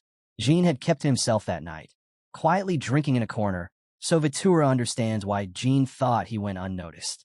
Turning to Lonnie, Vitura reveals the truth. Although he and her father seemed like political enemies, they were secretly allies. They worked together from the shadows to keep the Holy Kingdom's power balanced. Their partnership was hidden so well that Zipple never suspected it. That's why Zipple reached out to Lonnie first, assuming Vitura was loyal to them. Jean supports Vitura's explanation and adds that the kingdom isn't just divided between those who are pro-Zipple and anti-Zipple. It's split between those backing Zipple and those siding with Kinzello. Vitura goes on, explaining that, unbelievable as it may sound, the Kinzello faction has shapeshifters. He confirms the fake Holy King was one of their creations. Vitura then tells how everything began. At first, Zipple and Kinzello joined forces to take over the kingdom, but something happened to drive them apart. No one knows exactly what, but now the two factions are enemies, each vying for their own power. The Holy Kingdom stands divided, one faction backing the Zipple family, the other following Kinzello. Only a handful remain loyal to the true Holy Kingdom. Jean then pulls out a shattered fragment from a human golem and asks when these golem experiments began. He goes on to explain that when he rescued Lonnie from the Eastern Temple, some of the soldiers there had already turned into human golems. Hearing this, Vitura mentions Ayala with a note of sadness and reveals that Kinzello started these experiments around 6 months ago. Innocent people, both civilians and soldiers, were taken from their homes and brought to a place called Old Oterium. Kinzello was behind it all, not the Zipple family. Each month, over 100 people have been abducted and used as test subjects. Lonnie is stunned and admits she had no idea this was happening. Vitura tells her it's not her fault. She simply didn't have the chance to uncover the truth in time. He goes on to say the Holy Kingdom reached this state because neither he nor her father were strong enough, and for that, he feels responsible. Mirakin asks why Vitura didn't turn to the Runcandle family or others for help when the situation got this desperate. Vitura explains that if Runcandle had intervened, the Holy Kingdom would have been completely destroyed. Jean agrees, adding that Runcandle doesn't care about saving the Holy Kingdom. They're only interested in power, whether that means controlling the saints with healing powers or seizing treasures from the eternal storeroom. Mirakin acknowledges this is true. Vitura then reveals that the Zipple family is already aware of the human golem experiments, but has decided to stand by and do nothing. Jean comments that Zipple will expose the truth only when it's to their advantage, to turn public opinion against Kinzello. That's how the Zipple family operates. They act only when it serves their own interests. Jean then notices something. The human golems they've encountered recently look different from the ones he saw before. He realizes this is because these golems are Kinzello's creations, not Zipple's. Mirakin questions why Kinzello is making these golems in the first place. Jean responds by outlining his plan. He wants to bring down both Zipple and Kinzello, but do it in a way that prevents all-out war and saves as many lives as possible. Vitura and Lonnie can hardly believe what they're hearing. Jean calmly explains his plan. He and Mirakin will slip into Old Oterium, capture Kinzello, and free the innocent people trapped inside. With these survivors, he'll have proof of Kinzello's crimes. Vitura objects, insisting that two people can't possibly pull this off. Even if they manage, he worries the rescued followers will just fall in line behind Zipple, and nothing will actually change. Jean is resolute. He says this isn't some fantasy or a hopeless gamble. He's determined to bring down Kinzello with force and reveal the truth about the Zipple family for all to see. He asks everyone to trust him and wait. Lonnie steps up in support, unwavering. She reminds everyone that Jean and Mirakin didn't just show up. They're people of action who came to help the Holy Kingdom when no one else would. Vitura thinks it over. He'd been convinced their only path was to save Lonnie and appeal for help from a third group, slowly building a new alliance. But now, everything feels different. Meeting Jean has given him a new sense of hope. Maybe this boy, sent by Ayala, really is their last chance. He decides to trust Jean and promises his support. Afterwards, Jean instructs Vitura to keep pretending loyalty to the Zipple family and guard Lonnie until Jin's return. Vitura vows to do so, whatever the cost. With that, Jean gets ready to set out, certain he'll come back. Vitura thanks Jean Runcandle, feeling deeply grateful, while Mirakin simply tells him to stay strong and wait. To make their story believable, they agree Vitura will fake an injury after a staged fight with Jean and Mirakin. Suddenly, Vitura cries out, putting on a convincing show for the onlookers. Lonnie rushes over, wanting to help, but Vitura stops her, saying this is all part of their cover story, to explain the fallen holy knights and make everything seem real. Before Jean leaves, Vitura hands over his sword and tells him where Jin's weapon is hidden, in the central chest on the first floor. Jean promises to return before the advent ends, and Vitura sends him off with a wish for his safe return. Down in the basement of Old Oterium, where the Dark Magic Association's headquarters hides, a heavy, suffocating silence takes over. A lone girl stands over the fallen innocents, her heart heavy with regret for not being able to save them. Suddenly, chaos breaks out among the enemy ranks. The protective barriers and illusion spells outside have vanished, not destroyed but simply gone. Panic spreads. Guards shout, scrambling for answers, convinced an intruder is inside. Their fears are confirmed when they spot a massive black dragon materializing before them, something none of them ever thought possible. Terror spreads quickly. As the attack begins, the magic soldiers rush to defend, but something feels off. Darkness sweeps through, and their magic refuses to respond. In the center of the chaos, Jin's cold voice rings out. He gives no warning or mercy, telling the survivors that their end has arrived and to prepare for death. Mirakin charges into the stronghold, unleashing his power with unstoppable fury. His booming voice shakes the hall as he declares himself the death of everyone present, sending waves of fear through the enemy. Jean watches and finally understands why Mirakin always spoke of his own legend. Seeing him like this, even partially restored, is truly terrifying. While Mirakin draws everyone's attention, Jean slips away down a hidden corridor that Sir Kashmir had revealed to him earlier. His mission, to locate and rescue the captives. Back inside the base, panic reigns. Susan Lillistar and Chukon Tolder are in disbelief. The mighty barrier they built has vanished in an instant. They're at a loss, unsure of who's responsible, and terror sets in at the thought of facing a black dragon. Realizing escape isn't an option, they steel themselves to hold out and buy time until Sir Joe, their strongest ally, can arrive. Pushing ahead, Jean Runcandle finally reaches the room where the hostages should be. But it's empty. Worry grips him. Maybe he's too late. At that moment, a woman steps forward, introducing herself as Mercurial Scylla. She explains she's a saint from the Dawn Chariot, sent by the Holy King to work undercover in the Association for the last 3 years. Jean wastes no time and urgently asks about the captives. Scylla delivers grim news. The prisoners have already been turned into human golems, and Joe is after them now. Jean presses for more. how many were innocent people from the Holy Kingdom. Scylla answers, around 800. The enemy base's shield starts to crack, making everyone inside uneasy. They whisper about Sir Joe, hoping he'll arrive in time to help. Suddenly, Joe appears, and both Chukon and Susan breathe a sigh of relief, until it becomes clear Joe isn't here as a savior. He's actually the head of the Dark Magic Association, and he's thrilled to be there.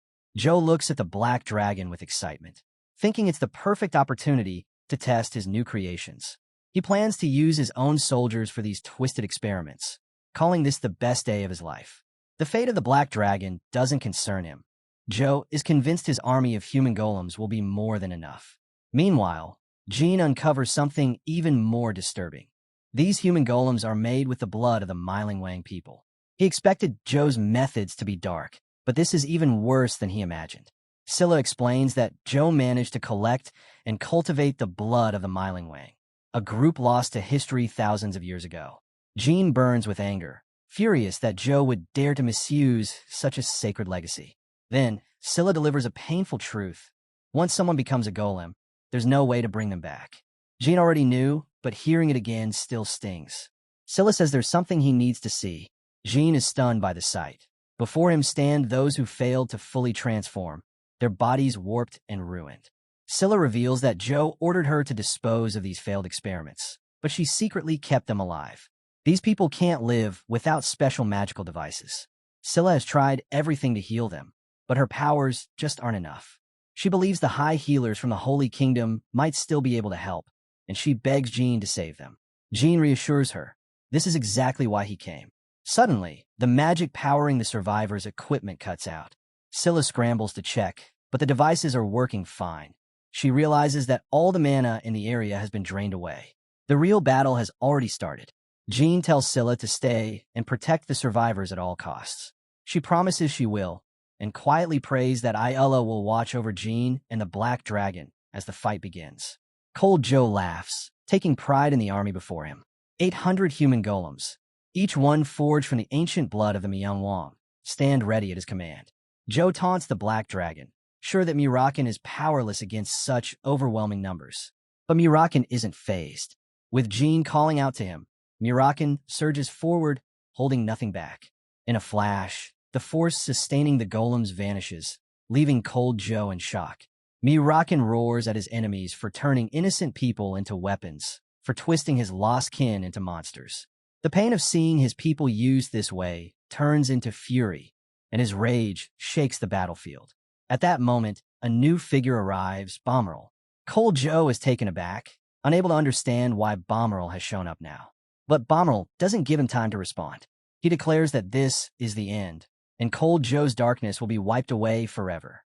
The sword struck against the surface with a deafening bang, followed by a violent surge of yellow lightning and blazing fireballs. In that moment, the wielder chanted words that declared the one being attacked would disappear from this world. Everyone who stood there, including a bespectacled man and woman, appeared utterly shocked at the spectacle unfolding before their eyes.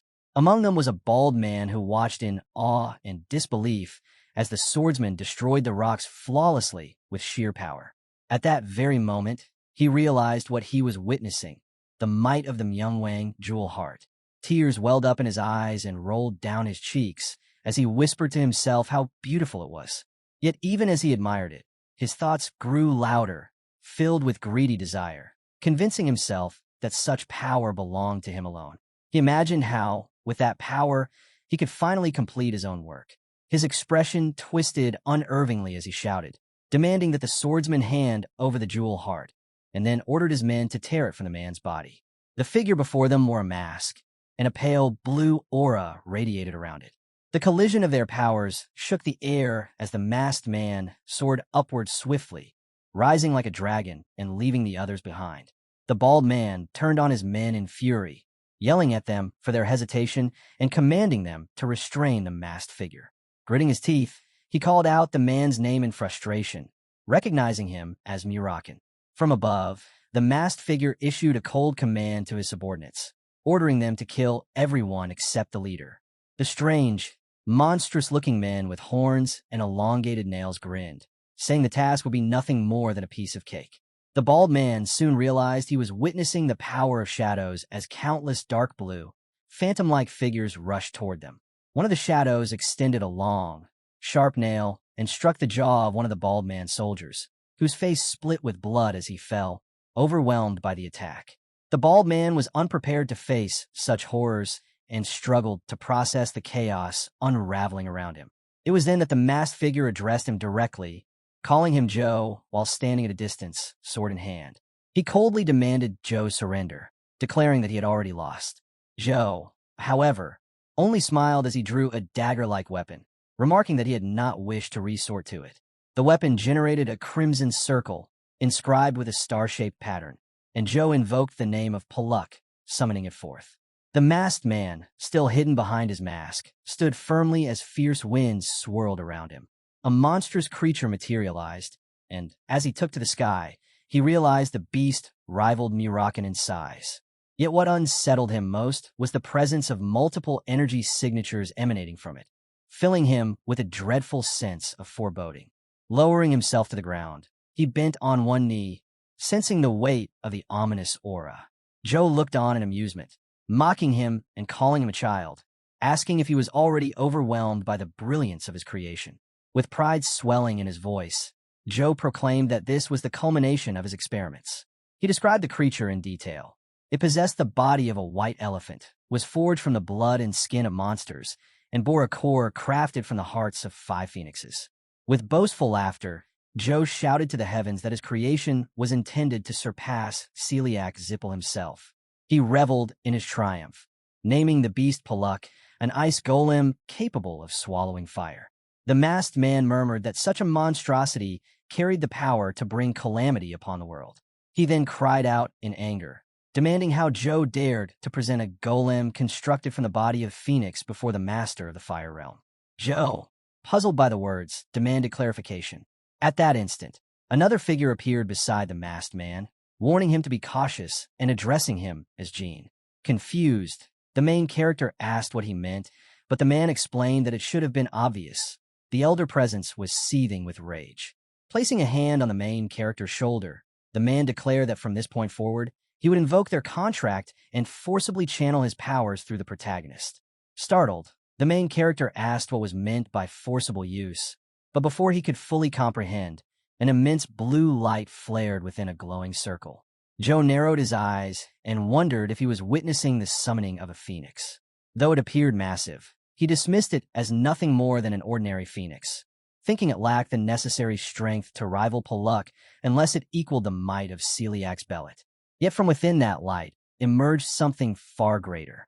Joe faltered, his voice trembling as he recognized the being and struggled to speak its name. What appeared before him was Tess, the colossal phoenix. The figure beside the main character reminded him that since Gene was Tess's contractor, the phoenix would not harm him, and asked if he understood. In the next instant, the great phoenix surged forward, its immense wings igniting the air as it launched its furious assault. Joe's expression twisted in terror as he demanded to know how a mere child could have possibly summoned Tess.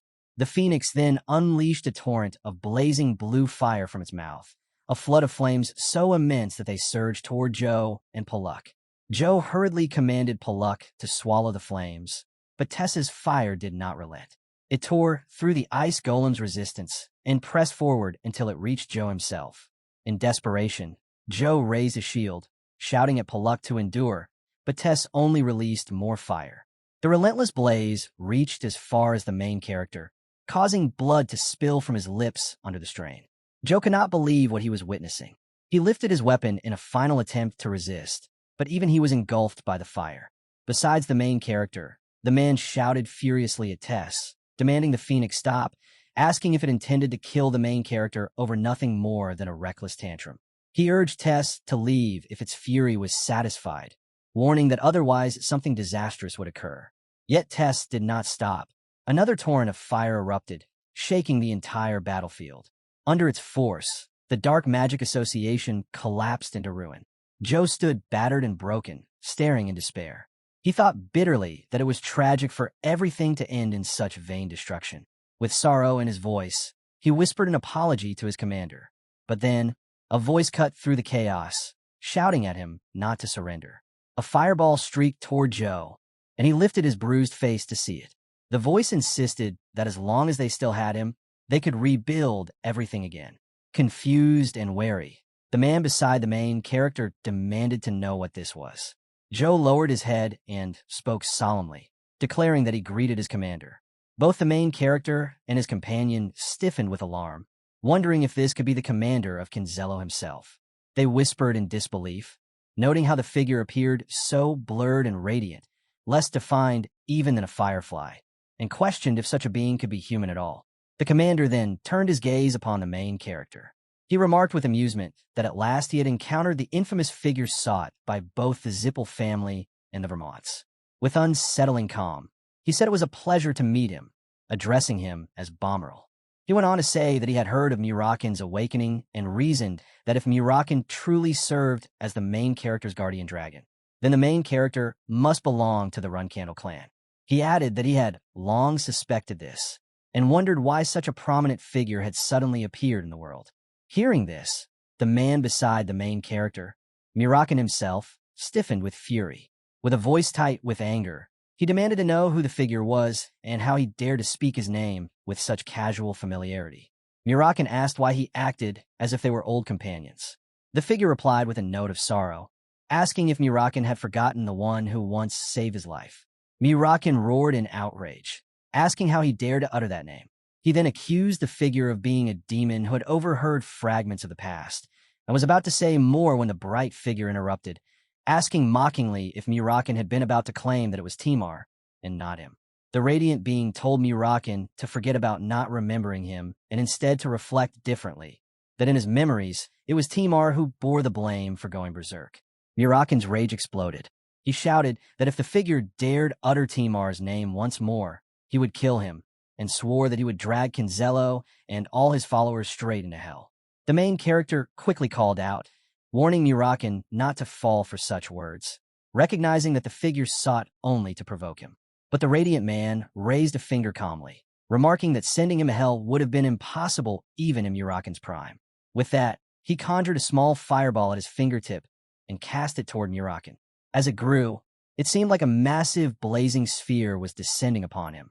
Mirakin realized immediately that this was no ordinary fire, but an illusion spell powerful enough to affect the body itself. He demanded to know who the figure truly was, being pressed further, saying that if Mirakin was so curious, he should first ask whether something was wrong with his memory. Mirakin glanced left and right, struggling to process the implications. The figure asked if Mirakin had twisted his memories for his own comfort, and whether he truly believed it had been Timar who went berserk that day. Mirakin found himself ensnared, trapped inside the blazing illusion. The man declared that he had seen everything that happened back then, but added that it was understandable. Everyone had at least one memory they wished to forget. Mirakin writhed in torment, his body and mind straining against the fireball's power. The figure told him he understood his pain, acknowledging that the sorrow of losing a dear friend was real. Mirakin sank, clutching his head in his hands, his body trembling. When he finally lifted his gaze, his face burned with fury and anguish. Shutting his eyes tightly, then reopening them with newfound resolve, his form shifted violently. A thunderous roar split the air as Mirakin transformed into his true self, an enormous dragon, wings unfurled in wrath. The dragon roared in furious rage, its cries echoing through the battlefield. Suddenly, a hand shot forward and struck it squarely across the face with a powerful punch. The dragon groaned in pain, and the radiant commander looked on in confusion. Mirakin had reverted to his human form, clutching his face in shock and indignation as he shouted, demanding what was meant by such an act and angrily calling the main character a damned brat. The main character, standing before him with a bruised hand, calmly asked if Mirakin had regained his senses. Realizing the truth, Mirakin sank, one hand pressed against the ground and the other gripping his bent knee, his agitation clear. He admitted he had been provoked by that snake-like figure, then apologized for losing control, saying he had shown the main character something disgraceful. He softened his tone slightly as he addressed him again as a kid. The bright figure touched a finger to his cheek, speaking in a mocking yet curious tone. He remarked that if Mirakin could have been stopped this easily back then Timar would not have died. Mirakin's fury reignited at those words, and he made to lunge forward again, but the protagonist held him back firmly. Turning to the figure, the main character spoke with cutting clarity. He said that if this man had truly been capable of stopping the first Runcandle patriarch, then defeating them in one strike should have been simple. He questioned why, instead of ending things immediately, the man had wasted time venting his words at them. The figure offered no reply. The main character pressed further, pointing out how telling his silence was. He concluded that the man was not as powerful as he pretended to be. He explained that he should have realized this when the provocation began. The main character added that, as a leader, the figure ought to have captured his enemies first and only then engage in conversation, because that was what every powerful figure the main character had ever seen would have done. Grinding his teeth, the radiant man admitted in frustration that the main character was right. He acknowledged him as a child of Runcandle, and with clenched words admitted that, at this moment, he could not fight them all. He declared it best to leave matters as they were for now. He then raised his hand, and from it a small circle appeared, which spread forward to form a sharp, path-like pattern of energy. The main character immediately realized this was no illusion. The bright figure explained that he had to clean up unfinished matters. The sharp pattern shot toward Joe's subordinate, who cried out desperately for his commander. In a brutal instant, the attack pierced through his body, entering one side and ripping out the other. Blood spilled heavily from the wound. The radiant figure said with feigned regret that he lacked the time to save the man, adding mockingly that his tongue might slip. He then created a door and escaped through it, declaring as he departed that he hoped their next meeting would be more pleasant, again calling the main character the child of Runcandle. The main character and Mirakin were left in silence, staring at the place from which the commander had vanished. The protagonist narrowed his gaze, wondering who the commander of Kinzello truly was. He suspected the man was unable to use his full power for some hidden reason, but the fact that he had been able to deceive Mirakin meant he must be incredibly strong.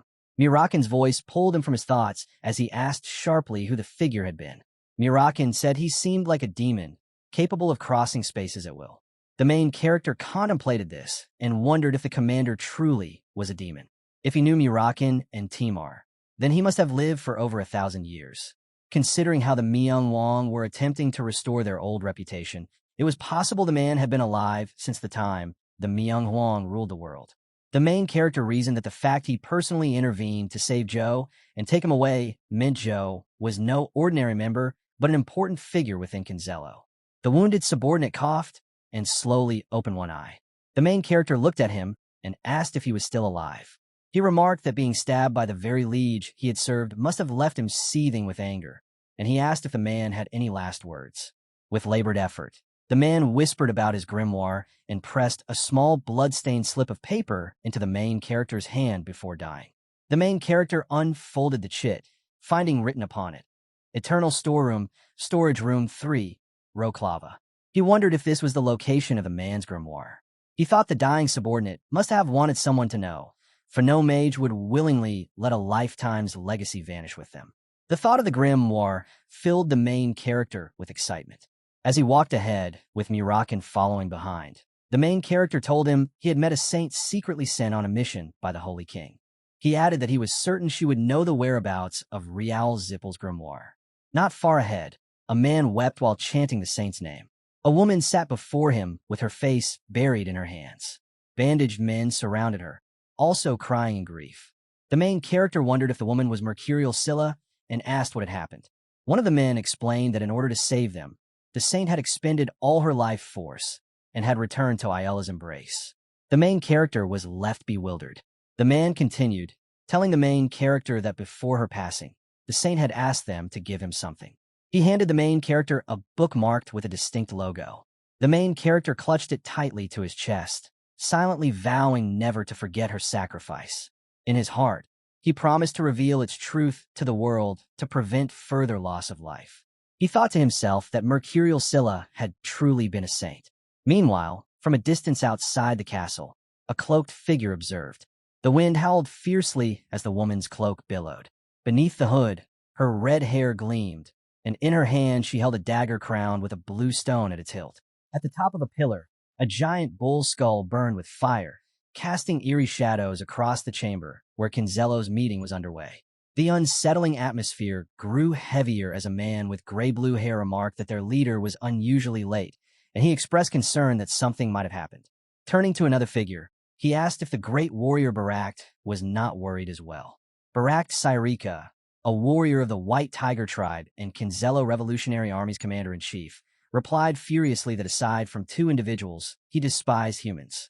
His anger flared at the thought that their leader had been forced to personally intervene because of Cold Joe.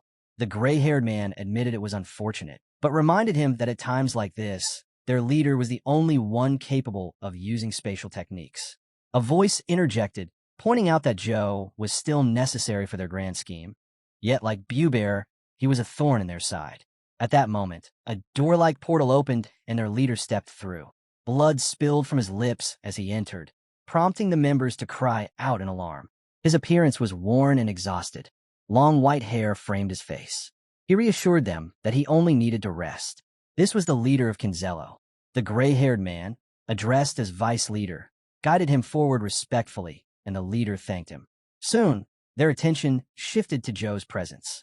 Barak lunged at him in fury, reminding him not to forget the leader's generosity even in death. He raged that it made no sense for their ailing leader to risk his life for someone so insignificant, calling Joe nothing more than a mere human. The leader urged Barak not to be too harsh, saying that it was not as though they had gained nothing. Seated upon his throne, he revealed that he had discovered Bomberl's true identity. He announced that Bomberl was a Runcandle, and judging by his appearance, the youngest of them. He wondered aloud whether the Zipple family and the Beamic clan were already aware of this revelation. The vice leader, startled, asked if he was referring to Jean Runcandle. The leader replied that if the youngest of the clan was indeed named Jean Runcandle, then yes. He then questioned if something was troubling his vice leader. The man denied it, claiming only surprise, but admitted that no one could have imagined Bomberl was Jean Runcandle, a reserve flag bearer. The leader explained that through Joe's sight, he had confirmed more. The main character not only wielded magic and the power of the Myung Wong, but he was also contracted with Tess, master of the Fire Realm, and Sodaret, the god of shadows. The leader declared that since the Runcandle family had broken their covenant with Zipple, Chiron must already be aware of his son's actions, which meant the Runcandle clan seemed prepared for conflict with the Zipple family. For that reason, Kinzello too had to ready itself. The vice leader reflected in silence, realizing now that if young Master Jean Runcandle was indeed Bomberl, then the events at the Lone Log Bridge, Bewbear's connection, and the search for the sculpture workshop all made sense. He considered the possibility that the main character had deliberately approached both Bewbear and himself, knowing their true identities. He recalled how, during his conversations with Bewbear about recovering the compass, he had sensed a faint presence. Countless investigations and interrogations had been launched to find the traitor who leaked information and routes. At that moment, he realized the truth. It had been himself. He silently admitted he had to take responsibility. Before he could confess, the leader suddenly clutched his head in distress, saying he had forgotten something critical. Barak immediately asked what was wrong, calling him sir. The leader revealed that in their hasty escape, he had left behind Rial Zipple's grimoire, the final form of the annihilating Thousand Fires. He turned to Joe, asking if he had it. Joe faltered in panic, stammering an apology. Barak erupted in fury, calling him a useless piece of filth and demanding who was responsible. He shouted in disbelief that the leader of the Dark Magic Association could have forgotten something so vital, and he seized Joe by the throat. Joe, terrified, pleaded with him to understand that the association had collapsed and he alone remained. He begged Barak to consider the dire situation. Barak's rage only grew as he roared that such excuses meant nothing. The vice leader intervened, shouting for Barak Syrika to stop. He reminded him that their leader had risked his life to bring Joe back, and asked if Barak wished to sabotage their plans. Reluctantly, Barak released Joe, ordering him out of his sight and calling him an insect. He warned that if he ever saw him again, he would kill him. The leader, pale and weakened, groaned that they had lost not only the compass, but also Rial Zipple's grimoire, both of which were crucial weapons against the Zipple family. Looking toward his vice leader, he asked what he had intended to say earlier. The vice leader, masking his guilt, replied that he had only been about to ask about the grimoire. He reassured his leader that although it had been left behind, neither the Zipple family nor the Runcandle clan knew of its existence, so there was no need to worry. He thought privately that it was better not to reveal his mistake, since the situation demanded their focus on more urgent matters. The leader accepted this reasoning, coughing again as he agreed that what did not exist in others' knowledge could not be found. Meanwhile, far away, the main character in mirakin stood before the grimoire, enveloped in radiant light. The main character declared with satisfaction that he had found it, the final form of the annihilating thousand fires, a masterpiece crafted by Zipple, the greatest mage in history, who had surpassed even the strongest of his era. The main character lifted the glowing book, confirming that it was exactly as recorded in Mercurial Scylla's writings. He thought to himself that Zipple's legacy had been hidden here all along. Holding the grimoire close, the main character reflected that thanks to Mercurial Scylla's sacrifice, he had been able both to save the survivors and to obtain this powerful tome. He vowed silently that he would restore the Holy Kingdom and ensure the world praised her as its true hero. Elsewhere, crowds gathered in anticipation. One man remarked with regret that it was already the final day of Advent. Another replied that though it was bittersweet, the last day was always the highlight, and now the ceremony was beginning. An announcement echoed across the grand assembly, addressing Ayala's children and the many who had traveled from distant lands. The herald proclaimed that His Holiness, the Holy King, would now begin the blessing ceremony, a miracle to be witnessed by all. The crowd swelled around the king's throne, where he sat smiling, his daughter Lani Salam standing at his side with the blessings in hand. The announcement declared that the chosen children of Ayala would come forth to receive the blessing of miracles. The king placed his hand on one devotee's head, and the man fell at his feet, weeping with joy as he proclaimed that his sight had been restored. Lani, however, watched with irritation. To her, the blessing ceremony was nothing but a stage performance with actors pretending to be healed. She thought the spectacle revolting, though her father smiled warmly before his people. Suddenly, from the crowd, a group cloaked in black called out to His Holiness, begging him to hear their plea. They bowed, imploring the king to listen to their story. The king's irritation flickered across his face, but his daughter whispered that he should bless them as he had refrained from expelling last year's intruders as well. Smiling again, the king addressed them as Ayala's children, acknowledging the hardship they must have endured to reach him. At his words, the cloaked figures cast off their garments. Their bodies bore horrific scars, riddled with black patches, and their appearances were grotesque. Murmurs spread through the crowd, with many whispering about whether they were monsters. One man, his arm nearly consumed by blackness, cried out that the Holy King had subjected them to brutal experiments, and this was the result. Feigning ignorance, the king asked who had done such a thing. The man pointed at a towering figure, naming him as Vitura, commander of the Holy Knights. He accused him of selling them to the Zipple laboratories. The night before the ceremony, voices had spoken in secret. One asked the protagonist what his plan was to render Kinzello powerless and secure the capture of the Zipple family. The main character replied that would begin with saving the survivors from Kinzello's labs, then announcing to the world that they had been found within Zipple's fourth magic tower. Vitura, standing before the protagonist, had raised doubts, warning that such a lie would quickly unravel. But the main character reassured him, reminding him that Karl Zipple, master of the fourth magic tower, was currently being held captive by Kinzello for reasons unknown. He stressed that Vitura's role was critical, asking him, with deliberate respect, to act. The main character explained that once they rescued the survivors, Vitura must stir public outrage against the Holy King and side with the Zipple faction. He said that when the Zipple family name was exposed, Celiac Zipple would have only two choices: admit his son had been captured by a mere third-rate terrorist group, or accept responsibility for the creation of human golems. Lani Salam, the king's daughter, had also been present that night, quietly listening. Now, in the present, Vitura unsheathed his sword before the crowd, calling the survivors disgusting heretics. He roared that he would slay them all if they dared to continue their accusations. The main character in mirakin stood among the crowd, observing intently, while Lani herself watched with growing interest.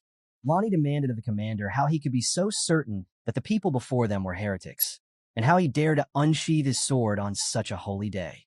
Vitura only pointed at them, urging her to look carefully at their wicked appearances, which, to him, were proof enough that they were aligned with demons. Lani cried out that such judgments were for His Holiness alone to make, But Vitura did not stop.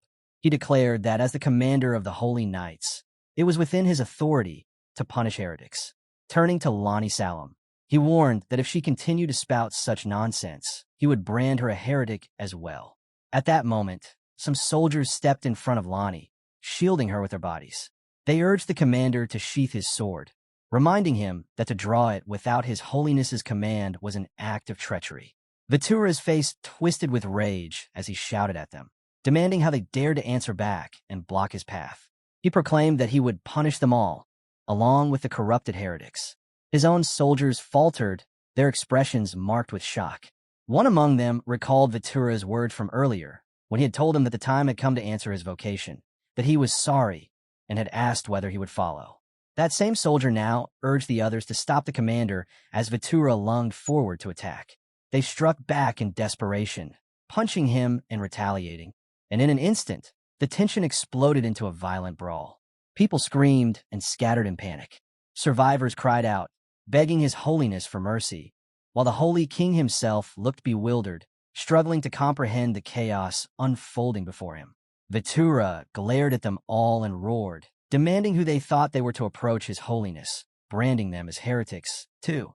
Then, turning to the king, he declared with feverish conviction that he, Vitura, would be the one to save him. Lani, in her heart, whispered an apology to Vitura before unsheathing her sword and rushing toward him. Vitura's eyes widened with hysteria as he screamed that she, too, was a heretic and that he would kill every last one of them. Lani's blade clashed with his, but in the struggle, her sword slipped from her hands. Seizing the moment, Vitura charged at her with his own. Her mind was dragged back to the previous night when Vitura had asked her to cut him. Confused, she had asked what he meant, but he had spoken solemnly. Even if young Master Jin's plan succeeded, he had said those who had caused this turmoil would seek to take control of the Holy Kingdom once more. He had then asked her what she believed was most necessary in that moment. With her head bowed, Lani had murmured that she did not wish to hear it. Vitura had turned his back on her and insisted that it was the truth that she was the true leader. Still, she had resisted, refusing to listen. Vitura had pressed on, reminding her that young Master Jin, who bore no responsibility for this conflict, had stepped forward to fight, and that she must stop acting like a child and start thinking rationally. He told her that becoming the Holy King was not only her father's wish, but also Ayala's will, for Mykelan himself had received Ayala's revelation. Lani, her head still lowered, had answered in despair that even if God had chosen her, this was not the way. To succeed, she would have to sacrifice Vitura, and he would forever be recorded in history as a traitor. She clenched her fists and confessed that she could not do it, not even if it meant her death. But Vitura had turned to her with a smile and explained that this too was part of his role. He had lived as a false ally within the Zipple faction, and so his fate was to die at her hand. If she executed him publicly for killing the false Holy King, the world would believe without question that Ayala's reincarnation stood firm. He had then apologized for the heavy burden he was placing upon her, promising that both he and Mykelan would watch over her. Tears had streamed down Lani's cheeks as Vitura urged her to become the true Holy King for the sake of the Holy Kingdom and its people. Now, in the present, Vitura broke free and lunged at the Holy King. Lani tried to stop him by seizing his arm, but he only scoffed, asking if she really thought she could hold him back with such cheap tricks. With a savage thrust, he drove his sword into the king's chest. Blood spilled from the king's lips as he staggered, and Vitura sneered, calling him a Zipple dog who had usurped the Holy Kingdom and now paid the price for its suffering. Gasps rippled through the hall as the people realized they were witnessing the assassination of their king. Vitura struck him again, drawing another groan of agony.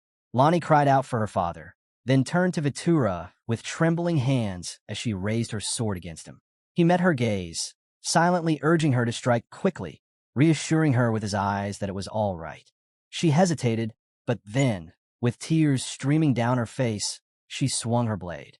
The strike pierced him, and he groaned, but even in pain, he managed a faint smile before collapsing lifeless to the ground. Blood spread across the floor beneath him. The knights stood stunned until one of them stepped forward, commanding the others to move aside so that he could protect Her Holiness. He pushed through the crowd, though uncertainty clouded his face. Meanwhile, Lonnie had dropped to her knees beside her father, clutching him desperately and insisting he could not die this way. The knight's voice then thundered again, ordering everyone to maintain order. He demanded that Lonnie Salem and the rebels be arrested. Lonnie froze, tense and overwhelmed. From afar, mirakin quietly asked the main character if they ought to intervene, but the main character calmly answered that there was no need. The crowd, however, would not stay silent. People surged forward, their anger boiling over. They hurled insults at the knights, calling them bastards, and shouted that killing His Holiness was not enough for them, that now they sought to harm Miss Lonnie as well. They formed a protective wall around her, denouncing the knights as Zipple dogs and asking if they felt no shame in standing before Ayala. The knights retorted, demanding to know if the people realized the gravity of their crime in shielding heretics. But the voices of the people rose even louder, crying out that Miss Lonnie had done nothing wrong, that they must protect the daughter of the Holy King. Overwhelmed by their loyalty, Lonnie turned her head and gazed at the people encircling her. Her hands clenched tightly around her dress as she fought to steady herself. Then, lifting both hands, she summoned forth a yellow ring that glowed in the air. A radiant light burst out, washing over everyone and leaving them stunned. The brilliance swelled into a storm that blinded all, and before Lonnie appeared a small, patterned circle. The knights, overcome, let their swords clatter to the ground and dropped to their knees in reverence. Lonnie reached forward and touched the small circle, and it rose skyward, expanding into a massive, blazing ring of light that illuminated everything. It shone down even upon Vitura's lifeless body, his face bathed in the glow as it lay still and cold upon the ground. The Holy Kingdom's new beacon of hope and hero, the one who had saved Vankella from the clutches of the Zipple family, was none other than Holy King Lonnie Salem. After Lonnie's ascension to the throne, the chaos was swiftly brought under control. Sir Vitura had already prepared a list of names linked to both Kinzello and the Zipple family. From this, the names tied to Zipple were publicly revealed, and their lackeys were the first to be arrested. Holy King Lonnie then issued a strong complaint to the Zipple family. When addressing her people, she explained that she could not disclose the name of the hero who had saved the survivors, yet revealed to them that Zipple's fourth magic tower had been creating human golems. She demanded an official explanation from Zipple and further declared that her father's funeral would not proceed until such an explanation was provided.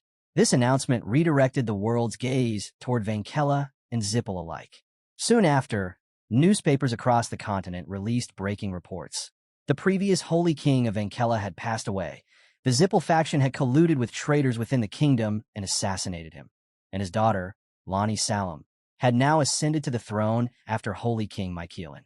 Some articles went further, stating outright that the fourth magic tower had used the citizens of the Holy Kingdom as subjects in inhuman experiments, and that Holy King Lonnie had demanded answers. Far away, in another realm, a woman sat on her throne, listening to these reports. She remarked that it was finally beginning. The Zipple family and Kinzello had moved first, and though she had no intention of interfering until now, the Holy Kingdom had presented her with an ideal opportunity. With that, she decided to inform the patriarch and instructed her attendants to send a condolence delegation to Vankella. A man bowed in respect, addressing her as mother, and accepted the order. Elsewhere, in a quiet, wide space, someone in a white cloak knelt before a grave adorned with flowers. The woman sitting there was Miss Luna. As she gazed upon the tombstone, she remembered her nanny. Footsteps behind her drew her attention. 3 figures had arrived. A purple-haired woman greeted her, addressing her as Miss Luna. She introduced herself as Kashmir Alfrian, leader of the 7 Colors, and presented the 2 companions beside her as Kujin and Varys, assassins once raised by Luna's nanny, Tamia Marius. Luna smiled gently, saying she had expected their visit. The red-haired woman among them clutched flowers in trembling hands. At Luna's urging, she went forward and collapsed before the grave, weeping loudly as she held the tombstone. Luna then turned to the third, a short-haired man with gray hair, asking if he had anything he wished to say. He remained silent, his thoughts dwelling on how this woman was Luna Runcandle, the firstborn of the Runcandle family, the only child truly regarded by their mother.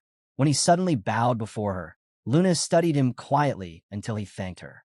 She smiled faintly and told him to go to the grave, certain their nanny missed him. For the first time, Kujin's expression softened into a smile. Kashmir remarked in surprise that she had never before seen him smile. Kashmir then admitted there was another reason for their visit.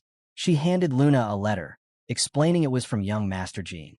Luna unfolded it and read. The main character wrote that she must already have heard of the events in Vankella, and that Dino was preparing to publish an article revealing the truth about the Holy Kingdom. He urged her to depart as soon as the article was released, promising to explain the rest while en route. Meanwhile, within Zipple's castle, the patriarch was deep in discussion. Someone close to him warned that they could not escape responsibility. The patriarch coldly spoke of the hero who had saved the test subject from the fourth magic tower.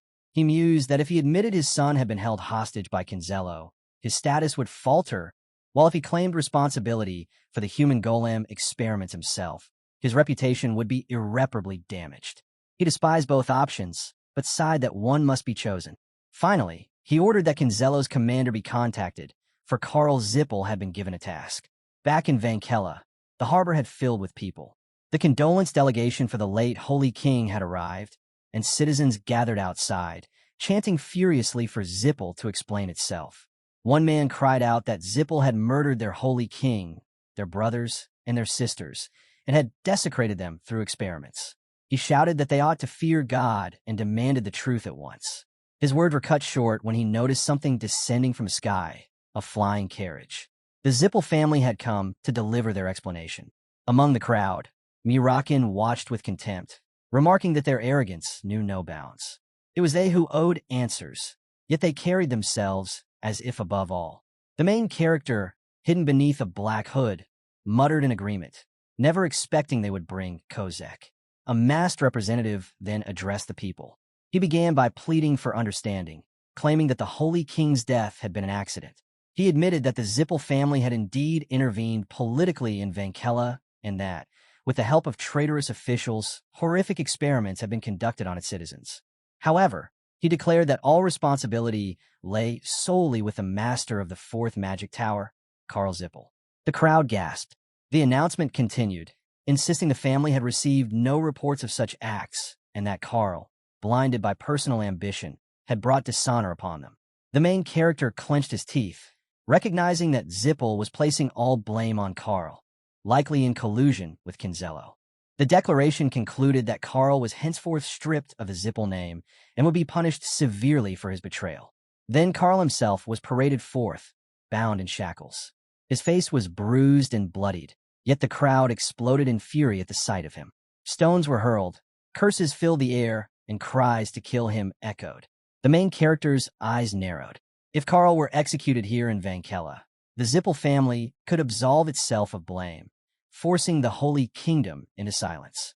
With time and money, their political meddling would be forgotten. Sacrificing a pure-blooded Zipple as a scapegoat was, to them, the perfect solution. But the main character swore he would not let them succeed.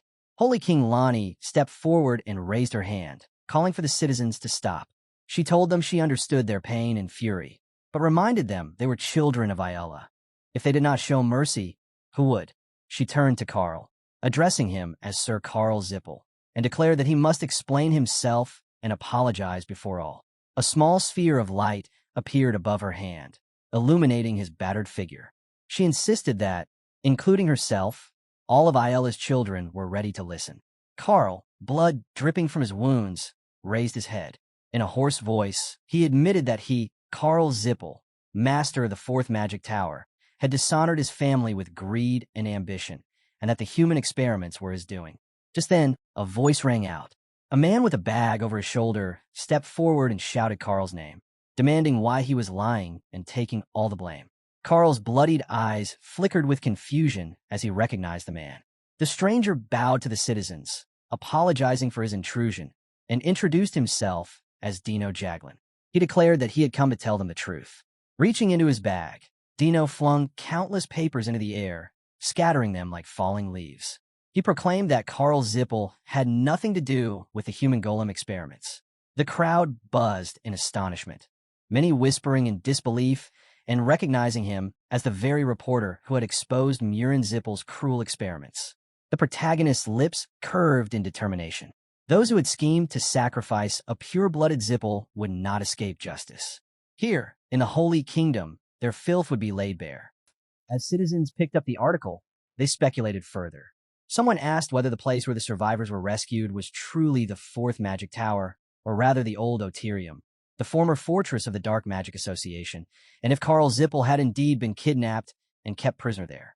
Another man turned directly to Jaglin, asking whether he was mocking them as reporters, and whether it was really possible that a pure-blooded Zipple had been kidnapped by what they considered a third-rate terror organization.